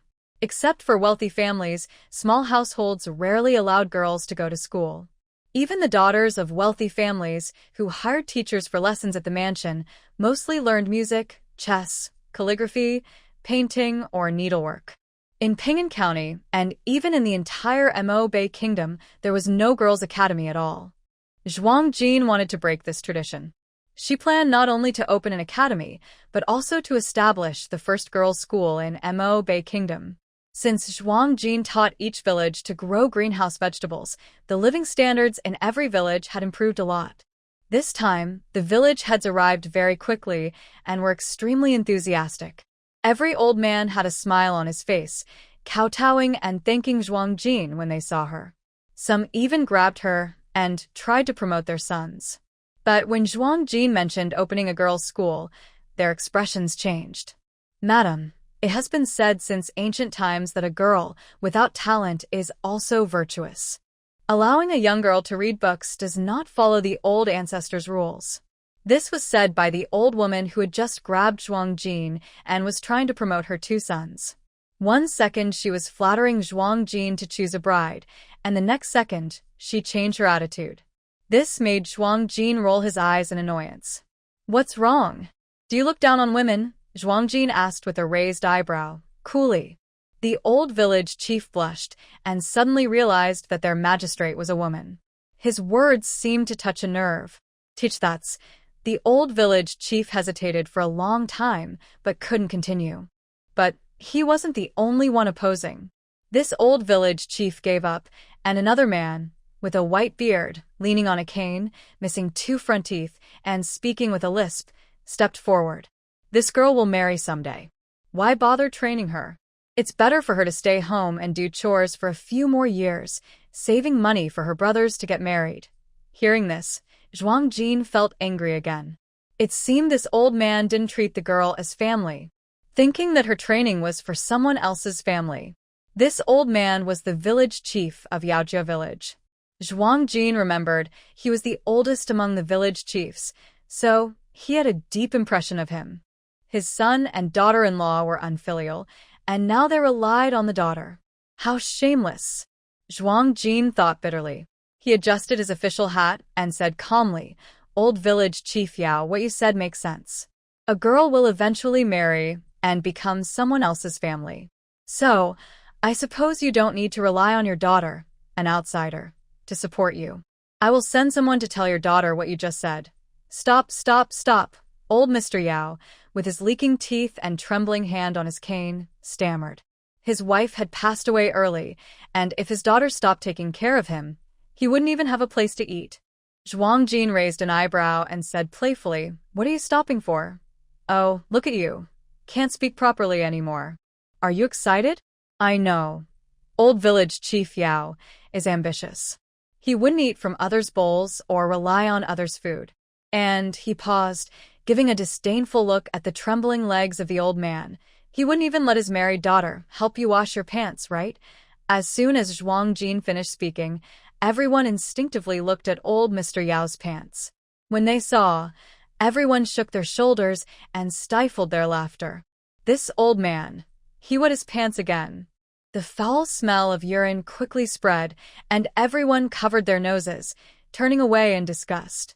The old man's face suddenly turned bright red, and it was hard to tell if he was embarrassed or angry. Anyway, Mayor Yao was trembling so much he couldn't say a word. Zhuang Jin was also speechless. What do these old folks think of her government office? Every time they come, they lose control of their bowels. Does anyone else want to speak? Zhuang Jin tilted her chin and looked coldly at everyone. The people below had different expressions, some clearly still dissatisfied, but two had already given up, so no one dared to be the first to speak out. However, two others were different. At this moment, a middle-aged village chief stepped forward. "Your Excellency the Magistrate, I have a few words to say." The middle-aged village chief respectfully bowed to Zhuang Jin. Following his voice, Zhuang Jin looked him over carefully. She remembered this man, Panjia Tun village chief. He was the one who last argued about proposing marriage to her, claiming he had no son and offering the woman who came with her, saying if Zhuang Jin didn't mind, she could go home and have children with his son. Zhuang Jin narrowed her eyes. This man was bold enough to speak up. She wondered what kind of trouble might arise if he spoke now. Speak freely if you have something to say, Zhuang Jin said coldly. But in the next moment, her opinion of this man changed. Well, Your Excellency, I think the idea of opening a girls' school is a good one. It's a great thing for the people. All you old troublemakers are just clueless about kindness. Looking down on women? Shameless? Aren't you women yourself? Pan village chief shouted loudly, spitting as he pointed at everyone. If you really look down on women, then don't expect your wives to have children for you. Tsh. The crowd's expressions changed. If my wife had even a little bit of wisdom, I'd wake up laughing in my dreams. How could I even keep track of a simple vegetable sale if I can't understand the accounts? Zhuang Jin's eyes lit up with a smile. She liked this boldness. It felt good. Then, the new village chief of Zhangjia village also stepped forward. He was young, elected after Zhang Yongwang died. He looked timid, but his eyes were firm. Our Zhangjia village also supports Your Excellency, he said. After speaking, he retreated back into the crowd, clearly afraid of Zhuang Jin. Zhuang Jin didn't mind. Fear was expected. She had once set fire to Zhangjia village, and since then, no one there dared to underestimate her. All right, I don't insist on this matter. If someone wants to send their daughter to the academy, I support it. If not, I won't interfere. However, the elongated, however, made everyone freeze instantly. Beads of sweat appeared on their foreheads. Whenever the local magistrate stretched out the word, however, it usually meant a threat. They couldn't handle the threat. Everyone looked shocked and nervously glanced at Zhuang Jin. However, for villages that refuse to let their girls attend school, I will no longer provide vegetable seeds to them, nor sell anything from their farms at the transfer station. Hearing this, everyone was startled and changed their expressions all at once. They all knelt down with a loud bang. This was clearly cutting off their income. It was a naked threat. The magistrate is wise. I will go back now to count the number of girls of appropriate age. When the academy opens, I will send them immediately. I will do the same. Our village agrees. Yes, send them all. If the magistrate's girls' school accepts older girls, I will send my wife too. Zhuang Jin looked at the crowd kneeling below, smiling cunningly.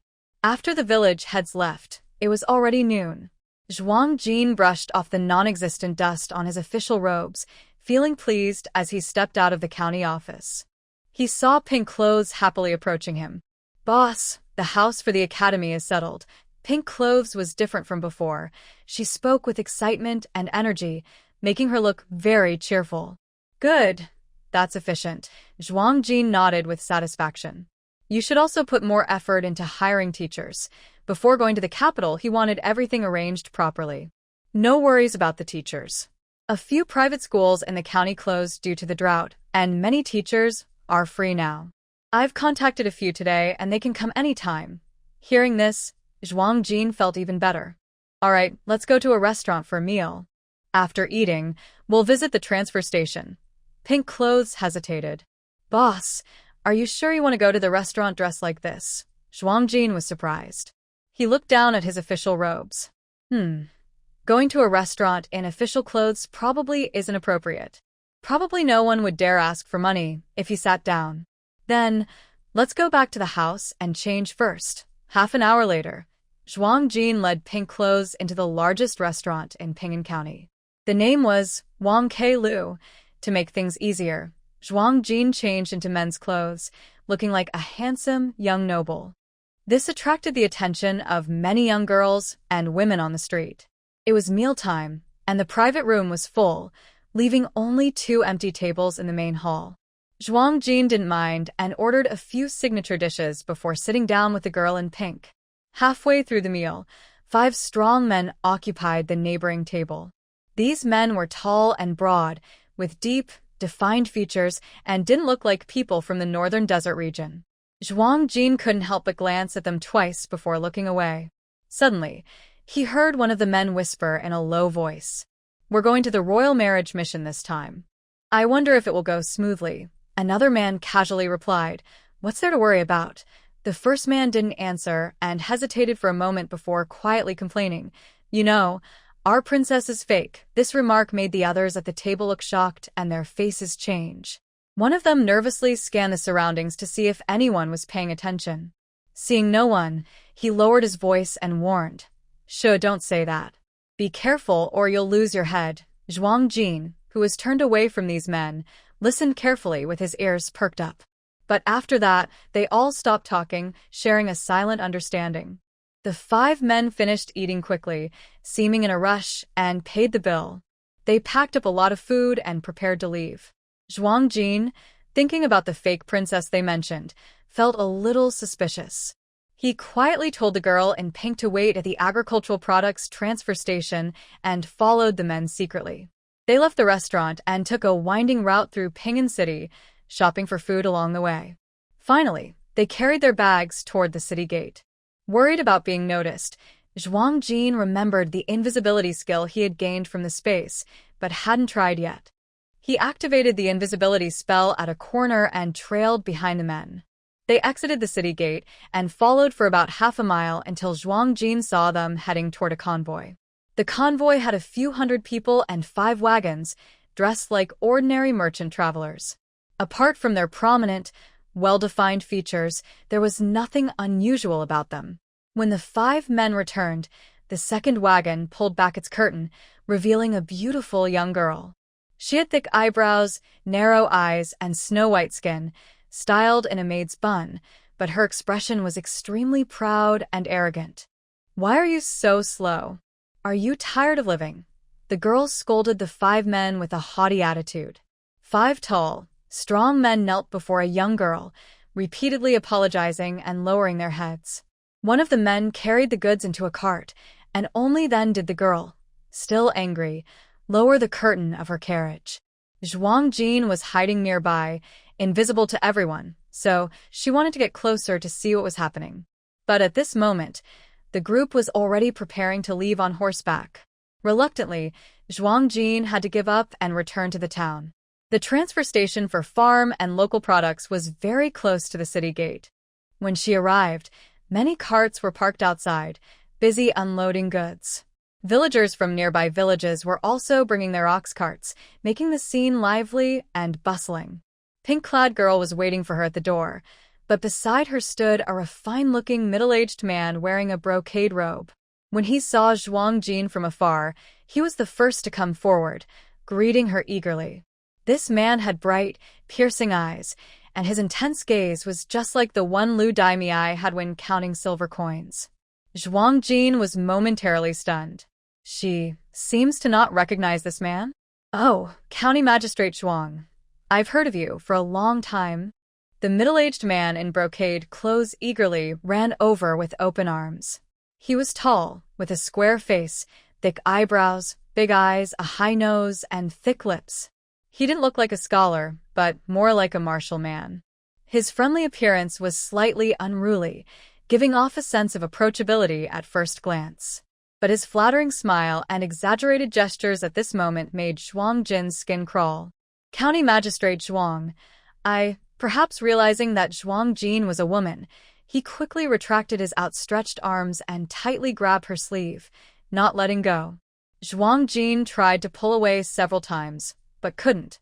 She could only roll her eyes, resigned to the fact that just avoiding a hug was already enough. The man shed 2 clear tears. "It's been so hard to find you." Zhuang Jin blinked, confused. "Big brother, who are you?" Her expression was a bit awkward, and people in the distance were pointing and whispering. Today, she was dressed as a man, and 2 men pulling and tugging in the street looked suspicious. She faintly heard some gossip from the crowd. "Oh, look at those 2 men pulling and tugging. What's going on?" TSK, society is really changing. Don't talk nonsense." Maybe they're just a father and son finally meeting. Countless black lines appeared on Zhuang Jin's forehead. She was dressed as a man today. Mistaken for a gay man? No. That would be more awkward if she was dressed as a woman. Boss, this is County Magistrate Han of Yunshui County, the woman in pink stepped forward to introduce. Zhuojin was surprised. County Magistrate Han E of Yunshui? What is this person here for? You. Just as Zhuojin was about to ask, Hani grabbed his sleeve, tears and snot running down his face, and started to act pitiful. County Magistrate Zhua, please help me. My family is about to run out of food, Han E cried sincerely. Yunshui County is truly poor. It's so poor that he, the county magistrate, has been eating the same big radish for 3 years, selling land and fields to fill the gaps. He only has a few carts of rice for porridge. He even thought about selling his wife, but he doesn't have a wife. Don't cry yet. Just tell me what's going on clearly, Zhuojin said dryly, noticing a patch sewn onto Han Yi's sleeve that matched the fabric. Sigh. He's really poor. Probably the only county magistrate wearing patched clothes. Hani finally stopped crying and looked at Zhuojin with a sad face. County Magistrate Zhua, can you teach us how to grow vegetables in greenhouses? Zhuojin was surprised. Just for this? You, a county magistrate, crying so much over it? Yes, Zhuojin agreed quickly. Send someone over in the next 2 days to learn. Hani is honest, cares for his people like family, and has a good reputation. She had already wanted to help. Since Han E personally came here to ask, Zhuojin wouldn't refuse. Oh. County Magistrate Zhua is so noble, saving the people from disaster. Han E smiled more kindly after Zhuojin agreed. You truly are a living bodhisattva. Today, you help Yunshui County's people through this tough time. If you ever need anything from me, Han, will do my best. Zhuojin waved his hand casually. It's a small matter. After saying that, Zhuojin fell into thought.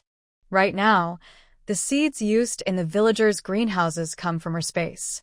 Without her space's produce, ordinary seeds have a low survival rate. Also, building a greenhouse, planting, and waiting for the crops to mature takes time to see profits. I heard there are still many refugees in Yunshui County, and the porridge distribution has stopped.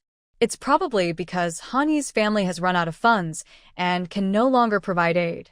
Even if they build greenhouses immediately, the refugees and starving villagers won't be able to wait for the vegetables to grow. The new year is coming soon. If the refugees cause trouble again, since she has long planned to help Yunshui County, she will help fully. Thinking of this, Zhuojin said, why not have County Magistrate Han send more people to learn the art of making soy sauce? It's quick to see results, and we have a market for it. We can help sell the finished products. Hani's eyes immediately brightened. In the future, I am willing to follow Miss Jin's lead and dedicate myself wholeheartedly. All right, County Magistrate Han, let's go back to my house first and discuss everything in detail, she suggested. In this world, there is also a type of bean paste, although the flavor is a bit hard to describe. The recipes Zhuojin provided were improved versions of popular sauces from her original world supermarkets: mushroom sauce, minced meat sauce, bean paste, chili sauce, sweet flour paste, tomato sauce, 5-flavor sauce, and more. When selling these sauces, Zhuojin also offers 2 recipes for each, which made nearby restaurants eager to place orders. There are orders every day. If she later expands her sales further, she won't be able to handle so many orders just from Ping'an County alone. Adding Yunshui County would be good too. Zhuojin didn't take their promises too seriously, but she didn't realize that this small act of kindness today would help her greatly in the future. Of course, that's a story for later. Time flew quickly. The school affairs had already been arranged. They built 10 schools in total. Children from 5 to teenagers signed up, and after the new year, the kids could start school. Zhuojin named the school Jinxiu Academy, using characters from her and Zhuangxiu's names, symbolizing a bright future for the students. Zhuojin was busy and overwhelmed. Old Master Zhuang was not idle either. He often came out of the space now, which Zhuojin thought was a good use of resources. She decided to open 2 more clinics and pharmacies in the county seat, hiring a few experienced doctors. Old Master Zhuang would guide them again before they started working. She planned to fully utilize her grandfather's knowledge after returning from the capital and to promote medical skills. In this era, even a common cold could be deadly. With old Master Zhuang, the divine doctor, available, it would be a waste not to use his skills. In the school, boys and girls under 8 studied together. After age 8, boys and girls studied separately in the front and backyards. Zhuang Jin believed in teaching according to each child's ability. The school divided into 2 main categories, arts and martial arts. Besides regular classes, she added subjects like medicine and finance, thanks to the pharmacy. For martial arts, she left a group of villagers from Qinjia village who had fought on the battlefield with her to teach. When there were no classes, these villagers also helped transport goods at the relay station. Not everyone can follow the path of taking exams to gain fame. Therefore, we should train some doctors, accountants, and merchants so these children have more options for their future. The multiplication table from 1 to 9 is widely taught in the school. Zhuang Jin originally wanted to add more subjects, but time was tight. After the new year, she would go to the capital, so she thought it wasn't urgent. Once these children begin their basic learning, she could add more subjects later based on the situation. Children under 10 years old can attend school for free. Of course, Zhuang Jin is also a businesswoman, so the school cannot run at a loss forever. She set a rule: after age 10, children can choose subjects freely based on their interests. Those who cannot pay the tuition fee will attend practical classes every few days. For example, students studying pharmacology will follow a doctor or help in a pharmacy every few days, or go to the mountains to pick medicinal herbs and bring them back to the school. Others can help at the agricultural and produce transfer stations. This way, the school can earn some income and also help students learn survival skills. Thinking about the upcoming new year, the government should prepare some New Year goods. Zhuang Jin wrote a shopping list and asked Qing Chao and Shi to go shopping. Everything was arranged, and soon it was New Year's Eve. Zhuang Jin finally relaxed on this day. The streets were decorated with red lanterns everywhere, creating a festive atmosphere. At night, there would be lion dances in the town, and people would stay up late to welcome the new year. Zhuang Jin planned to rest well during the day. However, early in the morning, Han Yi, the magistrate of Yinshui County, came to visit again. The people sent by Han Yi to learn skills from Zhuang Jin went back and told him about her big moves in Ping'an County. Han Yi was so envious and admired her that he couldn't sleep all night. He couldn't stand staying in the government house, so he took a carriage with a coachman, and 2 officers eagerly followed. County Magistrate Zhuang missed Jean. Han Yi rubbed his hands and smiled foolishly, calling her both County Magistrate Zhuang and Miss Jean, seeming unsure how to address her to make their relationship closer and more friendly. Zhuang Jin kindly asked someone to bring them inside and serve tea. She then smiled and said, "Han Magistrate, there's no need to be so formal. From now on, I'll call you Brother Han, and you can call me Ah Jin." Yes, yes, yes, Han Yi nodded happily. "Brother Han, you've come from afar today. Is there something you need?" Zhuang Jin picked up her teacup and took a sip, pretending to be innocent. "To be honest, Ah Jin, I came today to learn from you," Han Yi said straightforwardly. Han Yi did not dare to underestimate the woman in front of him at all. Look how well she managed Ping'an County. Unlike Yunshui County, where the difficulties were only solved because of this woman. Han Yi adopted Zhuang Jin's suggestion and taught the villagers how to build greenhouses. As for the refugees, many of whom had no land to farm, they learned how to make fermented bean paste. This arrangement helped suppress the brewing rebellion among the refugees. Now Yunshui County is gradually becoming stable. Zhuang Jin chuckled softly, sighing that Han Yi was still a hot-tempered person. "Brother Han, you're too polite. We are colleagues. Helping each other is what we should do. There's no need to talk about learning from others. But today is New Year's Eve. Don't you want to spend the holiday with your family?" Han Yi shrugged. "I'm not married, and my parents have passed away long ago. I have no family. On this holiday, I'm shamelessly bothering A Jin." This meant he planned to spend the new year at Zhuang Jin's house. Zhuang Jin was a bit stunned. Indeed, she was quite bold. How come everyone she knew was so familiar and friendly? Just then, outside the door, there was a noisy commotion. It was Zhuang Xiao who leading Ling Yihan and Qin Feng back home. Before they entered, Zhuang Jin heard a sweet, overly long voice calling out, "Ah Jin, long time no see. I've missed you so much." It was a man's voice. Was he a Jin's admirer? Han Yi looked surprised toward the door, then mischievously glanced at Zhuang Jin, his expression full of curiosity. Oh, more gossip to enjoy. Han Yi's face twitched with embarrassment. Zhuang Jin's mouth twitched. She realized she was wrong. Not only were the people around her all very familiar, but they also loved gossip. That Ling Yihan. He was causing trouble for her. Zhuang Jin cursed inwardly, but her expression remained calm. She sat leisurely in her seat without moving. "Ah Jin," the sweet, overly long voice called again. When the door was pushed open and Ling Yihan's handsome, charming face appeared, Han Yi was so shocked that his mouth dropped open, and he was stunned for a long time without speaking. After a while, Han Yi finally snapped out of it and knelt down with a thud. "Your Majesty, I greet His Royal Highness."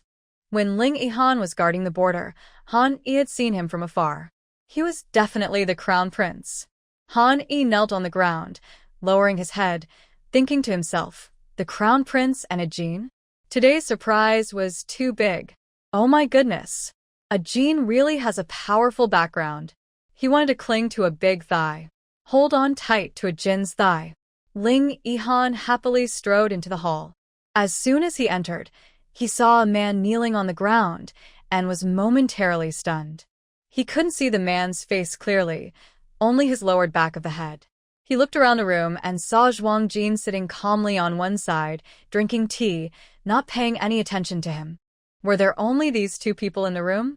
Ling Yihan suddenly felt a pang of jealousy. His face turned cold. Could the kneeling man be Ah Jin's suitor? Wah. How could Ah Jin be alone with another man in the same room? Lift your head, Ling Yihan commanded the man on the ground, staring at him. Han Yi was stunned. Lift his head? All right. Han Yi obediently raised his chin. A middle-aged man with a square face appeared in Ling Yihan's line of sight. Immediately, the coldness on Ling Yihan's face faded, and he smiled kindly. Stand up, no need for formalities. He was not handsome and quite old. Definitely not Ah Jin's type. Ling Yihan's expression was unexpectedly gentle and approachable. Who are you? Replying to His Highness the Crown Prince. I am the magistrate of Yunshui County. Today, I came specifically to discuss governance plans with Magistrate Zhuang. Han Yi instinctively explained his purpose for coming because just now he seemed to sense a fleeting hostility from the prince. Hostility? No way. Han Yi thought he must be going crazy. How could he have such an idea? It must be because the prince entered the room without closing the door, and the cold wind made him feel chilly. I have other matters, so I won't disturb His Highness. I will take my leave. Seeing Ling Yihan's eyes fixed on Zhuang Jin, Han Yi tactfully withdrew. Before leaving, he winked at Zhuang Jin and thoughtfully closed the door. Zhuang Jin was speechless. He turned to Ling Yihan and asked, You brought Qinfeng too? What about the military camp? There's still Yang Xiuguang. Ling Yihan smiled. We won't go back to the camp this time. After 15 days, we'll leave together from here to go to the capital. This means they plan to stay at Zhuang Jin's place until departure. Soon, dusk fell. Because Zhuang Xiaohu had returned home, Xiaoling was in an exceptionally good mood all day. She prepared many delicious dishes and even called the villagers from the neighboring officer's village. Because there were too many people, the dining hall couldn't hold everyone, so Zhuang Xiaohu and the villagers set up 2 temporary shelters in the yard, with about 10 tables. Zhuang Jin and Ling Yihan sat in the dining hall eating, while the others relaxed in the yard under the shelters. Today is New Year's Eve. Zhuang Jin took out new clothes he bought earlier at the clothing shop and handed them out to everyone. The little kids wore their new clothes and played in the yard. The yard was decorated with red lanterns and large red, good fortune window decorations, filled with laughter and joy. After treatment, Zhuang Xiu's foolishness was cured. However, once healed, the young girl became shy and bashful. Every time Xing Luo held her like before, her face would turn as red as the sunrise. Zhuang Jin is not from this era and naturally doesn't hold old-fashioned ideas.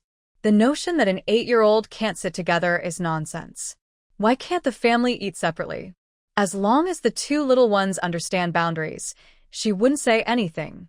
But Zhao Ling disagrees. When Zhuang Xiu was foolish, Zhao Ling didn't think it was inappropriate for her to be close to Xing Luo. Now that Zhuang Xiu is cured, she feels the children should keep their distance, even separated if possible. Zhuang Jin only half listened. Xiu is only 9 years old, and Xing Luo is 11. They are so young, what do they understand? Zhuang Jin approves of Xing Luo. If the two grow up as childhood sweethearts and end up together, she would be happy. However, she wouldn't interfere much, let nature take its course. For matters of proper conduct between boys and girls, she would privately teach Zhuang Xiu.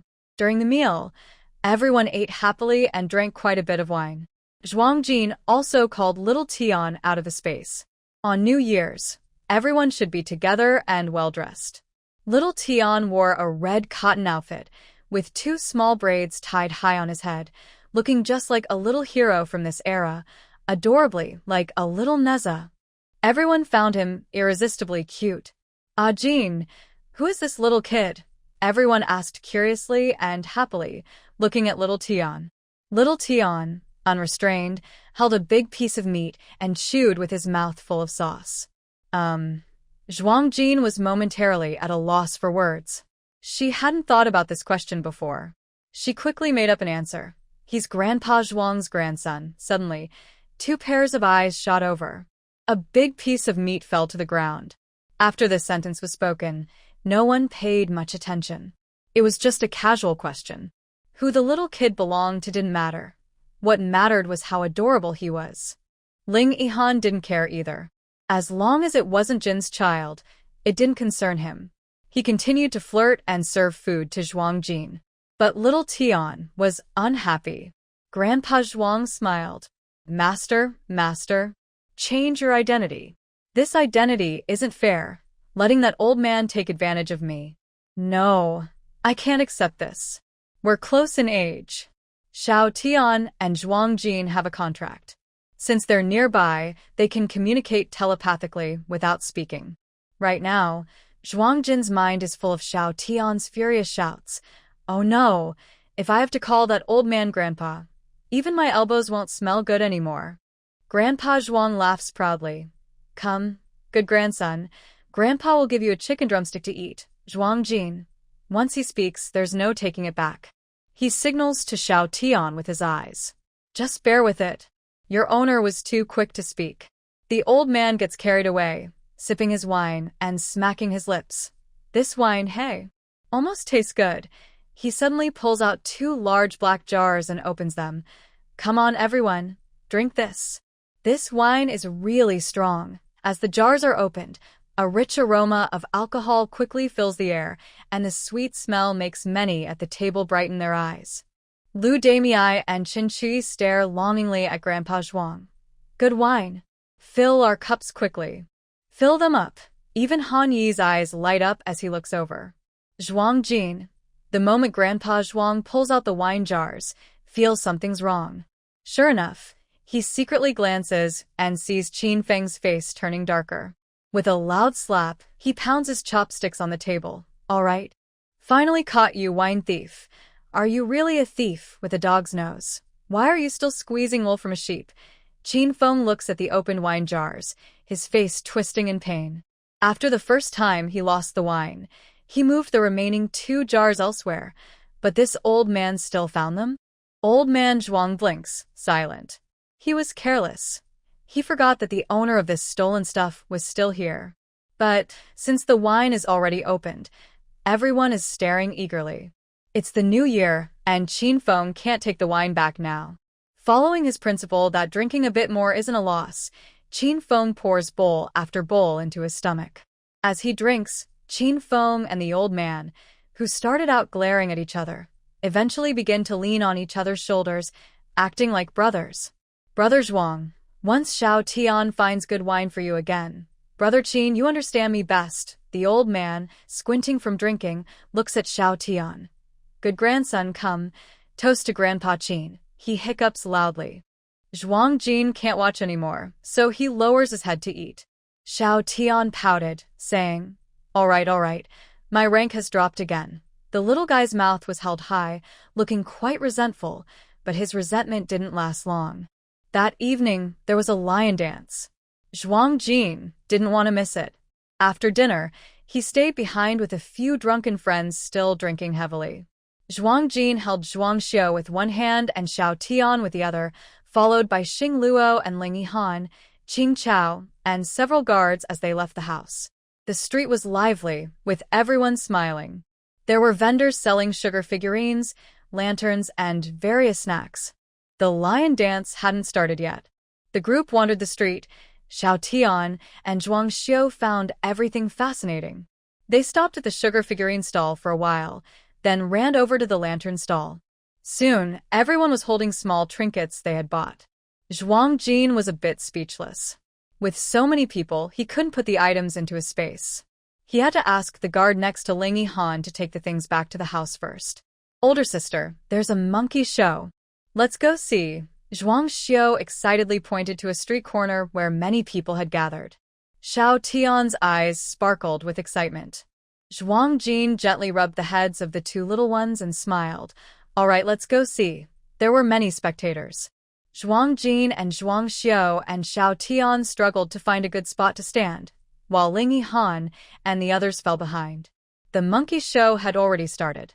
Two small monkeys, one with golden fur and long hair, the other with black fur, looked small but were very agile in their movements. They wore small red belly bands, looking funny and amusing. They kept bowing to the crowd and occasionally doing flips or making funny faces to entertain everyone. Good. Cheers kept coming from the crowd. The monkey trainer was a thin, middle-aged man with two small mustaches, holding a thin stick, directing the monkeys to perform tricks. The tricks became more difficult, and the cheers grew louder. When the time was right, a woman in a colorful dress carried a basket and walked around the circle, ready to give tips. Most people only tossed a few coins, but those who were generous or had no money quietly retreated into the crowd after giving tips. Seeing this, the woman sneered and loudly shouted, soon, we will perform the monkey fire hoop act. If you want to watch, don't be stingy with your copper coins. Those who can't pay, please don't stand in the way, or you'll delay our small business. After she finished speaking, many in the crowd hesitated to give tips and sheepishly stepped back.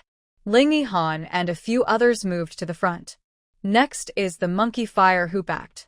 Please support us and give generously, more if you can, less if you can't.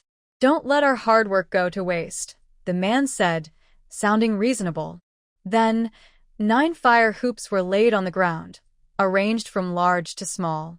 The biggest was half a person tall, and the smallest was only as big as a soccer ball. 2 small, thin monkeys looked at their size and seemed barely able to pass through the smallest hoop. The hoops were wrapped with oil-soaked cloth strips. The middle-aged man took a fire starter and lit it.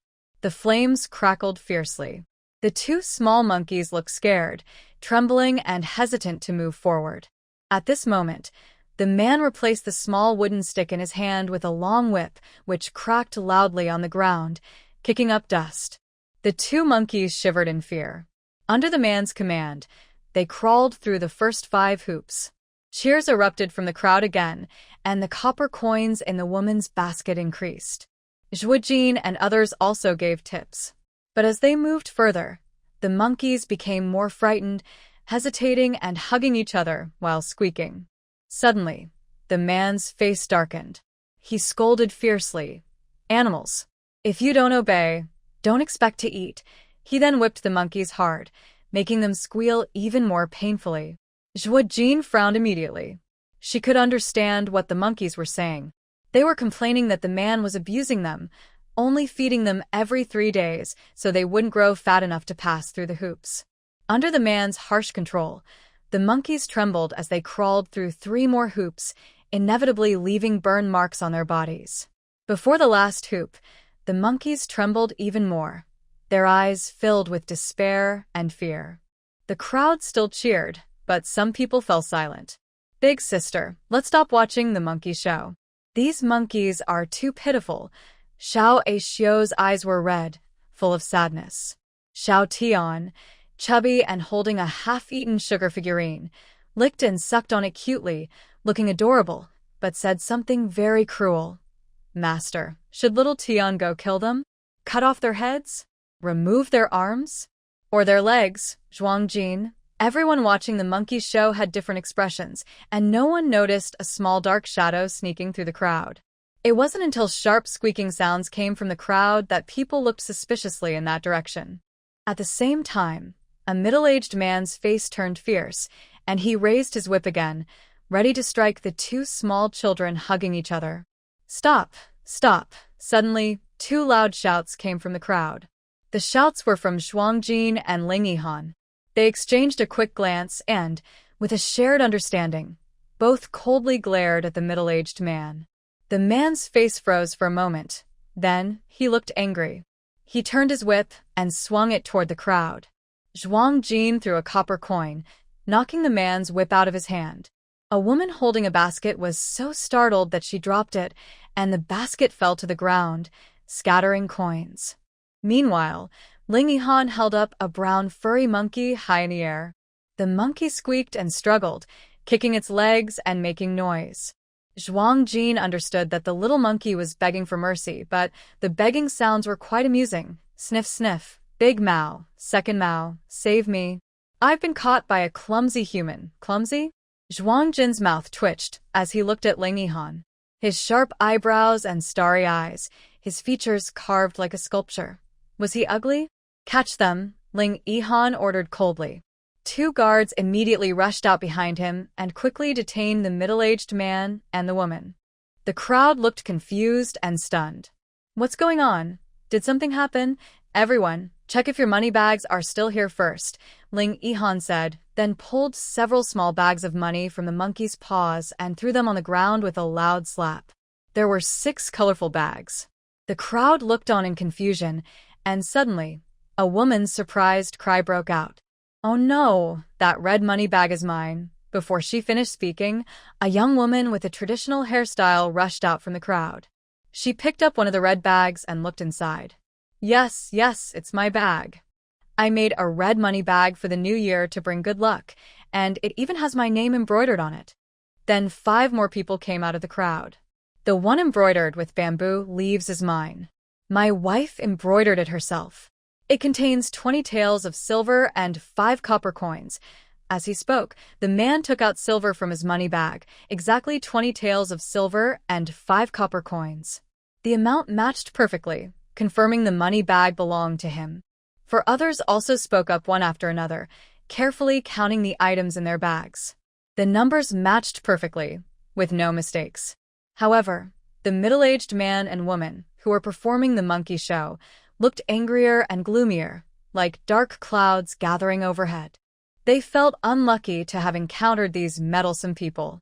The two were furious, glaring fiercely. They saw Liang Yihan and Zhuangjin as enemies. They struggled and tried to bite at Zhuangjin and Liang Yihan, but guards struck them down with fists. Mind your own business. Bastards! The man spat blood and glared fiercely at Zhuangjin and Liang Yihan. His fierce eyes seemed ready to tear them apart alive. It was only then that everyone realized the monkey performer had ordered the monkeys to steal. Suddenly, the crowd was furious, shouting loudly. The 2 men, now suppressed, became the targets of everyone's insults. People cursed openly. Even the monkeys weren't spared. Report to the officials. Burn these 3 thief monkeys, beat them to death, make monkey soup. The 3 little monkeys trembled in fear. Chirp, chirp, chirp. Those 2 bad guys forced us. Wah, don't make monkey soup. It tastes bad. Unfortunately, no one understood what the monkeys were saying, except Zhuangjin. Zhuangjin stood among the crowd, her brow furrowed. Give them to me, she said, walking forward and taking the hairy monkey from Liang Yihan. She gently stroked the trembling monkey's back and whispered softly. No one heard clearly, or perhaps no one understood. But after Zhuangjin spoke, the brown-haired monkey instantly calmed down, trusting her completely and snuggling into her arms, very obedient. The other two little monkeys also eagerly ran to Zhuang Jincheng, circling her feet and chattering happily and affectionately. Liang Yihan and the others weren't surprised. A woman who could command a white tiger and a wild wolf could easily tame 3 little monkeys. Take them back to the official prison, Zhuang Jincheng said softly, patting the 2 other monkeys on their heads to comfort them. Then she raised her head and ordered coldly. 2 guards took the monkey performer away first, sending him to jail. Today was New Year's Eve. It was rare for Zhuang Jincheng to bring Zhuang Xiao and little Tian out. She didn't want to ruin the festive mood. After dispersing the crowd, the small incident was temporarily over. The lion dance was about to begin. Following the crowd, everyone headed toward the lion dance location. 3 little monkeys follow closely beside Zhuang Jin and the others, chattering non-stop. Chirp, so hungry. Chirp, starving. Their noise gives Zhuang Jin a headache. With so many people around, the small vendors selling food are pushed out of their spots and have to step back. Chirp, please, sir, be kind. Give us some food. The 3 little monkeys, desperate and shameless, bow and beg a young man for food. Zhuang Jin can't take it anymore and quickly pulls the monkeys away from him. Sorry, my pets are too naughty at home. Zhuang Jin apologizes shyly to the young man. The man is holding a candied hawthorn stick, his handsome face showing a complicated expression. The 3 little monkeys on the ground perform a monkey act, pretending to offer a peach. They still perform to entertain humans, hoping to get food in return. The 3 little monkeys stick out their red, round bottoms, twisting and turning as if, suddenly, a soft, poof sound is heard, coming from somewhere. The young man's hand holding the candied hawthorn trembles. He slowly shifts his gaze from the monkey's bottoms to the candy stick in his hand, and immediately feels sick to his stomach. It's okay, the young man says dryly. I haven't eaten it yet. Here, I'll give it to you. He quickly stuffs the candied hawthorn into Zhuang Jin's hand and walks away hurriedly, looking flustered as if fleeing. Zhuang Jin stares blankly at the string of candied hawthorn suddenly in his hand, feeling a tightness in his scalp. Ling Yihan, who just squeezed out of the crowd, sees this scene. His face darkens, and he narrows his eyes. He's only been away a short while, yet someone dares to flirt with Ajin? And even give him candy? His cold gaze shoots toward the young man's back. The young man feels a sudden chill in his spine, as if being watched by a venomous snake or beast. Suddenly, his leg feels hit by something, causing him to stumble and fall flat on his back. Ling Yihan happily withdraws his gaze and sweetly calls, Ajin, if you want to eat candy, I can go buy some for you. Such mysterious things, we shouldn't eat them, Zhuang Jin says, his tone souring as he snatches the candy stick and throws it on the ground, stomping on it twice in frustration. The 3 little monkeys, no longer performing, squeal loudly and stare with tearful eyes at the crushed candy on the ground. The monkeys clutch their hearts, heartbroken. I don't want to eat. Zhuang Jin rolled his eyes at someone. Then he kicked a monkey's backside and said, Stop calling, let's go to the tea house. Immediately after, he led Zhu Xiao and Xiao Tian toward the street. The tea house was quiet at this time.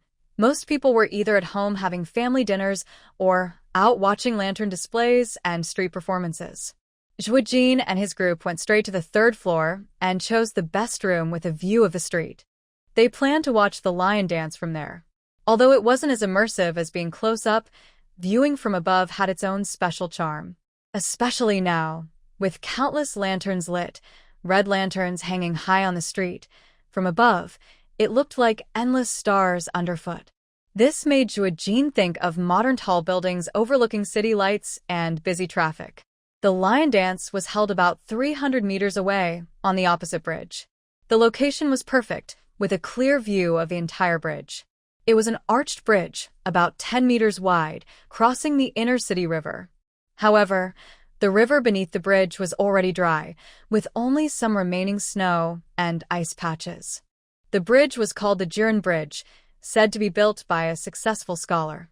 Later, whenever a scholar from Ping'an County passed the exam, they would come here to burn incense, pray to the star of literature, and hope for success in exams and good official prospects. Zhuang Jin ordered a few pots of tea and some pastries.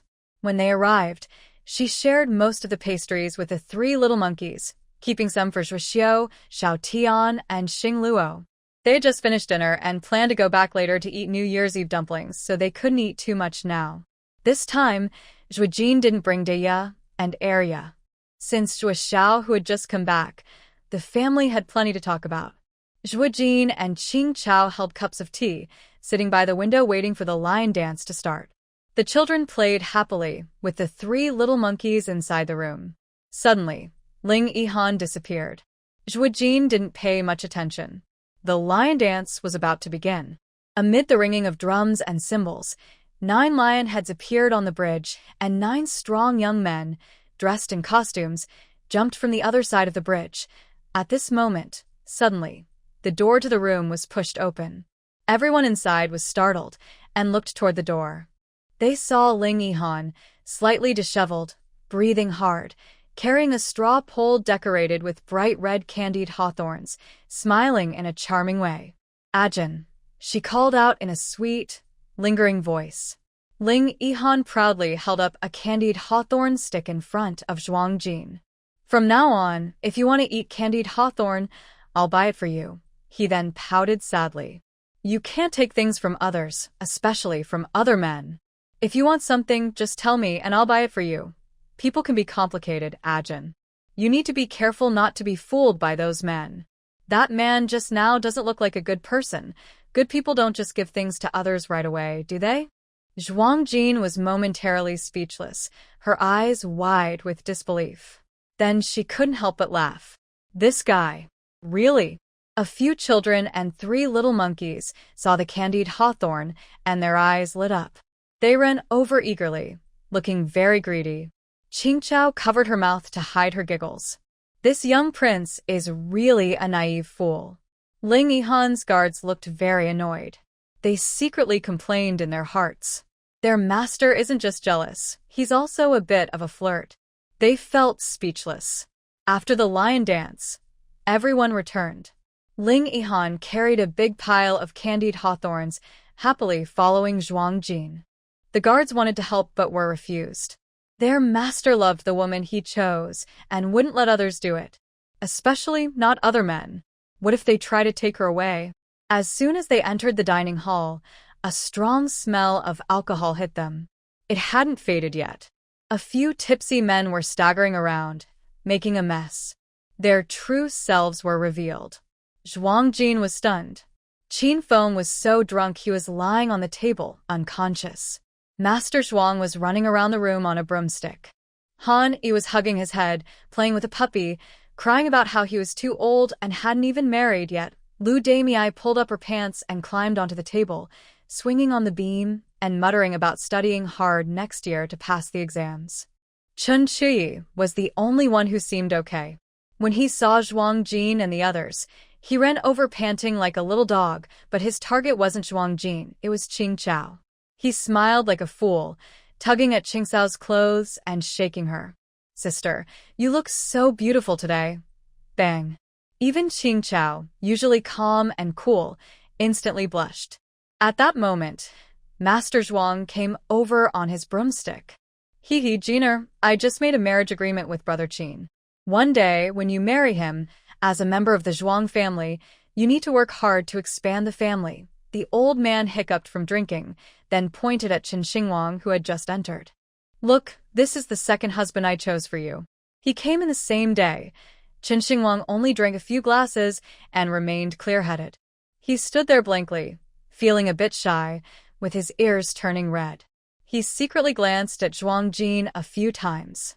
Qin Xingwang looked shy and nervous, thinking to himself, as long as it's Jin, he's willing to be his third husband.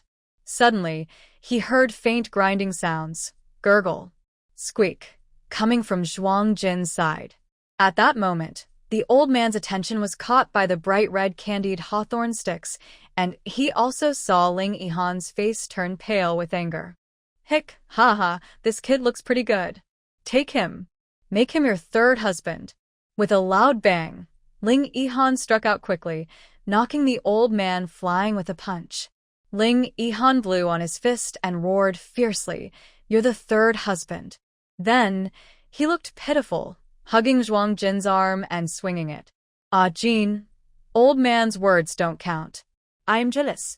Xiao Tian jumped up, clapping happily, looking smug. Good fight. Knock out that old man. Zhuang Jin covered her forehead, looking shocked. Was everyone this terrifying when drunk? Was she also this unruly after drinking? She just felt a headache coming on.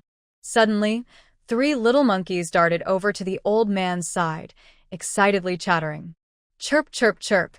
This human looks good, very handsome. Zhuang Jin looked at the old man, Zhuang Yi, who had just fallen from the wall, grimacing in pain. She was speechless. She couldn't understand the monkey's taste in beauty.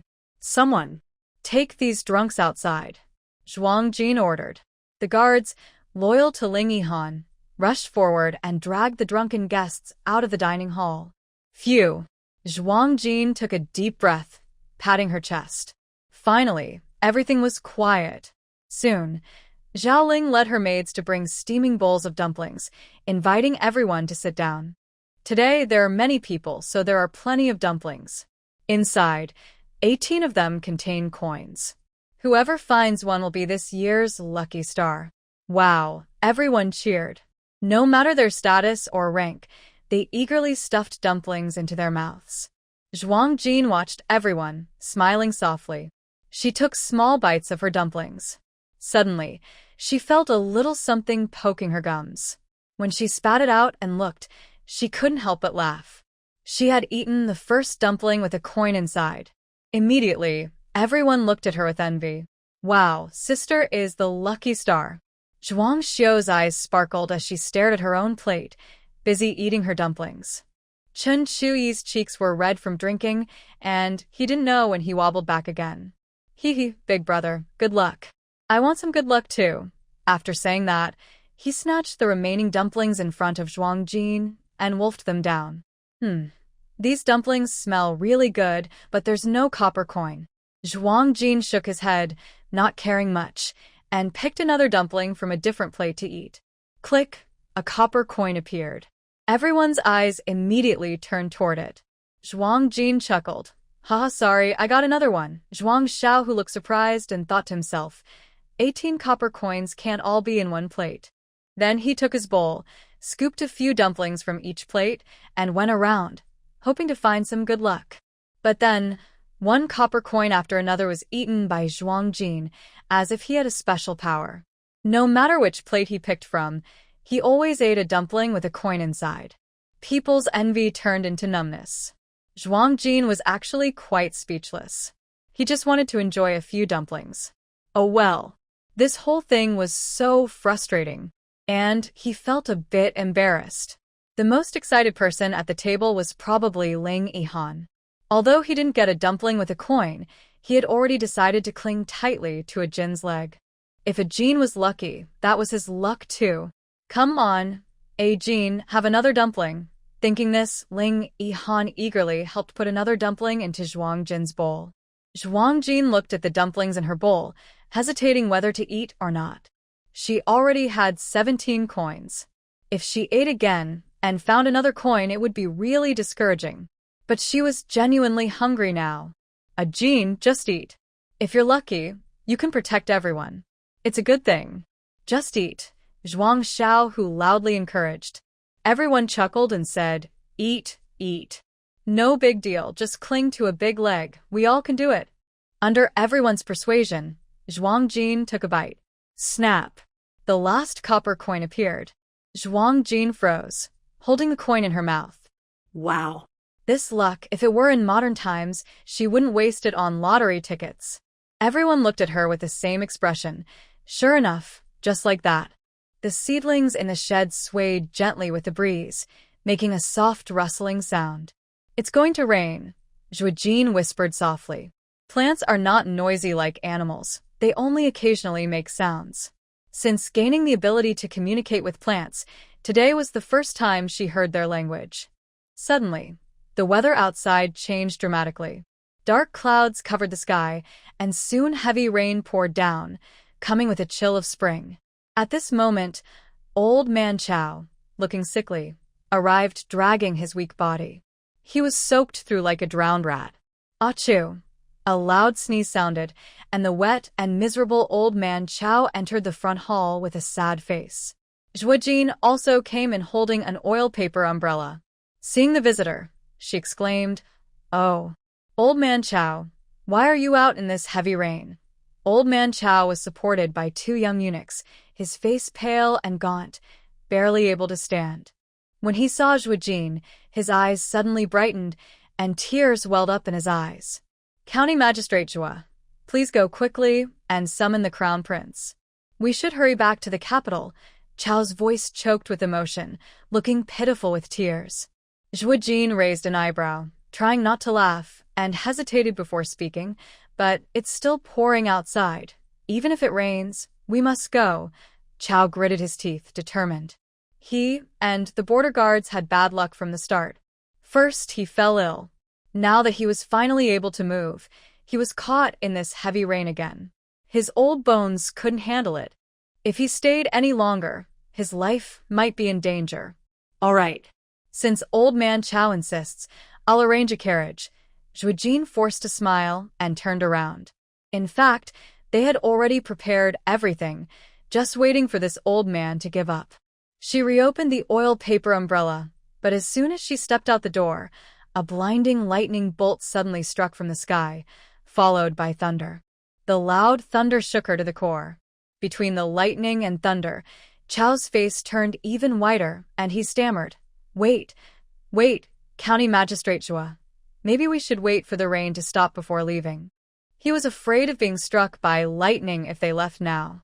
"All right, we'll listen to you, old man Chow," Zhuojin said with a sly smile, her eyes glinting like a fox.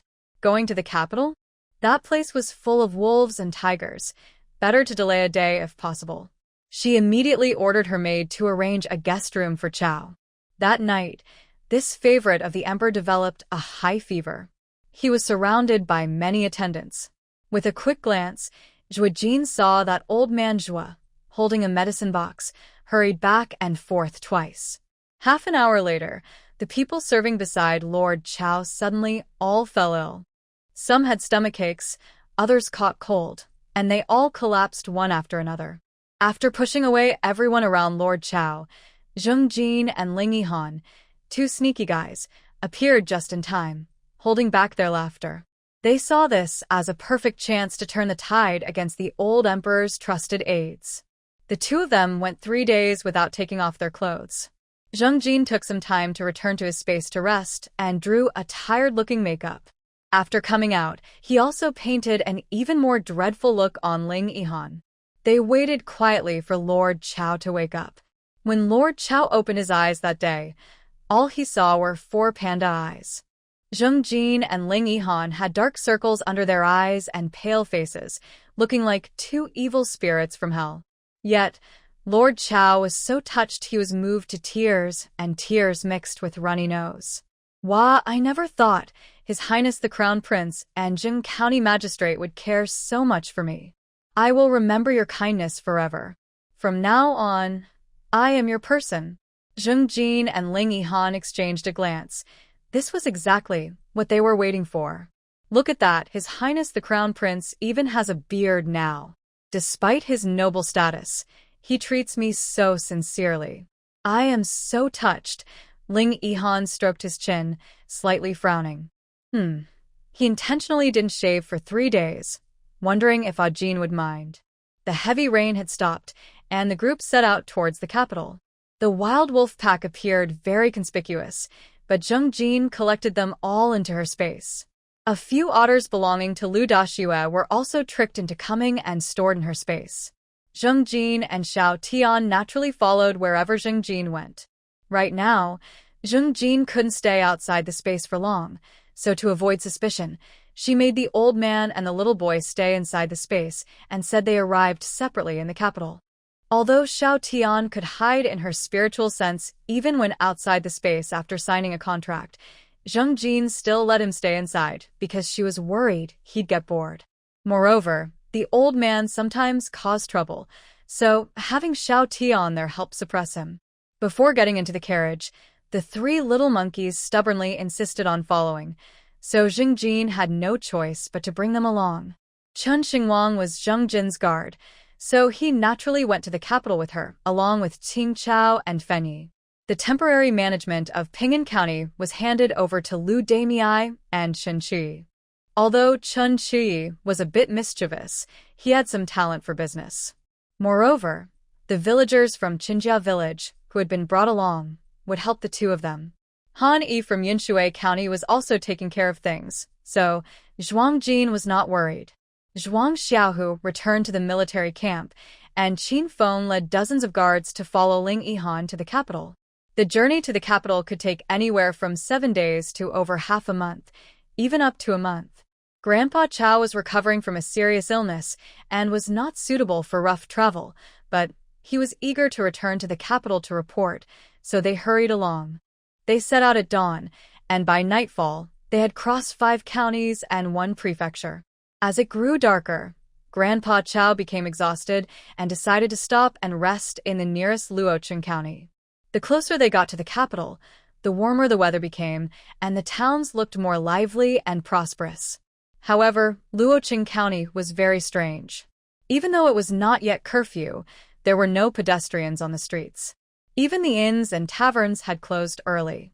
Qin Feng went to knock on the inn door, but the young servant refused to let anyone in. Everyone was surprised. They weren't earning any money? That was clearly unusual. Luocheng County is very strange. Ling Yihan whispered, his face unusually serious. Yeah.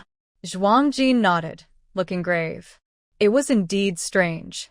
At this hour, it should be mealtime, but no tavern was open. The entire city was eerily quiet, as if it were an empty town. Even the common people's homes had their doors tightly locked, but Zhuang Jin saw lights inside from outside, indicating someone was living there. Prince Han, they won't open the door. Qin Feng knocked on the door, but got no response. He then ran back, puzzled, and reported to Ling Yihan. Outside, to hide their identities, Qin Feng called Ling Yihan Prince Han. Ling Yihan frowned and said firmly, "Use silver to bribe them. I don't believe they wouldn't be tempted by shiny silver." Understood. Qin Feng nodded and knocked again. He knocked loudly on the inn door again, knock, knock, knock. The young innkeeper impatiently came out but still refused to open the door. Instead, he shouted through the door, "Oh, how many times do I have to tell you? You should go to the next county. No inn in Luocheng will open for you. Hurry up and leave. An honest business should open its doors to customers. Do you refuse service just because you don't want to earn silver?" TC. Who doesn't want to earn silver? But silver isn't more important than life. Let's go, hurry up. The shop assistant refused to open the door, unfazed. 50 taels. Oh, please don't make things difficult for us. Just let us go. If we don't leave now, we won't be able to get out of Luocheng. 100 taels. Qin Feng's brow furrowed even more, feeling a bit of pain. Inside, the shop assistant hesitated for a moment. Then footsteps sounded away, clearly going to ask the shop owner. Not long after, an old man's voice came from inside. "Everyone, you should leave now. Hurry to the next county, you'll still make it." The old man's voice carried a sense of helplessness and fear. Hearing this, Zhuang Jin and Ling Yihan looked at each other, both seeing seriousness in each other's eyes. Zhuang Jin stepped forward a few steps and said through the door, 150 taels. "We have a sick person on our carriage who needs rest. Please, shop owner, be kind." Came a sigh from inside, followed by the shop owner speaking helplessly. "Sir, it's not that we want to refuse guests, but recently Luocheng has been very unstable. You probably saw it on your way here. Once night falls, no one dares to open their doors. Staying here isn't safe either. I'm just trying to help you. Please, just go." Zhuang Jin offered, 200 taels. "If something happens, we'll take responsibility ourselves and won't involve the inn." There was silence inside for a moment, then a voice came again. "All right. Fine." As the words finished, the inn's door creaked open.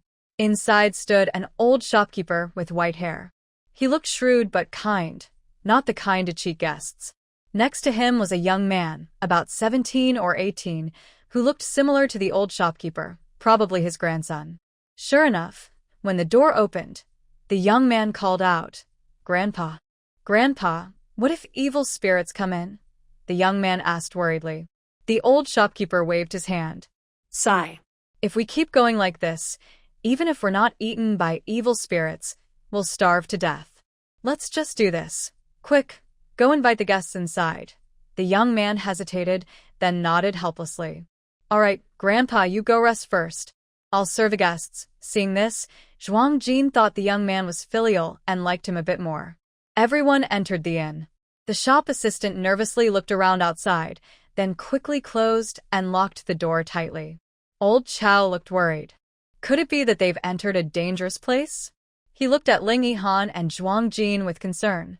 Ling Yihan stepped forward and gently patted the other's shoulder, softly saying, "Father-in-law, you've had a long journey. Please go upstairs to rest." We are here to take care of things."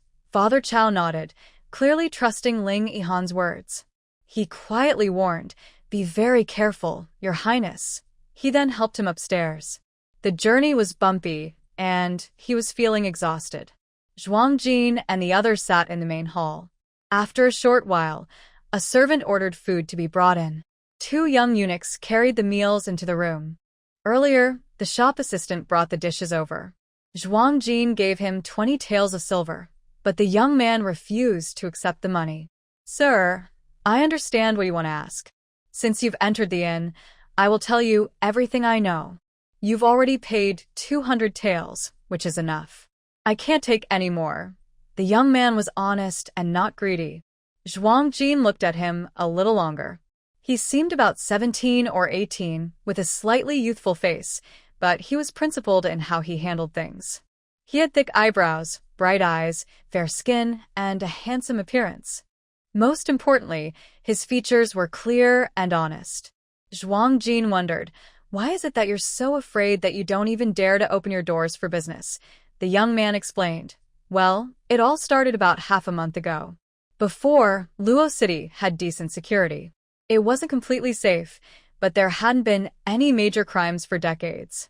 Then, suddenly, the shop assistant began to tell the story, and everyone's faces grew darker as they listened. Half a month ago, on the day the new magistrate arrived in Luo City, a gruesome case of someone being robbed of their heart occurred. After that, it was like a row of dominoes falling, more and more cases of heart theft.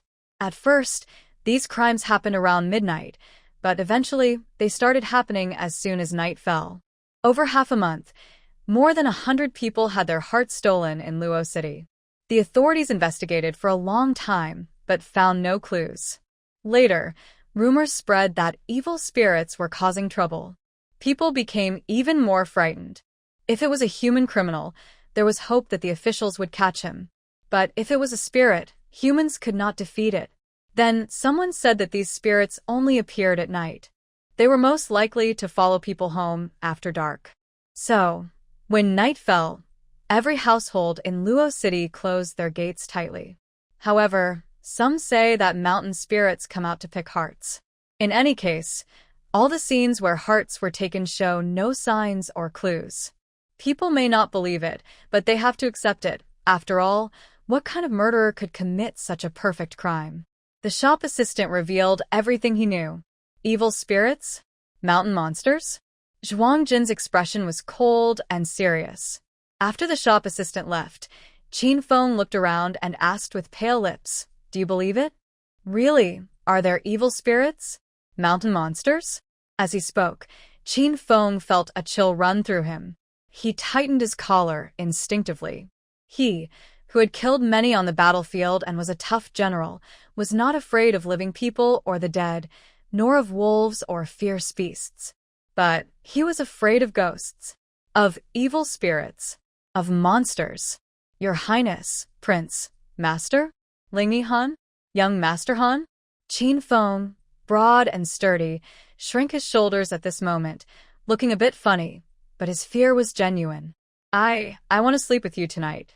Is that okay?" "I'm scared," he pleaded. "Get out." Ling Yihan shot him a cold glance. Turning away, the coldness on his face suddenly disappeared like magic. He smiled at Zhuang Jin as sweet as a flower. Jean, are you afraid? Maybe. I can sleep with you tonight? This obvious favoritism made Qin Feng angry and annoyed. He muttered bitterly, humph. Such a lustful, inhumane guy. I'm breaking up with you. Breaking up. Suddenly, Zhuang Jin smiled charmingly and flirtatiously at Ling Yihan, making him dizzy and silly, and he also smiled foolishly.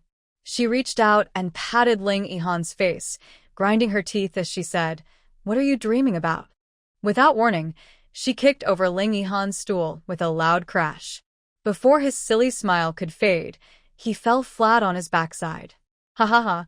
Qin Feng suddenly felt much more relaxed and laughed happily. Shut up. Ling Yihan looked embarrassed and glared fiercely at Qin Feng, growling, "Don't you know you sound like a duck? It's so ugly." Qin Feng's laughter stopped abruptly. Breaking up, breaking up. This guy not only had a bad heart, but also a sharp tongue. Dong, dong, dong. Be careful with fire during dry weather. A knocking sound came from outside. One slow, one fast, 6 knocks, signaling the first watch. The shop assistant hurriedly urged, "Guests, go back to your rooms. Try not to make noise, to avoid attracting evil spirits or mountain monsters." Scary. Qin Feng was so scared he tightened his clothes and quickly ran back to his room. He didn't even take off his shoes and slipped into bed, only revealing a pair of big eyes peeking through the blanket gap, nervously darting around. Zhuang Jin saw this and chuckled softly, then followed upstairs. "Really, you don't want me to stay?" Ling Yihan asked closely. Zhuang Jin rolled his eyes and said, "What are you talking about? Go back to sleep. I have some grass and powder clothes here." Ling Yihan touched his nose, feeling wronged, and muttered, "But what if I'm scared? Can I go find Jin?" Scared? Zhuang Jin raised an eyebrow, then reached out and put 3 little monkeys into Ling Yihan's arms. "Let them keep you company. Chirp, chirp, chirp. We won't sleep with the ugly guy." Too ugly, too ugly. Not a monkey's type, the 3 little monkeys squeaked in Ling Yihan's arms, protesting. Their protest was ignored. Zhuang Jin had already taken the grass and powder clothes into the room and shut the door. After turning off the lights, the whole world seemed even quieter. Only the rustling wind outside and the occasional sound of the watchman's bell could be heard. But after the first watch, until the moon shifted west, even the bell sound stopped. Something was wrong. It was too quiet. Zhuang Jin's face changed suddenly, and he sat up sharply from the bed. Zhuang Jin and Qing Chao were sleeping on the same bed. Suddenly, Zhuang Jin sat up abruptly, startling Qing Chao, who immediately jumped up in panic. "Boss? What's wrong?" Qing Chao asked, still shaken. Powder Clothes was sleeping on a small bed below. Hearing the noise, she opened her eyes, sleepy and confused, and asked, "Did something happen? Don't you think it's too quiet?" Zhuang Jin said firmly as he got up and dressed. "Let's go and check." Hearing this, Qing Chao and Powder Clothes immediately looked worried and hurriedly got up. Just as Zhuang Jin reached for the door latch with his right hand, suddenly, a piercing scream shattered the silent night. The terrifying, mournful scream tore through the darkness, making everyone feel chills. It was like thunder on a clear day, waking everyone in the inn. "Oh no! Quick!" Zhuang Jin quickly opened the door and rushed out. At this moment, Ling Yihan was standing outside the door, and Zhuang Jin bumped into him. "Are you okay? I've been guarding outside. Don't be afraid." Ling Yihan held the woman tightly and instinctively whispered soothing words. It seemed he had completely forgotten that this woman was different from others. "Enough hugging." A cold voice came from his arms. Ling Yihan stiffened and looked down into the other's angry eyes. Zhuang Jin clenched his teeth and glared angrily at Ling Yihan. Because this guy just placed his hand on her buttocks. Ling Yihan awkwardly smiled and let go of her. What happened? Zhuang Jin wasn't interested in arguing over trivial matters and was eager to find out what the scream was about. Ling Yihan shook his head. "I don't know. The scream came from the backyard. I haven't had a chance to check yet. Let's go see." Zhuang Jin called out and headed toward the staircase first. They lived on the 3rd floor of the inn. The backyard was where the inn staff stayed, which required going down to the first floor and then passing through a corridor to reach. Suddenly, Zhuang Jin stopped at the staircase and looked back. Her gaze examined Ling Yihan. Have you been standing at my door the whole time? His clothes were wrinkled, and there was a small, scattered blanket on the ground outside the door. Has he been curled up there almost all night? Zhuang Jin felt a small warmth in her heart. Hee. Ling Yihan's eyes suddenly lit up mischievously. Ah, Jin, do you care about me? She was speechless. This guy kept doing this at any time and place. Ignore you. Hurry and go see what happened. Many people upstairs and downstairs had already been alarmed. Even old steward Chow, looking weak, poked his head out from inside the room. What's going on? Who's shouting? But everyone was busy rushing downstairs and paid no attention. Qin Feng also came out quickly, and everyone headed toward the backyard. Passing through the corridor, they saw a room door wide open in the backyard. A young servant sat on the ground in fear, and sorrowful crying came from inside the room. Zhuang Jin's heart tightened, and she quickened her steps. As she stepped inside, a strong smell of blood hit her face. The innkeeper was sitting in a pool of blood, clutching a corpse and crying loudly.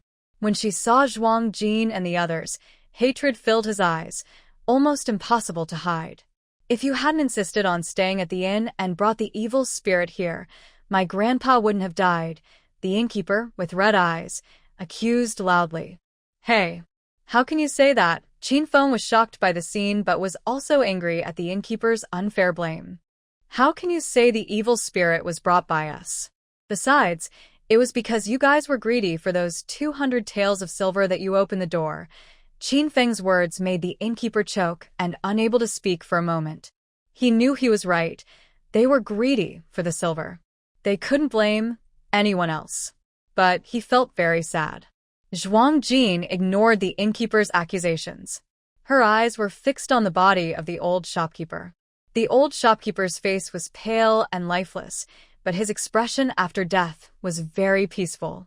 The flesh and blood at his chest looked as if torn open by a fierce beast, exposing the inside cavity, with his heart already removed. The wound looked uneven at first glance, as if torn apart. But, heart removal, Zhuang Jin whispered to himself. At this moment, Ling Yihan also came over. Zhuang Jin whispered a few words in his ear, indicating that Ling Yihan should look at the old shopkeeper's chest. Ling Yihan followed Zhuang Jin's instructions, and suddenly his eyes narrowed, filled with intense anger. Just as the two were about to examine the wound more closely, a team of officials suddenly burst in and quickly surrounded the scene. Crime scene. Unauthorized persons, step back. A stern voice rang out.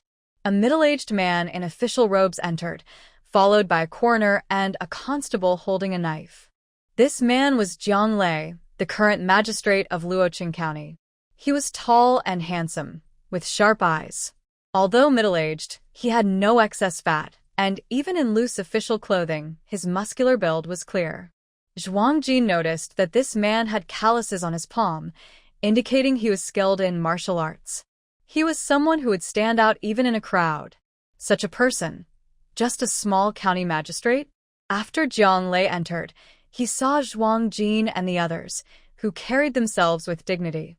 His expression paused briefly, a faint light flickered in his eyes, but he quickly regained his composure and calmly ordered the officers to clear the scene and the coroner to conduct the autopsy.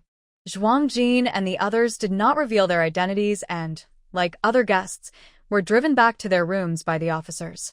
The inn was sealed off, and no one could leave for the time being.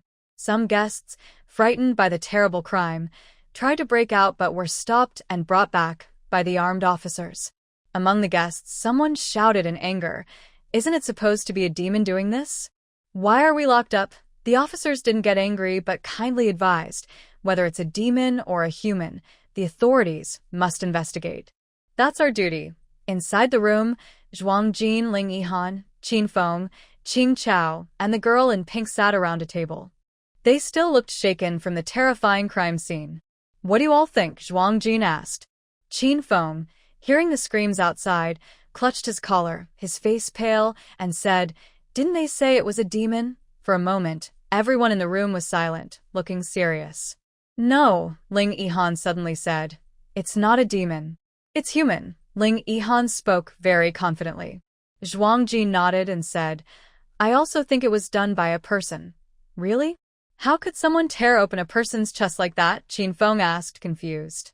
If it wasn't a demon, maybe it was an animal. The torn wound was made after the person died, to confuse everyone, Zhuang Jin said suddenly, like a thunderclap. Everyone's faces changed instantly. First, the person cut open the chest with a knife, took out the heart, then tore the wound to hide the knife marks. There are many bloodstains inside the house, which shows the heart was taken while the person was alive. But the shopkeeper didn't look in pain.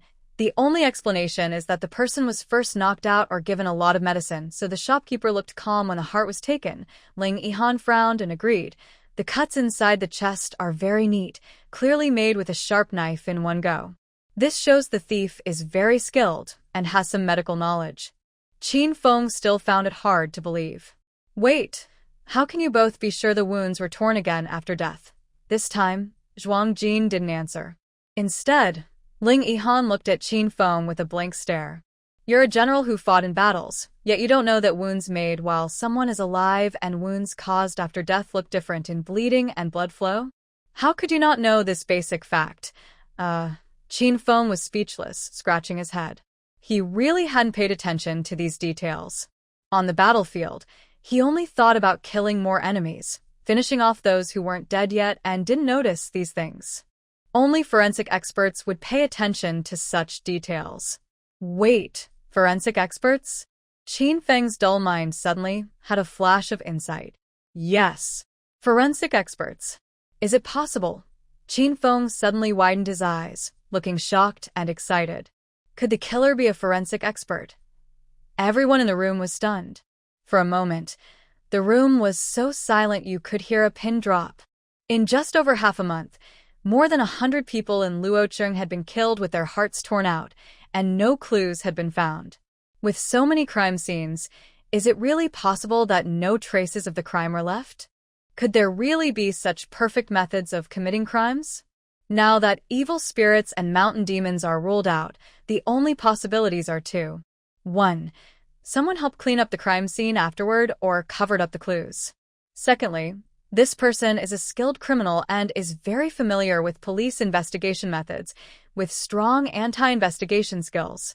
An ordinary doctor might have such precise surgical skills, but an ordinary doctor would never know how to hide and erase evidence at a crime scene so thoroughly. But a forensic examiner is different. They have experienced many cases and, working with the authorities, know exactly how to handle the scene to cover up traces. This person is indeed very suspicious. Everyone's thoughts raced, and Zhong Jin and Ling Yihan seemed to think of something at the same time. Their serious faces suddenly showed a hint of anger. If it really is a forensic examiner, then the woman in pink looked complicated, her expression showing disbelief and shock. But she didn't continue speaking. No one else responded. Everything was just guesswork. Only solid evidence could solve the mystery. Zhong Jin silently stood up, opened the window in the room, and a ray of morning light came in through the gap. After a while, she let out a long sigh and said, If I'm not mistaken, the night watchman nearby might also have been attacked. After the first watch, there was no more sound of shifts. The night watchman is likely dead or seriously injured. If the watchman was also killed by having his heart removed, then the culprit isn't just one person. The murderer wouldn't have the ability to split into multiple bodies. How could they remove 2 hearts in such a short time with such a slow method? By dawn, after the forensic examiner finished examining the body, they prepared the old shopkeeper's body and took it back to the mortuary. According to the law in the northern country, bodies involved in murder cases cannot stay at home until the killer is found. They must be taken by the authorities to the mortuary for a second examination. 7 days later, the family could retrieve the body. Of course, this didn't apply to the border counties where Zhongjin was. The closest counties to the border were almost lawless zones, where many rules weren't followed. Because of this, Zhongjin managed to take advantage of the situation and, through connections, became the county magistrate despite being a woman. The officers began knocking on doors in each room, asking questions routinely. Zhong Jin and the others also took this opportunity to learn from the officers about the watchman's death. It was the same gruesome detail. His heart was also removed. Their mood grew even heavier. After the officers finished questioning, Zhong Jin suddenly said to Ling Yihan, "We need to go out." When she said this, her eyes shone brightly. Since there is a clear plan, she has a way to catch the real culprit. However, when County Magistrate Jiang left, he also left a team to guard the inn. According to the rules, these people must stay at the inn for a few days and cannot go out to cooperate with the government investigation. Ling Yihan raised an eyebrow. Openly? Secretly? Openly, they can only reveal their identities. Secretly, the local guards with poor martial skills outside can't stop them. It would be easy for them to go out if they wanted. Zhuang Jin pondered. Actually, she could use teleportation or invisibility magic to leave at any time. But now, since everyone is together in such a small inn, and the guards are constantly checking, disappearing suddenly would be too obvious and risky. So, let's do it openly, all right, Ling Yihan nodded. As he finished speaking, Ling Yihan called a guard forward, handing him an object. Zhuang Jin didn't look closely, but she guessed it was some kind of proof of identity. The guard took the object and hurried downstairs. After a cup of tea, County Magistrate Jiang Leifeng rushed over in a flurry, followed by a large crowd behind him. It was a noisy crowd. Zhuang Jin suspected that Magistrate Jiang had probably emptied the county office staff to come here. Inside the inn's main hall, Magistrate Jiang Leifeng knelt down respectfully, bowing deeply. "Your Highness the Crown Prince, forgive me. I was too careless and failed to recognize your Highness. I was rude. Please forgive me and punish me." Behind him, a large group also knelt down in unison. Ling Yihan stood upright with his hands behind his back, looking cold and noble. His aura was different from usual, dignified and graceful, truly a noble presence. In front of Zhuang Jin, Ling Yihan rarely looked so formal, which made her glance at him a little more. But then, she saw Ling Yihan winking at her and mouthing silently, "See how handsome I am." The crowd kneeling below was too dense to see his expression clearly, so no one dared to look up. Naturally, they couldn't see Ling Yihan's mischievous face. Zhuang Jin rolled her eyes helplessly. This guy was quite good at pretending. Cough. After a light cough, Ling Yihan put on a serious face again. He slightly raised his hand and said softly, "It's nothing. This time I was undercover. If I hadn't just arrived in Luocheng and encountered the heart-wrenching case, I wouldn't have wanted to reveal my identity. It's not Magistrate Zhang's fault. Their words were just official-sounding excuses. Considering that the small magistrate probably never saw a real dragon prince, it was natural not to recognize him. Zhuang Jin noticed that when Ling Yihan said the words, "heart excavation incident," County Magistrate Zhang's back slightly trembled. His hands, clenched into fists and placed at his sides, revealed the cuffs of his official robe, with prominent veins visible. Zhuang Jin frowned but quickly thought that as the head of a county, encountering such terrifying cases repeatedly within his jurisdiction would naturally make him afraid of being held responsible. It was not surprising that he felt scared. Therefore, Zhuang Jin paid little attention to this small abnormality. "Thank you, Your Highness, for your kindness. I have arranged a table of wine at Shuofeng Tower. I hope Your Highness will honor us with your presence." Although Jiang Lei was still kneeling, he spoke confidently and politely, without any arrogance, making it hard to find fault. He continued, "Since Your Highness has come to Luocheng, it would be better not to stay in the inn. If Your Highness doesn't mind, I have another vacant house in the city where you can stay. How long do you plan to stay in Luocheng? I would like to prepare some supplies." A faint glow flickered in Ling Yihan's eyes. Normally, a small county magistrate had no authority to inquire about a prince's whereabouts. This was clearly overstepping. But since he was doing it for his benefit, he didn't dare to criticize. Time is uncertain. But since there was a murder at the inn, staying there is unlucky. I'll trouble County Magistrate Jiang. Ling Yihan slightly curved his lips and suddenly sighed. "Look at my memory. I've been talking so much that I haven't even asked Jiang Magistrate to stand up. Jiang Magistrate, please rise. Soon, Zhuang Jin and his entourage packed up their things, and Jiang Magistrate led people to escort them to the house. The house was small but exquisite, with a charming Jiangnan water town style. Such decoration and layout were rare in northern towns. Ling Yihan casually asked about it, and Jiang Lei said it was arranged by his wife. It seemed Jiang Magistrate's wife was quite talented. Old Chow was also led away by attendants. He didn't reveal his identity, but with his sharp, distinctive voice, Jiang Lei kept glancing at him. Since Ling Yihan hadn't introduced him, Jiang Lei didn't dare to ask questions. As for Zhuang Jin, she always dressed plainly. With outsiders present, she and Ling Yihan, both good at pretending, made Jiang Lei think she was just a beautiful maid. He only glanced at her briefly and then paid no more attention. This suited Zhuang Jin's plan perfectly. Being inconspicuous was good. It made things easier. Especially something sneaky and secretive. Because of the heart-digging incident, all the taverns in Luoqing close as it gets dark. So, County Magistrate Zhang's banquet was scheduled for the afternoon. Zhuang Jin and Ling Yihan brought a large group.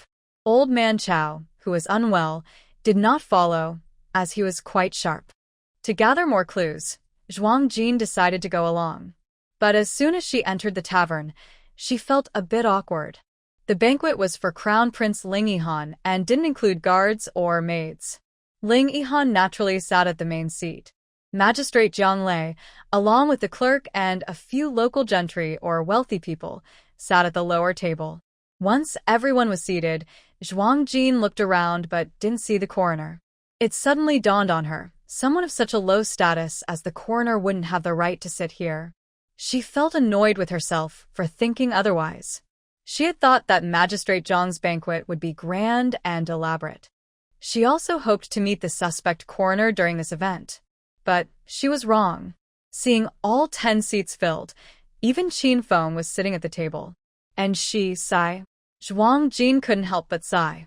Actually, by status, Zhuang Jin and Magistrate Jiang were equals, so she should have a seat at the table. But she didn't reveal her identity, so she had no seat. Since she was there, she didn't want to reveal who she was now. Even if it was awkward and uncomfortable, she could only endure it. Everyone else was happily eating and drinking, chatting away. And she had to stand and watch. To make things worse, as Ling Yihan's big maid, she had to stand behind him, respectfully serving dishes. Zhuang Jin once again felt she had miscalculated. She thought if she hadn't come, Ling Yihan would just be the big boss for a while. Look at him now, smiling so broadly, it's almost to the sky. Pour the wine. At this moment, Ling Yihan was like the boss, giving the order. Zhuang Jin had to obediently step forward to serve. During the meal, Ling Yihan acted as if he had no hands, making Zhuang Jin arrange every dish and command her around happily. Ling Yihan raised his wine cup and took a sip, looking very pleased, feeling that today's wine was incredibly sweet. In her heart, a little voice cheered. It's so great to serve Ah Jin.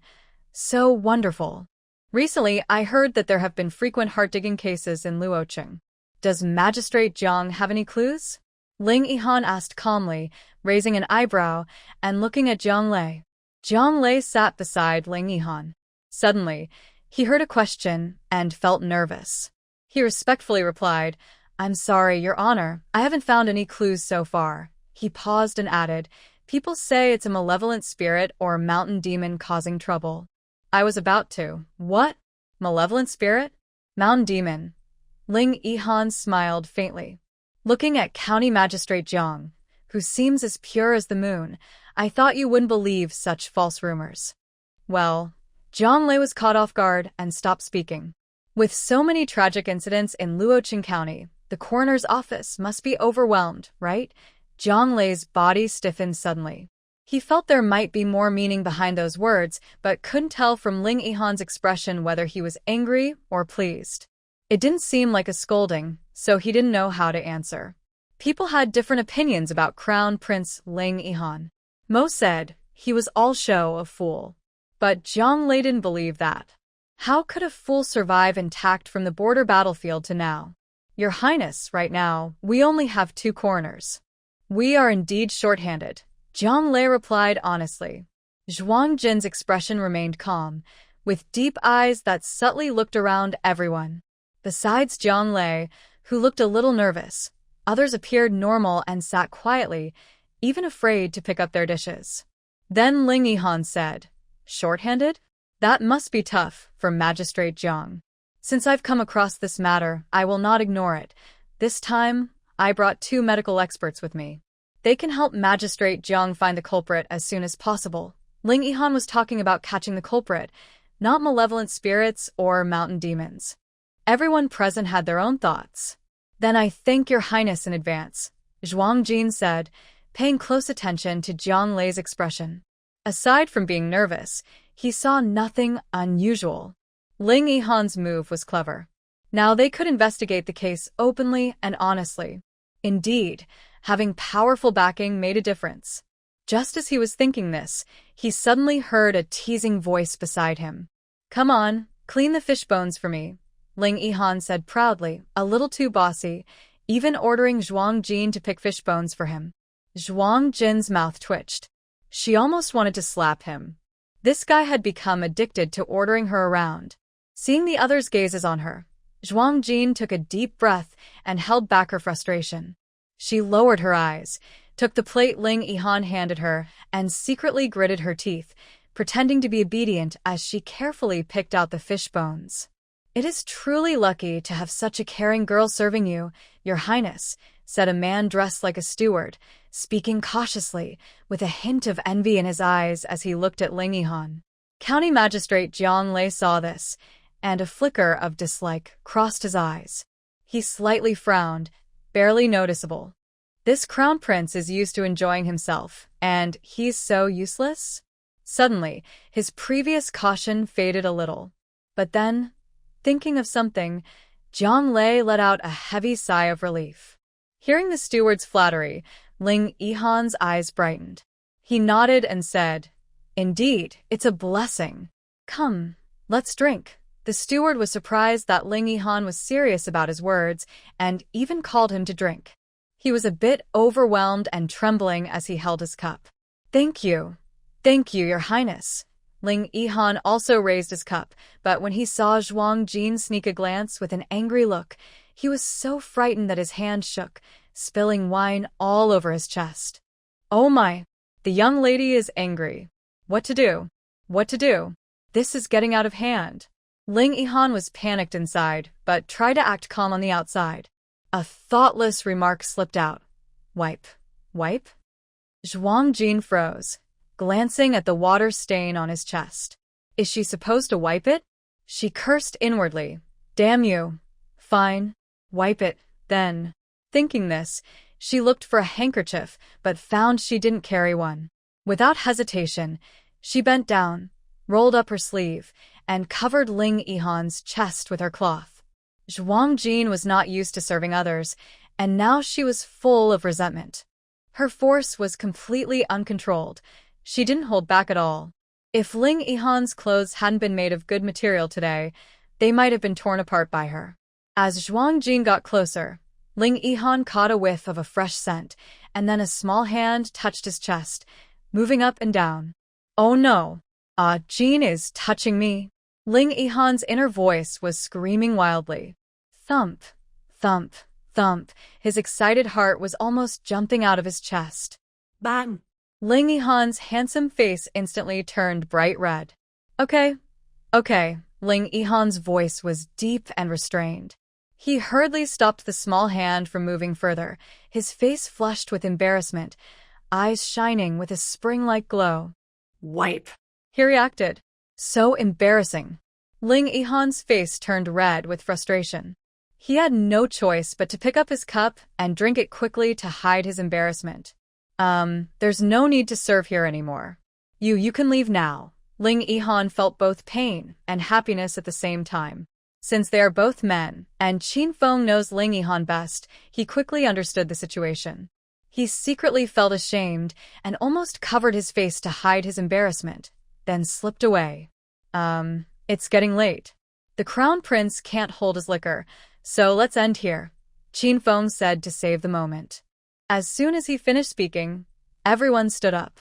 They bowed and said, "Then I will respectfully see the prince off." "Young sir, I wish to see the prince off as well." Qin Feng helped Ling Yihan to stand, and Ling Yihan pretended to be dizzy and drunk. The two of them walked out, with everyone respectfully standing on both sides of the private room door, making way. Zhuang Jin followed behind. The private room was not small, but with so many people, Zhuang Jin and the others almost brushed past them. However, at the moment they stepped over the threshold, Zhuang Jin paused slightly, his nose flaring a few times. He furrowed his brows. There was a strange smell on County Magistrate Jiang. A very odd smell. Suddenly, a hurried, chaotic sound of footsteps came from the staircase. Soon, a servant-dressed person appeared, looking pale and anxious as he rushed over. Seeing Ling Yihan, he forgot to bow and directly bypassed the three people, rushing to Jiang Lei. "Sir, it's terrible." His own servant was unruly and lacked manners, rushing in without respect. This made Jiang Lei's face darken. He was about to scold him when the servant said, "Madam has had another attack." Jiang Lei's face instantly changed, and he swayed. He was caught by the steward beside him and stabilized himself. Ignoring everything else, Jiang Lei hurriedly ran outside, looking distressed and stumbling. After taking a few steps, Jiang Lei suddenly remembered there was also a crown prince nearby, and he froze in place. He turned back and bowed to Ling Yihan, apologizing, "Your Highness, please forgive me." "My wife." Ling Yihan waved his hand. "It's fine. Since Madam is ill, County Magistrate Jiang should return to his residence quickly." After Jiang Lei left, everyone gathered around Ling Yihan as he went downstairs. "Is Jiang Darren and his wife very close?" Zhuang Jin, who was behind Ling Yihan, asked as he walked alongside the steward. Talking about Jiang Lei and his wife's relationship, the steward sighed with admiration. He said, "Jiang Darren and his wife's love is as firm as gold. They've been married for over 20 years, and although they have no children, their love remains strong. Moreover, Jiang Darren has never taken a concubine for his wife." They continued chatting as they descended the stairs. The carriage was waiting at the door of Shuofeng Tower. As they stepped out of the restaurant, Ling Yihan's face still looked a bit awkward. He quickly slipped into the carriage. Qin Feng, a burly man, surprisingly followed and got into the carriage. Zhuang Jin looked at the carriage with suspicion. Weren't these two always riding horses? Why are they acting so strangely today? She felt that Ling Yihan seemed to be fleeing in a hurry just now. Once again, Zhuang Jin sighed. Men are hard to understand. To figure out what they are thinking, it really requires a lot of brain power. Indeed, men are creatures whose emotions can influence their actions quickly. Zhuang Jin pouted, no longer thinking about it. Since the only carriage was occupied by the two big men, she had to lead a horse and climb onto its back. What Zhuang Jin didn't know was that Ling Yihan was just trying to hide his embarrassment, while Qin Feng was actually going into the carriage to watch someone laugh. Inside the carriage, Qin Feng stifled a laugh, raising his eyebrows. "Hey, our prince. Has he grown up?" He then cast a mischievous look at Ling Yihan. Ling Yihan, being teased, turned red and angrily clenched his fists. "Get lost. Your master is still a novice. If you're feeling impulsive, that just shows you're healthy. Unlike you, an old iron tree that's rusty. Who knows if it still works?" he said angrily, glancing at Qin Feng. "If it doesn't work, just say so. Based on our relationship, I can arrange a eunuch as the chief steward in the palace, no problem." Qin Feng. This guy's words are really sharp. Everyone returned to the house. Ling Yihan sent someone to watch the coroner, while Zhuang Jin was the first to rush into her room and lock the door, entering her space. They had a table full of delicious food, but she could only look at it and not eat, feeling starving and desperate. She decided to treat herself well and made a hot pot. Zhuang Jin first picked some leafy vegetables from the garden, cilantro, lettuce, chives, mushrooms, essential for hot pot. Then she chose a piece of tender lamb from the storage and sliced it into thin pieces. Zhuang Jin liked spicy hot pot, especially dipping the vegetables and meat into the bright red broth, then dipping into sesame paste and garlic sauce. So fragrant. She was a bit disappointed that she lacked chive flowers.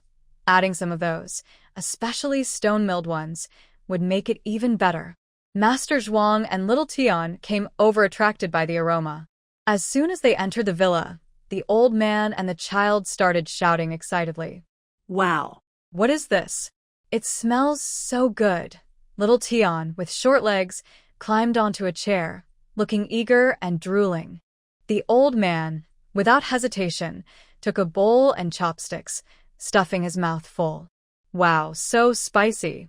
It's really hot. The old man's lips turned red from the spice, but he kept stuffing food into his mouth. But it's really delicious. It would be even better if I had some wine, he said, licking his lips, his craving for alcohol growing stronger.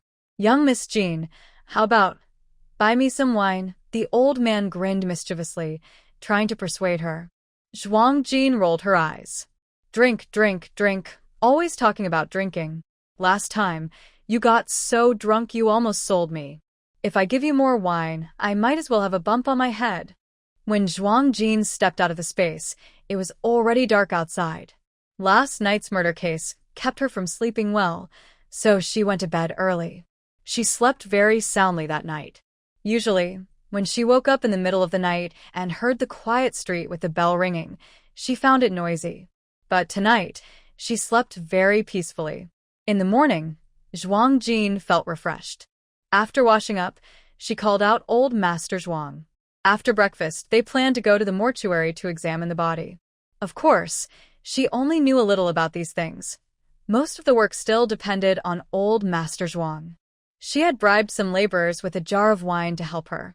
After eating, Zhuang Jin, Ling Yihan, Qin Feng, old Master Zhuang, Qing Chao, and Fan Yi drove to the mortuary.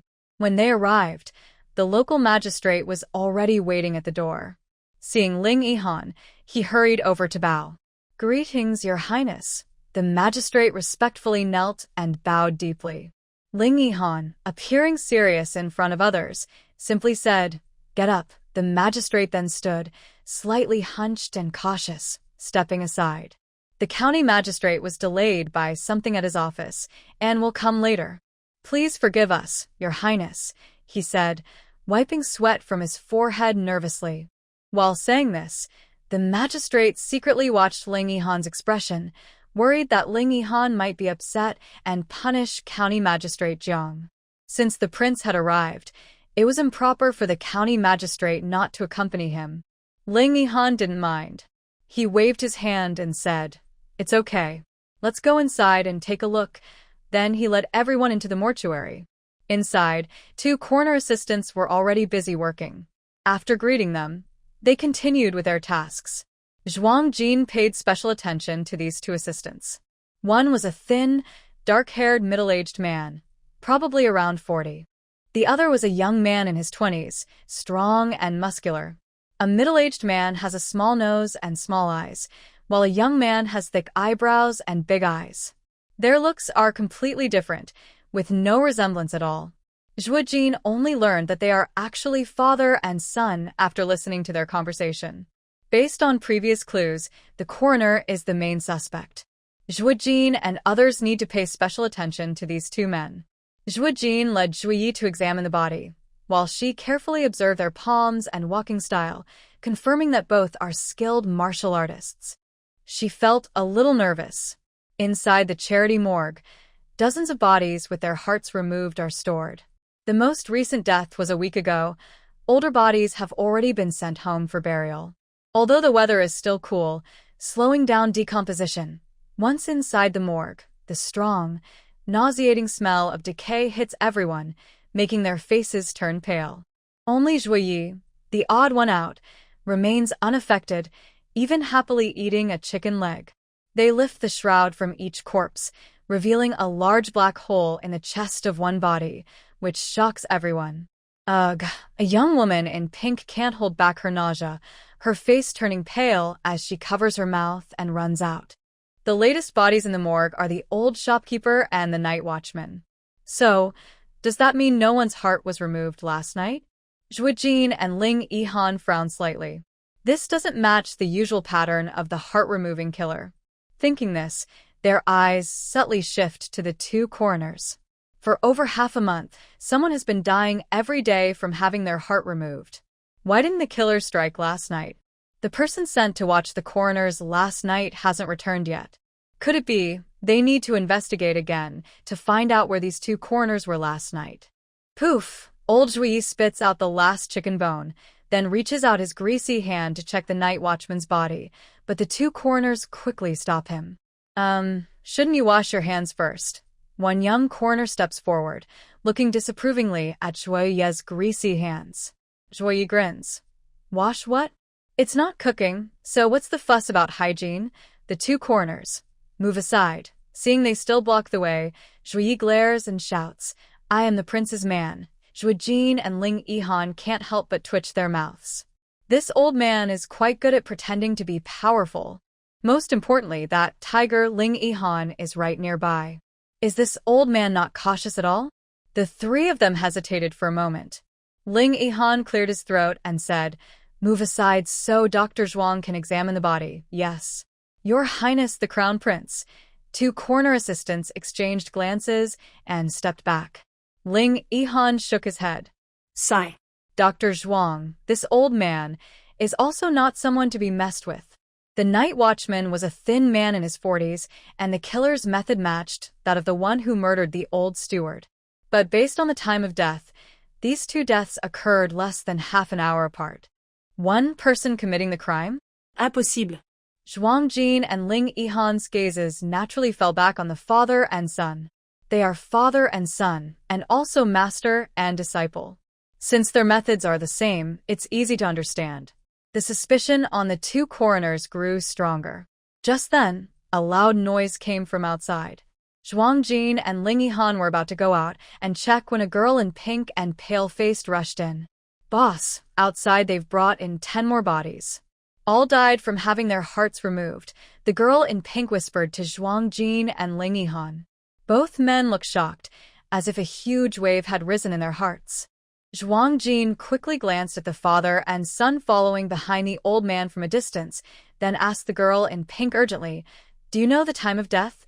Exact time will only be known after the autopsy, but it said these bodies were found just half an hour ago. When found, they were still warm. Zhuang Jin and Ling Yihan felt a chill. The killer was out during the day? Half an hour? At that time, the father and son were at the charity hall. Could they be wrong? The killer isn't these two? Call old Zhuang to examine the bodies, Ling Yihan suddenly said. The bodies being warm or not was just hearsay. Only after the autopsy could it be confirmed. Although they were prepared, when the 10 bodies were brought in, Zhuang Jin couldn't help but feel anger rising. Among these 10, 6 were beggars, and the youngest was only 4 or 5 years old. Such a young child. How could the killer be so cruel? Absolutely heartless. Half an hour later, after Zhuang finished examining the bodies, it was inconvenient to talk inside the charity hall, so they all returned to the carriage. Inside the carriage, the earliest death was around midnight last night, and the most recent was about an hour ago. Old Zhuang, usually playful and carefree, now showed anger and sorrow on his face. Qin Feng was shocked. So, the killer was active all night. An hour ago, the father and son were with us. Could they be the real culprits? Grass asked aloud. Suddenly, there was silence inside the carriage. After a moment, Zhuang Jin shook his head and said, Not sure. Maybe there are more than 2 suspects. Just then, a low voice called out from outside. Your Highness. Ling Yihan was pleased when he heard this. It was the person sent to watch them returning. He quickly called someone over to ask questions. Did those 2 show any unusual behavior last night? Did you find anything? The 2 guards shook their heads in disappointment. No, Your Highness. We stayed outside their courtyard all night and saw no one leave. How is that possible? Zhuang Jin muttered, confused. Suddenly, a thought flashed in his mind. He hurriedly asked, Did you check their residence? The guards shook their heads. They hadn't been instructed to do so, fearing they might alert the suspects. Go quickly and check their courtyard, especially look for secret passages or hidden rooms. A few guards were sent to search the father and son's home. Not long after, County Magistrate Jiang Lei arrived. "Greetings, Your Highness." Jiang Lei bowed politely, but his face showed obvious exhaustion, with dark circles under his eyes and cracked, pale lips. Qin Feng couldn't help but ask, "Did Magistrate Jiang not sleep all night? Is your wife still unwell?" Jiang Lei was momentarily stunned, then forced a smile. "Thank you for your concern, General Qin. My wife's condition is a chronic issue. I'm used to it. We have Dr. Zhuang here, whose medical skills are excellent. Once we're done with our work, we can have Dr. Zhuang examine your wife." Jiang Lei's eyes lit up at this, but for some reason, he shook his head again. "No need." "My wife's illness, sigh. There's no cure now." Zhuang Jin frowned, feeling something was wrong but couldn't quite put his finger on what. Suddenly, a breeze blew in, and Zhuang Jin's nose twitched as a familiar strange smell wafted over. He suspiciously looked at Jiang Lei. Does this magistrate never bathe? Why does he always carry that odd smell? Time passed slowly. Zhuang Jin and Ling Yihan, along with a few others, didn't leave. The foul smell inside the orphanage made it unbearable, so they sat in the carriage waiting for the guards to return from their search. They stayed put to keep an eye on the father and son, to prevent them from escaping if they learned of the investigation. Outside, it was cold. Magistrate Jiang also returned to his carriage several times, trying to invite Ling Yihan and the others to the county seat for a meal, but they all refused. Until the afternoon, the guards did not return. They looked excited. Seeing their expressions, Zhuo Jin and Ling Yihan knew they had found something valuable. Sure enough, the guards discovered a secret passage in the father and son's house, along with the murder weapon and some blood-stained clothes. Now that the evidence was solid, Ling Yihan ordered the arrest. When the guards brought the father and son out, County Magistrate Jiang looked confused and a bit stunned. He was unsteady on his feet and trembling as he said, "This can't be true." How could it be? Everyone went to the county office for a formal investigation. They spent the whole afternoon questioning the father and son. They admitted to the crimes but refused to reveal their accomplices. The 10 bodies brought to the charity hall that day proved they had partners. But despite using all kinds of torture, they couldn't get the suspects to talk. As it grew dark, they had to lock them in jail for now and planned to question them again later. Zhuo Jin and the others, exhausted, returned to their home. Another night passed. Old Chow, whose health was improving, urged them to leave, but since the killers were still at large, they didn't want to leave just yet. Old Chow was called to the study by Ling Yihan. They talked for a while, and Chow was given 2 more days. Soon after, the county office sent news that the coroner's son and his father had hanged themselves in jail. The trail was lost, and everyone looked worried. Thinking they couldn't stay in Luoqing any longer, Old Chow came to urge them to leave after hearing the news. After a moment of thought, Ling Yihan decided, "Today, let's take Shui Yi to see Madame Zhang's illness. It's a good farewell, and we'll leave early tomorrow morning." So, before noon, everyone went to the county magistrate's office. At that time, Magistrate Jiang was busy handling cases and was not at his residence. Ling Yihan and Qin Feng, being outsiders, couldn't go inside, so they headed to the county office instead. The group split into 2. Zhuo Jin took Shui Yi and Qing Chao and knocked on the main door of the magistrate's residence. An old but kind-looking housekeeper opened the door. Although friendly, he looked wary when he saw Zhuo Jin and the others. At first, he didn't want to let them in, but when Zhuo Jin showed his identification as Crown Prince Ling Yihan and explained their purpose, the housekeeper finally allowed them inside. Zhuo Jin was surprised. Was it too cautious for a magistrate's house? But he didn't think much more and followed inside. The residence was beautifully decorated with pavilions and towers, full of southern charm, which made Zhuo Jin curious about the lady of the house. Along a winding path, they arrived at the small flower hall in the backyard. Only a few people had the chance to see the sickly beauty of the county magistrate's residence. She was a delicate woman, looking to be in her early 30s, with pure and innocent features rare for her age. It seemed that Magistrate Jiang protected his wife very well. However, at this moment, Lady Jiang's face was pale and colorless, with lips faintly showing an abnormal purple-red hue, typical of someone with a heart condition. The flower hall was decorated with many lush green plants and blooming flowers, well cared for by the host. Zhuang Jin stepped forward to check the sick woman's pulse, frowning more and more deeply. Just then, a maid entered the room to serve tea, slipping in through a crack in the door. The breeze made the flowers in the pots sway gently, producing soft rustling sounds. Suddenly, Zhuang Jin's expression changed drastically, and she looked at the sick woman in disbelief. The flowers in the pots swayed, as if singing a song. Heart-eating beauty laughed sweetly, red lips slightly parted, unaware of why. The beauty is weak, her heart uneasy, blood-stained hands digging for hearts. Secrets hidden in medicine's brew. Only the heart-eater can save her life. Lovers love as deep as the sea, will even harm to keep her alive. The innocent beauty knows nothing, only feeling better, her heart joyful. May we stay together forever, sharing this life, never apart. The faint song echoed in Zhuang Jin's ears, leaving her stunned. Everyone else in the room looked calm, but only she could hear the plants speaking. Her eyes widened as she looked at Lady Jiang, who was smiling gently at them, so serene and beautiful, with eyebrows like distant mountains and misty apricot eyes, fragile as if a breeze could blow her over. After a long moment, she took a deep breath. "Madam, I think the courtyard is nicely arranged. May I take a look?" Zhuang Jin softly asked. The woman before her was like fragile glass, so delicate that she felt uneasy speaking loudly. Lady Jiang smiled and nodded without suspicion. "Of course, Miss Jin. Would you like me to arrange for a maid to guide you?" Zhuang Jin shook her head. "No need. I just want to look around casually. I won't go far." "That's good. If you need anything, just call a maid," Lady Jiang replied, but her face showed signs of fatigue after a brief exchange. All right. Zhuang Jin's heart was pounding like drums. Her face was complicated as she led Qing Chao out of the flower hall. The weather is not very warm yet, but the yard has many flowers, plants, and trees.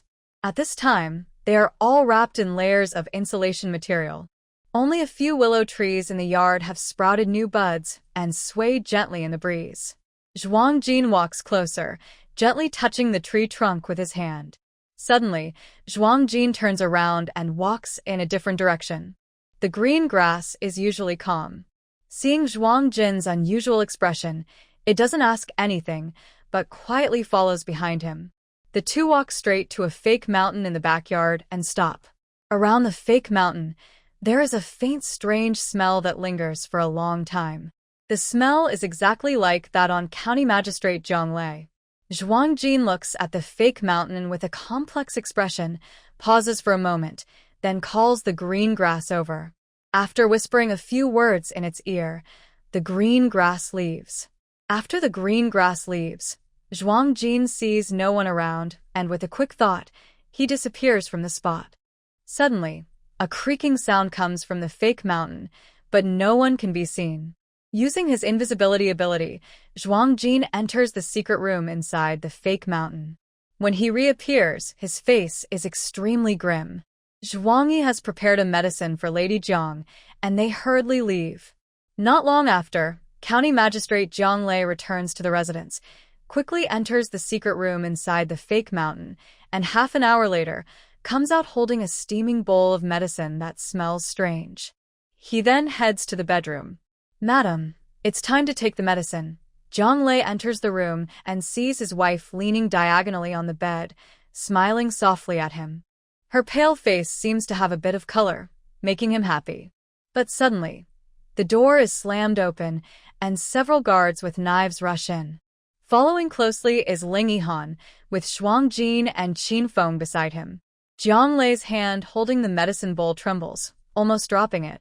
Lady Jiang, on the bed, is also startled and sits upright, looking over with a frightened face. "Your Highness, what do you mean?" Zhang Lei immediately darkens his face, glances at the guards with knives, and coldly says to Ling Yihan, "TCH, heart extractor thief.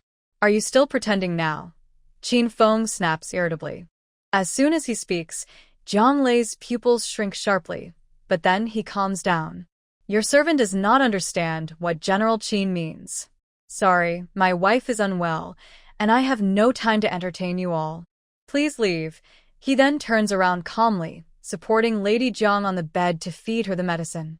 "Husband," Lady Jiang, clutching her chest with one hand, looks a bit breathless and asks Zhang Lei nervously, "What do they mean by heart extractor thief?"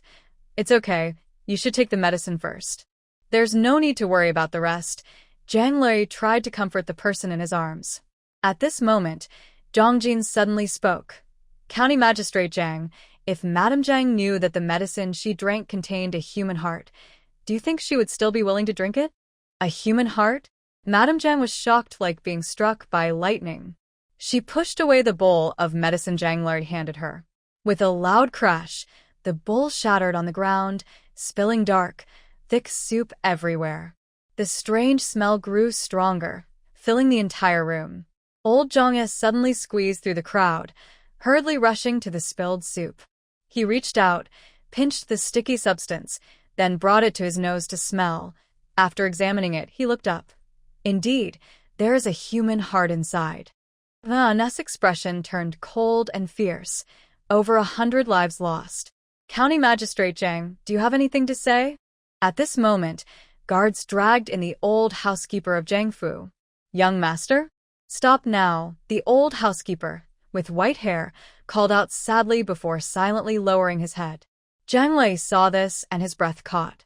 At this moment, he understood everything. It was exposed. Nothing could be hidden anymore. "You put a human heart in the medicine you gave me." Madame Zhang's face was as pale as autumn leaves, clutching Zhang Lei's collar to question him. "How could you be so cruel?" Poof! She spat out a large mouthful of blood. Zhang Lei's face turned pale. He hurriedly held Madame Zhang, whose body was trembling and about to collapse, and closed his eyes in pain. I was helpless too. You have a heart condition, and the Taoist said only by using the heart to heal the heart could you survive.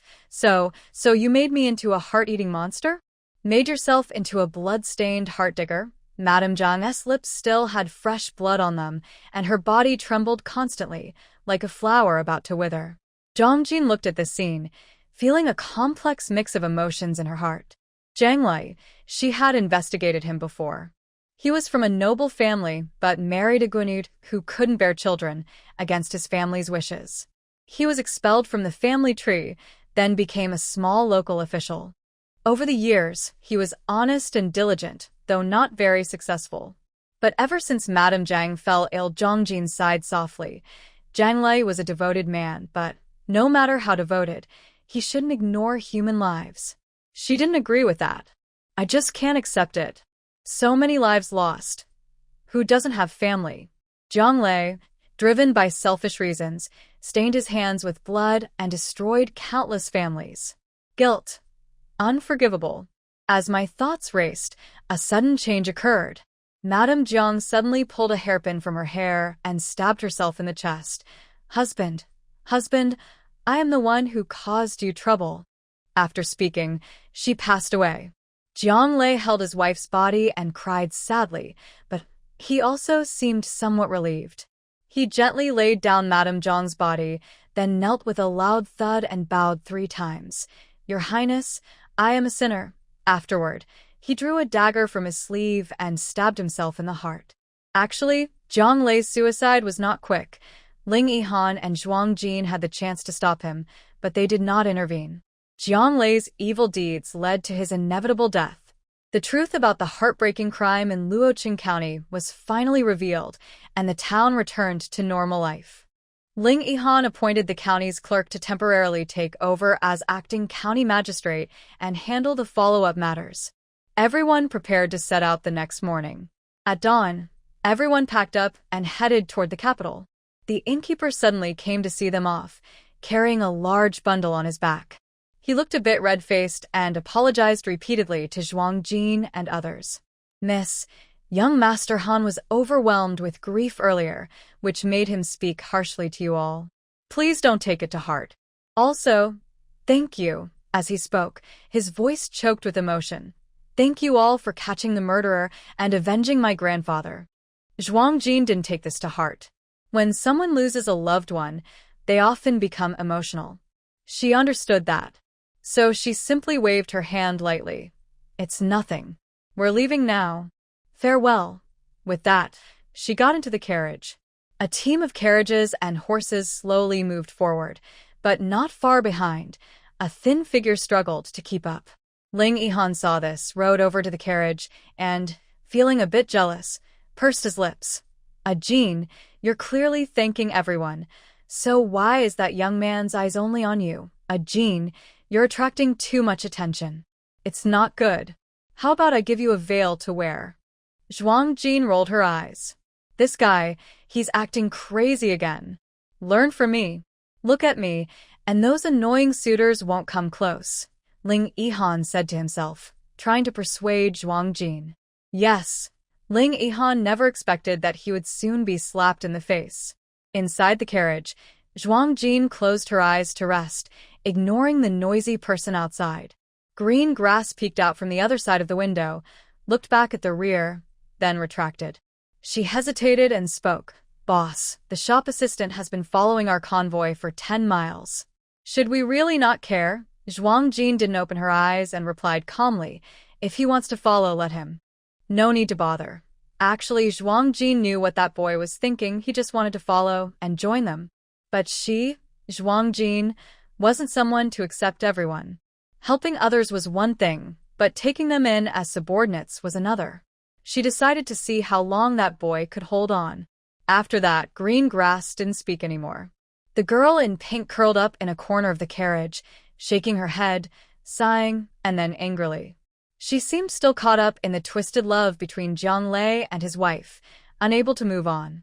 The three little monkeys saw Zhuang Jin closing her eyes to rest and didn't make trouble. They quietly ate a few pieces of cake. Old Chow was still somewhat weak, and Lord Zhuang was sent to Chow's carriage by Zhuang Jin. A divine doctor was with him, which moved Chow again. What he didn't know was whether his body was getting better or worse. Everything depended on a single thought from the young girl behind. Zhuang Jin wanted to continue the journey, so she made the red-haired person look energetic. If she wanted to stay longer, she gave a look, and old Lord Zhuang was told to make a move, causing the red-haired person to suddenly look sickly. Chen Xingwang had been getting along well with Qin Feng these days. The two seemed to have good tempers and rode side by side at the front of the convoy. In half a day, the group passed through 3 counties, then entered a long mountain road. The closer they got to the capital, the warmer the weather became. After the snow melted into water, it nourished the mountain soil. Spring was arriving, and the trees on the mountain regained their vitality, looking lush and green. Not long after entering the mountain path, they suddenly heard the sound of weapons clashing from nearby. One group of people changed their expressions and stopped moving forward. Go see what's happening up ahead. Ling Yihan called a few guards to check. The others waited where they were, on alert. The case of the heart extraction in Luocheng was solved largely thanks to Zhuang Jin, who could understand the language of plants and trees. While waiting, Zhuang Jinxin had a sudden thought, and listened carefully. There was wind in the forest, and as it blew through the trees, Zhuang Jinxin naturally heard the plants whispering intermittently. But the content, oh dear, so silly. So silly. Yao yao yao, handsome. Handsome and confused. Ha ha ha, my vegetables, ah ah ah. Ugly thing, don't snatch my little cabbage. Zhuang Jinxin frowned, thinking that the trees in the mountains were truly wild. It seemed better to rely on the guards. Soon after, the dispatched guards returned. Reporting to the master, there are about 20 men in black attacking a young nobleman. His followers are all dead, and only he is still resisting stubbornly. Ling Yihan paused for a moment and said, go around and avoid them. He wasn't someone who meddled in others' affairs. He didn't want to risk trouble by getting involved in unknown situations ahead. Then, as if he remembered something, Ling Yihan suddenly stretched his neck and asked the carriage with a flattering tone, Jin, Is this okay? Ling Yihan didn't want Zhuang Jinxin to think he was cold and ruthless. He had encountered many such assassination attempts before, and the people and matters involved were often complicated, easy to cause trouble. Coincidentally, Zhuang Jinxin was also not one to interfere unnecessarily, and he simply replied, "Okay." Having received Zhuang Jinxin's approval, Ling Yihan ordered the caravan to turn around. But at this moment, another rustling sound came from the wind. Huh? Is this handsome guy still the grandson of old Master Shui? Whoa. My vegetables, they're about to be lost. A few trees by the roadside swayed gently, and Zhuang Jinxin's face suddenly changed. He hurriedly shouted, "Wait. Send someone to save him." Old Master Shui? Is that the person who has retired from official duties, but is still famous as a scholar across the land? Ling Yihan was stunned, unsure why Zhuang Jinxin suddenly changed his mind, but since Zhuang Jinxin said so, he obediently followed.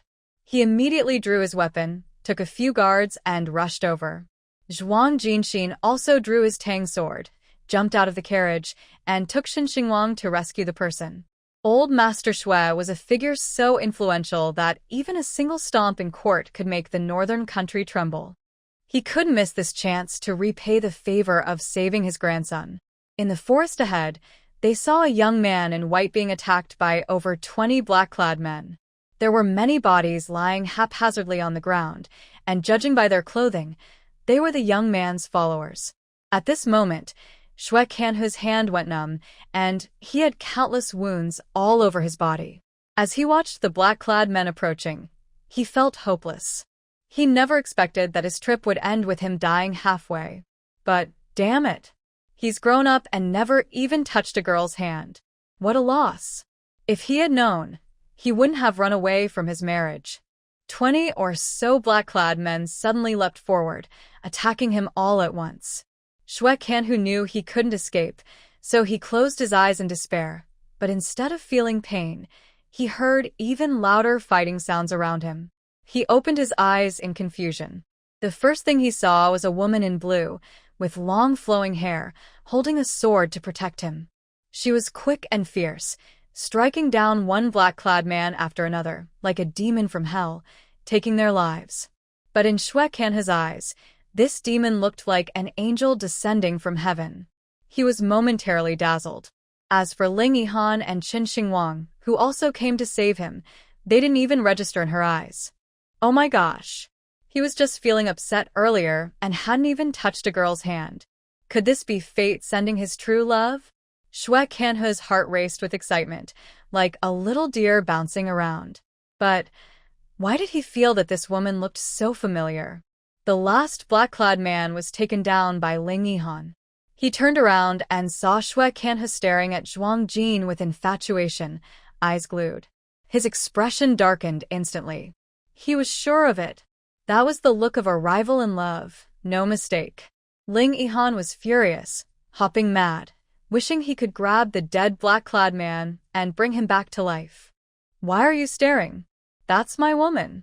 Keep looking, and I'll gouge out your eyes, you hear me? Ling Yihan's temper flared. He leapt forward to block Zhuang Jin. Zhuang Jin was interrogating the only survivor they caught, but these black-clad men were all deadly assassins and had taken poison to kill themselves. As she turned around, she caught a whiff of jealousy. She couldn't help but twitch her lips and say, "What are you talking nonsense for?" She had come to save him just to earn a big favor from old Master Shui, not to let Ling Yihan's jealousy ruin everything. Thinking this, Zhuang Jin stepped closer to Shui Canhu. "Sir, are you all right?" She looked at the bloodstains on him, frowned immediately. He was badly hurt. She couldn't let him die. "Master Zhuang, come and check on this young master," she said. Hey. I'm coming. Master Zhuang had been bored inside the carriage. Seeing the fierce fight outside, he was eager to jump in, but he hesitated because of that treacherous Zhao. He didn't want to reveal his skills openly. At this moment, Zhuang Jin called him, and he immediately ran over happily carrying a medicine box. Shui Can finally snapped out of it, looked away from Zhuang Jin's face, and a blush appeared on his handsome face. He didn't pay attention to Ling Yihan's threat at all. Who is anyone's woman? That's nonsense. The little fairy in front is still wearing an unmarried woman's hairstyle. They haven't married yet, so he still has a chance.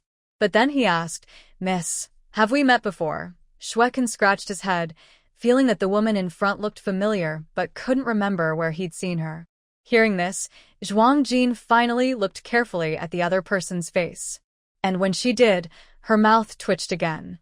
What a coincidence. Isn't this Xue Laogong's grandson? She looked at Ling Yihan's grumpy face with a strange expression.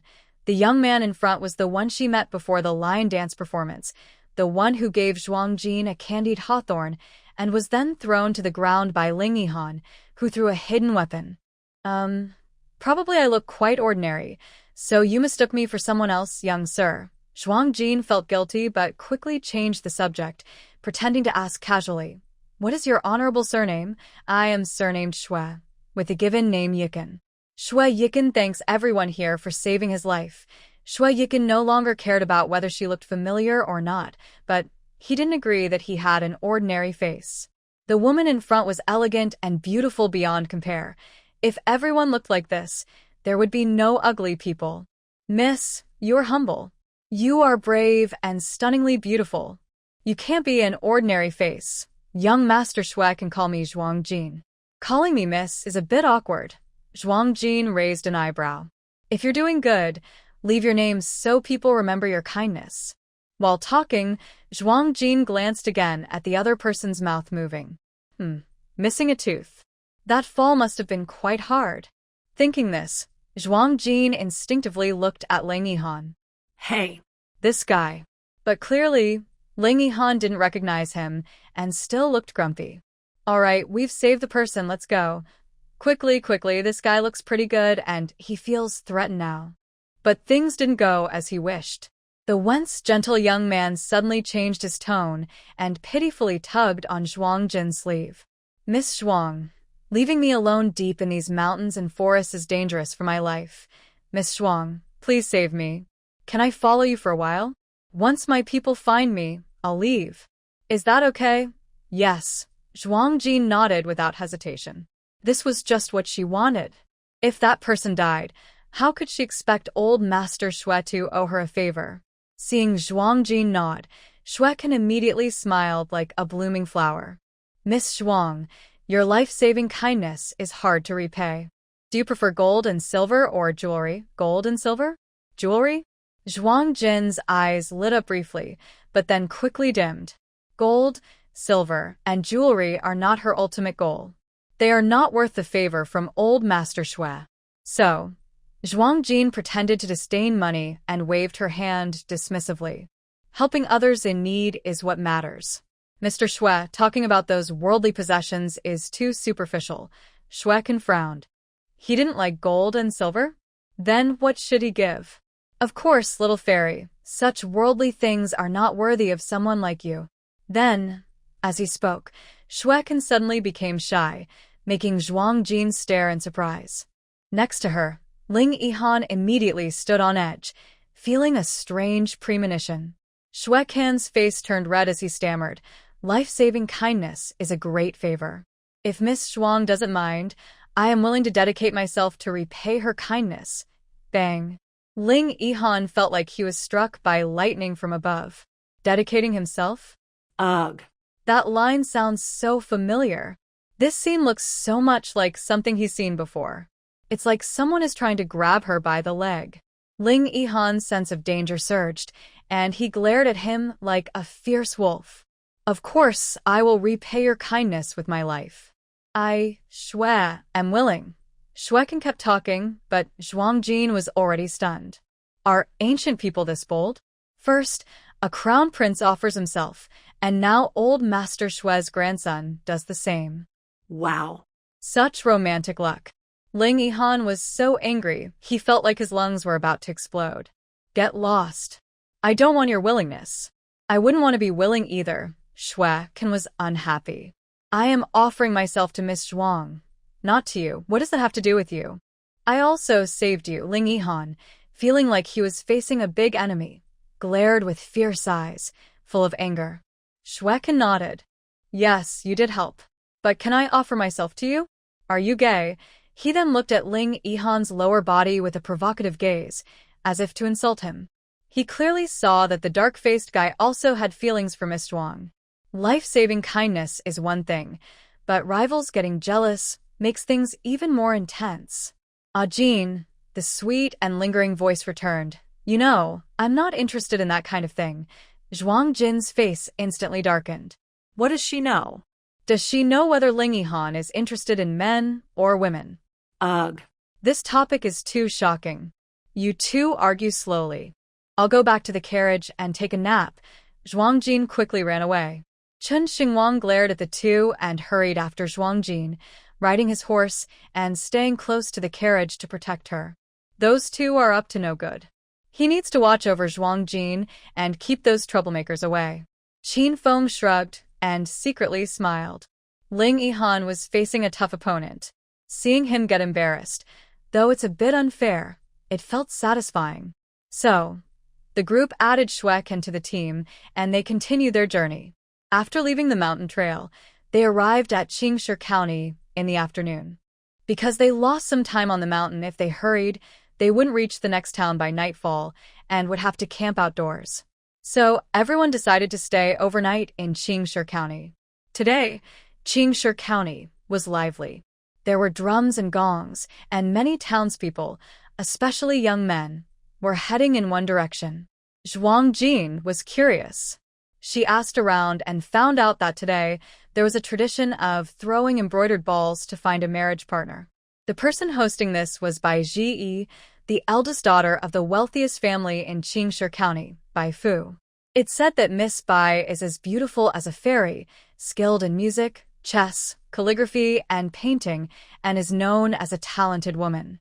Many unmarried men from nearby villages came to watch, and the inns around were full. Zhuang Jin and her group spent a lot of money to find a shabby inn in the town to stay. After settling in, with nothing else to do, Zhuang Jin remembered seeing similar events on TV. She wondered if the embroidered ball tradition was the same in real life as in the shows. Curious, she decided to go see it. She called Qing Chao and Fun Yi to join her. Ling Yihan and Shweka also insisted on going. Chen Xingwang, seeing this, naturally didn't trust them and followed as well. Now, in Chen Xingwang's eyes, Ling Yihan and Shweka were just two troublemakers trying to steal Zhuang Jin's attention. He had to stay alert all the time. Thus, what started as 3 people turned into 6, and they headed toward Bai's family estate. In front of Bai's house, a platform over 5 meters high was built, decorated with bright red silk, looking very festive. The embroidered ball throwing event hadn't started yet, and the main character, Miss Bai, hadn't appeared. The front was already crowded with people. At first glance, it was a large, dark crowd, at least a few thousand people. The crowd looked excited, with passionate eyes, shouting the name Bai Zi. Zhuang Jin scanned the crowd and could only think, in a big place like this, you see all kinds of people. You might expect young men to come for a traditional matchmaking event. But what are the old folks with gray hair and missing teeth doing here? Just to join the fun? It's almost insulting. Zhuang Jin also saw a middle-aged man shouting loudly, being pulled away by a chubby woman who was twisting his ear. The man was begging, Madam, be gentle. She felt speechless. Such a matchmaking event. Can it really find a good husband? She noticed several beggars in the crowd too. Since she was a woman, she couldn't catch the embroidered ball herself. It was better to hide in a quiet corner to watch the fun, avoiding any accidental chaos or stampede. Thinking this, Zhuang Jin found a small, unnoticed spot to stand. A few others came over and gathered beside her. Soon, a man resembling a steward stepped onto the stage. He cleared his throat, and the noisy crowd immediately quieted down. Today is the day our young lady Bai throws the embroidered ball to find a suitor. Our master said it doesn't matter about the other person's family background, only that we find a match for our young lady. Later, the young lady will come on stage and throw the ball herself.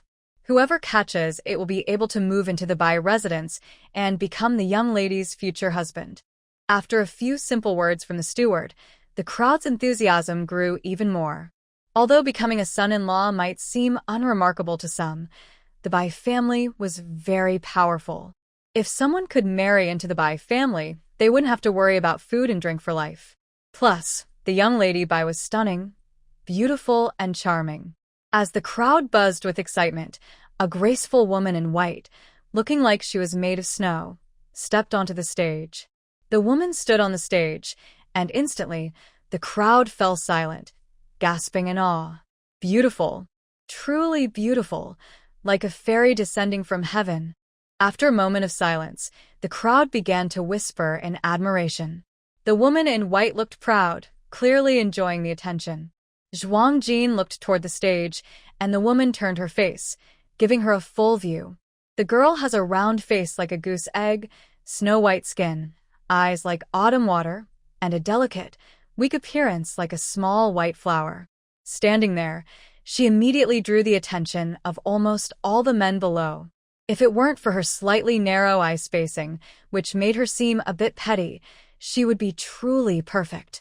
But even so, Zhong Jin had to admit that the young lady of the Bai family was indeed beautiful, especially with her gentle, willow-like grace and a touch of scholarly air that made her stand out.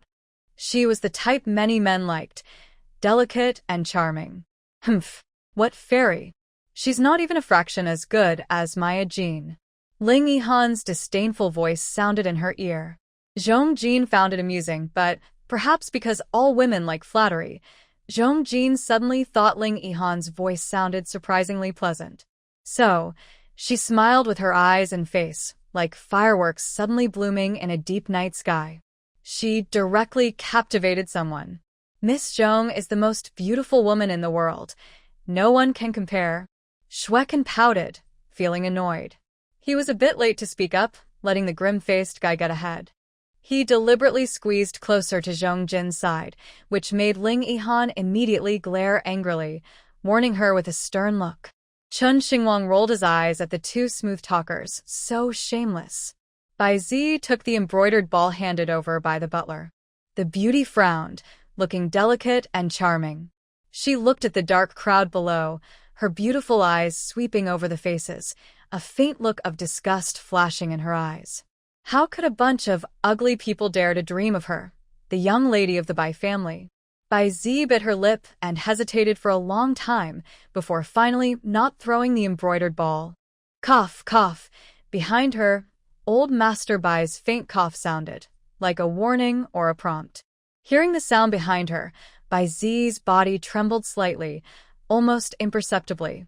Everyone below fell silent, their expressions eager and nervous as they stared at the stage. But after waiting for a long time, there was still no movement. Miss Z, throw the embroidered ball quickly. Yes. Throw it. Hurry up and throw it. Someone in the crowd urged anxiously. Some people had already raised their hands, ready to catch the ball. On the stage, Bai Zi's eyebrows furrowed slightly, her expression complicated, her gaze shifting among the crowd, seeming to look for someone who could meet her eyes. Suddenly, her face froze, a smile curling at the corner of her mouth, and she threw the embroidered ball from her hand. The bright red ball traced a long arc in the air, flying off in one direction. Ling Yihan was busy competing with Xueqin, his rival in love. The two exchanged sharp looks, like a silent battle. Suddenly, he felt something flying toward him from the side. Instinctively, he reached out with his big hand to catch it. He was about to scold whoever was careless enough to delay him from dealing with his rival. But when he turned around, he saw he was holding a big red object. He was stunned. The thing in his hand was an embroidered ball. Congratulations, young Master Han, for catching the embroidered ball. You are now the future son-in-law of the Bai family. Ling Yihan looked confused, meeting Zhuang Jin's half-smiling eyes. His heart suddenly fluttered. The red embroidered ball felt hot in his hand. It's not me. I didn't catch it. Ling Yihan hurriedly tried to push the hot object into Xueqin's arms, but Xueqin was quick and jumped back far away. Ling Yihan acted fast again, tearing open Qin Xingwang's front collar and shamelessly stuffing the embroidered ball into his shirt. He then falsely accused, Jean, the embroidered ball belongs to that kid Xinguang, not me. My person is still yours, Qin Xinguang shouted.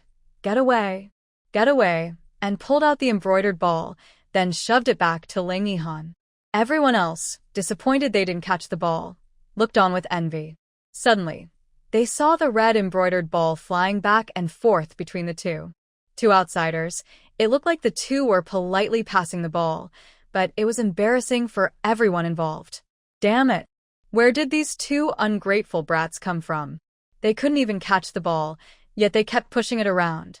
Isn't that enough? Give it to me. Give it to me. Someone in the crowd shouted out loud. On the stage, Bai Zi's face turned pale and then pale again. Could it be? Are these two people looking down on her? Unbelievable. Bai Zi whispered a few words to the butler, then heard the butler loudly announce, "Please, the young man in black who caught the embroidered ball come on stage. Since he caught the ball, he will be my Bai family's son-in-law." Ling Yihan was so startled by the word, son-in-law, that his face changed drastically and his scalp tingled.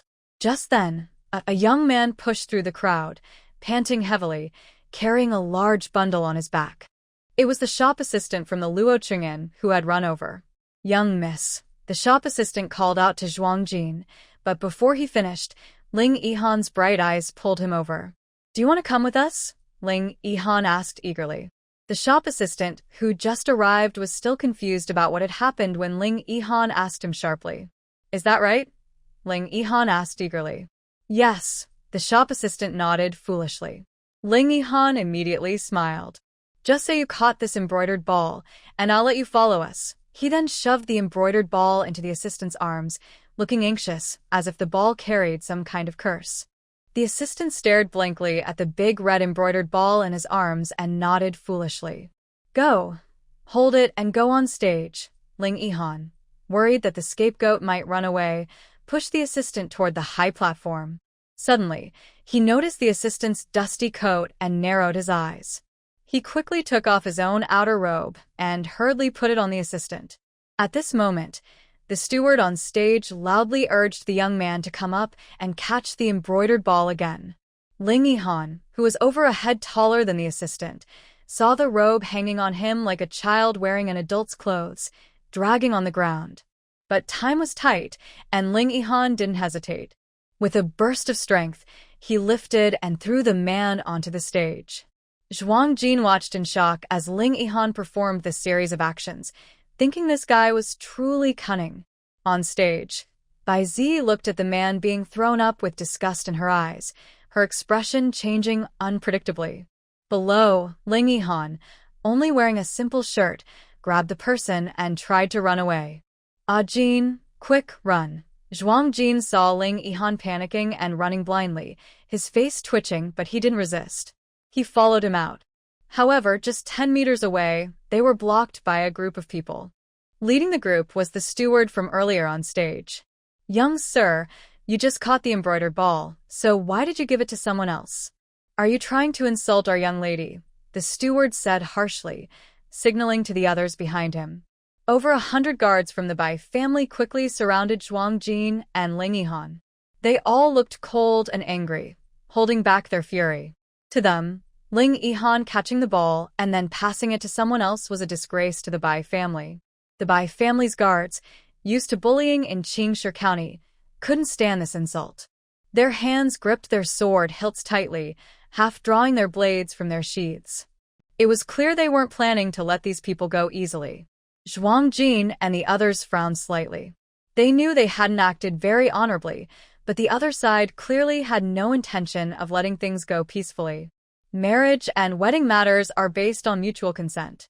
Since young Master Han gave the silk ball to someone else, it shows he has no intention of marrying the Bai family girl. Is the Bai family trying to force something? Zhuang Jin's voice was cold and sharp.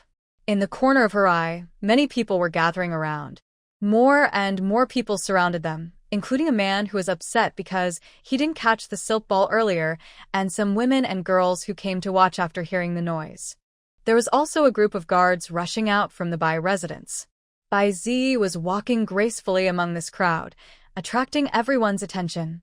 When she arrived, Ling Yihan was still holding Zhuang Jin's hand. Bai Zi looked at their linked hands, paused for a moment, then her eyes suddenly filled with tears. If the young master has no interest in Zi, why did he catch the silk ball? She asked sadly, looking upset and wronged. Ling Yihan wanted to speak but was busy dealing with his rival and didn't notice what flew over. Before he could say anything, the beauty dabbed her tears with a handkerchief and continued, if he caught the silk ball, it means he cares about Zi. But does he have some urgent reason? Is someone threatening him? That's why he gave the ball to someone else. Bai Zi imagined things herself.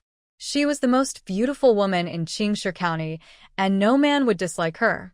She glanced at Zhuang Jin, but when she saw Zhuang Jin's face, a hint of jealousy flashed in her eyes. Zhuang Jin was speechless. She thought she was in trouble for no reason. Seeing Bai Zi's expression, it seemed she was implying that she was the one threatening Ling Yihan. Ling Yihan didn't think much about it. He even hoped that a Jin would threaten him. I can't be the Bai family's son-in-law because I am already married, he said, then put his arm around Zhuang Jin. This is my wife. Ling Yihan used her as a shield. Zhuang Jin rolled her eyes and glared at him. But she didn't expose him. The Bai family girl didn't seem easy to handle, so it was better to leave quickly. Just cooperate for now. Later, I'll make it up to you with gold, jewelry, or people, Ling Yihan whispered soothingly, not knowing what Zhuang Jin was thinking. She was planning to open some shops in the capital after she arrived, so she didn't mind having more money. She didn't want Xue Ken's money, but Ling Yihan's money. She would take it without hesitation. Certainly, the interaction between the two people in Bai Zi's eyes was playful teasing, even right in front of her. In that moment, her anger deepened, but she didn't want to believe it. She questioned, but this young lady isn't wearing a widow's hairpin. Miss Bai, I am not wearing a widow's hairpin because my husband likes me this way. Please don't jump to conclusions. We are already married, and that's the truth. Zhuang Jingxi and Ling Yihan stepped forward to speak. She decided to live up to this extra income.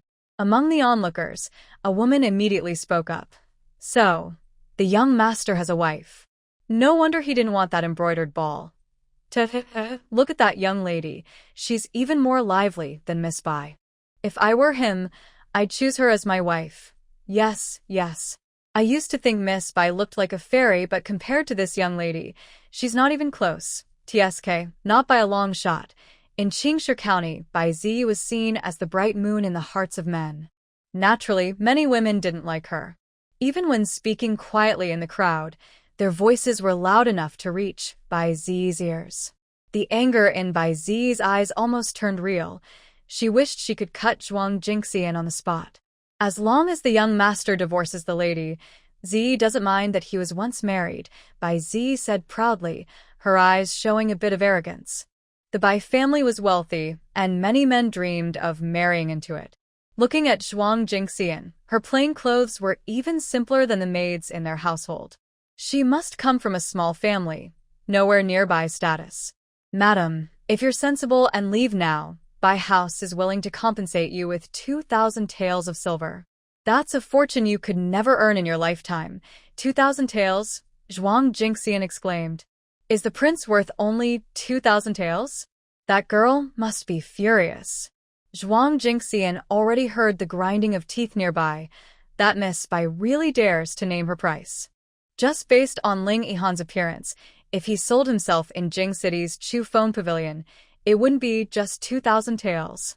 Zhuang Jinxian's gasp made Bai Zi mistakenly think she was inexperienced. 2,000 taels was enough to scare her. She raised her eyebrows confidently and said, Yes, 2,000 taels. It's a fortune you'll never earn in your life. Steward, bring ink and paper. Let this young master write the divorce letter. Zhuang Jinxian's mouth twitched as she looked at the confident Bai Zi like she was a fool. 2,000 taels?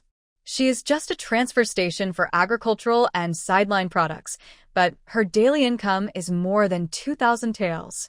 Where does this Miss Bai get the courage to quote such a price? Miss Bai, how about this? I'll give you 2,000 taels. Please just don't bother me anymore, okay? A dominant person doesn't always have control. Ling Yihan is already holding back his anger as he speaks. My wife and I have been through hardships together. I will never divorce her. Ling Yihan feels he has explained himself clearly, but there are still some foolish people who guess his intentions wrongly. So it turns out the wife is kind to the young master, and that's why he can't break free from her kindness. I admire the young master's great kindness and loyalty. As she speaks, Bai Zi greedily stares at Ling Yihan's handsome face, reluctant to look away. This man is the most handsome she has ever seen, and she doesn't want to give up now. Since the young master doesn't want to be unfaithful, Zi doesn't mind serving as a servant. She's just a vulgar woman. Once she enters the Bai household, she has many ways to deal with her rivals, making them disappear quietly. Zhuang Jin is also speechless.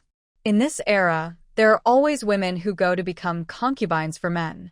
Zhuang Jin despises women like that the most. Sorry. I know my husband is very handsome, but you're just a young girl. There's no need to humiliate yourself by becoming a concubine, is there? When we got married, my husband promised me he would never take concubines in this life. Miss Bai, you're really disappointing. Hearing this, Ling Yihan's eyes immediately brightened as if they could burn. He felt a surge of happiness inside. My husband is very handsome. Wow, wow, wow. Jin praised me. Ling Yihan was so flattered by the compliment, handsome, that he felt elated. He even found Bai Zi, this pure white lotus, very pleasing to look at. If only this pretentious woman wouldn't cause trouble, he wouldn't even know what a Jin truly felt. My great benefactor. Bai Zi was scolded and sneered at by Zhuang Jin, her eyes turning red with anger. She bit her lip softly, looking pitifully at Ling Yihan. Young master, your wife is so jealous. Have you tolerated it? You are so handsome and outstanding. How can you let a vulgar woman tie your hands? Zi feels sorry for the young master. Her delicate voice sounded like water flowing. Big sister, as women, we shouldn't be so jealous. Watching Bai Zi perform, Zhuang Jin thought to herself, oh, what a strong tea smell. Miss Bai, does your family run a tea plantation? Bai Zi was asked by Zhuang Jin and was momentarily stunned. Madam, what do you mean by that? She then proudly lifted her chin. My Bai family has many assets, like granaries, cloth shops, jewelry, everything. Oh, Zhuang Jin pretended to be suspicious. So, you don't have a tea plantation? That's strange. Zhuang Jin frowned, looking confused. If you don't run a tea plantation, why does Miss Bai speak with such a tea-flavored tone? Tea-flavored tone? Although Bai Zi didn't understand what tea-flavored tone meant, she knew it wasn't a good thing. Her pretty face darkened immediately. Just as she was about to get angry, Zhuang Jin suddenly spoke again seriously. May I give Miss Bai a small piece of advice? Can we please speak without that sweet, flirtatious tone? Bai Zi shivered. Pfft. Ling Yihan couldn't hold back and burst out laughing. Ha ha ha. Suddenly, a familiar laugh rang out from the crowd. Zhuang Jin turned around and saw Qin Feng. Qin Feng, known for not hiding his feelings, burst into loud laughter, tears streaming down his face. Oh my, that's hilarious. Qin Feng had heard from the shop assistant rushing back that Ling Yihan and the others were in trouble, so he hurriedly brought guards to help. When he arrived, he saw Zhuang Jin's sharp tongue, arguing fiercely. He quietly watched from behind the crowd, enjoying the show. He knew that Zhuang Jin, this little girl, was not someone to suffer losses easily. Sure enough, this was quite a show. With Qin Feng leading, those in the crowd who had been holding back their laughter now laughed freely. You! Bai Zi's face suddenly turned red. She pointed at Zhuang Jin, trembling with anger, unable to speak a complete sentence. She had never been so humiliated before. How could she not hate it? Suddenly, Bai Zi raised her eyebrows sharply. Butler, take her down. She was furious and ready to fight back. The butler received the order and was about to instruct the guards to act. I dare anyone. Qin Feng, at this moment, no longer smiled. He tiptoed and suddenly leapt to Bai Zi's side. A cold, shining sword was pressed directly against her neck. There was no hint of mercy, just this one move, and blood appeared on her delicate, white neck. Feeling the pain on her neck, Bai Zi suddenly realized she was being strangled, her life hanging by a thread.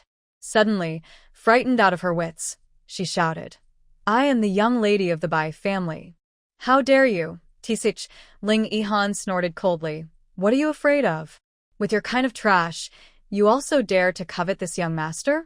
You're asking for trouble." Bai Zi's body trembled as she finally realized that the group of outsiders in front of her probably had a high status. But Bai Zi's eyes were fixated on Ling Yihan with admiration. This man, at this moment, when he was angry, he looked even more charming. However, the next moment, Bai Zi saw the man who looked at her with disdain run over to Zhuang Jin, trying to flatter him eagerly. "Jin, I only want you to think about me. Whatever you want, you can think about it." Bai Zi was so angry she almost vomited blood. Qin Feng was used to Ling Yihan's sometimes shameless behavior. Although he found it a bit disgusting at times, he was now mostly immune. He didn't think much of it. He still glared fiercely at Bai Zi, saying, "Move aside. Or don't blame me for being ruthless." Qin Feng was a seasoned general who had fought bloody battles on the battlefield.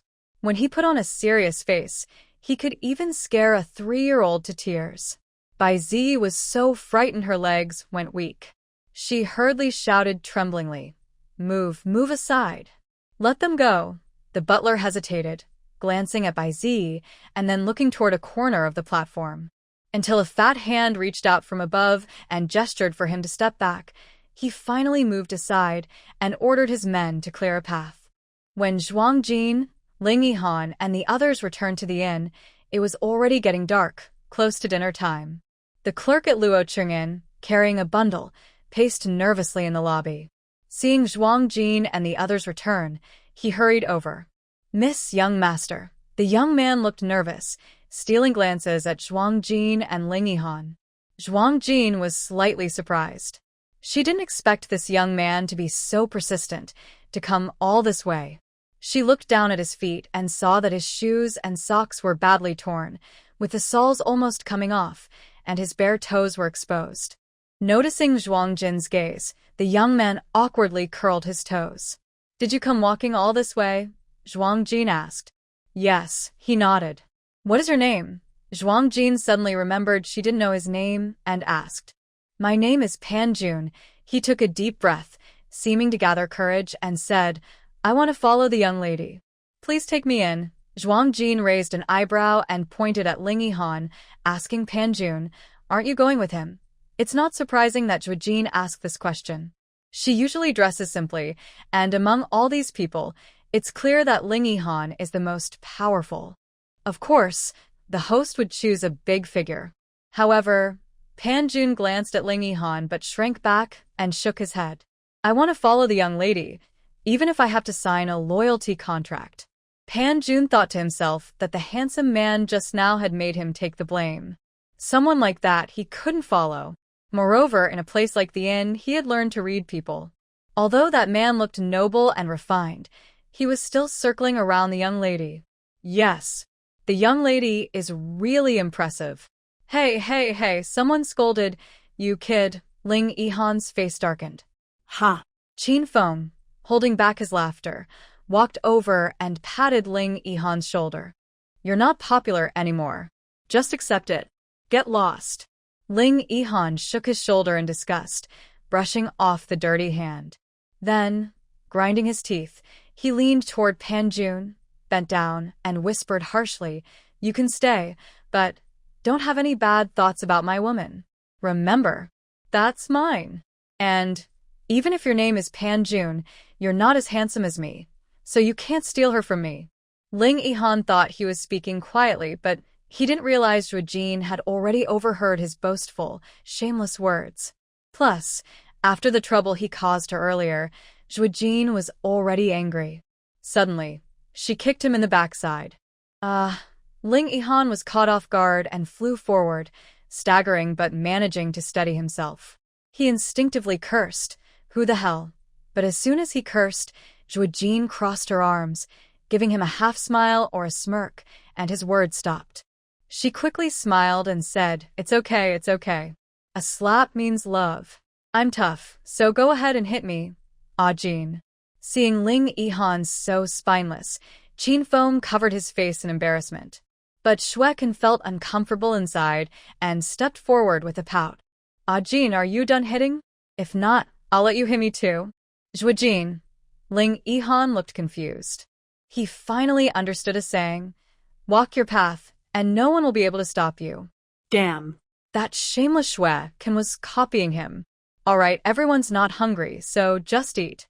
After eating, go back to your rooms and rest. Zhuajin impatiently scolded. Hey. Alright. Shopkeeper, bring out the good wine and meat. Ling Yihan called out to the shopkeeper to serve the dishes, but suddenly felt a chill behind him. Seeing Zhuang glaring at him, he quickly changed his words. Good wine, never mind. At this moment, Pan Jun's eyes were shining as he looked at Zhuang. His choice was definitely right. Among this group, the young lady is the most impressive. A group of people sat around eating in the first floor lobby of the inn. Old Master Chow, thanks to the care of the little old man Zhuangyi, still didn't feel very well, so the food was still brought into his room. However, halfway through the meal, everyone saw a wobbly figure coming down the stairs. That person was holding a wine jar, walking and smacking their lips, looking a bit dissatisfied. This wine? Hey. Still not quite right. Not as good as those few jars Qin Xiaozi has. Qin Feng's face darkened instantly. That old man, stealing his wine, he's still thinking about it. Zhuang helplessly rubbed his forehead. Zhuangyi, this troublemaker. Oh well. He keeps bringing up the wrong topic. Does he think his troublemaking isn't big enough? It was late at night, and everyone in the inn had already fallen asleep. However, the front hall of the Bai residence was still brightly lit. Old Master Bai, with his fat body, was barely squeezed into a grand chair. From a distance, it looked like a fat pig climbing onto the chair. Right now, he was glaring with eyes as small as green beans, squeezed shut by his fat, as he looked at his kneeling eldest daughter. I've sent people to find out. That Han family young master's background isn't simple. This time, you must seize the opportunity and win him over. Bai Zi looked up in surprise. Father, what is the background of that Han family young master? Unknown. Old Master Bai shook his head regretfully. That Sioux County magistrate is also a fox. No matter how I ask, he won't say. Just a reminder. This Han family young master must not be offended, or else. He can't protect the Bai family. Thinking about it, he just gave Su Qingjie a heavy gift, but only got this much information, and he felt a sharp pain in his heart. Anyway, judging by Su Qingjie's expression, he's very afraid of this Han family young master. It's likely that his background isn't simple, probably a son of a wealthy family in the capital. Just focus on winning his heart. If he really has a powerful background, maybe the Bai family can fight for that imperial merchant position, and even if he's not from a noble family, aren't you quite satisfied with his looks? White Ji's eyes turned quickly as she thought about it. Prince Han is very handsome. Even if he doesn't have a special status, his face makes her remember him. If he truly comes from a powerful family, that would be even better. But, Father, I heard that those people only booked the inn for one night. They will probably leave Qingshi County tomorrow morning. White Ji looked worried. Since they had already left, even if she wanted to approach him, she wouldn't have a chance. Oh no. What approach? She just wanted Prince Han to see how good she was. You're so stupid and won't admit it. Old Master Bai angrily slammed the table. His fat hand hit the table hard, knocking over a new teacup onto the ground, which shattered into pieces. Old Master Bai looked sadly at the broken, expensive teacup. His face's fat trembled slightly. People say the Bai family is rich, but only those inside know that Old Master Bai is very stingy and greedy. His luxury is only for show. Behind closed doors, he sleeps hugging his money bag. The family's meals are simple, just 3 dishes and a soup. But even with such simple food, it's rare that Old Master Bai can become so fat from it. Being called stupid, White Ji shrank back, afraid to speak. Lately, she's been scolded harshly, but she doesn't mind anymore. If that accident hadn't happened, She wouldn't have accepted the marriage proposal from the embroidered ball. But after meeting Ling Yihan, she's very glad that the accident happened. Otherwise, how could she meet such a gentle, bright man? Can't you find someone to do something so they can't leave tomorrow? Old Master Bai suggested. White Ji Yi's eyes lit up. Yes, I understand, father. Half an hour later. Zhuang Jin was sleeping soundly when suddenly she heard horses neighing from the backyard of the inn. At first, the neighing was loud, but then it grew weak. If others heard this hoarse noise, they might not care. After all, animals sometimes make noise, which is normal. But Zhuang Jin could understand animal speech. She heard several horses crying out, "Runny poop, runny poop." Zhuang Jin quickly sat up straight. She looked at the grass outside where the horses were sleeping and saw that they weren't awakened. Suddenly, a thought crossed her mind. She activated her teleportation power and appeared near Ma Gai. As soon as she appeared, Zhuang Jin smelled a strong odor of horse manure. She quickly covered her nose and mouth with her sleeve before checking the situation. To her surprise, the horse feed was laced with a large amount of cassia seeds. Who could have done such a terrible thing? Zhuang Jin immediately felt a surge of anger. Just then, a soft creak caught her attention. She looked toward the sound and saw a shadow slipping out of the back door of the inn. She was about to chase after it when she heard a loud splashing sound from Ma Gai.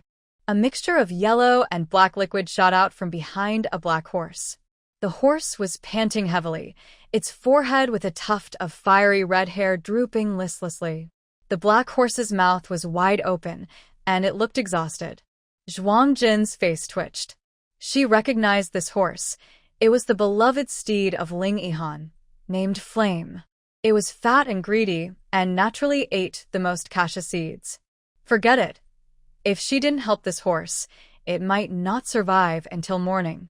Thinking this, Zhuang Jin no longer chased the shadow but quickly called out Old Man Zhuang from her space. Luckily, she had seen Old Man Zhuang drunk last night and, while others weren't paying attention, she had secretly brought him into her space. When Old Man Zhuang appeared, he still looked a bit dazed. Just as he opened his mouth to speak, he was hit by the strong smell of horse manure, which made him cough violently. His mind cleared a little. What's going on? Did you fall into the manure pit while drunk? Old Man Zhuang looked worried. The thought of that possibility made him feel terrible. No. Zhuang Jin was helpless with this unreliable old man. She hurriedly explained, "Someone has given the horses cassia seeds. You go check it out. I'll chase the thief." She then took a large bucket of spiritual spring water from her space and placed it on the ground. She didn't know if this spring water would help with the horse's diarrhea, but she decided to carry it just in case. After giving instructions, Zhuang Jin immediately left the inn. But on the dark street, there was no sign of the thief. She wasn't willing to give up and called out her alpha wolf. The alpha wolf's sense of smell was very sharp, and it did not disappoint. It sniffed around and then ran swiftly in one direction, carrying Zhuang Jin with it. After a few moments, the wolf brought her to the front gate of the Bai residence. Now Zhuang Jin was certain Bai Zi was still not willing to give up. She suspected that Bai Zi was behind this, trying to prevent them from leaving Qingshi County by sabotaging their horses. A grudge must be avenged. Moreover, she also inquired that the old master of the Bai family is not a kind person. The eldest son of the Bai family forcefully takes common people's women and acts recklessly. Old Master Bai not only fails to discipline his son but also helps him do wrong. Thinking of this, Zhuang Jin suddenly smiles a sinister smile. He jumps down from the wolf's back, waves his hand, and puts the head wolf into his space. Then, he and the wolf disappear into the empty street. Zhuang Jin uses invisibility and a quick teleport to enter the Bai residence. He sneaks in quietly. An hour later, he leaves just as silently. Zhuang Jin's smile almost reaches his ears. Wow. This is a big gain. When he returns to the inn, Master Zhuang has just finished checking the horses. The old man has a torn cloth stuffed in his nostrils, looking resentful, holding his head and sparse hair. When did he become a veterinarian? One roasted chicken tomorrow. Zhuang Jin comforts him. Master Zhuang pouts. And a pot of good wine. Deal. The old man, smelling terrible, goes back to the inn to wash up. There's still some time before dawn, so Zhuang Jin quietly slips back into his bed. At dawn the next day, chaos erupts inside the Bai residence. Old Master Bai is in such pain he nearly faints, clutching his sleeping jade pillow and money bag, which suddenly disappear. Just as he's overwhelmed with pain, the butler brings bad news. The storeroom has been robbed. Old Master Bai, unable to hold it, stumbles backward. With a loud crash, he falls unconscious. The butler's face turns pale with fright, and he hurriedly tries to help. It's still quite cold early in spring. If someone lies on the ground for half an hour, they might freeze or get seriously ill. Old Master Bai is too fat. So fat that 3 or 4 guards can't lift him. Everyone works together, pinching his pressure points, fanning him, pouring water to wake him up. Just as they are about to suggest he lie back down, the women of the house rush in crying. They sob as if they've come to mourn. Old Master Bai's throat tightens, and he's about to scold them, when his favorite concubine suddenly throws herself at him, pressing her weight on his fat body, almost choking him. Sniff, sniff. Old Master. All the valuables in my room have been stolen. Old Master Bai's eyes widen, and the other concubines also cry out about being robbed. Old Master Bai felt a sharp pain in his chest, and just then, his eldest son rushed in. Father, my small storage room has been robbed by a hateful thief. Oh no. The eldest son's small storage room held half of the family's belongings. Old Master Bai suddenly rolled his eyes and fainted again. When he woke up, he kept passing out and waking up. The main gate of the Bai estate was busy with people coming and going. Doctors were called repeatedly. Meanwhile, at the inn, although the horse's diarrhea was treated by Lord Zhuang, they remained weak and trembling. Everyone decided to stay another day in Qingshi County before leaving. Zhuang Jin had already gone out early to buy dozens of roast chickens and a jar of good wine for the little old man and put them into the space. She couldn't only think about the little old man. There were also little Tian and the white tiger inside the space. They also loved to eat roast chicken. However, shortly after throwing the roast chickens into the space, loud crying sounds came from inside. The noise was very loud. Zhuang Jin was puzzled. Could a few dozen chickens really cause such a big reaction? She found an excuse to stay in her room and entered the space. Once inside, Zhuang Jin saw a magical scene. The little old man was holding a jade pillow, looking excited. The jade pillow was glowing softly, with tiny star-like lights drifting into the little old man's body. As the delicate, sparkling lights entered Lord Zhuang's body, the jade pillow gradually shrank. Eventually, the jade pillow disappeared inside the little old man's arms, and his body flickered with a faint, fluctuating light. Then, the little old man sat cross-legged, seeming to be adjusting his breath or absorbing something. What's going on? Zhuang Jin asked in surprise, turning to little Tian, who was holding a big roast chicken and had oil all over his mouth. Little Tian lifted his small face from the chicken, his shiny, oily lips pouting. It's that old man's luck again. The jade pillow contains spiritual energy.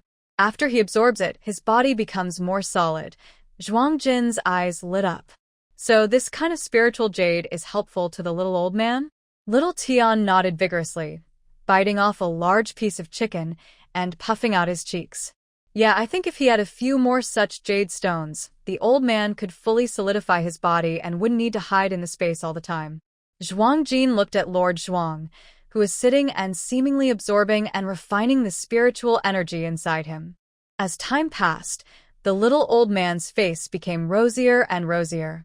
Perhaps it was her imagination, but Zhuang Jin seemed to see a hint of green in the little old man's mostly white hair.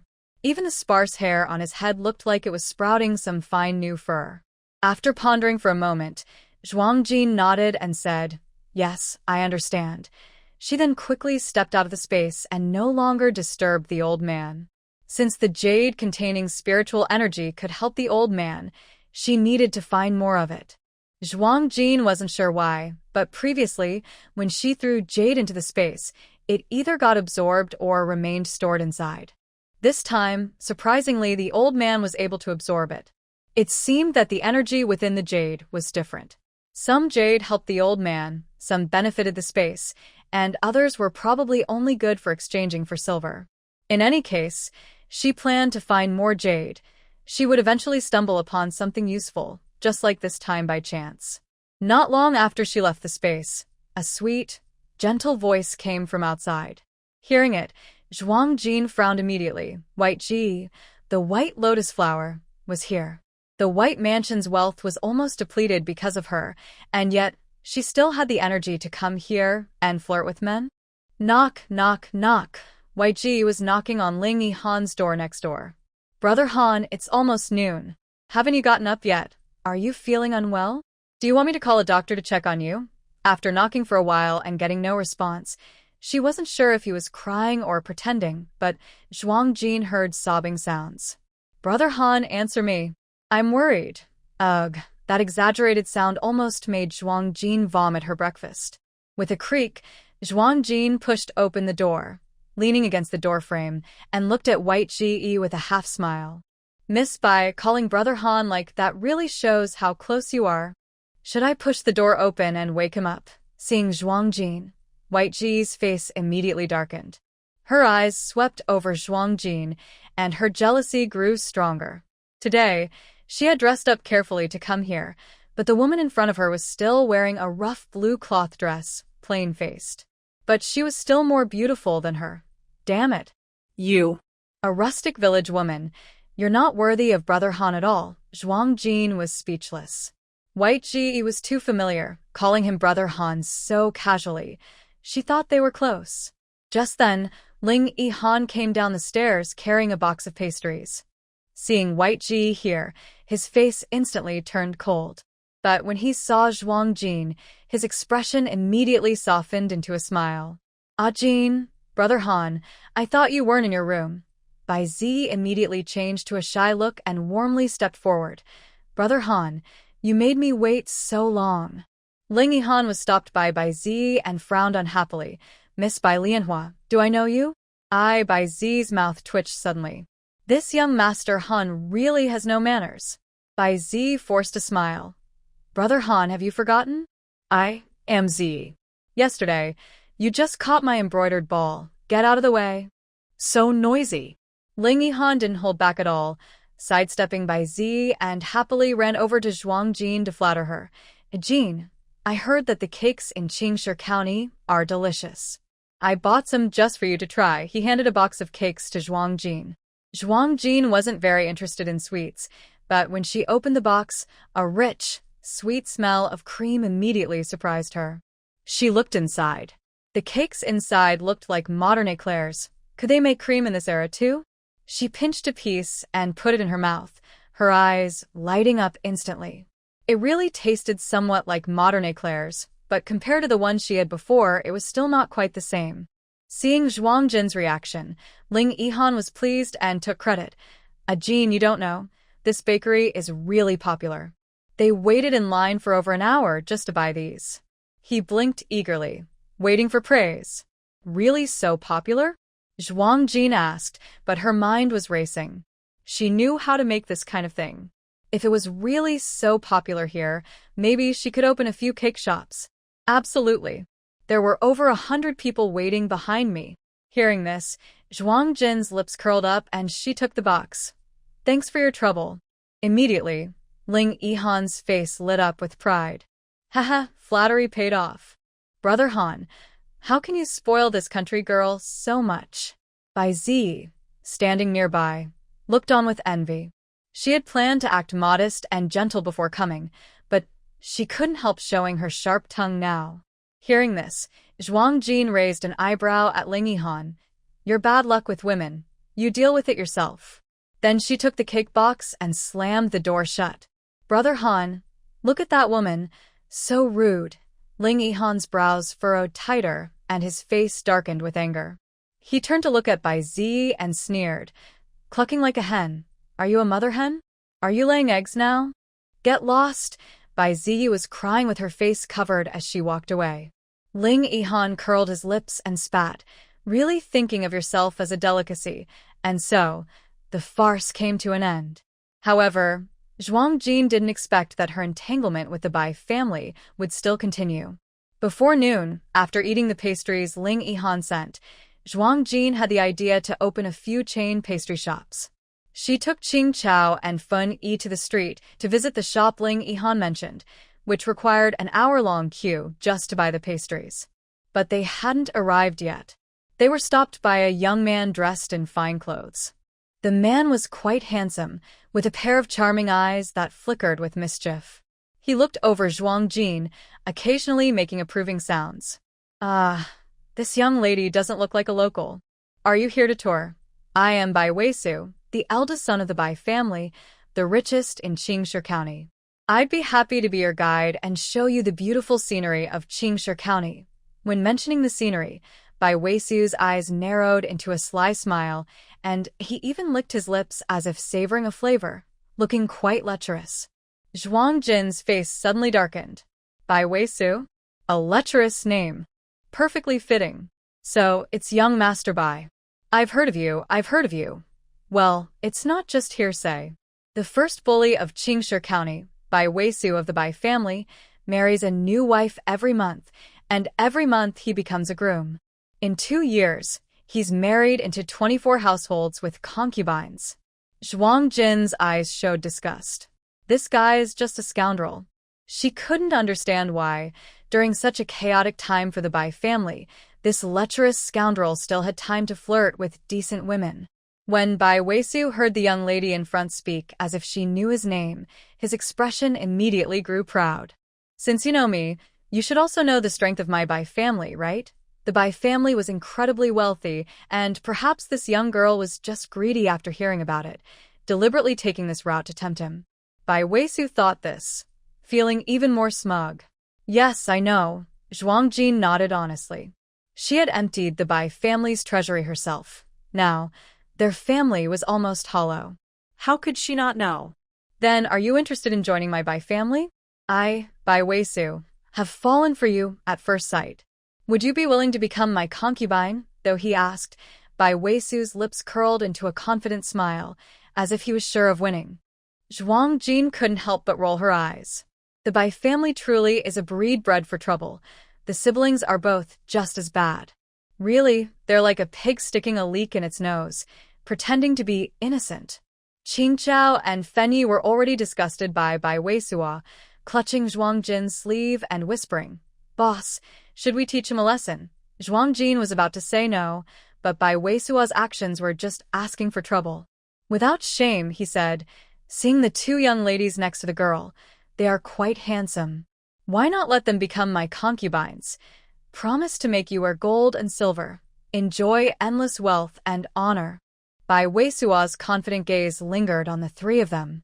He guessed that Zhuang Jin was the master, based on how they interacted, but all 3 were dressed in simple cotton clothes, probably from a small family background.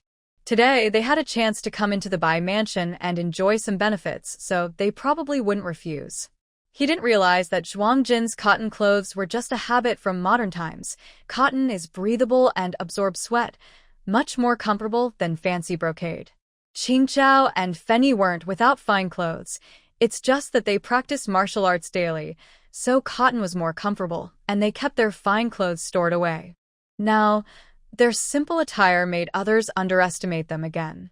First Bai Zi, then Bai Weisu. Their way of judging people by appearance was truly the same. Young Master Bai is really generous, Zhuang Jin sneered disdainfully. May I ask, with your small build, can you handle it? Her tone was clearly full of contempt. Bai Weisua's face darkened, showing a hint of anger. He had gone out to buy some aphrodisiacs, but did this young woman in front of him know that? Zhuang Jin didn't care whether he was angry or not. To her, the Bai family was easy to deal with. Young Master Bai, you'd better find a good doctor to check yourself, or you might not be able to have children later. Her face was turning blue, and her legs felt weak, obvious signs of overindulgence. After saying this, Zhuang Jin turned and left with Qingchao and Fenyi, walking away with style. By the time Bai Weisuo recovered, the three had disappeared from sight. He gritted his teeth and ordered his men, "Go, find a way to capture that young woman for me." After Zhuang Jin and the others walked away, Fenyi was still angry. "Boss, that wicked by-family man should be taught a good lesson. I heard he stole a new bride yesterday and even broke the groom's leg." Zhuang Jin was surprised. "Really? That's quite a story. She must take action now." "Are you two feeling restless?" Zhuang Jin asked softly. "Tonight, you two," Zhuang Jin whispered to them, and as he did, Qing Xiao and the girl in pink looked more and more excited. The girl in pink also nodded in admiration and gave Zhuang Jin a big thumbs up. "Boss, you're really tough." That evening, a maid from the largest brothel in Qingshi County entered the Bai residence. Soon after, Bai Wei Suo happily followed the maid out of the house, heading towards Zui Honglu, Xiao Cui. "Do you really think there's a beautiful lady in the building?" Bai Wei Suo squinted, licking his lips eagerly. The young maid, only about 10 years old, politely replied, "Yes, young Master Bai. The new girl is very beautiful, even more than the famous courtesan Peony. My mother promised to inform you when a new girl arrives, so I came to disturb you." "Good, good, good." Bai Wei Suo clapped his hands and urged, "Let's go quickly, don't keep the beauty waiting." The maid led Bai Wei Suo into a dim room filled with faint fragrance and flowing silk curtains. He could vaguely see a graceful figure standing behind the sheer fabric. When she saw him, she softly called, "Young Master Bai, you're here." Her gentle voice made Bai Wei Suo feel like his bones were melting. Coming, don't worry, beauty." Bai Wei Suo thought to himself that this new girl was quite charming. He immediately took out a porcelain bottle from his pocket, poured 2 pills into his mouth. These were aphrodisiac pills he bought from the doctor today. He planned to enjoy this legendary beauty thoroughly. But just as this thought arose, 2 people suddenly appeared out of nowhere. Before Bai Wei Suo could see their faces clearly, they wrapped him in a sack from head to toe. Next, there was a flurry of punches and kicks. "How dare you? Do you know who I am? I am the eldest son of the Bai family, the richest family. Ow, ow, stop hitting me. It hurts. You scoundrels." At first, Bai Wei Suo shouted curses, but soon he could only grunt in pain. The attackers surprisingly said nothing the entire time. When Bai Wei Suo was pulled out of the sack, he had already fainted. However, his face showed a strange blush, which was the effect of the 2 pills he had taken. The girl in pink tore apart a piece of cloth and said, "He really is a perverted thief." Zhuang Jin stepped out from behind the sheer curtain and smiled. "All right, let's not waste any more time. Hurry up, it's time for us to go." Then, Zhuang Jin knocked on the door, making a loud sound. After a moment, a maid pushed the door open. It was the young maid who had gone to invite Bai Wei Suo.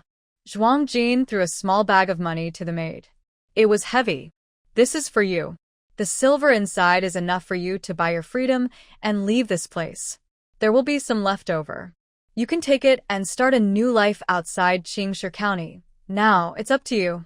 The maid suddenly knelt down heavily in front of Zhuang Jin, choking on her tears. "Thank you, Mississippi. Thank you, Mississippi." She then glared fiercely at Bai Wei Suo, who was lying unconscious on the ground. "Rest assured, miss, I won't let this scum go unpunished." After Zhuang Jin and her group left the brothel, the maid took a small paper package from her sleeve. Inside was white medicinal powder. She mixed it into tea and fed it to Bai Wei Suo, who was still unconscious. Soon, Bai Wei Suo's face turned increasingly red. Even though he was still in a daze, he twisted his body restlessly. Then, the maid clapped her hands a few times. 5 or 6 strong men came from the next room. These men were carefully chosen for their skills and were quite perverted. The young master likes excitement. You all need to perform well. If you do a good job, you'll be rewarded generously.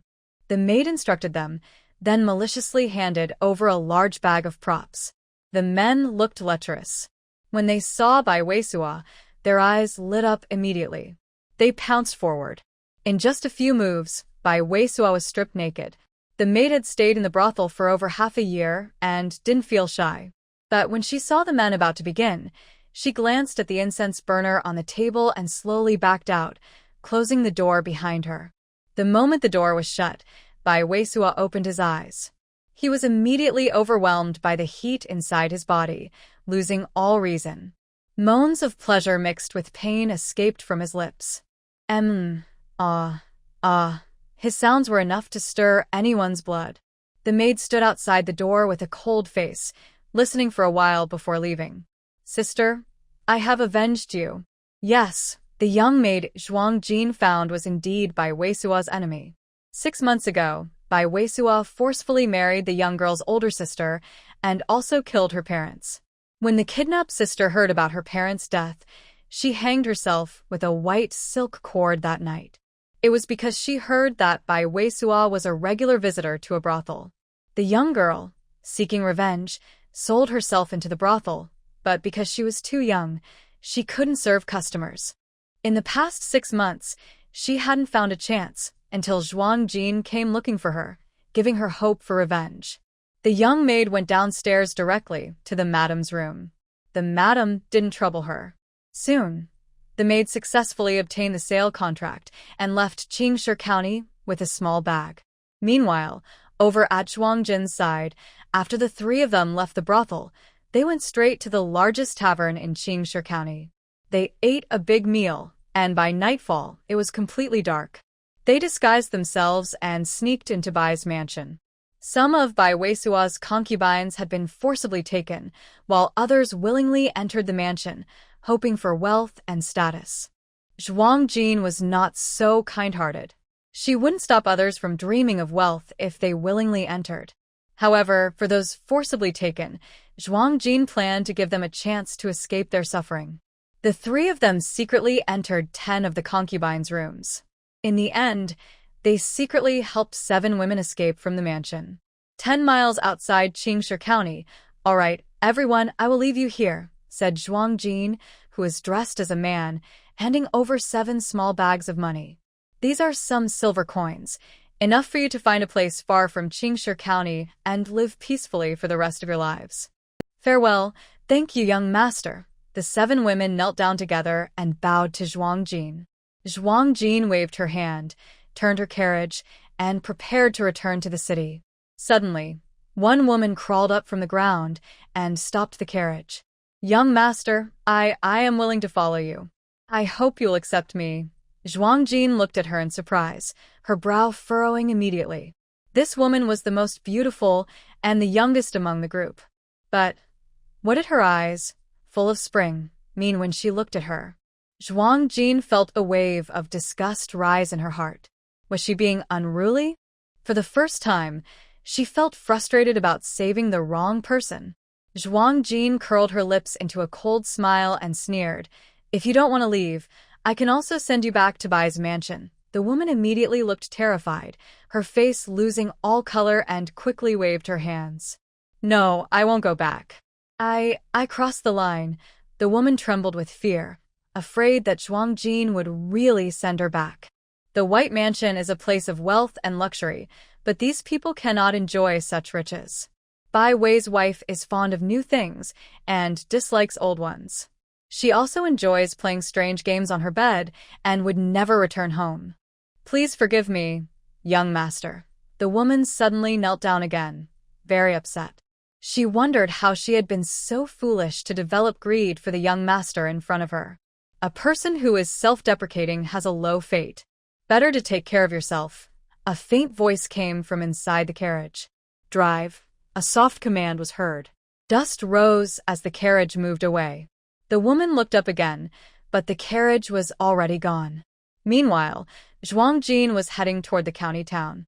Unbeknownst to him, several suspicious people had sneaked into the inn. 3 shadowy figures were outside a room, blowing a powder into the door. After a few moments, the 3 listened carefully outside the door, confirming there was no movement inside, then nodded toward a dark corner. From the corner, a woman in white emerged. This was Bai Zi. Bai Zi had deliberately applied a charming makeup, smiling softly as she slowly pushed open the door. The room was dim, and she could faintly see a man lying on the table. He was likely knocked out. The drug used was a type of sedative.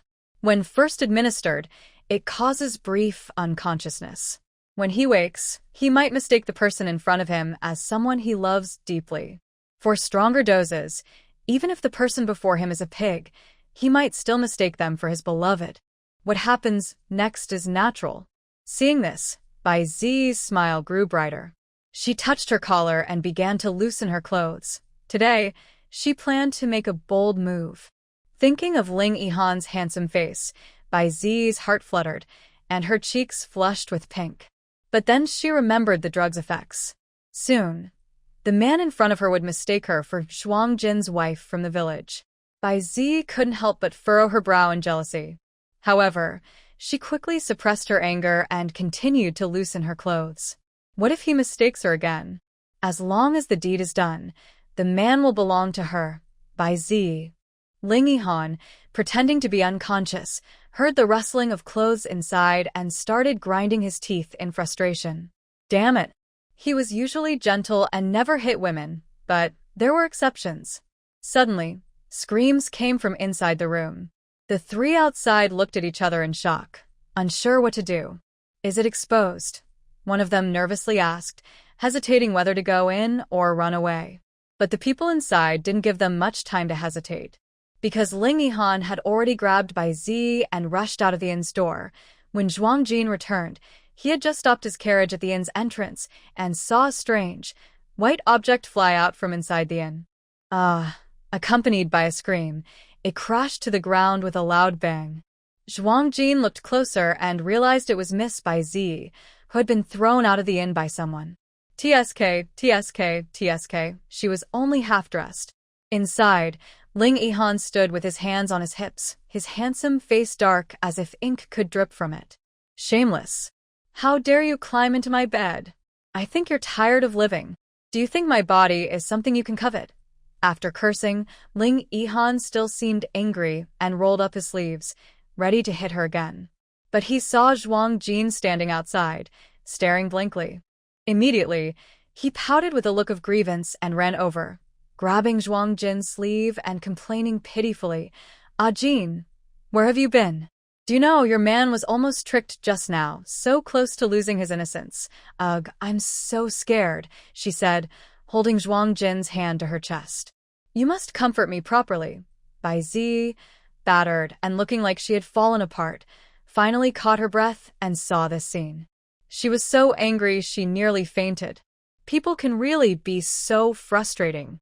This man was fierce and fierce in front of her. But in front of this woman, he was like a little lamb. So unfair. Zhuang Jin, Qin Feng, and Qin Xingwang heard the noise and wanted to come down to help. When they reached the inn's door, they saw this eye-piercing scene and immediately turned around, rubbing their noses and going back inside. No one saw the 5 sneaky people running from the distant street corner. When they heard the noise, the 5 immediately came to a sudden stop. "Should we still go?" one stammered, asking the other for. Bah! Why go? The young master's orders were disrupted. Miss Bai scared the snake away. "If we go now, aren't we just asking for death?" One of them stomped and turned back. "Let's go back, but the young master told us to kidnap that young lady. If we go back empty-handed, how do we explain?" "No worries. The young master is happily drunk at the Red Pavilion now. He's not thinking about this young lady anymore." The 5 spoke, then disappeared into the darkness. No one said a word about taking the young lady away. At the inn entrance, Bai Zi suddenly felt a sharp pain in her abdomen, followed by a warm flow from below. Her face changed instantly, and she ignored everything else, begging Ling Yihan and Zhuang Jin for help. Help me." Zhuang Jin looked over when he heard her, feeling worried. Could it be that Miss Bai is having a miscarriage? How could that happen? Isn't she still an unmarried young lady? Stop making trouble. Hurry and call Master Zhuang over. Zhuang Jin pushed Ling Yihan. "I didn't hit her hard," Ling Yihan muttered. He had just fought, but he controlled his strength. "I know, go quickly." "She might be having a miscarriage," Zhuang Jin urged. "A miscarriage?" Ling Yihan was stunned. After a while, he finally understood what Zhuang Jin meant. He quickly raised his hand and swore, "It's not my fault. Truly not mine." "She's still a virgin." Zhuang Jin rolled his eyes. Is this guy really clueless or just pretending? Even if something did happen, you can't just make a baby instantly. Something happened inside the inn. The shop assistant informed the manager, and when the manager came out, he saw Miss Bai half-naked and collapsed at the door, with a pool of blood underneath. He was immediately terrified out of his wits. Miss Bai had an accident in his inn. What should we do? The Bai family was not easy to mess with. The manager instinctively wanted to scold Zhuang Jin and the others, but suddenly shut his mouth. Sigh. These people don't seem easy to deal with either. Ling Yihan hurried into the inn, searched around, but couldn't find Master Zhuang. He ran out again. Jin, did you see Master Zhuang? Zhuang Jin was stunned, suddenly remembering that the old man was still inside the space absorbing jade stone energy. He had forgotten about that. So, what should he do about Bai Zi? He couldn't just watch her die here, could he? It's not that he was soft-hearted toward Bai Zi, but if she died here today, it would cause trouble. The authorities would come and surround the inn. Before dawn, she still wanted to visit the county office. She heard that Bai Laoi had sent a jade pillow to the county magistrate of Qingshi County. She wanted to steal it to give to the old man, since the officials who accepted bribes weren't good people anyway. She'd just steal it. If she was a thief, she'd better run quickly. What if the inn was surrounded and she couldn't escape? In a flash, Zhuang Jin looked at the shopkeeper. Please, help this young lady find a doctor, and also send her back to her family. The shopkeeper naturally didn't dare argue and quickly called for someone to prepare the carriage. He also thoughtfully brought a blanket to cover Bai Zi's half-naked body. However, there were no maids in the inn, and Zhuang Jin and Qing Chao wouldn't help either. The people lifting Bai Zi were just some shop assistants who couldn't resist the chance to gawk and maybe steal a touch. After dealing with Bai Zi, everyone went back to their rooms to rest. Today, a few guests checked out, leaving empty rooms. Qing Chao moved to another room, which also made it easier for Zhuang Jin to go out at night. In the late hours, Zhuang Jin opened her eyes. She changed into her night clothes and disappeared from the room. Half an hour later, Yuzhen had already been taken, and Zhuang Jin quietly returned to her room. She was about to lie down and rest a little more. Suddenly, she heard strange sounds coming from the next room, belonging to Ling Yihan. Zhuang Jin was curious and hesitated for a moment. Seeing the noise hadn't stopped, she nervously pushed the door open to take a look. What if Ling Yihan was in danger? The door was locked, but to Zhuang Jin, that was easy to open. She took out a dagger, gently pried the lock, and the door creaked open. But when she entered, she was stunned. Ling Yihan was, well, hugging the bedpost and rubbing his thigh against it.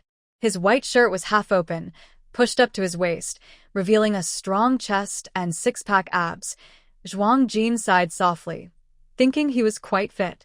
She looked closer. Ling Yihan was holding the post tightly with both hands, one leg lifted, rubbing it against the post in a dance-like pose. His eyes were half-lidded and dreamy, face flushed, and he kept pecking the post and mumbling a person's name. Ah, Jin, boom. Zhuang Jin wanted to hit him. Was she now the object of his fantasies? Ling Yihan. Zhuang Jin gritted her teeth grinding loudly. Ling Yihan, under the influence of a trance drug, heard someone calling him and looked over with dazed eyes. His eyes immediately sparkled. He lunged toward Zhuang Jin. Zhuang Jin also lunged forward. But Ling Yihan wanted to hug her, while Zhuang Jin rushed in and knocked him down, then sat on him and started hitting. Hearing the commotion, Qin Feng, who was staying in the room next door, was awakened. He hurriedly put on his clothes and rushed over. As soon as he entered, he saw Zhuang Jin sitting on top of Ling Yihan, whose upper body was half undressed. This scene, it was so shocking that Qin Feng was stunned. Oh my goodness. It was so provocative. Did Miss Jin finally figure it out? Is she going to force Ling Yihan to do something against his will? Well, maybe that's not the right way to say it. Ling Yihan probably wants it that way. Sorry to bother you. Please go on, continue. Qin Feng quickly closed the door, covering his face. Come back. Zhuang Jin's temple throbbed as she called Qin Feng back. Embarrassed, Qin Feng pushed the door open again. Clumsily, he said, Miss Jean, I'm here. It's not appropriate. It might affect your performance. Shut up.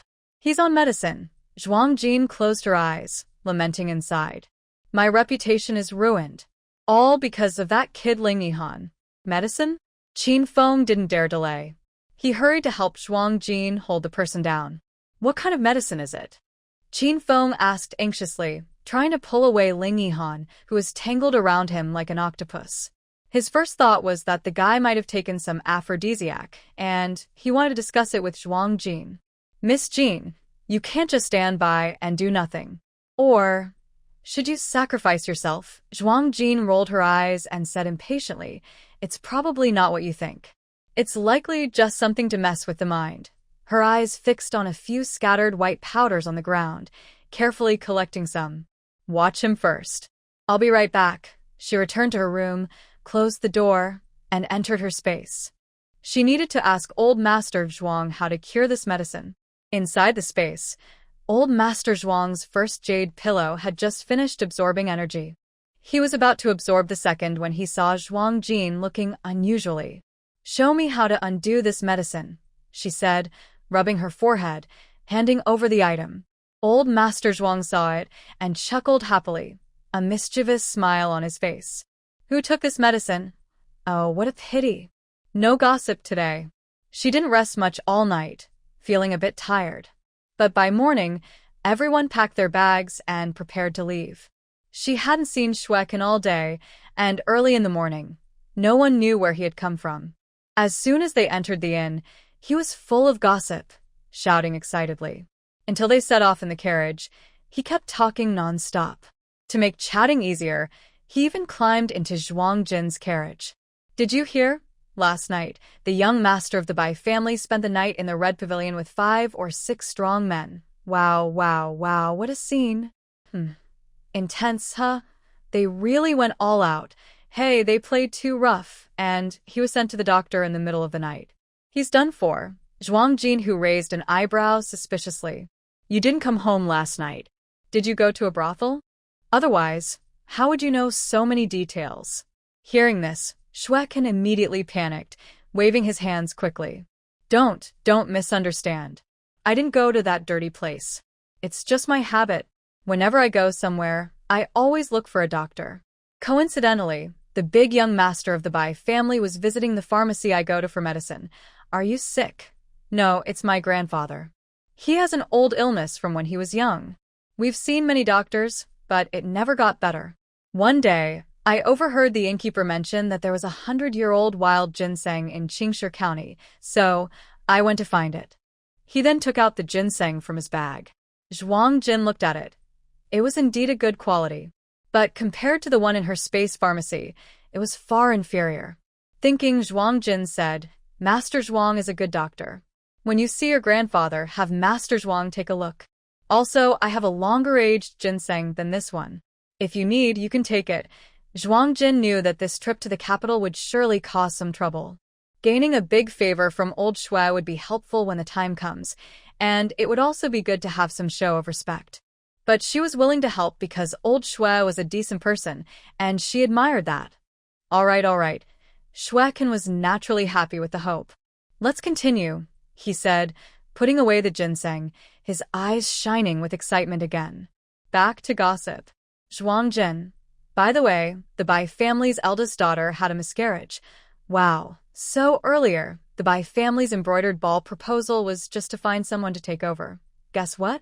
Do you think that child belongs to whom? Shuekin blinked mysteriously. Bet you can't guess. Zhuang Jin took a cushion and placed it behind her, trying to sit comfortably in the bumpy carriage. She didn't care who the child belonged to. The green grass and pink dress girl even took out some embroidery. Seeing no one was paying attention, Shuekin pouted and muttered boredly, why isn't anyone curious? But he didn't say it out loud, and he felt really uncomfortable inside. Zhuang Jin found it funny. Shuekin's personality was a bit like Qin Chui. Thinking about Qin Chui, I don't know how Ping'an County has been lately. It seems I should write a letter to ask about it. Calculating the time, the provincial exam is coming soon, and Lu Demiai is also unsure how prepared she is. Shuekin is the kind of person who keeps secrets in his heart, and can't hold them in. Finally, he couldn't help but continue. That kid, he's Bai Dagong's son, releasing a long breath after finally saying it. Shuekin felt much better. Huh? How could that be? Oh my. That's shocking. Zhuang Jin's eyes widened, and she sat up straight. The embroidery in Qingchao and Fenyi's hands fell to the ground. Are the brother and sister involved? What kind of family is this? Oh my worldview is shattered into pieces I can't even pick up. Are you surprised? When I first heard, I was just as shocked. Hee. Shuekin looked at the three people with a satisfied smile, seeing their shocked expressions. Finally, someone shares his feelings. Sigh. Gossip is still worth sharing. When there's news, everyone should enjoy it together. That's the fun. After a while, the three of them finally recovered from their shock. No wonder they're holding a matchmaking event for Xiaohui. They're probably worried about their bloodline dying out and are looking for a son-in-law to carry on the family line. Thinking of Xiaohui naturally made him think of Ling Yihan. Shuekin made a surprised sound.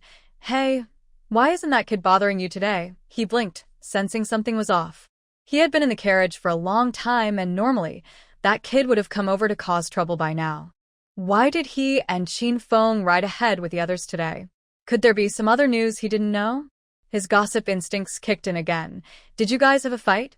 No. Zhuang Jin's eyes flickered a bit, and a faint blush appeared on her face.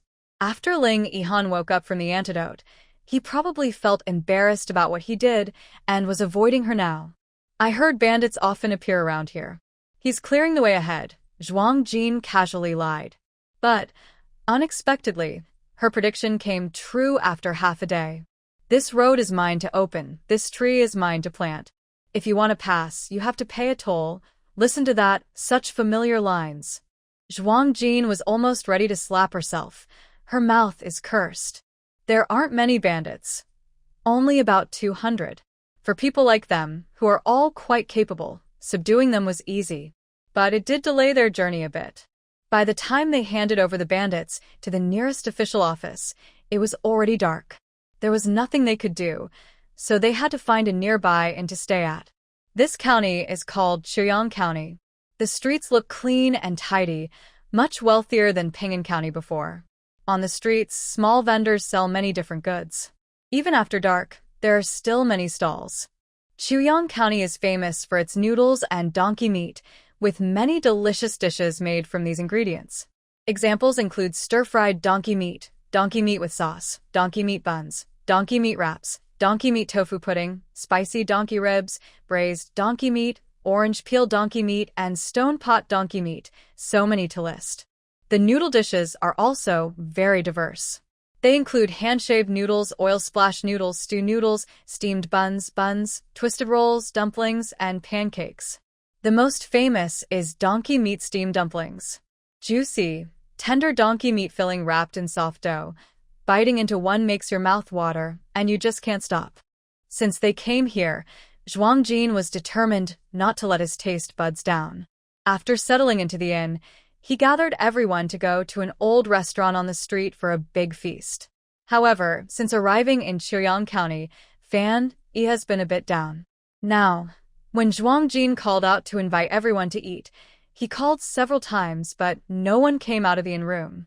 He asked Qing Cha to go call again, but she just said she was feeling unwell and wouldn't go out. Zhuang Jin remembered that not long ago, when that young girl fought off bandits alone, showing fierce bravery, she didn't seem sick at all. This girl is hiding something. Zhuang Jin whispered a few words to Qing Chao, who nodded and went upstairs. The others went to an old, well-known restaurant in the city. The restaurant was decorated simply and had an old-fashioned feel. But it was very busy inside, with many customers waiting in line outside. It looked like business was booming.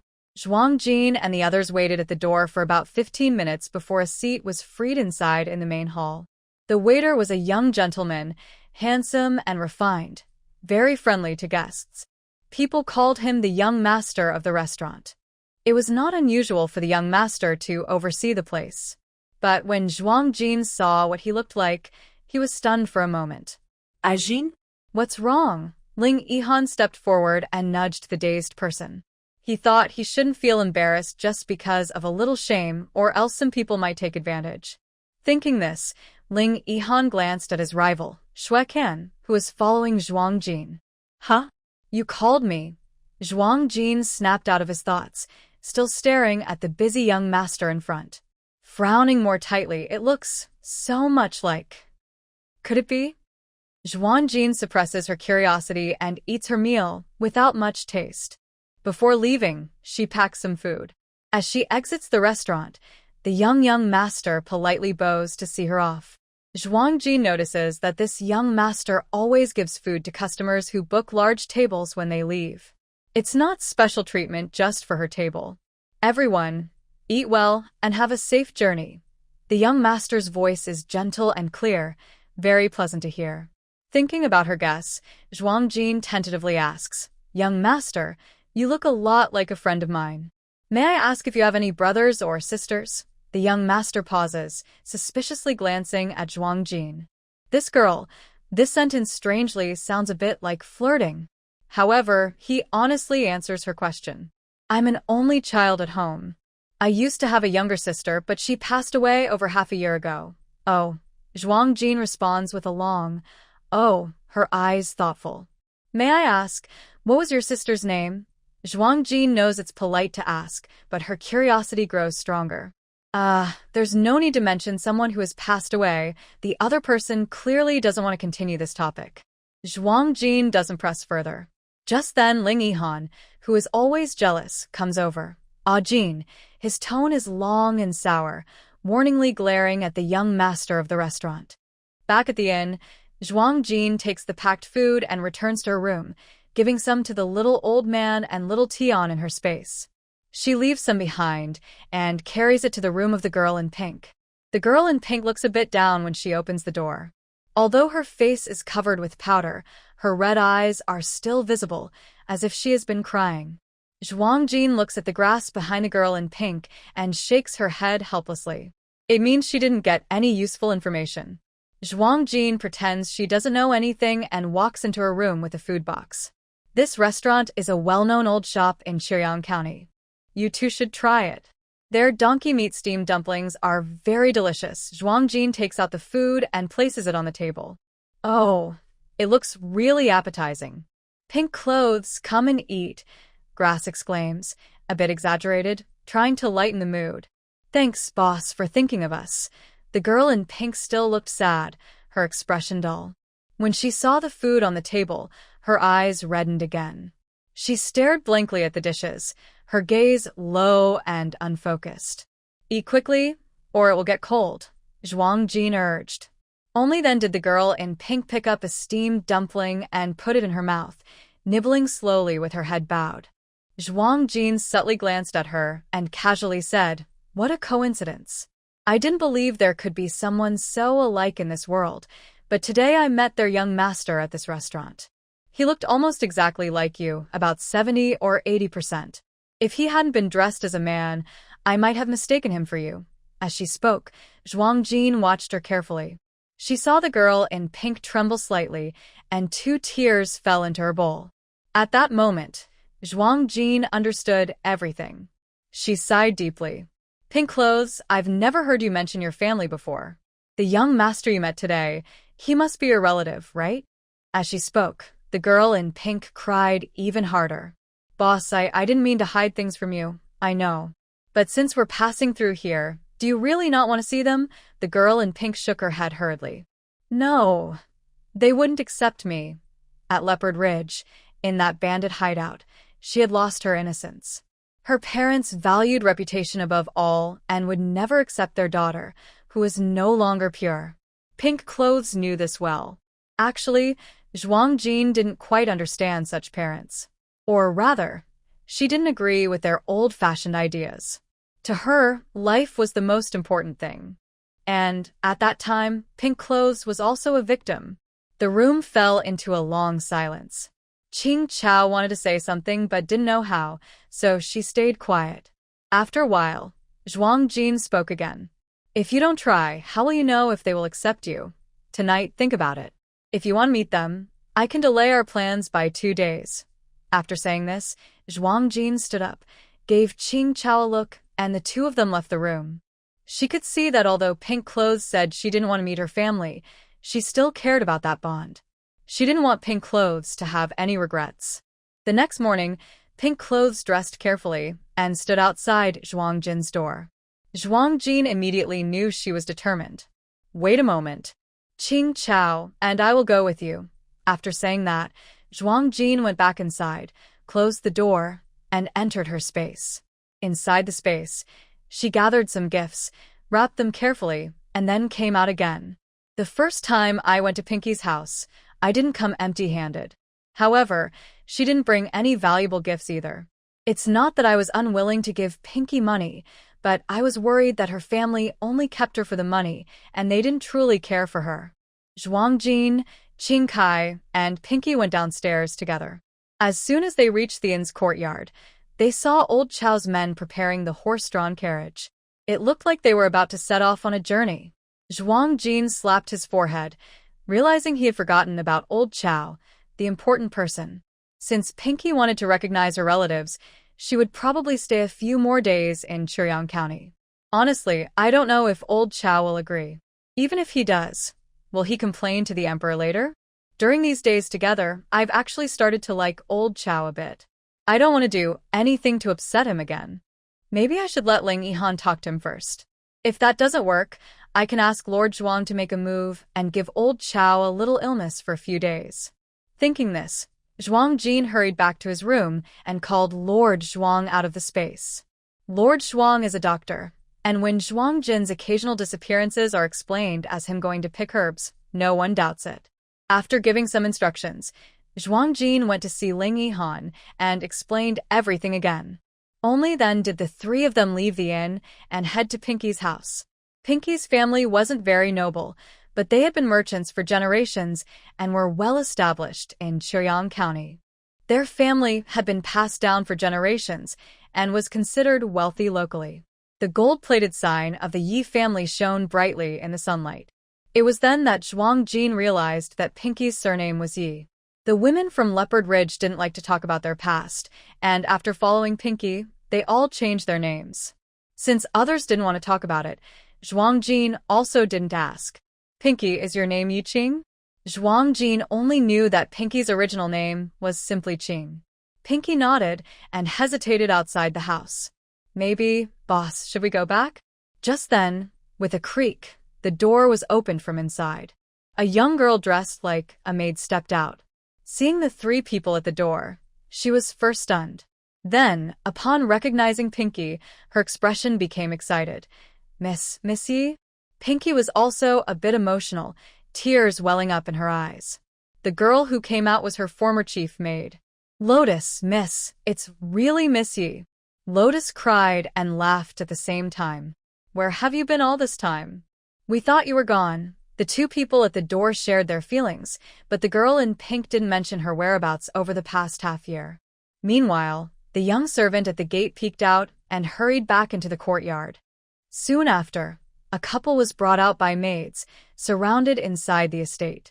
Older sister Qing, has my Qing sister returned? Before the person arrived, her voice was heard first, with a slight trembling tone, indicating she was a woman. As they approached, Zhuang Jin finally saw clearly who they were. The man was in his 40s, thin and slightly graying at the temples. Despite the white hair, he didn't look old and appeared well-maintained. From his tightly pressed, downward curved lips, Zhuang Jin could tell he was a serious, traditional person. The woman was slightly plump, with a somewhat wealthy look, but upon closer inspection, her features were very beautiful. The girl in pink resembled her mother. As for the young man seen yesterday, Zhuang Jin hadn't seen him today. Mother. The girl in pink saw her mother and immediately let out a soft cry, rushing into her arms. I'm glad you're back. You've suffered so much, my child. Mother Yi held her daughter tightly, tears streaming down her face. However, Father Yi kept a stern expression, waiting until the mother and daughter finished crying before asking coldly, Where have you been all this year? What happened? Hearing the voice, the girl in pink froze suddenly. Mother Yi saw her daughter's unnatural expression and shot a quick look at Father Yi. There's something outside the estate. We'll talk inside. After speaking, Mother Yi took her daughter's hand and headed into the estate. But the girl in pink broke free from her mother's grip and introduced Zhuang Jin and Xing Chao to everyone. Father, Mother, this is my lifesaver, Miss Zhuang. This is my good sister, Xing Chao. Hearing that Zhuang Jin was her daughter's savior, Mother Yi immediately warmly took Zhuang Jin's hand. Thank you, miss. You are a great benefactor to our Yi family. Father Yi simply nodded faintly. They entered the estate and were led to the front hall. Father Yi naturally took the seat at the head, showing a bit of a commanding presence. Mother Yi, having not seen her daughter in a long time, held on tightly and sat on the side closer to her. Zhuang Jin and Qing Chao were guided by maids to sit opposite the mother and daughter in pink. Qing's sister, tell us about your experiences over this past year, the maid said after serving tea and closing the door, as Father Yi asked again. Zhuang Jin immediately frowned. It was unclear whether Father Yi was naturally strict with his children or simply indifferent. Since entering, he kept asking repeatedly what had happened to pink clothing but never showed any concern. She felt a little worried about pink clothing. Pink clothing did not hide anything and told everything openly in front of Zhuang Jin and Qing Chao. She recounted her experiences over the past year, including the incident at Leopard Ridge, but she kept silent about her training with Zhuang Jin, going to the battlefield, and Zhuang Jin's identity. Mother Yi listened with tears in her eyes, feeling very sad, but she kept secretly watching Father Ye's expressions. Father Yi said nothing from start to finish. After pink clothing finished her story, he simply nodded with a blank face. He only said one sentence, "Since you're back, go back to your old courtyard and stay there." Pink clothing hesitated for a moment and shook her head. She still wanted to stay with the older brother. But after Mother Ye's crying and pleading, she reluctantly nodded. Before leaving, Zhuang Jin presented a gift. Mother Yi kept urging them to stay for dinner and even took out 1,000 taels of silver to thank Zhuang Jin, but he refused all. Zhuang Jin and Qing Chao left Ye's residence. Pink clothing, with tears in her eyes, came to see them off. Zhuang Jin patted pink clothing's hand and said, "Don't cry. We will stay in Chiryang County for 2 more days before leaving. If you're unhappy, come find us." Pink clothing nodded with tears, her eyes full of reluctance. Zhuang Jin had Qing Chao return the voluntary sale contract pink clothing had signed earlier. They then returned to the inn. Qing Chao couldn't help but worry. "Big brother, do you think pink clothing's parents really don't care about her past and truly treat her well?" Zhuang Jin was silent for a long time and finally did not answer. Today, Father Ye's attitude made her unsure. The 2 days passed quickly, and during this time, they did not see pink clothing again. Pink clothing sent her maid, Lotus, to visit and brought many local specialties and snacks. Zhuang Jin asked about pink clothing's situation from the side and heard she was doing very well, which eased his worries. On the 3rd morning, Zhuang Jin and his group prepared to leave. The morning light was dappled and uneven. Zhuang Jin sat in the carriage, leaning out to look back repeatedly, but he did not see that pink figure. He sighed and calmly ordered, "Let's go." The whip was raised high, and its tail swung through the air in a curve, making a crisp sound. The wheels rolled on, kicking up dust behind them. Suddenly, "Wait, wait," a hurried cry came from behind. Urgent and frantic. Zhuang Jin suddenly felt a strange flutter in her chest. "Stop the carriage," she shouted sharply, pulling the reins and bringing the horse to a halt. She jumped down from the carriage. Behind her ran Yi Jingyu, the young master of the restaurant from that day, and the older brother of the girl in pink. He looked disheveled, with red eyes and shaky steps. Something had happened to the girl in pink. This was the first thought that flashed through Zhuang Jin's mind, and her eyelids started to twitch rapidly. "Jean, Miss Jean, please go save Sister Qing." Yi Jingyu's eyes were full of hope, as if clutching the last straw of salvation, and he suddenly knelt before Zhuang Jin. "Tell me clearly, what exactly happened to the girl in pink?" His desperate look made Zhuang Jin feel anxious too. Qing Chao looked even paler, staring nervously at Yi Jingyu. Others, including Ling Yihan, Chen Xingwang, and Xue Ken, also gathered around, worried. Even Pan Jun, the shop assistant Zhuang Jin had recently taken in, ran over anxiously. Yi Jingyu wiped his face harshly. My father wants to send Sister Qing to the Liao family to become a widow, and at this moment, she's already been carried onto a bridal sedan chair. She was drugged with soft tendons powder and can't escape. My father has arranged guards around her. I really don't know what to do, so I came to Miss Jean, begging you to save my sister. Hearing this, Zhuang Jin didn't hesitate. She grabbed Yi Jingyu's collar, threw him onto Chen Xingwang's horse, and shouted, "Lead the way," to the Liao family. Startled, Yi Jingyu was thrown onto the horse, a girl, and his eyes widened in shock. He was both ashamed and frightened. Clutching the horse's mane, he trembled and said, "All right." Then he turned to Chen Xingwang riding beside him and apologized with a forced smile. "Sorry to trouble you, brother." Zhuang Jin mounted her horse with a swift leap. "Let's go," she commanded sharply, urging the horse forward. Ling Yihan and others quickly followed on their horses. Zhuang Jin headed straight for the Liao residence. Before reaching the gate, she saw a lonely red sedan chair parked far away, unattended. She dismounted quickly, pulled aside the red curtains, and found it empty inside. Qing Chao was not there. She thought to herself, since she wasn't in the sedan, she must have gone into the Liao residence. Just as she was about to rush inside, the curtains suddenly fell. Zhuang Jin's beautiful eyes shrank sharply, and she tore down the curtain. Inside the sedan, on the seat, were deep bloody scratches that hurt her eyes. There was also a piece of a broken fingernail. This must have been left by Qing Chao, who fought desperately after being drugged with soft tendons powder. Damn it! The Yi family! Zhuang Jin's anger suddenly surged. She drew her tang sword, her eyes red, and rushed into the Liao family's gate. "Stop!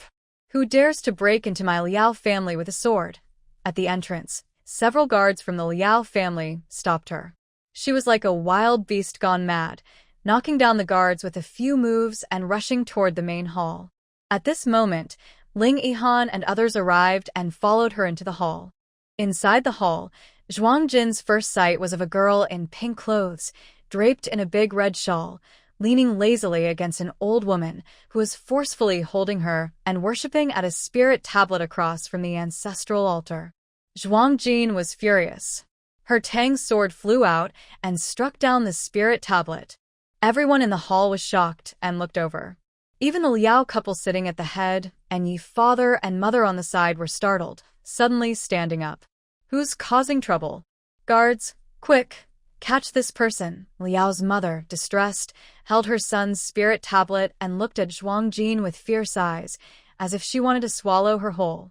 At this moment, Ling Yihan and others stood behind Zhuang Jin, all drawing their swords.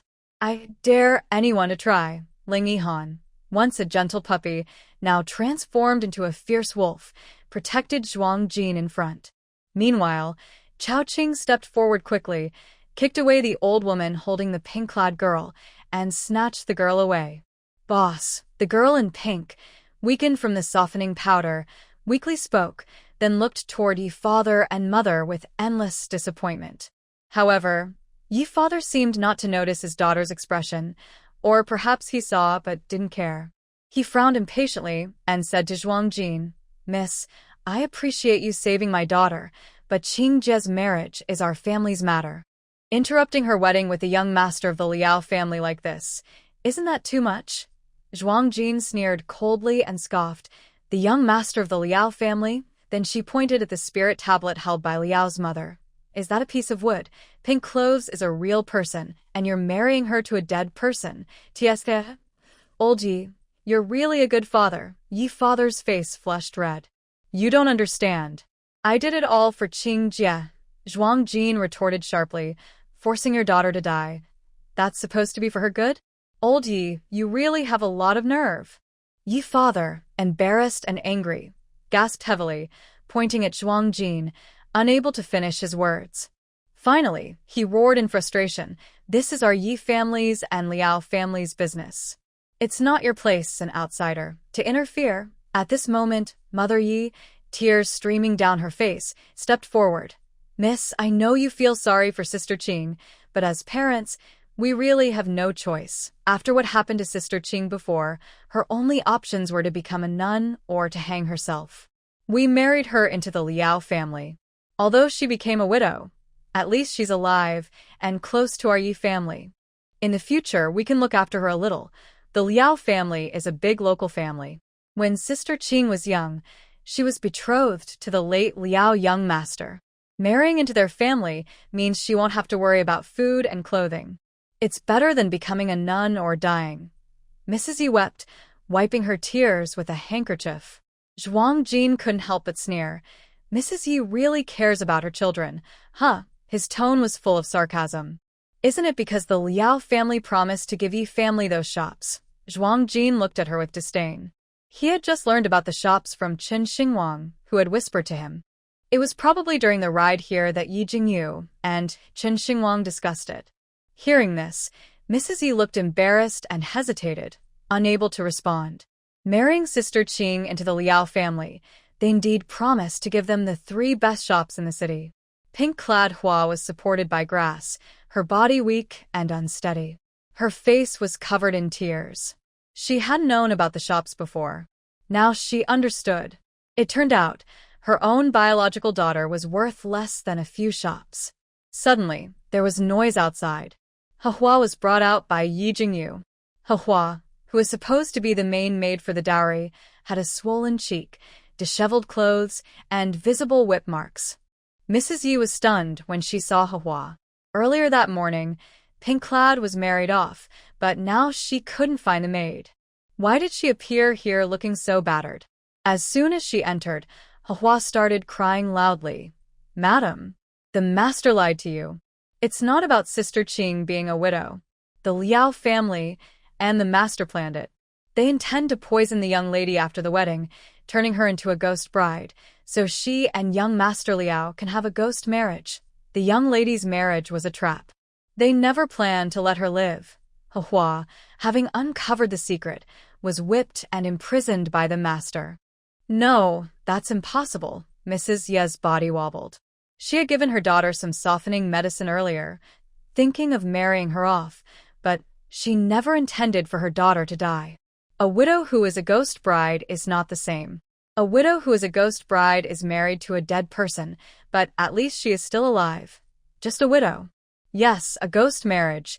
This is truly to bury the deceased with the living, to be buried in a coffin underground. Mother, you're so confused. Yi Jingyu looked at his tear-streaked sister with concern and scolded Ye's mother. Suddenly thinking of something, Ye's mother looked incredulous at Ye's father beside her. Did you lie to me? Ye's father twisted his face, avoiding Ye's mother's questioning gaze with guilt. At this moment, the Liao couple sneered coldly. Humph. Sister Qing is already unchaste, and you want to marry her off for a ghost marriage. That's already a favor to her. Our Liao family is doing this to protect her reputation. If not for the family friendship between us, a tarnished woman like her wouldn't be allowed into our ancestral grave. Everyone watching the ceremony looked at each other in shock. This family is too ruthless. At the front stood a young girl, who looked somewhat like her mother Liao, and she spat disdainfully. Yi Qing, this unclean woman, being married to my brother. That's her climbing up the social ladder. Don't think you can get away with it. My brother is handsome and talented. Many girls dream of marrying him. If my brother hadn't died, how could someone like Yi Qing even try to get close? Zhuang Jin burst out laughing angrily.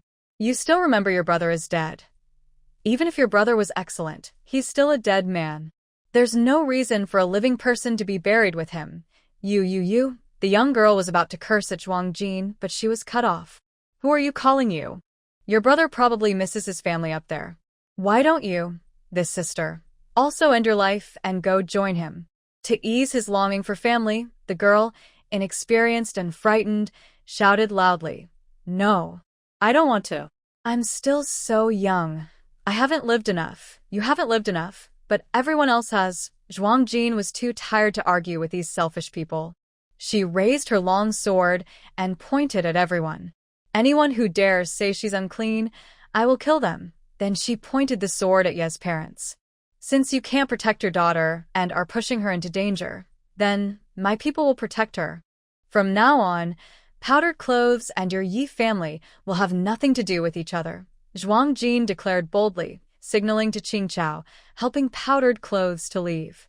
The Liao family members tried to stop her, but after Ling Yihan cut down 2 guards, they retreated in fear.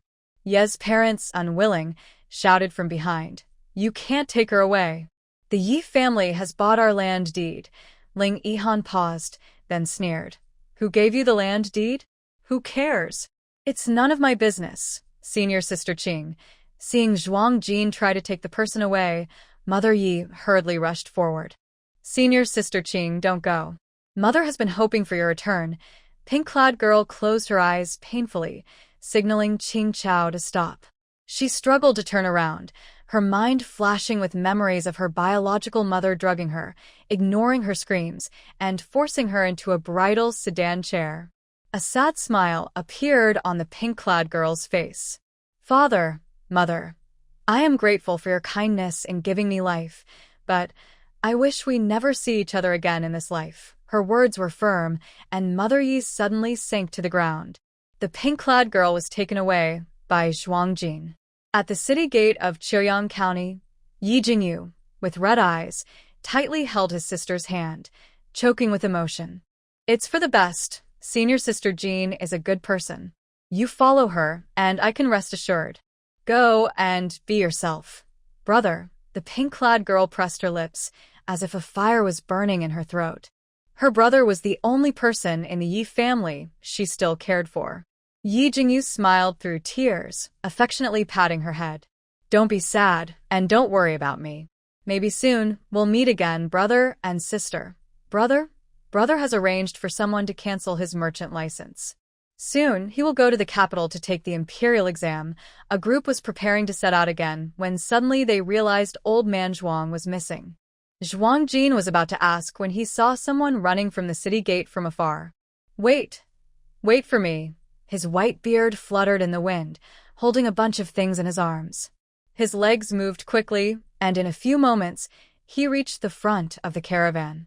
Zhuang Jin couldn't help but sniff. A faint smell of alcohol wafted over. His face darkened instantly. "You went to buy wine? Hee." The old man scratched his head, eyes wandering. "Not just wine, hee, there's roast chicken, peanuts too." Zhuang Jin was about to say something when suddenly old man Chao peeked out from the carriage. "Brother Zhuang, quick, get on the carriage." Zhuang Jin. Hearing the call, old man Zhuang quickly climbed onto old man Chao's carriage. And from then on, during the journey, everyone occasionally heard sounds of drinking and playing dice inside the carriage, lively and cheerful. "Good brothers, take a photo with 3 stars for happiness and wealth, 5 liters, 6 smooth days. A little bee flying among the flowers, flying left and right, buzzing buzz buzz." Everyone. The carriage kept moving until afternoon, when old man Chao suddenly shouted anxiously, "Stop! Stop!" The little old man also urged, "Quick, stop." People thought these two had drunk too much and needed to go to the bathroom. They hurriedly stopped the carriage. But the 2 men, cheeks flushed with alcohol, staggered down from the carriage. They took out a cloth and laid it on the ground, then filled a cup with sand and placed a messy roasted chicken skeleton in front of them, like a game. Then, as if performing magic, the old man pulled out 2 sticks of incense from nowhere. He gave one to old man Chao and kept one for himself. Then, both old men knelt down together. "Heaven above, earth below. Today we become sworn brothers, sharing good fortune and facing hardships together." Next, everyone was stunned to see these 2 old men start arguing. "No. I am a eunuch. We should say we are sworn sisters." "That's not right either. We are brothers, no mistake." Everyone. They watched speechless as the 2 argued whether they were brothers or sisters. Zhuang Jin couldn't bear to keep Xiao Tian confined. After Zhuang Yi fully materialized, Zhuang Jin made a reason for Xiao Tian to appear as the grandson of the little old man. Xiao Tian, chubby little hands covering his face, shouted embarrassedly, "Oh, This old man is always so embarrassing. Don't let them become sworn brothers. If they succeed, won't I have an extra grandpa or grandma for no reason? These relationships keep dropping in rank, Xiao Tian protests. The three little monkeys, Big Mao, Second Mao, and Third Mao, also jumped out at this moment, imitating the two drunkards by kneeling and bowing. The monkey cubs couldn't speak human language, but their natural love for imitation made them act like the two arguing, chattering non-stop. Come on, you two, draw lots and drink. Whoever gets drunk listens to the other. Zhuang Jin pinched his brow and stepped forward to suggest. The two old men, already so drunk they didn't know east from west, immediately lit up with excitement. Great idea. Come on, draw lots. Drink. Within half an hour, the two old men were completely drunk and snoring loudly, carried into the carriage by their followers. Zhuang Jin finally let out a long sigh of relief. Thank goodness, everything was quiet again. Phew. The feeling of peace in the world is truly wonderful. A group of people set out again. Everyone hurried along, traveling for 3 days. One day, as they passed a mountain, old Chow suddenly called a halt, telling everyone to rest in place. Zhuang Jin was a bit surprised. Old Chow is usually eager to move quickly, so why did he suddenly stop the carriage? Moreover, it was still morning, not yet noon, and they were at the foot of the mountain, with nowhere nearby to stay. Rest here? Old Chow, are you feeling unwell? Zhuang Jin asked through the lifted curtain of the carriage. From his expression, he didn't seem sick. Zhuang Yi had absorbed 2 jade pillows, making his body solid and strong enough to leave the space. A few days ago, Ling Yihan and old Chow had talked and confirmed that Chow was now one of their own, so he no longer needed to be medicated. Recently, Zhuang Jin had been riding in the same carriage as old Chow, and Chow's health looked good. His face was bright and healthy. It didn't seem like he was unwell at all. New. Old Chow pointed at the mountain path ahead. There's a temple. I heard it's very popular and I want to go burn some incense. Hey, I've been sick before. Maybe I caught something bad. Passing by the temple to burn incense might help clear away bad luck. Zhuang Jin, well, at this moment, she really couldn't reveal the truth about his illness. She left some guards to watch the carriage and luggage. Everyone else followed old Chow to the temple. The temple was halfway up the mountain. On the way, they saw many pilgrims, showing that the temple was quite popular. The mountain was tall, and even though the temple was built halfway up, ordinary people still climbed breathlessly. Zhuang Jin didn't know how many steps she had climbed before she finally saw a signboard with the golden characters, Changguang Pu Zhao Si, Zen Light Universal Shine Temple. The characters were bold and powerful, like dragons and snakes dancing. Though Zhuang Jin wasn't skilled in calligraphy, she could tell that the person who wrote the sign was a master. Nice writing. Xue Kan, the grandson of Elder Xue, had been influenced by calligraphy since childhood. Just one glance, and he couldn't stop praising the inscription. Of course, old Chow nodded proudly.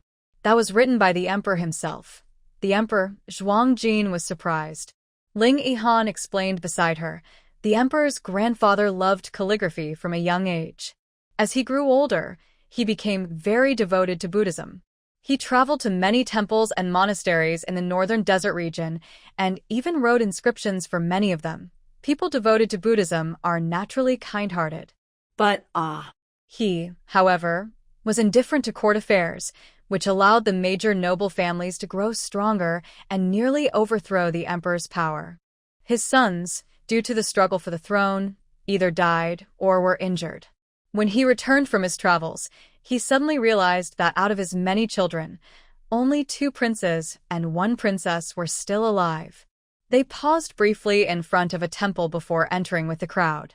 As soon as they stepped inside, Xiao Tian became a bit excited. Master, this place has a lot of incense and good energy, which is very helpful for Xiao Tian. Xiao Tian communicated with Zhuang Jin using his spiritual sense. It should also help the old man, Xiao Lao Tu said, having just fully formed his spiritual body and regained his human form. Staying here and absorbing some of the Buddhist energy would be very good for restoring his mental strength. Zhuang nodded and took Xiao Tian's hand, leading him inside. Today was the day the temple's abbot gave a sermon on Buddha's teachings. The temple was crowded with believers. Gong Gong, the official, was pleased to see this. Such days, called the Day of Buddha's Light, were believed to dispel bad luck. He decided to stay overnight at the temple to soak up more of the Buddha's energy. He ordered people to go down the mountain and inform the waiting guards to bring their luggage up. Gong Gong carefully washed his hands, lit incense, and then took a cushion to the Dharma hall to listen to the Buddha's teachings. To absorb more of the Buddha's energy, Xiao Lao Tu and Xiao Tian also went to the Dharma hall. Zhuang felt a bit bored. He didn't believe in these things, so he led Qing Chao and the others to explore the temple. The temple was large, with simple yet grand architecture, topped with golden glazed tiles that sparkled in the sunlight. Inside, there were several halls, each dedicated to a different bodhisattva. First was the Hall of the Four Heavenly Kings. Beyond that was the Mahavira Hall, the main part of the temple. It housed a statue of Sakyamuni Buddha, which was majestic and kind, inspiring awe. On either side were statues of Manjushri and Samantabhadra bodhisattvas. Further back was the Guanyin Hall, and then the Ksitigarbha Hall. The temple also had other halls like the Medicine Master Hall and the Garan Hall. As they walked, Zhuang noticed that, besides the Mahavira Hall, the Guanyin Hall was the most crowded, mostly visited by women praying for children. Many young women were bowing and praying inside. Among them was a middle-aged monk who caught Zhuang attention and made him look a little longer. Only because the monk had a large scar on his forehead. This person wore a robe that was different from that of ordinary young monks, yet also different from the abbot who gave sermons in the main hall. It was clear that he held a managerial position in the temple. However, the scar made this middle-aged monk stand out among the monks. His originally kind face looked a bit fierce at first glance. But, I must say, if it weren't for that scar on his forehead, this middle-aged monk's features would be extremely handsome and rare. I don't know if I'm imagining things, but I sensed a hint of evil aura from this middle-aged monk. Zhuang turned to look at Chen Xingwang. Chen Xingwang also had a scar on his forehead, but it didn't give off any evil feeling. At most, it was because he had been in battles, which made him look a bit fierce. "Excuse me, who is that high monk?" Zhuang stopped a young monk in his teens and pointed at the middle-aged monk inside the hall, asking, "Oh, that one." The young monk looked fair and tender, not much older than Xing Luo. When he saw Zhuang pointing at the man, his expression immediately became full of admiration and respect. "That is the abbot of our Guanyin Hall branch, Venerable Se Kong." Women blessed by Venerable Se Kong's teachings often fulfill their wishes and give birth to children, so the incense in Guanyin Hall is very strong. Zhuang nodded. "Thank you for your help." "You're welcome, benefactor." There's a large peach grove behind the temple. Now the peach blossoms are in full bloom. If you're bored, you can go see the beautiful scenery in the back mountain, the young monk suggested. He could tell that Zhuang didn't really believe in these words, but he still offered politely. Having grown up in the temple, he had seen many people like Zhuang those who didn't believe in Buddha but came with family to pray. It was normal. Most of these visitors just wanted peace of mind or to enjoy the scenery. Of course, some came specifically for the temple's famous vegetarian meals. The temple's vegetarian dishes were well known for being delicious. The outside world praised the temple, and the young monk felt proud, straightening his back a little. "Thank you." Zhuang sincerely expressed his gratitude. The young monk recited Amitabha and then went back to his chores. Zhuang was interested in the young monk's suggestion, so they all headed to the back mountain. The three little monkeys were left in the care of the guards. Shuekan wanted to pray for old Master Shui, and Chen Xingwang wanted to offer incense for his late Uncle Chen and Aunt Chen, hoping they could be reborn into good families.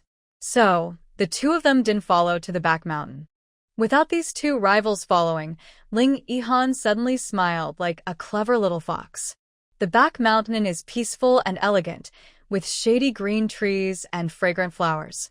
Along the small path paved with blue stones, there are many green plants. Although they are not rare or expensive, they still look refreshing. Walking along the stone path, not far ahead, as the little monk said, there is a peach blossom forest. It is the season when the peach blossoms are in full bloom. From a distance, the whole mountain is covered with pink and tender colors, very beautiful. Zhuang Jin looked around and saw many young women in the peach forest, just like her, coming to enjoy the flowers quietly. But when Ling Yihan entered the peach garden, the peaceful place suddenly became lively. Look. Wow. That young man is so handsome. Wow. Where did this charming young man come from? My heart is beating so fast. Oh my. He looked at me. Looked at me. Help me. I feel faint. Ling Yihan's eyebrows furrowed tighter, and a hint of anger and blush appeared on his face. Oh. The young man is even more beautiful than the peach blossoms. Look, he's blushing too. Wow. So handsome. I want to kiss him. In the large peach forest, only half of the visitors had wandered around, but Ling Yihan's face was already dark like a pot's bottom. Wah, aren't women supposed to be shy? Why are they acting like wolves and tigers? When did the northern country have such open-minded customs? I can't stand it. I really can't stand it. Jin, maybe we should go back. Ling Yihan pouted, looking very wronged. He didn't like being watched, even if they were just some shy young girls.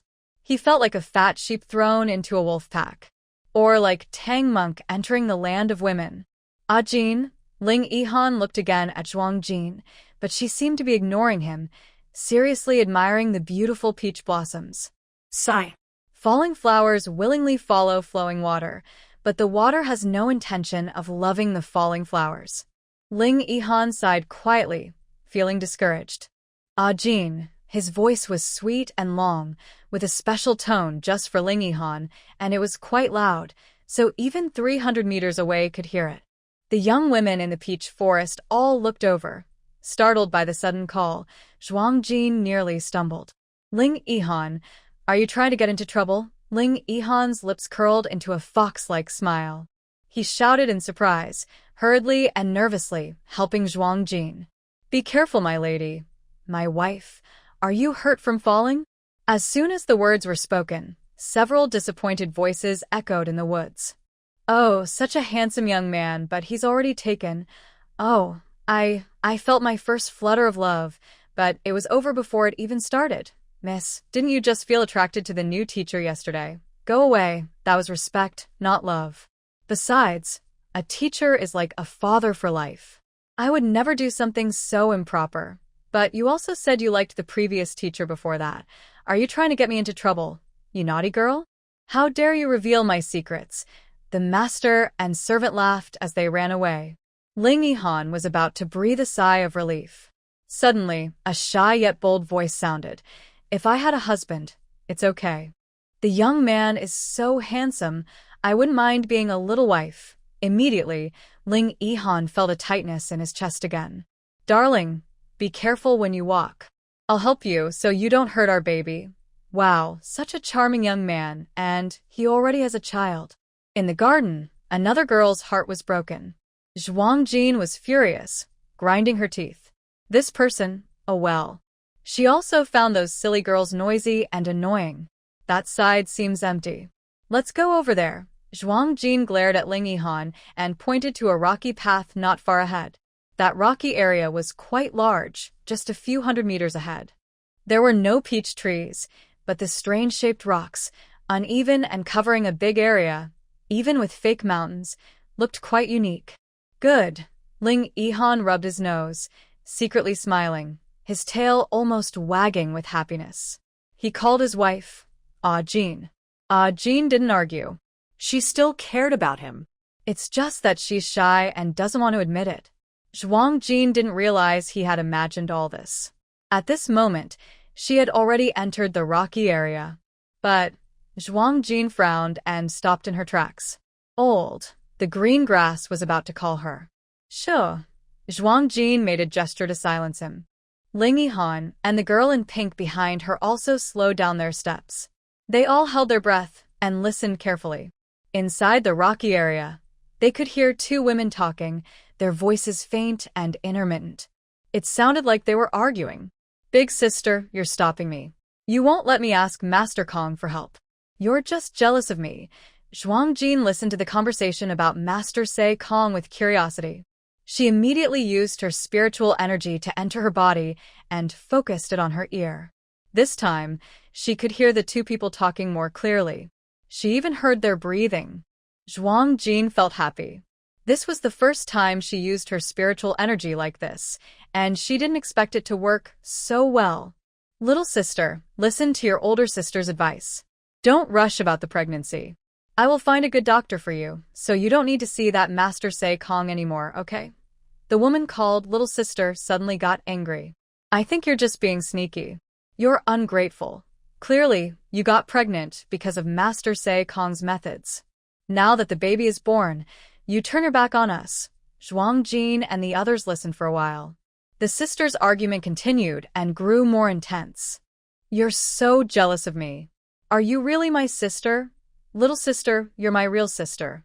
I just want the best for you. But you just got married less than half a year ago. You don't need to rush to have a baby.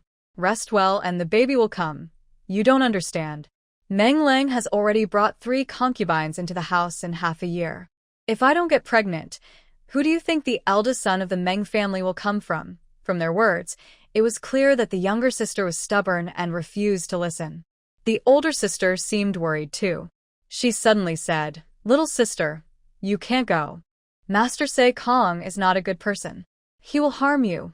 Big sister, the younger sister was also angry. She said fiercely, You don't understand my situation. Stay out of my business, or don't blame me for not recognizing you as my sister. Just then, footsteps approached, growing closer. Someone was coming out of the stone forest. Zhuang Jin signaled to the 3 of them and quickly hid behind another large rock. Soon, a figure in lotus-colored clothing appeared from the forest.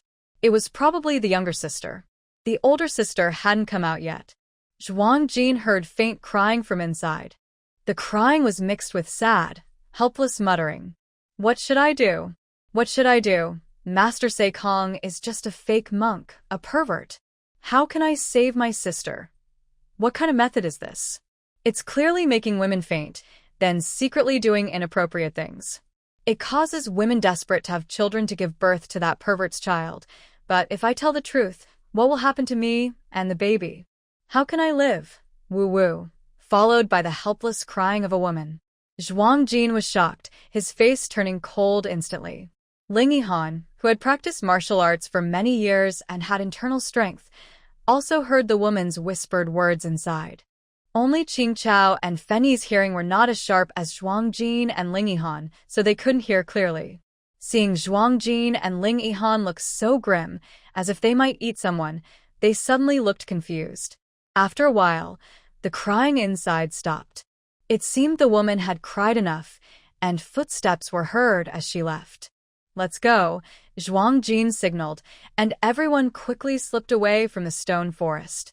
On the small stone path in the peach blossom garden, they hid behind a tree and saw the woman in yellowish clothes with swollen eyes coming down the mountain. Zhuang Jin quietly memorized her appearance and whispered a few words to Ling Yihan. Ling Yihan nodded, softly whistled, and immediately a secret guard appeared in front of them. Go check who that woman is, Ling Yihan whispered. The secret guard nodded, bowed, then vanished from sight. Zhuang Jin and the others no longer cared about the flowers and returned to the temple. Passing by the Guanyin Hall, they saw the dignified abbot, Shirkong, still explaining fortunes to visitors, sitting upright with a serious look, eyes straight ahead like a gentleman. Zhuang Jin secretly cursed in his heart, Old lecher, sooner or later, he would uncover your true face. Old Chow had finished listening to the scriptures and sent someone to call them for a vegetarian meal. They realized it was already dinner time. They hadn't eaten lunch, and now, hearing about vegetarian food, they felt very hungry. After meeting with Old Chow and others, everyone donated incense money, and the young monk happily led them to the dining hall. Although it was vegetarian, the dishes looked delicious, fragrant, and tempting. And each bowl even had a big chicken leg. Zhuang Jin was stunned. Do the monks in this temple not eat vegetarian food? Old Chow chuckled softly. You don't know, do you? That chicken leg isn't really chicken. It's made of bean curd skin. Try it. This temple's vegetarian meals are famous for being delicious. Bean curd skin? Like many modern vegetarian restaurants? Curious, Zhuang Jin picked up the chicken leg and took a bite. His eyes lit up immediately. It really felt like eating meat. So delicious. Seeing Zhuang Jin enjoying the food, Ling Yihan silently moved his own chicken leg into Zhuang Jin's bowl. Xue Can, not wanting to fall behind, also offered his own to Zhuang Jin. Chun Xingwang, the simple-minded one, saw both of them giving their chicken legs to Zhuang Jin. He opened his mouth in surprise, unsure whether to bite or not. The chicken leg he was about to bring to his lips had already touched his mouth. Would Jin mind? Thinking about it, Chun Xingwang felt that whether others mind or not was one thing, but if he didn't take it, he would seem stingy. So, he still offered the chicken leg. Jin, I still have some here. If you don't mind. Before he finished, old man Zhuang interrupted him.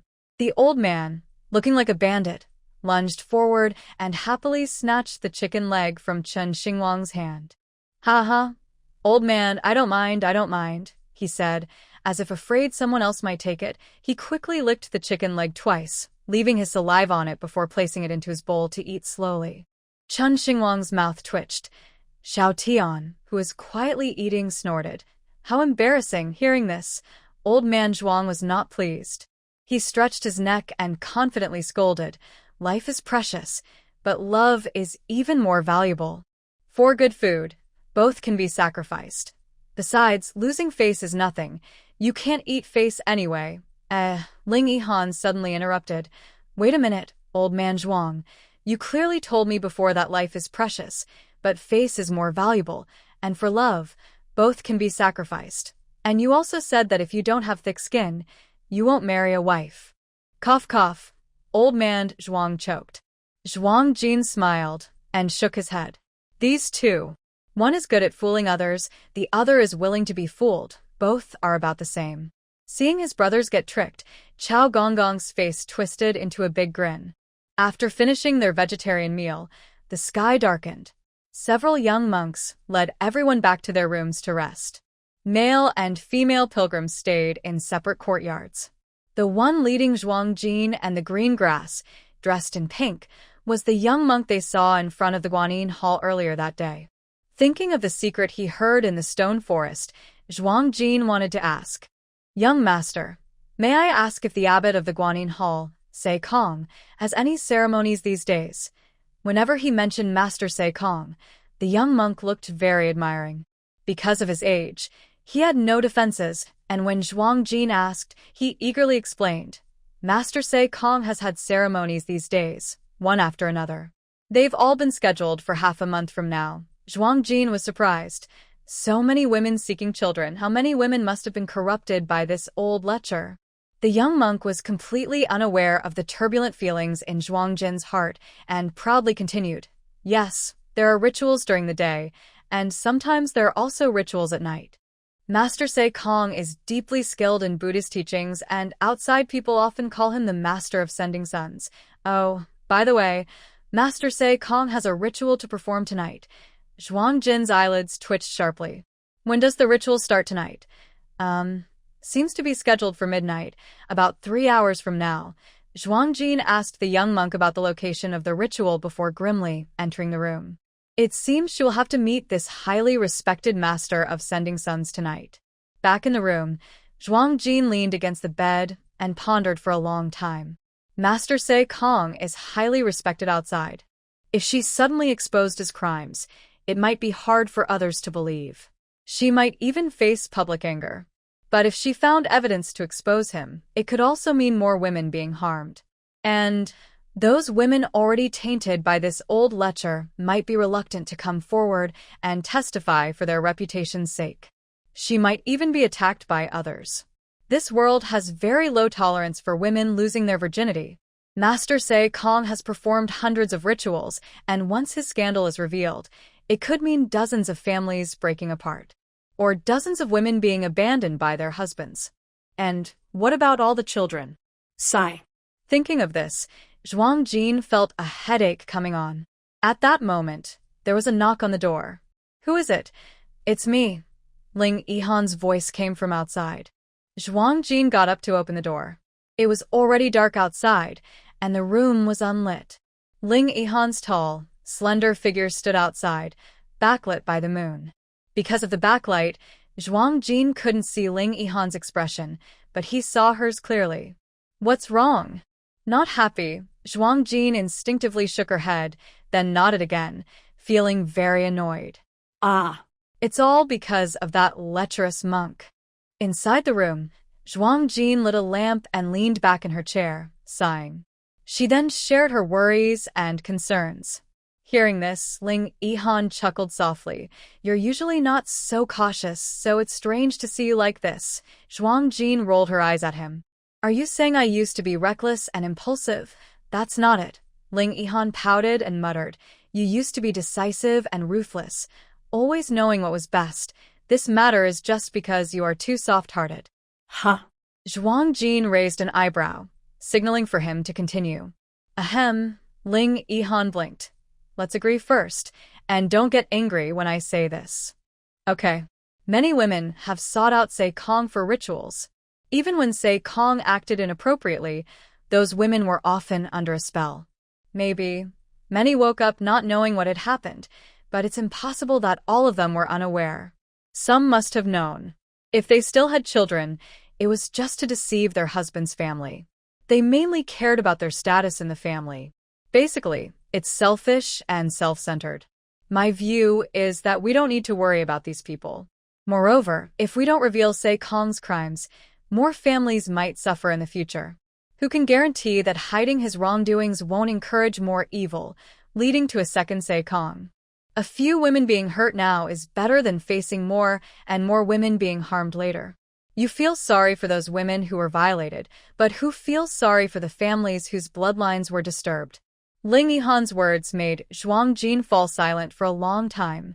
After a while, Zhuang Jin let out a deep breath. Maybe Ling Yihan is right. Once something happens, there's always harm. As long as we don't let the damage grow, it's okay. Near midnight, everything was silent. Zhuang Jin, dressed in black, was already prepared. She and Ling Yihan had planned their actions. They split up to act separately.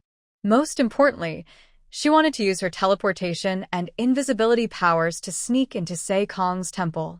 She didn't want others to know about these special abilities yet. Just as midnight struck, sounds came from the neighboring courtyard, where women seeking children stayed. A few young monks came to invite the women who were to perform the ritual tonight to the temple. Women seeking children had to fast for 3 days at the temple before the ritual, cleansing themselves daily, and for 3 days, Sei Kong would give them a special herbal drink called Fu Shui. Only after that would the ritual be arranged. Zhuang Jin had just secretly taken some of the herbal medicine and shown it to Zhu Yi. The medicine seemed normal, even praised by Zhu Yi, as it was made from fertility-boosting herbs, similar to modern ovulation drugs. It seemed Sei Kong was knowledgeable about medicine, or he had someone around him who was. From the neighboring courtyard, a young woman in a lotus-colored dress was led out by a young monk. She was the same sister who had argued with her sister in the forest during the day. Zhuang Jin used his invisibility ability and followed a few people. They all avoided the main hall and finally reached a quiet courtyard. This place was very different from the other temples Zhuang Jin saw during the day. It was surrounded by bamboo, peaceful, and hidden. The young monk led the young woman here and then left, standing outside the gate. Zhuang Jin hid in the shadows and watched the young woman open the door. With a creak, she pushed it open, revealing a kind-looking Guanyin statue. On the altar in front, there were offerings and burning incense. The incense burned quietly, giving off light smoke and a gentle smell. On a cushion at the front, a monk dressed in yellow robes knelt with his back to the door, reciting prayers. The woman entered, and Zhuang Jin, still invisible, followed her inside. Greeting, Master Sekong. The woman bowed to the monk with his back to her. Sei Kong didn't move, and the woman didn't dare speak. She waited until he finished a Buddhist chant before he slowly stood up. Amitabha, thank you for your respect. Se Kong looked kind, but, in the flickering candlelight, Zhuang Jinyan saw a fleeting wicked gleam in his eyes. First, offer some incense to Buddha, then we will begin the ritual, Se Kong said, glancing at the young woman while handing her the incense. His eyes showed a hint of satisfaction. The young woman, young and pretty, obediently took the incense with humility and devotion. She knelt before the Guanyin statue and bowed 3 times, then lit the incense and stood up. Se Kong stood behind her. Zhuang Jinyan noticed that every time the woman bowed, Se Kong stared intently at her hips and even licked his lips. That old pervert. Zhuang Jinyan cursed silently, suppressing his anger and continuing to watch in the shadows. After she lit the incense, Se Kong led the woman around the statue into a large, empty room. In the middle was a big, low bed with many candles around it. The candles were already lit, and a few oil lamps flickered on the walls, making the room bright. In front of the bed, there was a small altar and a cushion on the ground. Please lie down, benefactor. I will start the ritual. Se Kong pointed to the bed. Do I need to lie down for the ritual? The girl looked a little nervous. She thought she only needed to sit cross-legged. Se Kong looked serious and recited another phrase of Amitabha Buddha. Donor, the ritual takes a long time, and during the process, you will fall into sleep. Only when you are asleep will you be closest to the divine. So, you need to lie down on the bed. Oh, I see. The young woman believed him without question and quickly lay down on the bed. At first, Se Kong appeared to be performing the ritual, washing his hands, offering incense, and reciting words. Then he took a Bodhi leaf, circled around the young woman, and brushed over her face and body repeatedly. In the shadows, Zhuang Jin watched closely, eyes fixed on the Bodhi leaf. That leaf must be suspicious. Sure enough, after a short while, the woman's eyelids grew heavy and she became drowsy until her eyes closed completely, her breathing even, and she fell into a deep sleep, almost like a coma. Immediately afterward, Se Kong revealed his sinister, devilish face. TSK, today's this person looks pretty good. Se Kong licked his lips, his face full of wickedness, completely different from his usual monk appearance. He rushed to the front hall, locked all the doors, then ran back. Meanwhile, Zhuang Jin quietly slipped a pill into the sleeping woman's mouth. The pill dissolved instantly. It was given by old Zhuang and could help her stay aware. There's a saying, you won't turn back until you hit the wall. Given this woman's stubborn temper, it would be hard to believe unless she saw Se Kong's true nature herself. When Se Kong returned to the ritual hall, he headed straight to the wall at the back. After feeling around for a few moments, the wall slowly opened from the middle. Inside was a secret room. The layout was almost the same as the outside. Zhuang Jin hadn't noticed this before. Now, Se Kong pushed the soft bed into the secret room. Only then did he notice that the legs of the bed had wheels. The large bed was easily moved into the secret room by Se Kong. The door slowly closed behind him. Zhuang Jin saw something very shocking. Hee hee, little beauty, I'm here. Soon, I'll make you taste the bliss of the Pure Land. Se Kong spoke wickedly, stripping off his monk robes and climbing onto the bed. However, his actions towards the unconscious young woman were very gentle, as if worried about tearing her clothes or waking her up and noticing something strange. He patiently undressed her piece by piece, folding each item neatly and placing it aside. Seeing the young woman's bright red undergarment peek out, Zhuang Jin knew she couldn't wait any longer. She mischievously took the clothes scattered on the ground and hid them away. Then she released 3 small monkey cubs from her space. The monkeys were very clever, hiding quietly in the corner. The lustful man, Yu Hua, didn't notice anything Zhuang Jin was doing, especially since she was invisible.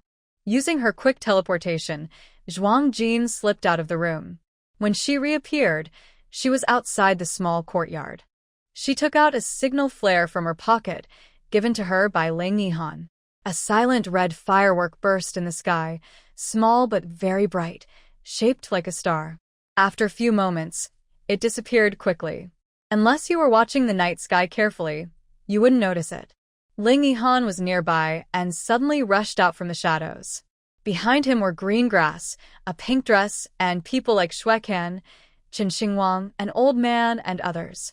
To Zhuang Jin's surprise, behind these people were two unexpected figures. One was Chao Gonggong, and the other was the head monk of the temple. Benefactor, the head monk, with white beard and hair, and white eyebrows, looked very ashamed. Zhuang Jin hesitated, about to speak.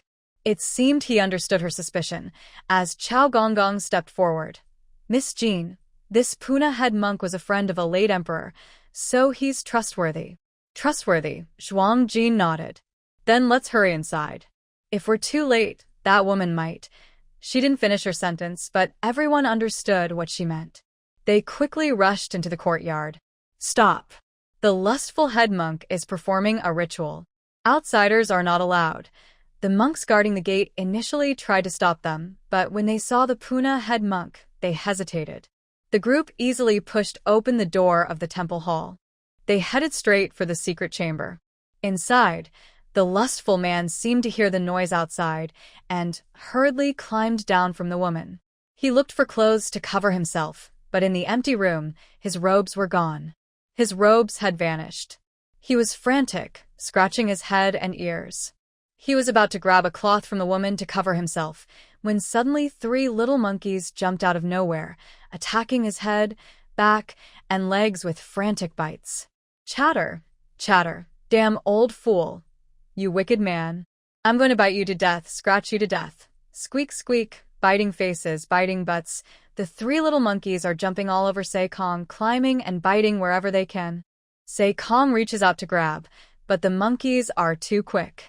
He tries to catch the one on his head, but instead, the monkey is pulled down and a large patch of his scalp is torn off. Sei Kong's face twists in pain. He's never been so humiliated before. At this moment, the door to the secret room slowly opens. Sei Kong closes his eyes, knowing everything is over, and his respected monk image will collapse today. But he must still save his life. His gaze falls on the woman on the bed, a fierce look flashing in his eyes as he quickly moves forward. If he can take this woman hostage, he might survive. That's all he's thinking. Sei Kong, you have disappointed me so much. An old voice echoes as a yellow robe with golden threads and red lines appears before Sei Kong. Master Puna, with white beard and eyebrows, steps into the secret room, followed by a few others. They glance at the woman on the bed. Her clothes are messy, but it doesn't seem to have gone too far. They breathe a sigh of relief. Meanwhile, Sei Kong has already moved in front of the woman, claws reaching for her slender neck. So close. Suddenly, Sei Kong, the old lecher, screams painfully, his face twisting in agony. His eyes open wide with anger, almost bulging out of their sockets, and his lower body is covered in blood. A small monkey has scratched his balls. Squeak, squeak, monkey stealing peaches. The brown-haired monkey claps happily, while the golden-haired one, unwilling to be outdone, raises its claws from behind Sei Kong and scratches. Yowl. Sei Kong screams in pain, one hand covering his groin, the other protecting his rear, hopping around in pain, rolling his eyes. Blood streaks run down his white buttocks into the crack. Zhuang Jin, outside the room, didn't go in because he thought the scene inside might be inappropriate to watch. But hearing the screams, his heart still pounding wildly. Monkey stealing peaches? Is it really as she imagined? Her pet is extraordinary.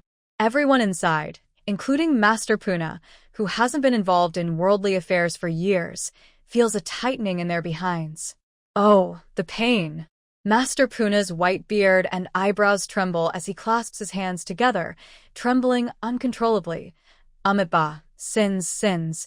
Ling Yihan patted his chest to calm himself down. A Jin's side has no weaklings. Not even animals should be underestimated. You can't provoke them. You really can't. The black-haired monkey cub looked blankly at the large tuft of hair on its paw, which was attached to a bit of scalp. It felt like the monkey had been too gentle. It couldn't lose to De Mao and San Mao. It squeaked, kicked with its hind legs, and lunged again at Se Kong's face. Se Kong saw the dark shadow rushing toward him, was terrified, his eyes rolled back, and he fell to the ground unconscious. His pale body was badly battered. The wicked, immoral demon was defeated by 3 little monkey cubs. Ling Yihan stepped forward and kicked him, confirming he was unconscious, then turned away in disgust. He called the guards, who dragged away the bloodied, lifeless white chicken on the ground. Zhuang Jin and Qing Chao, along with the 3 women in pink, finally entered the secret chamber. They rummaged through boxes and searched for evidence of crimes. They didn't leave any corner untouched, even the floor and wall cracks. In a hidden compartment in the corner, Se Kong's lecherous thief had actually written a book called 10,000 Flowers Collection.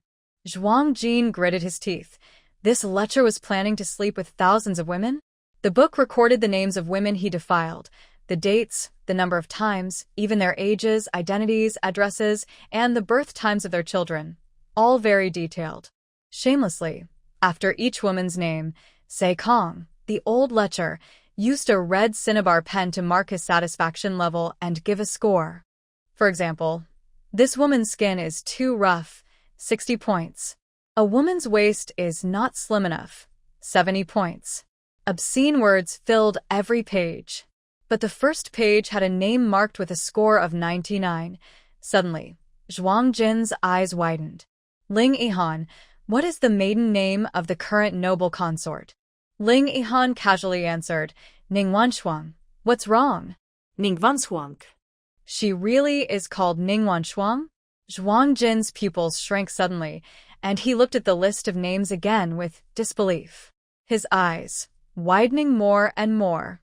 His gaze moved downward. In the column for address and identity, it was blank. In the column for the child's birth date, he calculated the date. It was 27 years old. Zhuang Jin asked again, dryly, how old is the noble consort's son this year? The noble consort gave birth to the crown prince at 18. Next month, that woman will celebrate her 45th birthday. The crown prince should be 27. Boom. Zhuang Jin's mind was roaring. Her? Did she discover some earth-shattering secret? Royal secrets? The melon, it's a bit big. She felt a slight chill around her neck. Really quite cold. This desire for pleasure is truly worse than beasts, a disaster for the country and people. Snap. Zhong Jinha closed the book. At that moment, Zhong Jin was still stunned by the shocking secret he had just discovered when he suddenly heard Ling Yihan scream in fear. Jin, watch out. Zhong Jin snapped back to reality, looked up, and saw a fierce-looking monk wielding a shiny big sword, swinging it toward her neck. Behind her, it seemed a strong wind was also coming. The 2 attackers moved very quickly, attacking from both sides.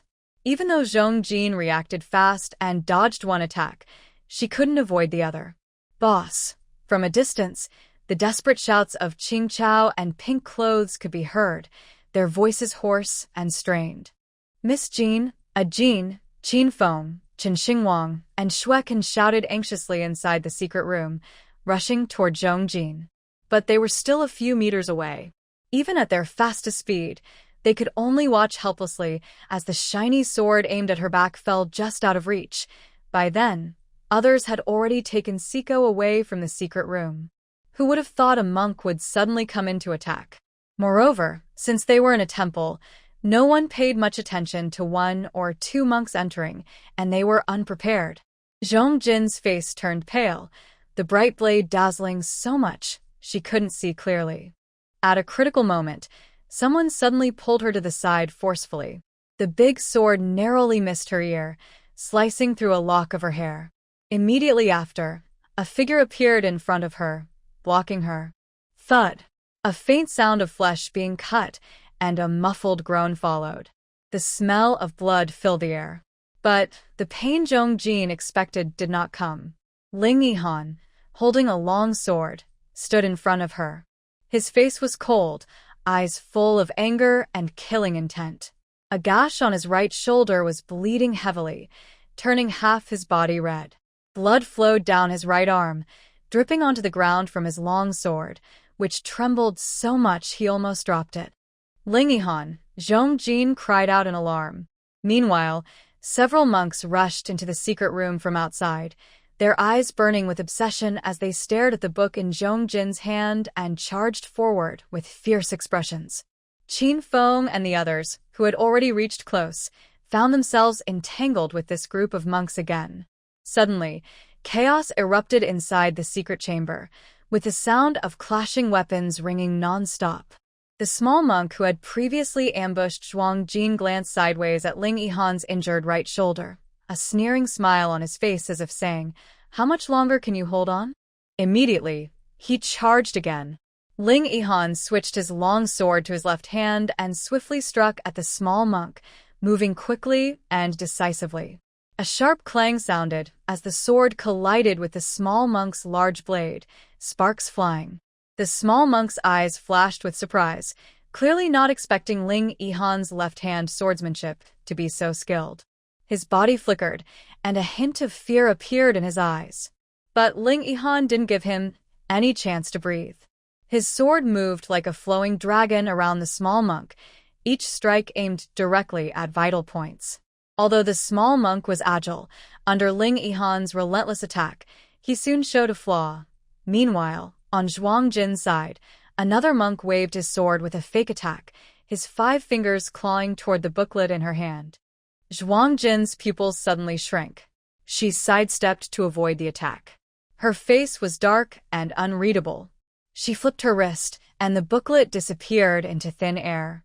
Seeing this, the monk in front of her immediately became frantic. "Hand over the booklet." Zhuang Jin smirked coldly, realizing that the target was this booklet. Is it the person from Se Kong? Or someone from the Imperial Consorts group? "Leave him alive," Zhuang Jin suddenly shouted fiercely and launched a counterattack. Hearing her shout, Ling Yihan, whose sword was about to pierce through the small monk, suddenly changed direction and cut off one of his arms. "Ah!" The small monk screamed in pain, clutching his severed arm and wailing. In the blink of an eye, Ling Yihan's sword was already at the small monk's neck. At this moment, the guards outside also heard the commotion and rushed into the secret chamber, joining the fight. With the guards' help, the chaos quickly ended. All 9 monks were subdued, tied up, and thrown into a corner. "Ah Jin, are you okay?" Ling Yihan turned around, his face pale from blood loss, looking at Zhuang Jin with concern and worry. Zhuang Jin shook her head, her expression complicated, feeling a faint warmth in her heart. She looked at his bleeding right shoulder. "Qin Feng, go find Master Zhuang." Ling Yihan's wound was deep enough to see the bone. If not treated quickly, his right hand might be ruined. Qin Feng saw Ling Yihan's injury and was startled for a moment before rushing out to find help. "Sit down. I'll help you treat it briefly." Using the cover of her sleeve, Zhuang Jin took out a bottle of hemostatic medicine from the space and sat down on the ground with Ling Yihan. She tore open the cloth at the wound, revealing a cut over a foot long, with flesh exposed and blood pouring out, shocking to see. Zhuang Jin's hand trembled slightly, feeling a strange emotion she couldn't quite understand. Her heartbeat seemed to quicken a little. "Ling Yihan, hold on. I need to stop the bleeding first," she said firmly. She sprinkled the medicine on the wound and tore a piece of cloth to bandage him. Ling Yihan grimaced in pain but still teased Zhuang Jin with a playful smile. "Ah Jin, it looks like you're blushing." "Thank you, Ling Yihan," Zhuang Jin said softly as she worked on his injury. Hearing this, Ling Yihan grinned mischievously and said, "Ah Jin." His familiar tone made Zhuang Jin tense up immediately. He continued teasing, "Your thank you won't help. A life-saving favor should be repaid with something more. When will you give me a proper answer, Ah Jin? If you're not willing to marry me, I'll marry you instead," he declared, raising his hand as if making a vow. "Really, I can become part of your family?" Zhuang Jin rolled her eyes. Whenever he had free time, he just couldn't behave properly. She took out a pill for restoring blood and put it into his mouth to stop his endless chatter. Too lazy to bother with him, she turned to the others and asked, "Are you all okay?" "Boss, we're fine." Qingqiao and Pink Dress hadn't finished speaking when Shuekan interrupted. "Ah Jin, I can also become part of your family. You might want to consider me too. Ling Yihan's murderous glare immediately shot over, but Shuekan wasn't afraid. He kept persuading Zhuang Jin. Ling Yihan isn't a good match. Ah Jin, don't fall for him. The royal affairs are dangerous, and if you follow him, you'll face trouble later. You don't want to keep encountering assassinations like today, right? Unlike me, I'm just a minor member of the family, free to wander and help you out whenever you need. In the past, Ling Yihan would have already fought with him over such words. But at this moment, Ling Yihan suddenly fell silent. He looked at the group of monks tied up in the corner and asked, "What's going on with these monks? Why did they suddenly attack?" Hearing this, everyone looked toward the corner. "Maybe we should go check," someone suggested. "If not, we can force them to talk." Chen Xingwang glared fiercely at the few bald men in the corner. How dare they attack Ah Jin? That's asking for trouble. He was even planning in his mind what kind of torture device to use later. Zhuang Jin took a deep breath, secretly took out the booklet he had thrown into the space, and handed it to Ling Yihan. "Just look at this and you'll understand." Zhuang Jin opened the booklet, and the first page's content appeared before Ling Yihan. The more he looked, the more his brow furrowed tightly. After a long time, he muttered to himself, "So that's how it is." Suddenly, his face changed, and he quickly stood up. "Oh no, Sikuang might be killed to silence him. Quick, let's go." Everyone heard this, and their faces changed. Ling Yihan, having lost too much blood, suddenly stood up fiercely. After speaking, he swayed and almost fell, but Zhuang Jin hurriedly supported him. "Stay here, we'll go ahead." They left Shuekan and Qing Chao behind, along with a few guards to watch the monks and Ling Yihan. The others hurriedly rushed to the Zen room of the abbot Puna. At this moment, old Master Zhuang was inside the Zen room with Chao Gonggong and abbot Puna, questioning Sikuang. Sikuang was lying on the ground, wearing a loose outer robe, which was an old garment taken from a guard, not a monk's robe. This unworthy person has disgraced the monastic order and doesn't deserve to wear a monk's robe. His lower body had been treated simply with some medicine by Zhuang, just to stop the bleeding and prevent him from dying from blood loss. It's impossible to expect the old master to heal this lecherous monk's descendants. The old master pouted. He disliked dirt. "Sikuang, how many people have you harmed with this method?" Abbot Puna's white eyebrows furrowed, his originally kind face now filled with worry. Sigh. After the scandal involving Sikuang at Changguang Pu Zhao Temple, it's easy to imagine that the future will be turbulent. Sorry to his master. Sorry to the monastic order. Chao Gonggong sat in a corner drinking tea, not speaking. This is the temple's own matter. He shouldn't interfere. Sikuang was covered in dirt and in pain, making it hard to breathe. Perhaps he had already revealed his true nature, and now he no longer tried to hide it, his face full of malicious intent. "I have nothing to say." He had been caught. Whether he spoke or not, death was inevitable. Sikuang thought that if he didn't speak, many of his children could still survive. His bloodline was spread across various noble families, and in the future, he could legitimately inherit everything: wealth, status, and even the imperial power of Mo Bay Kingdom. He wondered how someone who violated others' women could be sure which children were his. He asked him, but he wouldn't say. He had his own way of knowing. Thinking this, Se Kong pressed his lips tightly and tried to turn away from Puna. Ow! Just this small movement made Se Kong's face twist in pain. His lower body was burning with pain. He wanted to cover it, but touching the wound made him convulse and tremble with pain. Old eunuch Chao looked at Se Kong's miserable state. Although he was already castrated and no longer had that part, he still felt pain there for some reason. Sigh. Testicular pain. Even eunuchs without testicles can feel pain. Suddenly, a sound of breaking air rang out. The window paper was torn, and a hidden weapon flew inside. Before anyone could stop it, everyone saw a flash of silver, and it sank into Se Kong's chest. Se Kong let out a terrible scream, then fell silent. "Who?" Puna and the others shouted loudly, and stood up. A shadow flickered past the window. When the three of them pushed open the door to chase after it, the attacker was already gone. At this moment, Qin Feng had just arrived. Seeing the three of them standing at the door with worried looks, he quickly asked, "What happened?" "An assassin." Old eunuch Chao still looked shaken. Suddenly, he thought of something and pushed Zhuangge. "Brother Zhuang, go check if that wicked man is still alive." Zhuangge stomped his foot and rushed back into the room. Hearing this, Qin Feng remembered the monks who had attacked in the secret chamber earlier. His face changed immediately. His gaze fell on Puna.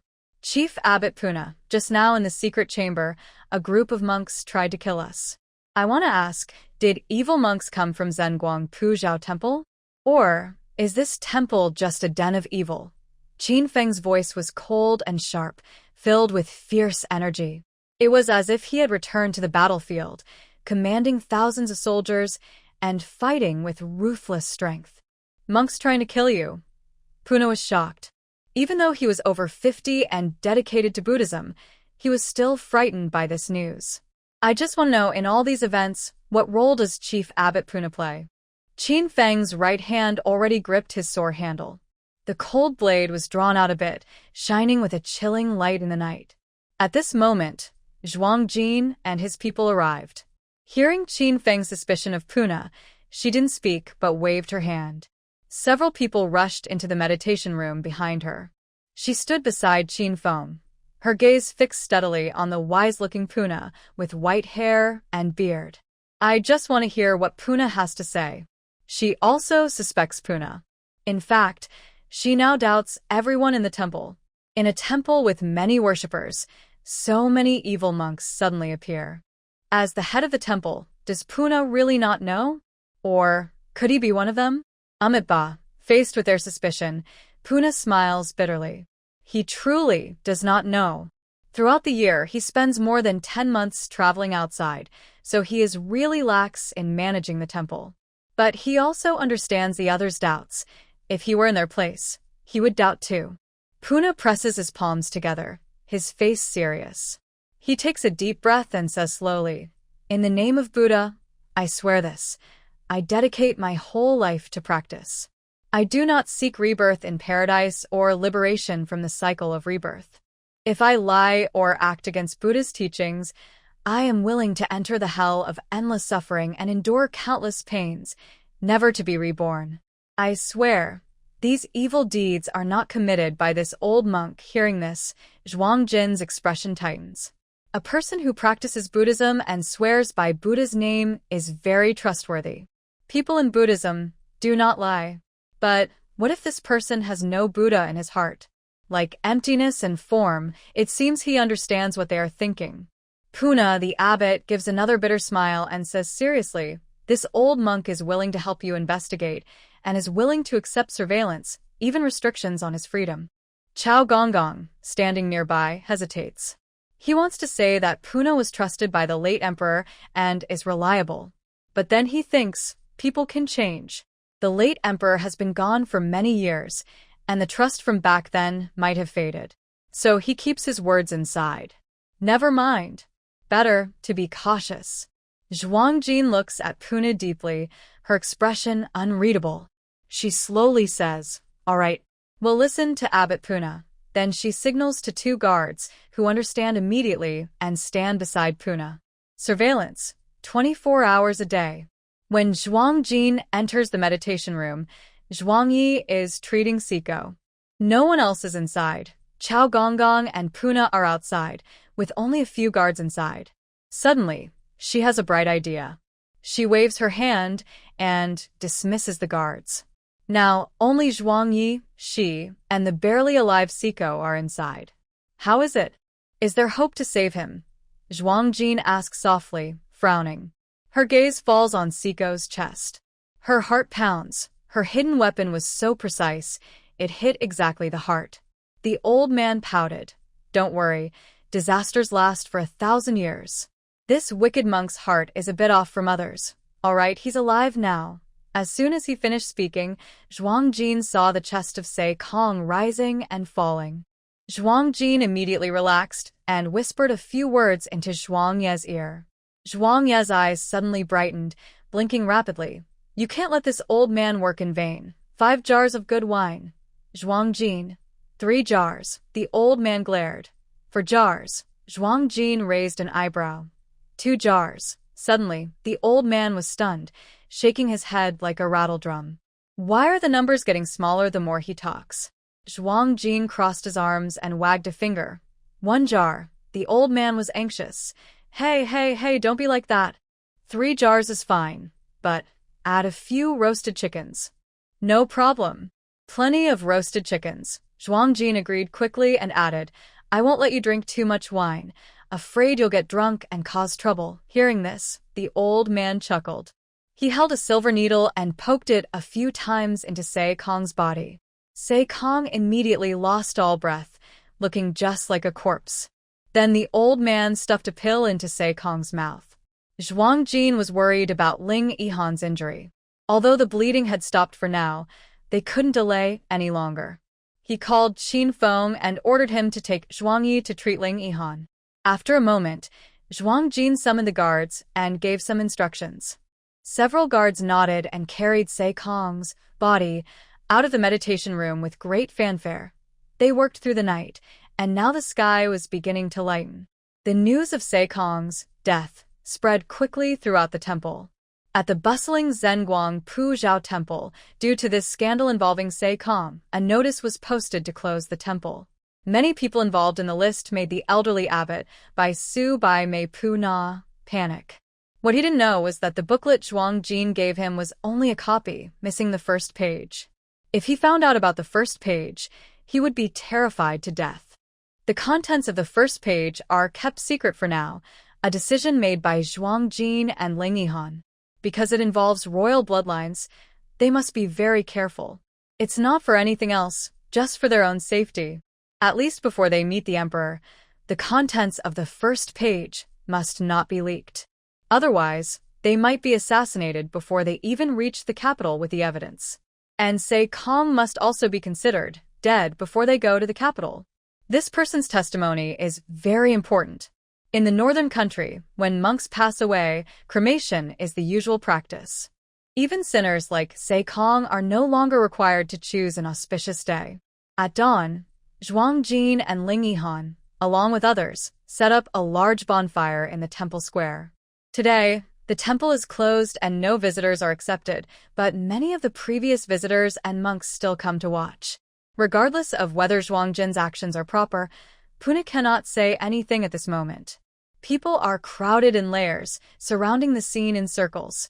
They whisper and chatter among themselves. Some visitors, unaware of the full story, mourn the sudden death of Master Yuan. I just finished a 3-day fast and haven't performed the ritual yet. And the master is gone. My daughter-in-law has given birth to 2 girls and hasn't been able to get pregnant again. I was hoping she could come here to pray for a son, but now the master is gone. A young woman who was almost assaulted by Se Kong last night is hidden among the crowd. She looks pale and sweaty after overhearing the gossip. The blazing fire consumes Se Kong's body quickly. No one sees that, at the moment the flames flare up, the body suddenly disappears into thin air. The fire crackles loudly, and the wooden frame collapses with a loud crash, leaving only ashes on the ground. Only then does the young woman feel a little relieved. But by noon, she is soaked in sweat again from fear. The temple's heavy doors suddenly open, and groups of people come and go. The ones being asked to leave are the visitors who had been waiting earlier.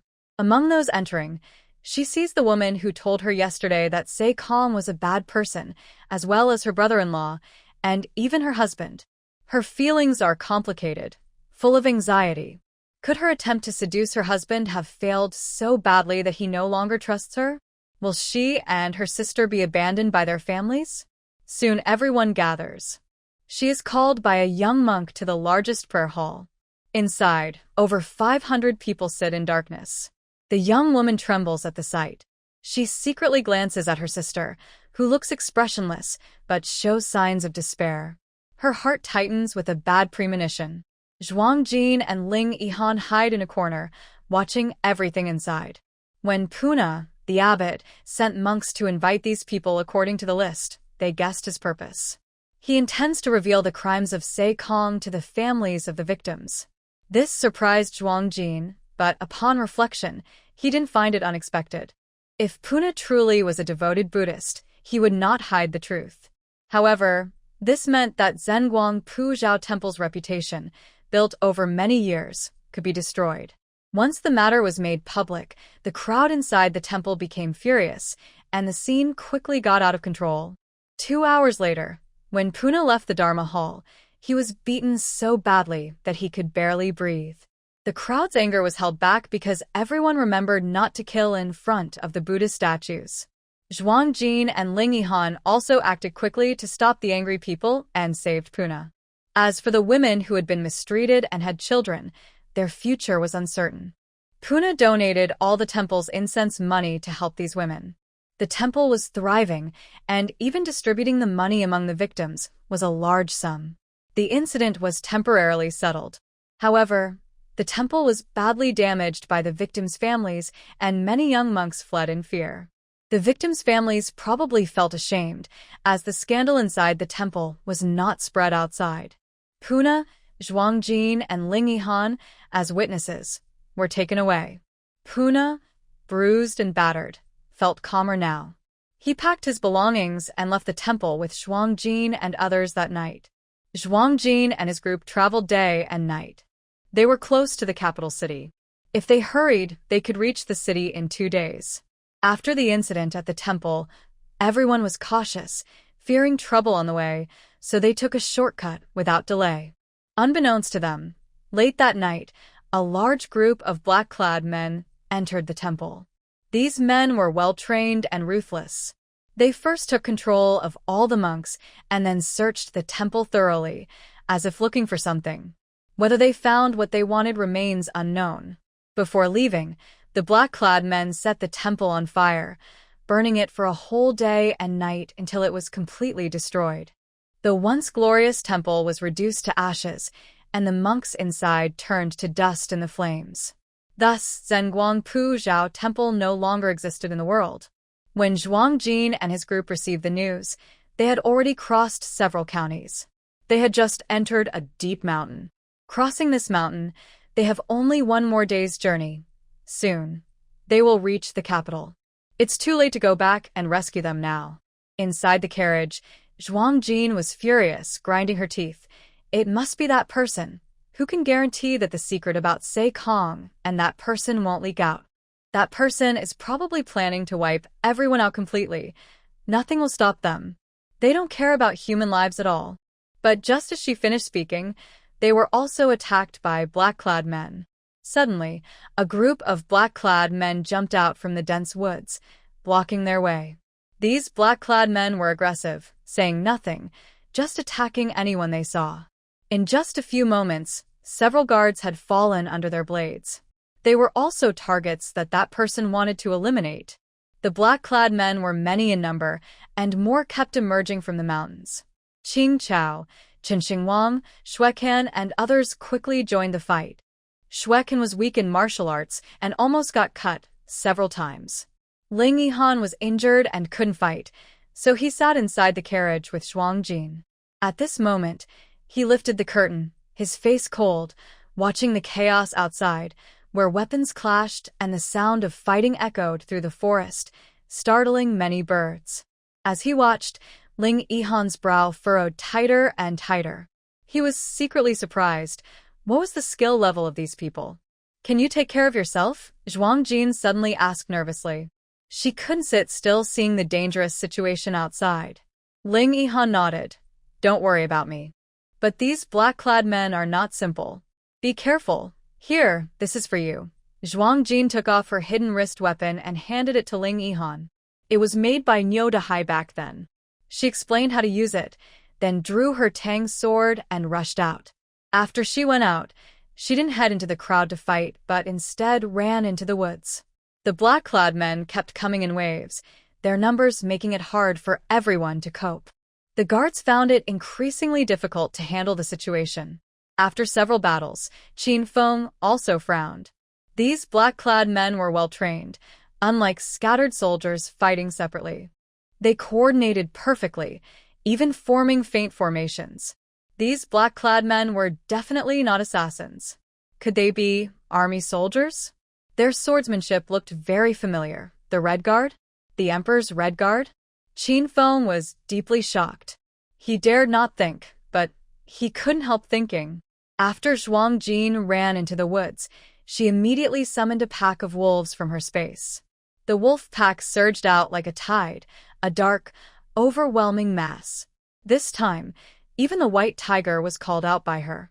Suddenly, the entire mountain range echoed with roars and howls, one after another, filling the forest.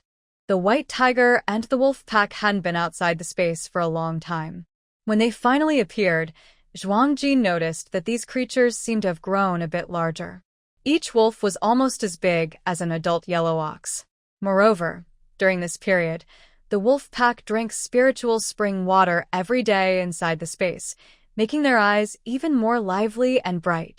Zhuang Jin was both surprised and happy. Her wolf team's strength had improved again. The white tiger let out a long roar, and the mountains responded, as if the king of beasts was calling his followers. From deep within the distant mountains, more roars and howls answered back.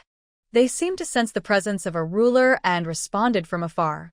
The man in black froze instantly upon hearing these wild animal roars, his knife trembling slightly in his hand. "Oh my goodness!" Old Chow shouted in shock, his eyes rolling back as he fainted. He had lived in the palace for many years and had never seen such a scene before. "Brother Chow, what's wrong?" The little old man in the same carriage changed expression quickly, checking Chow's breath. Luckily, he's still alive. He patted his chest and muttered, "This is just fear, nothing serious." But despite his words, he quickly took out silver needles and began to treat Chow. At this moment, the wolf pack burst out like a black flood from the woods, their sharp teeth gleaming white as they charged at the man in black. The man in black was stunned, eyes wide with shock. How could these wolves be so huge? Goodness! Are these really wolves? So big. Behind the wolf pack, Zhuang Jin spotted 5 small whites on the backs of the wolves. Her expression froze immediately. Are those 5 little tiger cubs? This time, the white tiger, a bold mother, had brought her 5 cubs out of the space. Watching them leap and run with the wolf pack, trembling and almost falling off the wolves' backs several times, Zhuang Jin frowned and said, "It's better to let the little ones go back inside the space." They were about the size of kittens. Could they fight enemies? No way. They'd only make her worry more.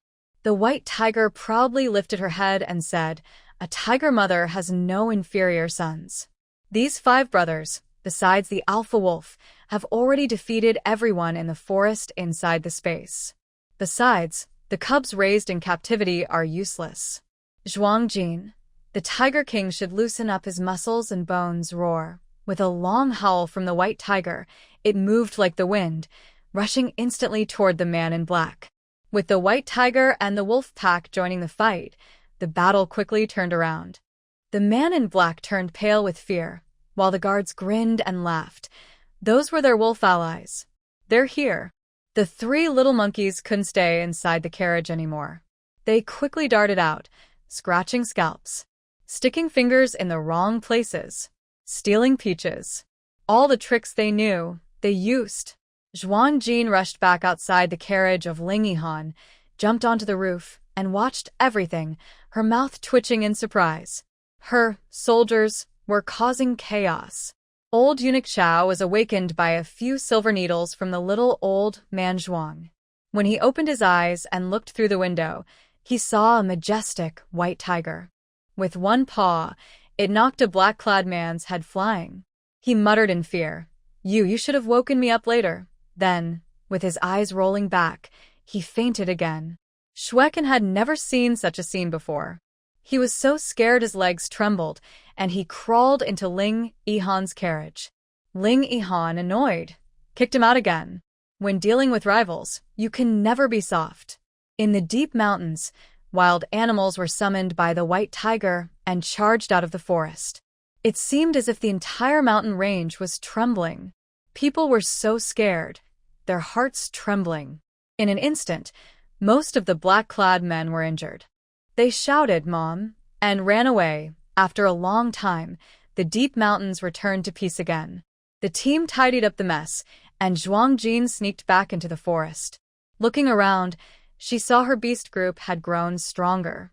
She didn't have time to count, quickly storing them in her space. When she returned to the carriage, Ling Yihan looked at her with stars in his eyes. "Ah, Jin, I really want to hug your thigh." Zhuang Jin shivered at the goosebumps on her body and closed her eyes to rest. One evening the next day, Zhuang Jin and Ling Yihan's group entered the capital city. The city was warm like spring, very different from the cold borderlands. When they left, they were wearing thick cotton clothes, but in the city, ordinary people wore light shirts.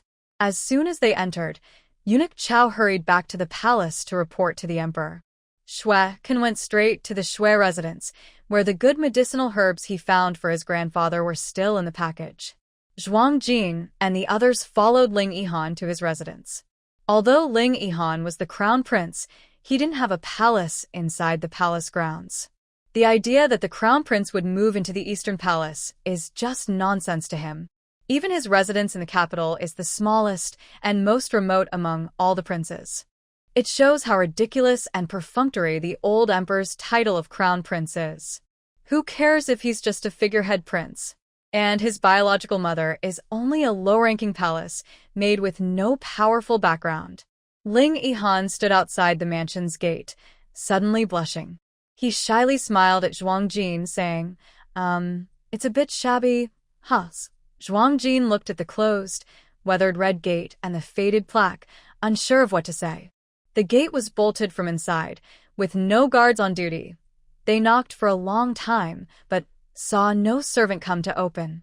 Eventually, a guard jumped over the wall from inside and unlocked the door, allowing everyone to enter. Ling Yihan awkwardly laughed. "It's been a while since I came back. Maybe there are few servants left." His face scrunched up in frustration, regretting that he hadn't sent someone ahead to prepare. Now, he was going to be laughed at by a Jin. Inside the mansion, the yard was overgrown with weeds, and the roof tiles had fallen off. Zhuang Jin was shocked again. Ling Yihan was probably the most impoverished crown prince in history. Is this just an abandoned courtyard? Sigh. Zhuang Jin quietly sighed. First time here, just go with the flow. After leading him into the mansion, Ling Yihan didn't even have time to change clothes and went straight to the palace. He didn't return for the entire night. Zhuang Jin and others hurried to tidy up the mansion, working until dawn. When the place was finally livable, just as they were about to rest, Zhuang Jin suddenly remembered Ling Yihan's arrival. His heart started to panic. He hadn't been back for so long. Could the old emperor have disowned his own son? Seeing the abandoned yard of the crown prince's residence, Zhuang Jin had no doubt that the old emperor felt no affection for Ling Yihan. He would not show mercy now. For a moment, Zhuang Jin felt restless. That guy still had injuries. At this moment, Qin Feng knocked on the door with a grim face, his already dark face looking even more intimidating. Zhuang Jin asked, "What's wrong?" Qin Feng gritted his teeth in anger, saying, "I suspect the black-clad people in the forest today are the Emperor's Red Guards." Hearing this, Zhuang Jin's already anxious heart sank like ice. Is the father going to kill his son? He paced around the room several times, unable to wait any longer. After Qin Feng left, she had a sudden idea and used her invisibility and teleportation powers to go explore the palace. But when Zhuang Jin appeared again, she saw the scene before her and was stunned. She stood there blankly, mouth open wide enough to fit an egg. Zhuang Jin, in her invisible state, felt her whole body suddenly turn uncomfortable. A faint blush appeared on her pretty face. She turned to leave. Suddenly, she heard a loud voice behind her. "Hey, people outside, send some toilet paper in." There's no toilet paper in the bathroom. Ling Yihan was sitting on the toilet, grumbling angrily. These guys. They don't take me seriously as the crown prince. They know I have a stomach ache and still don't fix up the bathroom properly. Zhuang Jin paused, her gaze falling on a pile of toilet paper in the corner of the wall, showing a conflicted expression. Should she help him? Never mind. with his loud voice. Someone from the palace will come to help soon enough.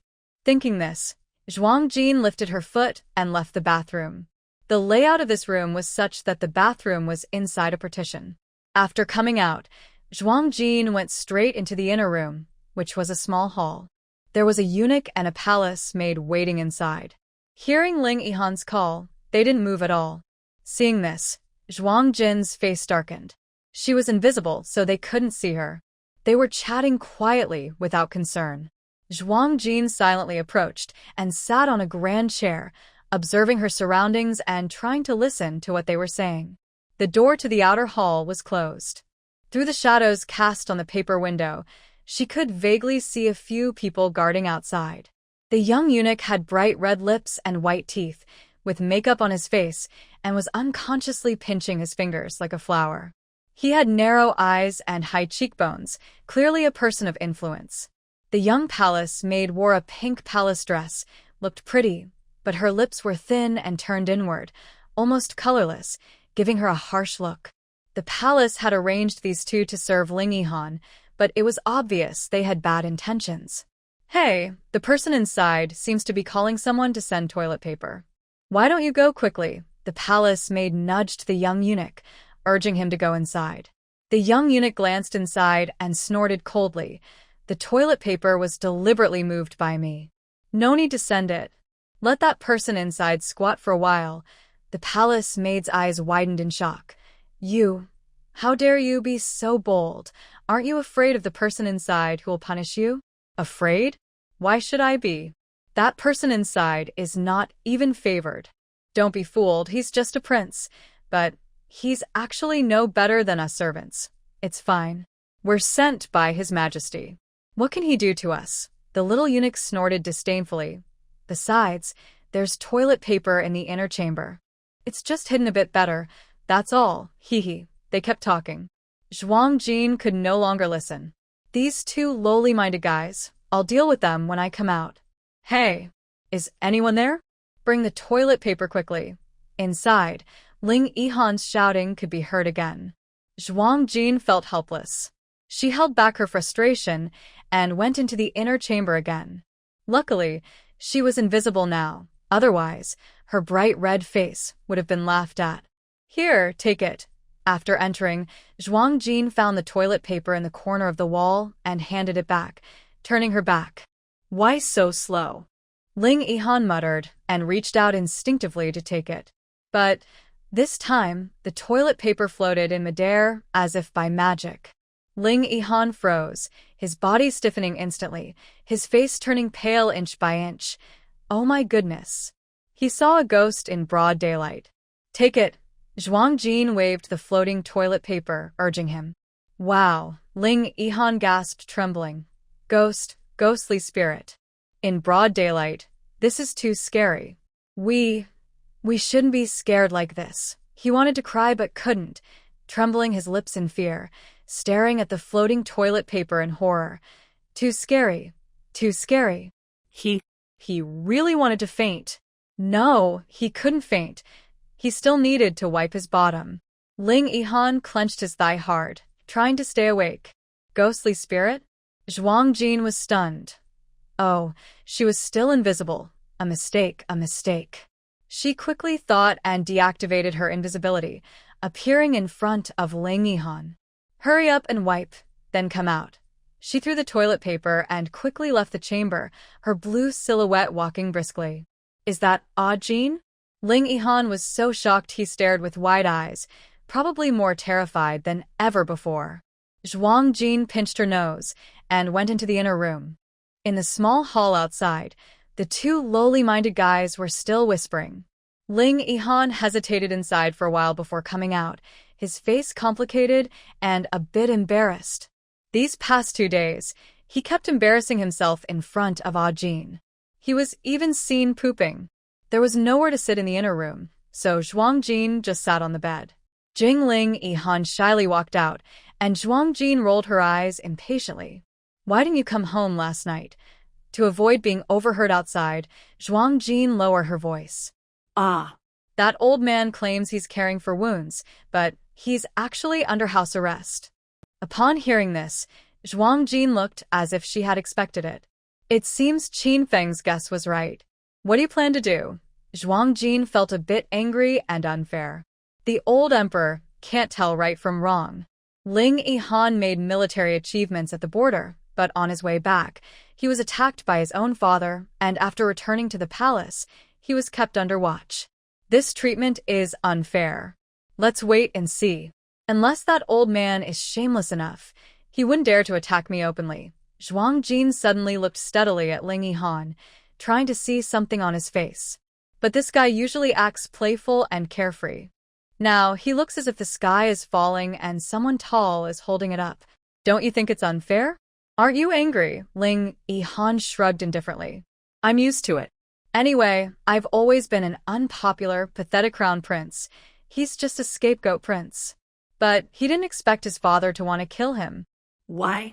In the past, his father just ignored him, so it shouldn't have come to this. Could there be something else going on that he doesn't know? The fact that the emperor's personal guards were dispatched shows that the old man has a strong killing intent. Seeing Ling Yihan's indifferent face, Zhuang Jin's heart suddenly clenched painfully. In her previous life, she had no parents, and her adoptive father was a workaholic. After transmigrating, she finally had a father, but Zhuang Dezhu was also a bad person. It seems she and Ling Yihan both lack parental love. Ah, Jin, how do you manage to stay invisible? Ling Yihan remembered the scene just now and shivered. Even the bravest person would probably be scared stiff seeing a piece of toilet paper floating in midair. When Zhuang Jin heard Ling Yihan's question, she paused slightly. Zhuang Jin hesitated, trying to figure out how to explain so he could understand. Her secret had been discovered. But since she could appear in front of Ling Yihan, she wasn't planning to hide everything anymore. Maybe it was because of their recent time together, or maybe because of Ling Yihan's self-sacrifice to save her. Although Ling Yihan sometimes acts as if he has split personality. But at this moment, Zhuang Jin felt a strange, unexplainable trust in him. This guy is very cold when it comes to serious matters. When commanding the border troops, he is impressive and has a commanding presence, like a great general planning strategies. But whenever he's around her, he often acts silly, with a thick skin and a cheeky mouth. He flirts and pouts, and even secretly targets men who show kindness to her. She saw everything when he kicked Xue Can off the carriage. How would she describe a man like this in her world? Little puppy? Not quite. Little wolf dog? Not quite right either. It should be both, wolf and puppy. But strangely, she doesn't dislike him. There's a warm feeling in her heart. She's never been in love in either of her lives and doesn't understand if this is what they call love. Anyway, Zhuang Jin plans to go with the flow. If she's not against it, that's fine. At her age, she shouldn't waste herself. If possible, having a little romance is okay. But marriage? Would a man affect her ability to draw her sword quickly? Zhuang Jin suddenly frowned. She's in the modern world. She still has tasks to finish. She must go back someday. If she leaves without saying goodbye, would that be considered abandoning her commitments? Why? Is it inconvenient to say? Seeing Zhuang Jin silent for a long time, Ling Yihan asked cautiously. If it's inconvenient, I won't say. As soon as she finished, Ling Yihan mischievously leaned in and said, no matter what, Ah Jin is amazing. I benefit from it too. Zhuang Jin was caught off guard, and a suspicious blush appeared on her face. What was she just thinking? Cough. Zhuang Jin cleared her throat to hide her embarrassment. It's not that I can't say, I just don't know how to describe it. You can think of it as a special technique. Alright, let's not talk about that now. Do you have any ideas? Should I take you out? Zhuang Jin thought about it. With Ling Yihan's teleportation, they could go anywhere anytime. This palace couldn't trap her. Unexpectedly, Ling Yihan shook his head and refused. I won't go out for now. That old guy said he's preparing a welcoming banquet for me tonight. I want to see what he's really up to. A welcoming banquet? It's probably a trap, Zhuang Jin said with a sneer. She was supposed to return to the capital for her official appointment, but she only realized later that her life was in danger. Serving a ruler is like serving a tiger. No wonder the saying is true. While she was thinking, Ling Yihan suddenly handed her a jade pendant. His face suddenly grew serious. It was my mistake earlier. I don't know why that person wanted to harm me. To avoid involving you, you can't stay at the Crown Prince's residence for now. Let Qin Feng take you to another house of mine. That house isn't under my name, so they won't find you there. This is my token. When you arrive at that house, show it to Steward Zhang. He will help you arrange everything. Zhuang Jin. All right, Zhuang Jin nodded. Seeing the other person's attitude, she suspected the situation was more serious than she thought. Maybe it's better if they split up now. Be careful and stay safe too. Just then, there was a noise outside the inner room. The little eunuch and palace maid outside seemed to want to come in. Zhuang Jin quickly used her invisibility skill to hide her figure. The little eunuch, looking proud, entered the inner room, fanning his nose with one hand. Wow, what's that smell in here? Did the crown prince have a bowel movement? Hearing this, Zhuang Jin couldn't help but roll her eyes. The bathroom was a good distance away from the inner room. Was this guy a dog's nose? It was obvious he was here to mock her. Prince Ling Yihan, being the crown prince, really had a tough time. The little eunuch then pretended to suddenly remember something, tapping his forehead. Oh, I forgot. Last night, when I tidied the crown prince's room, I moved the toilet paper and forgot to put it back. Did you find the toilet paper, crown prince? The little eunuch's narrow eyes flickered with a hint of schadenfreude. Zhuang Jin cursed silently. What a male traitor. Really? Then isn't that your negligence? Ling Yihan leaned against the bed, half smiling, with a cold tone. He didn't plan to argue with the little eunuch, but that didn't mean he wouldn't take revenge. After tonight's banquet, he was definitely going to teach that arrogant guy a lesson. But Zhuang Jin couldn't hold back now. Oh, her temper was terrible. If she had a grudge, she would settle it immediately. The next second, a crisp slap sounded through the air, loud and clear. Just listening to it, Ling Yihan felt his cheeks sting. The little eunuch was slapped flying by Zhuang Jin's hand. Hearing the noise, the palace maid outside rushed in. As soon as she entered the inner room, she was also slapped in the face, stumbling and falling to the ground. In an instant, her soft face was swollen with a big slap print. The little eunuch hadn't seen clearly before and was confused when he was suddenly slapped away. Now he saw clearly. There was no one in front of the palace maid. Looking again at Ling Yihan, he was still relaxed, leaning on the bed without moving at all. Who was the one who slapped them? The young eunuch and the young palace maid exchanged a fearful look, both feeling chills run down their spines. Ghosts. For a moment, they trembled with fear and huddled together. But at this time, Ling Yihan suddenly smiled helplessly. This prince just came back from the battlefield. The dark energy on me is too strong, which can attract some unclean things. If you're scared, don't come in. Yes, we won't come in. If you have any orders, just call the servants. The two nodded nervously and hurried to run outside. But Ling Yihan called out to them. Wait, first pour out the chamber pot. Yes, I'll do it right away. And also, maybe the food from these 2 meals wasn't clean, which caused me to have stomach trouble. If you don't want to come into this room again, it's best to check the food carefully. Don't wait until I get sick, or you'll have to serve me closely. Yes, we will check carefully and thoroughly. Their timid appearance made Zhuang Jin burst out laughing. Now, the two were so frightened they looked like they might faint, grabbing the chamber pot and rushing out like they were fleeing. After they left, Zhuang Jin appeared again. Is there a problem with the food? It was better that Ling Yihan didn't say anything, but when he did, it suddenly reminded Zhuang Jin of the time when the other person was in the purification room, muttering about stomach issues. Ling Yihan shook his head. Not sure. No other symptoms, just stomach trouble. Do you still have the antidote I gave you before? Based on Zhuang Jin's previous experience with palace dramas, poisoning and schemes were common tricks in the palace. No, I didn't bring any. You probably knew that. Here, I have a bottle left. Keep it ready, Zhuang Jin said, hiding his sleeve to secretly take out a bottle of antidote pills from his space and hand it to Ling Yihan. Finally, he still felt uneasy. Tonight's palace banquet, I'll accompany you. After a pause, Zhuang Jin added, In stealth mode, Ling Yihan was about to refuse when he heard someone say, "Then I'll go first." With that, Zhuang Jin disappeared instantly. When Zhuang Jin returned to the prince's residence, Qin Feng was already pacing anxiously outside the door, looking frantic. When Zhuang Jin opened the door, Qin Feng's head was spinning.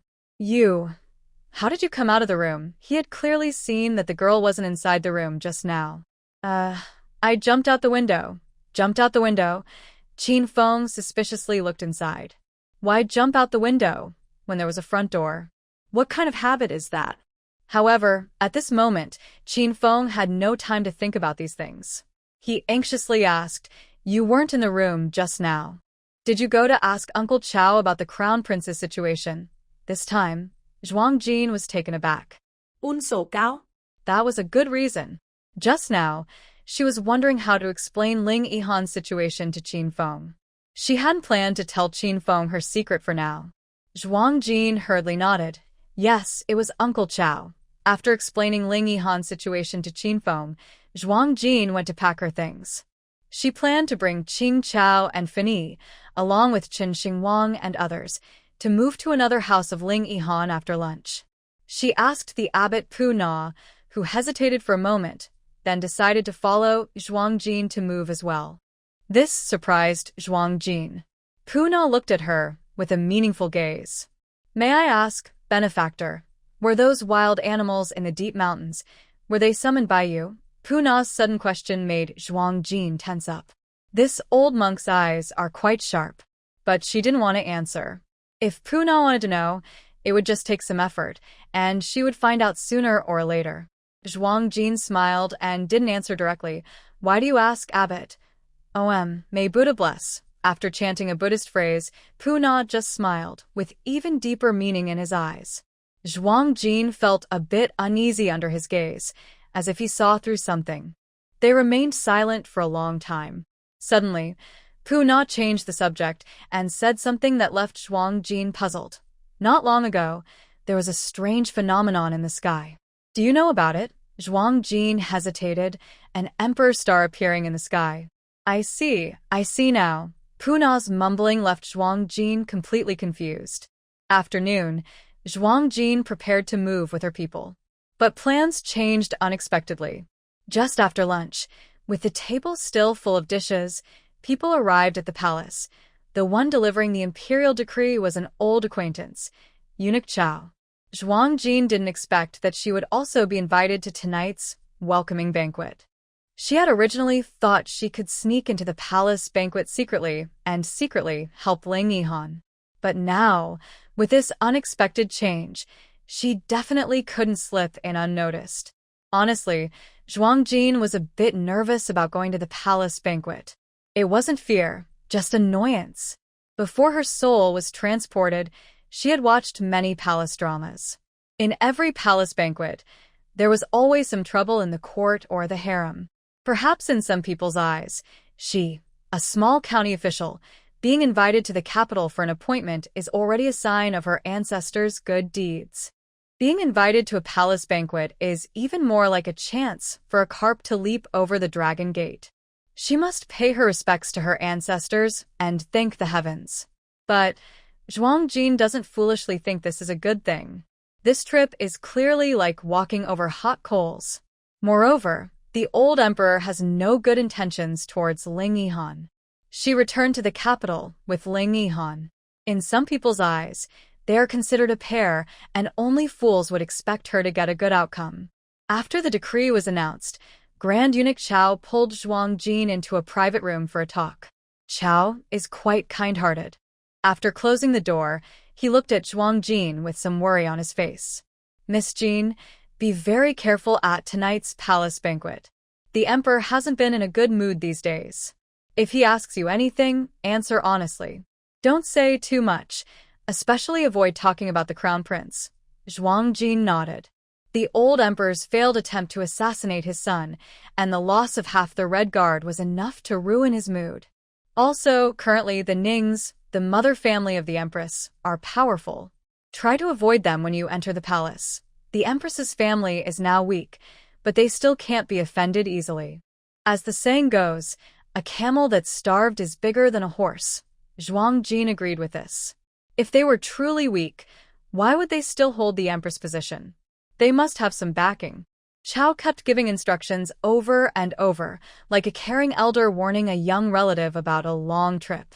Zhuang Jin felt a little warm inside, nodded, and remembered everything carefully. At first, Chao was proud and haughty, a favorite close to the emperor, looking down his nose. Even Zhuang Jin didn't expect that after some time, he would change so much. After chatting for a while, Chao's brow still looked tense, as if he had forgotten something important. Zhuang Jin personally poured him a cup of tea and handed it over. "Grandpa, have some tea to soothe your throat." Chao absent-mindedly took the tea, took a small sip, then suddenly looked up. "I almost forgot about the Grand Master. Try to avoid him. If you can't avoid him, don't offend him either. Remember, if the emperor asks, just say you only have a casual relationship with the crown prince. Don't get involved if you can help it." Hearing this, Zhuang Jin understood everything. Chao also sensed that the old emperor harbored murderous intentions towards Ling Yihan. "Grandpa, may I ask something? I hope it's okay to speak openly." Grandpa Chao rolled his eyes. He had already said everything he shouldn't, sold off what he shouldn't, and revealed what he shouldn't. There was nothing left that he couldn't say.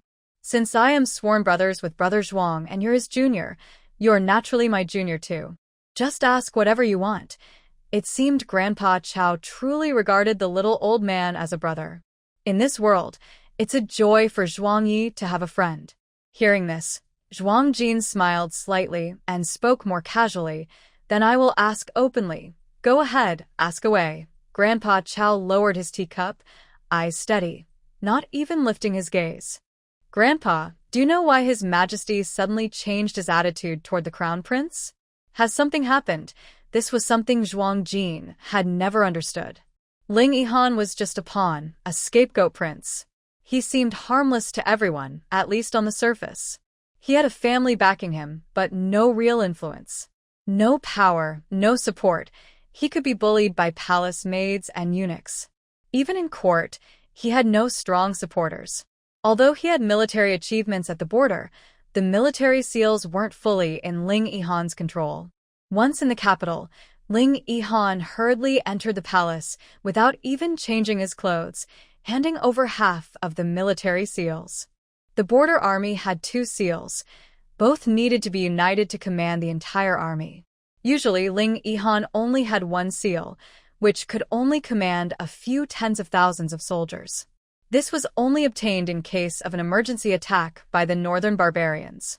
To mobilize the entire army, the emperor's seal was also needed. Ling Yihan maintained the image of obedient, unambitious son. Why, then, did this old emperor suddenly find it hard to tolerate such a son? That, when the topic was mentioned, Grandpa Chao looked confused. He shook his head and said, "I am not very clear about the reasons.